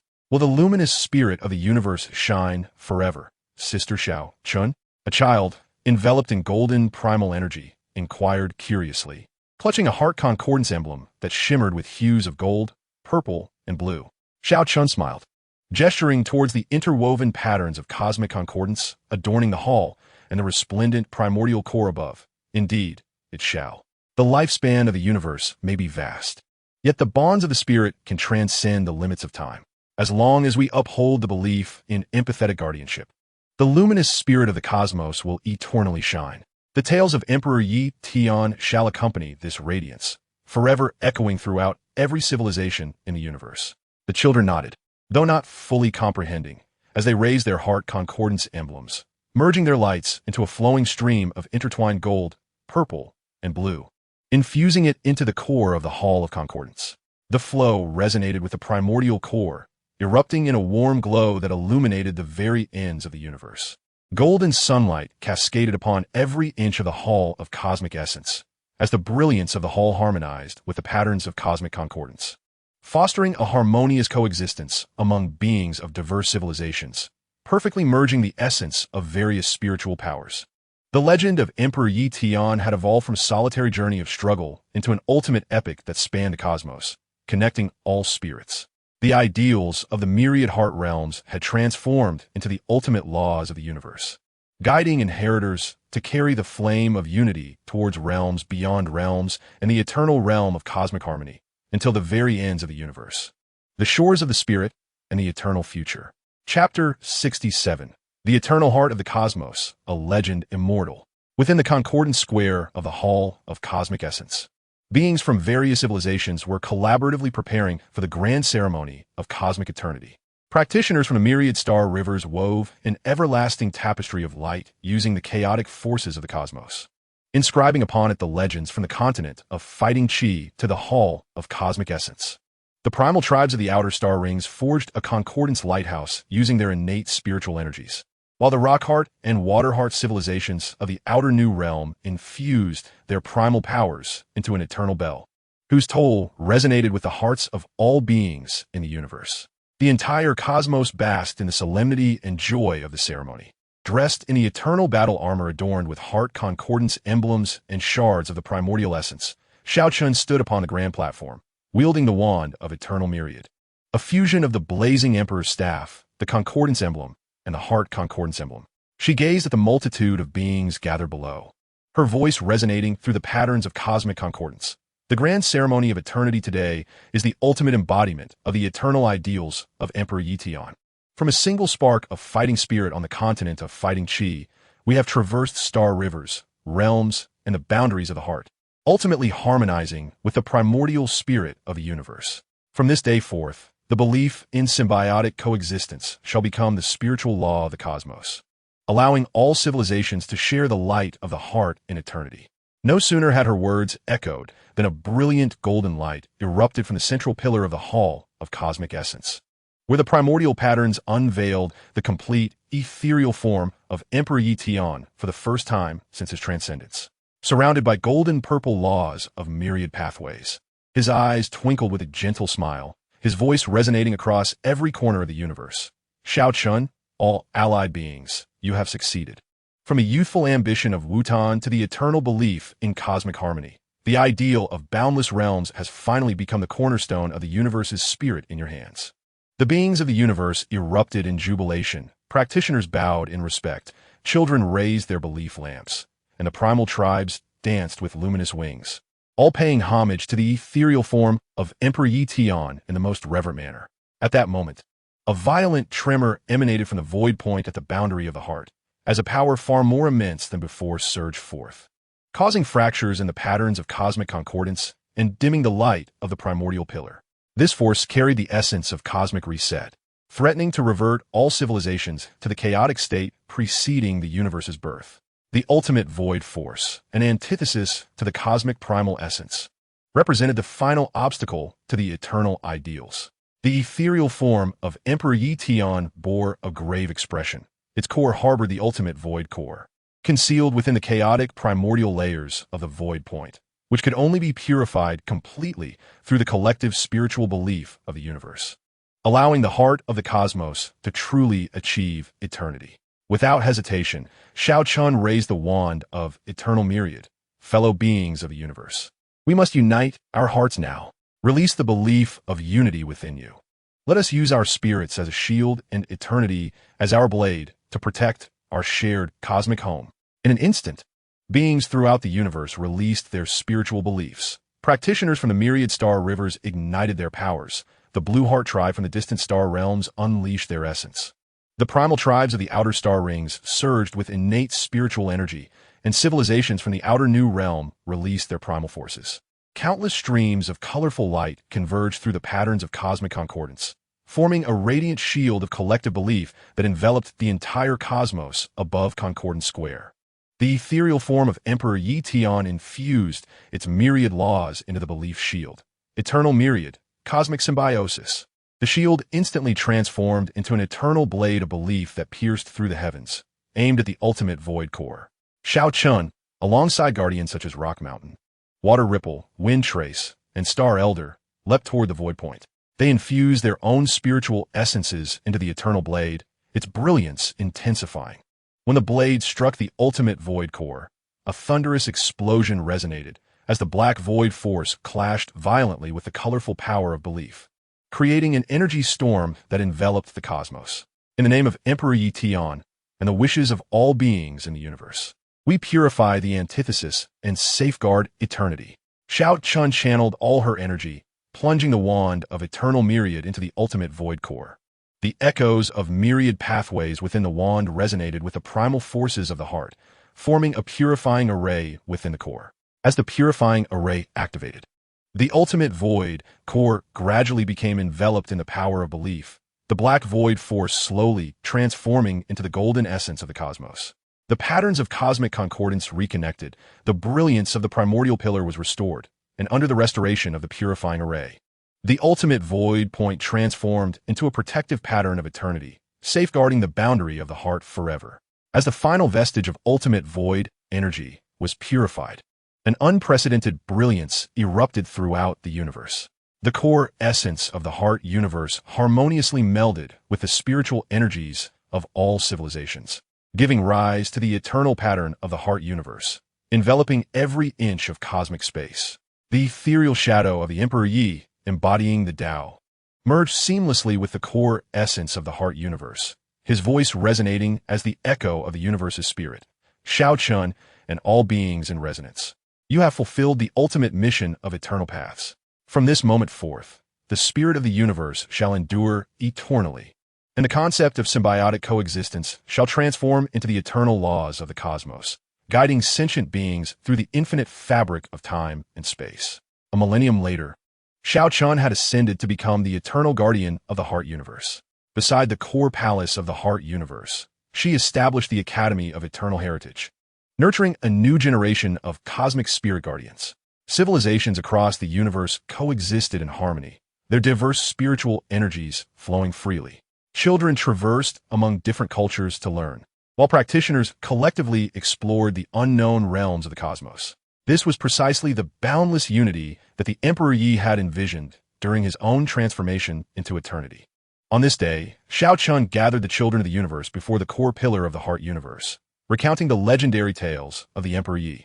The children sat in rapt attention as she narrated how the young boy who ignited his fighting spirit emerged from Wutan City, how he cultivated and grew on the continent of fighting energy, how he quelled calamities among the stars, how he transcended into eternity, and how he guided successive generations of inheritors from symbiotic realms to the brilliance of the Heart Universe, ultimately achieving the eternal spirit of the cosmos. Sister Shao Chun, will the Emperor Yi always be with us? Inquired a child from a parallel world of the fighting energy continent, his palms swirling with a faint pulse of fighting energy. Shao Chun smiled as she gestured towards the core pillar of the Heart Universe, the interwoven eternal pattern shimmering above, and every thread of spiritual energy in the cosmos. Indeed, he resides in every flicker of fighting energy, in every strand of spiritual light, in our unwavering belief to protect one another, and in the eternal echo of the universe's spirit. As long as the belief in symbiotic empathy and guardianship endures, the Emperor Yi shall never depart. His story will forever resonate within every civilization of the universe. The children nodded, half comprehending, and extended their small hands to converge their spiritual energies into a vibrant stream of 7 colors, infusing it into the core pillar. A golden radiance burst forth from the pinnacle of the pillar, harmonizing with the eternal pattern of the Heart Universe, illuminating the endless expanse of cosmic time and space. Golden sunlight bathed every inch of the ground of the core palace, as the bells of the Academy of Eternal Heritage resonated in unison with the spirits of the universe, fostering a peaceful coexistence among diverse civilizations and perfecting the fusion of disparate systems of spiritual energy. The legend of the Emperor Yi had evolved from a solitary journey of overcoming challenges into an eternal epic that spanned the cosmos, connecting countless spirits. The concept of boundless realms had transformed into the warmest and most resilient law within the universe, guiding generations of beings through the infinite tapestry of time and the Heart Universe, tethered by spirit, driven by the faith in eternity. Eternally advancing in the river of cosmic consciousness until the end of time, the shores of the spirit, and the everlasting future. From Wutan City on the continent of fighting energy to the eternal square of the core palace, the figure of the Emperor Yi had become one with the universe, symbiotically coexisting with spirit and existing alongside eternity. His tale is a legend of fighting energy, an epic of the stars, the essence of the Heart Universe, destined to resonate eternally throughout the vast cosmos and the continuum of time, inspiring all beings to protect the spirit, to empathize and coexist, and to pursue eternal paths until the end of immortality. Chapter 68. Beyond eternity, the new path awakens. Within the Eternal Heritage Pavilion of the Core Palace, Shao Chun was immersed in the annals of cosmic spiritual history. Each page of the scroll chronicled the rise and fall of civilizations, from a young boy in Wutan City igniting his fighting spirit to the symbiotic alliance of the myriad paths among the starry rivers, culminating in the eternal resonance of the Heart Universe. The legend of the Emperor Yi and the stories of successive guardians were inscribed with golden patterns of origin, forming the core lineage of cosmic spiritual inheritance. Lady Shao Chun, there is an extraordinary temporal spatial spiritual fluctuation emanating from beyond eternity. The signal frequency transcends the existing energy systems of the universe, neither being primal energy nor void energy, but instead resembling the breath of a nascent new path. The voice of the mechanical assistant chimed in as a silver-gray signal trajectory appeared on the screen, pointing towards an unknown dimension beyond the eternal pattern of the Heart Universe. Shao Chun immediately accessed the signal analysis data, The realm beyond eternity is a void between the dimensions of the universe, where it is said that transcendent civilizations exist. They do not rely on the existing spiritual energies for survival. Instead, they construct civilizations based on new path laws. This new path fluctuation might signify an opportunity for the cosmic spirit to transcend eternity. She turned to the ethereal figure of Yi Xian beside her, asking, "Should we venture forth to explore?" Yi Xian's ethereal visage reflected deep contemplation. The Emperor Yi once remarked that eternity is not the end, but rather the inception of a new path. The emergence of new paths beyond eternity is an inevitable evolution of the cosmic spirit. We must indeed proceed. However, remember that the laws of transcendent civilizations differ fundamentally from ours. We must approach them with an open mindset, unbound by preconceived notions that could limit the possibilities of the unknown. 3 days later, Xiao Chun led a new path exploration team composed of the next generation of guardians. Xiao Yan, a descendant of the fighting energy continent, sharing a name with the legendary fighting emperor, Xiling, a new generation perceiver of the native tribes, and the star core of technological civilization, aboard the transcendent empathy vessel. The ship was enveloped in new path buffer armor capable of adapting to the energies of dimensional gaps, equipped with a cross-dimensional translation matrix to decipher the new path fluctuations of transcendent civilizations in real time, thereby avoiding dimensional conflicts. During their voyage, Xiling utilized her innate spiritual energy to perceive the realm beyond eternity. The space here consists of fragmented dimensional shards, with new path laws pervading like mist, capable of distorting the existing energy structures of the universe. We must synchronize our frequencies with the new path fluctuations to prevent being torn apart by the dimensions. The star core added, "My quantum perception can capture fragments of the new path laws. It may aid us in locating the gathering place of the transcendent civilizations." After 20 days of navigation, the empathy vessel finally reached the new path star ruins of the realm beyond eternity. The sight that greeted them was awe-inspiring. The star ruins comprised countless floating dimensional fragments, each inscribed with silver-gray new path patterns, through which flowed an energy both familiar and alien, akin to a new system formed by deconstructing and recombining fighting energy, technological prowess, and native spiritual energy. An ethereal envoy, surrounded by silver-gray new path energy, emerged from the dimensional fragments, his spiritual waves translated into a calm voice through the cross-dimensional matrix. "I am Yuanqi of the transcendent civilization.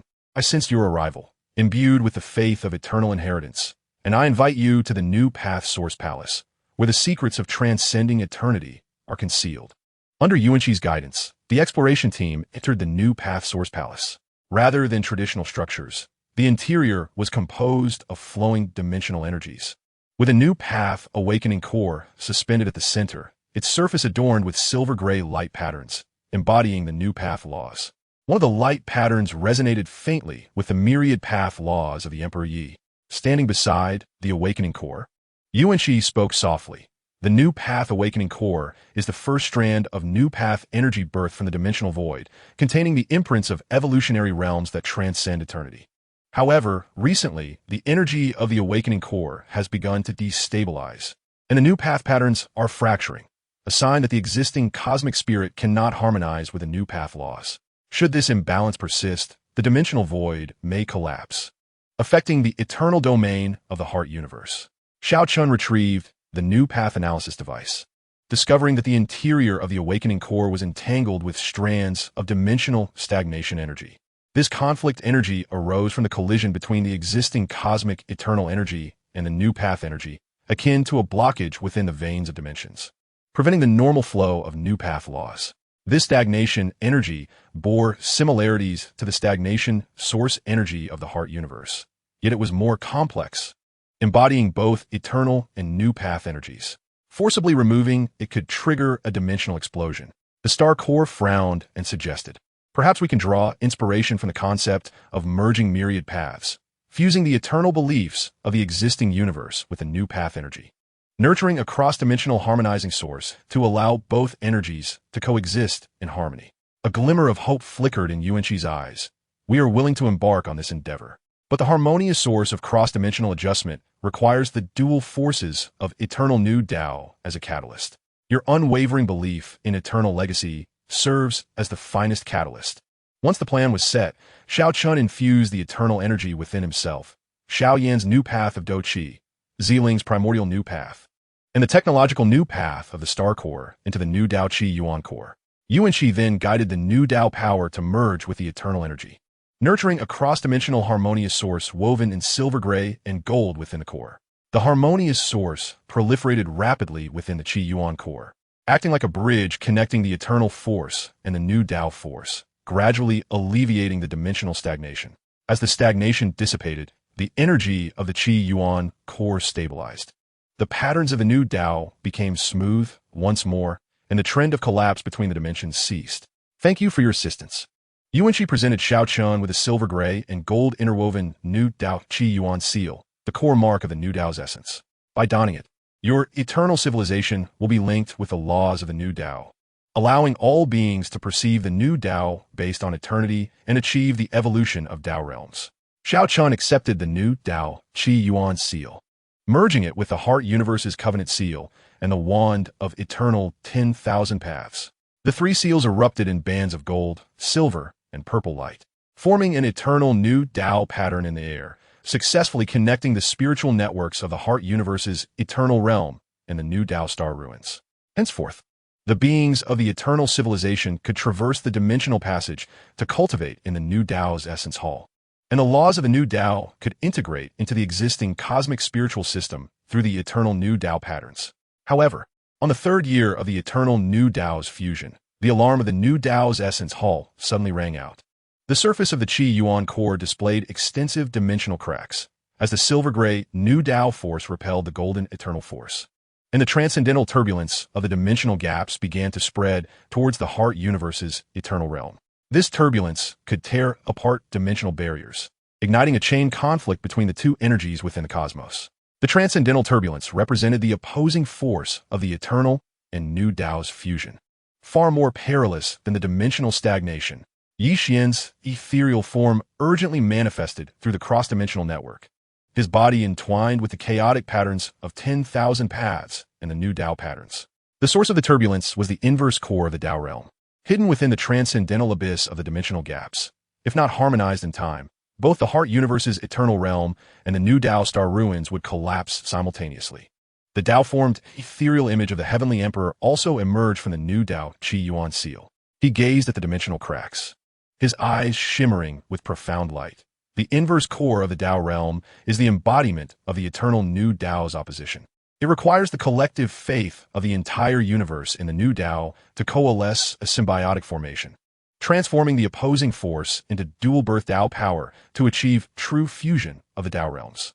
Xiao Chun sprang into action, using the eternal new Dao patterns to summon all civilizations of the Heart Universe's eternal realm and the new Dao star ruins, all allies. The transcendental turbulence has emerged in the dimensional gaps. We must unite under the belief of embracing the new Dao to collectively forge the symbiotic formation and safeguard the Dao realms of both civilizations.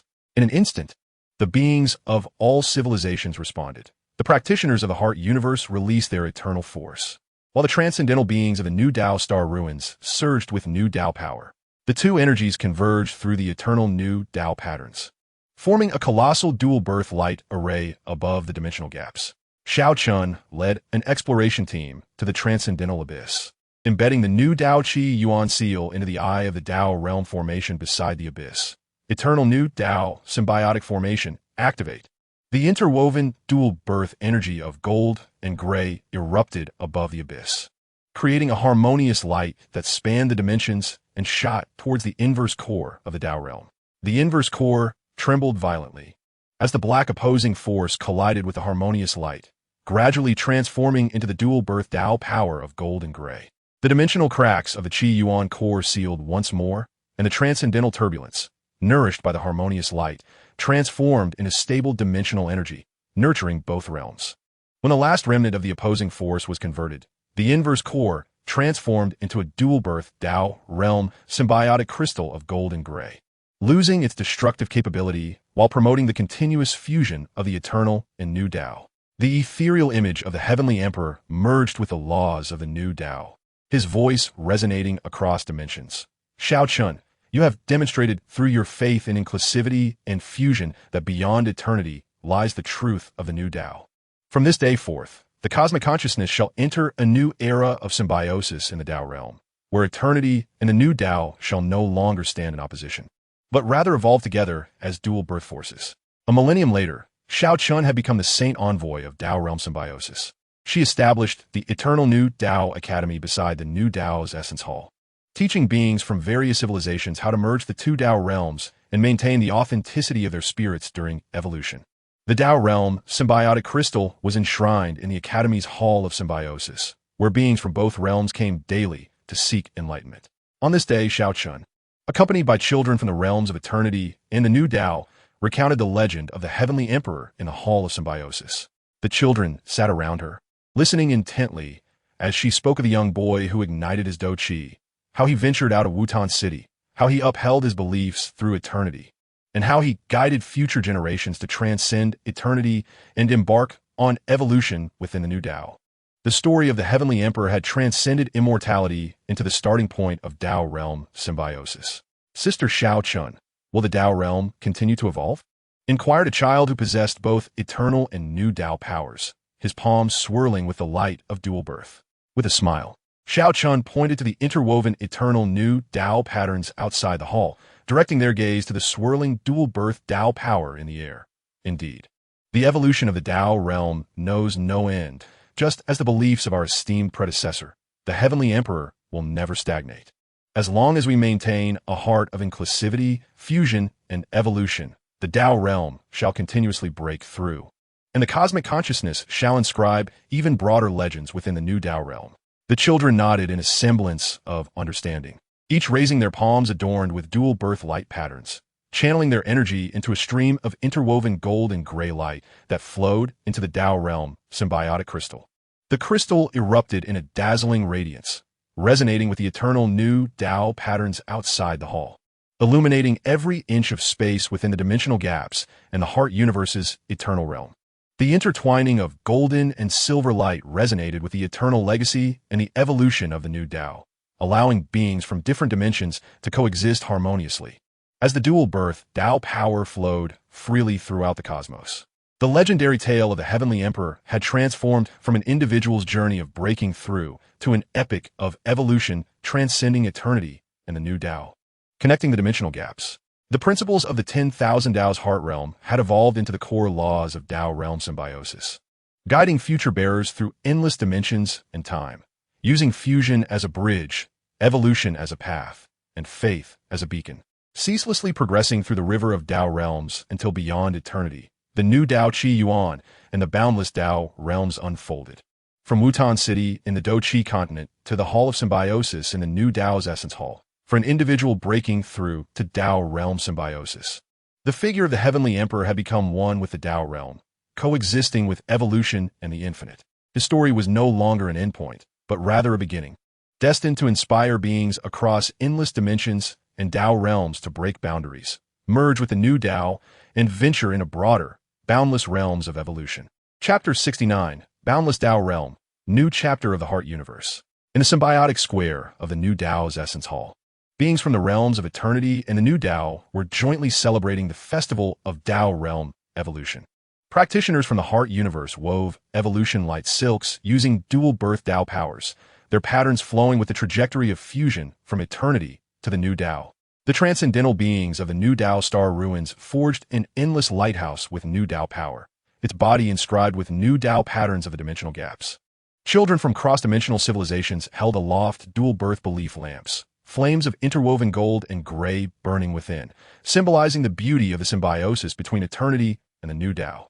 Dressed in an armor of boundless Tao realm adorned with the Tao realm symbiotic crystal and shards of dual birth Tao power, Xiao Chun stood upon the celebration platform, wielding the Heart Universe New Chapter staff, which merged the wand of eternal 10,000 paths and the new Tao Qingyang seal. She gazed down at the gathering of cross-dimensional beings, her voice resonating through the eternal new Tao patterns across the dimensional gaps in the Heart Universe's eternal realm. Today's Festival of Evolution is a continuation of our esteemed predecessor, the Heavenly Emperor's boundless Tao realm philosophy. We embark from the eternal harbor of the heart, transcending dimensional gaps to coexist with a new Tao civilization, igniting the sparks of Tao realm evolution to spread across cross-dimensional space. From this day forth, We shall take the new Tao's Essence Hall as our starting point, exploring broader, cross-dimensional frontiers, allowing the brilliance of dual-birth Tao power to illuminate every corner of the universe. As soon as the words were spoken, the vast lighthouse above the high platform erupted in a dazzling display of golden-gray radiance. Within this luminous spectacle, numerous unfamiliar, transdimensional signals emerged, converging from the direction of the transdimensional New Realm towards the New Tao star ruins. Xiao Chun immediately activated the Heart Universe New Chapter staff to establish a connection with the signals. Moments later, an anxious mental wave resonated. We are the Lightheart clan of the transdimensional New Realm, facing a dimensional collapse crisis. The twin Tao power of our entire realm is dissipating. We request assistance from our symbiotic partners.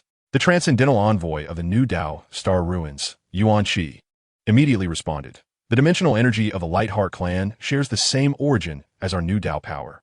Their plea for help signifies a transdimensional connection with us. I am willing to lead the transcendental beings to stabilize the dimensional structure using the New Tao power. Xiao Yin from the Heart Universe Eternal Domain nodded in agreement. Our eternal battle chi can resonate with the Lightheart clan's Lightheart power to mitigate the loss of energy. We are willing to join the effort. Xiao Chun raised his hand to calm the crowd. The dimensional rules of the transdimensional New Realm are unknown, and the cause of the collapse remains unclear. We must not act recklessly. I will first lead an elite team of Tao Realm experts to explore the Lightheart realm.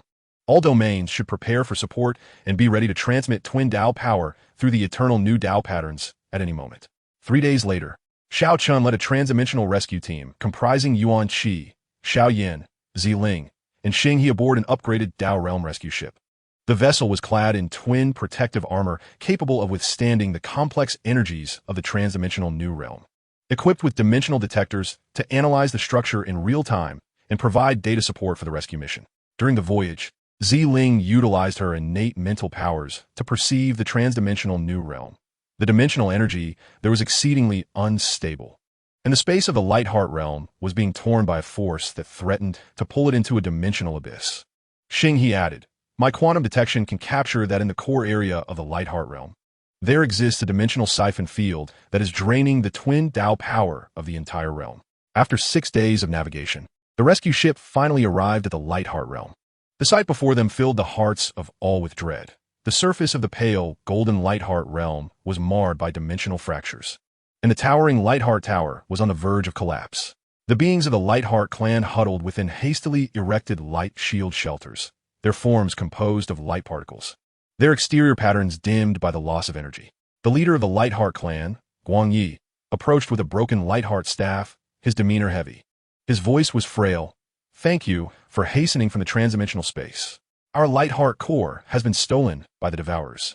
They have established a dimensional siphon field with the core, draining our twin Tao power. If this continues, the entire Lightheart realm will be consumed by the dimensional abyss.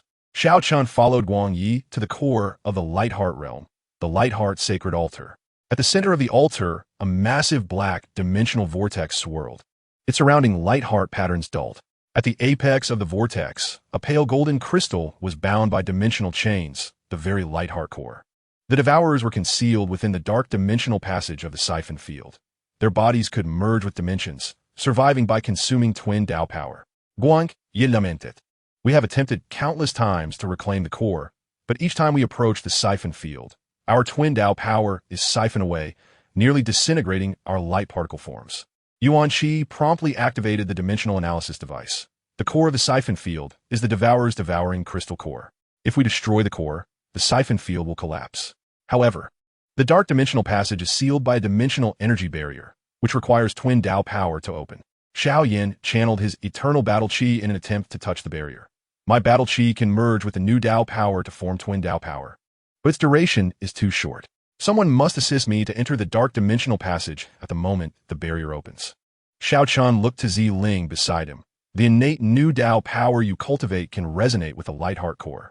Perhaps you can awaken its autonomous consciousness within the dark dimensional passage using your innate power, aiding us in destroying the devouring crystal core.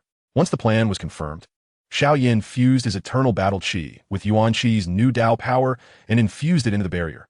I will count to 3, and a crack will appear in the barrier. You seize the moment to enter. 3, 2, 1. The crack appeared as expected. and Xiao Chun and Ziling leaped into the dark dimensional passage. Inside was a pitch-black dimensional network, the walls adorned with devouring patterns capable of absorbing energy. Deep within the passage, a black devouring crystal core floated, surrounded by a dozen devourers with their eyes closed, siphoning energy from the light heart core through the patterns. Now is the moment. Ziling channeled her innate new Tao power, transforming it into a pale purple light beam that entwined around the light heart core. Light heart core, I know you can sense the pain of the dimension. Awaken your twin Tao power and join us in resisting the devourers. The light heart core trembled slightly, its pale golden radiance gradually returning. The devourers sensed the anomaly, opening their eyes and transforming into streams of black light, rushing towards the two. Xiao Chun swiftly unleashed twin Tao power, erecting a protective barrier around them. Ziling quickly guided the light heart core to resonate with the innate power and attack the devouring crystal core.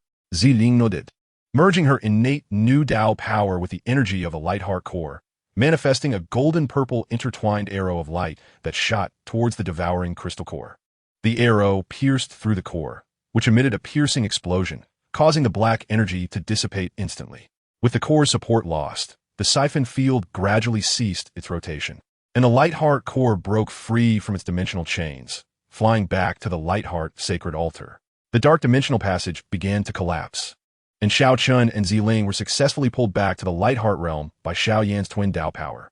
The beings of the light heart clan felt the return of the twin Tao power, their exterior patterns brightening once more, revealing smiles long absent. Guang Yi, overwhelmed with emotion, knelt before the transdimensional rescue team, bowing deeply. Thank you for saving the Light Heart realm. The Light Heart clan wishes to join the Tao realm symbiosis with our Light Heart core, uniting with our transdimensional partners to illuminate the new realm with the brilliance of twin Tao power.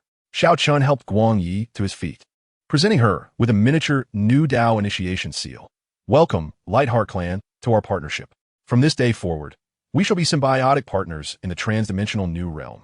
He then turned to Qingyang, immediately establish a Tao realm station in the Light Heart realm, utilizing the Light Heart core and twin Tao power to repair the dimensions and mental networks here. In the following century, the transdimensional rescue team ventured to several realms within the transdimensional new realm, including the Dark Heart realm, the Time Heart realm, and the Hollow Heart realm, assisting local civilizations in resolving dimensional crises and resisting the invasion of the Devourers.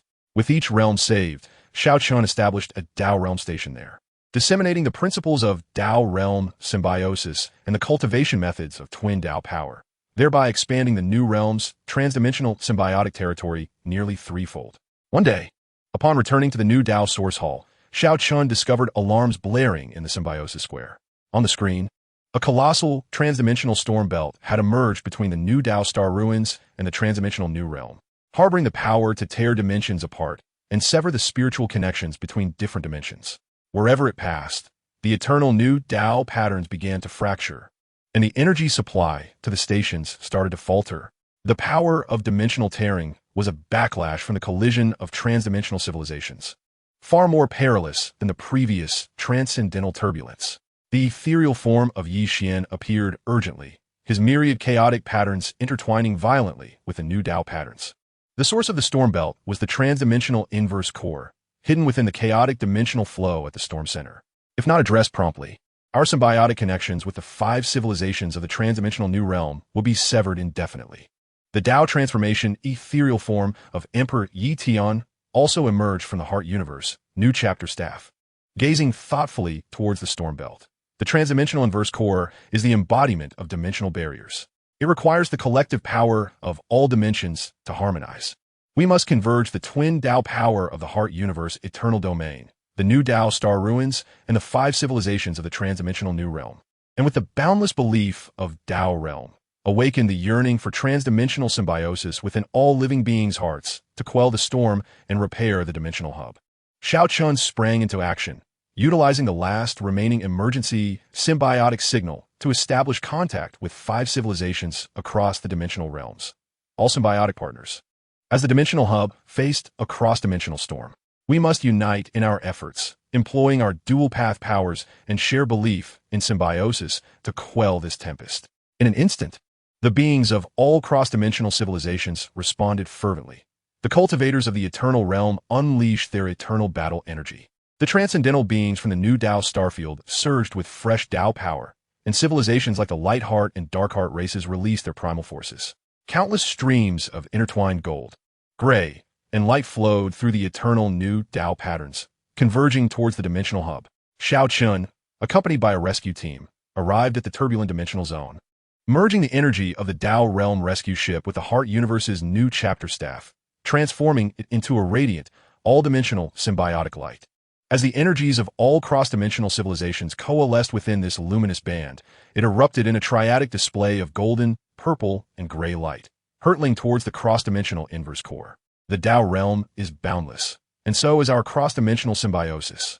Xiao Chun channeled all her energy, infusing her Tao source into the luminous band. The cross-dimensional inverse core trembled violently, its black dimensional tearing force gradually being neutralized by the symbiotic power within the light. The cross-dimensional storm began to slowly subside, and the fissures in the dimensional hub gradually healed under the nourishing glow of the light band. As the last vestiges of dimensional tearing force were harmonized, the cross-dimensional storm vanished completely, restoring the dimensional hub's accessibility, and the eternal new Tao patterns reconnected, even more robust than before. The ethereal projection of the Emperor Yi spoke with satisfaction. Xiao Chun, you have demonstrated with the power of all-dimensional symbiosis that the boundless Tao realm is not merely a dream, but a collective aspiration of all cross-dimensional civilizations. From this day forth, the dual-path power will illuminate a broader, cross-dimensional new realm, and the belief in symbiosis shall connect every dimension of the universe. 1,000 years later, Xiao Chun had ascended to become the herald of cross-dimensional symbiosis. She led the inheritors of the Tao realm in establishing 40 Tao stations throughout the cross-dimensional new realm, forming a protective network that spanned multiple dimensional spaces. In the heart of the symbiosis square, a new monument of cross-dimensional symbiosis was erected, inscribed with the names of all the salvaged dimensional civilizations, along with Xiao Chen's engraved words, from the eternal heart universe to the cross-dimensional new realm, from dimensional crises to the symbiosis of the Tao realm. The boundless Tao of the esteemed Emperor Yi serves as our guardian across dimensions. The dual-path power in our hands is the light illuminating the cross-dimensional expanse. On this day, Xiao Chun gathered children from various dimensions before the monument to narrate the legendary tale of Emperor Yi. The children sat in rapt attention, listening as she recounted how the young boy, ignited with battle energy, emerged from Wutan City, persevered through eternity, evolved in the new Tao, and guided generations of inheritors to pass the flame of Tao realm symbiosis from the eternal heart universe to every corner of the cross-dimensional new realm. Can we spread the light of dual-path power to every dimension of the universe? A child from the time heart realm inquired curiously, clutching a new Tao initiation seal shimmering with golden and gray hues. Xiao Chen smiled, gesturing towards the interwoven eternal new Tao patterns on the monument and the resplendent dimensional hub above. Certainly, while the dimensions of the universe may be myriad, the belief in symbiosis can transcend all barriers. As long as the dual-path power in our hearts remains unextinguished, and we forever remember to integrate and evolve in symbiosis, there will be no dimension we cannot connect, nor any cross-dimensional civilization we cannot protect. The story of the esteemed Emperor Yi will accompany our dual-path power, eternally resonating across every dimension of the universe. The children nodded, some in understanding and others in wonder, as they raised their new Tao initiation seals, channeling their light into a vibrant stream of intertwined gold, purple, and gray, infusing it into the monument of cross-dimensional symbiosis. The inscriptions on the monument resonated with the luminous stream, erupting in a warm glow that illuminated every inch of the multidimensional space. The intermingled golden, silver-gray, and purple lights resonated with the eternal legacy and the evolution of the new Tao, fostering harmonious coexistence among beings of different dimensions. As the dual-path power flowed freely within the cross-dimensional realm, the saga of Emperor Yi transformed from a solitary journey of overcoming strife into a grand epic that transcended multiple dimensions, uniting countless cross-dimensional civilizations. The ideals of the myriad Tao realms had morphed into the ultimate law of cross-dimensional symbiosis, guiding inheritors through endless dimensions and time, carrying the flame of dual-path power towards the boundless realm of Tao, until every dimension of the universe is illuminated by the light of symbiosis. Until all cross-dimensional souls merge as one within the dual-path power, achieving true boundlessness of the Tao realm and eternal cross-dimensional existence. Chapter 70, Cross-Dimensional Eternity. The conclusion of the heart universe. Within the cross-dimensional symbiosis hall of the New Realm, Xiao Chun was monitoring the dynamics of various Tao stations through the all-dimensional heart nexus. On the screen, Guangyi of the light heart realm led his kin to mend the final fractured dimensional light pattern, while Shiyin from the time heart realm infused dual-path power into time cultivation, stabilizing the flow of time within their domain. Kong Xian from the empty heart realm developed a cross-dimensional teleportation array, facilitating instantaneous navigation among multi-dimensional civilizations. The radiance of cross-dimensional symbiosis was shining brightly in every corner of the universe. Lady Xiao Chun, we are receiving transcendent heart waves from the heart universe's ultimate domain. The signal contains the universe's ultimate heart power. It is neither an invitation nor a plea for help, but rather resembles a summons to a final chapter, as if guiding us towards the heart of the universe to complete the ultimate Tao closure, remarked the mechanical assistant. A seven-colored signal trajectory emerged on the screen, pointing towards the ultimate dimension beyond the cross-dimensional New Realm. Xiao Chun immediately accessed the signal analysis data. The heart universe's ultimate domain is the terminus of the universe's dimensions, said to connect with the source of the ultimate domain, a convergence point for all dimensional heart energies. This call for closure may be the final echo left by the esteemed Emperor Yi during his eternal transformation, guiding us to fulfill the ultimate mission of cross-dimensional eternity. She turned to the ethereal projection of Yi Xian beside her. Shall we embark on this exploration? Yi Xian's projection radiated solemnity. The esteemed Emperor Yi once said, "The endpoint of the Tao realm is where all hearts unify in eternity." The call from the heart universe's ultimate domain signifies our final journey in inheriting the myriad Tao ideals. We must proceed. However, remember, the source power of the ultimate domain is the universe's ultimate energy, and we must shield ourselves with the beliefs of all cross-dimensional civilizations, avoiding any contact with the core taboos of the ultimate domain. 3 days later, Xiao Chun led an exploration team composed of Yuan Qi, Guangyi, Shiyin, and Kong Xian aboard the empathy ship of the ultimate domain. The ship was clad in armor capable of withstanding the ultimate dimensional energy, equipped with a resonance instrument to analyze the fluctuations of the universe's ultimate heart power in real time, preventing energy backlash. During the voyage, Shiyin sensed the heart universe's ultimate domain through the power of time. The dimensions here are nearing the limits of the universe.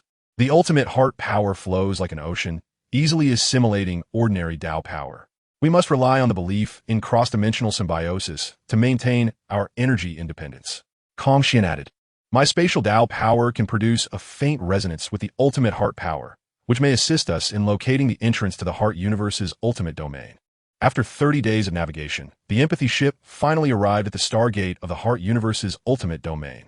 The sight before them left everyone in awe. The stargate was composed of countless seven-colored ultimate domain light patterns, flowing with the heart memories of all dimensions in the universe. From the birth of the first cross-dimensional civilization to the rise and fall of innumerable dimensions, and the journey of Emperor Yi from the battle spirit continent through stellar conflicts to his eternal transformation, guiding inheritors through the complete journey of cross-dimensional symbiosis, all vividly flickered within the light patterns. A guardian of the ultimate domain, enveloped in shimmering seven-colored ultimate power, emerged from the stargate. His heart waves transformed into a solemn voice through the resonance instrument. "I am the guardian of the heart universe's ultimate domain, safeguarding this realm for billions of years. Now, I behold you arriving with the pure belief of transdimensional eternity. Thus, I invite you into the hall of origin of the final domain, where the ultimate answers of the cosmic spirit are concealed.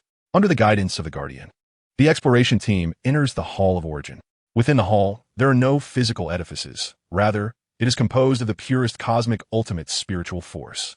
At its center hovers the core of origin, surrounded by an array of colorful light patterns, which embody the spiritual energies of all dimensions of the universe. Among these, a golden-purple intertwining light pattern represents the myriad resonances of the celestial Emperor Yi. The guardian of the final domain stands beside the core, softly stating, "The core of origin is the amalgamation of the spiritual energies from all dimensions of the universe, containing the mark of transdimensional eternity." However, of late, the energy of the core has begun to wane, and fissures have appeared in the light patterns of the final domain. This indicates an imbalance in the spiritual energies across the cosmic dimensions. If not rectified promptly, the spiritual connections of all transdimensional civilizations will gradually dissipate. Xiao Chun retrieves the final domain detection device, discovering that within the core, tendrils of stagnation are entwined. This negative energy has arisen from the prolonged inability of the spiritual energies from various dimensions to unify, akin to blockages in the cosmic veins, hindering the normal flow of energy to the civilizations of each dimension. This stagnation bears resemblance to the dimensional stagnation in the transdimensional New Realm, yet on a far grander scale. It shares a common origin with the ultimate cosmic spiritual force, and any forceful eradication could precipitate dimensional collapse. Guang Yi furrows his brow and suggests, perhaps we could draw inspiration from nurturing a source of transdimensional harmony, utilizing the spiritual forces of all transdimensional civilizations to cultivate a unifying source for the final domain, allowing it to coexist with the core and dissolve the stagnation. A glimmer of hope flashes in the Guardian's eyes. We are willing to attempt this. But the unifying source requires the collective force of spiritual unification from all dimensions as a catalyst. Your belief in transdimensional coexistence is the most fitting catalyst. Once the plan is established, Xiao Chun channels his own transdimensional energy, Yuan Qi's new path force, Guang Yi's light heart path force, Shi Yan's time path force, and Kong Xian's space path force into the core of origin. The Guardian then guides the ultimate spiritual force to merge with the transdimensional energy, nurturing a vibrant and colorful unifying source within the core. The unifying source rapidly proliferates inside the core, like a tether connecting the spiritual energies of various dimensions, gradually cleansing the stagnation. As the stagnation dissipates, the energy of the core of origin begins to rejuvenate, and the light patterns of the final domain regain their brilliance, solidifying the spiritual connections of civilizations across the cosmic dimensions. Thank you for your assistance, exclaims the Guardian, presenting Xiao Chun with a multicolored emblem of eternal existence from the final domain, a core mark of the origin. By donning it, your transdimensional civilization will be linked to the ultimate cosmic spiritual force, enabling all beings across dimensions to perceive the ultimate path force within their own civilizations and realize transdimensional eternity.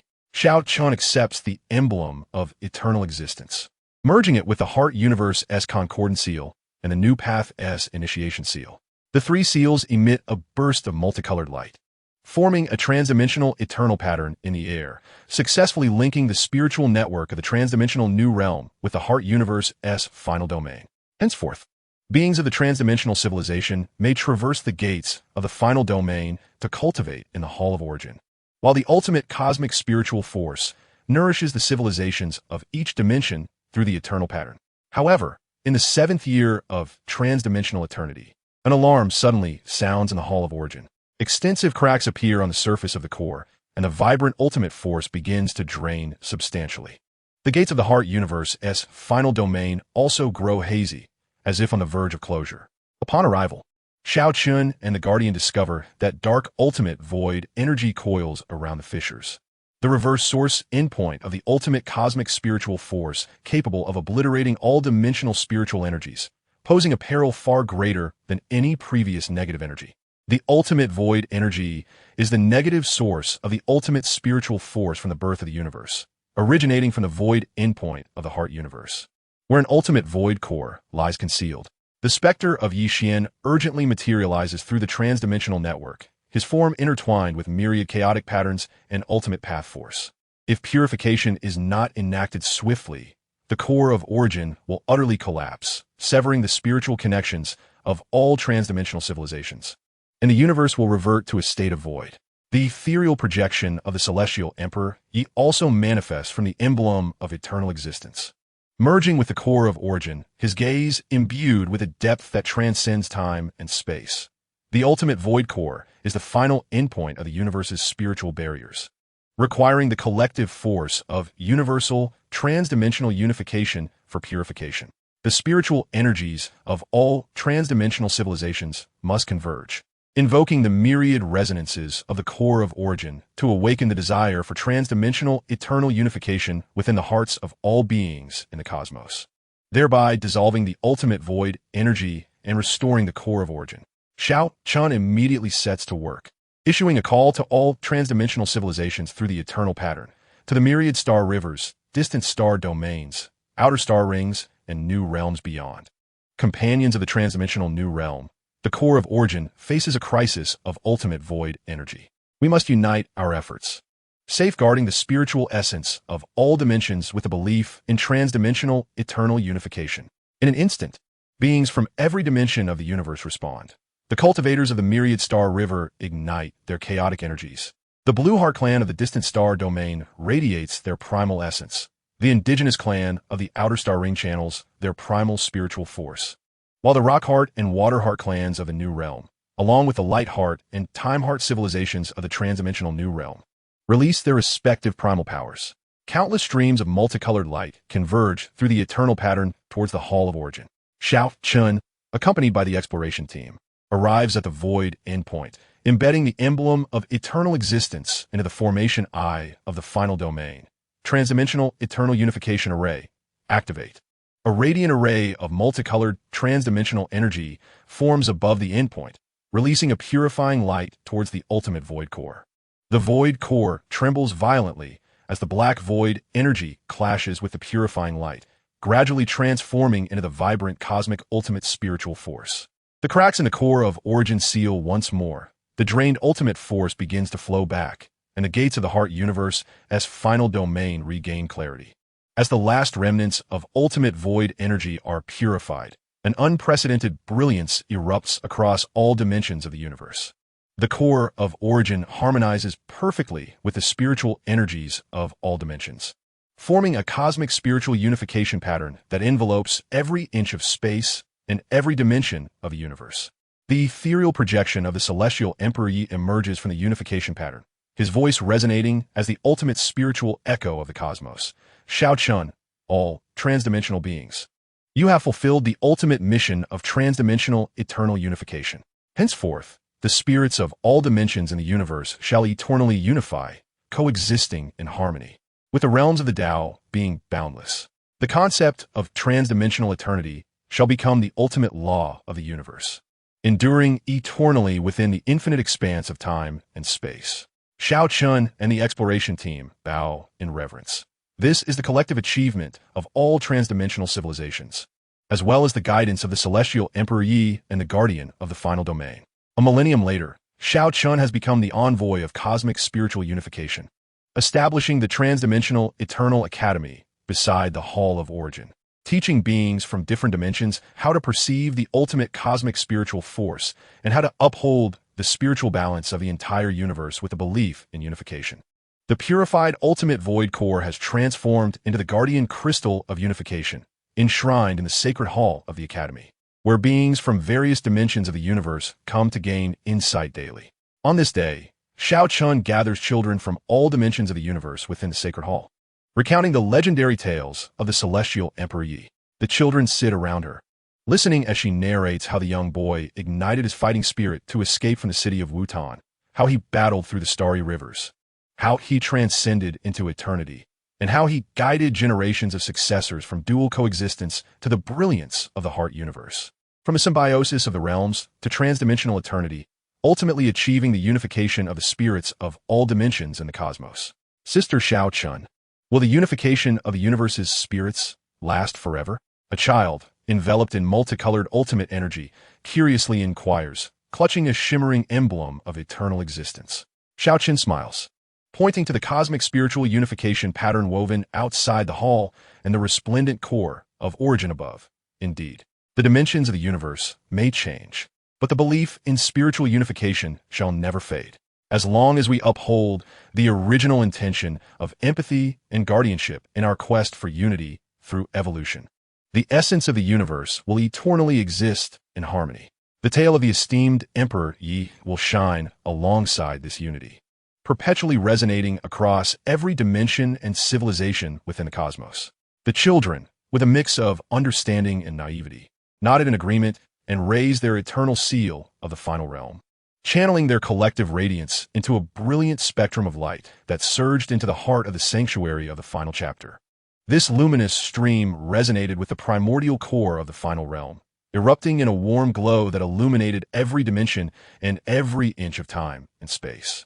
The interwoven hues of 7 colors harmonized as the spiritual energies of all dimensions vibrated in unison, allowing beings from diverse civilizations and realms to coexist in tranquility, while the ultimate Tao force flowed freely throughout the universe.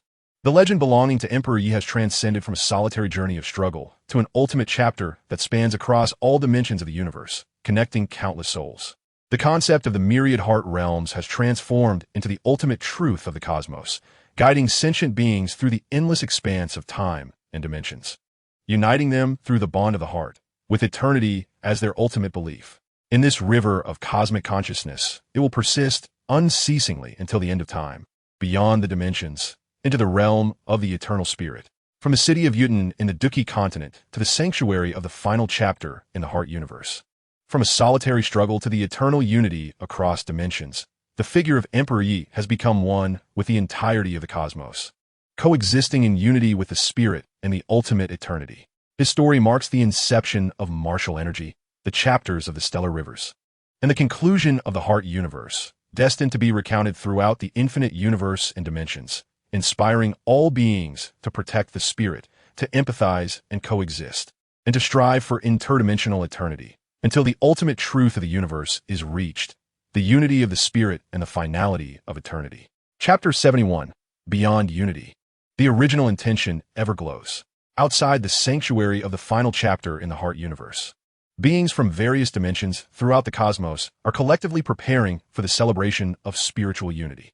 Practitioners of the myriad star rivers weave a carpet of unity with the chaotic forces of myriad paths, inscribing upon it the complete lineage from the Duki continent to the heart universe.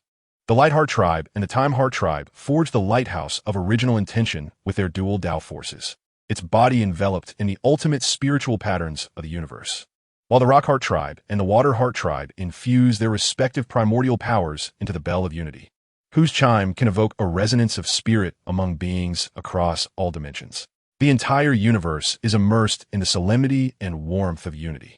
Xiaochun, adorned in armor embedded with the eternal seal of the final realm and shards of the guardian crystal of unity, and wielding the flame of original intention staff, a fusion of the heart universe's new chapter staff and the eternal seal, stand upon the high platform of the celebration. She gazes down at the multitude of beings gathered below, her voice echoing through the cosmic patterns of spiritual unity across all dimensions. Today's celebration of unity signifies our return to the eternal ideals of our esteemed Emperor Yi.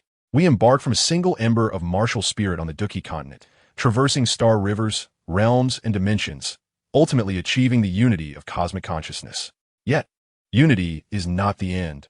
It is a new starting point for the transmission of our original intention.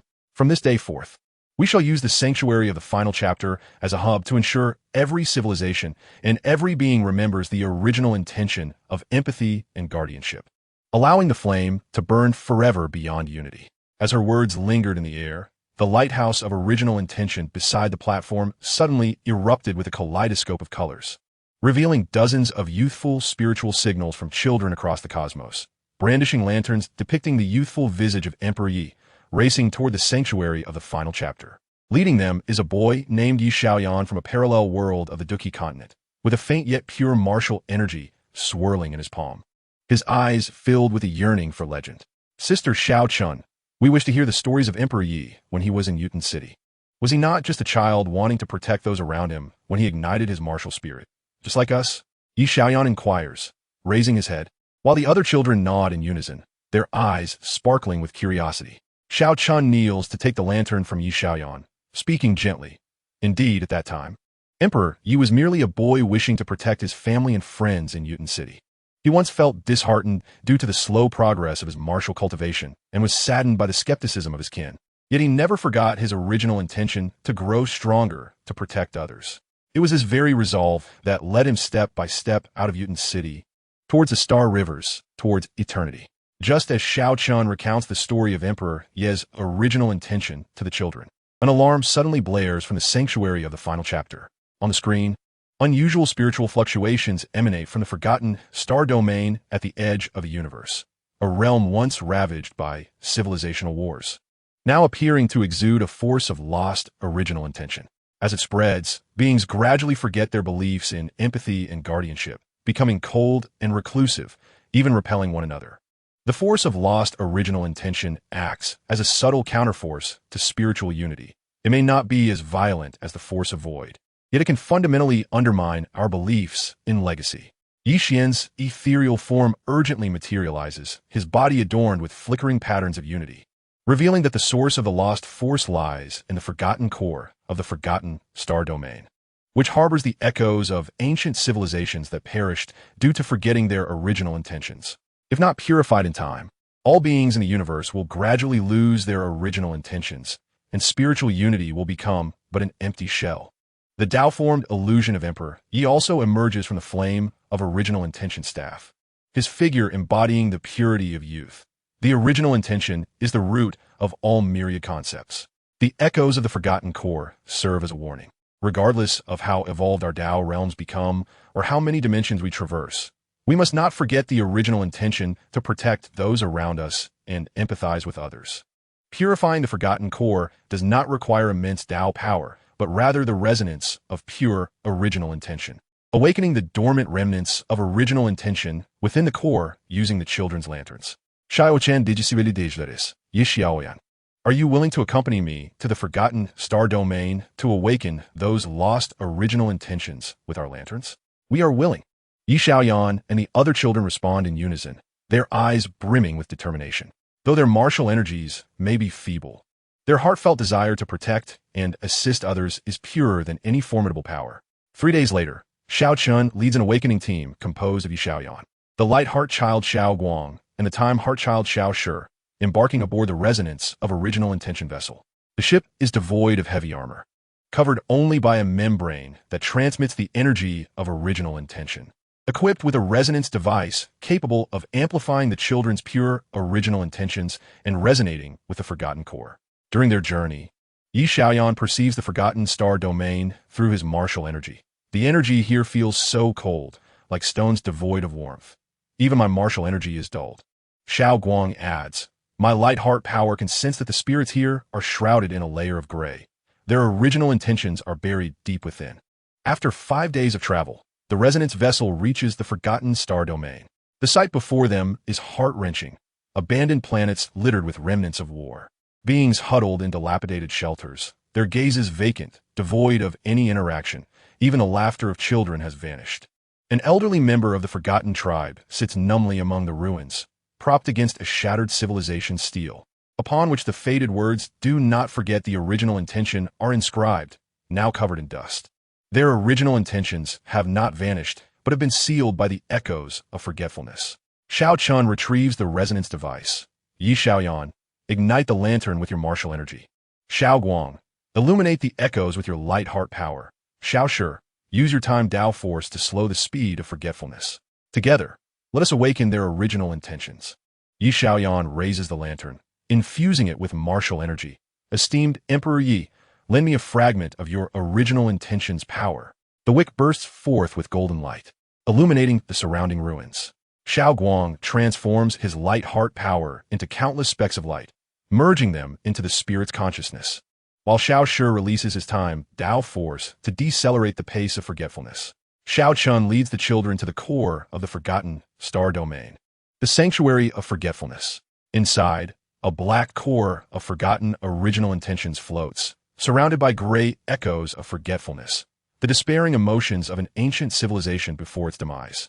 Xiao Chun instructs the children to form a circle, concentrating the light of their lanterns into a golden stream of original intention, which is then infused into the forgotten core. In the name of the illustrious Yi Tiandi and the pure intentions of all children, let us awaken the forgotten remnants of our original aspirations. Xiao Chun proclaimed with fervor. As the essence of our original intentions flowed into the core of oblivion, a tumultuous gray resonance surged, revealing fleeting images of an ancient civilization. Once a society steeped in peace and mutual support, they succumbed to the lust for power, forsaking their primordial commitment to coexistence, ultimately igniting a war that led to their annihilation. In the final scene, an ancient child raised a lantern of original intent, despairingly crying out not to forget. This spectral remnant resonated profoundly with the lantern held by Yi Xiaoyan. We have not forgotten, Yi Xiaoyan shouted at the core of oblivion. We are still guardians, still aiding others. We remember our original intentions. The remnant of the ancient child emerged from the core, merging with Yi Xiaoyan's lantern. transforming into a pure essence of original intent that dispelled the gray resonance. Gradually, the core of oblivion became transparent, ultimately transmuting into a crystal of original intent, capable of eternally suppressing the echoes of forgetfulness and awakening the aspirations of all beings. As the core was purified, the inhabitants of the forgotten star domain began to regain their vitality, helping one another and rekindling their beliefs in empathy and guardianship. An elder of the forgotten race brushed away the dust from a stone tablet and meticulously carved the words, "Do not forget your original intent." Bowing deeply to Xiao Chun and the children, "Thank you for helping us reclaim our lost original intentions." Upon returning to the Hall of Conclusions, Xiao Chun established the Academy of Original Intent beside the Lighthouse of Intent, allowing Yi Xiaoyan, Xiao Guang, and Xiao Shi to become bearers of original intent, sharing the stories of Yi Tiandi with beings from various dimensions each day, teaching them how to protect their own original intentions. The ethereal projection of Yi Tiandi frequently appeared at the Academy, engaging with the children in his youthful form, imparting wisdom. What empowers you is not your strength of will, but the unwavering preservation of your original intentions. A millennium later, Xiao Chun had ascended to the esteemed role of the guardian of original intent. Over 1,000 stations of original intent existed across the universe, each staffed by childbearers recounting tales of original intentions.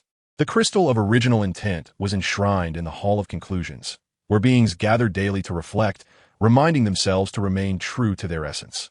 On this day, Xiao Chun, accompanied by the new generation of bearers, regaled the children with stories beneath the lighthouse of intent. Yi Xiaoyan stood upon the stage, mimicking Yi Tiandi's tone as he narrated how the youth of Wutan City steadfastly upheld their original intentions amidst adversity. The children below listened enraptured, their lanterns flickering with warm light. "Sister Xiao Chun, will we be able to become guardians of original intent like the esteemed Yi Tiandi and you?" A young child from the primordial race inquired. With a smile, Xiao Chun pointed to the intertwining strands of original light in the sky and the lanterns in the children's hands. "Of course, as long as you always remember whom you wish to protect and whom you wish to help, no matter how powerful you become or how far you travel, you can become guardians of original intent. The story of Yi Tiandi will forever accompany you, just as the light of these lanterns will never extinguish." The children raised their lanterns, merging their lights into a vibrant stream of colors that flowed into the lighthouse. The beacon shone brightly across every dimension of the universe, harmonizing with the cosmic heart's unifying essence. The legend of Yi Tiandi transcended mere battles and eternity. It became an everlasting theme of the legacy of original intent, transforming into a way of life that illuminated the endless universe and dimensions, guiding all beings to never forget the reason for their journey, regardless of how far they might wander. From the earnest beginnings of a young boy in Wutan City to the propagation of original intent across the cosmos, Yi Tiandi's essence had become inseparable from the very concept of original intent, coexisting within the hearts of every being. His tale would eternally resonate within the lanterns of countless children, inspiring all beings. The original intent endures, the flame of hope persists, and beyond unification, the legend remains immortal. Chapter 72. The original intent as a torch igniting a new flame. Within the Academy of Original Intent in the Hall of Conclusions, Yi Xiaoyan stood at the lectern, narrating the story of Yi Tiandi to children from various dimensions. Clutching a replica of the Wutan City Chi seed, the energy of his fingers resonated with the seed, conjuring the ethereal image of the young Yi Tiandi training in Wutan City. The children, seated below, sparkled with longing for their original intentions, their lanterns pulsating in rhythm with the tale. "Sister Xiao Chun, we have received a spiritual signal from the new beginning star domain," exclaimed the mechanical assistant. A vibrant green signal trajectory burst onto the screen, brimming with a fervent desire for new life. As if a nascent civilization extended an invitation for us to share the legacy of original intent. Xiao Chun approached the screen, her fingertip brushing the green signal. The new beginning star domain is a cradle of civilizations at the universe's edge, where the beings have just begun to develop their nascent consciousness, lacking established societal order. This invitation reflects their innate yearning for goodness and guardianship, as well as our new mission to propagate the original intent. She turned to Yi Xiaoyan, Xiao Guang, and Xiao Shi. "Are you willing to join me in sowing the seeds of original intent among the beings of the new beginning star domain? Absolutely. The three children replied in unison. Yi Xiaoyan clutched the Qi seed tightly. I want to share the original intentions of Yi Tiandi, the guardianship of those around him, with the beings of the new beginning star domain. 3 days later, Xiao Chun led the team to spread original intent, consisting of Yi Xiaoyan, the Qi bearer, Xiao Guang, the light bearer, and Xiao Shi, the time bearer, aboard a vessel designed for dissemination. The ship's exterior was covered with a membrane that simulated the emerging spiritual energies of newborn consciousness, and within it lay countless mini-lanterns, crafted from concentrated energies of original intent from various dimensions, designed specifically for the newly awakened beings, gentle and easy to perceive. During their voyage, Xiao Shi utilized the power of time to sense the new beginning star domain. The flow of time there was slow, and the beings were still in the stage of spiritual enlightenment, capable of understanding only simple warmth and companionship, unable to grasp complex explanations. Xiao Guang added, "My light powers can transform into spiritual imagery, presenting the stories of original intent as visual narratives they can comprehend, making it easier for them to accept." After 7 days of travel, the vessel arrived at the new beginning star domain. The site before them was teeming with life. The surface of the pale green planet was cloaked in spiritual moss, and the semi-transparent new beginning beings floated like dandelions in the air. Lacking fixed forms and communicating through spiritual waves, their surroundings imbued with a gentle new spiritual energy. Filled with curiosity towards the ship's emanating energies of original intent, they gathered around, transmitting waves of curiosity and friendliness. One slightly larger new beginning being, exhibiting more vibrant spiritual waves, approached the vessel. Its waves were translated into a tender voice by the spiritual translator. "Warmth, guardianship, you possess what we seek." Xiao Qin opened the ship's door, holding a mini lantern as she descended. "We have come to deliver the seeds of original intent, which will teach you how to use your hearts to warm one another and protect your companions." She offered the lantern to the new beginning being, and as the golden glow of the wick touched its spiritual energy, it instantly transformed into a visual narrative, showing the young Yi Tiandi tending to an injured companion. Using the qi he had just learned to fend off beasts, simple actions imbued with the essence of guardianship. The new beginning being watched, entranced, as its surrounding spiritual energy gradually warmed. It passed the lantern to its companions, and the visual narrative flowed among the new beginning beings, drawing more and more of them closer, their spiritual energies reaching out to touch the lantern, their faces exhibiting expressions akin to smiles. "They understand," Xiao Guang exclaimed excitedly. "My light powers can sense that within them, the seeds of guardianship are beginning to sprout." Yi Xiaoyan stepped forward as well, placing the qi seed on the ground and infusing it with his energy. "Look, this is the qi that the esteemed Yi Tiandi cultivated in his early days. It is not meant for fighting, but for protecting those he cherishes." The seed erupted with a soft golden mist, within which floated Yi Xiaoyan's own story. How he had once used his meager qi in a parallel world to shield a young creature from a pursuing beast. Embodying his own original intent, the beings of the new Genesis tribe gathered around the fire and the lamp of original intent, beginning to imitate the movements depicted in the flickering shadows. Some levitated their injured companions with their mental energy, while others shielded the younglings from the ferocious winds. The nascent mental powers grew increasingly cohesive through their acts of guardianship, and the mental moss on the planet's surface blossomed with delicate golden flowers. However, just as the initial sparks of the fire were successfully sown, an unexpected disturbance erupted from the heart of the mental storm in the new Genesis star domain. A surge of chaotic enlightenment energy burst forth from the tempest, a potential source of confusion for the emerging civilization, threatening to plunge the new Genesis tribe into a labyrinth of self-doubt and conflict. This chaotic enlightenment was an essential trial for the nascent civilization. If mismanaged, they would forsake their newly sprouted guardianship intentions and stray onto a path of selfishness. In a moment of urgency, the ethereal figure of Yi Xian manifested, his body adorned with intertwining patterns of original intent and unity. At the center of the storm lay a core of chaotic enlightenment that required tangible acts of original intent to resolve, elucidating to the new Genesis tribe that guardianship holds greater significance than mere competition.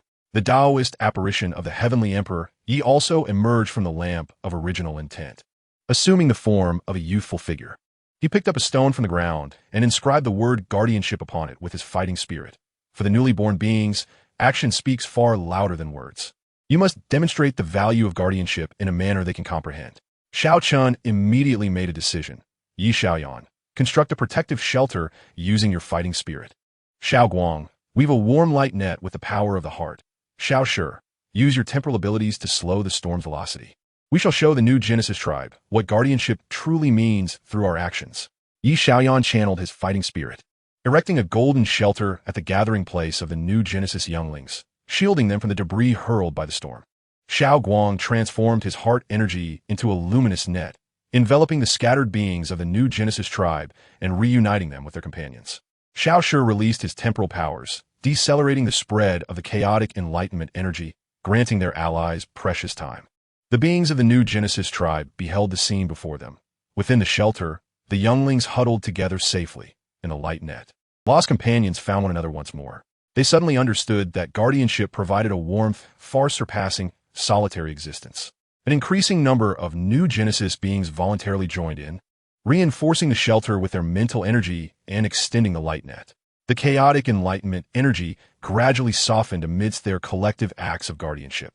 Seizing the opportunity, Shao Chun gathered the energies of all the miniature original intent lamps, transforming them into a golden beam of original intent that shot towards the chaotic enlightenment core at the heart of the storm. Within the beam, countless moments of guardianship flickered.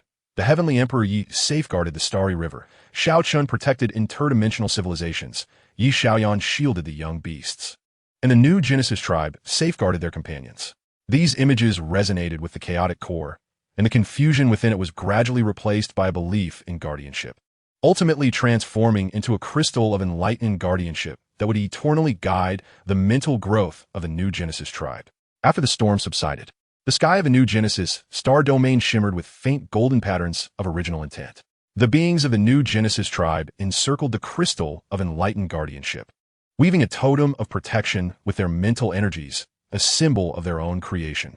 The first being to encounter the lamp of original intent presented a ring of original intent, woven from mental moss, to Shao Chun, conveying gratitude and the essence of inheritance. Upon returning to the Hall of Conclusions, Shao Chun established the new Genesis Inheritance Pavilion beside the Hall of Original Intent, dedicated to documenting the growth stories of the nascent civilization.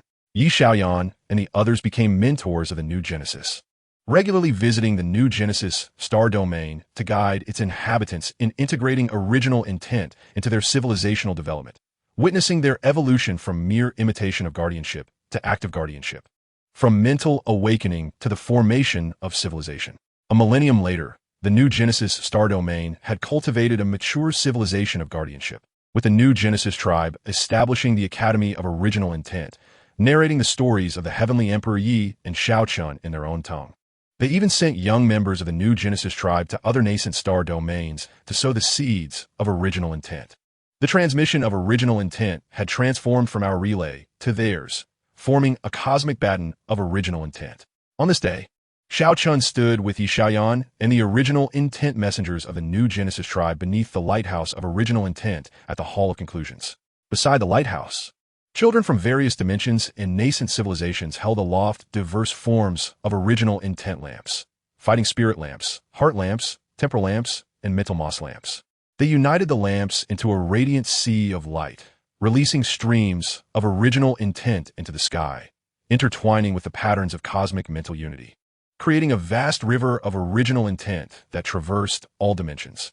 Will the original intent continue to be passed down like this, Brother Shao Chun? Inquired the new Genesis original intent messenger, curiosity brimming in its mental waves. Shao Chun gazed at the children in the sea of light, smiling as he replied, "Indeed, just as the original intent of our esteemed predecessor, the heavenly Emperor Yi, was transmitted from Wutan City to the Starry River, and from interdimensional realms to the new Genesis star domain, so too will you, from learning original intent to transmitting it. As long as there are newly born beings and those willing to protect, original intent will shine like the light of this lighthouse, forever illuminating the cosmos. And the flame will continue to seek the new, forever burning bright." The children nodded, half understanding, raising their original intent lamps even higher. The brilliance of the sea of light intensified, illuminating every corner of the universe and shining a light on the endless future of original intent inheritance. The legend belonging to the heavenly Emperor Yi was no longer a solitary tale of conquest, but rather an epic of inheritance co-authored by countless beings with original intent. The ideals of the myriad realms of the heart had transformed into the universe's gentlest guide to growth, directing every civilization and every being to carry the torch of original intent and the flame of transmission, forging a path toward an eternally renewed future. From a youthful original intent of Wutan City on the continent of fighting spirit to the cosmic relay of original intent among newly born civilizations, the figure of the heavenly emperor Yi had become a symbol of original intent, eternally living within the hearts of every guardian. His story would echo in the radiance of the original intent lamps and in the passing of the flame, forever circulating until every nascent corner of the universe is ablaze with the guardianship of original intent until eternity. Chapter 73. The flame transcends the new, the legend endures. Within the inheritance pavilion of the Hall of Conclusions, Xiaochan was perusing the latest records of cosmic original intent inheritance. The records chronicled the growth of various nascent civilizations. The new Genesis tribe had become capable of independently hosting original intent celebrations, with original intent lamps crafted from mental moss illuminating the entire planet. The youngling tribe from the had woven the guardianship of the weak into their community rules, eradicating competition from a planet, and even the long-forgotten star domain had established a museum of original intent, recreating the scenes of the heavenly emperor awakening original intent with children through holographic images. The seeds of original intent had taken root and sprouted in every corner of the cosmos. Lord Shao Chun, the everlasting star domain, has sent a special mental signal. The mechanical assistant's voice chimed in, as a signal trajectory shimmering in gold, green, and blue appeared on the screen, imbued with the energy of enduring inheritance, as if inviting us to partake in a grand relay ceremony of the flame, hoping to take the first baton of cosmic original intent inheritance and become the new generation of torchbearers. Xiao Chun immediately accessed the signal analysis data. The everlasting star domain is the civilization most deeply rooted in the consciousness of inheritance in the universe, dedicated to the mission of recording and transmitting, safeguarding the inheritance texts of various civilizations across generations. This grand relay ceremony of the flame represents a pivotal step in transitioning the inheritance of original intent from our initiative to a shared cosmic endeavor. She turned to Yi Xiaoyan and the new Genesis original intent messenger, Greensprout, beside her. Are you willing to join me in witnessing this grand ceremony of inheritance in the everlasting star domain? Of course we are. Yi Xiaoyan exclaimed, gripping the fighting spirit seed in his hand, his eyes brimming with anticipation. I want to share the story of the heavenly emperor Yi with the beings of the everlasting star domain, to let them know how important the transmission of the flame is. Greensprout, swaying with excitement, conveyed a desire to learn how to better transmit original intent.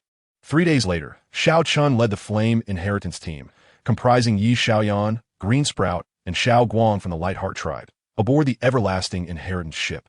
Embarking on their journey, the hull of the vessel is enveloped in an everlasting luminescent armor, capable of harboring the energy of myriad civilizations' legacies. Within, it carries replicas of cosmic heritage texts, chronicling the complete history of inheritance from the continent of combat Qi to the eternal multiverse. Additionally, a perpetual flame emblem, distilled from the foundational energies of diverse civilizations, serves as the core token for the relay ceremony. During their voyage, Xiao Guang attunes to the eternal star domain through the power of the Lightheart.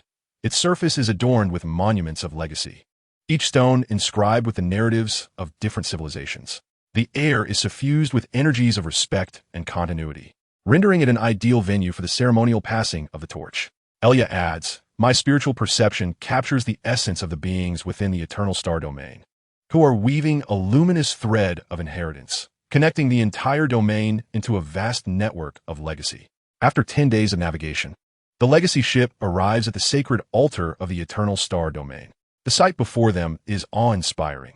The altar is encircled by countless monuments of heritage, with a towering eternal flame pillar standing at its center, its surface adorned with the totems of various cosmic civilizations.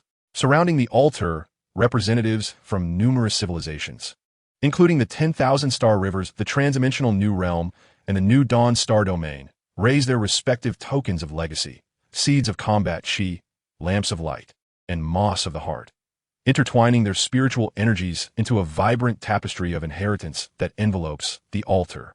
The leader of the eternal star domain, Elder Yongshu, clad in a robe etched with the patterns of inheritance, approaches Shao Chun, holding a hefty tome of eternal legacy.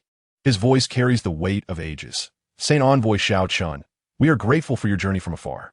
The eternal star domain has safeguarded legacies for millions of years. And today we finally arrive at the moment of cosmic inheritance relay. We hope to grasp this torch of flame, allowing the foundational spirits and legacies of all civilizations to endure eternally within the cosmos. Shao Chun nods, retrieving the eternal flame emblem from the ship. This emblem embodies the foundational energies of various civilizations and stands as the core token of cosmic inheritance. Today's ceremony is not merely a transmission of flame. It is a reminder that inheritance is not the concern of a singular individual or group, but a shared mission of all beings in the universe. As the ceremony commences, Elder Yongshu embeds the eternal flame emblem into the apex of the eternal flame pillar. In that instant, the totems upon the pillar illuminate, releasing their respective energies of legacy, resonating with the tokens of the surrounding representatives. Shao Chun ascends the altar, his voice resounding through the inheritance light network. The legacy of the universe began with the first flicker of combat chi ignited by the predecessor, Emperor Yi, in Wutan City. Today, we pass this flame to the eternal star domain, to each civilization present here. May you carry forth this foundational spirit and legacy, allowing the flame to eternally renew and burn bright within the cosmos. As the flame emblem merges completely with the flame pillar, an ancient monument nearby trembles, revealing a blurred image, an echo of Emperor Yi battling among the stars. In the vision, he wields an imperial weapon and proclaims to the cosmos, "Inheritance is not merely about replicating my path. It is about safeguarding the foundational spirit of protection and empathy upon your own journeys." This is the true essence of the eternal flame. In the moment, the echo dissipates. The eternal flame pillar erupts in a blinding radiance, revealing numerous new signals of inheritance from nascent civilizations, such as the Dust Realm and the Budding Star Realm. Their spiritual vibrations brim with a yearning to learn and carry forth their legacies, seemingly responding to this relay of flames. This is the new hope for cosmic inheritance. Elder Yongshu exclaims with fervor, "We are willing to guide these emerging civilizations, helping them glean from the experiences of established legacies, ensuring they tread fewer missteps and uphold their foundational spirits." Yi Xiaoyan raises the seed of combat chi in her hand. "I can share the story of the predecessor, Emperor Yi, so they understand the significance of foundational spirit from the very beginning. However, just as the representatives of various civilizations convene to deliberate on how to assist the nascent civilizations, an anomaly suddenly arises from the fissure of inheritance within the eternal star domain. A force of inheritance disconnection surges forth from a rift, an adverse energy that threatens to obscure and even obliterate the memories of legacies. The monuments around the rift begin to fade, their totems dimming, and the brilliance of the eternal flame pillar diminishes.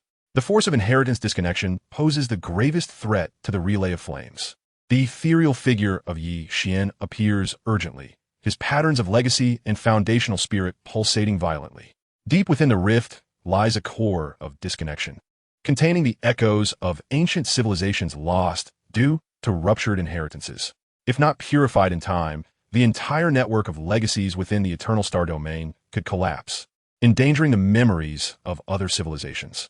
The ethereal figure of Emperor Yi also emerges from the eternal flame emblem, merging with the flame pillar.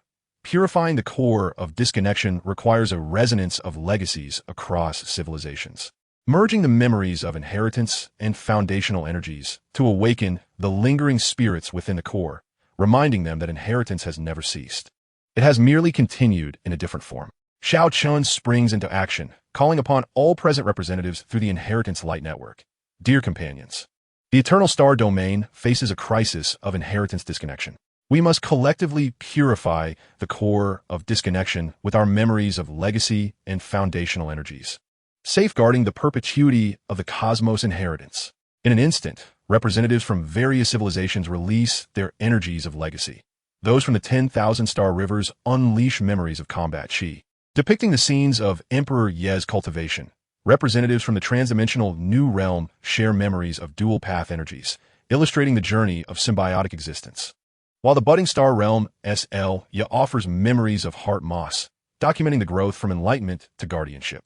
Countless streams of legacy light converge into a resplendent tapestry of resonance, shooting toward the fissure of inheritance. Shao Chun, alongside Yi Xiaoyan, Elia, Xiao Guang, and Elder Yongxiu, leaps into the rift. They channel the energy of the eternal flame emblem into the core of disconnection, causing the disconnection force within to churn violently. Images of ancient civilizations emerge. They once possessed a glorious legacy, yet due to wars and calamities, their texts were destroyed, their inheritors perished, ultimately leading to ruptured legacies and the demise of their civilizations. In the final scene, an ancient inheritor clutches a tattered tome, despairingly exclaiming, "Do not forget our legacy." "We have not forgotten." Shao Chun cries out to the core of disconnection. Though your legacy may have been interrupted, the spirit of protection and continuity has merged into the legacies of other civilizations. Behold, this is the combat chi legacy of the 10,000 star rivers, preserving your indomitable spirit. This is the guardianship legacy of the new dawn star realm, perpetuating your ideals of empathy. The lingering spirit of the ancient inheritor emerges from the core, resonating with the streams of legacy light from various civilizations. As he observes the scenes of inheritance from different civilizations, his despair gradually dissipates, transforming into a pure essence of legacy, merging into the eternal flame emblem. The disconnection force within the core is purified by the resonance of legacies, becoming a guardian crystal of legacy, capable of eternally stabilizing the legacy network of the eternal star domain. The rift closes, the monuments of legacy reignite, and the brilliance of the eternal flame pillar shines more radiantly than before. Elder Yongxiu embeds the guardian crystal into the flame pillar, which erupts with energy, establishing a connection with the signals of burgeoning civilizations across the cosmos, beginning the transmission of experiences and foundational ideals to them. A millennium later, the eternal star domain has evolved into the nexus of cosmic inheritance, with countless emerging civilizations arriving to learn the ways of legacy. Beside the eternal flame pillar, the Cosmic Academy of Inheritance has been established, with Yi Xiaoyan, Elia, and Xiao Guang serving as mentors, teaching the new civilizations how to safeguard their foundational spirits and perpetuate their legacies. Shao Chun often gathers the children of various civilizations at the altar of inheritance, recounting the legendary tales of Emperor Yi and the stories of diverse legacies, witnessing the glimmer of legacy light in their eyes. On this day, Shao Chun stands beneath the eternal flame pillar, observing the bustling beings from various civilizations around him, some recording before the monuments of legacy, some learning within the academy, and others imparting experiences to the nascent civilizations. The eternal elder approached her, reflecting, "The initial spark of fighting spirit ignited by the esteemed Yi Tiandi has transformed into the torch of inheritance for the universe. This is the essence of the legacy that renews itself, a legendary continuity." Shao Chun nodded with a smile, gazing at the shimmering web of inheritance light in the sky. Indeed, inheritance has never been an endpoint, but rather a new beginning. As long as there are beings willing to safeguard the original intent and perpetuate the legacy, the legend of the esteemed Yi Tiandi will endure, and the cosmic flame of inheritance shall forever renew and persist. In the distance, Yi Xiaoyan was recounting tales of Yi Tiandi in Wutan City to a group of children from the dust realm. Green Sprout intricately wove the image of the young Yi Tiandi using spiritual moss, while Xiao Guang transformed the story into luminous shadows through the power of light. The children listened, captivated, their miniature tokens of inheritance flickering with a warm glow, as if heralding that the cosmic flame of inheritance would continue to be passed down through their hands into eternity. From a wisp of fighting spirit in Wutan City to the inheritance flame of various civilizations across the cosmos. From the solitary journey of Yi Tiandi to the collective legacy of all living beings in the universe, the saga of Yi Tiandi has become part of the cosmic inheritance, forever residing in the hearts of every being that cherishes the original intent and perpetuates the legacy. His story will be eternally recounted in the radiance of the everlasting pillar of legacy and within the annals of various civilizations, inspiring generation after generation of beings to carry the torch of inheritance and to tread the path of legacy, forever renewing and persisting through the continuum of the cosmos. Chapter 74. Inheritance Without Boundaries. Hearts continue in unity. Within the central square of the eternal star domain, the Centennial Cosmic Inheritance Expo is underway. Practitioners from myriad star rivers have erected pavilions for the exhibition of fighting spirit inheritance, using holographic imagery to recreate the pivotal journeys of Yi Tiandi from Wutan City to the Starry Wars. Beings from the cross-dimensional New Realm presented devices for coexisting pathways, demonstrating the fusion of eternity with new powers. The green sprout of the new beginning star domain led her kin in weaving a scroll of original intent inheritance with spiritual moss, chronicling the foundational tales of various civilizations. The entire square gathered the essence of inheritance from dimensions across the universe, as beings traversed, exchanged, and learned amidst an atmosphere imbued with warmth of legacy and sharing. Shao Chun, adorned in the inheritance without boundaries armor embedded with protective crystals of legacy and fragments of the eternal flame, wielded the Heart Universe Inheritance Staff, a fusion of the torch of original intent and the eternal flame symbol, standing upon the main stage of the expo. She gazed down at the throng of beings, her voice resonating through the inheritance light network across the cosmos. Today's expo embodies the practice of the esteemed Yi Tiandi's vision of boundless inheritance. We transition from singular civilization legacies to multidimensional sharing, allowing inheritance to weave into a network rather than remain an isolated thread of connection. From this day forth, we shall establish the eternal star domain as the core of a cosmic inheritance sharing network, ensuring that the wisdom of each civilization's legacy becomes a shared treasure of the universe. As her words lingered, a burst of resplendent colors erupted from the central pillar of inheritance sharing, where the patterns of inheritance illuminated, revealing the phantoms of inheritors from various civilizations, including Xiao Yan from the Fighting Spirit Continent, Parallel World, the Star Elder from the Outer Star Ring, and Yuan Qi from the cross-dimensional New Realm. Their forms intertwined with Shao Chen's image, forming a chain of generational inheritance. At that moment, an alarm from the Cosmic Inheritance Sharing Network sounded. On the screen, anomalous energy fluctuations emanated from the dimensional rift at the universe's edge as a force of dimensional erosion began to spread through the network nodes. As it passed, the images of the inheritance pavilions began to distort, and the being's memories of inheritance momentarily blurred. A mechanical assistant urgently reported, "The dimensional erosion originates from the blank dimension, a realm devoid of inheritance. This force contained the energy of legacy, reducing the wisdom of civilizations to a void. The blank dimension poses the greatest threat to shared inheritance." The phantom of Yi Xian emerged urgently, his patterns of inheritance clashing with the dimensional energy. The source of the erosion was the blank inheritance core, which harbored the despairing echoes of a civilization without inheritance. If not swiftly halted, the entire cosmic inheritance sharing network would succumb to contamination, and the legacy memories of all civilizations would gradually fade into nothingness. The ethereal figure of Yi Tiandi also emerged from the Heart Universe Inheritance Staff, his presence imbued with calm strength. The essence of the blank inheritance core is the fear of lost legacy. To resolve this, we cannot rely on forceful resistance. We must instead embrace the warmth of shared inheritance, weaving the most cherished memories of each civilization into a tapestry of legacy sharing, allowing the echoes of the blank dimension to understand that inheritance has never been lost, but merely requires connection and sharing. Shao Chun immediately made a decisive call. All representatives of civilizations, infuse the core memories of your legacies into the inheritance sharing pillar at once. We will purify the blank inheritance core with the power of shared inheritance. In an instant, representatives from various civilizations sprang into action. The delegates from the myriad star rivers infused the essence of their fighting spirit training, the imagery portraying the purity of the young Yi Tiandi as he first condensed his fighting spirit.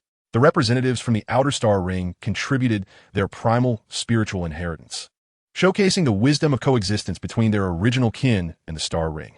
The green sprout from the new beginning star domain infused the memories of original enlightenment, documenting the journey from naivety to guardianship. Countless threads of inheritance memories transformed into colorful strands of light, weaving into a vast tapestry of shared inheritance above the inheritance sharing pillar, with every inch of its patterns representing the essence of a civilization's legacy. Shao Chun, wielding the Heart Universe Inheritance Staff, led Yi Xiaoyan, Green Sprout, and the Eternal Elder to form a purification team, embarking on the inheritance sharing ship toward the blank dimension. The ship's hull was enveloped in a shared light shield woven from the energy of the inheritance tapestry, capable of withstanding the force of dimensional erosion. and within it resided the inheritance resonance device, designed to amplify the tapestry's energy to resonate with the blank inheritance core. During their voyage, Yi Xiaoyan sensed the blank dimension through her fighting spirit. It is so quiet here, devoid of the echoes of inheritance. Even my fighting spirit feels diminished. Green Sprout added, my spiritual perception can detect many souls of lost inheritance floating within the blank dimension. Their emotional waves are filled with a longing for legacy.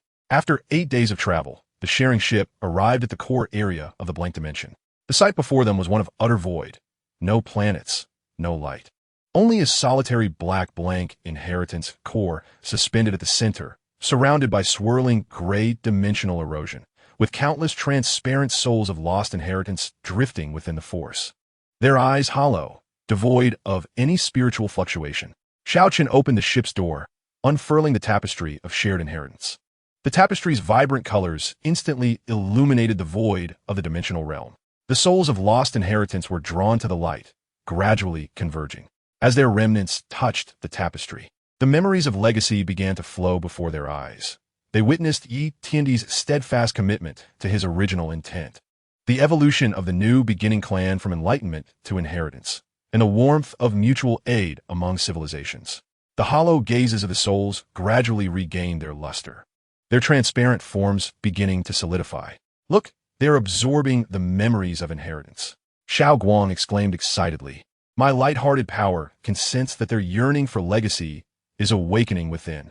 Seizing the moment, Xiao Chun thrust the Heart Universe Inheritance Staff into the blank inheritance core, channeling the energy of the shared tapestry into the core. The dimensional erosion within the core surged violently, revealing images of a civilization devoid of inheritance. They had once been one of the oldest civilizations in the universe, but a catastrophe had caused them to lose all their records and inheritors, leading to their eventual extinction, leaving behind these souls of lost inheritance adrift in the blank dimension. Your legacy has not vanished. Xiao Chan shouted at the blank inheritance core. Your very existence is a part of the cosmic inheritance. The calamities you endured remind us to safeguard our legacy, and your solitude teaches us the importance of sharing inheritance. Now, we invite you to join the Cosmic Inheritance Sharing Network to become guardians of legacy, using your experiences to help other civilizations better protect their heritage. Hearing her words, the souls of lost inheritance transformed into streams of transparent light, merging into the tapestry of shared inheritance. The aberrant erosion power of the blank heritage core, under the harmonious influence of Saturn energy and the remnants of souls, has gradually been purified, transforming into a heritage warning crystal. This crystal encapsulates the experiences of civilizations devoid of heritage, serving as a perpetual reminder for all cosmic civilizations to safeguard and share their legacies. As the blank heritage core undergoes purification, faint golden luminescent patterns begin to emerge from the blank aberrant, connecting to the cosmic heritage sharing network, thereby establishing itself as a warning node within the network. The remnants of civilizations without heritage also traverse through these nodes to the heritage academies of various civilizations, imparting the significance of heritage through their experiences, thus becoming unique heritage mentors. Upon returning to the Eternal Star Domain, Xiao Chun established the Heritage Warning Hall in the Heritage Hub Square, enshrining the Heritage Warning Crystal within. Daily, beings from across the cosmos visit to contemplate and remember the invaluable lessons of preserving heritage. The Cosmic Heritage Sharing Network has also introduced a warning section, chronicling the tales of civilizations devoid of heritage, alongside risk cases within various civilizations' legacies, aiding nascent civilizations in averting heritage crises. A millennium later, the Cosmic Heritage Sharing Network has enveloped every dimension of civilization, from the ancient myriad star rivers to the newly formed microdust worlds, allowing for the shared wisdom of heritage and exchange of experiences. Within the Heritage Warning Hall, remnants of civilizations without heritage continue to narrate their tales, safeguarding the future of cosmic heritage with their solitary pasts. On this day, Xiao Chun presided over a swearing-in ceremony for new inheritors alongside young representatives from various civilizations in front of the Heritage Sharing Pillar. Yi Xiaoyan, serving as their representative, held the Heart Universe Heritage Staff and led the youth in their oath, with the original intention of the esteemed Yi Tiandi as my vow, and the responsibilities of each civilization's heritage as my duty. I shall guard the heritage, share the heritage, render the heritage boundless, and let the Heart Universe continue anew. Amidst the resonating oaths, the heritage-sharing pillar erupted in resplendent radiance, harmonizing with every node of the cosmic heritage-sharing network, illuminating every corner of the universe. Xiao Chun gazed into the resolute eyes of the young inheritors, as if he were witnessing his former self, the youthful Yi Tiandi, and the countless figures who had toiled for the sake of heritage. The legend of Yi Tiandi has transcended from the struggles of an individual to the shared continuity of heritage across the universe. The principles of the myriad heart realms have transformed into the cosmic laws of boundless heritage, guiding generation after generation of beings.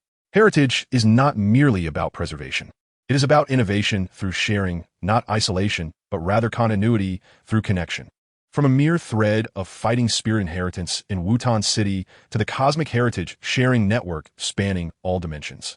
From the steadfastness of Yi Tiandi alone to the collective guardianship of all beings in the universe, the essence of Yi Tiandi has become one with the concept of heritage, eternally living in every fragment of the universe's legacy, perpetually inspiring beings to use heritage as a bond and sharing as a bridge, making heritage boundless in the river of the heart universe, continuing legends until eternity. Chapter 75. Heart Universe continues. Legends have no end. Within the central hub of heritage sharing in the eternal star domain, Xiao Chun is observing the cosmic heritage dynamics through the all-dimensional heritage mirror.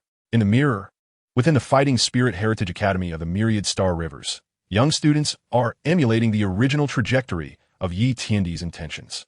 At the warning node of the blank aberrant, remnants of civilizations without heritage are imparting the value of heritage to nascent civilizations. Beside the moss field of the new beginning star domain, green sprouts lead children in weaving strands of heritage light with the lantern of original intent. The entire cosmic heritage network resembles a splendid web of light, intertwining and flowing between dimensions. Lord Xiao Chun, the eternal star core, has transmitted the ultimate heritage signal. The voice of the mechanical assistant brimmed with unprecedented excitement as a golden signal, traversing all dimensions, materialized on screen. This signal, imbued with the energy of eternal legend, seemed to be the universe's primordial response to the ultimate heritage, guiding us to the eternal domain to fulfill the heritage loop left by the venerable Yi Tiandi. Xiao Chun touched the signal's trajectory with his fingertips, a moment of enlightenment flashing in his eyes. The eternal domain is the origin of cosmic heritage, where legends are said to conceal the eternal heritage core, the inception and conclusion of all inheritances in the universe. This signal is a prelude to the heritage planted by the venerable Yi Tiandi during his transcendence of eternity, urging us to utilize the collective heritage power of the universe to demonstrate that legends indeed have no endpoint. Turning to the ethereal form of Yi Xian beside him, he declared, "Esteemed one, this is our final step in inheriting the myriad principles of heritage." The ethereal form of Yi Xian shimmered with radiant heritage patterns. The venerable Yi Tiandi once said, "The ultimate of legends is to enable every being to become a part of the legend. The call of the eternal domain is the ultimate mission of heritage. We must proceed. Remember, the eternal heritage core is the origin of heritage and must be approached with the collective belief in heritage from all beings of the universe, without external interference." 3 days later, Xiao Chun led a delegation composed of Yi Xiaoyan, Green Sprout, Elder of Eternity, and the representative of the remnants of civilizations without heritage, named Qingyang, setting forth aboard the heritage origin vessel. The vessel was enveloped in the adaptive armor capable of bearing the essence of heritage, and within it was stored the all-dimensional heritage record, encompassing all heritage stories from the Fighting Spirit continent to various dimensional civilizations, along with a symbol of eternal heritage, distilled from the original intentions of beings across the universe, serving as the key to connect with the heritage core. During the voyage, Qingyang utilized the remnants to perceive the eternal domain. The heritage energy here was as vast as an ocean, with each strand of energy carrying the legacy of a civilization. Our remnants may resonate with the primordial power, perhaps guiding us to the location of the eternal heritage core, added Yi Xiaoyan. My fighting spirit can sense the lingering echoes of the venerable Yi Tiandi's heritage is guiding us ahead. After 15 days of travel, the heritage vessel arrived at the heritage stargate of the eternal domain. The stargate was composed of countless golden heritage patterns, through which flowed the trajectories of all cosmic heritage. From the first civilization igniting the spark of heritage to Yi Tiandi consolidating his fighting spirit in Wutan City, and onward to Shao Chun, leading beings across dimensions to share heritage. An epic of cosmic heritage unfolding like a flowing narrative. A guardian of the eternal heritage, enveloped in the primordial heritage power, emerged from the Stargate, transmitting his voice through the resonance instrument. I have safeguarded the eternal heritage core for countless years, and at last, the moment for the heritage loop has arrived. Follow me, for the eternal heritage core has sensed the collective belief in heritage from the entire universe and is awaiting your final connection. Following the guardian into the eternal heritage hall. At the center of the hall floated a resplendent eternal heritage core, surrounded by a swirling spectrum of colors, embodying the energy of all cosmic heritage. The most central golden-purple luminescent pattern was the ultimate echo of Yi Tiandi's myriad heritage, resonating powerfully with the eternal heritage symbol in Shao Chen's hand. The eternal guardian spoke softly. The eternal heritage core is the origin of cosmic heritage. It records the rise and fall of all civilizations' legacies. To complete the heritage loop, the all-dimensional heritage record and the eternal heritage symbol must be integrated into the core, awakening the eternal heritage light within, allowing the essence of heritage to connect with the belief in heritage from all beings, realizing the eternity of heritage and the perpetuity of legends. Shao Chun retrieved the all-dimensional heritage record and the eternal heritage symbol, slowly pushing them towards the eternal heritage core. At the moment of contact, the heritage core erupted in blinding radiance, its inner light resonating with the heritage stories recorded in the vessel. Projecting countless images of heritage within the hall, a boy in the fighting spirit continent guarding his family, beings from the cross-dimensional new realm merging with the path of existence. Children in the new beginning star domain conveying their original intentions, and remnants of civilizations without heritage warning against heritage crises. Each image represented an individual heritage story, a fragment of legend, in the name of the collective belief in heritage from all beings in the universe. Awaken the eternal heritage light. Shao Chun raised his hands high, as the stories from the all-dimensional heritage record transformed into myriad strands of light, merging into the heritage core. Yi Xiaoyan unleashed her fighting spirit. Green Sprout radiated the light of the moss of the heart. Elder of Eternity infused wisdom of heritage, and Qingyang contributed the warnings from the remnants. All powers converged into a beam of all-dimensional heritage light, infusing the eternal heritage core. The heritage core trembled violently, the myriad echoes of heritage within gradually clarifying. As the ethereal figure of Yi Tiandi emerged from the light patterns, more tangible than ever before, he gazed at Shao Chun and the heritage team, his voice resonating throughout the eternal domain. Shao Chun, all inheritors, you have succeeded. In my youth, I ignited the spark of fighting spirit in the city of Wutan, not with the ambition of establishing myself as the singular legend, but rather to empower every sentient being to carve out their own legend through the continuum of tradition. This, indeed, encapsulates the true essence of an everlasting legacy. As my words echoed, the core of the eternal inheritance released a radiant light, which flowed through the stargates, intertwining with the cosmic legacy's shared network, transforming into a luminous pillar of inheritance that transcended all dimensions. Every being in the universe could feel the profound power of the source of inheritance. Their beliefs resonated with the light, and countless personal tales of legacy fused into this beam. The farmer's dedication to his fields, the child's kindness in aiding companions, and the cultivator's steadfast commitment to the lineage. These seemingly mundane stories collectively formed the boundless legend of the cosmos. Just as the cycle of inheritance was nearing completion, a fissure unexpectedly appeared in the core of the eternal inheritance, from which a thread of termination energy seeped forth. This was the universe's test of whether the legacy could truly be eternal. If unresolved, the pillar of inheritance would gradually fade. The termination energy posed our final challenge. The voice of the ethereal projection of the Emperor Yi was resolute. To resolve it, we do not require immense strength, but rather the heartfelt declarations of all beings across the universe, affirming that each individual is perpetuating their own legend. Shao Chun immediately summoned the call through the inheritance network to all beings. Proclaim your beliefs in inheritance. Let us together demonstrate that legends have no end. In that instant, a resounding chorus erupted across the dimensions of the universe. I shall carry forth the original intent of the esteemed Emperor Yi. I will safeguard the traditions of our civilization. I will aid the newborn civilizations in continuing their legacies. Countless voices of belief converged into an unyielding wave of faith, surging towards the core of eternal inheritance. The wave of belief collided with the termination energy, gradually dissipating it, and the fissure in the core began to seal once more. The core of eternal inheritance and the cosmic legacy network fully integrated, forming a pattern of eternal inheritance that encompassed every inch of space and every dimension in the universe. The ethereal projection of Emperor Yi merged seamlessly with the core of inheritance, his voice resonating as the echo of legacy throughout the cosmos. From this moment forth, every sentient being in the universe shall be a scribe of legend. Each tale of inheritance shall be a fragment of the myriad legends. This is the communion of hearts. An eternal legacy. A millennium hence, Shao Chun had ascended to the role of the saint of eternal inheritance. Beside the hall of eternal inheritance, she established the Academy of Legend Continuation, teaching beings how to record their own inheritance stories and how to create legends from the ordinary. Beside the core of eternal inheritance, a new wall of eternal legends was erected, etched with the names and stories of all beings across the universe, from Emperor Yi to Yi Xiaoyan. From Green Sprout to the Void Shadow, from cultivators to farmers, each name a part of the grand tapestry of legend.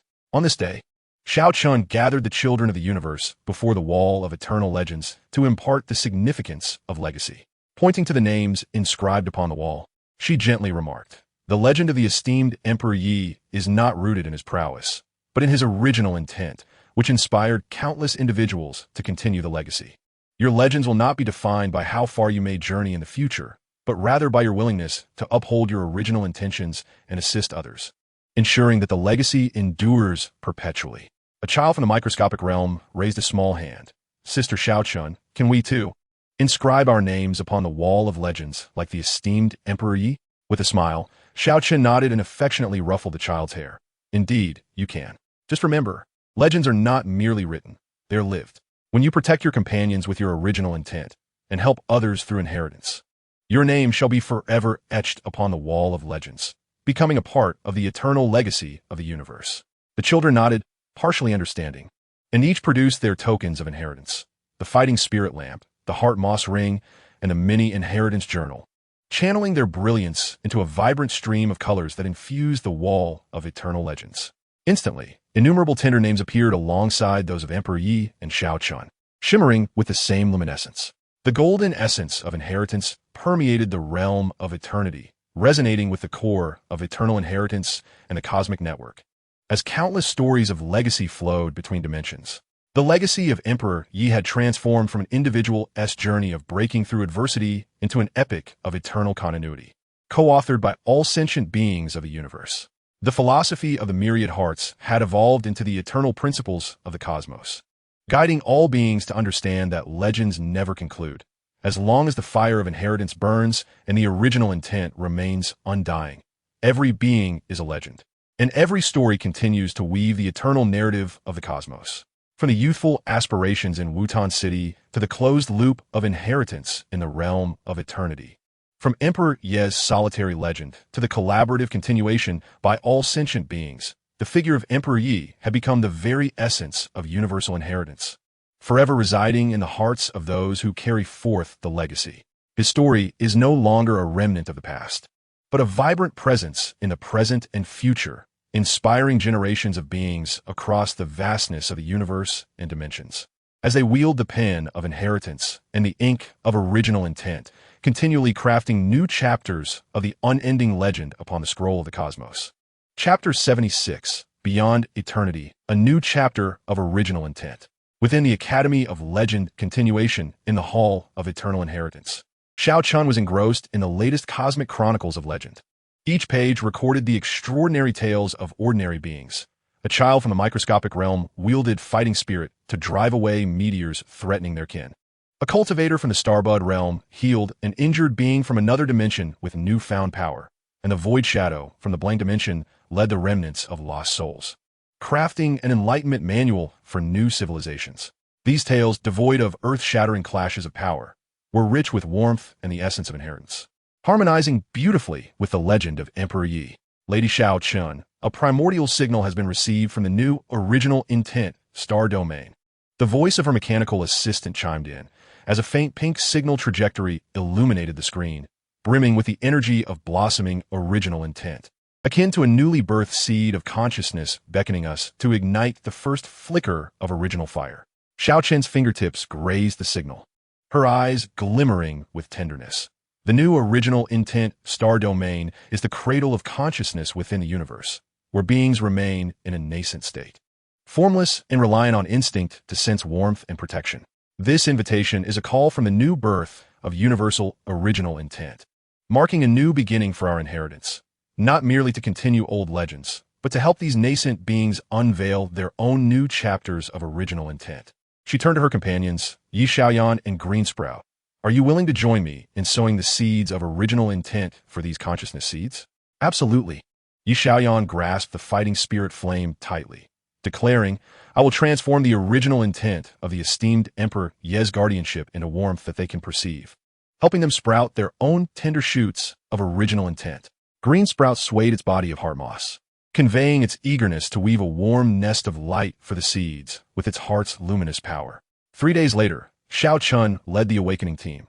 Yi Xiaoyan, the messenger of fighting spirit, Greensprout, the messenger of light, and the original intent mentor from the Hall of Eternal Inheritance, Firefly, embarking aboard the seed of original intent.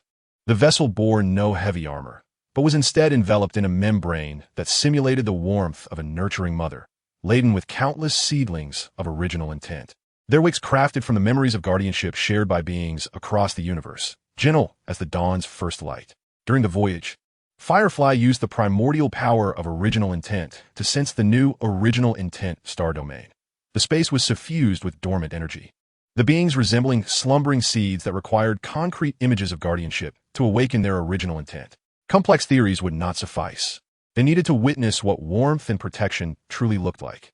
Greensprout added, my heart's light can manifest as shadows of original intent, transforming stories of guardianship into warmth they can perceive.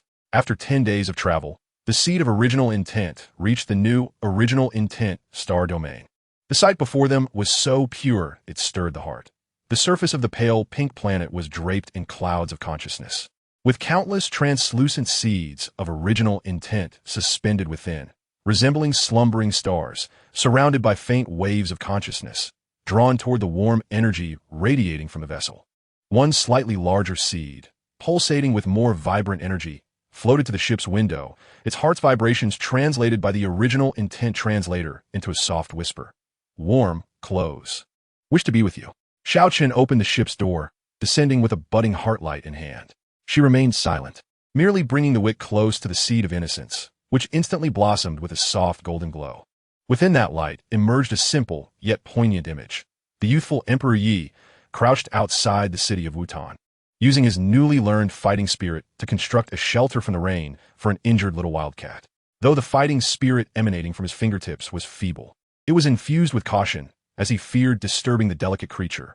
Suddenly, the seed of innocence pulsated with urgency, its translucent form shimmering with a gentle pink hue. It tenderly touched the shelter depicted in the light, as if to experience that careful guardianship. The surrounding seeds of innocence began to gather, the image circulating among them. And increasingly more seeds glimmered with pink, as if the essence of innocence were sprouting forth. They are sensing, exclaimed the exuberant Greensprout. My heartlight can perceive it. Within their souls, the instinct to seek warmth is transforming into a desire to convey warmth. Yi Xiaoyan stepped forward, placing a spark of fighting spirit upon the cloud of consciousness, infusing it with his energy. Look, this is how I first protected a living being. Within the spark appeared the image of young Yi Xiaoyan, in a parallel world of the fighting spirit continent.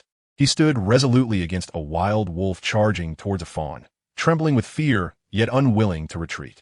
This was his purest moment of guardianship, devoid of power, yet fueled only by the instinct of courage. The seeds of innocence encircled the spark and the budding light, beginning to mimic the actions portrayed in the image. Some used their mental energy to lift the drifting clouds of consciousness, creating makeshift umbrellas for their companions, while others shielded the smaller seeds from the gusts of wind, even as they swayed precariously. Their mental waves gradually coalesced in protection, causing the consciousness clouds on the planet's surface to bloom with delicate pink flowers of innocence. However, just as the seeds of innocence began to solidify their essence, an unexpected disturbance arose from the eye of the mental storm in the new seed star domain. A wave of confusion emanated from the storm, a perplexing energy that threatened to plunge the newly sprouted innocents into doubt about the purpose of their guardianship, possibly even reverting them to a dormant state. The confusion of innocence was an inevitable phase in the growth of the mental embryo. If mismanaged, they could become forever ensnared within themselves, unable to cultivate true innocence. The ethereal figure of Yi Xian manifested urgently, his patterns of innocence intertwining with the budding energy. At the storm's center lay a core of confused innocence, which could only be resolved through our own stories of innocence, not through lectures, but by allowing them to witness that we too have experienced confusion. Yet the warmth of guardianship can dispel such uncertainty.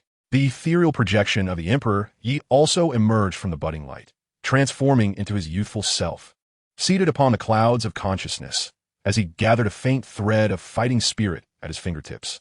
In my youth, outside Wutan, I too experienced confusion, he recounted. My progress in fighting spirit was slow, and my kin questioned my resolve. I found myself pondering the reasons for my desire to grow stronger. It was only upon witnessing my father's injuries sustained in protecting our family that I came to understand. Becoming stronger is not for oneself, but to safeguard those whom one cherishes. Confusion is not to be feared. What is truly frightening is forgetting the warmth of our origins. Xiao Chun made an immediate decision. Yi Xiao Yin, share your confusion from the first time you protected the fawn. Green Sprout, recount your bewilderment when you first learned of Heartlight and how to assist your companions. Let us use our own confusion and growth to help them dispel theirs. Yi Xiao Yin approached the core of confusion, his voice imbued with the warmth of reminiscence. When I faced the wild wolf, my legs trembled, and I thought to myself, I cannot defeat it. Why should I charge forward? But upon seeing the fearful eyes of the fawn, I suddenly realized, if I do not stand in its way, it will be hurt. What use is my learned fighting spirit then? Even though I was wounded by the wolf, once I saw the fawn safe, I understood that guardianship is not about being strong. It is about not wishing to see those we care for suffer. Green Sprout then released their Heartlight, transforming into the image of their awakening. I once did not know what Heartlight could accomplish. Seeing my companions injured, I could only anxiously pace about, until Sister Xiao Chun advised me to take my time to gently envelop them in my light, allowing them to feel my concern. I later discovered that even the weakest light, when imbued with warmth, serves as a form of guardianship. The seeds of innocence listened intently as the great energy of the confused core gradually softened.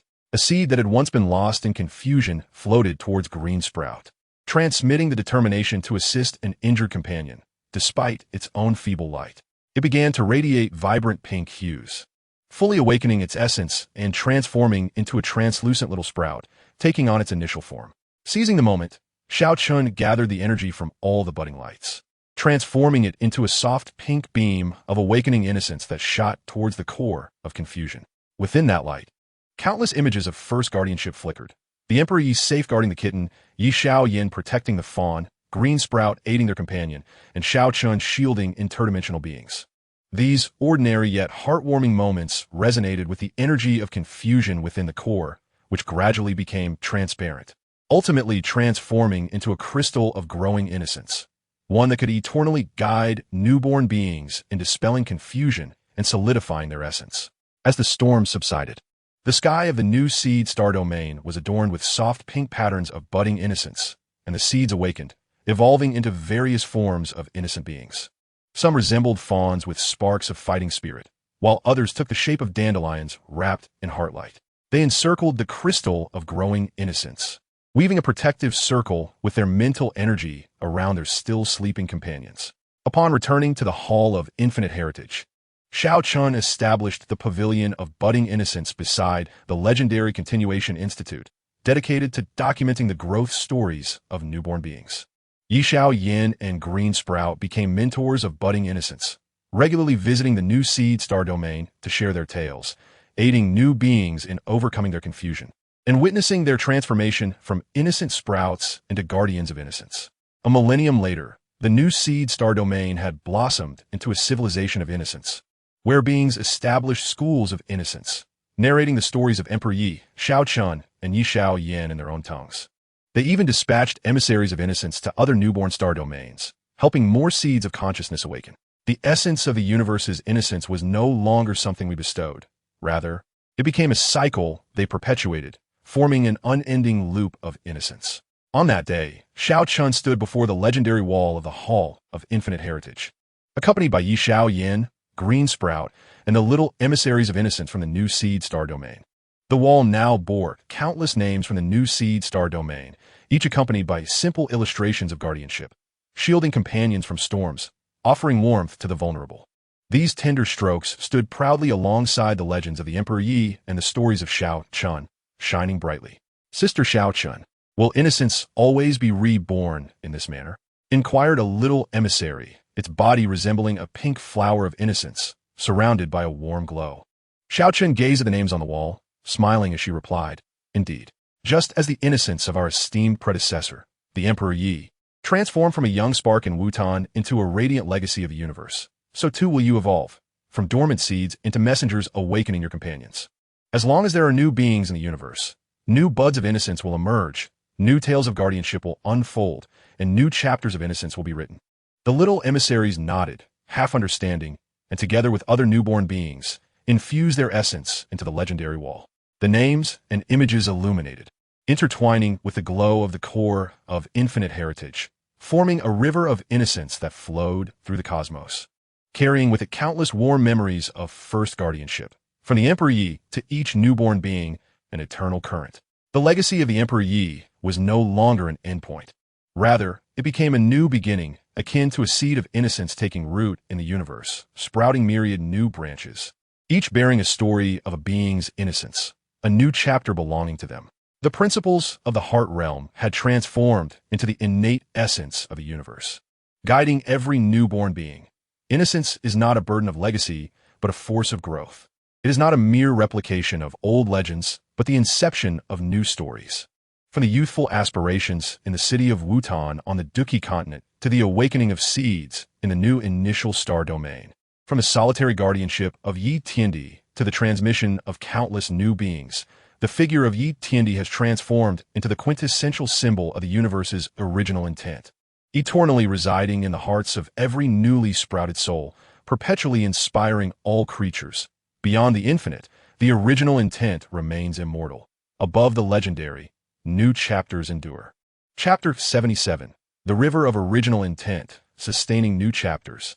Within the budding pavilion of original intent in the Hall of Eternal Legacy, Xiao Chan meticulously organized the growth records from the new initial star domain. Each page of the tome bore heartfelt illustrations crafted by sentient beings using their spiritual energy. The little emissary of original intent painted a scene of shielding companions from the rain in soft pink light. The Duki fawn captured the moment of its first condensation of fighting spirit to protect its young in shimmering gold. And the luminous dandelion sketched the act of conveying warmth to the blank remnants of a different dimension in gentle purple hues. These tender yet sincere artworks, akin to stars, adorned the cosmic river of original intent. "Mr. Xiao Chun, the river nexus has received a resonant signal," exclaimed the mechanical assistant joyfully as a vibrant, rainbow-hued signal surged across the screen, infused with the energy of new chapters enduring. It was an invitation to the grand celebration of original intent from the new initial star domain, the Dust Realm, the Starbud Realm, and other burgeoning civilizations, hoping to host the River of Original Intent Festival at the River Nexus, inviting all beings across the universe to witness the revitalizing power of original intent. Xiao Chan traced the signal's trajectory with her fingertips, her eyes sparkling with satisfaction. The River Nexus was the convergence point of the River of Original Intent, connecting the lifeblood of all new civilizations. This grand celebration marked a pivotal transition for these civilizations, from merely receiving the legacy of original intent to taking the helm of its transmission, heralding the moment when the river truly began to flow. She turned to her companions, Yi Xiaoyan and the little emissary, Pink Bud, and declared, "We must honor this promise of original intent." Yi Xiaoyan clenched the spark of fighting spirit in his hand, his eyes brimming with anticipation. "At the festival, I will share the stories of my original intent alongside the esteemed Yi Tiandi, so that more may understand that the essence of original intent knows no bounds. As long as the heart is steadfast in guardianship, it suffices." Pink Boo Sweet Hia Pink. Flower-shaped form, transmitting waves of excitement about performing the guardianship dance for everyone. 3 days later, Xiao Chun led the delegation for the Grand Festival of Original Intent, consisting of Yi Xiaoyan, Pink Bud, Green Bud, and the original intent mentoring Wong from the Hall of Eternal Legacy, aboard the River of Original Intent vessel.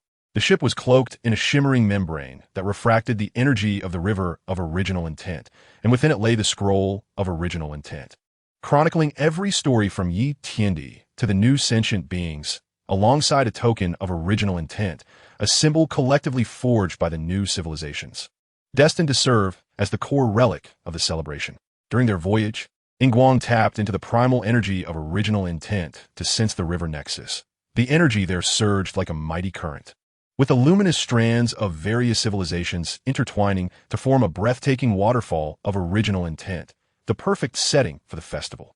The new sentient beings were diligently constructing a stage of original intent with their spiritual powers, the atmosphere thick with joy and camaraderie.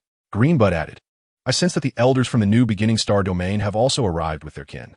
They wish to weave the tapestry of the river of original intent together with the new civilizations. After 5 days of travel, the river vessel arrived at the square of original intent at the river nexus. The scene before them was teeming with life.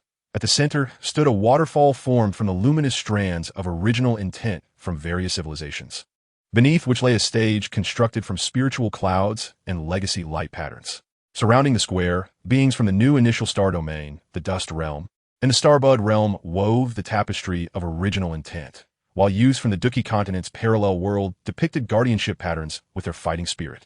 The beings of the Lightheart clan embroidered warm light patterns with their radiant energy, and the green buds from the new beginning star domain crafted tales of original intent with moss from their hearts, creating an ocean of original intent throughout the square.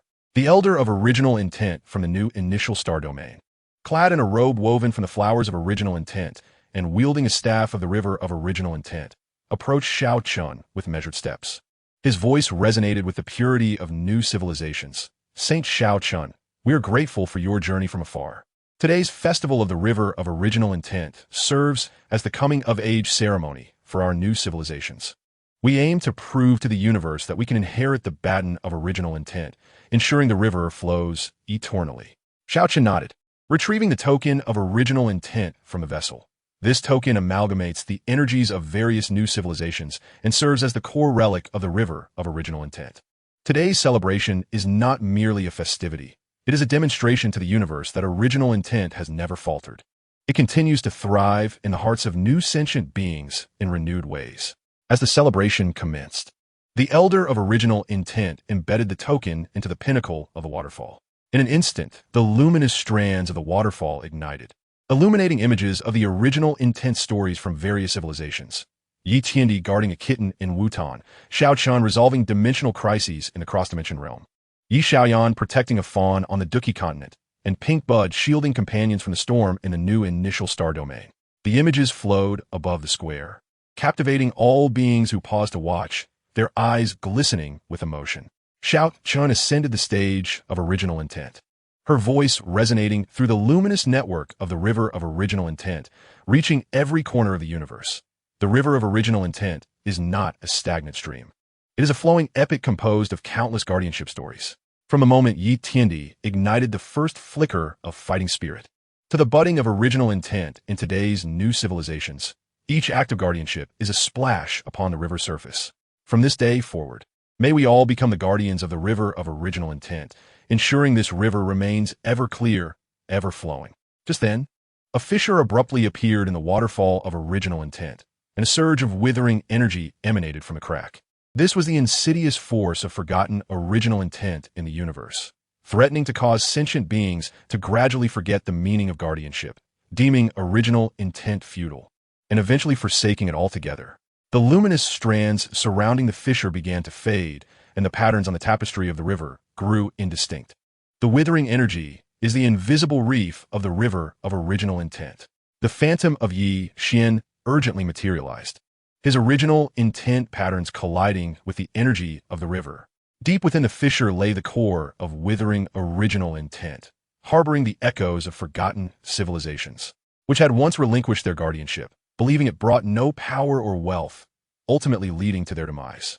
If not purified in time, the river of original intent would gradually dry up, and the essence of new civilizations would wither alongside it. The ethereal figure of Yi Tiandi also emerged from the token of original intent, transforming into his youthful form before the waterfall, his fingertips coalescing a flicker of fighting spirit. In my time in Wutan, there were those who said my progress in fighting spirit cultivation was slow, that no matter how much I guarded, it was futile. But I understood that original intent is not a tool of utility. It is the heartfelt desire to act. Even if it means weathering a storm once or aiding a single companion, original intent holds profound significance. Xiao Chun swiftly resolved. All partners from the civilizations, immediately infuse your most seemingly useless yet warm original intent stories into the waterfall, proving the significance of original intent through acts of seemingly futility. In an instant, beings began to release their memories of original intent. An elderly cultivator from the dust realm recounted how he used his meager powers to shield a wilting flower from the sandstorms for 3 years. Some claimed the flower's survival was inconsequential, yet he felt it was worth it when the flower bloomed. A child from the starbud realm shared how he used his pocket money to buy food for a wandering creature from a different dimension. Others argued the creature had little time left, yet the moment it nuzzled against his palm, he felt it was worth it. Countless seemingly useless yet heartwarming stories transformed into strands of colorful light, merging into the waterfall of original intent. Xiao Chun led Yi Xiaoyan, Pink Bud, and Green Bud in a leap toward the fissure. They infused the energy of the token of original intent into the core of withering intent, which roiled violently, revealing images of forgotten civilizations. Once filled with fervent original intent, they had gradually relinquished their guardianship, believing it brought no strength or wealth, neglecting their companions in pain, ignoring the damage to their homes, and ultimately reducing their civilization to ruins, leaving behind nothing but echoes of despair over the futility of original intent. Original intent is not futile. You merely misjudged the measuring standards. Xiao Chun shouted at the withered core of original intention. Look at this flower of original intent. Guarded by the aged practitioner, it cannot fight, nor can it yield resources, yet when it blooms, all beings in the microscopic dust realm feel a warmth. This little beast, aided by children, is incapable of labor or repayment, yet its companionship teaches the children the essence of kindness. The meaning of original intent lies not in utility, but in the ability to warm the world. The remnants of a civilization that had lost its original intent began to emerge from the core. As they beheld the seemingly futile scenes of guardianship, their despair gradually dissipated, transforming into a pure essence of original intent that merged with the river of original intention symbols. The withering force of the core was purified, becoming a guardian crystal of the river, capable of eternally nurturing the river of original intent and preventing its desiccation. The fissure sealed, and the original intention waterfall regained its brilliance, while the patterns on the river's tapestry flourished anew. The elder of original intention embedded the guardian crystal into the waterfall, releasing energy that connected with all civilizations in the universe, emphasizing that original intent transcends utility. Focusing instead on the warmth of belief, reaching into the hearts of every being. A millennium later, the river nexus had evolved into the center for exchanging original intent across the cosmos. Each year, the Festival of the River of Original Intent was held, where nascent civilizations shared their stories of original intent, and ancient civilizations rekindled their warmth. The river of original intent branched out into countless tributaries, nourishing the spirit of every being across the universe. On this day, Xiao Chun stood before the original intention waterfall, watching as beings laughed, shared, and protected one another in the square. Yi Xiaoyan was narrating the tale of Emperor Yi Tian to a group of children, while Fenya led her friends in a dance of guardianship. Green Bud and the tribes of the New Beginning Star Domain wove a new tapestry of original intent together. The elder of original intention approached Xiao Chun, reflecting, the spark of original intent ignited by our predecessor, Emperor Yi Tian, has now transformed into a rushing river. This is the river of original intent, a new chapter that endures.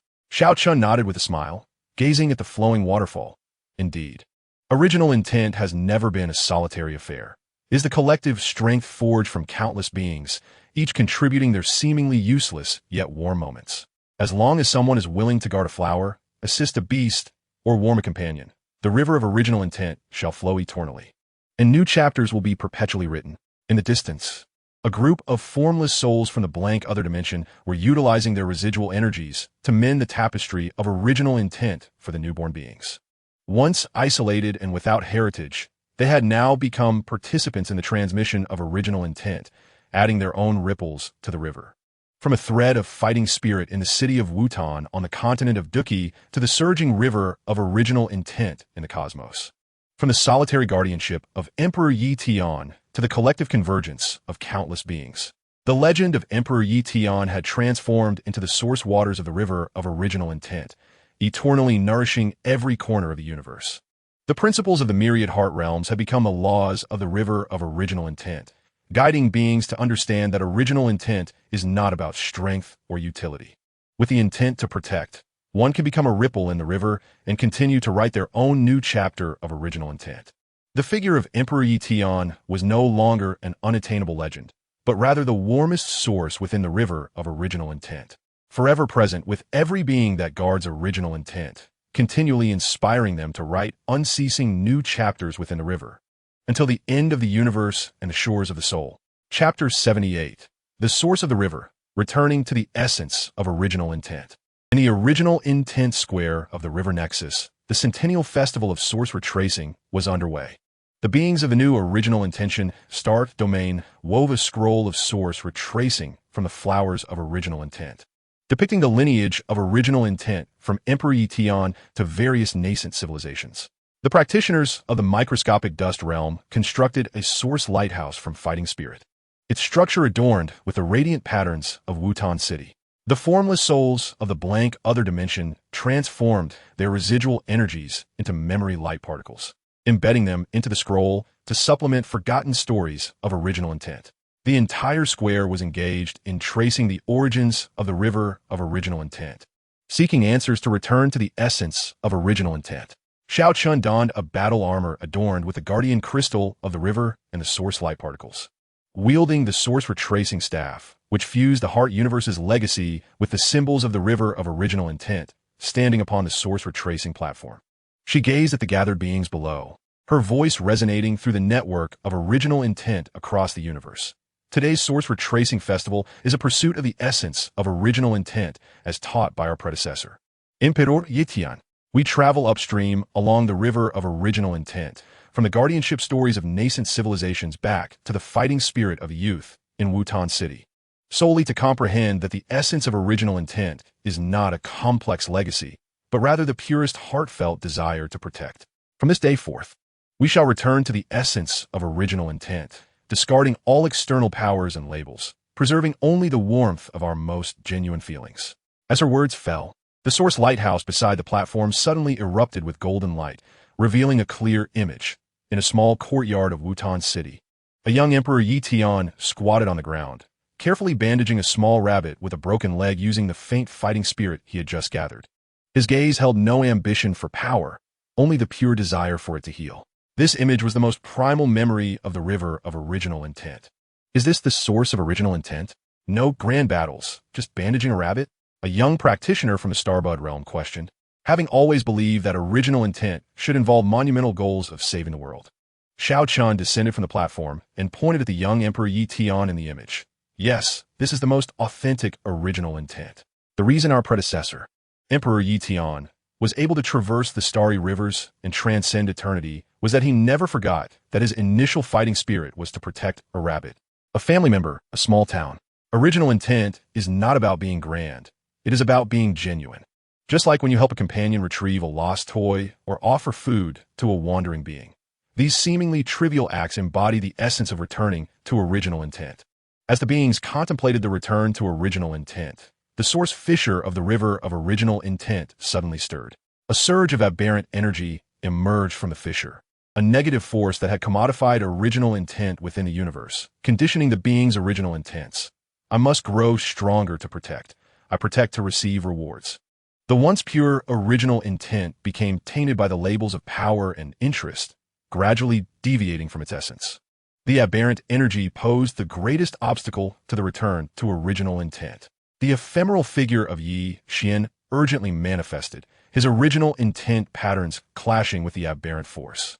Deep within the fissure lay an aberrant core of original intent, echoing the remnants of civilizations that had once transformed original intent into a tool for strength, ultimately succumbing to excessive self-interest and conflict, leading to their civilization's demise.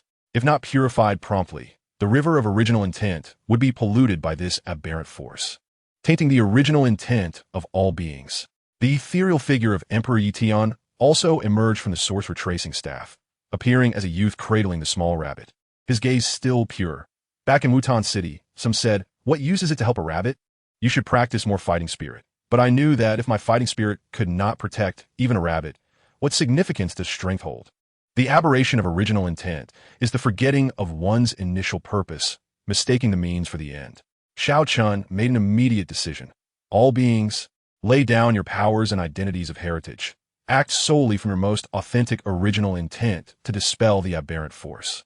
Give your companions a hug. Help the weaker beings build a nest, and awaken the purity within the aberrant core through warmth without ulterior motives.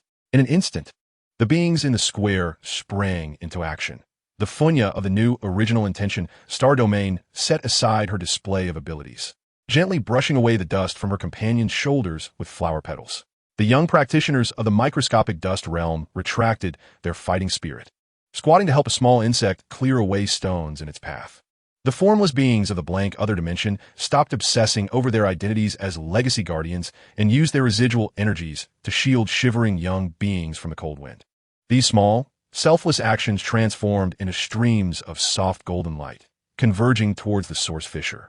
Xiao Chun, alongside Yi Xiaoyan, Funya, and the formless beings, formed a purification team and set sail towards the fissure aboard the source retracing vessel. The vessel bore no defensive armor. Instead, it was enveloped by a translucent membrane of purity that conveyed the essence of untainted intentions. Within, it housed a diminutive record of pure intentions, chronicling the seemingly insignificant acts of guardianship by various beings, alongside a talisman of pure intent distilled from the memories of the young Emperor Yi, serving as the pivotal artifact for purifying the core of aberration. During the voyage, the ethereal shadow utilized remnants of souls to perceive the fissure's interior. The forces of aberration here resembled a thick fog, capable of distorting the intrinsic awareness of beings. Our lingering spirits had once wandered in confusion due to the absence of legacy, profoundly understanding the anguish of lost authenticity, perhaps guiding us closer to the core of aberration. Yi Xiaoyan interjected. My fighting spirit can sense the echoes of pure intent from the elder Emperor Yi. It is directing us to combat the vast aberration through small, meaningful actions. After 3 days of navigation, the vessel arrived at the heart of the aberration core within the fissure. The sight before them was heart-wrenching. A black core of aberration floated at the center, ensnared by gray tendrils of aberration, where countless remnants of pure intention struggled. They had once been guardians of life, yet in their pursuit of fame and fortune through protection, their motives had soured, leading to the collapse of their original intentions and their descent into mere remnants. Xiao Chen opened the ship's door and unfurled the record of pure intentions, its imagery circulating in the core of aberration, the tender shoots brushing away the dust from their companions, a young boy clearing stones from a path, the shadow shielding against the chilling wind. These seemingly trivial yet pure acts shone like beams of sunlight, piercing through the gray miasma of aberration. The remnants paused their struggles, their gazes gradually regaining clarity as they began to recall their initial pure intentions, not for gain, but simply to lend a helping hand. Look, they are remembering. Kraid Fenya, her excitement palpable. My perception of pure intent can still capture the seeds of purity nestled within their hearts. Seizing the moment, Xiao Chun cast the talisman of pure intent towards the core of aberration. The imagery of the young Emperor Yi and a small rabbit materialized within the talisman, colliding with the forces of aberration inside the core. The core revealed the narrative of a civilization once suffused with warmth, which, in its pursuit of exchanging pure intent for resources, had transformed guardianship into mere transactions, ultimately leading to incessant internal strife and destruction. In the concluding imagery, an aged cultivator cradled a small cat he had once rescued, lamenting, "I only wish to save it. When did protection require conditions? Your pure intentions have not vanished." Xiao Chan shouted at the core of aberration. Just as this old cultivator remembers the sincerity of saving the kitten, you too can recall your original desire to assist. Now, relinquish all conditions and labels, and engage once more in small, purposeless acts of guardianship to dispel the forces of aberration. The remnants of aberration sprang into action, some channeling their residual energies to assist their companions in untangling chaotic energies, while others shielded against the drifting dust of aberration with their very bodies. These selfless actions transformed into streams of pure, authentic essence, merging into the talisman of pure intent. The gray energy of the aberration core gradually dissipated, ultimately crystallizing into a beacon of protection, a reminder to all beings. The essence of pure intent lies in its simplicity. As the fissure sealed, the source of the river of pure intent regained its clarity, now flowing with countless minute yet pure memories of guardianship. The purified remnants of pure intent became emissaries of authenticity, traversing various civilizations to teach beings the ways of returning to their pure intentions, encouraging them to perform small, purposeless acts of kindness daily, safeguarding the simple beauties around them. Upon returning to the square of authenticity, Shao Chun established the pavilion of pure intent beside the source tower, housing only the tokens of pure intent from various beings. The tattered corner of clothing torn, while Yi Shaoyan shielded a fawn from wolves. The petals brushed by Funya to clear her companion's dust, and the remnants of light used by the shadow to fend off the cold wind. These seemingly ordinary items embodied the essence of pure intent far more than any formidable imperial weapon. A millennium later, the philosophy of returning to pure intent had spread throughout the cosmos. Cultivators no longer viewed guardianship as a means to enhance their strength, but rather embraced it as a daily habit. The children of newly birthed civilizations learned not the art of cultivation in their first lessons, but rather how to tie shoelaces for their companions and water plants. Even the celestial beings of the myriad star rivers would, in their spare moments, assist street vendors in tidying their stalls. The river of pure intent had finally returned to its most authentic form. On this day, Shao Chun accompanied the children from various civilizations within the pavilion of pure intent, gazing at the image of the rabbit of pure intent, forged from the memories of the young Emperor Yi. The children gathered around the image, mimicking the young emperor's movements, using their small hands to shield the pavilion's trinkets from the rain, their faces radiating pure joy. Sister Shao Chun, does returning to pure intent mean doing a small act of kindness for others every day? A young child inquired. Shao Chun smiled and nodded, affectionately ruffling the child's hair. Indeed, it was just so. The elder emperor Ye's pure intent began with helping a rabbit. Your pure intentions can also start with picking up a pen for a companion or assisting an elderly person. Pure intent need not be grand. It must simply be sincere. This is the answer to returning to pure intent and the secret to the everlasting clarity of the river of pure intent. The children nodded in a semblance of understanding and rushed to the square to embark on their own small acts of pure intent. Some helped the remnants gather scattered memories of light. Others watered the flowers by the source lighthouse, while others guided their younger companions along the pebble path. These small actions transformed into streams of golden light, merging into the river of pure intent, ensuring that the waters of the source remained eternally clear and warm. The legend of the young Emperor Yi was no longer a grand narrative of triumph over adversity, but rather a collection of humble moments spent aiding a rabbit. The ethos of the myriad hearts had shifted from transcending the eternal laws to cherishing the daily acts of guardianship surrounding them. The image of the Emperor Yi was no longer that of a distant deity, but of the young boy from Wutan City, cradling a rabbit, forever living in the hearts of beings who perform small acts with genuine intent. From the boy and the rabbit in the Duki continent's Wutan City to the minute acts of guardianship across the universe.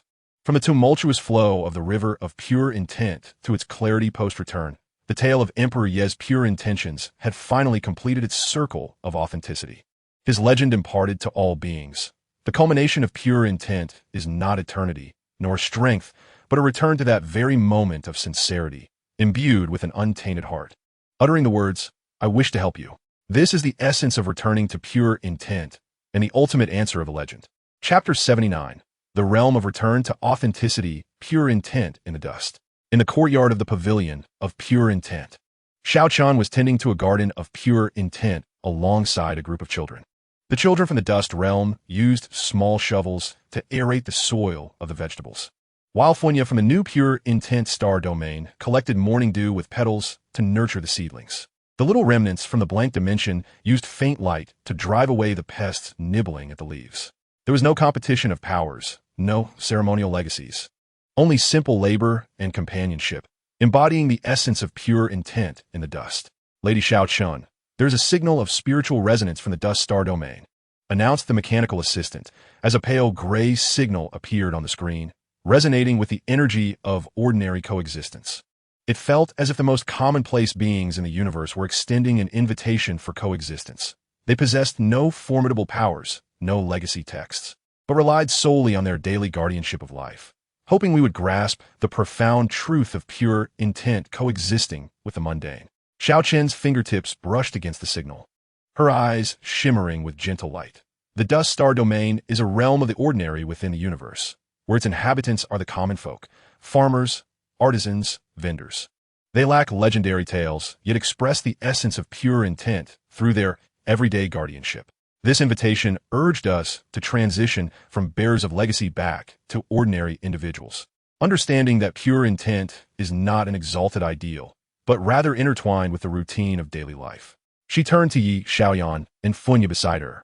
Are you willing to join me in the dust star domain to live as ordinary people?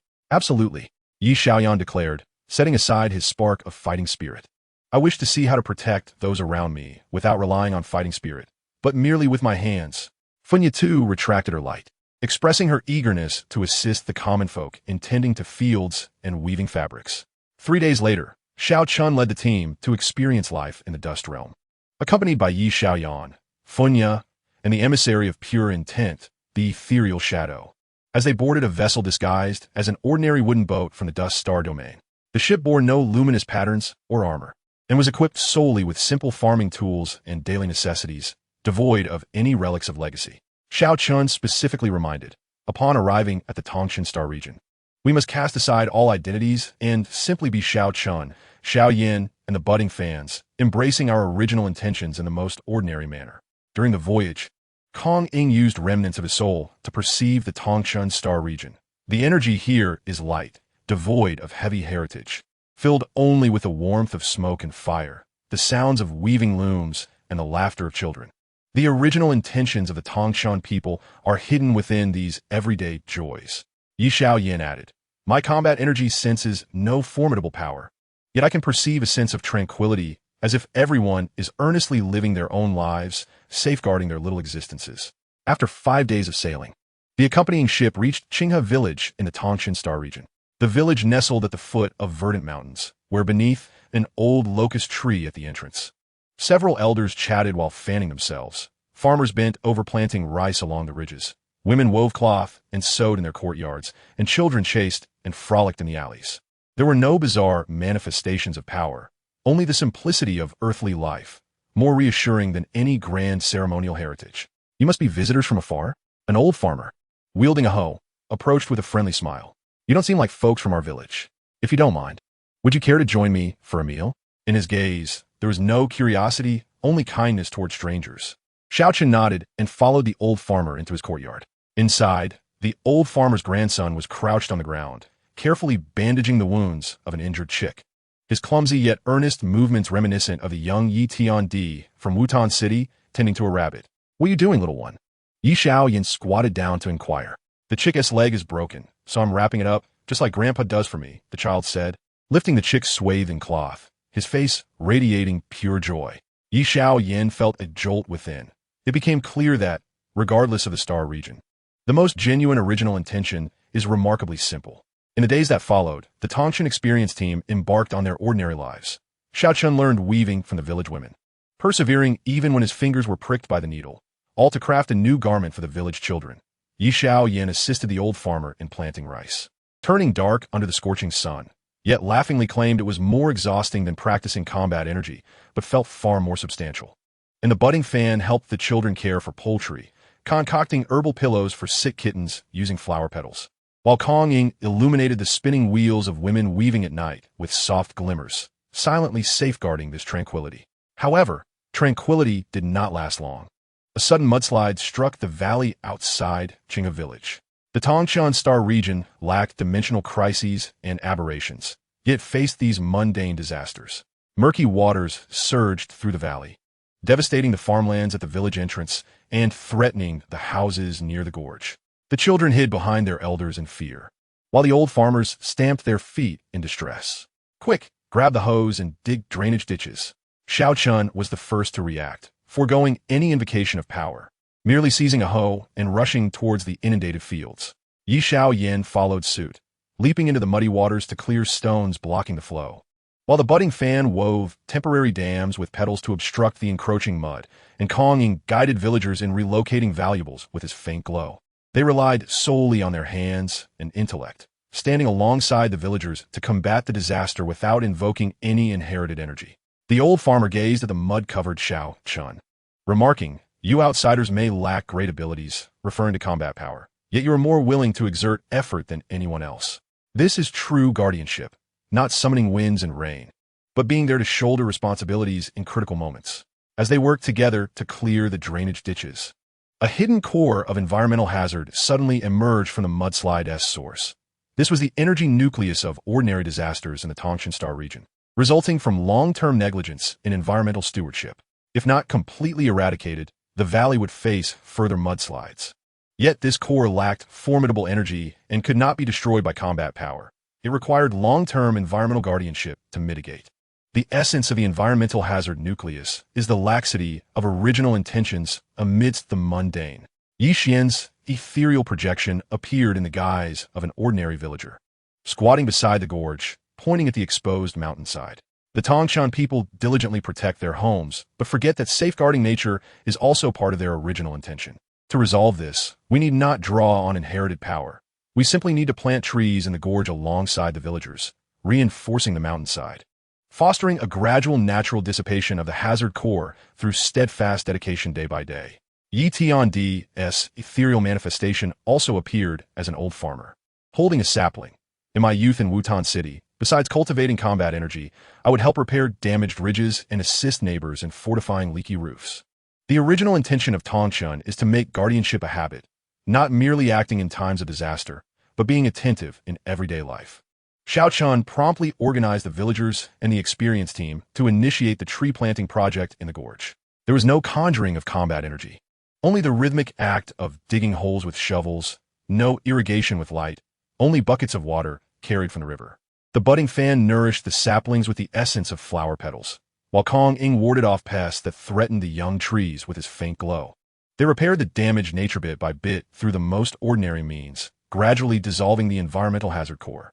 3 months later, saplings filled both sides of the gorge, and the exposed mountainside was clothed in lush grass. The environmental hazard core, nourished by the vegetation, gradually transformed into threads of earthly protective energy, merging with the land of Qingyang village. The villagers erected a monument to guardianship beside the gorge, inscribed with the names of Xiao Chun, Yi Xiaoyan, the budding fan, Qingyang, and all the villagers. No titles, no ranks of combat power, only the humble designation of guardians of Qingyang village. As they departed from Qingyang village, the children clutched the fabric woven by the budding fan, and the old farmers carried the grains they had harvested, sending them off time and again. The budding fan, reluctant to leave, asked, "Will we be able to return?" The old farmer smiled and replied, "You are always welcome here. There will always be your ridges, your spinning wheels, and little chicks that need your guardianship." Upon returning to the Guasian Original Intention Pavilion, Xiao Chun established a new Tangshan experience zone, displaying the hoes, spinning wheels, and looms brought back from Qingyang village, allowing beings who came to comprehend their original intentions to experience guardianship without relying on combat power.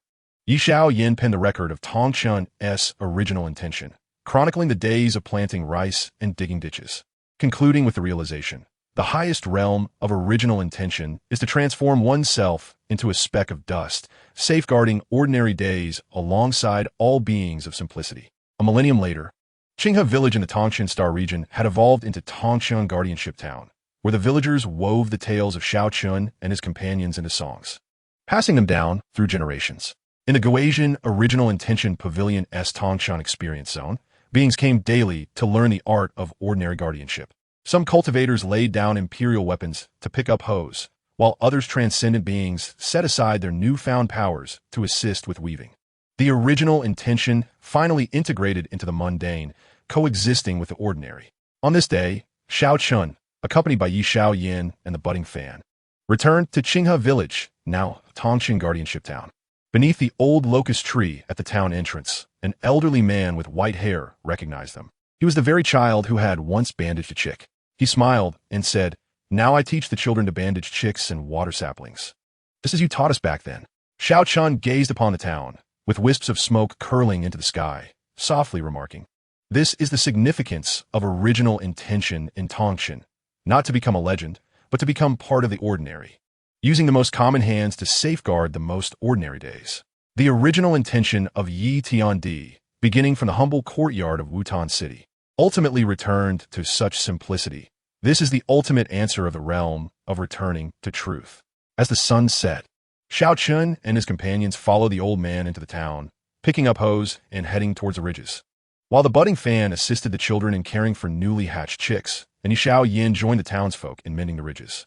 Their figures blended into the twilight and rising smoke, becoming part of the ordinary guardianship, embodying the warmest speck of dust in the river of original intention. The legend belonging to Yi Tiandi was no longer one of imperial grandeur in the cosmos, but rather the gentle warmth of integration into the mundane. The principles of the myriad hearts transformed from the laws of transdimensional eternity into the daily coexistence with dust. Yi Tiandi's figure was no longer a mere ethereal manifestation of power, but the ordinary youth from Wutan City and the humble farmer from Qingyang village, forever living in the hearts of all beings who guard the ordinary within the mundane. From an ordinary youth in the city of Wutan on the continent of Duki to a humble guardian of the Tangshan star domain.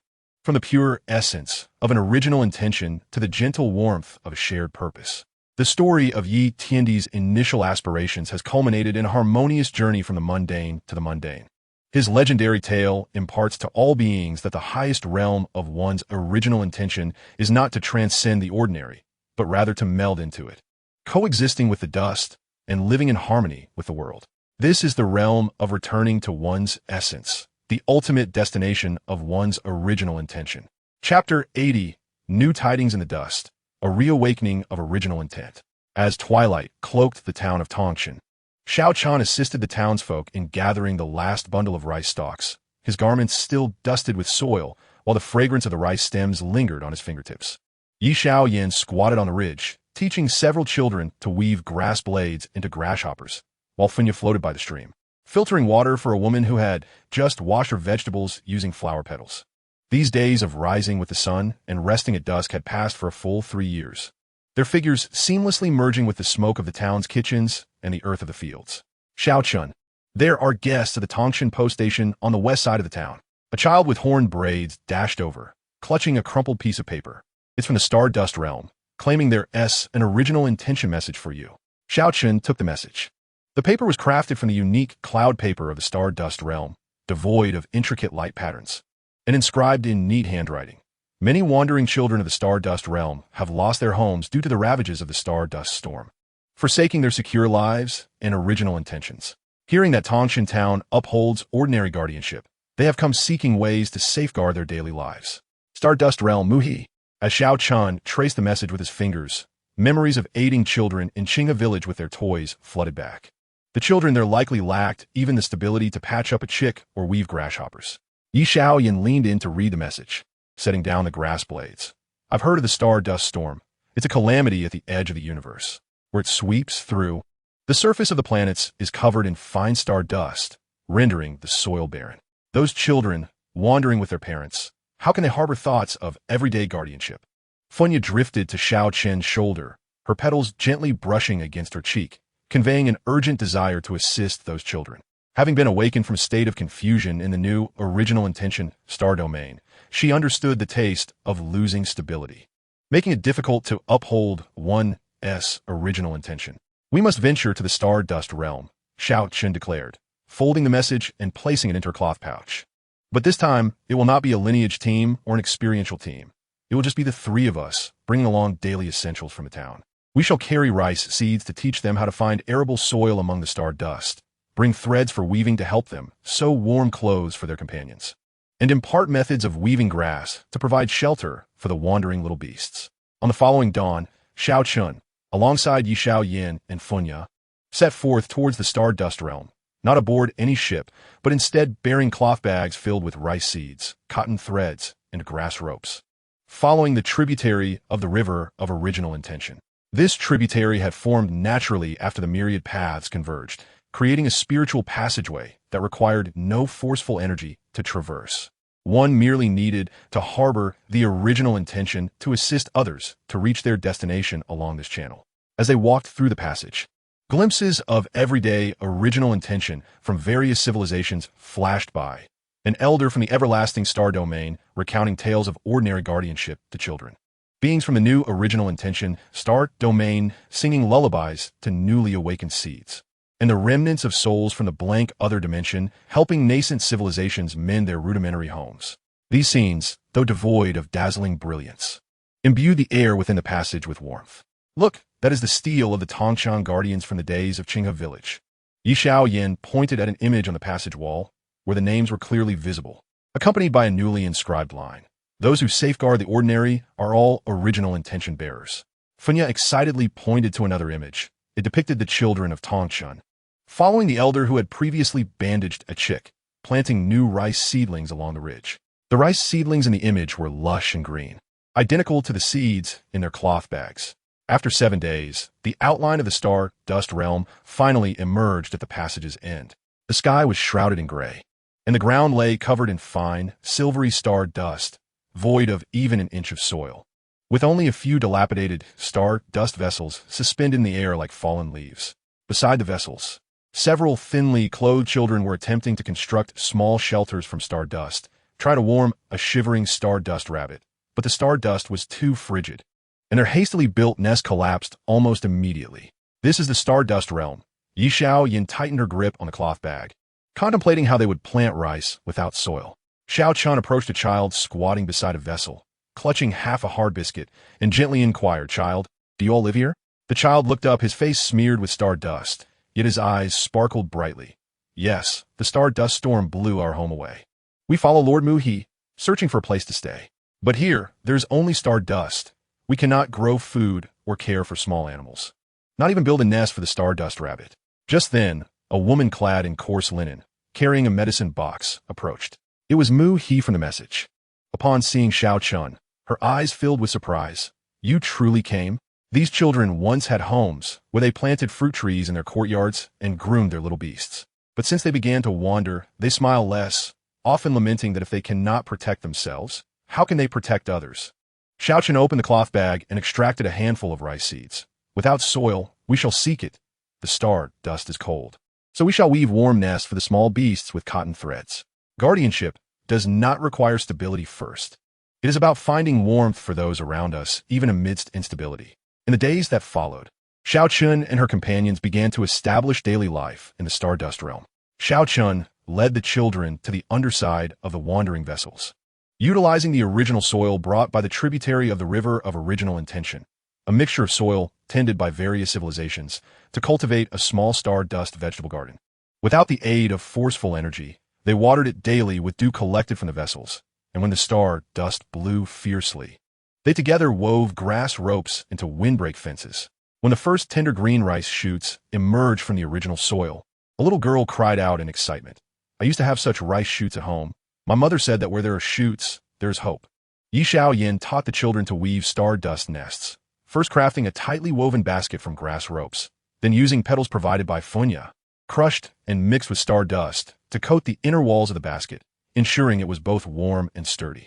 When the children placed the shivering stardust rabbit into the newly woven nest and watched it curl up, no longer trembling, a little boy gently stroked the rabbit's head, saying, "It turns out that I can protect small animals without using fighting spirit."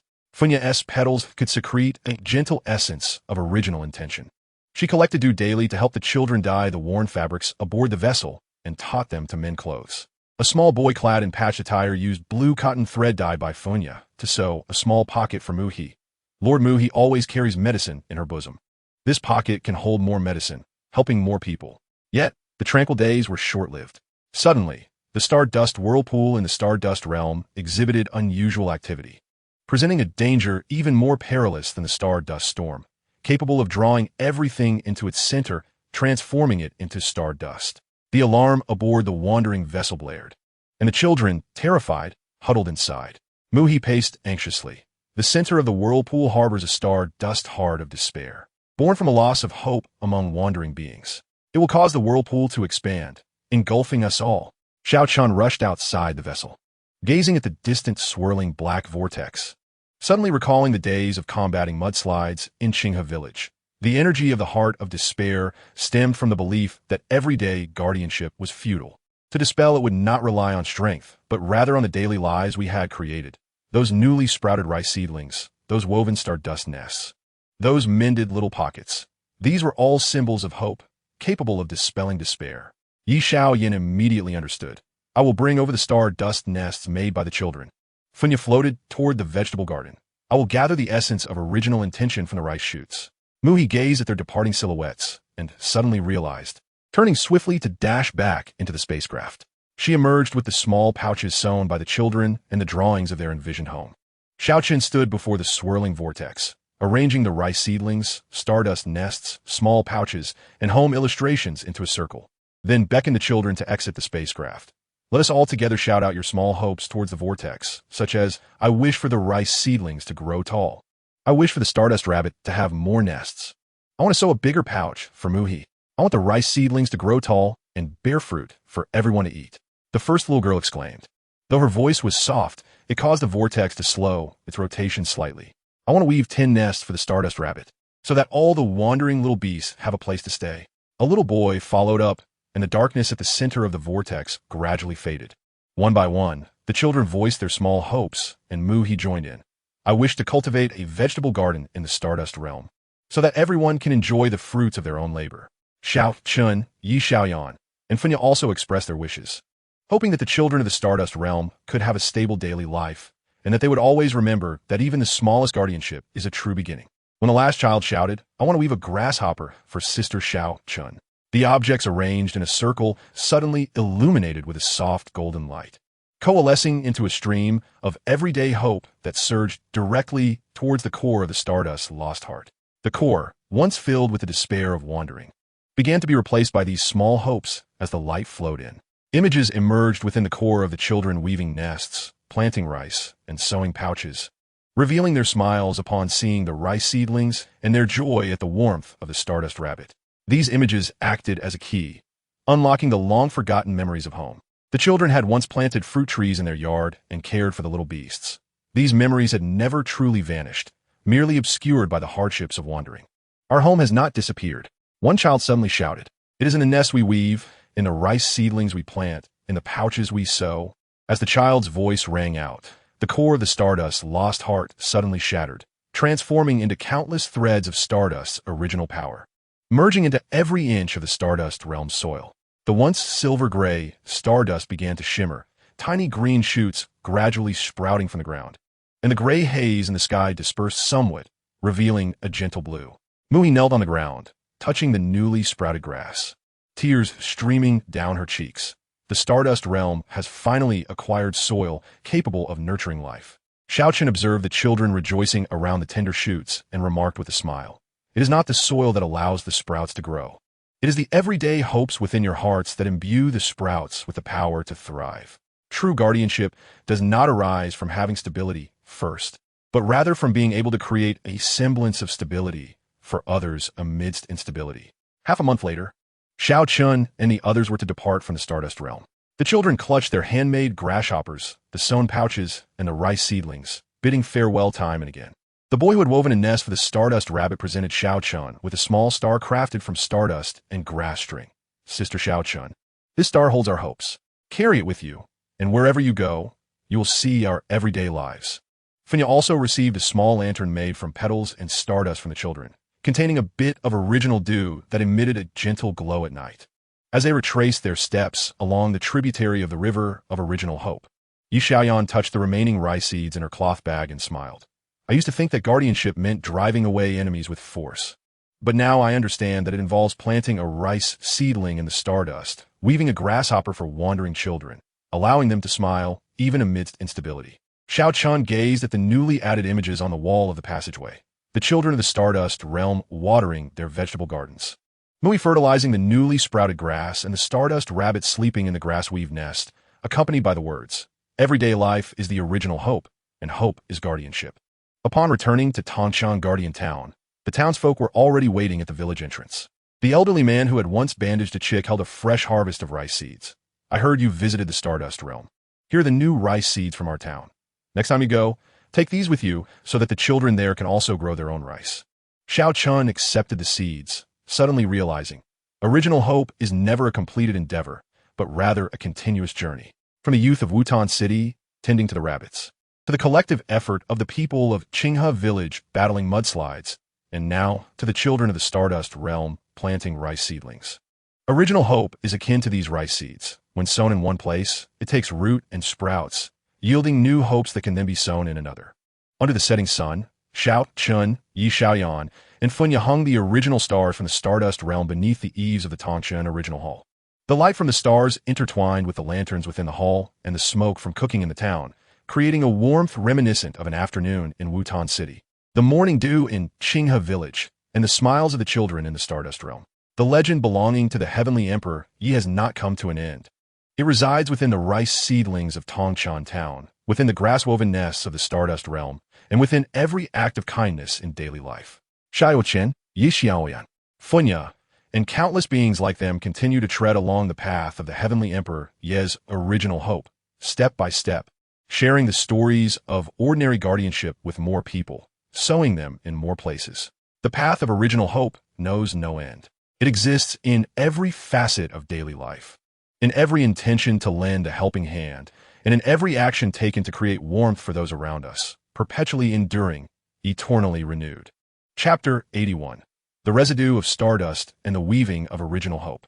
On the morning of Tongchun Guardian Town, the first rays of sunlight gently illuminated the eaves of the Tongchun original hall, causing the original stars hanging there to emit a soft glow. Xiaochun sat on a stone bench in front of the hall, caressing the grasshopper woven by the children of the Stardust realm, while the footsteps of townsfolk echoed nearby, some bearing hoes to the fields, others carrying baskets to the stream to wash vegetables, and children chasing butterflies with strands of grass. These delicate sounds provided a sense of reassurance greater than any resonating power. Sister Xiaochun, look what I have. Yi Xiaoyan came running with a bulging cloth bag, dusted with the silver-gray powder of stardust, sent by Mu He through the Stardust messenger. Inside are the designs for weaving the original hope net and new seeds of stardust rice.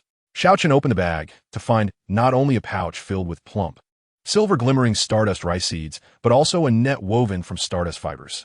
The mesh was fine, adorned with colorful threads embroidered with small patterns, children watering their vegetable gardens.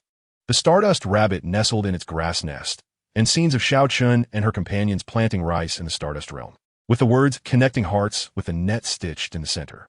Mu He wrote that the children of the Stardust realm wished to weave an original hope net, connecting the everyday guardianship across various star domains. Yi Xiaoyan retrieved a neatly folded letter, reading aloud.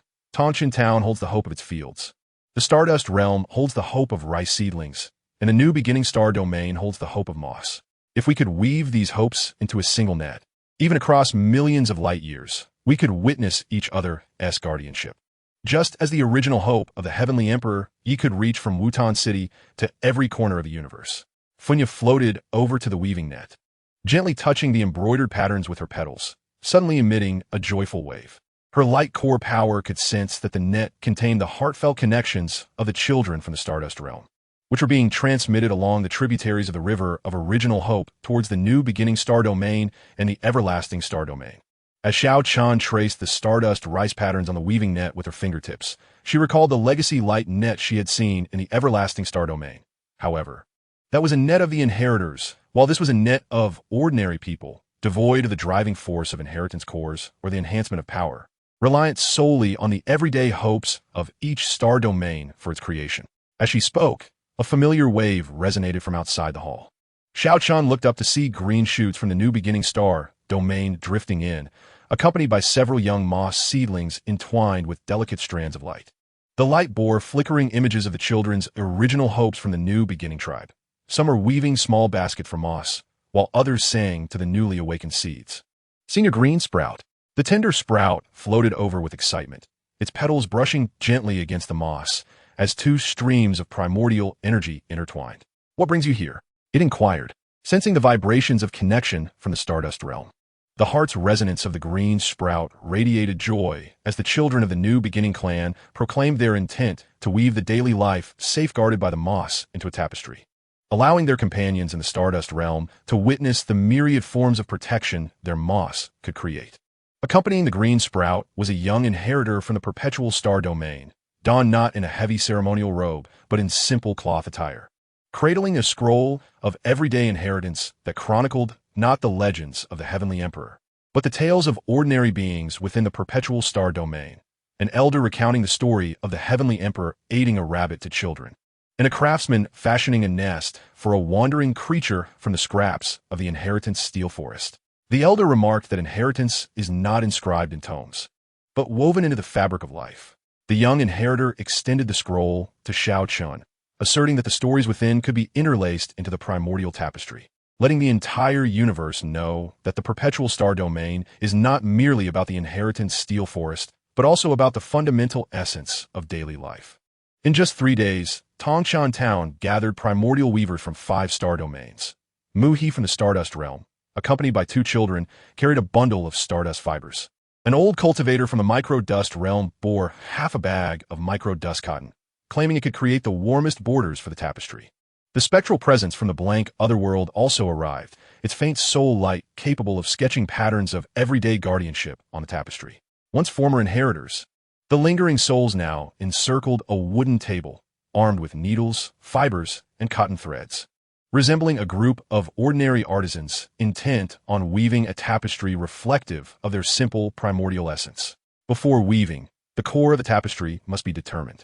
Mui placed the primordial star of the Stardust Realm at the center of the wooden table, designating it as the core, imbued with the hopes of the Stardust Realm, capable of gathering the primordial energies from various star domains. Xiaochen nodded and took a thread made from the rice straw of Tongshan Town, threading it through a small hole in the primordial star. This thread represents the ridge lines of Tongshan Town, weaving together our rice planting, fabric making, and crafting toys for children. Xiao Yan twists the fibers of stardust rice into thread, depicting the scenes of planting rice and crafting nests in the Stardust Realm. Green Sprout, use your moss as the weft thread to weave in the stories of the new beginning clan's guardianship over seeds. The days of weaving unfolded without ceremony or cheers, only the flurry of busy fingertips and the occasional laughter. When Xiao Yan accidentally smeared silver-gray powder on his face while twisting stardust fibers, the children from the Stardust Realm laughed, likening him to a stardust cat. He took it in stride, incorporating the powder into the threads, adding a lively essence to the stardust rabbit patterns. Green Sprout's moss thread was too delicate, often severed by the wind, prompting Tender Sprout to shield it with petals, ensuring the moss thread steadily passed through the mesh. The faint glow of the spectral presence struggled to delineate clear patterns, leading the old cultivator from the micro-dust realm to twist the micro-dust cotton into fine strips, dipping them in primordial dew, allowing the spectral light to flow along the cotton, creating a design of lingering souls shielding beings from the cold that radiated warmth beyond any luminous patterns. However, when it came to weaving the segment pertaining to the transdimensional star domain, challenges arose. The beings from the transdimensional star domain excelled in the fusion of Tao power, and past inheritance stories portrayed grand scenes of bidimensional coexistence. Where were the everyday primordial essences to weave? Surely, there must be instances of helping companions stitch clothes or crafting nests for young beasts in the transdimensional star domain. A child from the Stardust Realm pondered, frowning. Not everyone is practicing Tao power, are they? Xiao Chun recalled meeting Yuan Qi in the transdimensional New Realm years ago. He had remarked that Tao power was for the protection of coexistence. Thus, he suggested, perhaps we should venture into the transdimensional star domain, not to seek inheritors, but to find ordinary beings, those who protect their companions with their hands rather than Tao power. On the following day, Xiao Chun, Yi Xiao Yan, and Tender Sprout set forth with the unfinished primordial tapestry, navigating along the tributaries of the primordial river toward the transdimensional star domain. As they traversed the passageway, they deliberately slowed their pace, observing the scenes on either side, and indeed, amidst the imagery from the transdimensional star domain, alongside the coexistent Tao realms. Numerous ordinary moments emerged. A cultivator crafting a nest for a wandering young creature from simple firewood, a being weaving fabric to shield companions from the dimensional winds, and children crafting small baskets from leaves of transdimensional plants to carry freshly picked wild fruits. Look, they too have their daily lives. Yishao Yanik Lamet, pointing to an illustration of a being clad in transdimensional attire, diligently gathering scattered dimensional stones from the ground to prevent companions from tripping. This is the everyday life of the transdimensional realm, without Tao power, merely a touch of attentiveness. Upon reaching the symbiotic town of the transdimensional star domain, they coincidentally arrived at the town's symbiotic market. There were no transactions of Tao power. Instead, farmers sold their homegrown transdimensional vegetables. Artisans offered handcrafted wooden bowls and fabric bags. while children busied themselves in a corner of the market, weaving with leaves, much akin to the market in Tongshan Town. Pray tell, are there instances here where one can protect companions without relying on Tao power? Xiaochen approached a craftsman selling wooden bowls, raising the unfinished primordial tapestry. We are weaving a tapestry of primordial essence and wish to incorporate your daily lives into it. The craftsman set down his chisel with a smile, replying, indeed, just last month, during a fierce dimensional wind, he used the fabric she wove to create small nests for all the young creatures in town. And old Lin collects stones daily near the dimensional fissures, fearing they might roll down and harm someone. Do these count? Absolutely. They count immensely. Tender Sprout floated before the craftsman, as images of Ahi weaving fabric and old Lin gathering stones materialized upon her petals. We must weave all of these into the tapestry. Following the craftsman, they found a transdimensional woman with braided hair, seated at her loom. Her thread spun from the symbiotic vines of the transdimensional plants, creating fabric adorned with faint luminescent patterns that were not manifestations of Tao power, but rather the heartfelt intention to keep the young creatures warm. I weave without using Tao power, Ahi explained, pointing at the fabric on the loom. I simply think of the little ones shivering in the dimensional winds, so I weave the threads tightly, making the fabric thicker, ensuring they could sleep more soundly. Old Lin soon joined them, carrying a cloth bag filled with collected stones. In my youth, I practiced Tao power, but later realized that picking up stones is far more practical than using Tao power to block them. Once the power wanes, stones can still roll down. I collect a little each day, keeping the fissure clean, allowing my companions to walk with ease. Xiao Chun instructed Yi Xiao Yin to twist the symbiotic vines of the transdimensional star domain into threads. Weaving the scenes of he crafting fabric and old Lin collecting stones into the primordial tapestry, while Tender Sprout gathered the primordial energy of the children crafting leaf baskets, embroidering it along the edges of the tapestry. The spectral presence also joined, sketching the focused visage of the craftsman as he crafted bowls, wishing to make mealtime more delightful for his companions. As the everyday patterns of the transdimensional star domain were completed, the primordial tapestry suddenly shimmered with a cascade of colors. The core of the tapestry, the primordial star, resonated with the primordial energies from Tongshan Town, the Stardust Realm, and the new beginning star domain, causing the patterns within the mesh to come alive. The rice seedlings of Tongshan Town thrived alongside Stardust rice.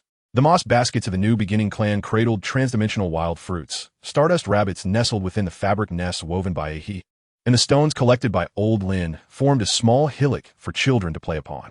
These once disparate daily lives now intertwined within the tapestry, akin to a cosmic depiction of ordinary primordial essence.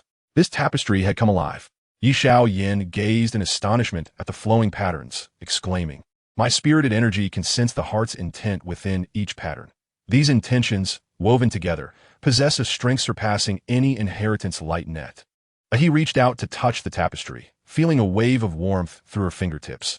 I can see the children of the Stardust Realm planting rice, and the people of Tongshan Town transplanting seedlings.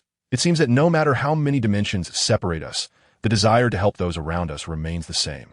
As they departed the transdimensional star domain, he gifted them a piece of fabric made from the symbiotic vines. Old Lin presented a bag of safe stones, and the craftsman offered 2 wooden bowls.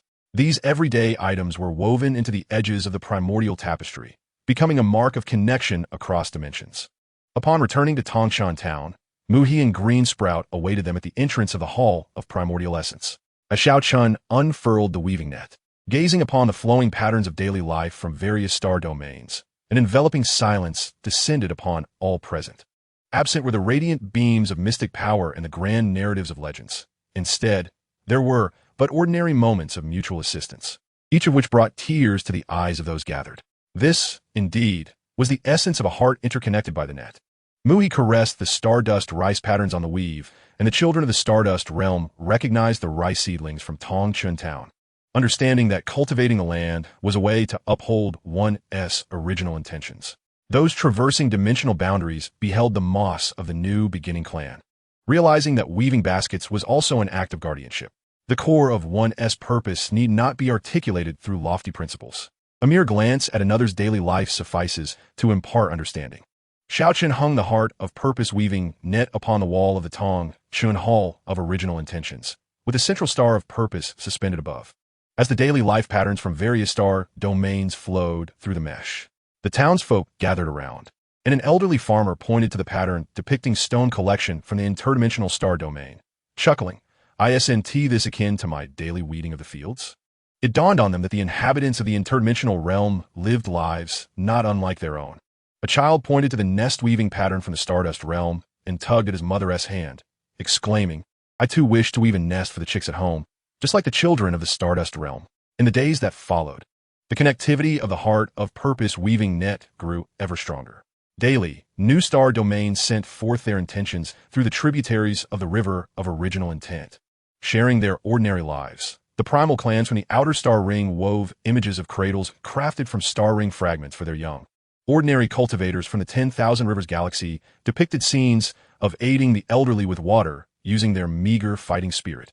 And even from the distant fringes of the micro-dust realm came energies of children aiding stray beasts in foraging for food, embroidered into the outermost layer of the net. The faint glow of the remnants of the void spirit also wove patterns of blank dimensional remnants, assisting nascent civilizations in constructing homes. No longer a solitary entity devoid of heritage, it became a connector within the heart of purpose weaving net, weaving the guardianship of the blank dimension into the cosmic tapestry of original intentions. On one fateful day, Xiao Chan sat beneath the heart of purpose weaving net, observing the patterns flowing through the mesh, when suddenly she felt a familiar resonance of the soul. This resonance did not emanate from the ethereal shadow of Yi Xian, nor from the lingering echoes of the Taoist transformation of the Emperor Yi, but from every living being across the universe that had left behind their daily lives upon the weaving net. She looked up to see the central star of purpose erupting in a soft golden light, revealing the silhouette of a youth. Not the imposing Emperor Yi, but the boy from Wutan City, clad in a coarse shirt, tending to a rabbit. He spoke not a word. Instead, he crouched down, offering a spoonful of water to the stardust rice upon the net, covering the stardust rabbit nestled within the interdimensional nest with a leaf. Then smiling at Xiao Chun before merging into the very threads of the net. Senior Yi Tiandi, Yi Xiao Yin clenched his fist, his eyes reddening. He is observing our weaving net. He sees how we protect the ordinary, thus continuing his original intentions. Petals of the pink bud drifted to the net, gently touching the spot where the boy's silhouette had vanished, transmitting warm ripples of emotion. It sensed that the boy's heartfelt intentions had become one with the net, intertwining with the daily original intentions of all living beings. Xiao Chun extended her hand, her fingertips brushing against the threads of the net, as if she could feel the thatched huts of Wutan City, the field ridges of Qinghe Village, the rice sprouts of the Stardust realm, and the woven nests of the interdimensional realm. These mundane daily lives weaving together the path of Emperor Yi's original intentions from youth to eternity, connecting the heartfelt desires of all beings in the universe to help those around them. As the sun dipped below the horizon, the smoke from the kitchens of Tong Chun Town rose, intertwining with the daily patterns of the heart of purpose weaving net. Muhi, accompanied by the children of the Stardust realm, learned to weave grasshoppers beneath the net, while the beings of the New Beginning clan crafted a dust cover for the net using their spiritual moss. Old Lin hurried from the interdimensional realm to construct a backrest for the stone bench beside the net, ensuring that everyone could gaze at the net without fatigue. The heart of purpose weaving net did not ascend to the status of a new sacred artifact. It merely hung upon the wall of the Tong Chan Hall of original intentions, resembling a living tapestry of life. Daily, beings would come to witness the ordinary within the net, recalling their own guardianship, be it assisting a companion in picking up an item, creating a nest for a small beast, or weaving a grasshopper alongside a child. The legend of Emperor Yi continued unabated, no longer a grand narrative of imperial dominion over the cosmos, but woven into each thread of the heart of purpose weaving net, concealed within the daily guardianship of all living beings across the universe. And Xiao Chun, Yi Xiao Yin, Pink Bud, and countless others like them continued to weave this net, connecting stories of ordinary guardianship from Tongchen Town to the Stardust realm, from the interdimensional realm to even more distant domains, allowing the original intentions of Emperor Yi to envelop the cosmos in a warm embrace, uniting the ordinary with guardianship, eternally enduring and eternally nurturing. Chapter 82, Weaving Messages Across the Void of Intentions. In the autumn of Tong Chun Guardian Town, the fragrant scent of rice grains wafted through the air. The heart of purpose weaving net hung on the wall of the Tong Chun Hall of original intentions, gently swaying as the autumn breeze caressed it, with the rice from the Stardust realm ready for harvest, coiled vines of the interdimensional realm piled high like small hills. and moss baskets from a new beginning clan brimming with wild fruits. These flowing images became the daily sights that the townsfolk eagerly anticipated. Sister Xiao Chun, the message from the weaving net has illuminated. Yi Xiao Yin burst into the room, clutching a handful of freshly harvested stardust rice, pointing to a silver-gray mesh eye in the lower right corner of the net, which flickered with a faint light, an unprecedented signal from the far dust star domain. Xiao Chan set down the bag of rice seeds she had been holding and approached the weaving net. Beside the flickering mesh eye, a line of small characters woven from stardust fibers slowly materialized. In the far dust star domain, many elderly beings remain alone, as the younger generation has ventured to other realms in search of the path of inheritance, leaving the old guardians behind in empty homes. Forgetting that companionship is also a form of original intention. We have heard of the heart of purpose weaving net, hoping to find a way to receive a daily companion. Grandpa Sure, far dust star domain. As Xiao Chan's fingertips brushed against the characters, the mesh eye suddenly revealed a blurred image, a dilapidated stone house, with a gray-haired elder seated on the threshold, caressing a faded wooden toy in his hands. The yard before him was overgrown with weeds, and the distant starry sky was desolate, devoid of any spacecraft passing by. The pink bud floated beside the image, its petals quivering gently, transmitting waves of compassion. It could sense the elder's loneliness, a deeper sorrow than the confusion of the blank dimension, waiting in vain for companionship. The younger generation sought the path of inheritance, but had left behind those who should have been protected. Yi Xiao Yin tightened his grip on the stardust rice, recalling the elder in Tongchun Town who shared stories of original intentions with the children daily. They believed that inheritance lay in distant pursuits of great paths, yet forgot that accompanying the elderly, aiding them in tidying their yards, was the most tangible form of inheritance. Suddenly, the heart's vibrations of green bud emanated from the weaving net, accompanied by several newly cultivated moss companions floating into the hall of original intentions. The children of the new beginning clan wished to bring the moss companionship method to the far dust star domain. The moss can sense the emotions of the elderly. When they feel lonely, the moss will bloom small flowers to converse with them. Alongside Greenbud came Mu-He from the Stardust realm and the young boy who had once woven a nest for the Stardust rabbit. Mu-He carried a cloth bag filled with stardust blankets, while the boy held a grass-woven messenger bird. Our stardust blankets can automatically generate warmth, ensuring the elderly do not feel cold in winter. This messenger bird can weave the elder's words into the weaving net, allowing their children in other star domains to hear them. This journey to the far dust star domain is not merely to deliver methods, it is to weave connections. Xiao Chun packed the grasshoppers woven by the elders of Tongchun Town, the soft cloth crafted by a he from the interdimensional realm, and the wooden combs made by the elderly cultivators from the micro-dust realm into the cloth bag, intertwining the daily companionship of various star domains into the weaving net, so that the lonely elders of the far dust star domain would know they were not alone, while also reminding those seeking the great paths that the most essential guardianship lay at their own doorsteps. On the following morning, Xiao Chun, Yi Xiao Yin, Pinkbud, Mu-He, and the young boy formed the Heart of Companionship team, shouldering cloth bags filled with items of companionship, embarking along the tributaries of the River of Original Intent toward the far dust star domain. The corridor this time was quieter than ever, with the lively scenes of daily life on either side replaced by moments of waiting.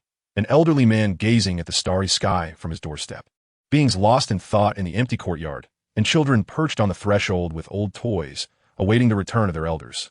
The essence of the Yinqing star domain seemed obscured by the distance. Mu-He observed the elderly figure in the image, and softly remarked that the younger generation often believes that acquiring powerful abilities outside is the only way to provide a better life for their elders, unaware that all the elderly desire is companionship and a helping hand to tidy their yards. After 10 days, the outline of the Yinqing star domain finally emerged at the end of the passage, the sky a deep shade of purple, with scattered empty stone houses on the ground, only a handful of them flickering with faint light. Grandpa Sure had long awaited at the passage's exit, dressed in a faded coarse shirt and leaning on a wooden cane. The cane's head fashioned from an old wooden toy, inscribed with a blurred character for companion. "You truly have come." Grandpa Sure's voice was somewhat hoarse, his murky eyes lighting up upon seeing the fabric bundles on Xiao Chun and his companions' backs. "I thought the Yinqing star domain was too remote for anyone to visit." Xiao Chun followed Grandpa Sure into his stone house. The interior was simple, featuring a wooden bed, an old table, and on the table lay an unfinished cloth doll, identical in appearance to the toy adorning the cane's head. This is for my grandson, Grandpa Sure said, stroking the doll. 10 years ago, he expressed a desire to travel to the Wandao Star River to learn about the legacy of combat energy, promising to return and keep me company. But to this day, he has only sent me 3 messages. The petals of Funya drifted to the doll, gently brushing against it, causing the doll to suddenly glow with a soft pink light. Within the light appeared the image of a small boy, holding a grasshopper made of straw, giving Grandpa Sure a back rub while calling out, "Grandpa, once I master my skills, I will be with you every day." This is my grandson as a child. Grandpa Sure exclaimed, gripping the doll with trembling hands. How can you see this? It is the memory of the essence, Xiao Chun smiled, explaining that Funya's light of the heart can sense the original intention within objects. This doll concealed the longing of your grandson to accompany you, although it was later overshadowed by his pursuit of greater power. In the ensuing days, the team of companions began weaving companionship into the fabric of the Qingyang star domain. Xiao Chun led Grandpa Sure and other lonely elders to cultivate a garden in the courtyard of the empty stone houses, planting the rice seeds from Tongshan Town and the stardust rice from the Stardust Realm. Each morning, she accompanied the elders to water the plants, remove weeds, and listen to their youthful tales. One elderly lady, Grandma Li, recounted how she used to weave cloth, creating new clothes for all the children in the town, while Grandpa Wang recalled how he once built a nest for a stray beast using firewood, which would often come to keep him company in the courtyard. Yi Xiaoyan taught the elders to craft communication objects from grass ropes. She created a communication cane for Grandpa Sure, embedding a woven communication pattern in its head so that by grasping the cane and calling out his grandson's name, his voice could be transmitted through the Essence Network. She fashioned a communication shuttle for Grandma Li that automatically recorded her words while weaving, embedding them into the fabric so that when her grandson saw it in other star realms, he could hear her voice. Funya collected the companionship wishes of the elders using her petals, transforming these aspirations into light patterns that were embroidered into the Essence Network's Qingyang star domain area. Grandpa Sure wished for his grandson to see the rice ears in the courtyard. Grandma Li desired to weave a new shirt for her grandson, and Grandpa Wang longed for the return of the stray beasts to his courtyard. Muhi and the young boy delivered stardust warm blankets to the elders and taught them to weave hand-warming cords from stardust fibers. The young boy gifted each elder a grasshopper he had crafted, proclaiming, "This is the guardian grasshopper of the Stardust Realm. It will accompany you just as I do with the Stardust Rabbit." However, it wasn't long before they encountered an issue. Most of the younger generation in the Qingyang star domain were studying at legacy academies in other star realms, where the curricula focused solely on the theoretical cultivation of combat energy, neglecting the essence of companionship. One elder's granddaughter, studying at a combat energy academy in the Wandao Star River, reported that her instructor stated, "One must first reach the rank of combat king to be qualified to discuss guardianship. Spending time with grandpa is merely a waste of time. This is not a legacy. It is a legacy devoid of essence." Yi Xiaoyan clenched her fists in anger. Predecessor Yi Tiandi practiced combat energy to protect his family, not merely to attain the rank of combat king. These academies have turned legacy into a quest for power, and guardianship into a conditional endeavor. As Xiao Chun gazed at the forlorn light patterns of the elders' wishes on the Essence Network, an idea suddenly struck her. Let us transmit the daily companionship scenes from the Qingyang star domain through the Essence Network to all the legacy academies, allowing the younger generation to witness the rice ears their grandfathers have cultivated in the courtyard and the half-finished shirts their grandmothers have woven, demonstrating that guardianship is not something to be delayed until one's powers have strengthened, but rather an action that can be taken in the present. Muhi promptly set to work, weaving a communication channel within the Essence Network using stardust fibers, while Funya transformed the images of the elders watering, weaving, and crafting grasshoppers into essence visuals, transmitting them through the channel to the Wandao Star River and the legacy academies across dimensions. Yi Xiaoyan, addressing the communication channel, shared her heartfelt sentiments.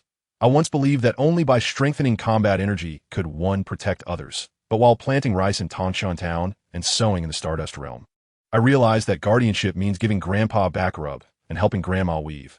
It is something we can do right now." In the Combat Energy Academy of the Wandao Star River, a youth practicing combat energy suddenly glimpsed the visuals transmitted through the network. In the scene, Grandpa Sure stood in the courtyard, calling out his name to the starry sky, holding the wooden toy he had played with as a child. The boy's combat energy faltered, and tears streamed down his cheeks. "Grandpa, I thought that once I reached the rank of combat master, I could return to accompany you. But you've been waiting for me for 5 years."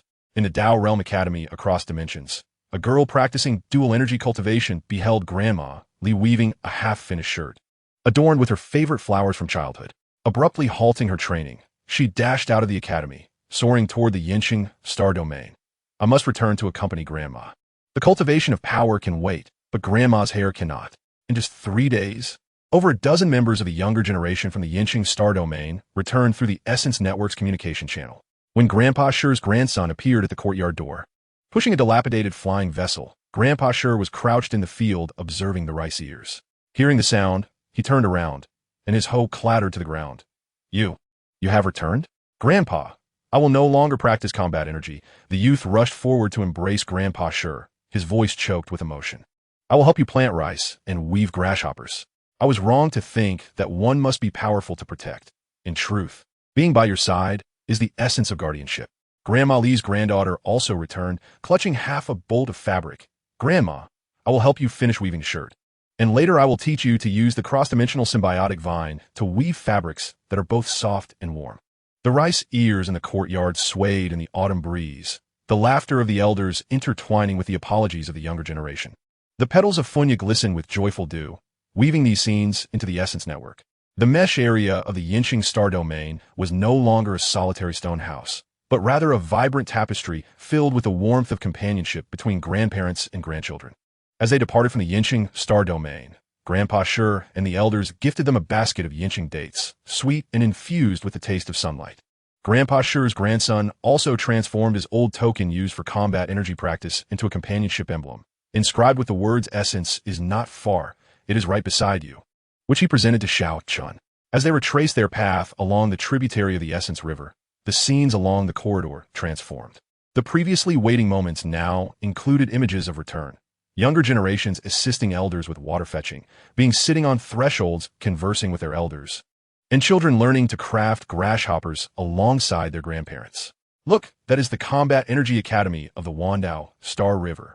Yi Xiaoyan pointed to an image where a new essence board had been added to the academy's wall, adorned with promises of companionship written by students. I will send a message to Grandpa once a week.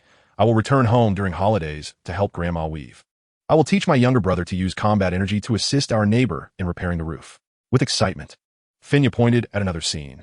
Within the Daojing Academy spanning the new boundary, students were basking in the sun alongside the old cultivators, regaling them with tales of daily life on the weaving net, the old masters laughing with childlike glee. Upon returning to Tongshan town, the townsfolk had already set up the initial feast at the village entrance, laden with Tongshan's rice, Stardust Realm's Stardust Cake, and Fardust Starfield's Red Date Porridge. The elder, who once bandaged a chick, held a newly carved wooden plaque inscribed with the message of initial transmission. Not far, but near, and hung it at the entrance of the Tongshan Initial Hall. Xiao Chan placed the companion emblem beside the heart of the initial weaving net. The essence of initial companionship was not distant, but intertwined with the daily patterns from various star realms on the net, forming a conduit of initial transmission. This ribbon could convey the everyday companionship of any star realm to every corner of the universe, letting all beings know that the initial spirit is not found on distant paths of inheritance, but in the companionship beside us, in the waiting of family, and in the guardianship we can undertake at every moment. The autumn sun cast its golden rays upon the initial weaving net, and the scenes within its mesh continued to flow. Grandparents and grandchildren in Fardust Starfield harvesting rice, children in the Stardust realm feeding Stardust rabbit dates, and Ahe from the cross-dimensional Starfield weaving warm blankets for the old masters, while the children of Tongshan Town learned to weave grasshoppers from the elder. These images lacked the brilliance of spiritual power or the grandeur of legendary narratives, yet they instilled a sense of peace far greater than any grand inheritance ceremony. The legend of Emperor Yi continued to unfold. It lay hidden within the rice ears of Fardust Starfield, within the initial plaques of the Inheritance Academy, within the footsteps of a younger generation returning home, and in every mundane moment spent conversing with the elders. Xiao Chen, Yi Xiaoyan, Fanya, and countless companions of the initial spirit continued to weave the initial net wider and warmer with the threads of everyday life and intentions, ensuring that Emperor Ye's initial spirit, like this net, would connect the companionship and guardianship of the entire universe, forever transmitting warmth and solace. Chapter 83. The Legacy of Initial Spirit. The fireworks endure in the winter of Tongshan Guardian Town. Delicate snowflakes often drifted down. The initial weaving net hung beneath the eaves of the Tongchun initial hall, where snowflakes landed on its mesh, melting upon encountering the warmth within. In front of the stone house in far dust Starfield, a grandparent and grandchild were gathered around a charcoal fire, cooking red date porridge. Inside a Stardust Realm-s wandering spaceship, children crafted New Year's ornaments from grass ropes. In the symbiotic small town of the cross-dimensional Starfield, Ahe led the children to deliver newly woven warm cloth to the elderly. These scenes, wrapped in the essence of life, became the warmest vistas of the cold winter. Sister Xiao Chun, the emblem area of the weaving net, shines differently. Iklemit Yishiaoyan, bursting into the hall with a bundle of freshly dried straw, pointing at the central left area of the weaving net where the mesh glowed with a soft orange light, brighter than the usual transmission patterns, emanating warmth from the homecoming Starfield, unlike previous pleas for help, but rather an invitation to connect with family. Xiaoqin set down her needle and thread as she was sewing cotton shoes for the town's children and approached the weaving net. Within the orange glow of the mesh, a clear image gradually emerged, a courtyard surrounded by wooden fences, where winter sweet was planted and several children clad in thick cotton coats were gathered around an old grandmother, listening to her tales of a spirited youth guarding the home. Smoke curled from the chimney, and the window paper displayed a cutout character for home crafted from red paper. Beside the image, a few lines were embroidered in orange-red thread. The homecoming Starfield has passed down the legacy of family as its initial spirit. Each household possesses heirlooms, be it cloth woven by grandfathers, shoes sewn by grandmothers, or grasshoppers crafted by children. In a universe, the initial weaving net conceals the everyday matters of various star realms, especially the family banquet, hoping to share our familial legacies with all of you, connecting the essence of life across star realms. Grandma May of the homecoming Starfield. Finya floated over to the winter sweet blossoms depicted in the scene, her petals gently brushing against the mesh, transmitting waves of joy. She sensed the warmth of that courtyard, the atmosphere of a family sharing life together, which felt more reassuring than the luminousness of the new initial Starfield. Legacy. As Xiaoqian's fingertips brushed over the character for home on the window paper, she recalled the heirlooms from every household in Tongchun town. Some were old hose passed down from farmers, others were cloth woven over 3 generations by women, and some were old grass toys played with by children. It turned out that regardless of the star realm, the essence of initial spirit ultimately resides within the warmth of home. We must bring the heirlooms from Tongchun town, shouted Yi Xiaoyan, dropping the straw and dashing home. I have my father's old straw hat, which he wore when teaching me to recognize rice seedlings in the fields, and my first grasshopper that I made for grandfather. Although it was unevenly crafted, grandfather cherished it dearly. Green Sprout's emotional waves soon transmitted through the weaving net, bringing with it a pot of freshly bloomed family moss adorned with delicate white flowers. Each family's moss from the New Beginning clan is an heirloom, and this pot was passed down from the old clan leader, used to document the daily guardianship of family members through generations. Now I must go to the homecoming Starfield to let our 2 clans recognize their familial ties. Miu also sent a message from the Stardust Realm, stating that he would bring heirloom rice seeds from the children of the Stardust Realm, the first batch harvested from the Stardust rice they had sown. Each child had kept a small bag, inscribed with their names and wishes for their younger siblings. 3 days later, the initial legacy team from Tongchun town gathered. Xiao Chun brought the weaving cloth passed down from the town's elder women, embroidered with the everyday tales of 3 generations. From planting rice to weaving cloth, from mending toys for children to basking in the sun with the elderly. Yi Xiaoyan carried the old straw hat and the crooked grasshopper. Finya held a family incense pouch made from petals, filled with soil from various star realms, including Tongchun's farmland, Stardust Realm's Stardust soil, and Far Dust Starfield's Date Garden soil. Green Sprout cradled the family moss, while a young inheritor from the everlasting Starfield brought along a family chronicle, chronicling the daily guardianship of each household in the everlasting Starfield. As they journeyed along the tributary of the river of initial spirit towards the homecoming Starfield, the images on the passage walls multiplied, depicting numerous familial scenes. A mother teaching her daughter to weave cloth, a father guiding his son in repairing roofs, and an elder narrating the stories behind heirlooms to children.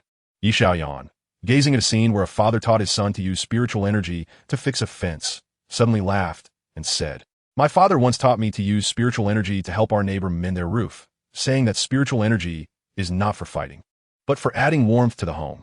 In retrospect, that embodies the essence of our family legacy." After 8 days of travel, the silhouette of the homecoming Starfield finally appeared at the end of the passage. The sky here shimmered in soft shades of orange-yellow, and the houses on the ground were surrounded by wooden fences, with wintersweet or fruit trees planted in the courtyards. Each family's chimney exhaled wisps of smoke, and occasionally, one could see children boasting about their heirlooms at street corners. This wooden comb was passed down from my grandfather. This cloth was woven by my grandmother. Grandma May had long awaited their arrival at the village entrance, dressed in a cotton coat embroidered with wintersweet, leaning on a jujube wood cane, its head carved with a small character for home. Upon seeing Xiao Chun and the others, she smiled and approached, saying, "Welcome, dear guests from afar. Come in and warm yourselves. The porridge for the family banquet has just been cooked, waiting for you to add some essence of life." Inside the family banquet hall of the homecoming Starfield, a long wooden table was laid out, filled with heirlooms from each household, intricately carved wooden bowls, patched yet clean cotton coats, smoothly worn old farming tools, and grass toys crafted by children. Grandma May pointed to a faded cloth doll on the table and said, "This was passed down from my mother. She held this doll when teaching me that a home is not merely a house, but a place where people share meals and listen to one another." As the family banquet commenced, each household presented their heirlooms, sharing the stories behind them. Lee's son held up an old sickle, recounting, "My father used this sickle to help our neighbor harvest 3 acres of rice while our own crop was drenched by rain. He always said that helping others is helping oneself. When neighbors are harmonious, the home is warm."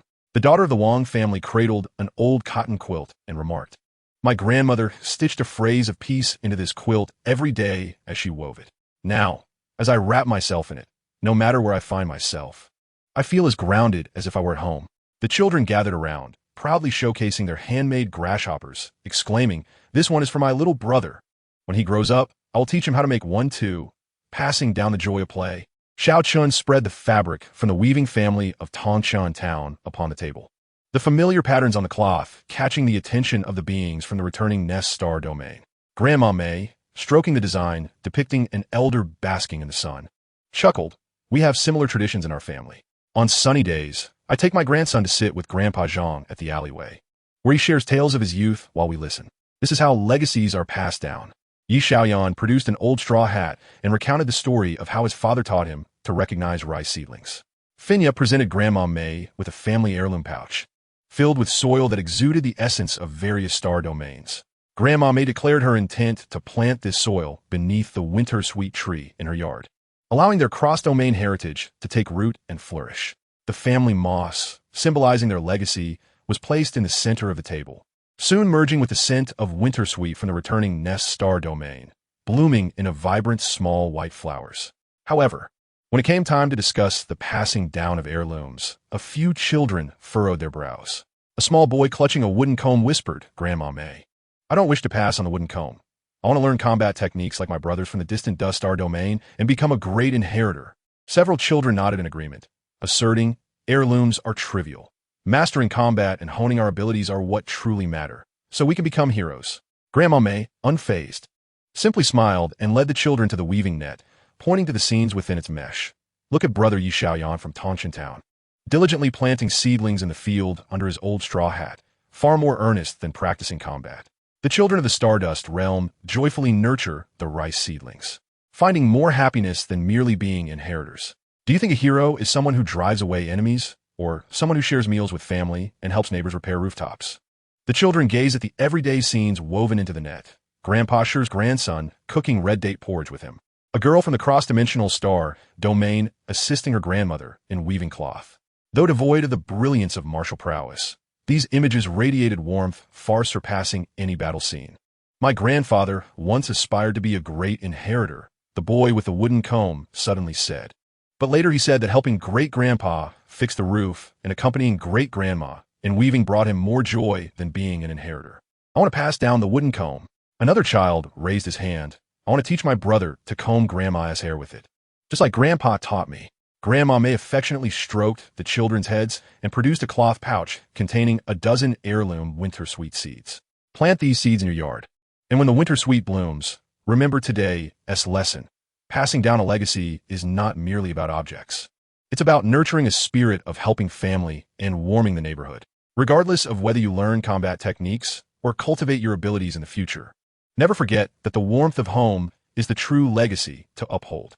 As they departed the returning Nest Star domain, Grandma May and her kin presented them with a basket of heirloom winter sweet cakes and embroidered each household's family story into the foundational weaving net.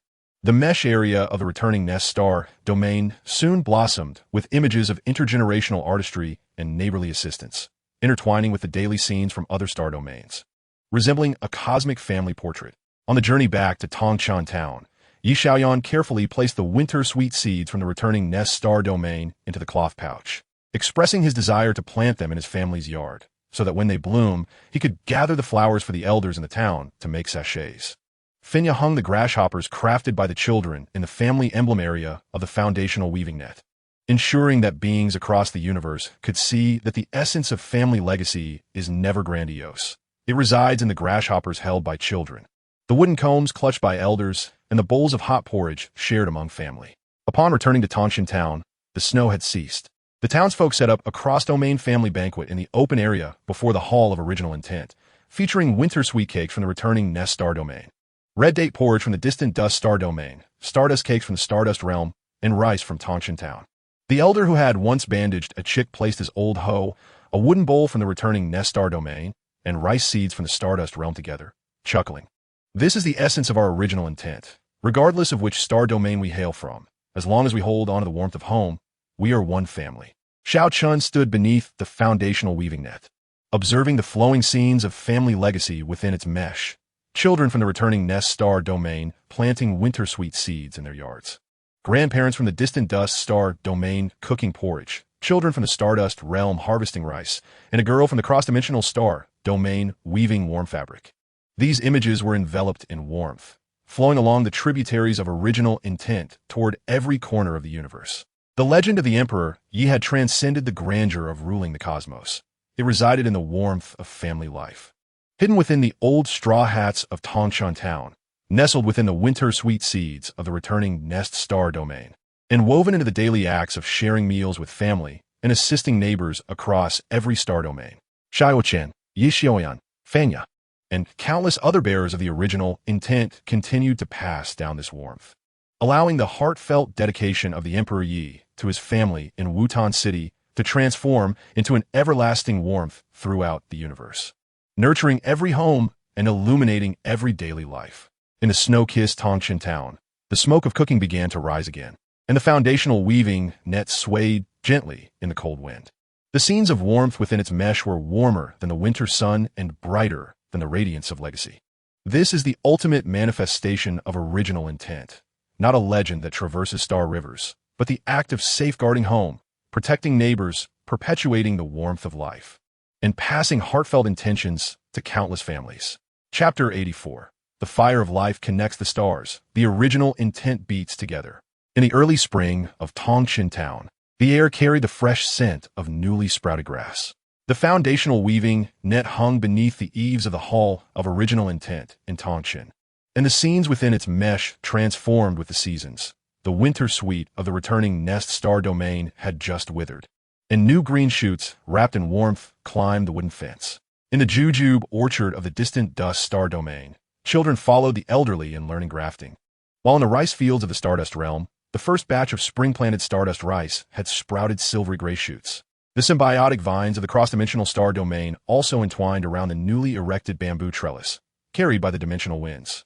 Sister Xiaochun, the star pulse area of the weaving net is trembling, Yi Xiaoyan exclaimed, entering with a freshly repaired hoe, pointing towards the outermost layer of the light blue mesh, which was gently quivering in harmony with some rhythm, unlike the usual bright communication patterns, resembling a heartbeat instead. It was a signal from the star pulse domain, devoid of words, only conveying the pulsing waves of connection, as if calling us to recognize our kinship. Xiao Chan set down the bag of rice seeds she had been selecting to send to the stardust realm and approached the weaving net. As her fingertips brushed against the trembling mesh, a warm energy surged through her, causing the net to illuminate with a soft blue light. This light flowed along the net's pattern, coalescing in the center to reveal an image, a vast grassland adorned with star pulse patterns, where numerous pale blue light veins coursed beneath the surface, akin to the veins of the earth. Within a stone house on the grassland resided a group of guardians of the star pulse, who, without relying on martial prowess, could perceive the original pulse of the universe by merely touching the star pulse with their hands.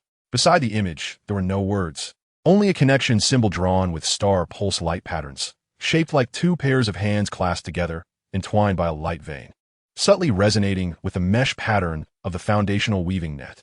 The star pulse domain serves as the original pulse source of the universe. Suddenly, green shoots wafted in, and the small white flowers atop the family moss began to tremble in sync with the light.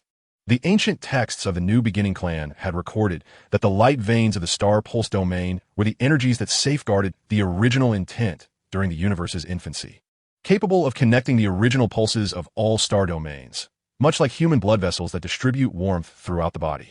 Finya floated beside the connection symbol, her petals gently brushing against the light patterns, suddenly emitting a flurry of urgent waves.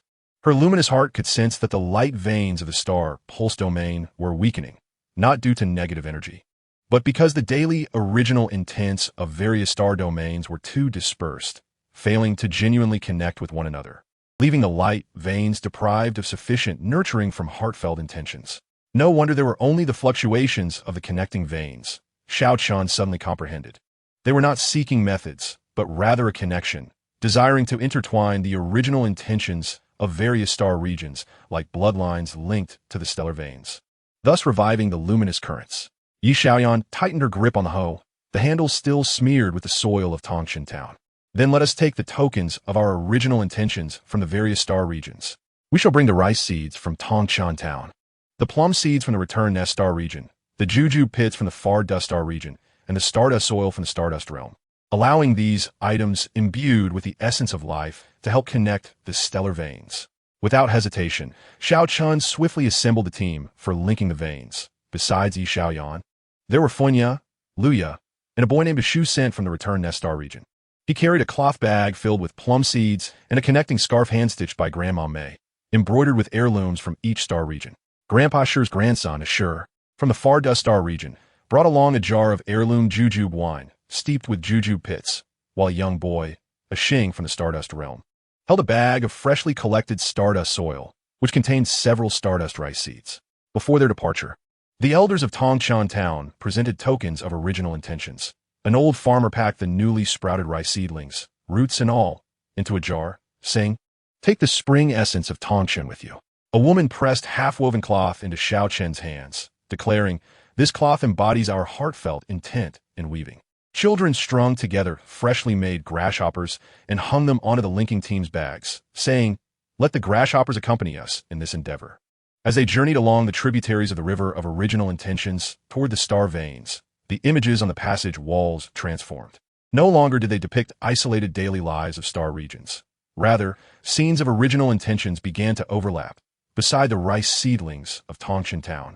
The stardust rise from the stardust realm intertwined. Beneath the plum tree of the return nest star region stood Ashur from the far dust star region.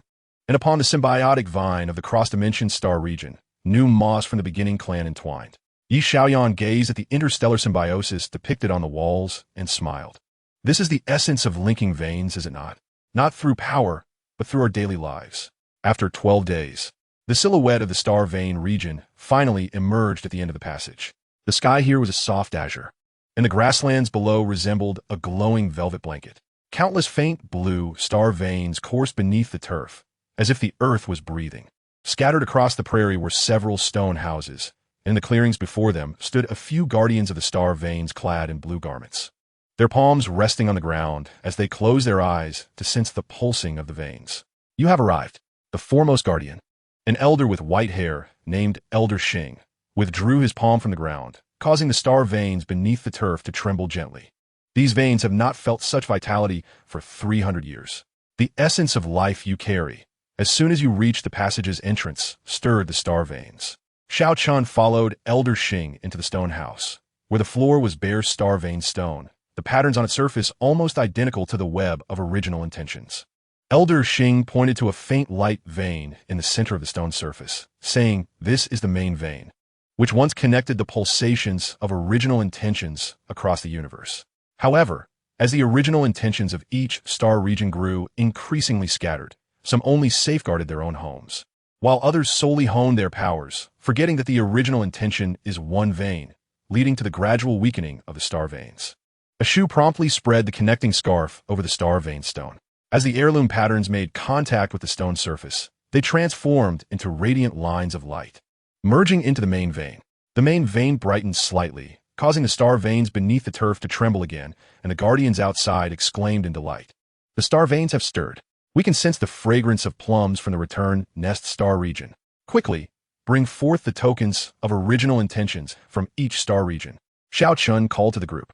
Ashur poured the jujube wine into a small pit beside the star vein stone. The aroma of jujubes mingling with that of the wine, causing the main vein to glow further, allowing them to hear the laughter of children from the jujube orchards of the far dust star region. Ashing sprinkled the stardust soil onto the stone surface, and as it touched the vein patterns, it transformed into silvery light, merging with the main vein. The guardians outside shouted again. We can sense the rice fields of the stardust realm. The silvery rice shoots are breaking through. Yi Xiaoyan placed the jar of rice seedlings from Tongqian Town in the center of the stone house. As she lifted the lid, the scent of spring grass wafted into the air, and the main vein erupted with a burst of soft blue light, which spread along the patterns of the star vein stone, quickly enveloping the entire surface. Elder Xing, overwhelmed with emotion, clasped Xiao Chen's hand, declaring, "It is connected. The main vein is now linked to the original intentions of Tongqian Town. We can sense the fields of Tongqian, the weaving looms, and the laughter of children crafting grasshoppers." Funya floated above the star vein stone, pouring the various oils from the heirloom sachets into the center of the main vein.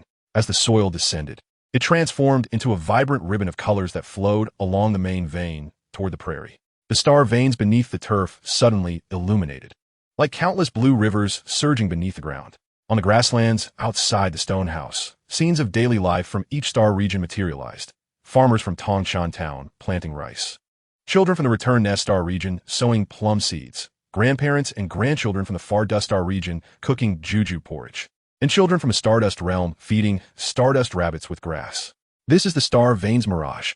Elder Xing's eyes glistened with tears, for such visions only appeared when the star veins fully awakened, reflecting the purest daily lives of original intentions across the universe. Yet at that moment, a section of the star vein at the edge of the prairie suddenly dimmed, revealing a scene, a desolate planet devoid of star veins.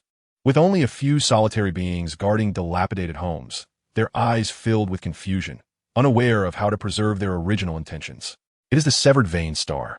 Elder Xing sighed, lamenting that the star veins there had long been cut off, and the beings had lived in isolation for generations, forgetting that original intentions must be intertwined, losing even the essence of daily life. Without a connection to that place, the main vein could not be considered truly alive. Xiao Chan gazed at the lost beings in the image, recalling the remnants of souls from the void dimension of yore. She turned to the vein-linking team and declared, "We shall go to the severed vein star, not to deliver tokens, but to accompany them in creating their daily lives. To let them understand that original intentions are not something one preserves alone. It is a collective endeavor. When we connect, we will have veins." On the following day, Xiao Chun led the linking team along with several guardians of the star veins to the severed vein star. This planet was indeed desolate, with only sporadic stones strewn across the ground, devoid of grass or water, and only a few small houses constructed of stone. The beings within remained silent, staring blankly at their arrival, showing neither curiosity nor resistance. "We do not know how to farm, nor to weave, and there is no one to talk to us," a boy clad in tattered garments whispered. "The elders said that we cannot sustain original intentions here due to the absence of star veins, and gradually, no one dared to take on the role of guardians any longer." Xiao Chun remained silent, merely taking out grass ropes and sitting on a stone to begin weaving grasshoppers. Yi Xiaoyan followed suit, pulling out her hoe to dig a small hole among the stones and scattering the rice seeds from Tongshan Town into it. A shoe sat beside the boy, teaching him to embroider the plum designs on the connecting scarf, while Ashur kindled a fire to brew jujube wine. The fragrance soon filling the small house. Funya floated to the rooftop, collecting the scant sunlight with flower petals, transforming it into warm droplets that dripped onto the rice seeds nestled in the stone crevices. The guardians of the star veins knelt on the ground, their palms resting on the stones, using the energy of the star veins to awaken the dormant micro veins of the severed vein star. Those tiny star veins hidden beneath the stones could be revitalized with the nourishment of daily original intentions. On the first day, only that boy approached, learning to weave grasshoppers. On the second day, an elder came over to help Ashur add firewood. By the third day, more beings emerged from their homes. Some assisted Yishaoyan in digging a water hole. Others helped the Shu with the embroidery, while some gathered around Funya to watch it collect sunlight. At last, warmth and laughter filled the small house. On the 7th day, the rice seeds nestled in the stone crevices sprouted the first green shoots. The first grass to emerge on the severed vein star in hundreds of years. All the beings gathered around to witness the tender sprouts, their eyes shining with light for the first time. The boy exclaimed with excitement, "We can grow shoots too. We can preserve our original intentions." Just then, the ground trembled lightly, and the micro veins beneath the stones illuminated as a soft blue light spread through the crevices, quickly connecting with the star veins on the prairie. On the surface of the severed vein star, the star vein mirage materialized. The beings laughed around the rice shoots. The elder assisted children in weaving grasshoppers, and the scarf embroidered by the boy fluttered in the wind. "It is connected. The severed vein star is now linked to the main vein," the star elder exclaimed. "The primal pulse of the entire universe is now interconnected." Upon returning to the vast prairies of the star pulse star domain, the main pulse erupted with a brilliance that reached unimaginable heights, its radiance flowing through the cosmic veins to every corner of the universe. The daily lives of various star domains were tightly woven together through the star pulses. The rice seedlings in Chun Town could sense the stardust rice of the stardust realm. The winter sweet of the return nest star domain could smell the fragrance of jujubes from the far dust star domain. And the green shoots of the severed pulse star felt the warmth of the symbiotic vines from the interdimensional star domain. As they departed the star pulse star domain, the star elder gifted Xiao Chun a piece of star pulse jade, intricately carved with the complete pattern of the star pulse, reflecting the daily scenes of various star domains. He remarked, "This jade embodies the heart of the star pulse. With it, no matter where you go, you can feel the primal pulse of the entire universe, akin to the initial intent of the esteemed Emperor Yi Tian, which connects all those he wishes to protect, no matter the distance." When the connected pulse team returned to Chun Town, the townsfolk had already set up a star pulse feast at the village entrance, adorned with delicacies from various star domains. Rice from Chun Town, winter sweet cake from the return S star domain, juju porridge from the far dust star domain, stardust cake from the stardust realm, and stone bud cakes sent by the beings of the severed pulse star. The elder who once bandaged a chick hung the star pulse jade beside the heart of the primal weaving net. The patterns on the jade seamlessly merged with the net's design, causing the net to emit a soft blue glow. Standing beneath the primal weaving net, Xiao Chun gazed at the flowing images of the star pulse within the net's mesh. The fields of Chun Town connected with the prairies of the star pulse star domain. The winter suite of the return nest star domain linked with the jujube gardens of the far dust star domain. And the rice fields of the stardust realm merged with the green shoots of the severed pulse star. These images transcended the mere daily occurrences of isolated star domains, intertwining like blood vessels, where you exist within me and I within you, forming the warmest primal shared pulse in the cosmos. As the spring breeze caressed Qingyang, it carried the warmth of the star pulse, gently swaying the primal weaving net. Within the star pulse images flowing through the net, the youthful figure of Emperor Yi Tian re-emerged. He was not standing atop a high place. Instead, he squatted in a small courtyard of Wutan City, tending to a rabbit's wound, surrounded by the children of Chun Town, the elders of the return nest star domain, the grandparents of the far dust star domain, the children of the stardust realm, and the youths of the severed pulse star. He lifted his head and smiled at Xiao Chun, his figure dissolving into the light of the star pulse, flowing through the shared pulse to every corner of the universe. The legend of Emperor Yi Tian had long since evolved beyond mere strength to shatter the heavens. It had transformed into the warmth of the shared primal pulse, hidden within the light of the star pulse, nestled in the interconnected lives of various star domains, and embedded in the heartfelt intentions of every being, who together safeguard and nurture one another. Xiao Chun, Yi Xiaoyan, Funya, and countless others who shared this primal pulse continued to protect this interstellar bond, ensuring that the flicker of initial intent ignited by Emperor Yi Tian in Wutan City would forever flow like the star pulse, eternally warm and forever intertwined with every flicker of life and every act of guardianship in the universe. Chapter 85. Shared pulse brings warmth, initial intent passes the torch. In the summer of Qingyang, refreshing showers often graced the land. The primal weaving net hung on the wooden frame of the Qingyang Hall, and the star pulse jade beside its heart glimmered with a soft blue light, vividly reflecting the daily scenes of various star domains. The green shoots of the severed pulse star had grown into patches of grass, where children gathered to weave grasshoppers. In the Star Pulse Star Domain's prairie, guardians were guiding newly awakened Star Pulse children to touch the flowing light on the ground. Although the winter sweet tree of the Return Nest Star Domain had yet to bloom, beneath its branches lay freshly crafted New Year decorations. Crafted with care by the children in preparation for winter. Sister Xiao Chun, the Star Pulse Jade, is heating up. Could eat? Ye Xiaoyan. Rushing in with a basket of freshly picked green jujubes, pointing at the jade beside the net's heart. The faint blue light patterns on the jade were flickering urgently, seemingly transmitting an eager signal from the extreme cold star domain. Previously, this domain had not been sensed during their connection, but now a wave of warmth-seeking energy had suddenly emerged. Xiao Chan set down her needle and thread, as she was sewing summer garments for the children of the severed pulse star, and hurried to the weaving net. The moment her fingertips brushed against the star pulse jade, an icy chill surged through her, and suddenly, a beam of ice blue light illuminated the mesh on the western side of the net. Within the light appeared the scene of the extreme cold star domain.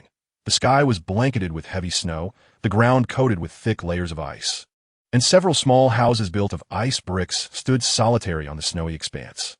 The beings inside were wrapped in tattered animal skins, huddled around a feeble charcoal fire, their eyes filled with a yearning for warmth, yet with firewood nearly depleted. Beside the light, a few blurred words were etched in ice patterns. The extreme cold star domain is perpetually frozen, firewood is scarce, and sustaining the charcoal fire in winter is a challenge. The children of the clan are often fearful of the cold, yet there are insufficient warm items to shield them from the chill. Hearing of the shared primal pulse of the universe, we hope to receive a means to generate warmth, so the children may endure the harsh winter. From the extreme cold star domain, Ice Granny, Funya floated to the ice blue mesh, and as her petals brushed against the light patterns, they quivered slightly, transmitting an urgent wave. She could sense the frozen little hands of the children inside the house and feel the helplessness of Ice Granny as she held the children, yearning to warm them but unable to do so. This anxiety of being unable to retain the warmth of those around her was even more heartbreaking than the confusion of the void between dimensions. In the extreme cold star domain, even firewood for burning was lacking. How could warmth be generated?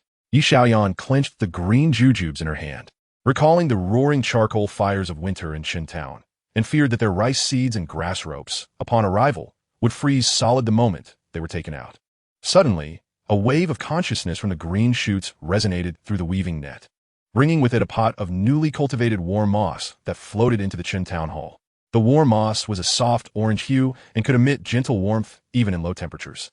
The elder of the New Beginning clan explained that warm moss was a manifestation of the gathering of primal warmth.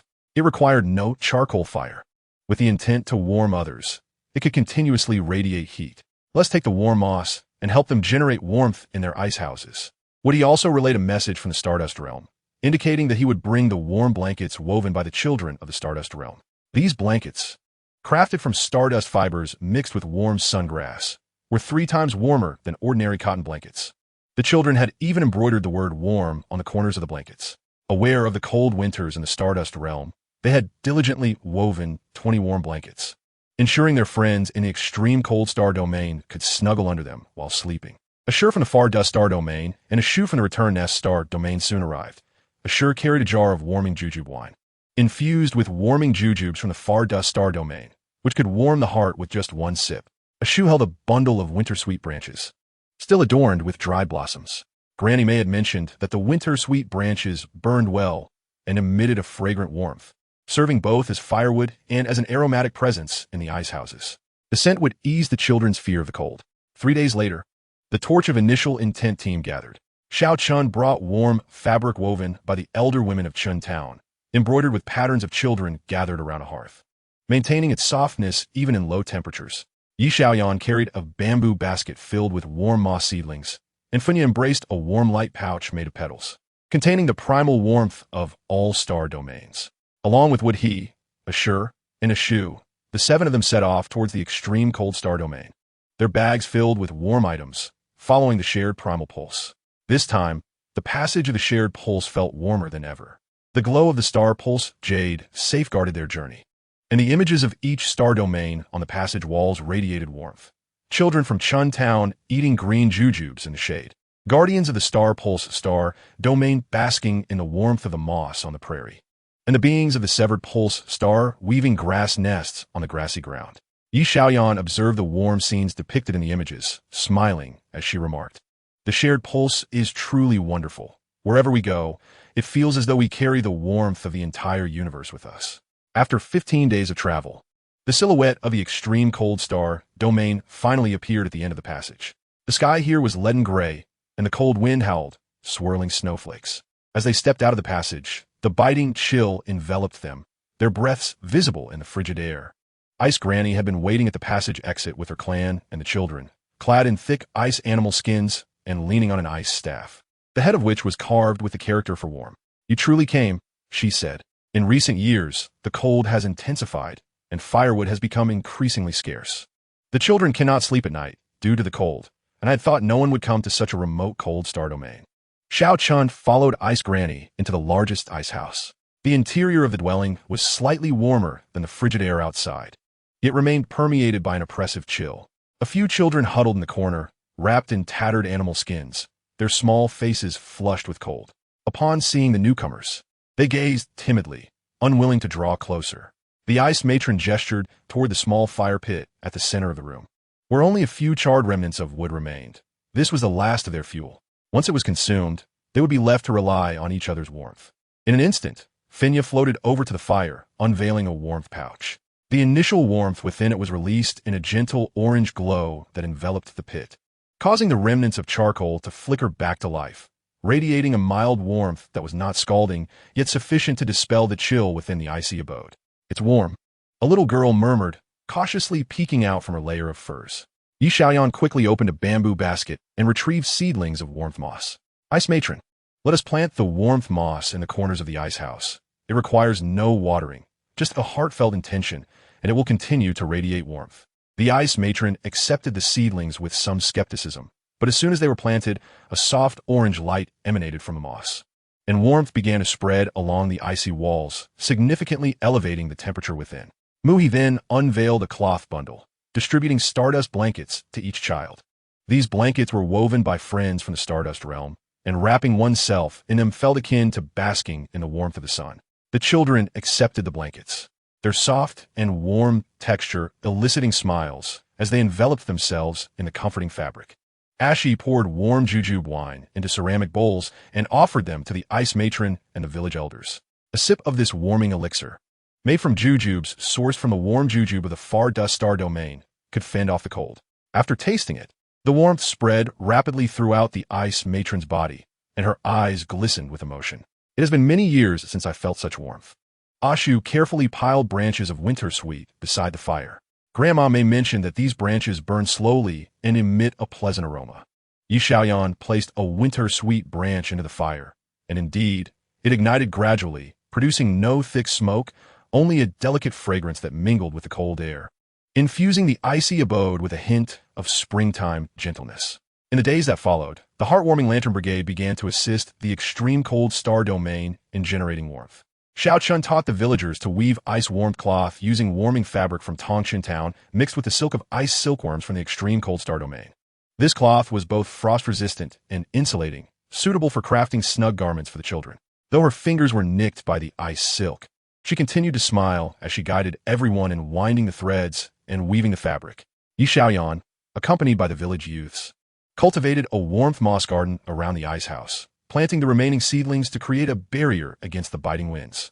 He also instructed the boys on how to construct a warmth fire pit using ice bricks. No firewood needed. Merely placing warmth moss at the bottom would provide enduring heat. Finya flitted about the ice house daily, using the warmth from her pouch to apply a layer of warming balm to the children's frostbitten hands, quickly alleviating their pain and leaving behind a hint of floral fragrance.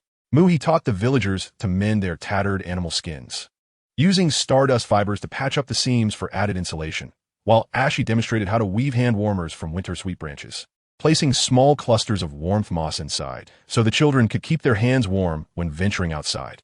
Ashu was particularly meticulous. He stitched dried wintersweet flowers from the returning nest star domain into the corners of the children's garments, as Grandma May said that the flowers would evoke memories of warmth, warming their hearts and bodies. However, after just a few days, they realized a significant issue. The warmth from the extreme cold star domain could not be retained. The icy walls absorbed the heat from the warmth moss, and the warmth from the fire pit gradually dissipated into the snowfields. Relying solely on warmth moss and warmth cloth would not suffice to withstand the bitter cold of the deepest winter. We must construct a heartwarming vein. Xiao Chun gazed out at the snowy expanse beyond the ice house, suddenly recalling the shared vein of the star pulse star domain. He envisioned intertwining the warmth of the moss, the heartfelt intention of the warmth cloth, the fragrant warmth of the winter sweet branches, and the villagers' desire to warm one another into a singular warmth vein, akin to the star pulses, woven throughout the extreme cold star domain, ensuring that the warmth would not dissipate. The star pulse jade suddenly illuminated, and a message from a star elder of the star pulse star domain arrived. The warmth vein must be powered by the shared intentions of the heart. Place the warming items from each star domain in the center of the ice house, allowing the villagers to encircle them, focusing on the desire to warm those beside them. The star pulse jade will activate the shared warmth, connecting your warmth into a vein. Xiao Chun immediately mobilized the villagers. They relocated the core seedlings from the warmth moss garden, the stardust blankets, the ice warmth cloth, and the winter sweet branches to the largest ice house at the center. The villagers formed a circle around these warming items, children wrapped in blankets, elders clasping hand warmers, and the ice matron standing at the center, cradling the star pulse jade. Think of the person you most wish to warm, Xiao Chun softly instructed. Think of warming the hands of the children, warming the feet of the elders, ensuring that no one within this ice house feels cold. With their eyes closed, the villagers began to recall their everyday acts of guardianship. The ice matron remembered tucking in children awakened by the cold at night. The youths recalled gathering firewood for the elders from the snow-covered ground. The children thought of sharing their solitary piece of warm cake with friends. These heartfelt intentions to warm others radiated like threads of warm light, spiraling from each person's heart toward the central warming items. Suddenly, the star pulse jade erupted with a soft blue light, which spread across the floor of the ice house and intertwined with the orange glow of the warmth moss. The gentle light of the warmth cloth and the fragrant light of the winter sweet, forming a delicate purple, heartwarming vein. This vein flowed across the ice house floor, swiftly extending to the entirety of the extreme cold star domain, where pale purple light patterns emerged within the ice layers beneath the snow, resembling warm blood vessels distributing warmth to each ice house. We are warm. The ice walls are no longer cold, a youth exclaimed in delight, reaching out to touch the icy surface, which had transformed from icy to pleasantly warm. The ice matron stepped outside the ice house, gazing at the flowing patterns of warmth across the snowfields, tears streaming down her cheeks. The extreme cold star domain finally has a warmth vein. No matter how cold the winters may become, we shall no longer fear. As they departed the extreme cold star domain, the ice matron and the villagers gifted them a basket of ice warmth fruits, unique to their domain, frozen yet impervious to decay, sweet and warm once thawed. The children also presented their handcrafted ice warmth hand warmers to the Lantern Brigade, each containing a small cluster of warmth moss, ensuring that wherever they went, their warmth would accompany them. As they journeyed back along the shared heartwarming vein, the images along the tunnel walls depicted scenes of warmth from the extreme cold star domain. Children playing in the warmth moss garden wrapped in stardust blankets. Villagers seated around warmth fire pits weaving fabric, and the violet light patterns of warmth flowing across the snowfields, intertwining with the star pulses of other realms. Upon returning to Tangshan Town, the townsfolk had already prepared a warming feast at the village entrance, with tables laden with Tongshan's mung bean soup, ice warm fruits from the extreme cold star domain, stardust cakes from the stardust realm, winter sweet cakes from the returning nest star domain, and grass sprout cakes from the beings of the severed pulse star. The elder who had once bandaged the little chick hung the ice warmth hand warmer gifted by the children of the extreme cold star domain at the corner of the heartwarming weave, where the glowing warmth moss intertwined with the blue light of the star pulse jade, creating a scene of daily life imbued with warmth throughout the heartwarming hall. Xiao Chun stood beneath the weaving, observing the flowing warmth scenes through the mesh. Children from the extreme cold star domain laughing in the warmth moss garden. Guardians from the star pulse star domain touching the light pulses across the meadows. Green sprouts from the severed pulse star flourishing upon the grass. And winter sweet branches from the returning nest star domain burning in the warmth fire pit. These images, devoid of the clamor of power or the drama of legend, instilled a deeper sense of comfort than any grand heritage could offer. This is the essence of the shared heartwarming vein, not connected by sheer strength, but by the heartfelt intention to warm others, by the daily acts of nurturing warmth, binding the entirety of the universe's warmth together. The legend belonging to the Emperor Yi Tian continues. It is hidden within the warmth moss of the extreme cold star domain, nestled within the warmth of the ice warmth hand warmer, and resides in the hearts of every being wishing to warm those beside them. Meanwhile, Xiaochun, Yi Xiaoyan, Fenya, and countless other bearers of the heartwarming lantern continue to carry their warm lights, traversing along the shared heartwarming vein, ensuring that the flicker of warmth ignited by the Emperor Yi Tian in the city of Wutan reaches every cold corner of the universe, allowing the shared vein to radiate warmth, letting the heart's intentions illuminate eternally and forever warm. Chapter 86. The warm vein reflects the lantern, the heart's intentions converge. As autumn deepens in the town of Tongchun, the initial threads of the weaving net at the eaves sway gently in the breeze. The corners of the ice-warm lantern emit a soft orange glow, intermingling with the azure light of the star veins, vividly illuminating scenes from various star domains. The warm moss garden of the extreme cold star domain has transformed into a patchwork of orange carpets, where children roll about, wrapped in stardust blankets. On the grasslands of the star vein domain, guardians guide newly awakened star vein children in mending the delicate star veins with warm moss seedlings. The branches of the winter honeysuckle in the roosting star domain have dried, bundled by the villagers, and hung beneath the eaves in preparation for winter fires. Sister Xiaoqin, the weaving net's pattern area has lit up, exclaimed Yi Xiaoyan, rushing in with a bundle of freshly dried straw, pointing at the net's eastern eye, where intricate brownish-yellow patterns began to emerge, reminiscent of the grass mats woven by the town's elders, signaling a message from the binding mat star domain, filled with resonant waves. It felt less like a plea for help and more like an invitation for us to attend the gathering of the initial threads. Xiaoqin set down the fabric she was sewing for the children of the extreme cold star domain and approached the weaving net. The moment her fingertips brushed against the brownish-yellow pattern, a wave of comforting warmth surged through her. The net suddenly revealed the scene from the binding mat star domain, on a vast grassland. Dozens of mat weavers clad in coarse cloth were bustling around a massive grass mat. Some were weaving at the edge, others placing ceramic bowls on the mat, while children ran playfully nearby, clutching freshly woven grass pads. At the center of the mat, a white-haired elder busily crafted something from straw.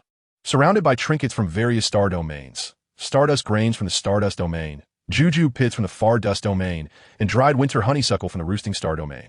Beside the image, lines of text embroidered with straw red. The binding mat star domain has upheld the weaving of mats as its fundamental essence through generations. A mat signifies gathering, uniting scattered souls. It signifies warmth, providing a resting place for weary travelers. It signifies transmission, weaving the initial stories of each star domain into the fabric. This autumn, the gathering mat is to be formed, and we hope that all star domains will bring their tokens of origin to the mat, melding the daily guardianship of the universe into one unified tapestry. The pink sprout floated beside the grass mat image, its petals brushing against the small trinkets, transmitting waves of joy. It could sense the gathering intent within the grass mat. That warmth of uniting everyone's heartfelt wishes, more grounding than the light of the new beginning's star domain's nest. Gazing at the massive grass mat in the image, Xiaoqin was reminded of autumn harvests in Tongchun, where townsfolk gathered around the grass mats in the drying fields to share meals. The weavers sought to intertwine the initial intentions of all star domains, much like crafting a mat, without reliance on mystical powers or light veins, but rather using the most tangible objects and the most mundane stories to unite everyone upon a single mat. We must bring the most genuine tokens. Iklemit Yixiaoyan, setting down the straw and dashing outside. I'll fetch the new rice ears from Tongchun. This year's harvest is bountiful and the ears are heavy, sure to lend solidity to the mat. I'll also take a bit of warm moss from the ice-warm lantern, so the mat can carry the warmth of the extreme cold star domain. The heart's resonance from the green sprout soon emanated from the weaving net, bringing with it a pot of patterned moss that closely resembled the grass mat's design. The elder of the New Beginnings clan remarked that the patterned moss was a gathering moss, and when woven into the gathering mat, it would tighten the connection of intentions from each star domain, much like the moss entwining with the mat's pattern, inseparable. From the stardust domain, Mew sent word, stating that children from there would arrive with stardust mats they had woven, each embroidered with a child's name and a phrase expressing their initial intentions. Xing mentioned that he would intertwine the stardust rice with the Tongchun rice in the embroidery, allowing the mats to tell stories of their own. Ashur from the far dust domain, Ashu from the roosting star domain, and Xiao Bing, the grandson of the ice grandmother from the extreme cold star domain, all arrived with their tokens. Ashur carried a basket of jujubes from the far dust domain, intending to place them on the gathering mat for everyone to share in sweetness. Ashu held a roll of ancestral mat fabric from the roosting star domain, embroidered with family stories. Xiao Bing cradled a small jar of warm moss powder, specially ground by the ice grandmother, who said that sprinkling the powder on the mat would ensure that all who sat upon it, no matter how far they traveled, would feel the warmth of the extreme cold star domain. 3 days later, the team bound for the gathering mat had assembled. Xiaoqin carried the new rice ears from Tongshan, along with the mat fabric woven by the elder woman, while Yishaoyan shouldered the warm moss seedlings and freshly woven grasshoppers. Pink Sprout held a fragrant pouch filled with soil from various star domains, joined by Green Sprout, Mu, Ashur, Ashu, and Xiaobing. The group of 8 set off towards the binding mat star domain along the path of shared intentions, their bags brimming with offerings. The path of shared intentions was steeped in autumn hues, with scenes of harvest from various star domains displayed on either side.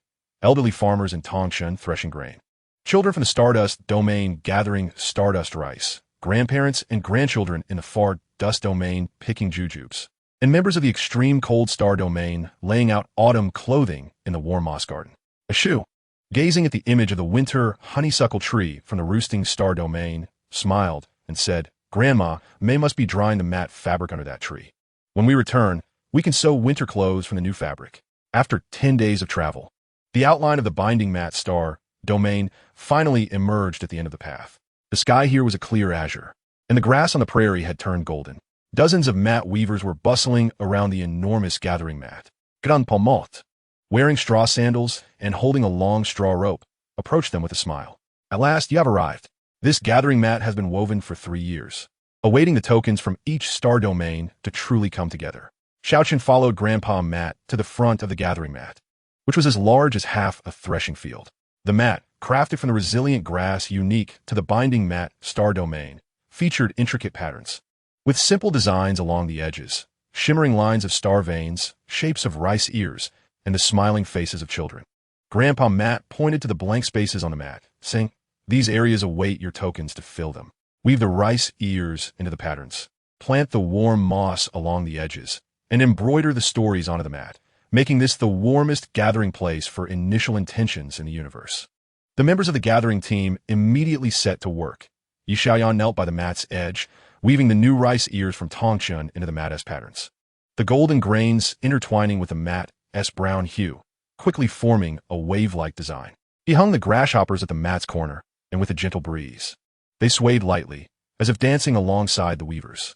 Green Sprout planted the patterned moss in the central blank area, which quickly spread along the mat's design, forming a delicate green heart that subtly resonated with the tokens from the various star domains. Ashur placed the jujubes around the moss heart, the red fruits dotting the green moss like stars upon a grassy field. He also brought out warm jujube wine, pouring it into ceramic bowls and setting them along the mat's edge, ensuring the gathering was lively with both food and drink. Ashu unfurled the ancestral mat fabric, embroidering the family stories onto the edge of the gathering mat. Images of the winter honeysuckle from the roosting star domain, the jujube orchard from the far dust domain, and the warm moss garden from the extreme cold star domain unfolded along the mat's perimeter like a tapestry of initial stories. Xiao Bing sprinkled the warm moss powder into the mat's patterns. The soft orange powder seeped into the grass mat, immediately enveloping it in a gentle warmth. The grandmother had said that this would ensure that anyone sitting on the mat would feel warmth at their core. Pink Sprout scattered the various soils from the ancestral pouch onto the green moss heart, and as the soil landed, tiny white flowers blossomed from the green moss, revealing small daily scenes from each star domain. Children from Tongshan weaving grasshoppers, Stardust domain children feeding stardust rabbits, and children from the extreme cold star domain wrapped in warm blankets, laughing. Grandpa Mat watched as the gathering mat gradually became more vibrant, his eyes crinkling in joy. This is how the gathering mat should be.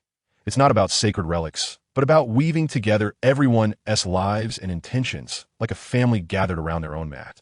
Solid and warm. However, as they neared the end of the mat, a shadow of concern crossed the faces of the weavers.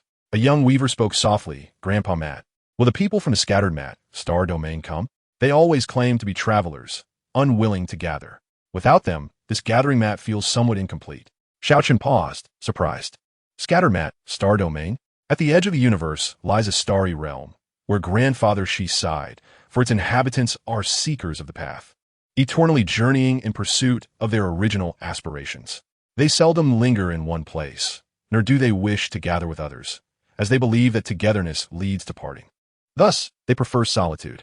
Yet, I have always felt that those who tread the road most desperately require a place to rest. Suddenly, the delicate blossom floated near the weaving net, its petals pointing to the vacant space upon the mat of the scattered starry realm, conveying a wave of invitation. It sensed the profound solitude of the scattered starry realm, where those seekers appeared free, yet harbored the loneliness of not having anyone waiting for them to pause. "Let us invite them," Xiao Chun declared, laying down the mat as edge cloth. It was not a plea for them to stay, but rather a message that the shared mat was not meant to bind, but to assure that no matter how far they journey, a mat awaits them for repose. Adorned with warm wine, sweet dates, and tales from various starry realms, they could sit when they wished and depart at their leisure. The mat would always remain. On the following day, Xiao Chun, Yi Xiao Yin, and the blossom followed grandfather Shi's grandson, Xiao Shi, carrying a crafted small mat, on their way to the scattered starry realm. The scenery here starkly contrasted with that of the gathered starry realm. There were no meadows, only winding dirt paths strewn with a few seekers laden with their burdens, heads bowed in silence as they hurried along. "Are you here to persuade us to halt?" inquired one seeker, bearing an old pack, his tone icy. "Our original aspirations lie on the road, not upon the mat." Xiao Chun offered no explanation. He simply spread the small mat by the roadside, placing a bowl of warming date wine and a solitary date upon it. "We do not wish to hinder your journey. We offer you a place to rest. When weary, sit and sip the wine, taste the date. When you have rested enough, continue your journey. You may also take this mat with you. When you feel the need to pause, spread it upon the ground." The seeker was taken aback, gazing at the mat and the date wine. After a moment's hesitation, he crouched down and took a sip of the wine. The warmth coursed down his throat, and he felt his tense shoulders gradually relax. "For many years, no one has offered me a sip of warm wine." Seizing the moment, Xiao Shi showed him the imagery of the shared mat. On the gathered starry realms mat, there were mats from the stardust realm, warmth moss from the frigid realm, and numerous small trinkets left behind by those who had journeyed, all promising to return to the gathered starry realm for another sit. The seeker, gazing at the lively scene of the shared mat, fell into a long silence, then retrieved a smooth stone from his pack. "I found this while passing through the broken path star. There, the green sprouts had just emerged. I carried it with me, hoping to see if it could thrive on this journey beside me. Let it be woven into the shared mat, as a sign that I too have gathered." In the days that followed, Xiao Chun and his companions traversed the dirt paths, offering date wine and laying down mats for every seeker they encountered. More and more seekers paused in their travels. Some left behind small stones they had found, others half-woven grass ropes, and some wrote down their journey stories, entrusting them to be returned to the shared mat. When they departed the scattered starry realm, Xiao Shi's cloth bag brimmed with tokens of the seeker's original aspirations, stones, grass ropes, and papers inscribed with tales. The very first seeker to sip the date wine gifted the blossom a guiding talisman, capable of leading wanderers to the shared mat, ensuring that they would know where to find rest in the future. Upon returning to the gathered starry realm, the shared mat was surrounded by beings from various starry realms. Xiao Chun meticulously wove the tokens from the scattered starry realm into the end of the mat, the stones embedded within the mat's patterns, the grass ropes interlaced along its edges, and the papers bearing stories sealed with wax, hanging at the corners. Grandfather Shi, tracing the tokens at the mat's end, smiled and proclaimed, "Now, the shared mat has truly been formed, bringing together those who gather, those who journey, and those who guard their homes. The essence of the entire universe resides upon this mat." On an autumn afternoon, a feast of original aspirations was laid out before the shared mat. Beings from various starry realms gathered around, sipping the distant date wine, tasting the osmanthus cakes from the returning nest realm, the stardust cakes from the stardust realm, and the ice-warm fruits from the frigid realm. Grandfather Shi sat at the center, recounting tales of the gathered mat, while the seekers from the scattered starry realm joined, sipping wine and listening to stories, their faces finally illuminated with smiles.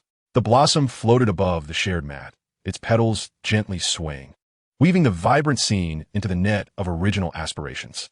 The shared mat of the gathered starry realm, the grain-drying ground of Tongchun Town, the rice fields of the stardust realm, the warmth moss gardens of the frigid realm, and the dirt paths of the scattered starry realm.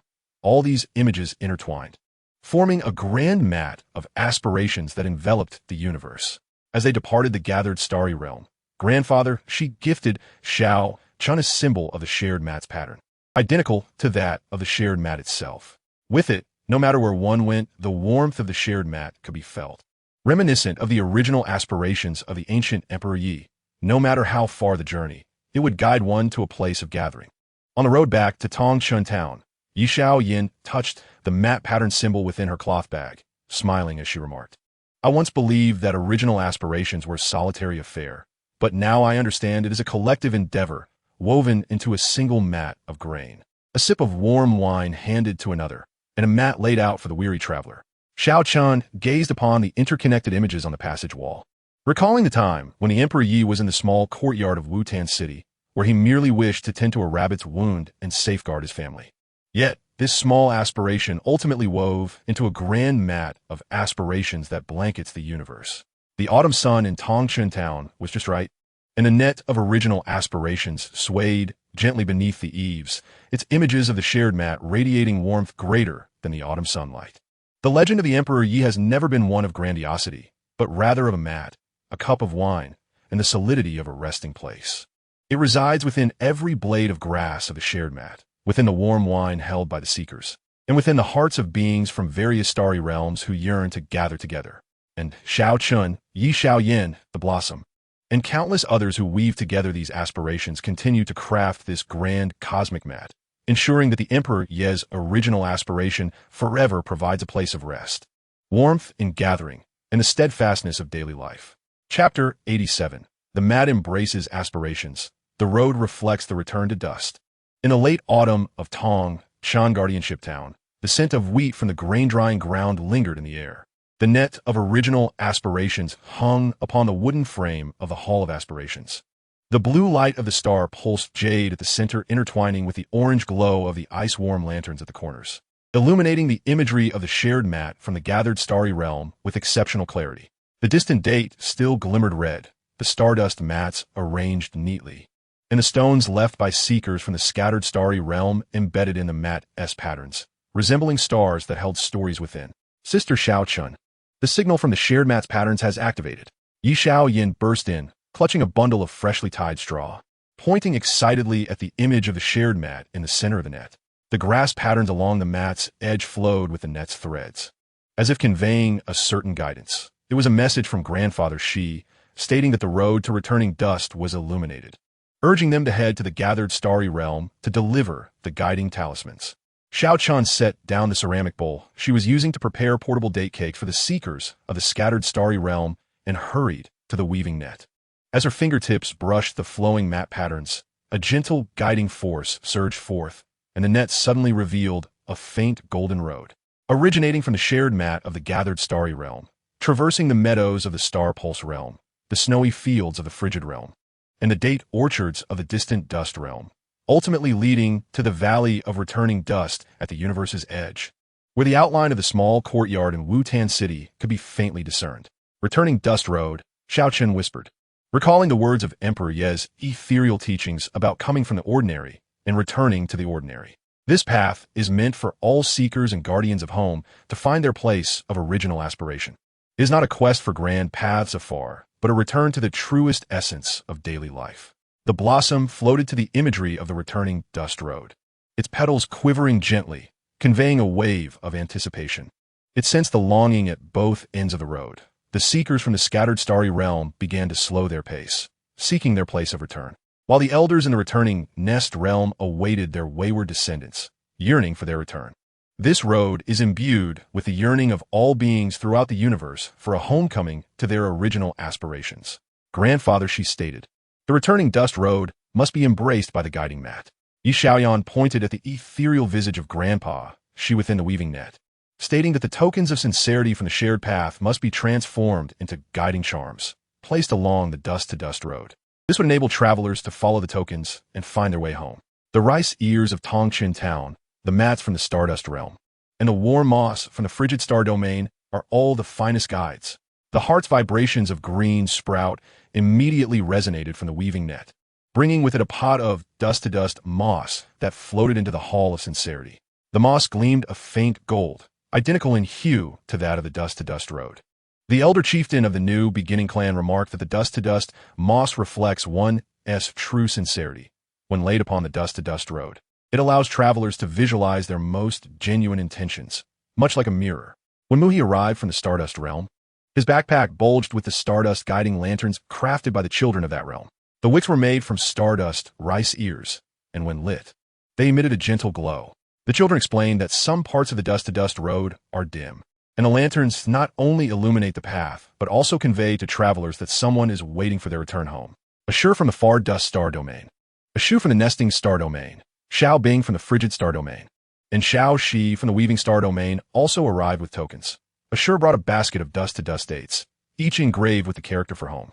A Shu held a family heirloom cloth from the nesting star domain, with each piece embroidered with the gates of different households. Xiao Bing cradled a pouch of warm moss powder, intending to sprinkle it along the dust-to-dust road to keep it perpetually warm. In Xiao, she carried a roll of guiding rope woven from scraps of shared path mats, adorned with small tokens for various star realms. 3 days later, the Sincerity sending team gathered, with Xiao Chun carrying new rice ears from Tongchun Town, and the elders crafting guiding charms from the rice ears. Yi Xiaoyan bore the dust-to-dust moss and stardust guiding lanterns, while Fenya held a cloth pouch filled with heartfelt tokens from all star realms. Along with Greensprout, Muhi, Ashur, Ashu, Xiao Bing, and Xiao Shi, a group of 9, laden with heavy backpacks, set forth along the shared path towards the weaving star domain. The shared pathway brimmed with the sentiment of return, and the scenes on either side transformed from solitary daily life to the anticipation of homecoming. Elders from the nesting star domain sat by their gates, gazing into the distance. Children from the far dust star domain embraced crafted grasshoppers awaiting their elders, and clansfolk from the frigid star domain left spaces beside the warm moss gardens.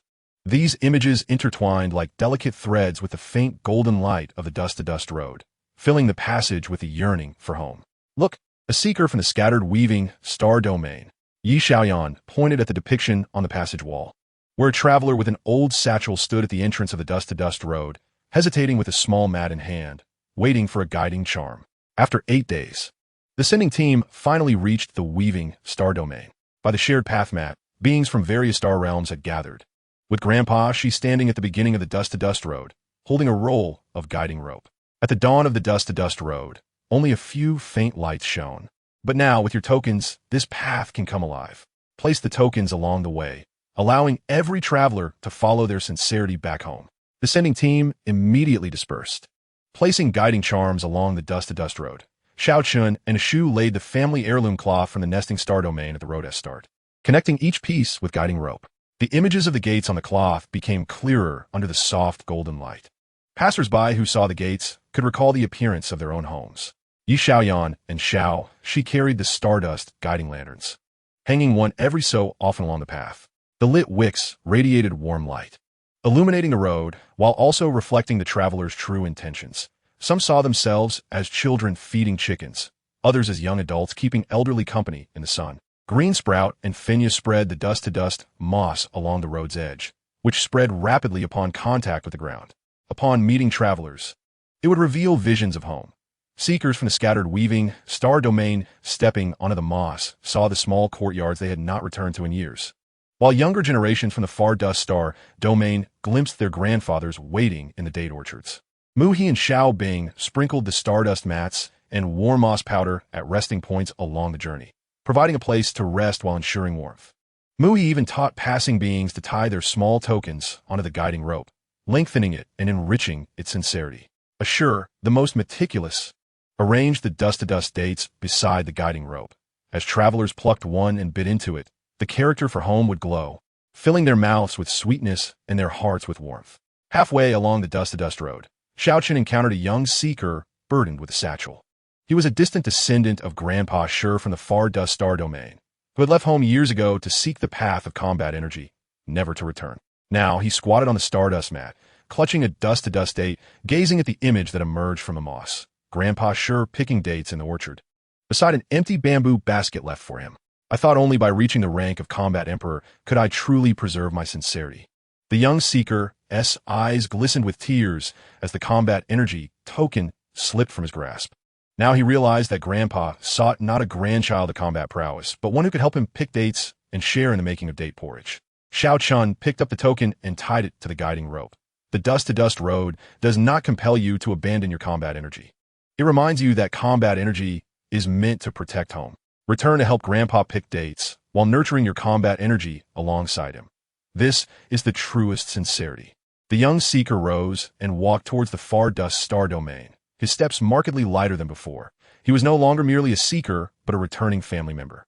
At the end of the dust-to-dust road, Xiao Chun encountered an older seeker, once a bearer of the cross-dimensional star realm's legacy.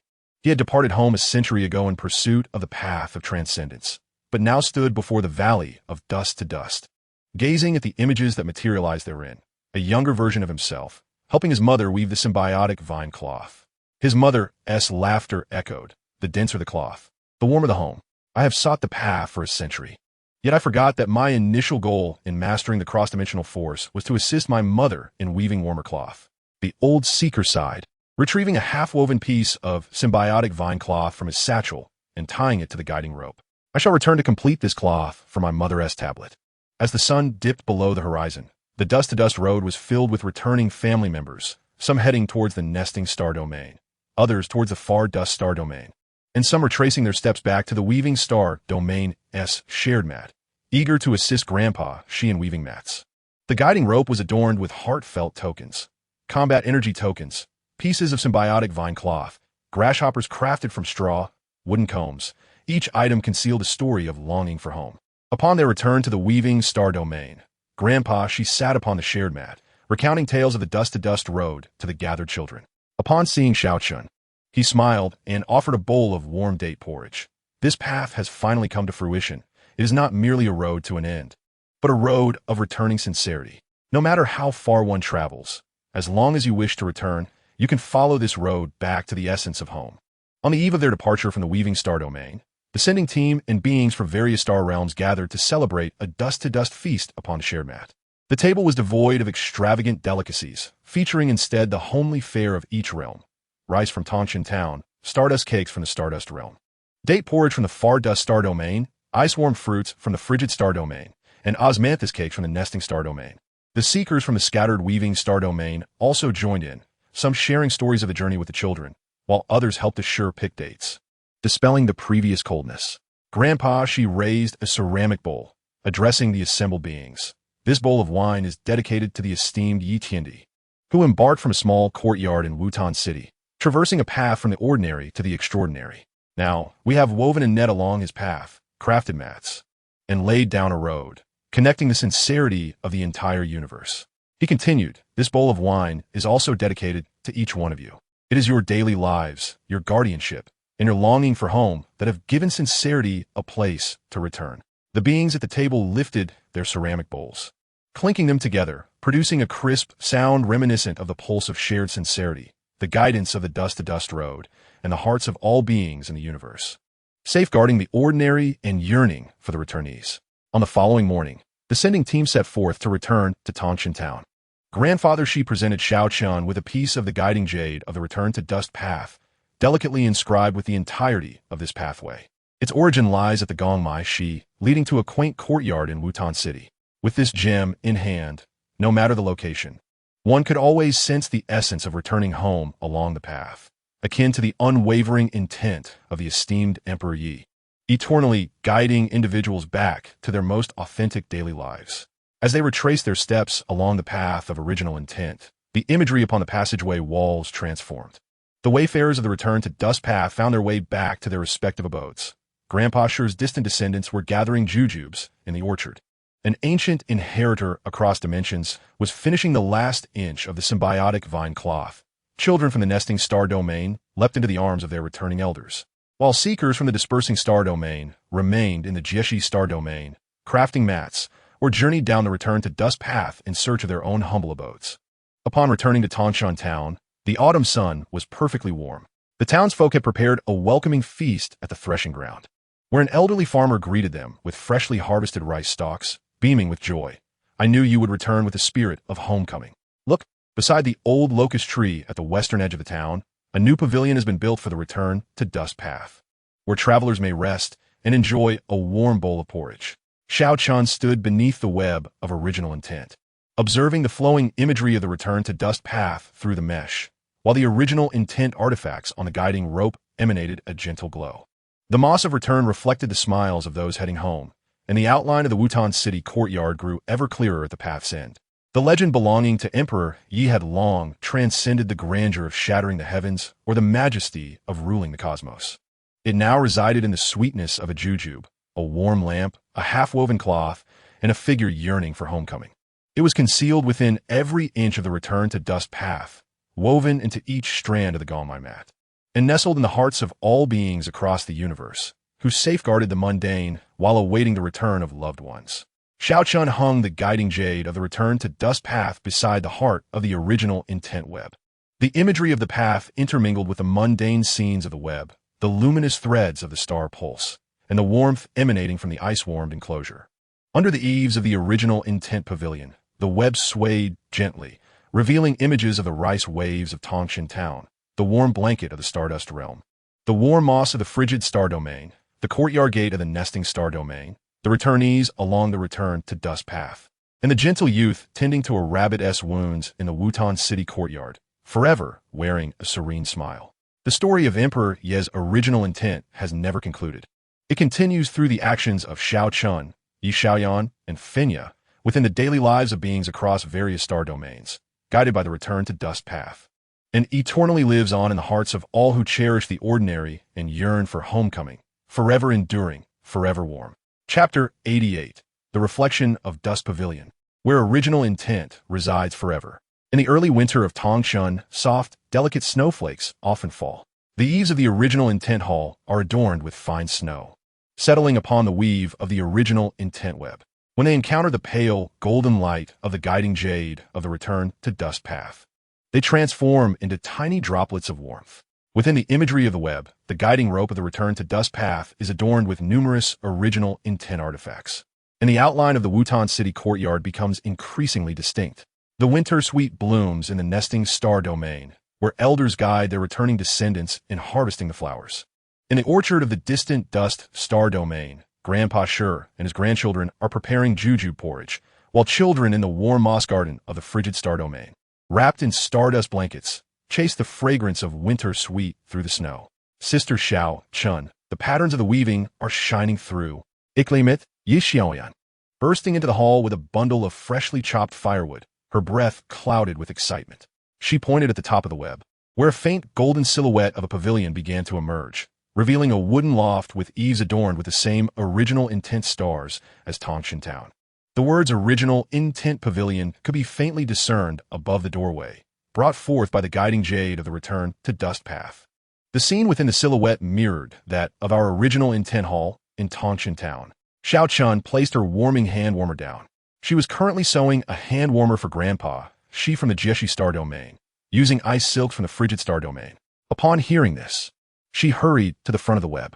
The moment her fingertips brushed against the pavilion's silhouette, a wave of warm belonging surged within her heart. The web suddenly radiated a blanket of soft golden light, and the silhouette emerged from the weave, hovering above the original intent hall. The original intent star at the eaves resonated with the one in the web, and the words original intent pavilion became entirely clear, glowing with the same gentle radiance as the ethereal form of Emperor Yi. Fenya floated beside the pavilion's silhouette, her petals gently brushing against the wooden door, transmitting waves of reassurance. She could sense the essence of dwelling within the silhouette. It was not a cold structure, but rather a home, akin to the original intent hall in Tongshan Town, where all beings who guard their original intent could find warmth and refuge. This is the cosmic original intent pavilion. A voice from the green chute arose from the web, bringing with it a pot of heart-resting moss, the color of which matched the faint gold of the pavilion silhouette.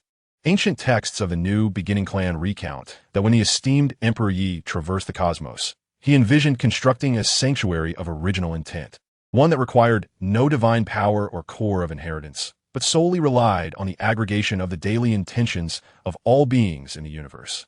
This would allow anyone, regardless of their star domain or the distance traveled, to rest and find solace. Now, the essence of return along the return to dust path, the gathering of intentions from the Gongmai mat, and the everyday sentiments from various star domains have finally brought it to fruition. When Muhi arrived from the Stardust Realm, his bundle was dusted with stardust snow, containing hanging decorations crafted by the children of the Stardust Realm, woven original intent stars and lanterns fashioned from stardust rice. The children insisted that the original intent pavilion needed home decorations, and each ornament was embroidered with their names, as if they were hanging their heartfelt intentions from the Stardust realm upon the eaves of the pavilion. From the distant dust star domain, a Shur; from the nesting star domain, a Shu; from the frigid star domain, little Bing; from the Jieshi star domain, little Shi; and from the dispersing star domain, the seeker, a Lu. All hurriedly arrived, stepping through the fresh snow. A Shur carried a jar of heart-resting jujube wine, steeped for 3 years with distant dust jujubes, proclaiming that the pavilion needed warm wine for a sense of comfort. A Shu embraced the family curtain of a nesting star domain, embroidered with scenes of original intent from various star domains, with plum branches entwined with symbiotic vines and rice ears nestled against warm moss. Little Bing cradled warm moss powder, intending to sprinkle it at the threshold of the pavilion, ensuring that all who entered would feel warmth beneath their feet. Little She carried a curtain crafted from scraps of the gongmai mat, woven with the names of various star domains, while Lu carried an old travel bag filled with original intent artifacts he had collected along the return to dust path, specimens of green shoots from the broken vein star, fragments of the symbiotic vine cloth from across dimensions, remnants of original intent gathered on his journey, destined for display in the pavilion so that future visitors would know that original intent has always existed within the ordinary. 3 days later, the team assembled to construct the pavilion. Xiaochun brought with her the wooden plaques carved by the elders of Tongshan Town, each inscribed with a phrase embodying everyday original intent. Repairing a neighbor's roof is also a form of protection. Accompanying the elderly in the sun is also original intent. Yi Xiaoyan carried the heart-resting moss and stardust ornaments, while Fenya held a cloth pouch filled with warm dew from various star domains. Along with the green shoot, Muhi, a Shur, a Shu, little Bing, little Shi, and a Lu, a group of 10 trod through the snow, embarking towards the silhouette of the pavilion at the end of the return to dust path. The passage of the gongmai was filled with the warmth of pavilion construction. The scenes on either side were no longer isolated images of individual star domains, but rather, beings from various realms were all preparing for the original intent pavilion. Carpenters from Tongshan Town were carving patterns for the pavilion's windows. Children from the Stardust realm were tying red strings to the ornaments. Women from the nesting star domain were mending the embroidery of the pavilion curtains. And the people of the frigid star domain were selecting the warmest moss seedlings from the warm moss garden. These scenes intertwined like golden threads, weaving together the pale golden light of the return to dust path, amalgamating the heartfelt intentions of all beings across the universe into a singular force. Look at the green shoot specimen in a Lu's bag. Yi Xiaoyan pointed at the scene on the passage wall, where a Lu was carefully placing the green shoot specimen from the broken vein star into a cloth booklet, which bore the inscription, "The first thread of green on the path of original intent." He used to refer to himself as a traveler, yet now he had transformed into a collector of original intent. A Lu patted his bag, laughing. Only after traversing the return to dust path do I understand that the journey is not about seeking the grand path, but rather about collecting these moments of warmth in the mundane. I once believed that the ability to transform into wings through combat was impressive, but now I find that helping the beings of the broken vein star dig a hole for green shoots is far more substantial. After 12 days of travel, the construction team finally arrived at the terminus of the returning dust road, where the illusory pavilion stands. This expanse of open grassland was blanketed with soft, gentle snow, shimmering with a faint golden hue. The ethereal shadow of the initial heart pavilion hovered at the center of the meadow, identical to the one ensnared within the web. The door was slightly ajar, as if beckoning them to enter and establish the pavilion. The initial heart pavilion was not constructed. It was conjured from unity. Xiaochun gazed at the partially opened door, reminiscing about the origins of the initial hall in Tongshan Town. It wasn't erected by craftsmen, but rather built collaboratively by the townsfolk, who joined hands to raise beams, weave mats, and spin fabric. They placed tokens of sincerity from various stellar realms within the pavilion, allowing heartfelt intentions to fill it, thereby transforming the ethereal image into a tangible sanctuary. The construction team immediately dispersed, bustling around the illusory pavilion. Xiaochun and A Shu stepped through the door, hanging the ancestral curtain from the returning star realm on the wooden pillars inside. As soon as the curtain depicting scenes of sincerity was hung, it merged with the pavilion's faint golden glow, causing the petals on the plum branches to tremble gently, as if exuding a genuine fragrance.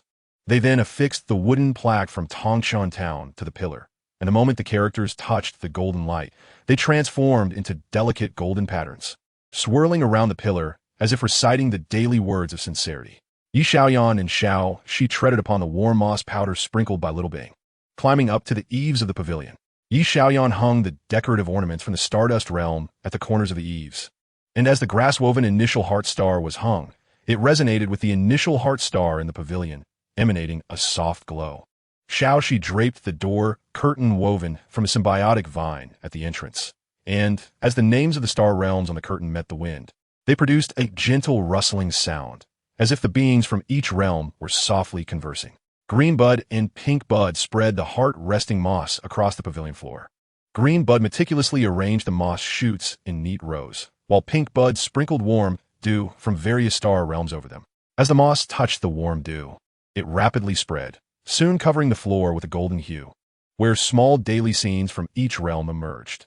Children from Tongshan Town weaving grasshoppers in front of the pavilion, children from the Stardust Realm hanging lanterns beneath the eaves, and elders from the returning star realm brewing plum tea inside the pavilion.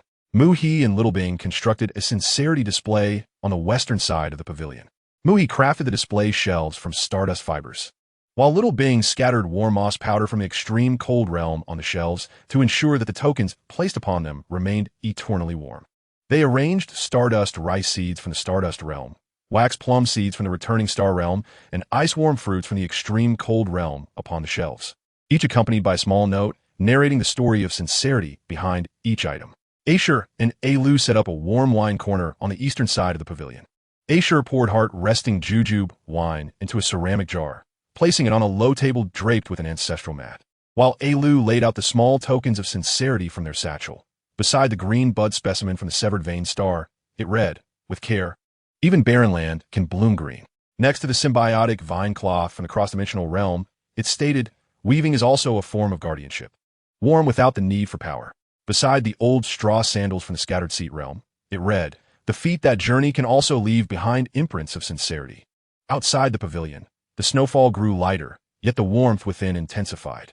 As Alu placed the final token, an old wooden piece from the direction of Wutan City, atop the display, the entire initial heart pavilion suddenly erupted in a resplendent golden light. The ethereal image gradually solidified. The wooden pillars, the warmly draped doors and windows, the moss-covered floor, and the token-laden shelves all transformed from mere shadows into tangible reality. The initial heart star at the eaves swayed gently, casting its light upon everyone, akin to a gentle embrace. It had been accomplished. The initial heart pavilion had truly come to life. Yi Xiaoyan, overwhelmed with excitement, dashed to the entrance, pushing aside the curtain inscribed with the names of the star realms.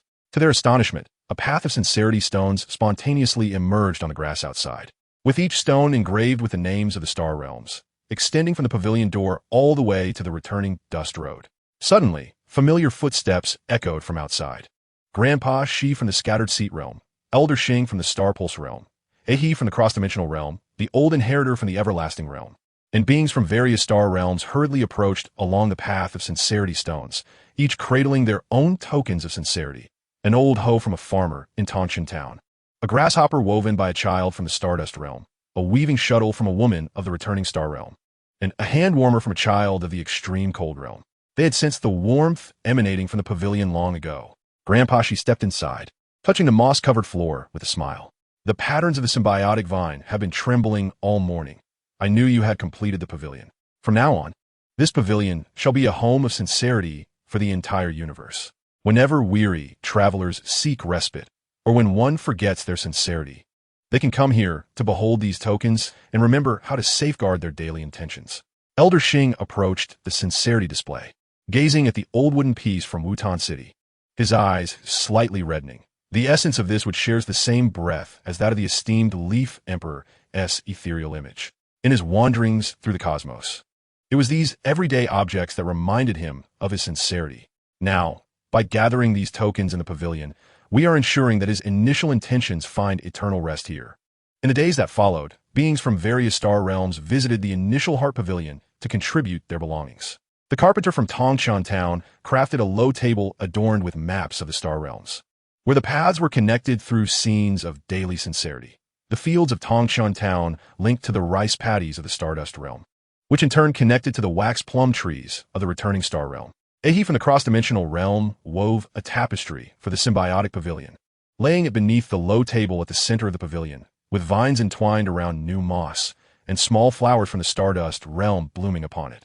The old inheritor from the everlasting realm placed the daily inheritance records on the shelf within the pavilion, alongside an old straw rope once used by the young Leaf Emperor, which he had found amidst the inheritance steel forest of the everlasting realm, still bearing the soil of Wutan City. The seekers from the scattered seat realm hung their travel satchels upon the walls of the pavilion, each accompanied by a note stating, "I was once a traveler. Now I'm a guardian of sincerity." Life within the initial heart pavilion unfolded without ceremony, only the grounding of daily life. Some came to rest, sipping a bowl of warm jujube wine brewed by elixirs, while others, having forgotten their sincerity, stood before the sincerity display, gazing at the green bud specimen from the severed vein star, recalling their own moments of bending down for a blade of grass.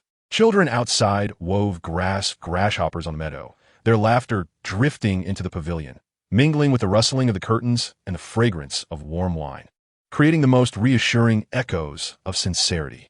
On the eve of their departure from the initial heart pavilion, Xiao Chun hung a wooden plaque beside the door, inscribed with the words, "The initial heart pavilion is not a sacred relic, but a home. Here, there is no need for worship or supplication. Simply sit down and reflect on whom you have helped today and whose warmth you have kindled. That is enough." Beings from various star realms added their own sentiments beside the plaque. A child from the Stardust realm wrote, "I helped the Stardust rabbit build a nest. That too is guarding sincerity." Little Bing from the extreme cold realm wrote, "I watered the warm moss. That too is guarding sincerity." Elu from the scattered seat realm wrote, "I offered a bowl of hot wine to weary travelers. That too is guarding sincerity." Aishu from the returning star realm wrote, "I accompanied my grandmother in picking wax plums. That too is guarding sincerity." On the day of their farewell, the snow ceased, and the early sun illuminated the eaves of the initial heart pavilion. The faint golden light intertwined with the warm rays of the sun, bathing the entire meadow in a gentle warmth. Grandpa, she gifted Xiao Chun a string of keys, crafted from the tokens of the various star realms, adorned with stardust rice ears, returning star wax plums, extreme cold warm moss, and scattered seat stones. With these keys, no matter where you are, when you wish to return to the pavilion, follow the path of sincerity, and the keys will guide you back. The construction team retraced their steps along the path of sincerity stones, the initial heart pavilion becoming increasingly distinct beneath the early sun.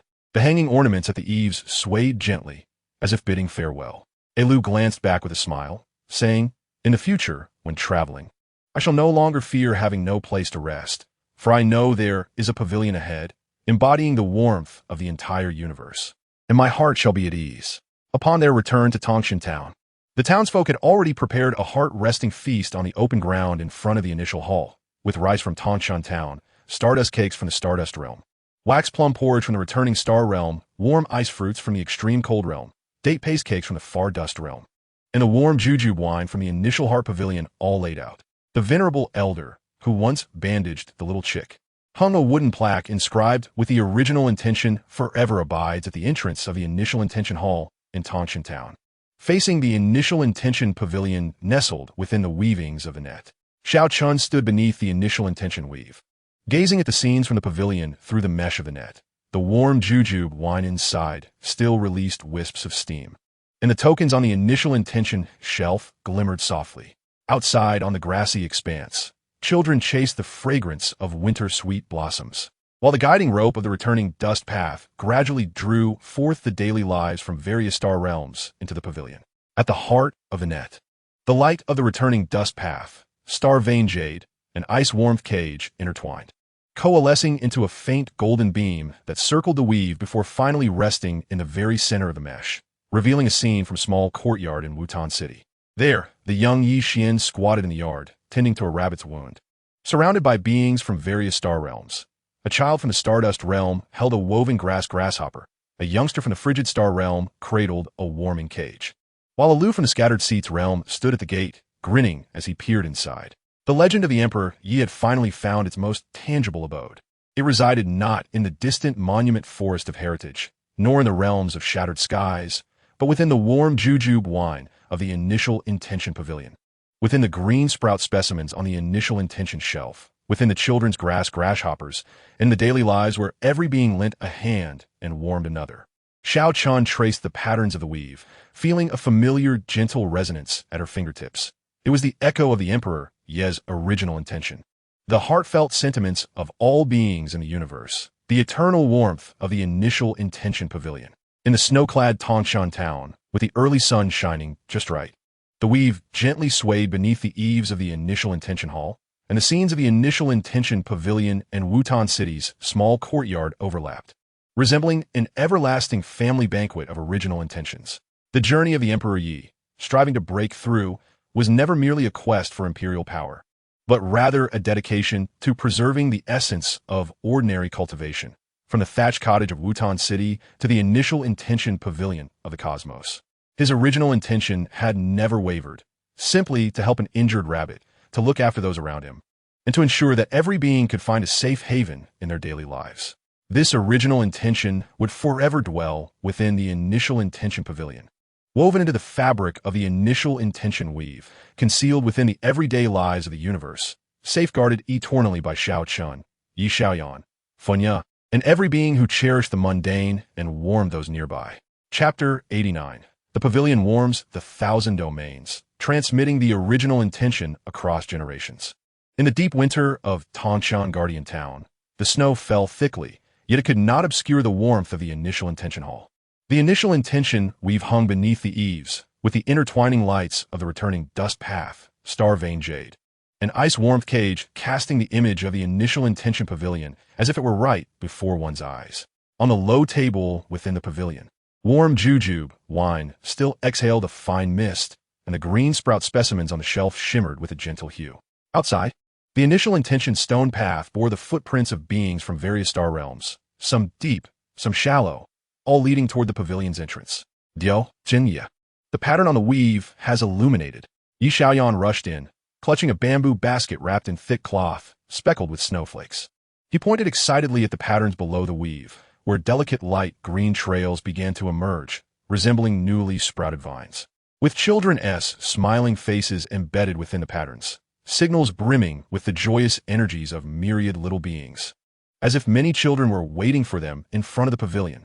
Xiao Chun set down her needle and thread, having been sewing snow boots for the children of the initial intention pavilion, using symbiotic vine fabric from the cross-dimensional star realm for the upper and warm moss velvet from the frigid star realm for the soles.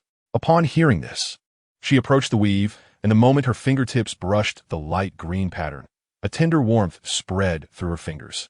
Suddenly, the weave glowed with a soft radiance, and the image of the initial intention pavilion became filled with children from various star realms. Children from the Stardust realm with braided pigtails clutched grasshoppers. Youngsters from the returning Nest Star realm donned embroidered plum cotton jackets, cradling branches of wintersweet. Little ones from the frigid star realm wrapped themselves in stardust warm blankets, their cheeks rosy from the cold but their smiles radiant, while the shy children from the severed vein star held freshly sprouted green shoots, hiding behind their elders. Beside the scene, a few lines of crooked script embroidered in childish handwriting read, "We are the little weavers of original intention, learning to preserve the original intention alongside Grandpa, Grandma, brother, and sister. We now wish to hold a generational banquet at the initial intention pavilion to teach the original skills we have learned to more little beings. We hope Sister Xiao Chun and Brother Xiaoyan will come as our teachers." Fenya drifted into the throng of children within the scene, her petals gently brushing against the severed vein child's green shoot, transmitting waves of joy. She sensed the children's heartfelt desire for legacy, not to learn techniques of fighting or cross-dimensional pathways, but to master the practical skills of helping stardust rabbits build nests, watering warm moss, and assisting the elderly in gathering jujubes, much like the young Emperor Yi had once learned to bandage a rabbit. Legacy. Xiao Chun watched the earnest expressions of the children in the scene, recalling the old farmers of Tangshan Town teaching children to distinguish rice seedlings, and Grandma May of the returning Nest Star realm teaching her granddaughter to weave. This was the finest continuation of original intention, not through recorded texts or tokens of authority, but through great beings teaching and little beings learning, passing down the skills to warm those around them across generations. Then we must bring the tools for teaching. Yi Xiaoyan set down the bamboo basket, unveiling the thick cloth to reveal the small tools of original intention he had crafted for the children. a small hoe woven from bamboo strips. Convenient for children to dig moss pits. A small weaving shuttle wrapped in straw, perfectly suited for little hands. And small wooden plaques etched with simple original intention patterns. One side depicting rice ears, the other war moss. These tools were small and manageable for children, making learning effortless. The heartwarming waves of the green shoots quickly transmitted from the weave, bringing with it a pot of legacy moss that floated into the initial intention hall. This moss was softer than ordinary resting moss, a pale green with a milky sheen. The elder of the new beginning clan stated that this legacy moss could reflect learning intentions. When children shared the skills they wished to learn with the moss, it would project corresponding images, as if a teacher were guiding them hand in hand. When Muhi arrived from the Stardust realm, his backpack bulged like a small mountain, filled with legacy mats crafted by the children of the Stardust realm, each adorned with simple steps of original intention. To weave a grasshopper, one must wrap it 3 times and tie 2 knots. When planting rice seedlings, one must bury them shallowly and water gently. Qingyang said, "We must embroider our learned skills onto the mats to teach our friends from other star realms. Ashur from the far dust star realm, Ashu from the returning Nest star realm, Little Bing from the frigid star realm, Little Shi from the severed vein star realm, and Alu from the scattered seats realm all arrived bearing legacy gifts. Ashur carried a basket of legacy jujubes, each pit engraved with the characters for learning warmth, saying that children would remember the skills better when they enjoyed the sweet jujubes. Ashu cradled a legacy fabric booklet from the returning Nest star realm, illustrated with simple original intention images that children could understand, depicting how to help Grandma pick plums and how to serve tea to Grandpa. Little Bing held a pair of legacy mittens made of warm moss velvet to prevent children's hand from getting cold while learning to weave warming cages.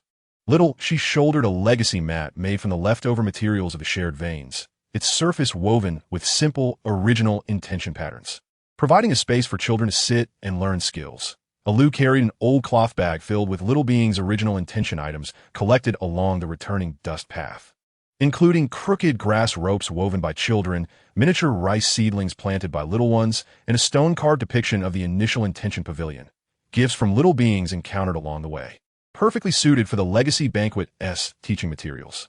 3 days later, the team for the Legacy Transmission gathered. Xiao Chan donned a legacy apron woven by the elderly women of Tongqin Town, adorned with small pockets for the children to store their tools, while Yi Xiaoyan carried the small tools of original intention, legacy moss, and Funya cradled a cloth bag filled with original intention items from children across various star realms. Along with Green Sprout, Muhi, Ashur, Ashu, Little Bing, Little Shi, and Alu, the group of 10 set out, treading through the snow along the shared vein toward the initial intention pavilion. The shared vein passage echoed with the joyful laughter of children, and the scenes on either side transformed from the daily lives of great beings to the legacy scenes of various star realms. Muhi from the Stardust realm teaching children to identify Stardust rice. Grandma May from the returning Nest star realm instructing her granddaughter in embroidery. Grandpa Shur from the far Dust star realm guiding his grandchildren in cooking juju porridge. And Grandma Bing from the frigid star realm teaching little ones how to water warm moss. These images strung like a series of candied hawthorns, threaded together by the light green legacy patterns, wrapping the entire passage in a sweet, warm ambience. Look, it's Little Green from the severed vein star. Yi Xiaoyan pointed to the images on the corridor wall where the bashful child from Duanmai Star was learning to weave grass ropes under Alu's guidance. The ropes were unevenly crafted, yet the child's eyes were squinted in delight. Once too timid to speak, he now boldly sought to acquire new skills. Alu gently touched the green sprouts sent by Little Green in the cloth bag, smiling as he remarked, "This is the beauty of passing down our original intentions. Whatever the great beings do, the little ones follow suit. When you assist him once, he gains the courage to help another, gradually becoming a guardian of the new original intent." After 10 days of travel, the delegation finally arrived at the pavilion of original intent. The snow-clad pavilion resembled a frosty cloak, with snow accumulating on the eaves. As the sun shone, it melted into fine mist, mingling with the aroma of jujube wine wafting from within. The stone path leading to the pavilion was already brimming with children from various star realms. Upon seeing the delegation's arrival, a Qing from the Stardust realm rushed forward, brandishing a woven grass grasshopper, exclaiming, "Sister Xiaochen, Brother Xiaoyan, we have set the table for the legacy feast."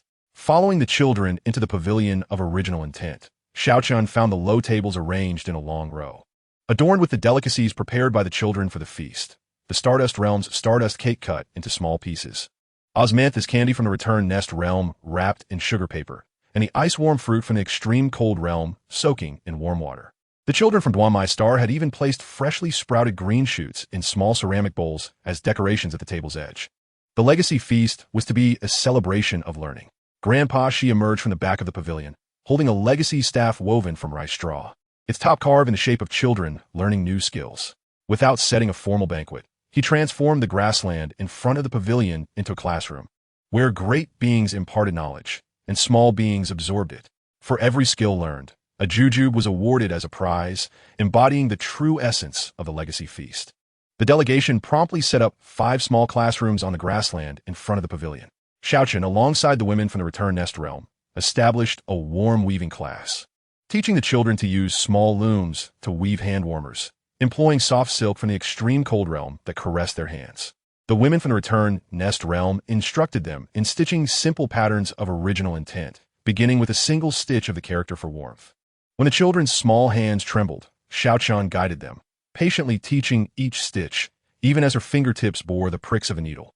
She cheerfully encouraged them to practice more for steadiness. Yi Xiaoyan and the great beings from Duanmai Star created a green planting class, where Yi Xiaoyan taught the children to dig small holes for planting moss, ensuring they were neither too deep nor too shallow, just right for the legacy seedlings.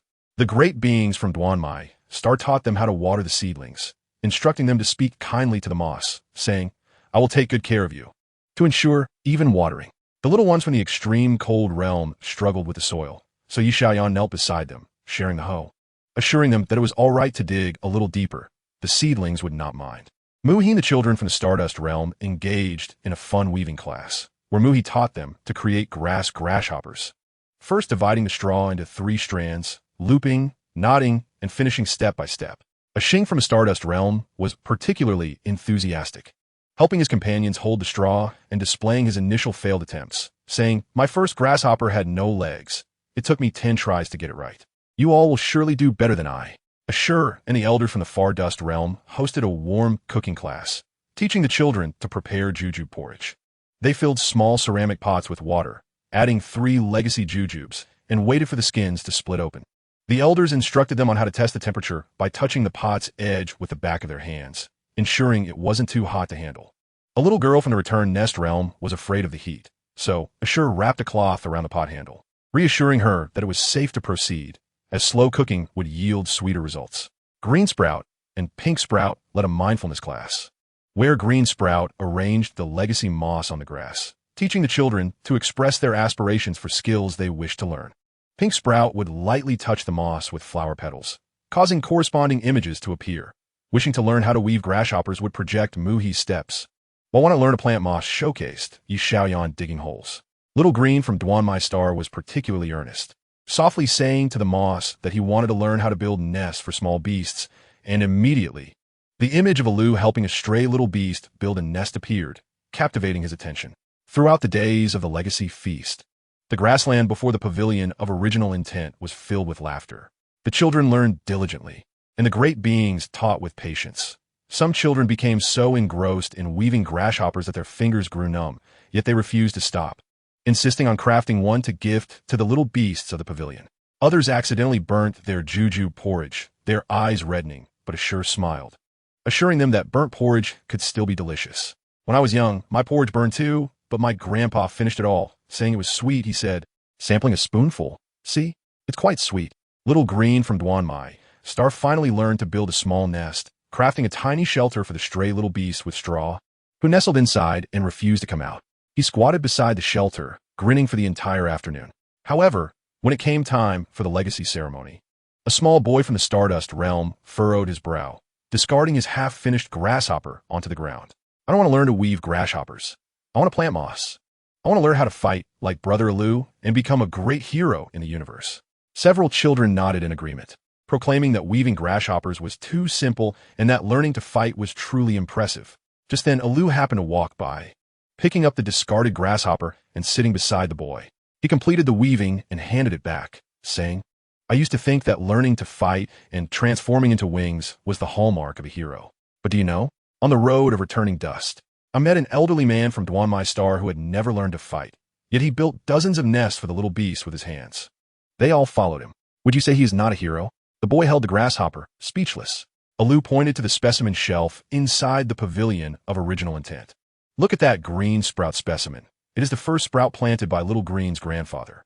He didn't rely on fighting, but watered it daily, allowing the barren lands of Duanmai Star to bloom with green. Isn't that impressive? The boy looked up at the specimen, then glanced at the grasshopper in his hand. Suddenly, he exclaimed, "Can I give the grasshopper I made to my friends in the extreme cold realm? They're wrapped in warm blankets and will surely love the grasshopper." Alu chuckled, ruffling his hair. Of course, that makes you a hero. Making your friends happy is far more significant than simply fighting. On the final day of the legacy feast, every child had learned at least one original skill. Grandpa she distributed a jujube to each child, along with a small wooden plaque engraved with Little Weaver of original intent. The children proudly displayed their crafted grasshoppers, woven hand warmers, and planted moss on a legacy shelf of the pavilion of original intent, placing their wooden plaques beside them. A Qing from the Stardust realm had written beside his grasshopper, "For Little Green of Duanmai Star," while the warmers from the extreme cold realm had for Grandma Bing embroidered on them. And the osmanthus branches from the return nest realm read, "Planted in front of the pavilion, fragrance wafting across the realm." As they departed from the pavilion of original intent, the children surrounded the delegation, reluctant to let go. A Qing from the Stardust realm gifted his handmade little lantern to Yi Xiaoyan, while the little one from the extreme cold realm shoved a pair of warm moss gloves into Xiaochun's hands.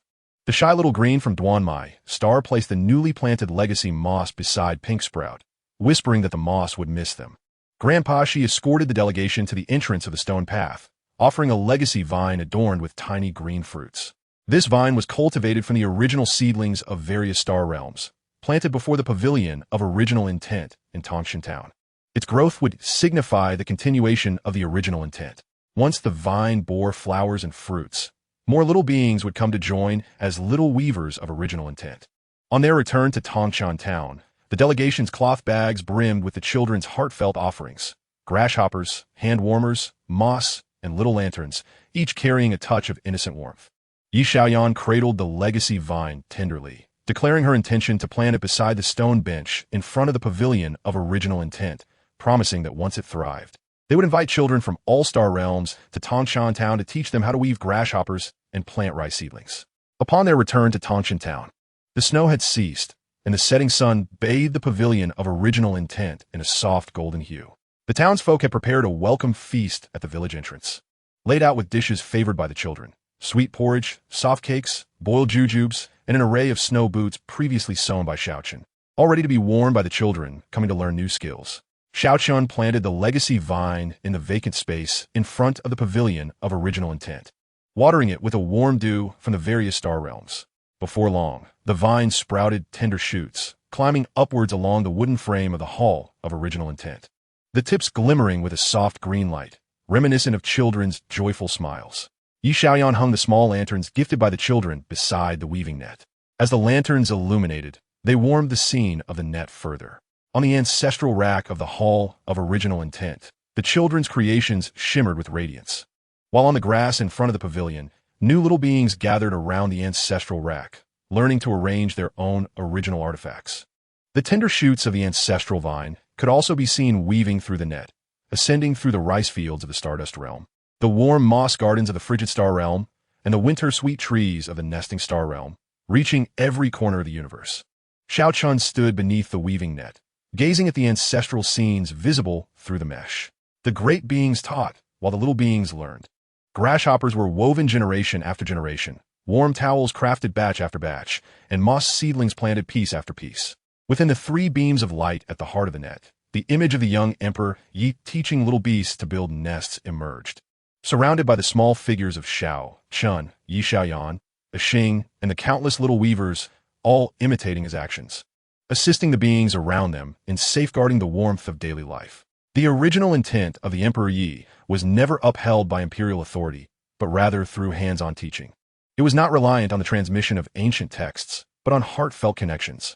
It resided in the grasshoppers woven by the children, nestled in the tender shoots of the ancestral vine, hidden in every patient moment of great beings teaching little beings, embedded in the daily routine of one generation teaching another, nurturing warmth from one to the next.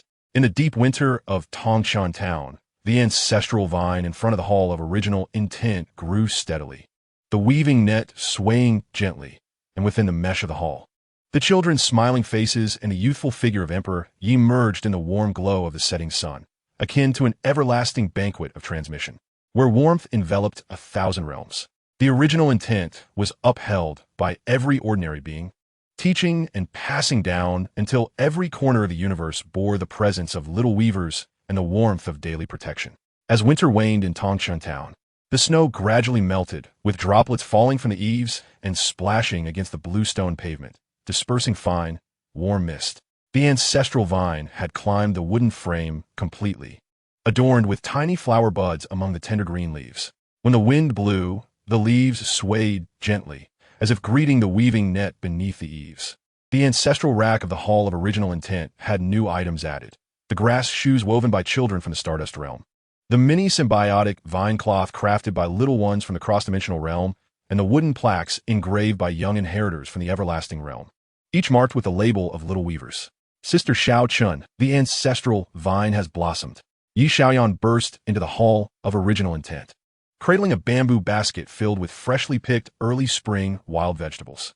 He pointed excitedly at the vine frame outside, his voice brimming with delight. The buds have burst open, and they're a pale golden hue.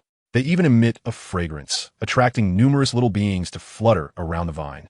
Xiao Chun set down the fabric bag she was holding, having been sorting the original artifacts sent by children from various star realms.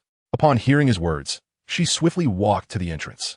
She beheld the flower buds of the ancestral vine fully in bloom, clusters of pale golden flowers releasing their fragrance into the breeze, luring butterflies and bees of Tangshan Town to dance around the vine. More remarkably, each flower's center reflected a small scene. Some depicted Stardust Realm children chasing stardust rabbits in the rice fields. Others showed little ones from the frigid star realm watering in the warm moss garden. And yet others captured a little girl from the nesting star realm accompanying her grandmother in sun-drying winter sweet. This is the flower of original intent. The green shoots drifted to the vine frame, the small white flowers on the ancestral moss resonating with the fragrance of the vine flowers, transmitting waves of completeness. The ancient texts of the New Beginning clan state that when the ancestral vine blooms, it heralds the fullness of original intent throughout the universe. Each flower reflects the steadfast daily guardianship of the little weavers, and the stronger the fragrance, the farther the original intent spreads.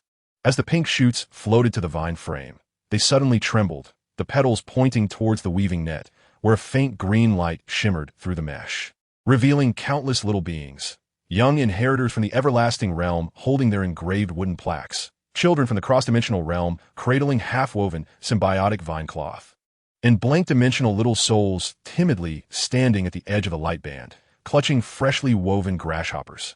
Beside the light band, words embroidered with vine patterns read. Upon hearing that the ancestral vine of Tangshan Town has blossomed, little weavers from various star realms wish to attend the vine banquet, eager to see the ancestral vine, to hang their original artifacts upon it, and to learn new skills from Sister Xiao Chun and Brother Xiaoyan. The blank-dimensional little souls also wish to come, expressing their desire to plant their own ancestral vine seedlings, signed by all the little weavers from various star realms. Xiao Chun looked at the blank-dimensional little souls in the image, recalling their initial timidity when she first met them, when they were afraid to even touch the blades of grass. Now, they dare to actively request vine seedlings, warming her heart immediately. Of course, we must let them come. She turned to Yi Xiaoyan, saying, quickly clear the open space in front of the Hall of Original Intent, set up a few small bamboo shelters, and prepare small shovels, grass ropes, and weaving shuttles. Also, cut off side branches of the ancestral vine to use as seedlings. Each little weaver who comes shall receive one. The news spread through the original communal pulse, and within 3 days, Tangshan Town became lively. Little weavers from various star realms arrived along the road of return under the guidance of great beings. The Xing from the Stardust Realm sprinted ahead with a fabric bag full of grass weaving tools, while little ones from the Frigid Star Realm, bundled in stardust blankets, were led by Ice Grandma. A little girl from the Nesting Star Realm held winter sweet branches in her arms, adorned with her own embroidered sachets, while the blank-dimensional little souls formed a small line, clutching grasshoppers, timidly following at the rear with eyes full of anticipation.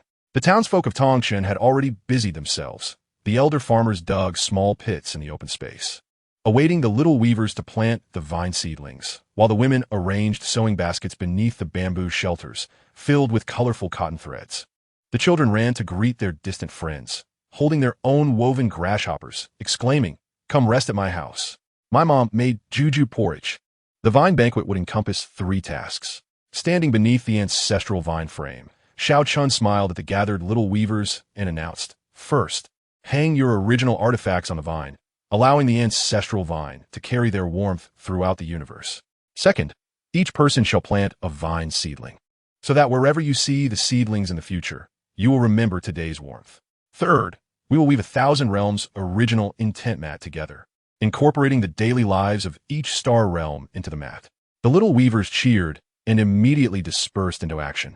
The team hanging artifacts gathered beneath the ancestral vine, tiptoeing to place their original items upon it. A Xing from the Stardust realm hung her grasshopper high on the vine's tip, declaring she wanted it to float the highest for all the universe to see.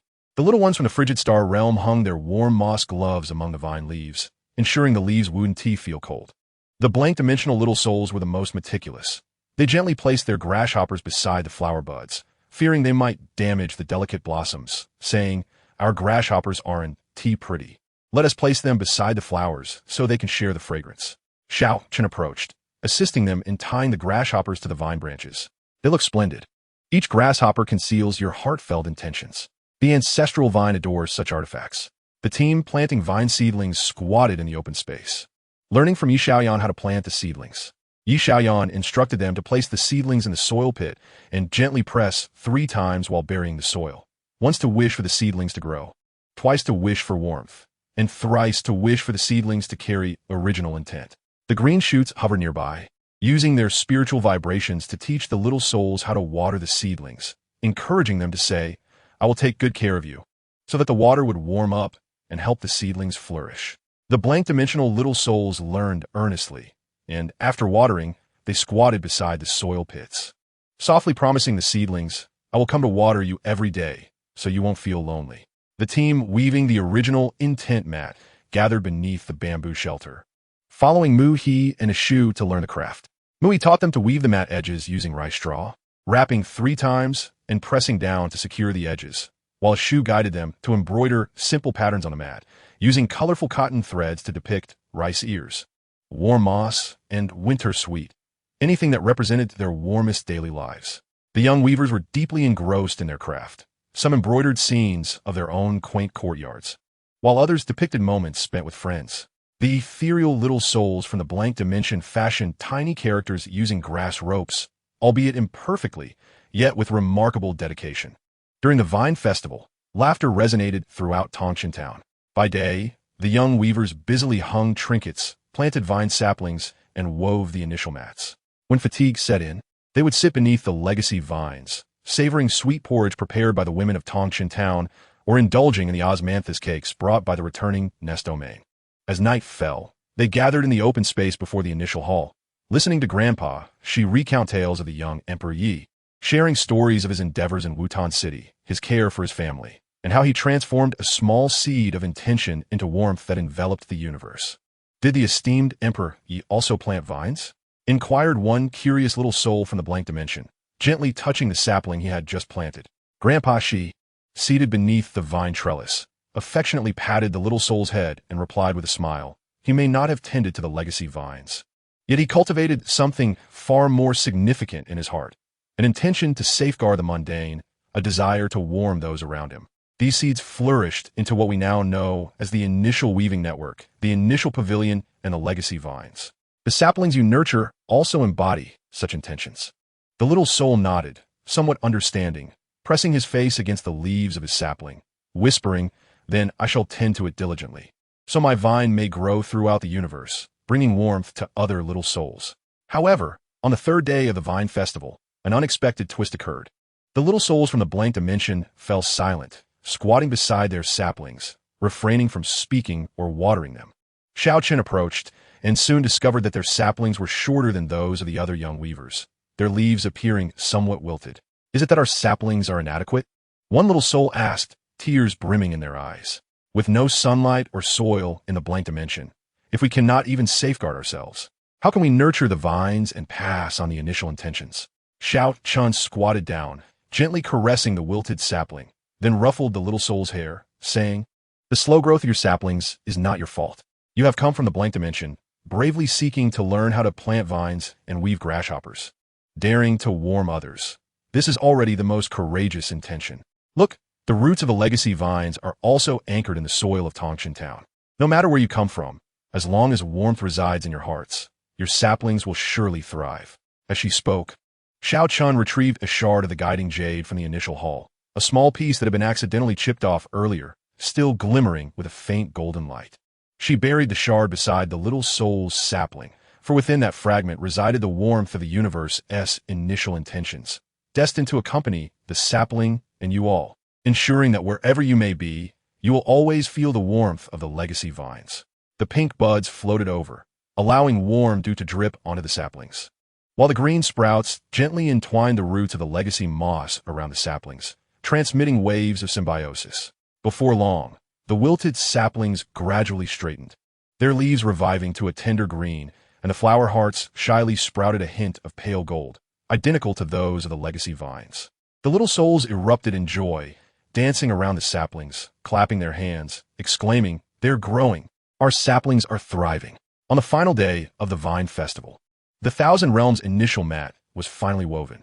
This mat, smaller than the communal mats of the Confluent Star Domain, was yet more vibrant, adorned with straw patterns crafted by the children of the Stardust Realm, embellished with the warm moss from the extreme cold star domain, the osmanthus from the returning Nest Domain, the date garden from the far Dust Star Domain, and the crooked characters made by the little souls of the blank dimension, each accompanied by a tiny, pale golden vine flower.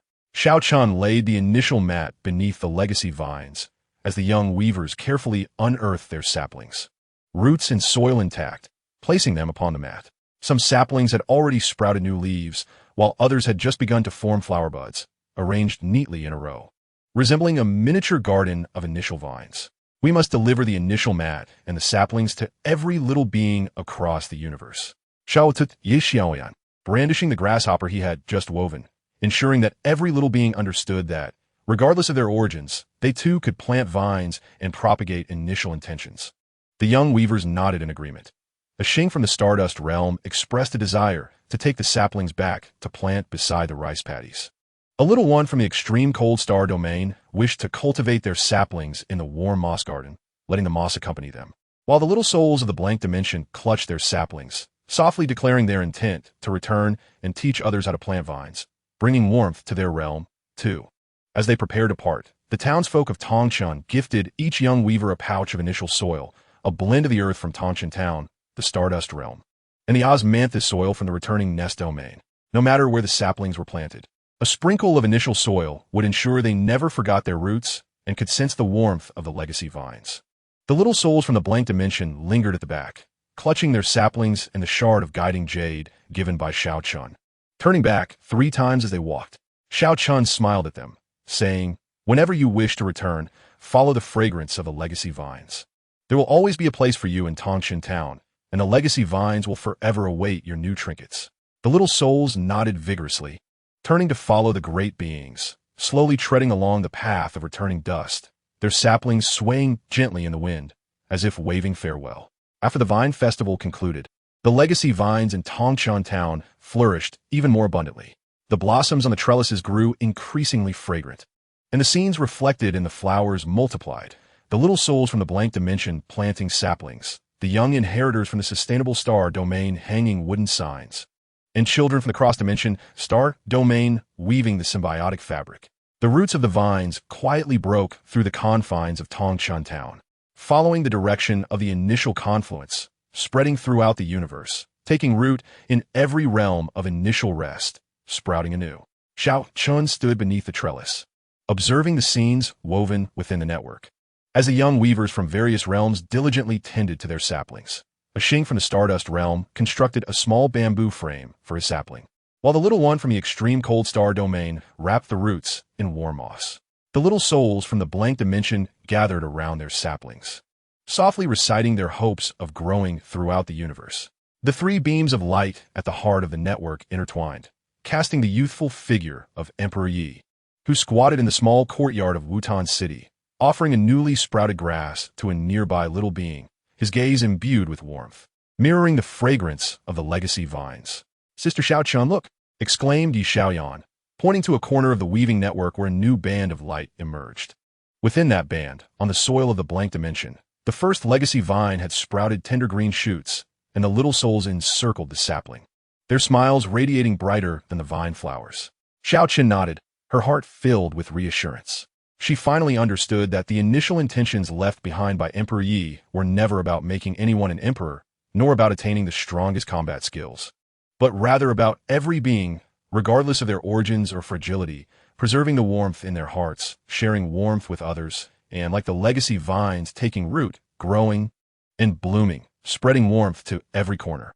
As the winds of late winter gradually warmed, the fragrance of the legacy vines permeated Tangshan town, wafting into the initial hall, ascending to the initial weaving network, and flowing along the path of initial convergence, reaching every realm in the universe. The 1,000 Realms initial mat remained spread beneath the trellis, its imprints of saplings, crooked characters, and pale golden vine flowers narrating a feast of ordinary initial intentions, void of the roar of combat, absent of radiant pathways, only the smiles of the young weavers, the tender buds of the saplings, and the words nestled in the hearts of every being. No matter where one comes from, as long as there is warmth in the heart, one can propagate initial intentions. Regardless of the slow growth, as long as one does not give up, the sapling will thrive. The story of Emperor Ye's initial intentions continues. Hidden within every leaf of the legacy vines, within each smile of the young weavers, within the newly sprouted saplings of the blank dimension, and woven into the daily lives of every being who safeguards and shares warmth throughout the universe. The legacy vine in Tangshan town continues to flourish, its tendrils entwining around the wooden trellis, its roots stretching toward distant horizons.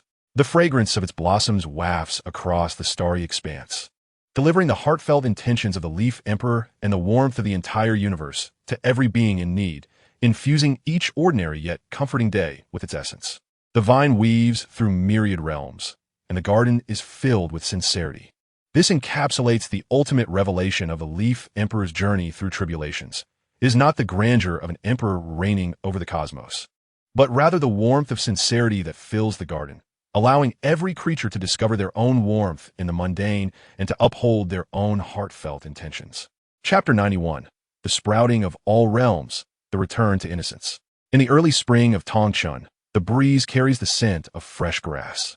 The legacy vine before the Hall of Sincerity has climbed the entire courtyard wall, its pale golden flowers having fallen to yield clusters of tender green sincerity fruits, each bearing the imprints of various star realms, patterns of stardust rice, shapes of warm moss, and the quirky characters of blank, other-dimensional remnants.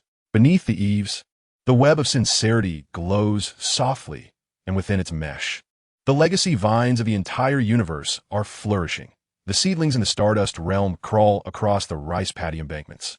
The buds in the frigid star domain are enveloped in warm moss, and the vines of the blank other dimension have finally broken through the barren earth, blooming their first pale golden flower. "Sister Xiaochun, the sincerity fruits are ripe," exclaimed Yi Xiaoyan, rushing over with a bamboo basket filled with freshly picked fruits. As the fruits touched the basket, they emitted a delicate light. Look, each fruit reflected the image of the little weavers, a Xing watering the seedlings, Xiao LV picking the winter sweet, and the blank other-dimensional remnants joyfully cradling the fruits. Xiaochun set down her cloth bag, where she had been organizing the growth letters of the seedlings sent from various realms, and took a sincerity fruit.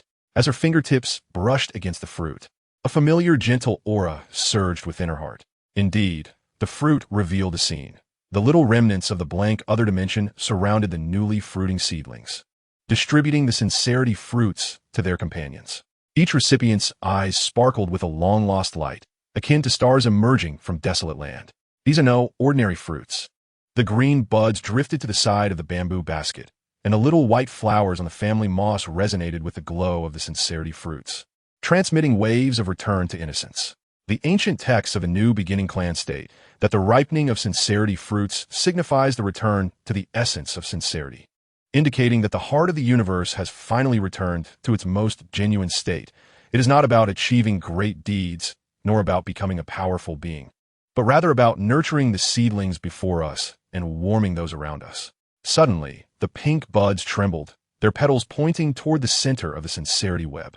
The core pathway of returning to dust, star pulse jade, and ice warmth intertwined to form a pale, golden beam of light, revealing a familiar silhouette, not the majestic form of the Leaf Emperor's ethereal manifestation, but that of the young Yi Xian, clad in coarse cloth from Wutan City, gripping a piece of grass rope, crouching on the ground as he bandaged the wounds of an injured little beast. Surrounding him were the children of Tongqin Town, a Xing from the Stardust Realm, the blank other-dimensional remnants, and the little weavers from various realms, all emulating his actions, assisting the nearby beings. Beside the beam, several lines of text embroidered with vine patterns bore the handwriting of the Leaf Emperor, gentle yet resolute. My intention is not to shatter the heavens, nor to reign over the universe, but to tie a piece of grass for a little beast in the small courtyard of Wutan City, to serve a bowl of porridge to family, to guide a passerby along their path. Now witnessing the vines flourish across realms, the little weavers passing warmth, I know the essence has returned to truth. Henceforth, there is no need for a legacy tablet, nor for ethereal manifestations. All that is required is for you to uphold the mundane and spread warmth, for that is the continuation of my heartfelt intentions. Xiaochan gazed at the youthful Yi Xian within the beam, her eyes suddenly brimming with warmth. From their initial encounter with the ethereal manifestation in Tongqin Town, to the collective pulse of the star realms, to the dwelling built in the Hall of Sincerity, and now to the legacy vine entwining through myriad realms. What they had always sought in the Leaf Emperor's intentions was never an unattainable path of greatness, but rather the most ordinary, the most genuine guardianship of everyday life. Is the Leaf Emperor truly returning to essence? Yi Xiaoyan whispered, the sincerity fruit in her hand radiating light, reflecting the smile of the young Yi Xian. Not to vanish, but to merge. The voice of the green bud carried a solemnity. His intentions had already merged into the everyday life of the universe, intertwined with the tendrils of the legacy vine, infused within the hearts of the little weavers, and encapsulated in every act of kindness that warms another. There will no longer be the Leaf Emperor's intentions, only ours. At that moment, the sincerity web suddenly radiated a brilliant light, and all the images within its mesh began to overlap. The legacy vine of Tongqin Town, the rice fields of the Stardust Realm, the warm moss gardens of the frigid star domain, the seedlings of the blank other-dimensional realm, the shells of the Hall of Sincerity, the grass patterns of the collective pulse, and the footprints along the path of returning to dust. All images ultimately converged into the scene of the small courtyard in Wutan City, where the young Yi Xian stood up, gently patted the head of a little weaver beside him, and looked at Xiaochan and Yi Xiaoyan, smiling as he said, "Take good care of the mundane," before his figure transformed into countless pale, golden specks of light, drifting along the sincerity web towards the legacy vines of the universe, the objects of sincerity and the hearts of the little weavers. As the specks of light touched the legacy vine in Tongqin Town, the leaves instantly radiated a warmer glow. When they reached the seedlings of the blank other dimension, new green buds unexpectedly sprouted from the barren earth. When the light touched the grasshoppers of the little weavers, the grasshoppers gently stirred as if greeting them. Sister Xiaochan, I think I can feel the intentions of the Leaf Emperor. A Xing from the Stardust Realm suddenly transmitted through the web, his voice brimming with excitement. He told me to water the seedlings well and to keep the Stardust Rabbit company. That is the best form of guardianship. Messages also came from the little remnants of the blank other dimension, their voices choked with emotion. He patted my head and said my seedlings are the best, that the blank other dimension will also have many green buds and warmth in the future. Xiaochan wiped away her tears and smiled at Yi Xiaoyan. We should head to the banquet of returning to essence. It is not a farewell banquet, but a feast of merging intentions, to let all beings in the universe know that the Leaf Emperor's intentions have become part of our daily lives. The banquet of returning to essence was set up in the grain-drying yard of Tongqin Town. The townsfolk arranged the wooden tables into a long row, laden with everyday foods from various realms. Rice from Tongqin Town, stardust cakes from the Stardust Realm, juju porridge from the far dust star domain, ice-warm fruits from the frigid star domain, winter sweet cakes from the nesting star domain, and the freshly ripened sincerity fruits, filling the entire table. Beings from all realms gathered. Grandpa Shi leaned on his grass staff, holding scraps from the collective pulse mat. Elder Xing cradled fragments of star pulse jade, intending to bury them beneath the legacy vine. And the old lady from the frigid star domain brought the little weavers, cradling cushions made of warm moss. While the little remnants of the blank other dimension, for the first time, dared not hide timidly in the back, but instead proudly carried their own seedlings to the center of the grain-drying yard and placed them on the table. Today we speak not of legacies, nor of martial prowess, but the everyday. Xiaochan stood atop the platform in the grain-drying yard, gazing at the multitude of beings, her voice gentle yet powerful. The Leaf Emperor's intentions were never about making us into him, but rather about encouraging us to become ourselves. It is the old farmer of Tongshan Town tending to his rice fields, the children of the Stardust Realm caring for the Stardust Rabbit, the remnants of the blank other dimension nurturing their seedlings, and every being guarding the warmth before them, conveying their heartfelt intentions. Having spoken, she picked up a sincerity fruit and gently broke it open. The specks of light within floated out, landing in every corner of the grain-drying yard. The beings touched by the light recalled their most genuine intentions. Ashur remembered the satisfaction of helping his grandfather cook juju porridge. Ashur recalled the warmth of picking winter sweet with his grandmother. Alu thought of the steadiness in serving hot wine to travelers, while the little weavers reminisced about the joy of watering seedlings and crafting grasshoppers. I once thought that I needed to cultivate the strongest martial energy to safeguard my intentions. A seeker from the Scattered Path Star domain stood up, his voice filled with relief. Now, I understand that when I passed the path of returning to dust and built a nest for a little beast by the roadside, it brought me more fulfillment than becoming a martial king. That is truly my intention. I used to think that the blank other dimension held no hope and that I could not safeguard my intentions. The fragment of a soul from the blank dimension spoke softly, clutching a vine leaf in hand. Now, we possess vine seedlings, the fruit of our original intentions, and the warmth of everyone around us. I understand that as long as we diligently cultivate the vines and assist the lingering souls beside us, the blank dimension can transform into a warm haven. This is our original aspiration. Applause resonated in the grain-drying yard, not the exuberant cheers of celebration, but a steady, comforting clapping, akin to the gentle swaying of vine leaves passed down through generations, reminiscent of the flowing patterns woven by our initial intentions, and reflective of the heartfelt devotion of all living beings in the universe to preserve the mundane. This collective sentiment coalesced into a gentle yet resolute force. At the culmination of the Return to Truth banquet, Xiao Chun and Yi Xiao Yin, accompanied by beings from various star realms, scattered the seeds of the original intention fruit across the soil of Tongshan Town, the grassy expanse of the original intention pavilion, beside the vine seedlings in the blank dimension, and beneath the ancestral vines that span the cosmos. With each seed that settled into the earth, a tiny vine sprout emerged, each bearing a single character, truth. This was the Return to Truth vine. Crouching beside the newly sprouted vines, Xiao Chun gently caressed the tip of a sprout. It requires no special care from us. As long as we maintain our daily routines and nurture warmth in our hearts, it will grow, bloom, and bear fruit on its own, much like our original intentions. There is no need to deliberately remember or convey them. Simply living each day well and warming those around us ensures their eternal presence. As they departed from Tongshan Town, beings from the various star realms carried the seeds of original intention, bearing hearts that sought truth. Grandpa, she wished to sow the seeds beside the communal pulse, allowing the vines and intentions to intertwine harmoniously. The Star Elder intended to bury seeds beneath the star pulse stone, connecting the essence of the stars with the vines. The lingering souls of the blank dimension aspired to scatter seeds across desolate lands, encouraging vine sprouts to flourish in their homes, warming the dimension with their presence.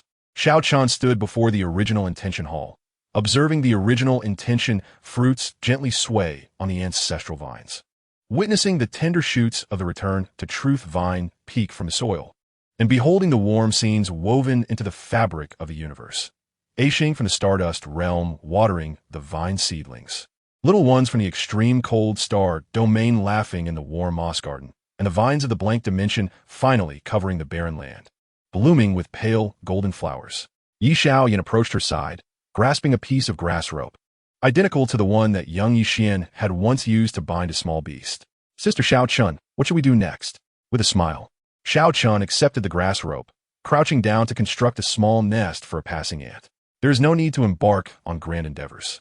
Simply assist the little ant in building its nest, water the vine seedlings, organize the letters from the little weavers, and join the townsfolk in drying grain. Preserving the everyday and warming those around us is the finest legacy, embodying the original intention of our esteemed predecessor, the Heavenly Emperor of Leaves. Yi Xiaoyan nodded, also crouching down to help reinforce the ants' nest. The sunlight enveloped them, cascading upon the ancestral vines, the fabric of original intention.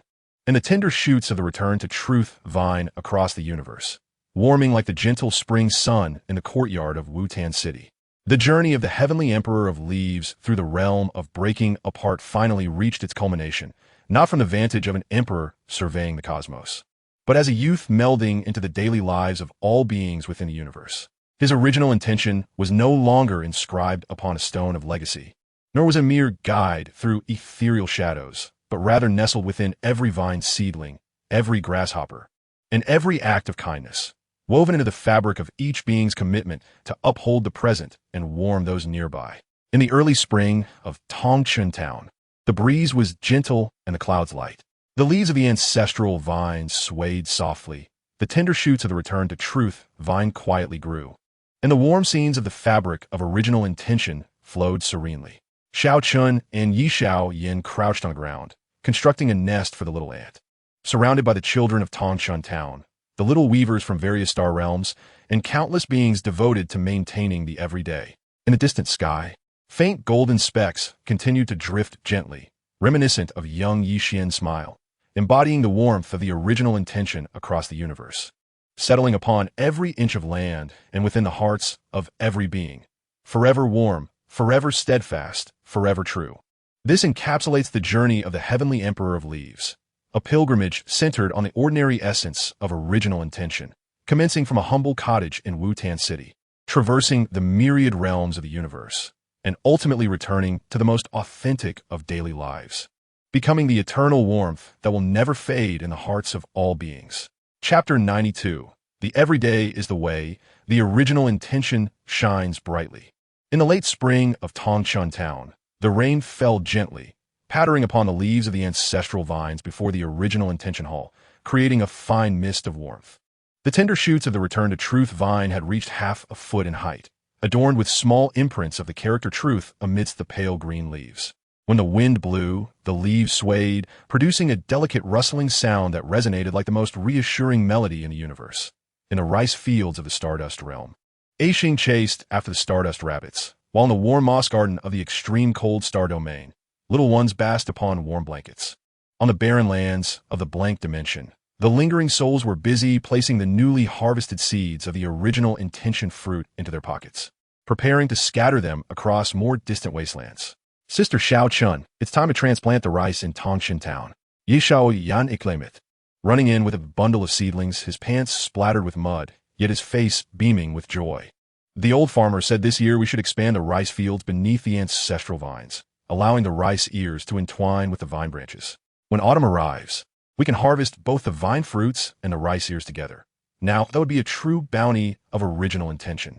Xiao Chan set down the wooden box in her hands, filled with the original intention diaries sent by the little weavers from various star realms.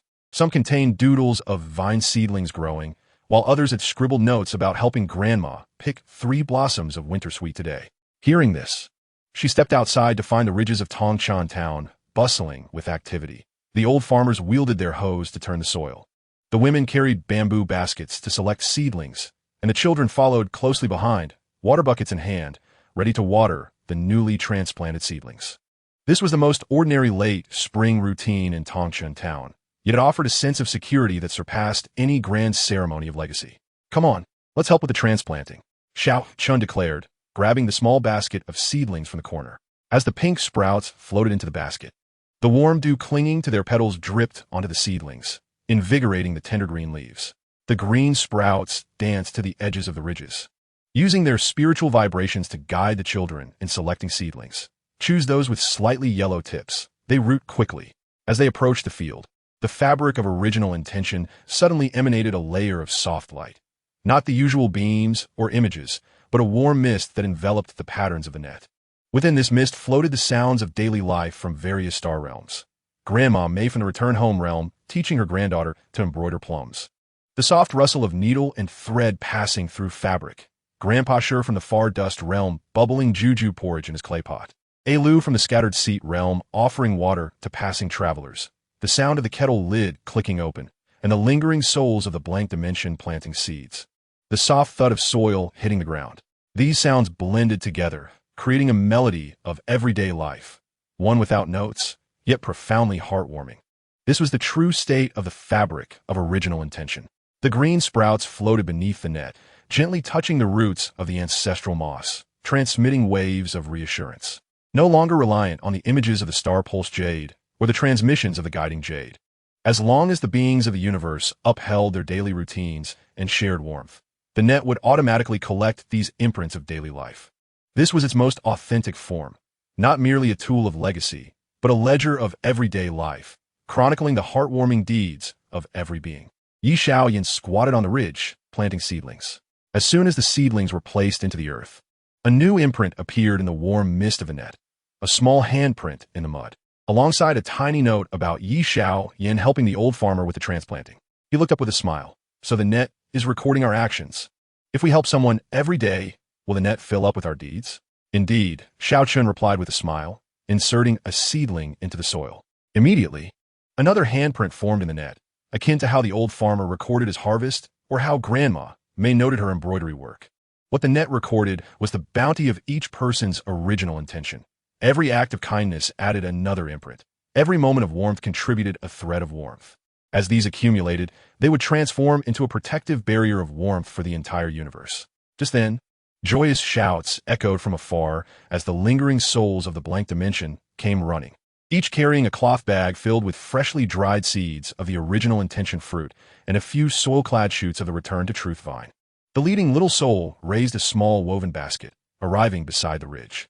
Sister Xiao Chun, we scattered the seeds to the east of the blank dimension, and green sprouts have emerged there too.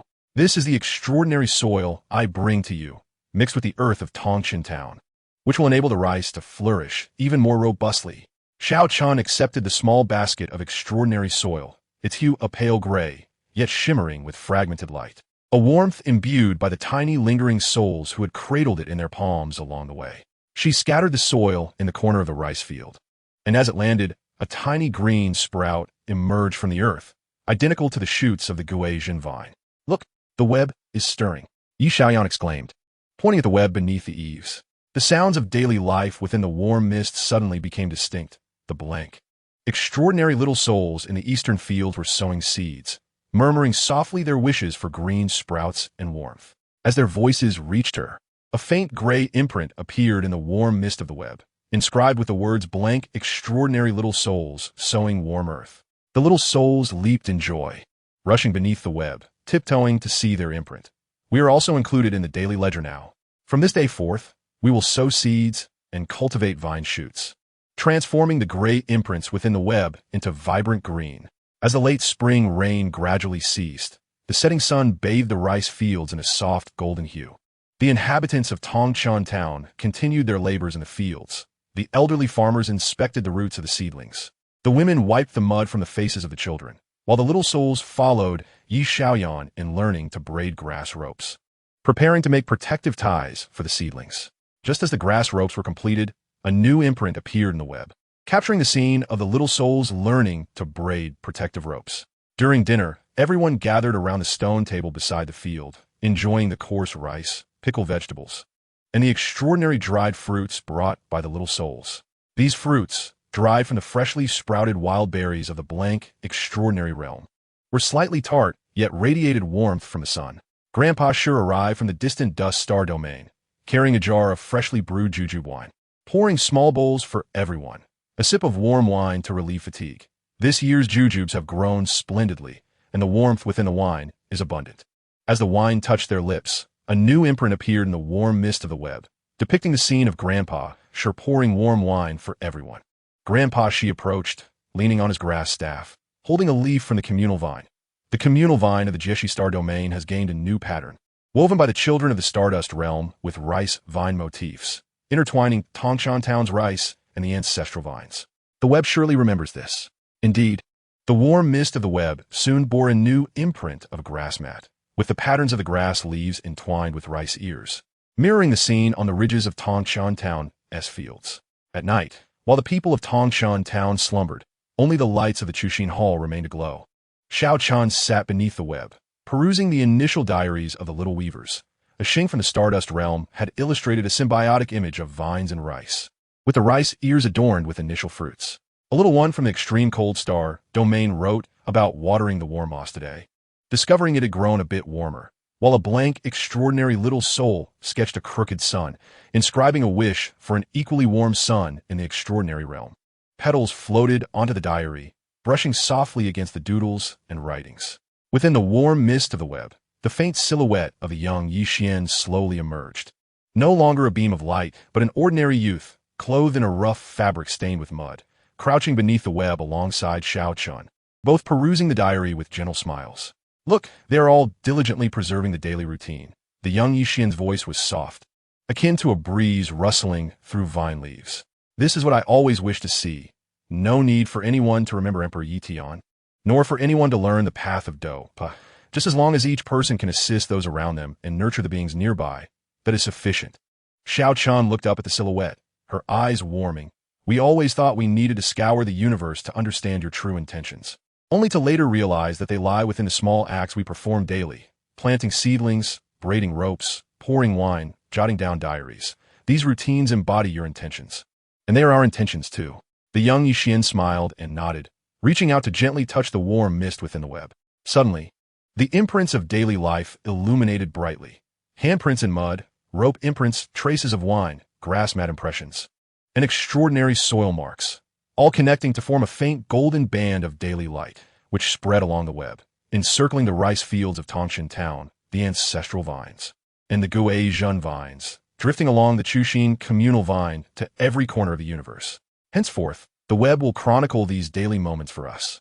As the figure of the young Yixian began to fade into transparency, his voice remained clear. No need to worry that the initial intentions will be forgotten, nor fear that the warmth will dissipate. As long as there are still those who help little beasts build their nests, water vine shoots, and converse with the elderly, these daily imprints will continue to shine, and the initial intentions will remain bright.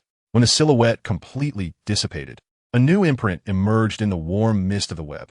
Not a handprint, nor a rope imprint, but a small woven rabbit, inscribed with the words, Yixian building a nest for little beasts. Xiao Chun reached out to touch the imprint, feeling a familiar warmth in her fingertips, reminiscent of the grass rope that the young Yixian had once handed to her, solid and comforting. On the following morning, the children of Tangshan Town discovered an abundance of new daily imprints within the warm mist of the Chuxin web. The morning patrol mark of the elderly farmer checking the seedlings, the fabric shadow imprint from the women sunning cloth in the yard, and the helper imprint of the little souls assisting children in gathering seedlings, each imprint shimmering with a soft light, like tiny stars scattered across the web's patterns. Yi Xiaoyan ran over, carrying a basket of seedlings, pointing at the web with a smile. Sister Xiao Chun, the web is truly recording our daily lives. From now on, we must do more, filling the entire web, transforming it into the initial star network. Xiao Chun nodded, observing the bustling figures along the ridges. The little souls aiding the elderly farmers in watering, the children chasing butterflies, while in the distance, the ancestral vines bore initial fruits glistening in the morning dew, and the tips of the Guizhun vines grew toward the sun.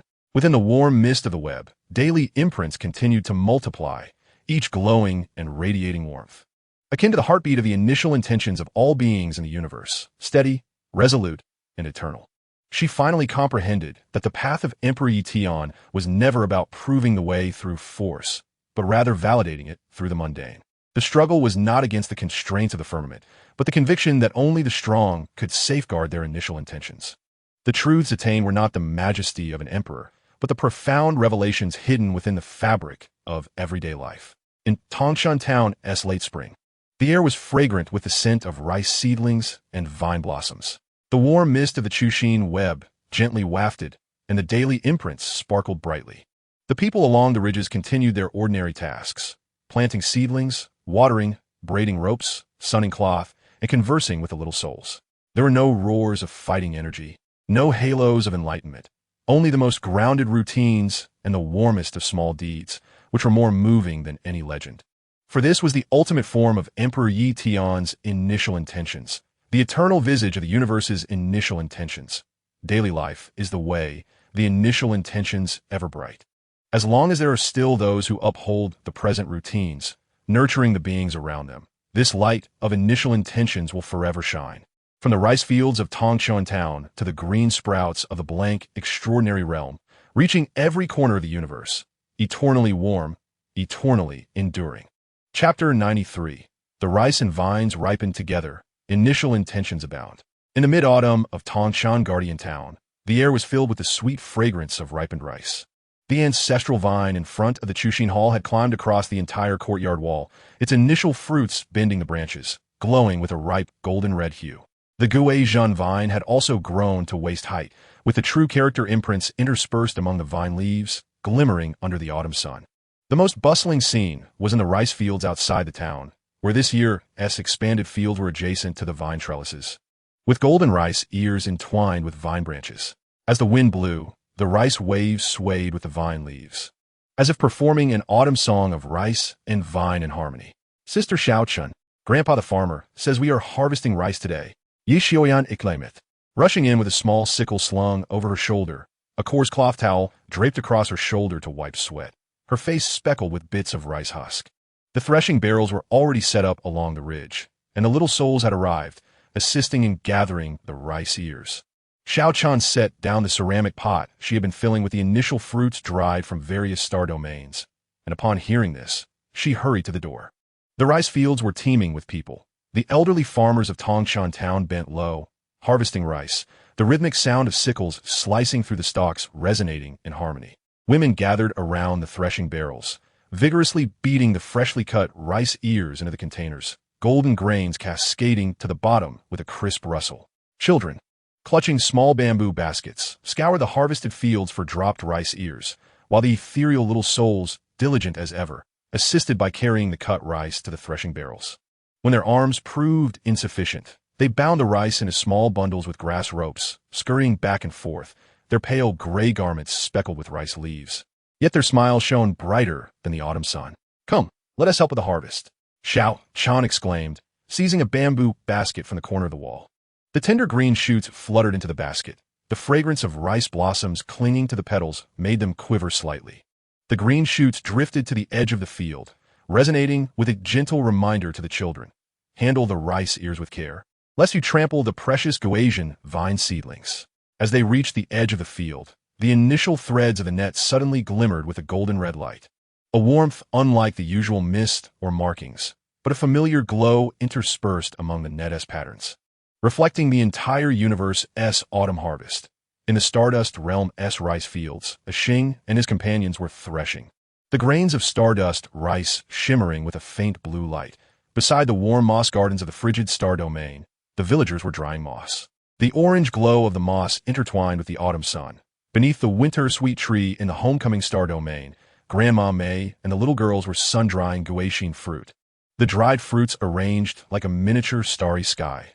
On the barren lands of the blank alternate dimension, the little souls were collecting Guizhan vine seeds, their pale gray hands cradling the golden red seeds like tiny suns. This was a sign of a bountiful harvest of initial intentions.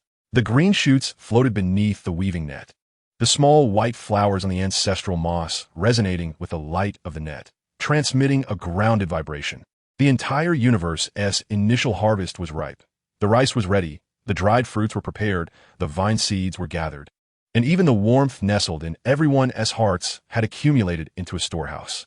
Yi Xiaoyan squatted on the edge of the field, her sickle just having severed the first bunch of rice ears when a rice ear imprint appeared in the warm light of the weaving net. Beside the small rice ear, it reflected an image of Yi Xiaoyan harvesting, accompanied by a line of small text. Helping with the harvest is also safeguarding the initial intention. She looked up with a smile. The net is recording our efforts again. Today, let us fill it with the marks of autumn as harvest, capturing the bounty of the entire universe within this net. Xiaochun nodded in agreement, bending down to help gather the rice ears. As she picked up a bundle of fallen rice ears, another imprint of gathering appeared in the net, and a little soul dashed by, cradling rice ears, adding yet another imprint of embracing the rice. Each mundane action transformed into a glimmer within the net, accumulating together, as if the essence of autumn itself had been woven into this fabric. Dio, Jinya, look at the vine seeds we collected. The little soul from the blank alternate dimension exclaimed, running over with a cloth bag filled with Guizhan vine seeds, the golden red seeds glowing. We gathered all the vine seeds from the eastern side of the blank alternate dimension, and next year we'll sow them in the west, so that greenery may flourish there too. Xiao Chun received the cloth bag, pouring the seeds into her palm. The moment the seeds touched her skin, an imprint of the vine seeds emerged in the warm light of the net, the imprint reflecting the desolate land of the western blank alternate dimension, where small green shoots had already begun to sprout. How wonderful! She placed the seeds back in a bag, gently ruffled the little soul's hair. Next spring, we will sow seeds together in the west, allowing it to blossom with vines and the fragrance of rice flowers too. The little souls leaped for joy, clutching the cloth bag and racing back to the fields, invigorated to harvest even more seeds, determined to ensure that every inch of the blank alternate dimension bore vines that could convey warmth. The autumn sun at noon was the warmest, and a harvest meal was laid out along the field's edge. Coarse porcelain bowls brimmed with freshly cooked rice, topped with pickled vegetable soup, while clay pots held steamed guashing fruits, their sweet aroma wafting far and wide. Grandpa sure arrived from the distant dust star domain, bearing a jar of newly brewed jujube wine, pouring a small bowl for each person. Drink a sip of warm wine to refresh yourselves. This year, the jujubes and rice have ripened together, and the sweetness of the wine surpasses that of previous years. Gathered around the edge of the field, everyone sat down with their bowls, laughter mingling with the rustling of rice stalks, creating the most grounded sound of mid-autumn. Yi Xiaoyan took a bite of the guashing fruit, sweet juice trickling down her chin, and immediately an imprint of eating fruit appeared in the warm light of the net. The little souls, cradling their bowls, savored the new rice in tiny bites, rice grains dotting their faces, while another imprint of eating emerged in the net. These ordinary dining scenes, more moving than any ceremonial rite, embodied the essence of initial intentions. Having food to eat, warmth to share, and companions by one's side is the greatest reassurance. After the meal, everyone resumed their tasks. The elderly farmers spread rice mats in the drying yard, preparing to dry the newly harvested rice, while the women laid out cloth beneath the vine trellises, slicing the guashing fruit into pieces for drying. The little souls followed Yi Xiaoyan, learning to weave straw bundles, ready to store the dried rice and seeds. We must wrap it 3 times and press it down. This ensures it is sturdy. Yi Xiaoyan demonstrated with straw, and the little souls focused intently. Though their woven bundles turned out crooked, they worked with great effort, determined to weave the sturdiest bundles to securely store the harvested rice and seeds, ensuring that their companions in the blank alternate dimension could also enjoy fresh rice and plant guasian vines. As soon as the straw bundles were finished, a new imprint appeared in the warm light of the net, reflecting the straw house in the blank alternate dimension, already arranged with neat rows of straw bundles filled with rice and seeds. On the beams of the straw house hung the dried, guashing fruits. As the sun dipped in the west, the drying yard was awash with golden rice, and the cloth beneath the vine trellis was laden with dried guashing fruits. Grandpa Farmer scooped a handful of rice, the grains shimmering in the sunset, smiling as he declared, "This year, as harvest exceeds last year's by 30%. There are more rice, more dried fruits, and even the warmth in people's hearts has increased by 30%. Standing beside the drying yard, Xiao Chun gazed at the sea of gold, at the golden red fruits on the trellis, at the little souls returning with straw bundles, humming off-key songs as they walked back, her heart brimming with a sense of fulfillment.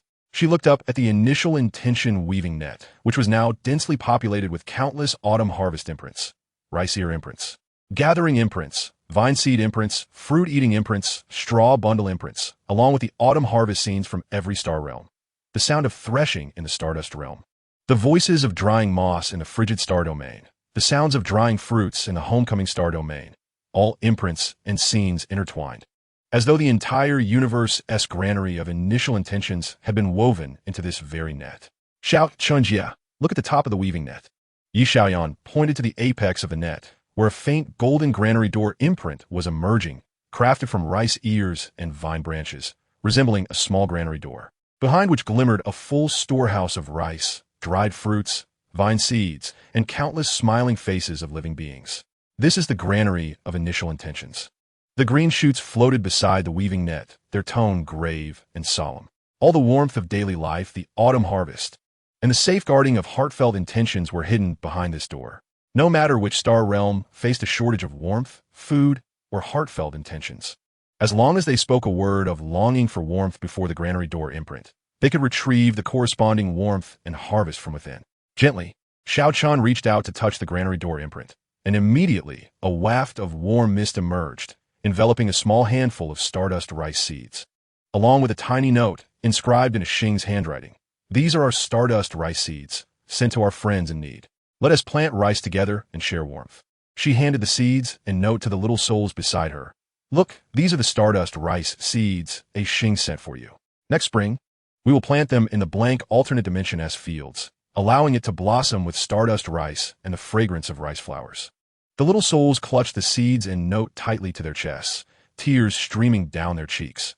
Not tears of sorrow, but tears of stability and warmth, knowing that no matter where they were, someone was thinking of them, sending warmth their way. As night fell, the lights of Tongchan town flickered to life.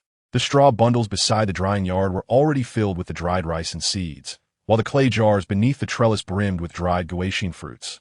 In the open space before the Hall of Original Intent, everyone gathered around to listen to the elderly farmer recount tales of past autumn harvests.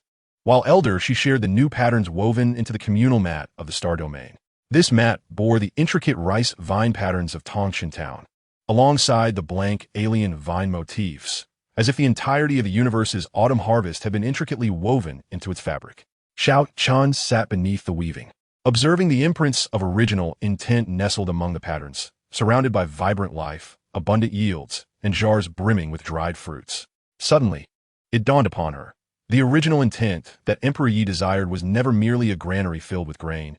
It was a repository brimming with warmth, where hands joined to harvest rice, where thoughts of sharing seeds lingered, where companionship accompanied meals, and where steadfastness awaited the sowing of seeds together. It was the assurance that every being could maintain their daily lives, receive warmth from others, and send warmth forth in return. In the midst of the mid-autumn of Tongchan town, the night breeze caressed gently. The mellow glow of the original intent weaving gradually faded, yet it left behind the indelible marks of the autumn harvest, as well as the small door of the original intent granary.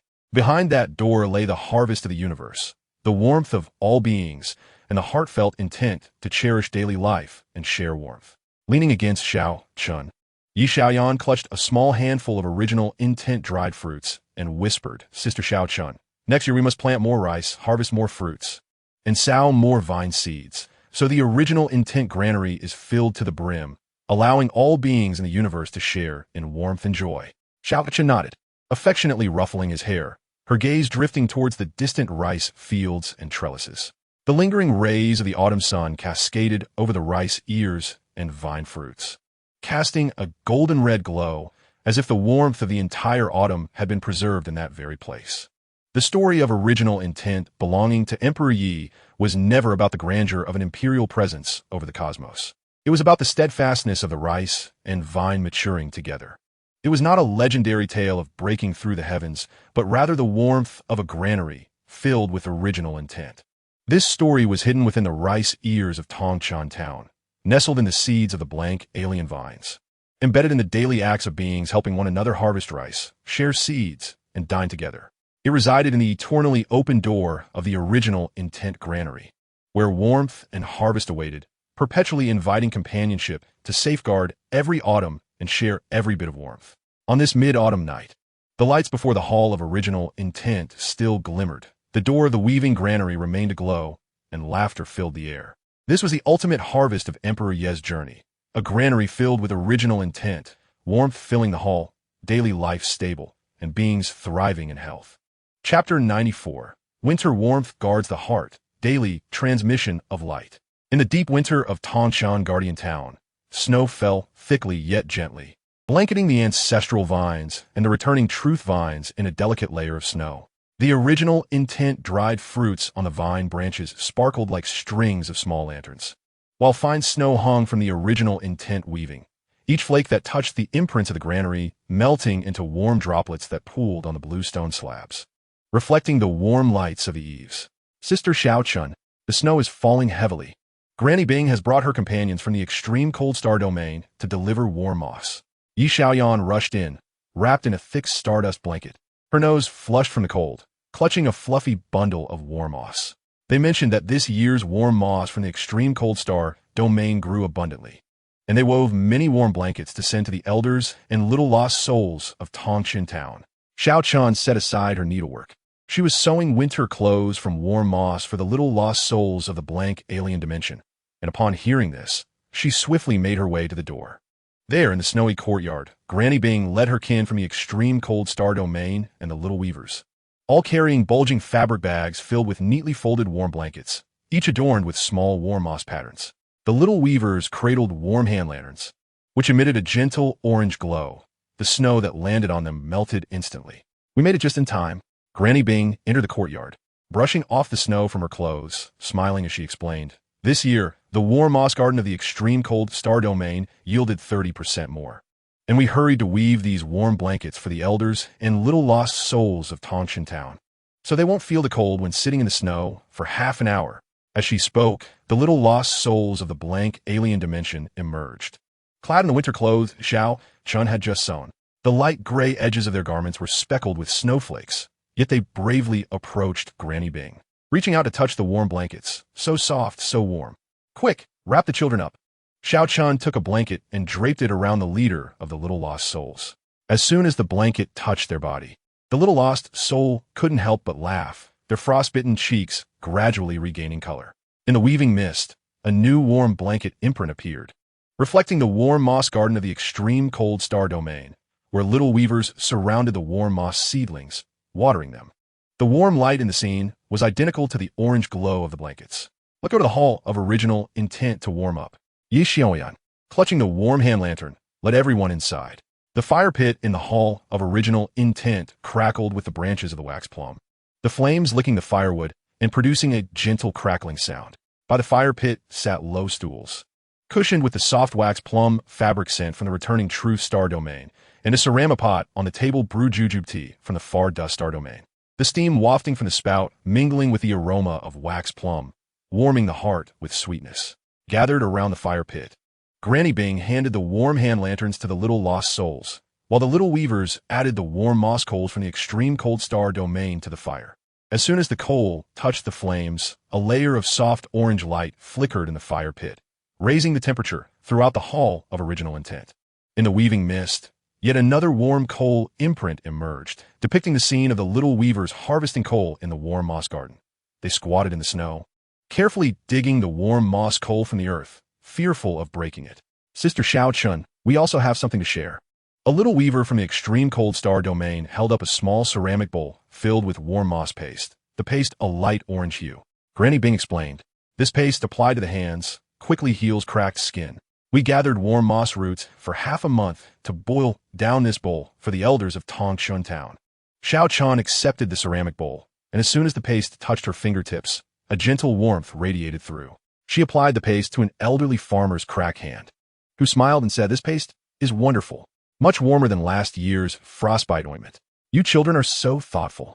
In the weaving mist, a warm paste imprint emerged, depicting the little weavers diligently stirring the paste in a ceramic pot, their faces dusted with coal, ash yet filled with earnest joy.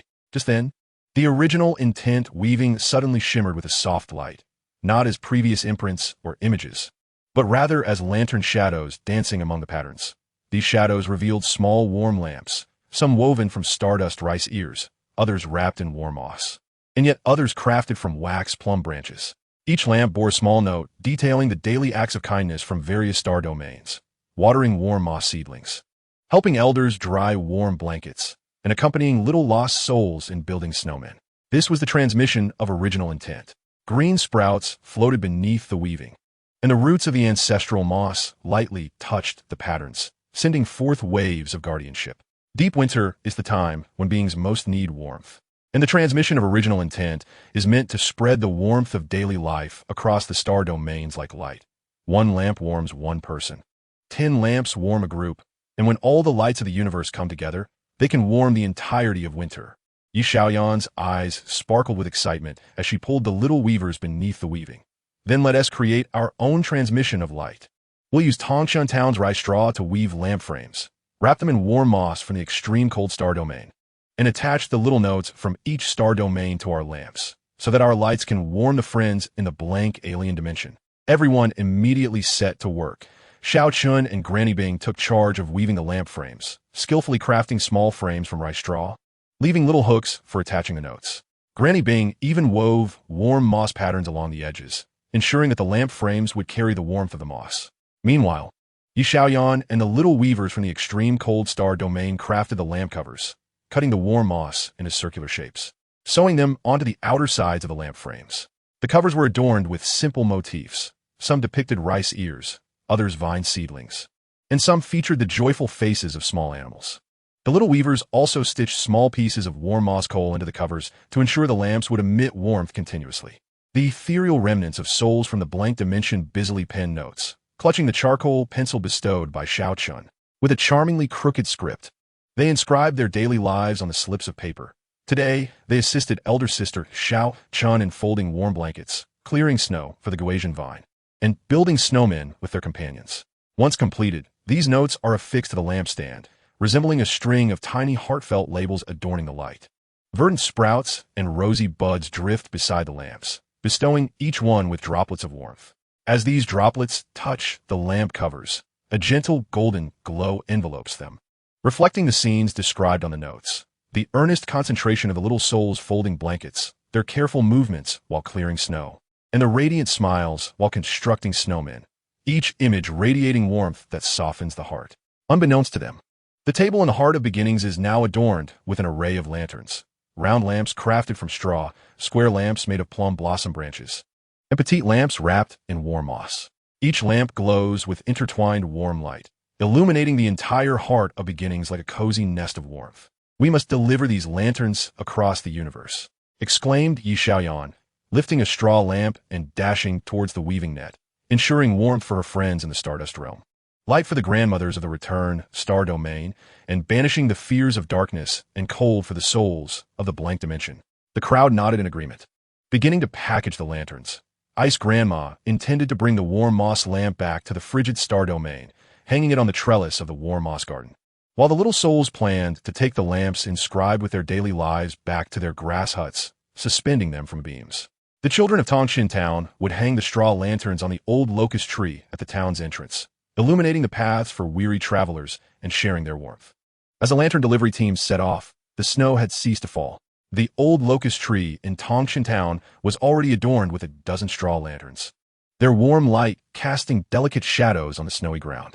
The little souls, carrying the lanterns on their backs, moved with a newfound lightness, knowing their friends in the grass huts awaited these lights, eagerly anticipating the warmth they would bring.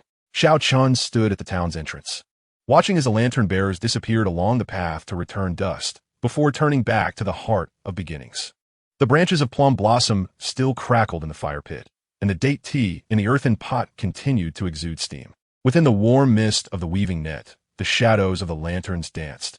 Xing from the Stardust Realm hung the lantern on the ridge of the rice field, the lamp's shadow reflecting the footprints of stardust rabbits. Grandma May from the Return Star Domain suspended her lantern under the plum blossom tree, its shadow mirroring the sun-dried plum blossoms. And in the grass huts of the blank dimension, the little souls hung their lanterns from the beams, the warm glow of a dozen lights turning the muted gray of the grass huts into a snug haven. "Sister Xiao Chun, look at the center of the weaving net." Yi Xiaoyan pointed excitedly. There, a diminutive main lantern emerged, its stand woven from straw, its cover crafted from warm moss, and its wick made of stardust rice ears. Affixed to it was a yellowed slip of paper bearing the handwriting of the young Yi Xian. "Guard the warmth nearby. Pass on the light before you." As the main lantern flickered to life, a chorus of lights across the universe responded. The lanterns from the Stardust Realm, the frigid star domain, the Return Star Domain, and the blank dimension. All their warm glows coalesced into a delicate golden ribbon of light, flowing along the shared pulse of beginnings, weaving around the vine of inheritance. The Qingyang vine, the pavilion of beginnings, and the shared pulse mat, ultimately landing upon the scene in the small courtyard of Wutan City. There, young Yi Xian crouched, wrapping a trembling little beast in straw rope. On the stone table beside him stood a small lamp identical to the main one, its warm light illuminating his smiling face, as well as the little beast's expression of comfort. This embodies the essence of passing on the light of beginnings. Xiao Chun reached out to touch the main lantern within the weaving net, the familiar warmth radiating from her fingertips. It is not about how bright the light shines, but rather ensuring that every living being knows that, regardless of how cold winter may be or how dark the road may seem, there are those who think of delivering light and warmth to you. A single lamp represents warmth, while countless lamps gathered together signify the comfort of the entire universe.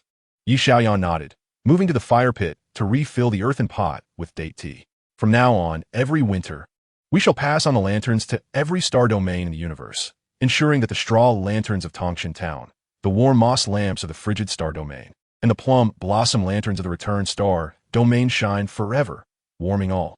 In the deep winter night, the lights of the heart of beginnings continued to glow. Occasionally, the plum blossom branches in the fire pit would crackle, while the date tea in the earthen pot released steam.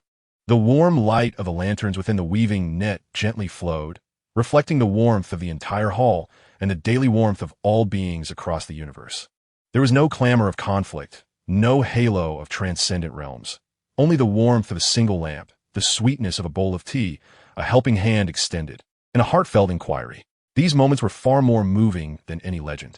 Sitting beneath the weaving net, Xiao Chun gazed upon the imprints of lanterns, warm blankets, and soothing salves. Observing the figure of young Yi Xian in the small courtyard of Wutan City, she suddenly comprehended. The original intention pursued by Emperor Yi Tian throughout his life was never about lofty legacies or unattainable grand paths. It lay in these everyday acts of guardianship during the harsh winter, wrapping a shivering little beast in straw rope, providing a warm lamp to a cold creature, offering a bowl of hot tea to someone in need, and ensuring that every being feels warmth in the coldest of days, believing in the warmth of tomorrow.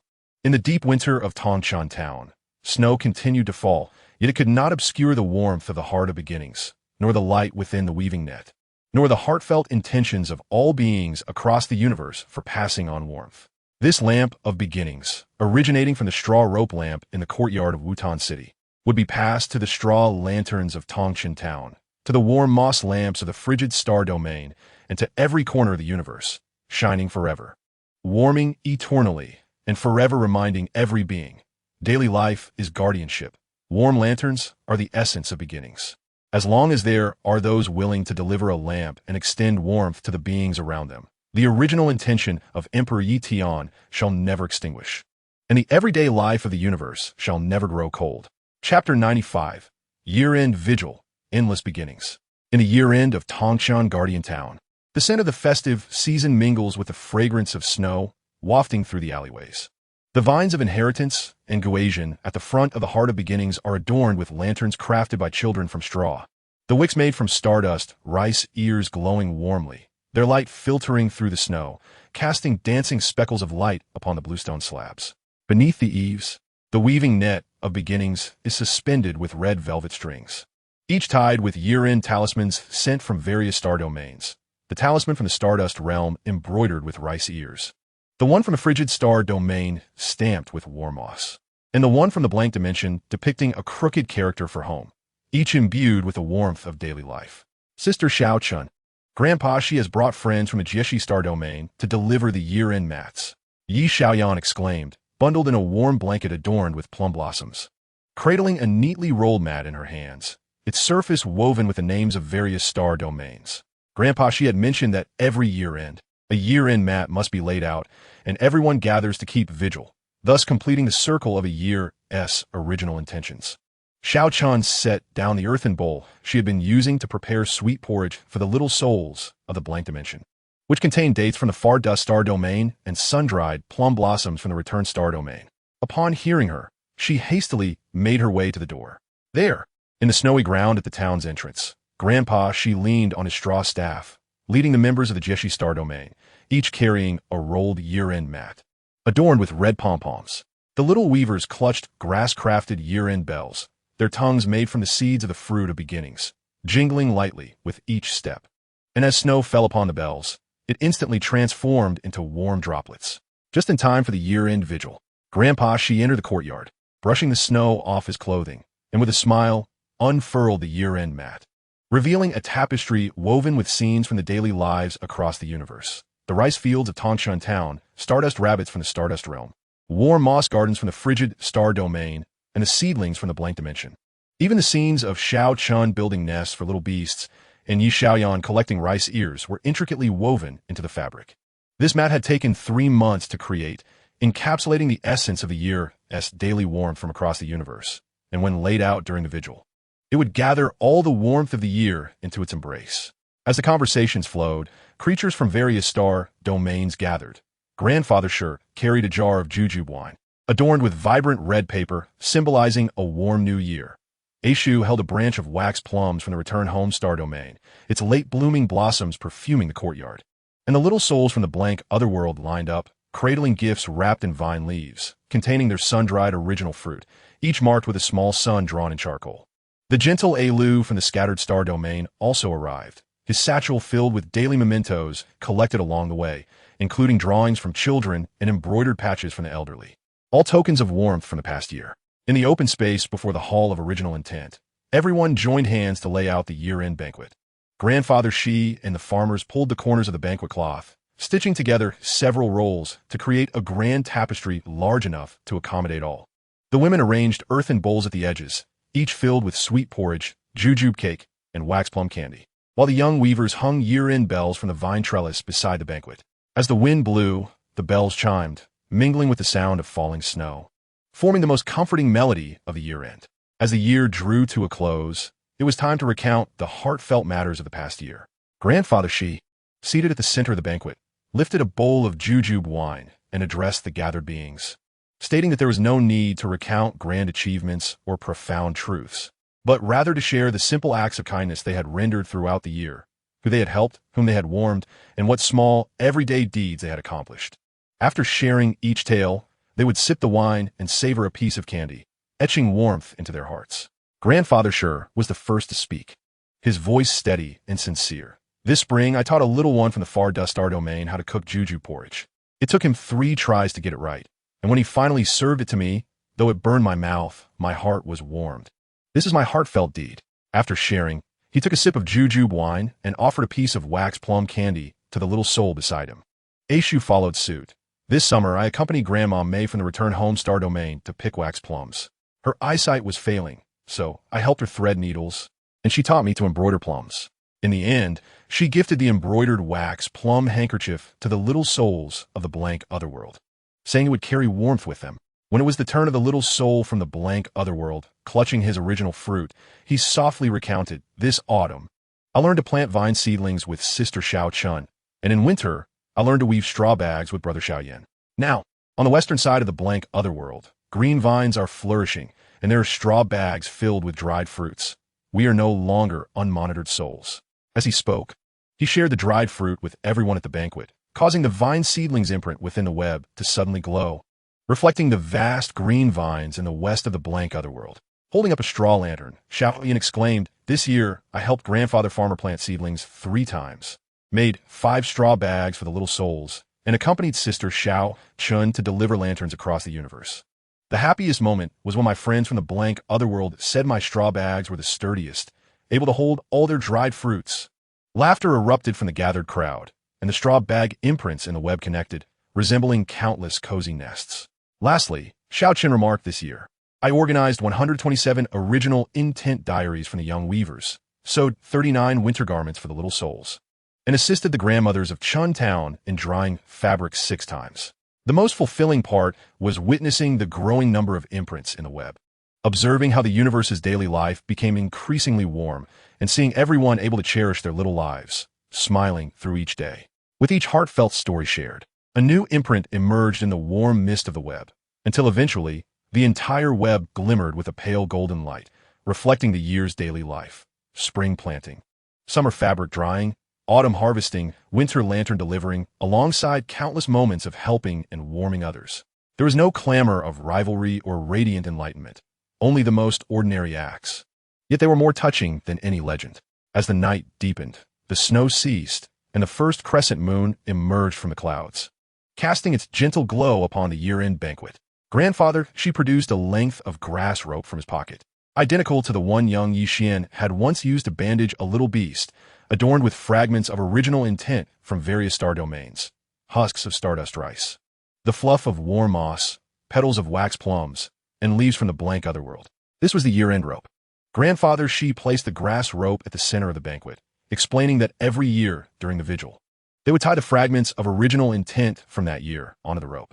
After 10, 20, or even 100 years, It would bear the memories of original intent from the entire universe.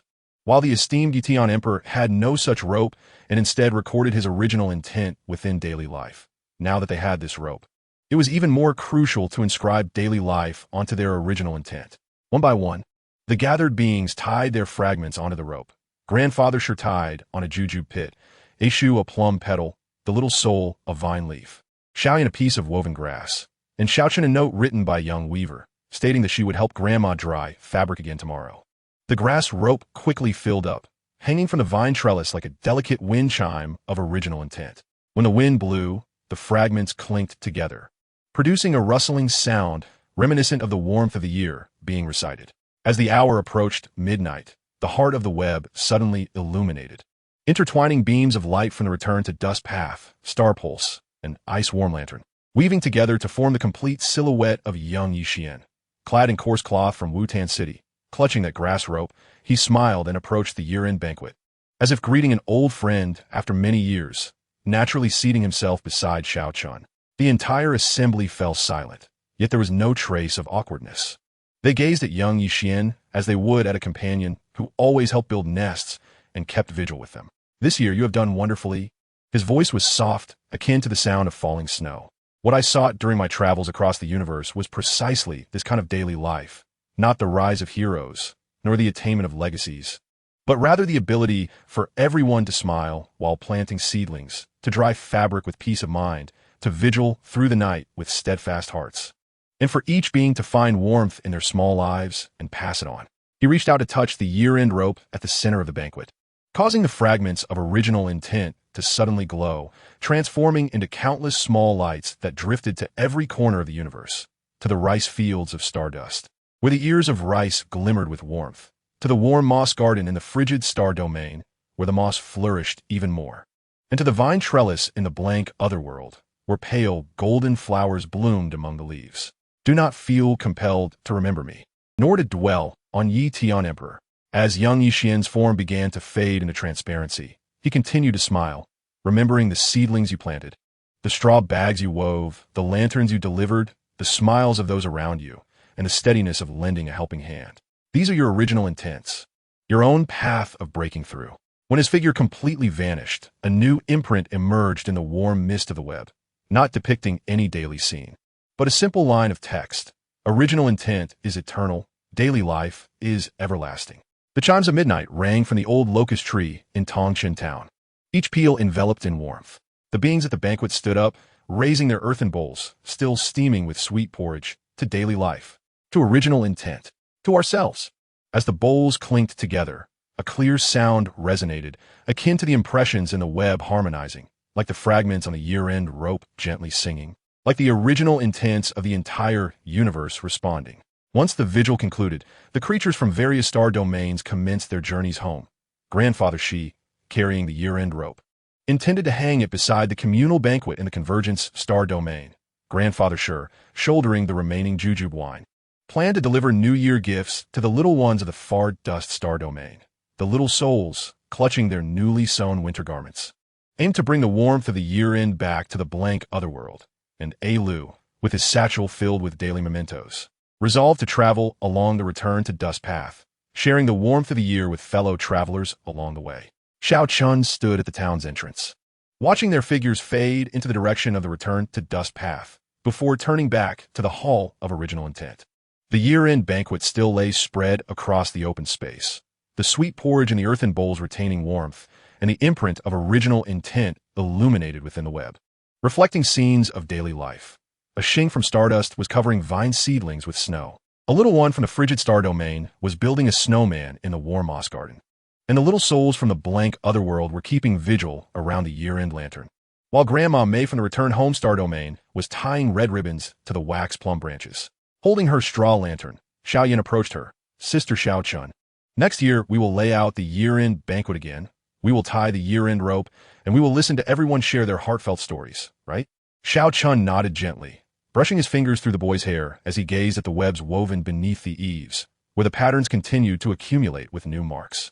The cycle of daily life persisted. The old farmers of Tongchen town began to sweep away the snow in preparation for the spring plowing of the coming year, while the women carefully folded the year-end mats, awaiting the time to lay them out again.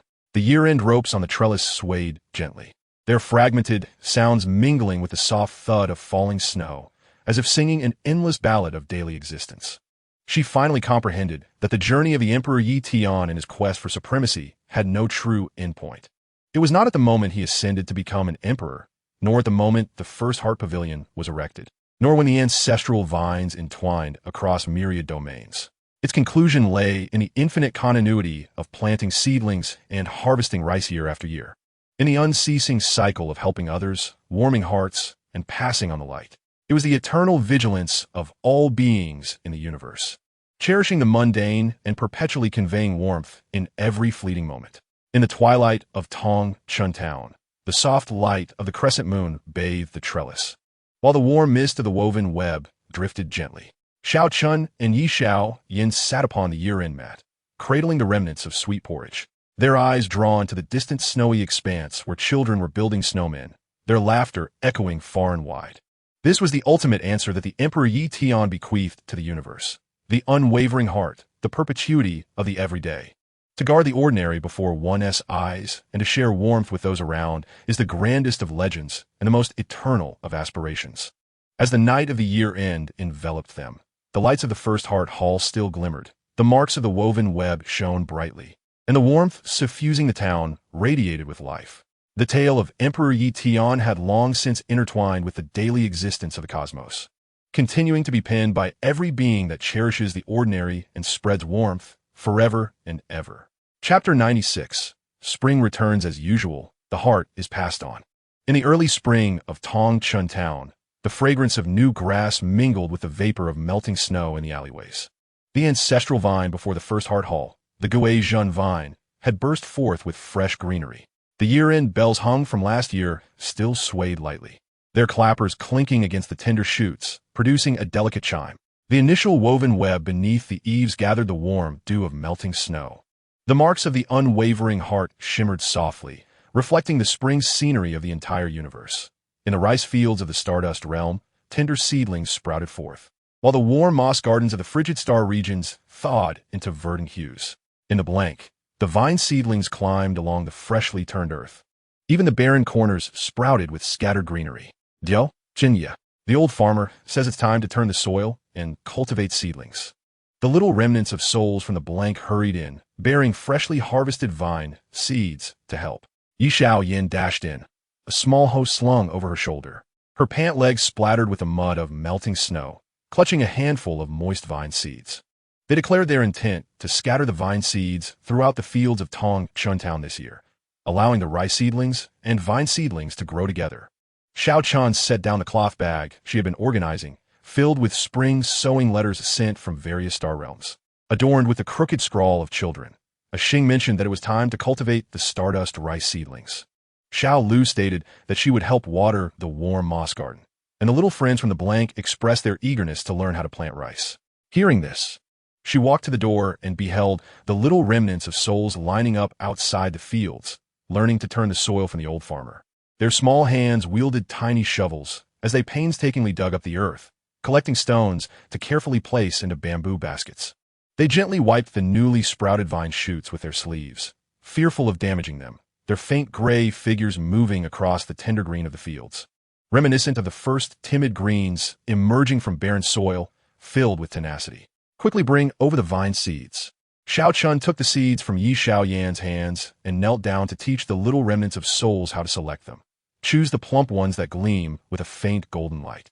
These seeds will root quickly and grow robustly. As she spoke, she picked up a seed and gently buried it in the turned earth, instructing them to plant it shallowly, just covering it with a thin layer of soil so that the spring sun could coax it to sprout. The little remnants of souls listened intently, surrounding Xiao Chun as they cautiously buried the seeds, marking each with small stones, murmuring softly. Vine seedlings grow quickly, accompanying the rice seedlings. In the warm mist of the woven web, a new imprint of sowing emerged, reflecting the scene of the little remnants of souls planting seeds, the moist earth glistening, as the vine seeds silently absorbed the water, responding to their hopes. Just then, a familiar tinkling sound floated in from the distance. Xing from the Stardust realm, laden with a basket of rice seedlings, led his companions along the path of return. The stardust rice seedlings shimmered with a soft blue light. And a grass-woven lantern from last year hung from the edge of the basket, while the little weavers cradled small woven seedling trays filled with the damp stardust fluff, serving as warm beds for nurturing seedlings. Qingyang. Weavee brought the stardust rice seedlings. A Xing raced ahead, lifting the seedling tray high as he reached the edge of the field. Sister Mu, he said that the rice seeds of Tong Town should be mixed with the stardust rice, so that the rice ears grow strong and can bask in the warmth of the stardust. The old farmer, smiling, accepted the tray, kneeling down to instruct the children on how to cultivate seedlings. Insert the stardust rice seedlings into the fluff, ensuring the roots spread out and do not tangle. Just like when you help little beasts build their nests, so they can sleep comfortably. A Xing and the little weavers immediately gathered around, carefully inserting the seedlings into the stardust fluff, whispering to each seedling, "Grow quickly." The imprint of nurturing seedlings in the woven web soon merged with that of sowing, weaving together the springs of the Stardust Realm and Town into a single tapestry.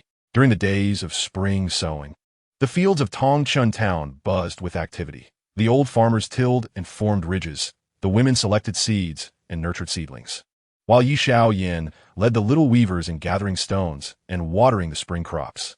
The little remnants of souls followed behind, carefully picking up fallen vine seeds and rice seedlings, reburying them in the soil. No one complained of fatigue, nor did anyone slack off. Even the spring breeze blowing across the fields carried a sense of steadfast warmth.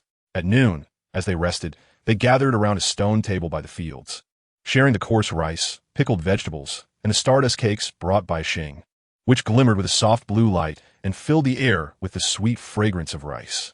Grandpa Sure, having traveled from the far Dust Star Realm, arrived bearing a jar of newly brewed spring awakening wine. Pouring each person a small bowl, take a sip of warm wine to refresh your spirits. This vigor is what we need for spring sowing. The seeds awaken, the earth awakens, and our hearts awaken too, as the wine touched their lips. A new imprint of spring wine emerged in the woven mist, reflecting the jujube orchard of the far Dust Star Realm, where tiny buds were breaking forth. And Grandpa Sure's grandchildren were gathered around the jujube trees, watering them, calling out for the jujube buds to sprout, promising a bountiful harvest in autumn. Qingyang. Look at the vine seedlings in the blank. Yin suddenly pointed at the woven web, where the spring scenery of the blank was mirrored. The little remnants of souls scattered vine seeds across the newly turned earth. The area of sowing had doubled compared to last year. Even in the farthest barren lands, other remnants of souls had approached voluntarily, imitating their actions to plant seeds. The faint gray figures clustered together, resembling a gradually spreading green, breathing life into the desolate earth. As Xiao Chun gazed at the scene, warmth surged within her, reminiscent of the first time she encountered the little remnants of souls who had once hesitated to touch even blades of grass. Now, they boldly taught other souls how to plant vines. She recalled how the blank had once been barren, and now it thrived with vine seedlings, laughter, and beings eager to spread warmth. This was the power of Emperor Yi Tian's unwavering heart, not merely a transformation through the power of the Tao, but an influence through the everyday, a transmission of you help me once, and I help him once, spreading warmth from Town to the most desolate corners of the universe. On the final day of spring sowing, the fields of Town were filled with rice and vine seedlings. The tender rice shoots lined up neatly, while the newly sprouted vine tendrils climbed around the ridges.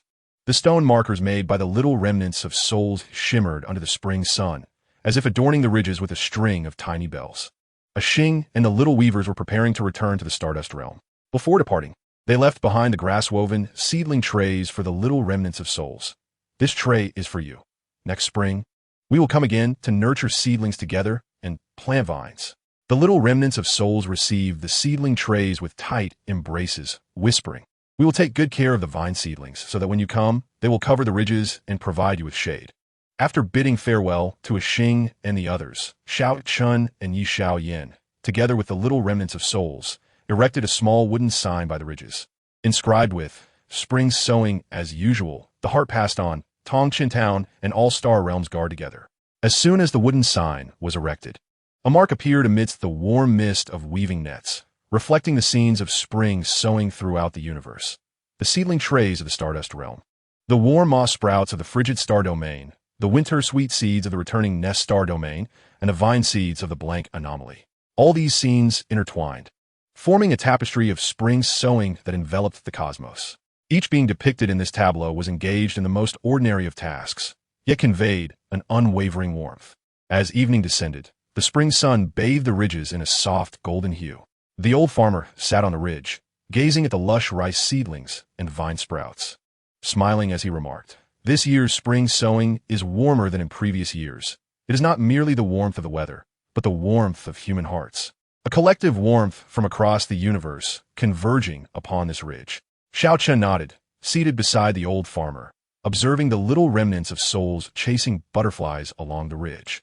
Watching Yi Xiaoyan assist in tidying the farming tools, and witnessing the spring sowing tapestry within the net slowly dimming, yet leaving behind a myriad of imprints. Those sowing, nurturing, watering, and gathering stones, each imprint shining like spring stars scattered within the net, exuding a reassuring glow. Diao, Qingyang, do you think that by annually engaging in spring sowing, autumn harvests, and vigil keeping, we are preserving the original intent of our forebear, the Emperor Yi Tian? Yi Xiaoyan inquired, having finished tidying the tools and sitting beside Xiao Chen with a vine seed still clutched in hand. Xiao Chen accepted the vine seed, cradling it in her palm, feeling the moisture of spring soil emanating a gentle glow. "Indeed," she replied softly, "it is not through merely remembering his name or mimicking his appearance, but through the annual planting of seedlings, cultivating vines, aiding others, and warming hearts. It is about transforming his original intent into our daily lives. Your selection of seeds for the little remnants of souls is a preservation of that intent. My organization of spring sowing letters is a preservation of that intent. The old farmer teaching children to till the land is also a preservation of that intent. Each of our daily actions collectively embodies the legacy he yearned to see passed on." Yi Xiaoyan nodded, somewhat understanding, and carefully placed a vine seed into his pocket.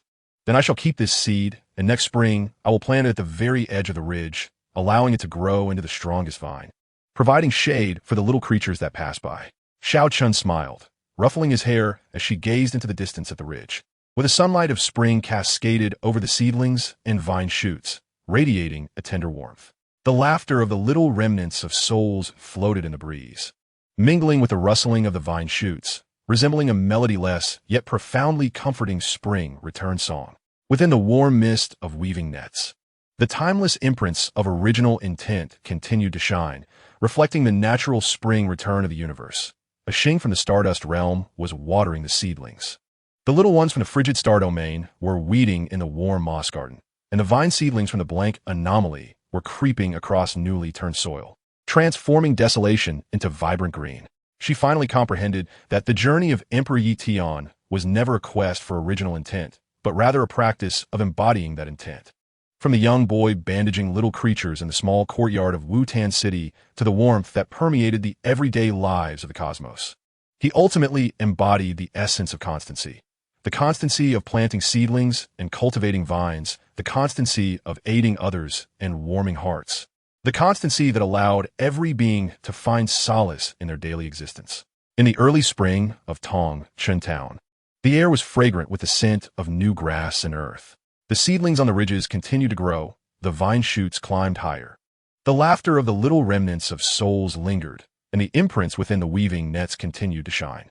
The story of Emperor Yi Tian had long transcended the tale of any single individual, becoming the routine of all beings in the universe returning to spring as it should be, perpetuating original intent. No need for grand gestures, no need to shatter the heavens. All it took was each spring, someone remembering to till the soil and nurture seedlings, someone willing to assist the little remnants of souls in selecting seeds, someone joyfully scattering vine seeds across barren lands. Thus, the original intent of Emperor Yi Tian would endure eternally, and the warmth of the universe would be perpetually transmitted. As the spring sun gradually sank, the silhouettes of people on the ridges dispersed, yet the fields brimmed with vitality, the nets radiated warmth, and hearts felt assured. This was the ultimate manifestation of Emperor Yi Tian's journey, spring returning as it should, original intent being passed down, daily life enduring, and warmth forever present. Chapter 97. Summer shade embracing warmth, daily life takes its place.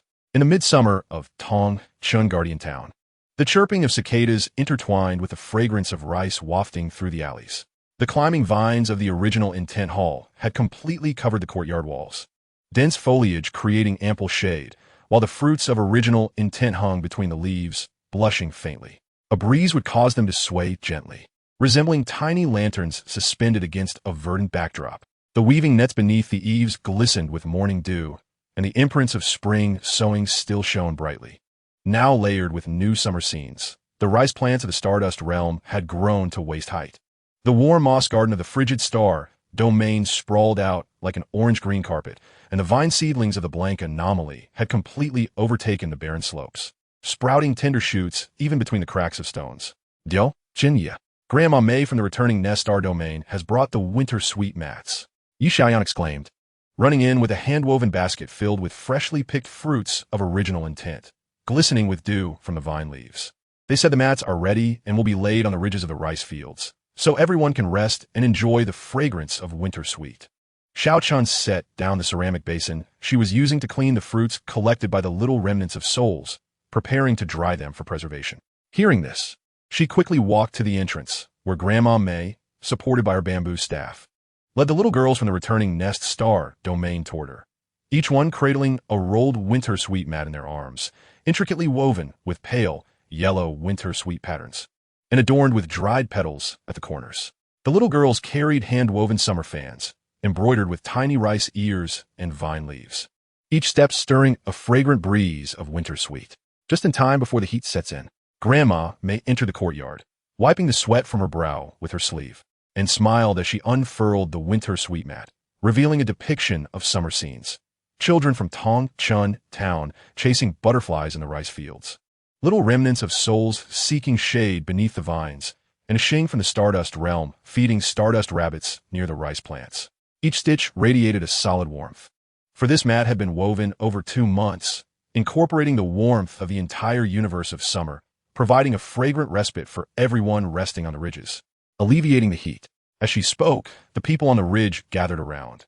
The farmers set down their hoes, the women paused their sewing, and the little remnants of souls ran from beneath the vines, their eyes sparkling with curiosity as they gazed at the mat adorned with winter sweet petals. They had never seen such a mat before, and as they reached out to touch its surface, the fragrance adhered to their fingertips, eliciting soft giggles. "Let us go lay out the mat," Yi Xiaoyan exclaimed, clutching a rolled winter sweet mat and dashing toward the rice fields. The ridges were already prepared, with space cleared for the mat. The farmers helped to spread the corners, while the little girls squatted nearby, carefully picking up fallen petals and reattaching them to the edges of the mat.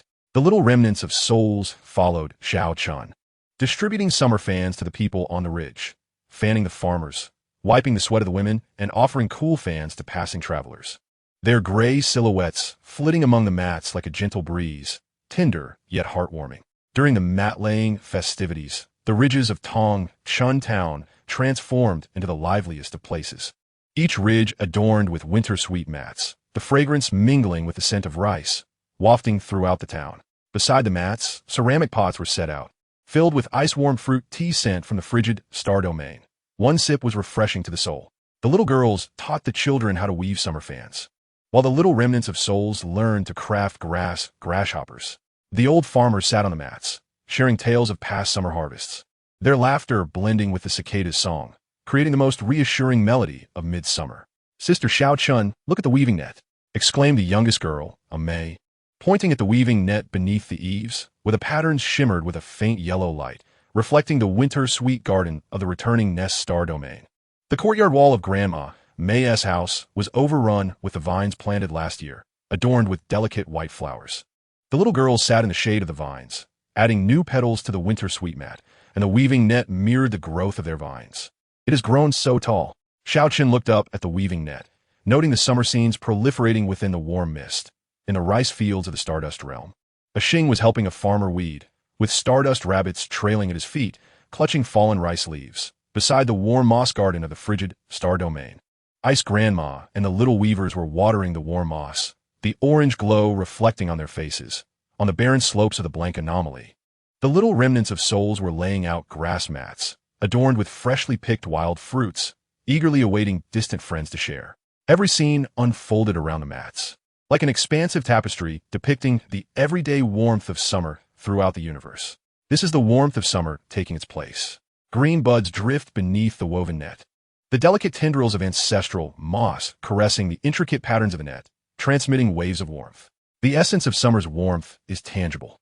It is the cool shade of the vines, the fragrance of the plum blossoms, the gentle hand offering a fan, and the thoughtful gesture of sharing seasonal fruits. All these warm sentiments are woven into the mat, which records them and transmits them to every mat across the universe. As this discourse unfolds, the distant sound of travelers' footsteps approaches. Aru, traversing the starlit expanse, carries a satchel and leads several unfamiliar beings, a weaver from the interdimensional realms, laden with tools for crafting. A young inheritor for the eternal domains, cradling a wooden plaque engraved with daily motifs, and a timid new remnant from the blank dimensions, clutching a vine leaf, their eyes brimming with anticipation. Passing through Tongshan town, they were drawn by the scent of plum blossoms. Aru cheerfully steps onto the path, while the weaver from the interdimensional realm, having heard of the plum blossom mat, has come specifically to learn the craft. The young inheritor from the eternal domain wishes to immortalize the essence of summer by carving it onto wooden plaques to hang beside the mat. These new remnants, having journeyed from the southern reaches of the blank dimensions, were told of the vine shade and warm mats and were eager to see for themselves. The weaver immediately crouches beside the plum blossom mat, tracing the surface's texture with admiration. This mat is exquisitely crafted. It entwines the scent of plum blossoms with the essence of daily life. Our symbiotic vine fabric from the interdimensional realm will blend seamlessly with the plum blossom mat, resulting in a creation that is both soft and fragrant. The young inheritor then retrieves a wooden plaque and carving knife, sitting upon the mat, diligently etching the scenes of the path, depicting an elderly farmer fanning himself on the mat, a young remnant offering a fan, and children chasing butterflies. Each incision is made with care, aiming to engrave these warm moments onto the plaque, to be hung beside the mats across the universe, ensuring that everyone remembers the warmth of summer. The new remnants, shy and reserved, stand at a distance beneath the vine shade, observing the laughter and conversations of those on the mat. They grip their vine leaves tightly until one brave remnant steps forward, offering a grasshopper crafted from grass to them and placing a summer fan in their hands. Only then do they gradually relax, squatting beneath the vine shade, learning to weave grasshoppers, smiles blooming on their faces. In the warm mist of the weaving net, new marks of learning to craft mats, of carving wooden plaques, and of the laughter of new remnants soon emerge. These marks layer over the scenes of the plum blossom mat, adding fresh warmth to the summer essence. Without the brilliance of rivalry, without the anomalies of the path, only the grass patterns from the weaver's fingertips, the wood marks from the young inheritor's knife, and the smiles of new remnants, which are more poignant than any spectacle. On a midsummer afternoon, at the peak of heat, everyone gathers beneath the vine shade on the plum blossom mat, sipping chilled fruit tea and savoring the sweetness of dried fruits, while Aru narrates tales from a journey, recounting encounters with weavers crafting symbiotic vine fabrics in the interdimensional realm, observing the young inheritor carving wooden plaques in the eternal domain, and witnessing the new remnants in the southern blank dimensions tending to desolate lands, still yearning to plant vine seedlings and weave grasshoppers. They say, even with just a single vine leaf, they must safeguard the warmth. Aru takes a sip of fruit tea, his voice filled with sentimentality, just like now. Even if we have only a roll of plum blossom mat and a fan, we must share the warmth with passers-by and newcomers. Grandma May notes, gently stroking the head of the new remnant beside her. Warmth is like this. You pass me a fan, I pass you a mat. As we share, it multiplies, just like this vine shade. A single leaf cannot block the sun, but a canopy of leaves can create coolness. The new remnants whisper, we too wish to plant vine seedlings, to weave mats, to experience such warmth. Of course you can. Shout Chun smiles, handing them scraps from the plum blossom mat. First learn to weave grasshoppers, then learn to plant vine seedlings. In the future, the southern blank dimensions will also have vine shade, warm mats, and fields full of rice. Laughter overflowing. The new remnants nod vigorously, clutching the scraps of the mat, following the young remnant in weaving grasshoppers, their fingers clumsily twisting the grass strings. Yet they learn with utmost seriousness. In the warm mist of the weaving net, a new mark of a remnant learning to weave grasshoppers emerges, reflecting the land of the southern blank dimensions, where tiny vine shoots have sprouted, as if responding to their hopes. On the final day of summer warmth entering the mats, the weaver from the interdimensional realm taught everyone to weave a mat that combined plum vines.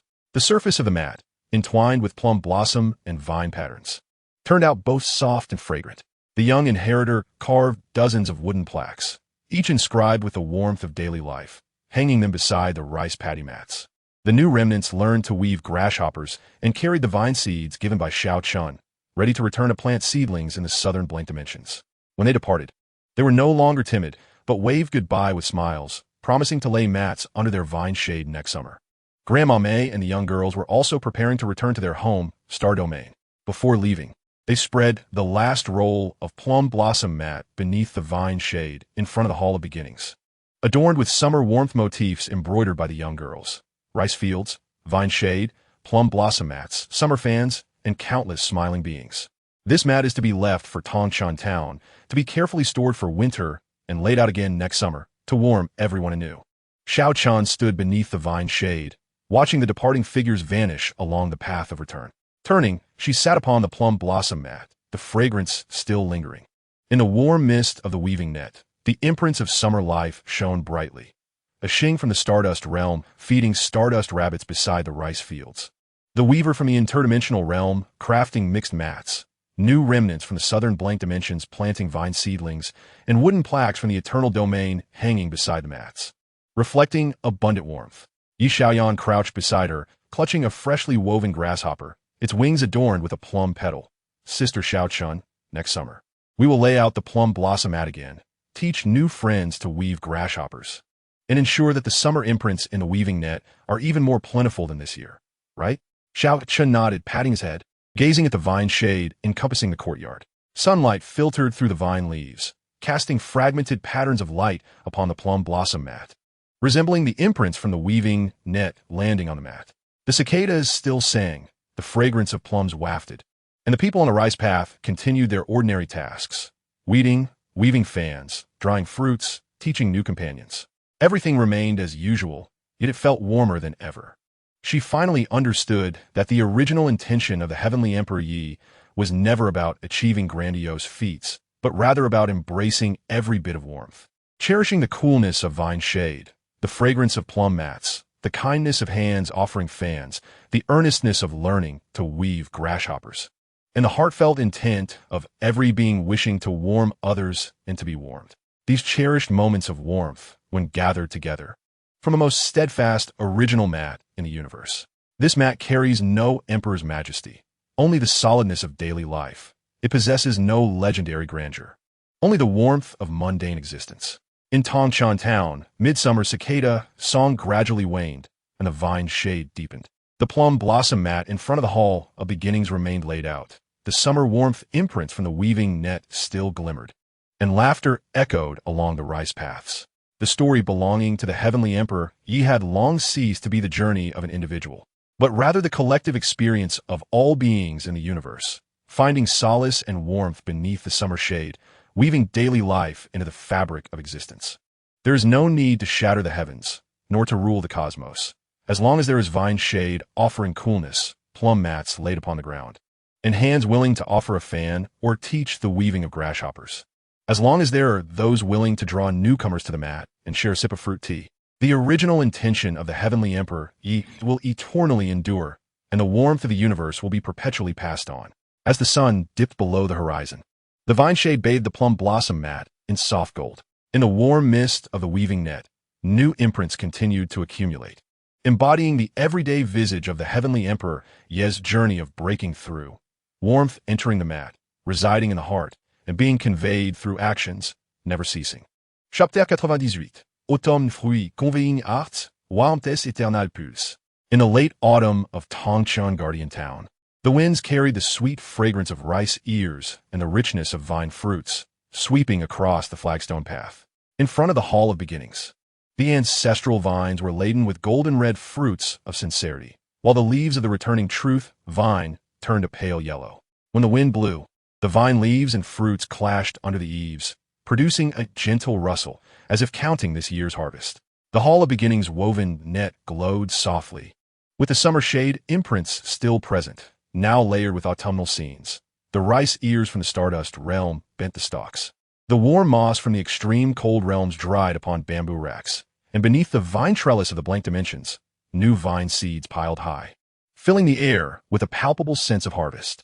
Xiao Chun, Grandpa Farmer said we are drying the autumn grain today.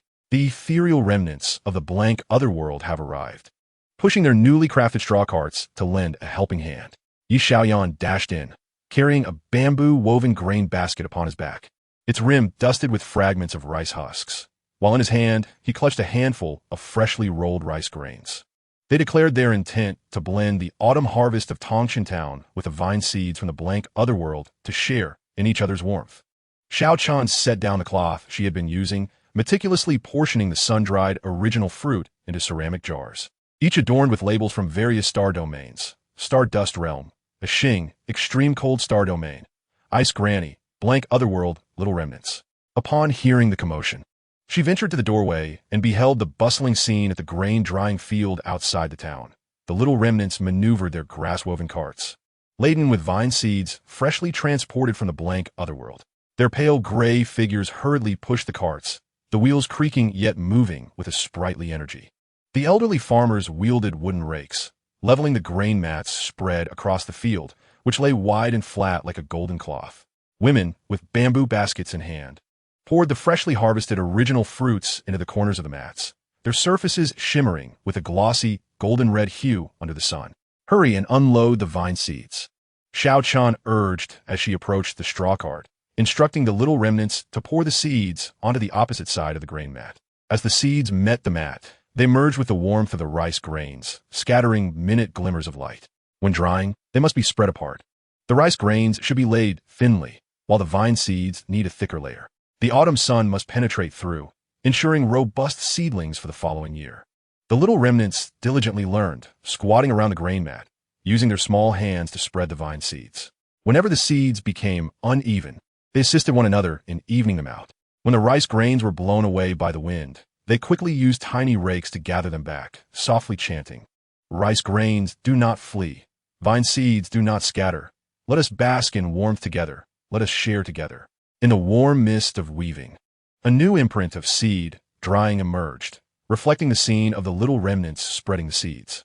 The autumn sun enveloped the scene in a gentle warmth, painting their cheeks a rosy hue.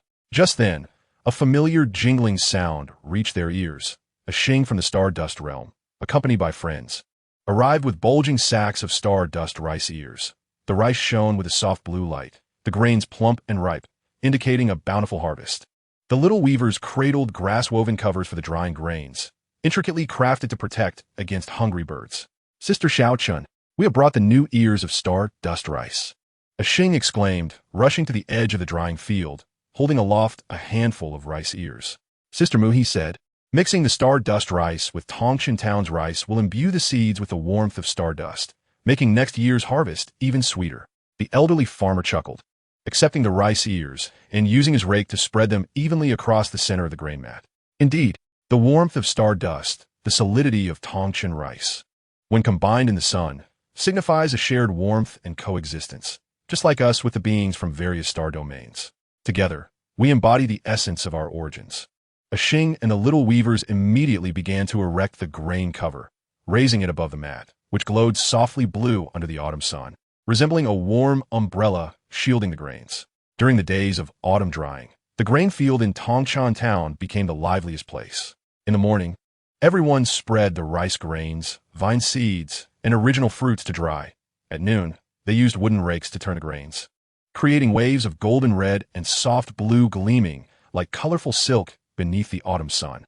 In the evening, they gathered the thoroughly dried grains into straw bins, the rustling of the grains mingling with the chirping of autumn insects, forming the most comforting melody of late autumn. During a midday break, they sat together under the shade of vines beside the drying field, enjoying the common foods of autumn: brown rice wrapped around original fruit, dried, sweet, and fragrant, while ceramic bowls held the chilled ice fruit soup scent from the extreme cold star domain, refreshing and invigorating. Grandpa Sure arrived from the far dust star domain, bearing a jar of autumn fruit wine, its label adorned with red paper meant to convey warmth, pouring each person a small bowl. "Take a sip of this wine to warm your hearts. This year's autumn harvest is plentiful, and so is the warmth in the wine, which will penetrate to your very bones." As the wine touched their lips, an imprint of autumn wine appeared in the warm mist of weaving, reflecting the distant jujube orchard of the far dust star domain. where Grandpa Shure's grandchildren were using bamboo poles to knock down ripe jujubes. The fruits falling onto the grain mat with a crackling sound, akin to the laughter of autumn harvests. Sister Xiao Chun, look at the drying field of the blank otherworld. Yi Xiaoyan suddenly pointed at the weaving, where within the patterns appeared a new scene from the blank otherworld. The little remnants had laid down new grain mats on the barren slopes, drying freshly harvested vine seeds and wild fruits. Further south, the new remnants were mimicking the actions from Tongqin Town, using grass carts to transport grains and wooden rakes to turn them. Albeit awkwardly, they were earnest in their efforts. Their pale gray figures busily toiled under the autumn sun, like golden red fruits sprouting from barren land, timid yet brimming with hope. Xiao Chun gazed at the scene, her heart warmed and trembling. She recalled last year's late autumn, when the little remnants could only crouch beside the grain mats, hesitant to touch the wooden rakes or push the straw carts. Now, they not only adeptly dried the grains, but were also teaching the new remnants, sharing the warmth of Tongqin Town deeper into the blank otherworld. This was the essence of the Heavenly Emperor Ye's original intent, not conveyed through mere words, but through the daily acts of "you teach me to dry grains." I teach him to spread seeds, transferring substantial warmth from one grain mat to the most desolate corners of the universe. On the third day of autumn drying, a minor incident occurred. A sudden breeze arose in the afternoon, swirling dust towards the drying field, causing the rice grains on the mats to begin rolling towards the edges. The little remnants panicked, hastily trying to gather the grains, but only made it more chaotic. The newly arrived little inheritors from the everlasting star domain were equally flustered, clutching wooden rakes in a bid to block the wind, yet unsure how to proceed. Do not panic. Use the corners of the grain mat to shield.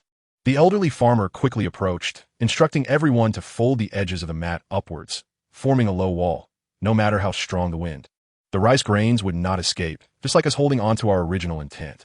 When faced with difficulties, we must come together to find solutions, and then we shall fear nothing. Xiao Chun and Yi Xiaoyan promptly assisted in folding the grain mat, while Xing and the little weavers secured the folded corners with grass ropes. The little remnants learned to gather the rice grains that had rolled to the edges back towards the center. They worked together, busy yet unflustered, and soon had the mat tidied up. When the wind ceased, not a single grain was lost, and the vine seeds remained neatly spread. The little remnants breathed a sigh of relief, sitting beside the grain mat and laughing. So when encountering challenges, coming together makes us unafraid. In the future, if the blank otherworld experiences wind during grain drying, we will know how to shield it.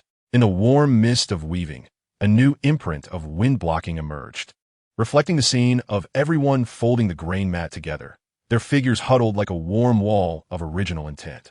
On the final day of autumn drying, the straw bins in the drying field were filled to the brim, the rice bin rounded and glowing with golden light, the vine seed bin square and exuding a faint red warmth. The original fruit dried, filled over a dozen jars, their ceramic surfaces gleaming under the autumn sun. The elderly farmer patted the rice bin with his rake, smiling as he remarked, "This year's harvest exceeds last year's by 40%. It's not merely the abundance of grains, but the increase in those who can dry grains and convey warmth, which is the most precious harvest of all." As evening descended and the grains were collected, beings from various star domains came to assist. A Xing from the Stardust realm helped pack the Stardust rice ears into bags, preparing to take them back for seedling cultivation. The little weavers from the extreme cold star domain assisted in packing the original fruit dried into jars, labeling them with tags from the warm moss gardens of the extreme cold star domain, and the little remnants from the blank otherworld pushed their straw carts, transporting the thoroughly dried vine seeds along the path of returning to dust. They intended to distribute the vine seeds to every remnant in the blank otherworld, ensuring that everyone could plant vines and dry grains next year, all to reap their own autumn harvests. "Sister Xiao Chun, we have saved the best vine seeds for you." The little remnants handed a small bag shimmering with golden light to Xiao Chun. "These are the warm seeds we selected. They grow fastest when buried in the soil and bloom the most fragrant flowers. Next spring, we will come back to plant them with you." Xiao Chun accepted the vine seeds, feeling the familiar warmth in her fingertips. These were no ordinary seeds, but the heartfelt intention of the little remnants, warmed by their hands over 3 days and carefully selected 3 times. She placed the seeds in her closed pouch, saying, "Very well, next spring, I will await your return at the drying field to plant the vines together and to await the autumn harvest." As the farewell drew near, the path of return was filled with silhouettes. A Xing, shouldering the stardust rice ears, waved and called out that he would return to harvest grain next autumn. The little inheritor clutched the engraved autumn fruit plaque, declaring his intention to hang it beside the grain field in the everlasting star domain. The little remnants pushed their grass carts, glancing back thrice with each step, yet departing with a newfound resolve. For they understood that their companions in the void were eagerly awaiting these vine seeds, this warmth. Xiao Chun stood beside the grain-drying field, watching the departing figures fade into the autumn sun. Turning, she settled beneath the vine as shade. The grain-drying mat still lay spread, and the grass stacks remained piled high, bathed in a soft golden hue by the autumn sun. In the warm mist of the woven net, the imprints of autumn fruits glimmered, those for drying seeds, those for covering, those for shielding against the wind, those for harvesting grain, each imprint reflecting the assembled silhouettes. As if the warmth of the entire universe was woven into this net. Yi Xiaoyan crouched beside her, tightly grasping a single stardust rice ear, and whispered, Sister Xiao Chun, next year we shall dry the autumn grain again, teach more little friends to work, and ensure that the autumn fruit imprints in the woven net surpass this year's. Right? Xiao Chun nodded, affectionately ruffling his hair, gazing towards the distant vine trellis where the original fruit still hung. The yellow leaves of the returning vine fluttering in the autumn sun. The grass stacks in the drying fields swayed gently in the wind, and the autumn fruit imprints in the woven net shimmered with a soft glow, reflecting the everyday warmth of the universe. A Xing from the Stardust realm was drying stardust rice. The ice granny from the extreme cold star domain was gathering war moss. And beneath the trellis of the void, the little remnants were distributing vine seeds to new friends. The autumn sun was warm and tender, stretching their silhouettes long. She finally comprehended that the path to breaking through the heavens, as taught by the Emperor Yi, was never about overpowering nature, but about the transmission of the heart through reality. What was broken through were not the storms of nature, but the steadfast belief that only the strong could guard warmth. The heart's transmission was not about grand principles, but about the solid, everyday act of drying grain together and shielding against the wind. These tangible autumn fruits, these gathered silhouettes, constituted the warm pulse left by the Emperor Yi for the universe, hidden within a grain mat, a heap of food, and a moment of mutual assistance, eternally transmitted, forever enduring. In the late autumn of Tongqin town, the fragrance of rice in the wind grew increasingly rich. The grass stacks in the drying field remained piled high. The autumn fruit imprints in the woven net still shone brightly, and the silhouettes beneath the trellis were still smiling. The story belonging to the emperor Yi had long ceased to be the legend of an individual. It had transformed into the everyday reality of all living beings in the universe, a shared warmth perpetually enduring. There was no need to break through the heavens, no need to dominate the universe. As long as every autumn, there were those who remembered to teach their companions to dry grain, those willing to shield new friends from the wind, and those who joyfully distributed vine seeds to the beings of barren lands. The original intention of the emperor Yi would live on eternally, and the warm pulse of the universe would continue to flow. As the sun set, the autumn sun painted the drying field in hues of golden red. Within the warm mist of the woven net, new imprints continued to emerge. This was the reality of the Emperor Ye's journey to breaking through. Autumn fruits full in store, warm pulse enduring, heartfelt transmissions in daily life, never to fade away. Chapter 99. The cycle of the years, the original intention endures. At the year's end in Tongqin Guardian Town, snow fell silently, wrapping the entire town in a warm light. The ancestral vines and the returning vines before the hall of original intention were cloaked in snow, resembling a layer of velvet. The year-end bells hanging from the vine branches softly jingled, their tongues striking against the snowflakes, producing a delicate tinkling sound. Beneath the eaves, the woven net accumulated a light dusting of snow, and within the patterns of the net lay layered imprints of spring sowing, summer shading, autumn harvesting, and winter warmth. As if the entirety of the year's daily life was concealed within the net, ready to release warmth at the slightest touch. Sister Xiao Chun, the year-end gifts from all star domains have arrived. The little remnants were busy helping to transport them. Yi Xiaoyan rushed in, wrapped in a stardust blanket, cradling a small gift box wrapped in vine leaves. Look, this is a year-end vine seedling sent by our friend from the void, cultivated in the snow, ready to sprout come spring. Xiao Chun set aside the year-end talisman she was crafting from the special products of various star domains, using stardust rice ears for tassels, sewing moss for talismans, and carving fruit talismans from original fruit cores, each talisman secured with a red yarn. intended to be hung at the corners of the woven net. Hearing this, she stepped to the door, only to find the courtyard of the hall of original intention piled high with small mountains of year-end gifts. The stardust blanket from the stardust realm shimmered with a pale blue light. The dried winter sweet from the nesting star domain filled the air with fragrance. The warm moss charcoal from the extreme cold star domain was stored in clay urns, emanating gentle warmth, and the little remnants from the void were busily carrying grass-woven gift boxes, each inscribed with Qingyang receives in crooked yet earnest handwriting. Quickly, carry the gifts into the hall. Don't let them get cold. Xiao Chun received a grass-woven gift box, inside which lay a small pot of snow-cultivated vine seedlings. Wrapped in a thin layer of snow, yet exuding a faint green glow. This seedling was precious and needed to be warmed by the fire, ready to be planted in the courtyard come spring. The little remnants nodded, carefully transporting the gift boxes into the hall of original intention, arranging them neatly on a wooden shelf against the wall, as if displaying a year's worth of harvest.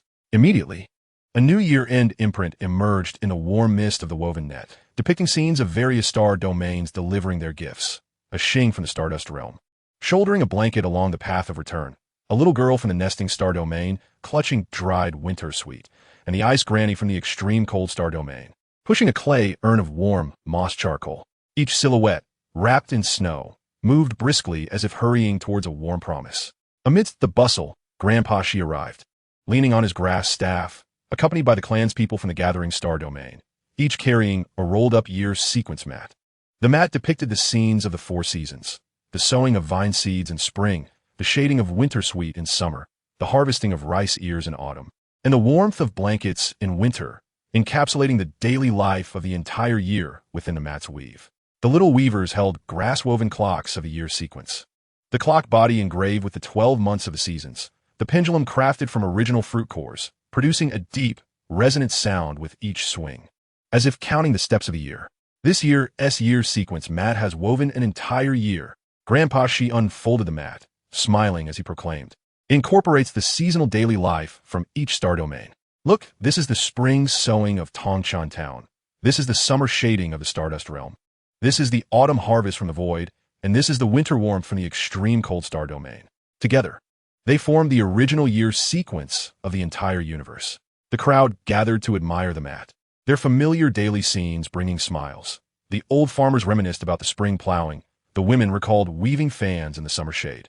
The little weavers thought of drying grain in the autumn, and the little remnants remembered lighting lamps in winter. Each scene felt like yesterday, yet held the warmth of an entire year. As the cycle of the years turned, so too did the original intention. Xiao Chun gently caressed the spring sowing scene on the mat, softly stating, in spring, we plant vines. In summer, we provide shade. In autumn, we dry grain. In winter, we spread warmth. Year after year, it may seem repetitive, yet it is in this that the original intention is transmitted further and held more firmly. Just like these vine seedlings, planted this year in Tongchan Town, they will grow to the void next year and traverse the entire universe the year after. Grandpa Shi nodded, laying the year sequence mat in the center of the hall of original intention. Tonight, as we guard the old year, we shall gather around this mat, sharing our small stories of the year. There is no need for grand principles. Just recount whom you helped in which season, who you warmed in which month, and what solid act you accomplished on which day. After sharing each tale, we shall hang the corresponding year-end talisman on the woven net, allowing it to remember our year sequence and our original intention. As night descended, the fire pit in the hall of original intention blazed with winter sweet branches, the bright flames casting a warm glow upon the year sequence mat, which was adorned with year-end delicacies from various star domains, stardust cakes from the Stardust Realm, winter sweet porridge from a nesting star domain, ice-warm fruits from the extreme cold star domain, vine leaf cakes from the void, and a year-end jujube wine brought by Grandpa Shi. The aroma of the wine mingled with that of winter sweet, forming the most comforting scent of the year-end. The beings from various star domains gathered around the mat, beginning to share their small stories of original intention. In the Stardust Realm, a Qing was the first to speak. In spring, I taught my new companion how to nurture seedlings. It took him 5 attempts before he finally mastered the technique. Together, we cultivated stardust rice, which flourished more robustly than any other. In summer, I constructed a thatched shelter amidst the rice paddies to provide shade for weary travelers. In return, they shared tales of the scattered seat star domain. As autumn arrived, I presented the rice ears to Tongchan Town, and, alongside you all, We laid out the grains to sun-dry, which turned out sweeter than in previous years. Come winter, I wove 3 stardust quilts and gifted them to friends in the frigid star domain. They remarked that the quilts were warm enough to endure the bitter cold. Upon finishing, he hung the crafted stardust tassel on the weaving net, causing the imprints of the stardust realm within the net to glow brilliantly. Next, the little weaver from the frigid star domain spoke. In spring, I learned to cultivate warm moss under the guidance of Grandma Ice. We faced failures twice, but she reassured us that patience is key. Just like our initial intentions, warm moss grows stronger after a frost. In summer, we dried an abundance of warm moss fibers and crafted 20 blankets. During autumn, we delivered warm moss charcoal to Qingyang town. And seeing the little lost souls wrapped in the blankets, smiling brought joy to my heart. In winter, we wrapped the stardust quilts gifted by Qingyang around the elders most susceptible to the cold, and they claimed it was the warmest winter they had ever experienced. She hung the warm moss tassel on the weaving net, intertwining the imprints of the frigid star domain with those of the stardust realm. A little lost soul from the blank alternate dimension clutched a vine leaf tassel in their hands and quietly said, "In spring, Sister Xiao Chan taught us how to plant vine seedlings, and we made many mistakes. Yet she patiently guided us. In summer, we spread mats beneath the vines. And when new lost souls arrived, we taught them how to weave grasshoppers, just as you taught us. In autumn, we joined Qingyang town in sun-drying grains, even breaking 2 carts, yet we gathered an abundance of vine seeds. During winter, we cultivated vine seedlings in the snow, hoping to present them to Qingyang town to demonstrate that we too can spread warmth." He hung the vine leaf tassel on the weaving net, causing the imprint of the blank alternate dimension to emit a green glow, merging with the imprints of the other star domains. Yi Xiaoyan raised the rice ear tassel high, proclaiming, "In spring, I assisted Grandpa Farmer with transplanting seedlings, making many errors. He assured me that it was fine. Seedlings, much like people, can be replanted if misplaced. In summer, I taught the little lost souls how to weave grass bundles, albeit imperfectly, yet they claimed it was the sturdiest. In autumn, I helped with sun-drying the grains, and although the wind scattered some, we managed to recover every single grain together. In winter, I accompanied Sister Xiao Chun to deliver lanterns to the scattered seat star domain. Travelers remarked that these lanterns radiated warmth beyond mere competition. He hung the rice ear tassel on the weaving net, uniting the imprint of Qingyang town with that of the entire universe. Finally, Xiao Chun spoke. "Throughout this year, I have witnessed the imprints within the weaving net transform from spring to winter and from few to many. I have observed the little lost souls evolve from timid to bold in teaching new companions. I have seen friends from various star domains passing along the vine seeds sown in spring, the mats laid in summer, the grains harvested in autumn, and the warm lanterns of winter. I watched as vine seedlings sprouted on the barren lands of the blank alternate dimension, accompanied by laughter and year-end celebrations. This embodies my most steadfast original intention, to witness everyone cherishing their daily lives, sharing warmth, and living out the original intentions of Elder Yi Tiandi as our own reality." After finishing, she hung the original intention fruit tassel at the center of the weaving net, merging it with the imprints of spring, summer, autumn, and winter. In that instant, the weaving net erupted in a brilliant glow, and all imprints began to circulate. The vine seeds sown in spring sprouted in the summer shade.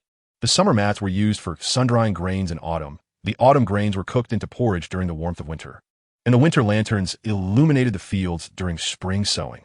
The seasonal imprints flowed in an endless cycle, resembling an unceasing river of original intentions, winding through the weaving net, connecting the daily lives of the entire universe.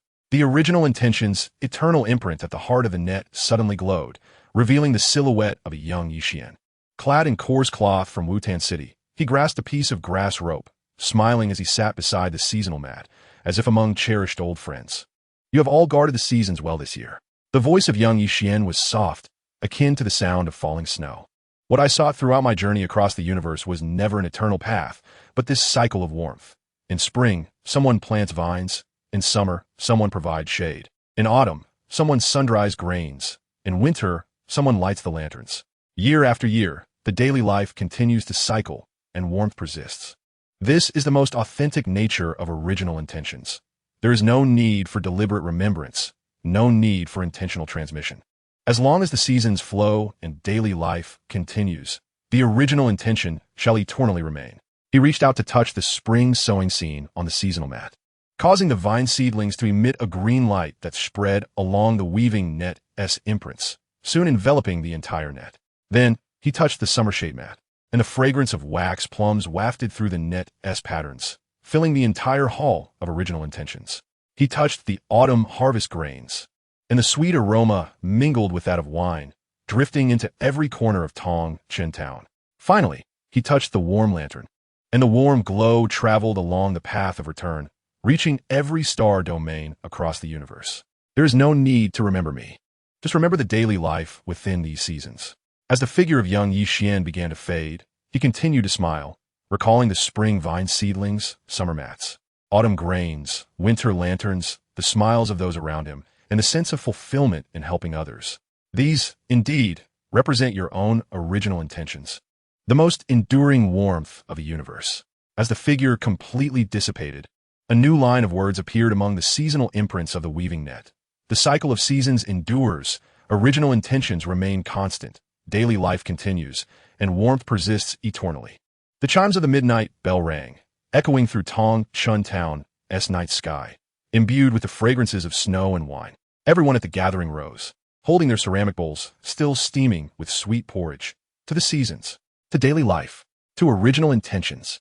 The bowls clinked together, producing a crisp sound, resonating like the imprints within the weaving net, like the pendulum of the seasonal clock gently swaying, like the original intentions of the entire universe responding. On this night, at the end of the year, as snow fell silently, it could not extinguish the warmth of the hall of original intentions, nor the radiance of the weaving net, nor the hearts of all beings in the universe who safeguarded the cycle of seasons and conveyed warmth. This heartfelt intention began with the grass rope in a small courtyard in Wutan City, flowing along the river of seasons through spring, summer, autumn, and winter, traversing every star domain in the universe, forever and ever. Chapter 100, The Boundless Original Intention. On the morning of a new year in Qingyang town, after a snowstorm, the sun broke through, casting a pale golden hue on the snow-covered trellises. Snowflakes rolled off the vines of the legacy and true return varieties, dripping onto the bluestone slabs and forming small puddles that reflected the shimmering weaving net of original intentions. The seasonal imprints glowed softly, with the warm scenes of spring, summer, autumn, and winter circulating within, gradually merging into a gentle light, as if the entirety of the year's daily life had been distilled into boundless warmth.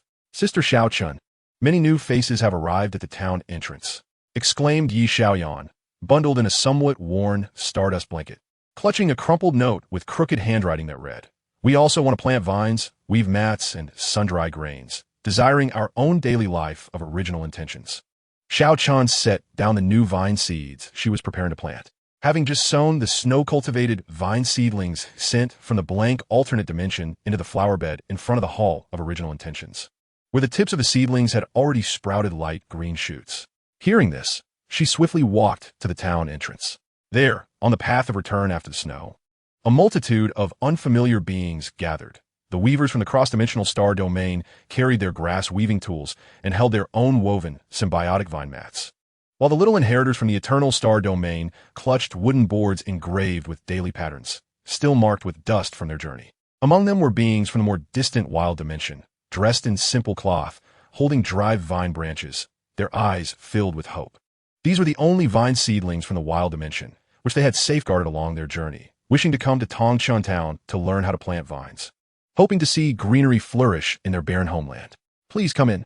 On a slippery, snowy day, let us first seek warmth by the hearth of the Chuxin Hall." Xiaochun greeted with a smile, accepting the withered vine branch from the hands of a being from the wasteland star domain. Though the branch was dry, it still emitted a faint warmth, a remnant of the heat they had nurtured with their palms during their journey. Within the warm mist of the woven net, a new guest mark appeared, reflecting the scenes of their travels, protecting the vine branch through the snow, resting with a wooden plaque against the biting wind, yet never relinquishing their cherished aspirations. Inside the Chuxin Hall, the branches of winter sweet crackled vigorously in the fire pit, while the earthen pot of jujube tea released wisps of steam. Grandma Bing presented warm hand warmers to the new guests, and Grandma may serve freshly cooked winter sweet porridge. The little lingering souls busily distributed dried fruits of the year-end, their pale figures flitting among the newcomers, serving tea, offering porridge, and exchanging laughter, their initial shyness long forgotten. as if hosting their own companions. We have heard of Qingyang from Alu. The beings of the Wasteland Star Domain clutched the warm porridge, their voices trembling slightly. In the Wasteland Star Domain, there exists only sand and stone, yet we have safeguarded this solitary withered vine branch for a decade. Hearing from Alu that vines can thrive in desolation, bringing warmth to the mundane, we hurried here, hoping you would teach us to cultivate vines and cherish the everyday. Xiao Chun stroked the withered vine branch in his hand, then turned to unearth a newly planted, snow-cultivated vine seedling from the flower bed, presenting it to him. This seedling has been nurtured in the snow, resilient against the harsh cold. Take it back to the wasteland, protect it with your earnest warmth, and by spring it will take root. Cultivating vines is not difficult, nor is cherishing the everyday. Just as you care for this vine branch, water it daily, and lend a hand to those around you. In time, the vine will grow, and warmth will arrive. The being from the Wasteland Star Domain accepted the seedling, tears streaming down his cheeks, not tears of sorrow, but tears of hope, knowing that their barren homeland could also flourish with greenery. Within the warm mist of the woven net, the new guest mark intertwined with the Wasteland Vine mark, reflecting the soil of the Wasteland Star Domain, where new green shoots sprouted beside the withered vine branch. The weavers from the cross-dimensional Star Domain laid down their symbiotic vine mats, unfolding them for all to see. This mat is woven from the symbiotic vine, capable of intermingling with the mats of any star domain. We wish to teach everyone to weave, allowing the mats of the entire universe to coexist. Just as in our daily lives, where you help me and I help you, only together can we find warmth. The young inheritor from the sustainable star domain also raised a wooden plaque, inscribed with the daily scenes of spring planting, summer shade, autumn harvest, and winter warmth. We wish to engrave these daily moments onto wooden plaques, hanging them beneath the vine trellises of every star domain, so that all may remember that the heart's intent is not a distant path, but a tangible daily practice. In the days that followed, Tongchin Town transformed into the liveliest academy of earnestness. The old farmers taught the newcomers how to plow and nurture seedlings, meticulously explaining each step from seed selection to soil burial. The women instructed everyone in mat weaving and sewing, and even the most clumsy beings could, under patient guidance, weave simple grass mats. The little lingering souls taught the newcomers to recognize vines and care for seedlings, sharing stories of their own early struggles in vine cultivation. Many seedlings perished at first, but Sister Xiao Chan reassured them that it was all right, encouraging them to try again, and eventually they succeeded. Little Xiaoyan guided the newcomers in observing the Chuxin woven net, pointing to the marks within and narrating the stories behind each. This was when we shielded the grain from the wind during spring sowing. This was when we laid out winter sweet mats during summer shade. This was when we dried vine seeds during autumn harvest. The newcomers learned diligently. The weavers from the cross-dimensional star domain learned to weave winter sweet mats from Grandma, May, blending symbiotic vines with winter sweet vines, creating mats that were both soft and fragrant. The young inheritor from the sustainable star domain observed little Xiaoyan weaving, engraving the daily moments into new wooden plaques, which now depicted scenes of the little lingering souls teaching the newcomers to care for seedlings. The beings from the Wasteland Star Domain studied vine cultivation with the old farmers, watering the snow-cultivated seedlings daily, loosening the soil, and at night, guarding the seedlings, warming their roots with their palms.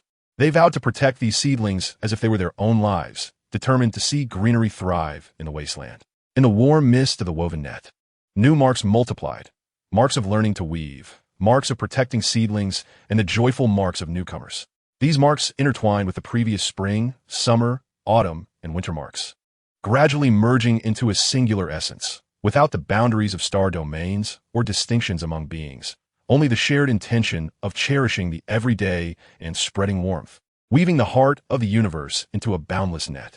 On the 7th day after the new year, the newcomers prepared to journey home.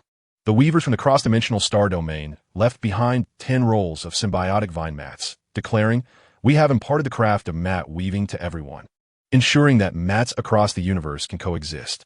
The young inheritor from the sustainable star domain left behind 20 newly engraved wooden plaques, inscribed with the daily life of Tongchin Town, stating the intention to hang these plaques throughout the universe's vine trellises, allowing the heart's intent to be unbounded.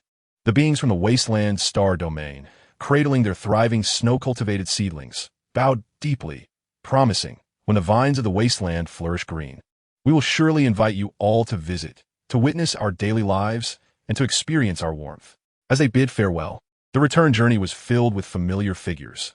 The little lingering souls offered the newcomers dried fruits, saying, "Eat these on the road if you feel hungry. It will warm your heart." Little Xiaoyan distributed vine seeds, saying, "Take back what you planted last year. Once they grow vines, send word to the woven net. We will be waiting in Tangshan town."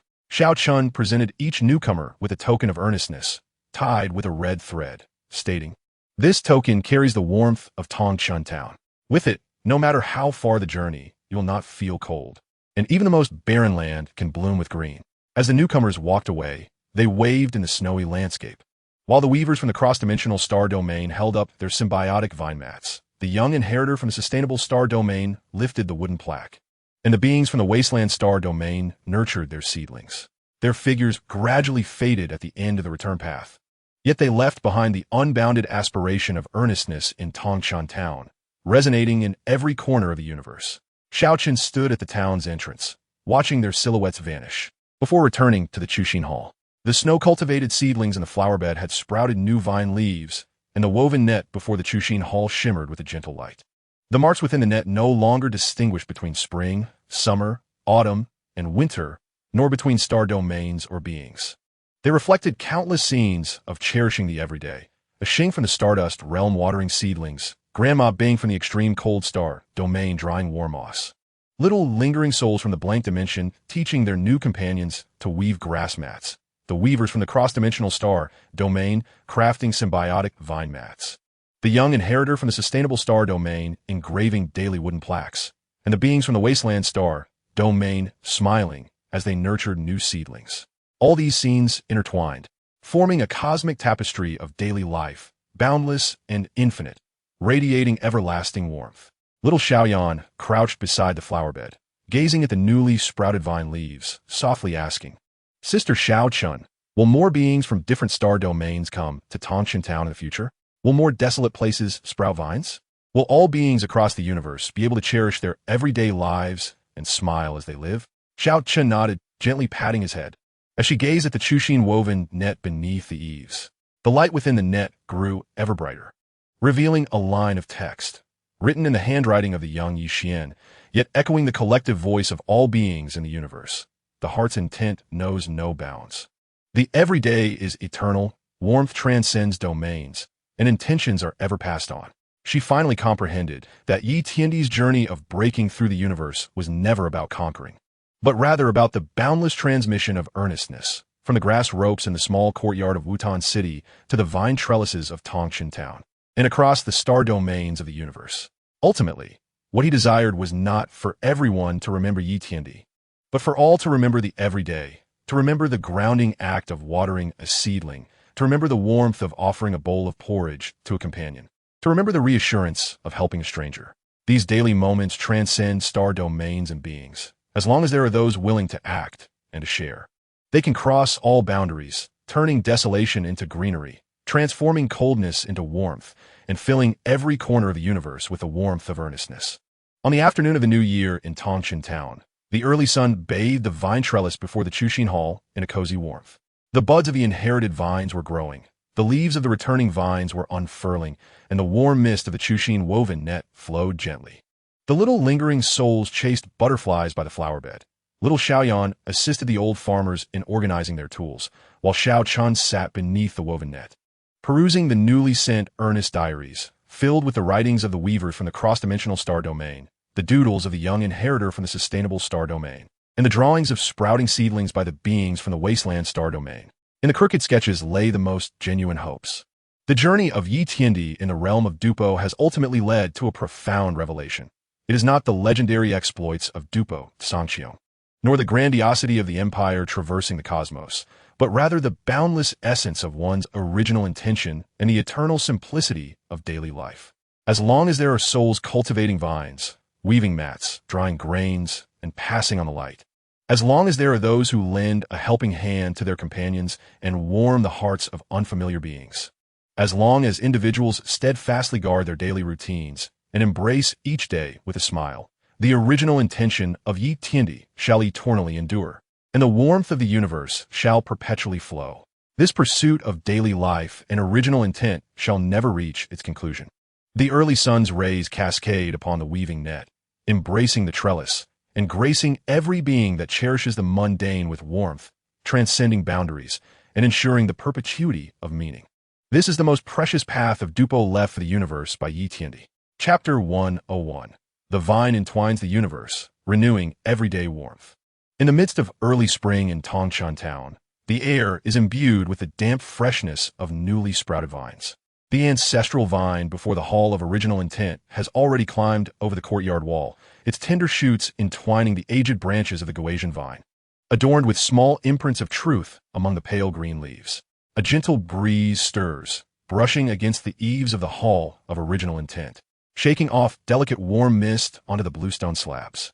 The boundless imprints within the net continue to shimmer, gradually revealing intricate vine pathways that extend toward the direction of the Guichang Road, weaving the warmth of Tongshan Town into a net of original intent that encircles the cosmos.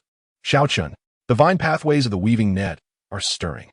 Look, they connect to the wasteland star domain. Xiaotut Yixiaoyan, peering over the courtyard wall with a grass-woven telescope. The lenses crafted from translucent vine leaves provided a blurred glimpse of the scenes within the weaving net, in a wasteland star domain. A seedling of the Shuapei vine had grown half a foot tall, its pale green tendrils climbing through the freshly turned soil, still glistening with the warm sweat of living beings. Xiaochen set down the basket of vine seedlings she was categorizing, which included symbiotic vine seeds from the interdimensional star domain, patterned leaf seeds from the perpetual star domain, and warming vine seeds just harvested from the blank alternate dimension, each wrapped in vine leaves with a small note. Please assist in nurturing the seedlings. We wish for the vine pathways to connect to our star domain. Approaching the weaving net, she gently touched the vine pathways with her fingertips, feeling the familiar warmth flow through. Clearly sensing the growth of seedlings from various star domains, the seedlings from the Stardust realm entwined with rice plants. Those from the extreme cold star domain nestled against warm moss gardens, and the seedlings from the wasteland star domain winding around a fragment of stone, stretching toward the distant sandy terrain. Thus, the vine pathways of original intent were formed. Green shoots floated beside the weaving net. The roots of the ancestral moss intertwined with the vine pathways, transmitting connected vibrations. Previously, the weaving net recorded daily life. Now, the vine pathways conveyed warmth. As the seedlings in Tongshan Town grew an inch, the vine pathways throughout the universe extended a mile. Whenever a seedling sprouted in any star domain, the vine pathways within the net would illuminate a section, ensuring that no matter how distant, as long as the vine pathways connected, warmth could be shared. While they conversed, the rustling sound of vine leaves approached from outside the courtyard. A weaver from the interdimensional star domain rushed in with a bundle of symbiotic vine mats. Intricately woven with fine vine patterns, the corners adorned with freshly harvested vine shoots. Xiaochun, our symbiotic vine mat, can serve as a vine pathway guide. When laid beside the seedlings, the mat's patterns will follow the vine pathways, helping the seedlings reach further. Look, our star domain's vine pathways have already connected to the perpetual star domain. He unfurled the symbiotic vine mat and laid it under the trellis before the Hall of Original Intent. As the mat's pattern brushed against the roots of the ancestral vine, a soft green light emanated, coursing along the vine pathways into the weaving net, illuminating a section of the vine pathways. The scene from the perpetual star domain became clear. Young inheritors were hanging wooden plaques inscribed with daily patterns on their trellises. Once the plaques were hung, the vine pathways extended toward the wasteland star domain, guiding the seedlings along their path. Wonderful. We have a guide too. Yi Xiaoyan suddenly recalled something and dashed back into the house, emerging with a jar of last year's autumn fruit wine. The jar was adorned with warm red paper. As the old farmer had said that the warmth of rice and vine fruits within the wine could hasten the growth of the seedlings when poured at their roots. Xiaochun smiled as she accepted the jar, pouring a small bowl of wine and gently watering the roots of the ancestral vine. The moment the liquid seeped into the soil, the seedlings shot up half an inch, instantly brightening the vine pathways in the blank alternate dimension. Small remnants of souls were gathered around the newly sprouted seedlings, cheering, their pale, gray hands gently touching the vine leaves, causing the vine pathways to extend westward into the blank alternate dimension. Even the most desolate crevices of stone sprouted tiny green shoots. In the days that followed, Tongshan Town became a nexus of vine pathways, with beings from various star domains arriving daily, bringing their own vine guides. A branch of winter sweet from the Guichao star domain, when inserted beside the seedlings, attracted bees and butterflies to assist in pollination. The juju pits from the far dust star domain, when buried beneath the vine roots, ensured denser growth of vine leaves. And beings from the wasteland star domain brought their own warmed sand grains, which, when scattered beside the vine pathways, allowed the seedlings to take root in the sandy soil. The community bustled around the trellis. Weavers laid the symbiotic vine mats. Young inheritors hung daily wooden plaques. Remnants scattered sand grains. Yi Xiaoyan poured autumn fruit wine. And Xiao Chun knelt beside the vine roots, teaching newcomers to recognize the vine pathways. See this brightest vine pathway? It connects to the Stardust realm. Watering it with warm water will help the seedlings there grow. This fainter one connects to the wasteland star domain. Sprinkling warm sand grains will protect the vines from sand. The vine pathways within the weaving net grew denser, resembling a verdant web that intertwined all star domains throughout the universe.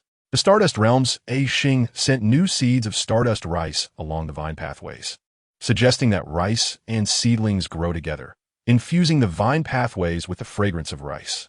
The Ice Granny from the extreme cold star domain sent warm moss, stating that wrapping it around the vine branches would allow the warmth to travel to colder places. The young inheritors from the perpetual star domain carved new wooden plaques along the vine pathways, inscribed with vine pathways entwine the universe, renewing everyday warmth, and hung them on the trellises of Tangshan Town. As the plaque glowed, the vine pathways extended toward the more remote and desolate Jiwei star domain, where no one had ventured before. Yet now, with the arrival of the vine pathways, even the crevices of Jiwei star domain sprouted green shoots. On a particular morning in early spring, as Xiao Chun pushed open the door of the Hall of Original Intent, she beheld the vine pathways within the weaving net suddenly radiating a golden red light, all pathways converging towards the center, forming a small vine of original intent. The leaves bore the imprints of the daily scenes across the universe: the rice from the Stardust realm, the warm moss from the extreme cold star domain, the seedlings from the blank alternate dimension, the sand from the wasteland star domain, and the stone sprouts from the Jiwei star domain, along with the symbiotic vine mat from the interdimensional star domain and the daily wooden plaques from the perpetual star domain, all imprinted upon the vine leaves. This is the cosmic vine of original intent. The voices of the green shoots trembled as the roots of the ancestral moss tightly entwined with the central vine of original intent, the vine pathways weaving across the universe. Daily life crystallizing into vine leaves. This is what Yi Tiandi most yearned to witness. It is not the grandeur of the vine pathways that matters, but rather that the daily lives of each star domain can flourish upon the vine leaves. It is not the intensity of warmth that counts, but the steadfastness of every being transmitted along the vine pathways. Yi Xiaoyan leaned closer to the weaving net, pointing at a vine leaf imprinted with the wasteland star domain. Look, the seedlings in the wasteland have already climbed over 3 fragments of stone. Their beings are watering the seedlings, smiling. Xiao Chun nodded, her fingertip gently brushing against that vine leaf. In an instant, she felt as though she stood beneath the trellis of the wasteland star domain. In the sandy ground, beings encircled the newly grown seedlings, covering the roots with warm sand grains, chanting for the seedlings to grow quickly and turn the sand green. Nearby, tiny green shoots were climbing along the vine pathways, infused with the warmth from the beings' hands, gradually emerging. The vine leaves within the weaving net gently swayed, transmitting the warmth from the wasteland along the vine pathways to Tangshan Town, to the Stardust realm, reaching every trellis across the universe. As dusk approached, the vine pathways for various star domains sent messages along the pathways, not as images, but in the most unadorned voices. A Xing from the Stardust realm shouted, "Xiao Chun, our rice and seedlings have intertwined and grown together. The fragrance of rice mingles with that of vine flowers, filling the entire town." The beings from the wasteland star domain exclaimed, "The seedlings have reached the 5th fragment of stone. We have excavated new earth pits, aspiring to cultivate rice seeds from Tangshan Town, yearning for the grain to flourish even in sandy soil." The beings of the Jiwei star domain whispered softly, "The stone sprouts have turned green. We're learning to weave grass bundles, hoping to harvest the vines in autumn, to establish a semblance of daily life in Jiwei as well." These voices reverberate through the vine veins, echoing within the Hall of Original Intent, mingling with the rustling of vine leaves, creating the warmest vine song of early spring. The cosmic original vines within the web still shimmer, each vine leaf imprinted with unique daily experiences, yet all radiate a shared sense of solidity. There is no clash of energies, no halo of the Tao, only the simplicity of planting vines, watering them, weaving bundles, and hoping for a bountiful harvest. Yet this is more poignant than any legendary tale. Xiao Chun sat beneath the vine trellis, gazing at the vine veins that wound around the universe, observing the daily life imprinted upon the vine leaves across the cosmos. Suddenly, it dawned upon her. The path of the leaf sovereign, the emperor of the sky, has never been about cultivating the strongest power, but rather about weaving the warmest veins. These veins are not a combat, but of daily existence. They are not of emperors, but of all living beings connecting the rice of the stardust realm. The grains of the barren land, and the stone sprouts of the Jiwei, star domain into a tapestry of original intent. In Tongshan town, as spring deepens, the fragrance of vines intensifies in the breeze. The branches of the ancestral vine continue to climb, and the vine veins within the web extend further. The daily lives across various star domains continue to imprint themselves upon the vine leaves. The tale of the leaf sovereign has long transcended the journey of an individual. It has become a symbiotic existence of all beings in the universe, weaving together warm daily life anew. There is no need for cosmic battles or imperial dominance. As long as the vine shoots continue to grow and the vine veins extend, with hands willing to share seeds and offer warmth, and with souls tending to a single vine shoot in the sandy soil and stone crevices, the original intent of the leaf sovereign shall forever endure, and the warmth of the universe shall perpetually renew daily life. As the early sun dipped below the horizon, the light of the vine veins bathed the hall of original intent in a soft green hue. The cosmic original vines within the web gently swayed, each leaf aglow. This is the pulse of the leaf sovereign's journey of overcoming challenges, vine veins winding through the universe, warm daily life renewed, and all living beings thriving in harmony, with the original intent eternally preserved. Chapter 102, Warmth Among the Sands, Barren Realms Become Commonplace. In the late spring of Tongshan town, the wind carried the scent of vines mingled with the distant dust of the sands. The ancestral vine in front of the hall of original intent had climbed the entire courtyard wall, with newly sprouted vine shoots entwining the returning truth vine, blossoming delicate white flowers. The shadows of the flowers fell upon the original intent web, intertwining with the patterns of the vine veins, vividly depicting the sandy landscape of the barren realm, the pale green vine shoots climbing along the sandy slope, where freshly turned soil ridges cradled newly sown rice seeds that had begun to sprout. Several figures crouched by the ridges, warming the soil with their palms, as if guarding fragile warmth. Xiao Chun, the barren realm, has sent word. Their rice seeds have sprouted. Yishioyan iklimet, bursting in with a vine leaf speckled with grains of sand. The leaf had drifted along the pulse of the original intent vine, remnants of living beings' fingerprints still visible on its surface. Look at the sand on this leaf. They said the soil in the sandy ground is cold, so they warmed the rice seeds with their palms for 3 days before daring to sow them. Xiao Chun accepted the vine leaf, and the moment her fingertips brushed against the sand grains, the imagery of the barren realm within the web suddenly sharpened. On the sandy ground, the beings of the barren realm encircled the newly sprouted rice seedlings. Some shielded them from the wind and sand with grass-woven baskets, while others carefully watered them with earthen bowls filled with water they had fetched from distant rivers, each bowl used sparingly. Nearby, the elder who had previously provided withered vine branches was placing a sun-warmed stone slab beside the rice ridge to protect the seedlings from the cold. The slab was inscribed with the crooked character for warmth. "Let us bring them warmth from the sands," Xiao Chun declared, turning to drag a woven grass basket from the corner of the room. It was filled with the old rice seeds from Tongshan town, sun-warmed grass mats, and several earthen pieces specially baked warm by Grandpa Farmer. The old rice seeds were resilient to sand. The grass mats could block the wind, and the warmed earthen pieces, when placed on the ridges, were even more effective than stone slabs. Yi Xiaoyan hurried to help carry the basket, green shoots cascading into it, each item receiving drops of warm dew. The warm dew carried the essence of daily life from Tongshan town, capable of helping the rice seedlings withstand the chill of the sands. Just as they reached beneath the web, Xiao Chun draped the grass mat over the vine veins of the web, and the mat flowed along the vine veins, instantly landing on the sandy ground of the barren realm.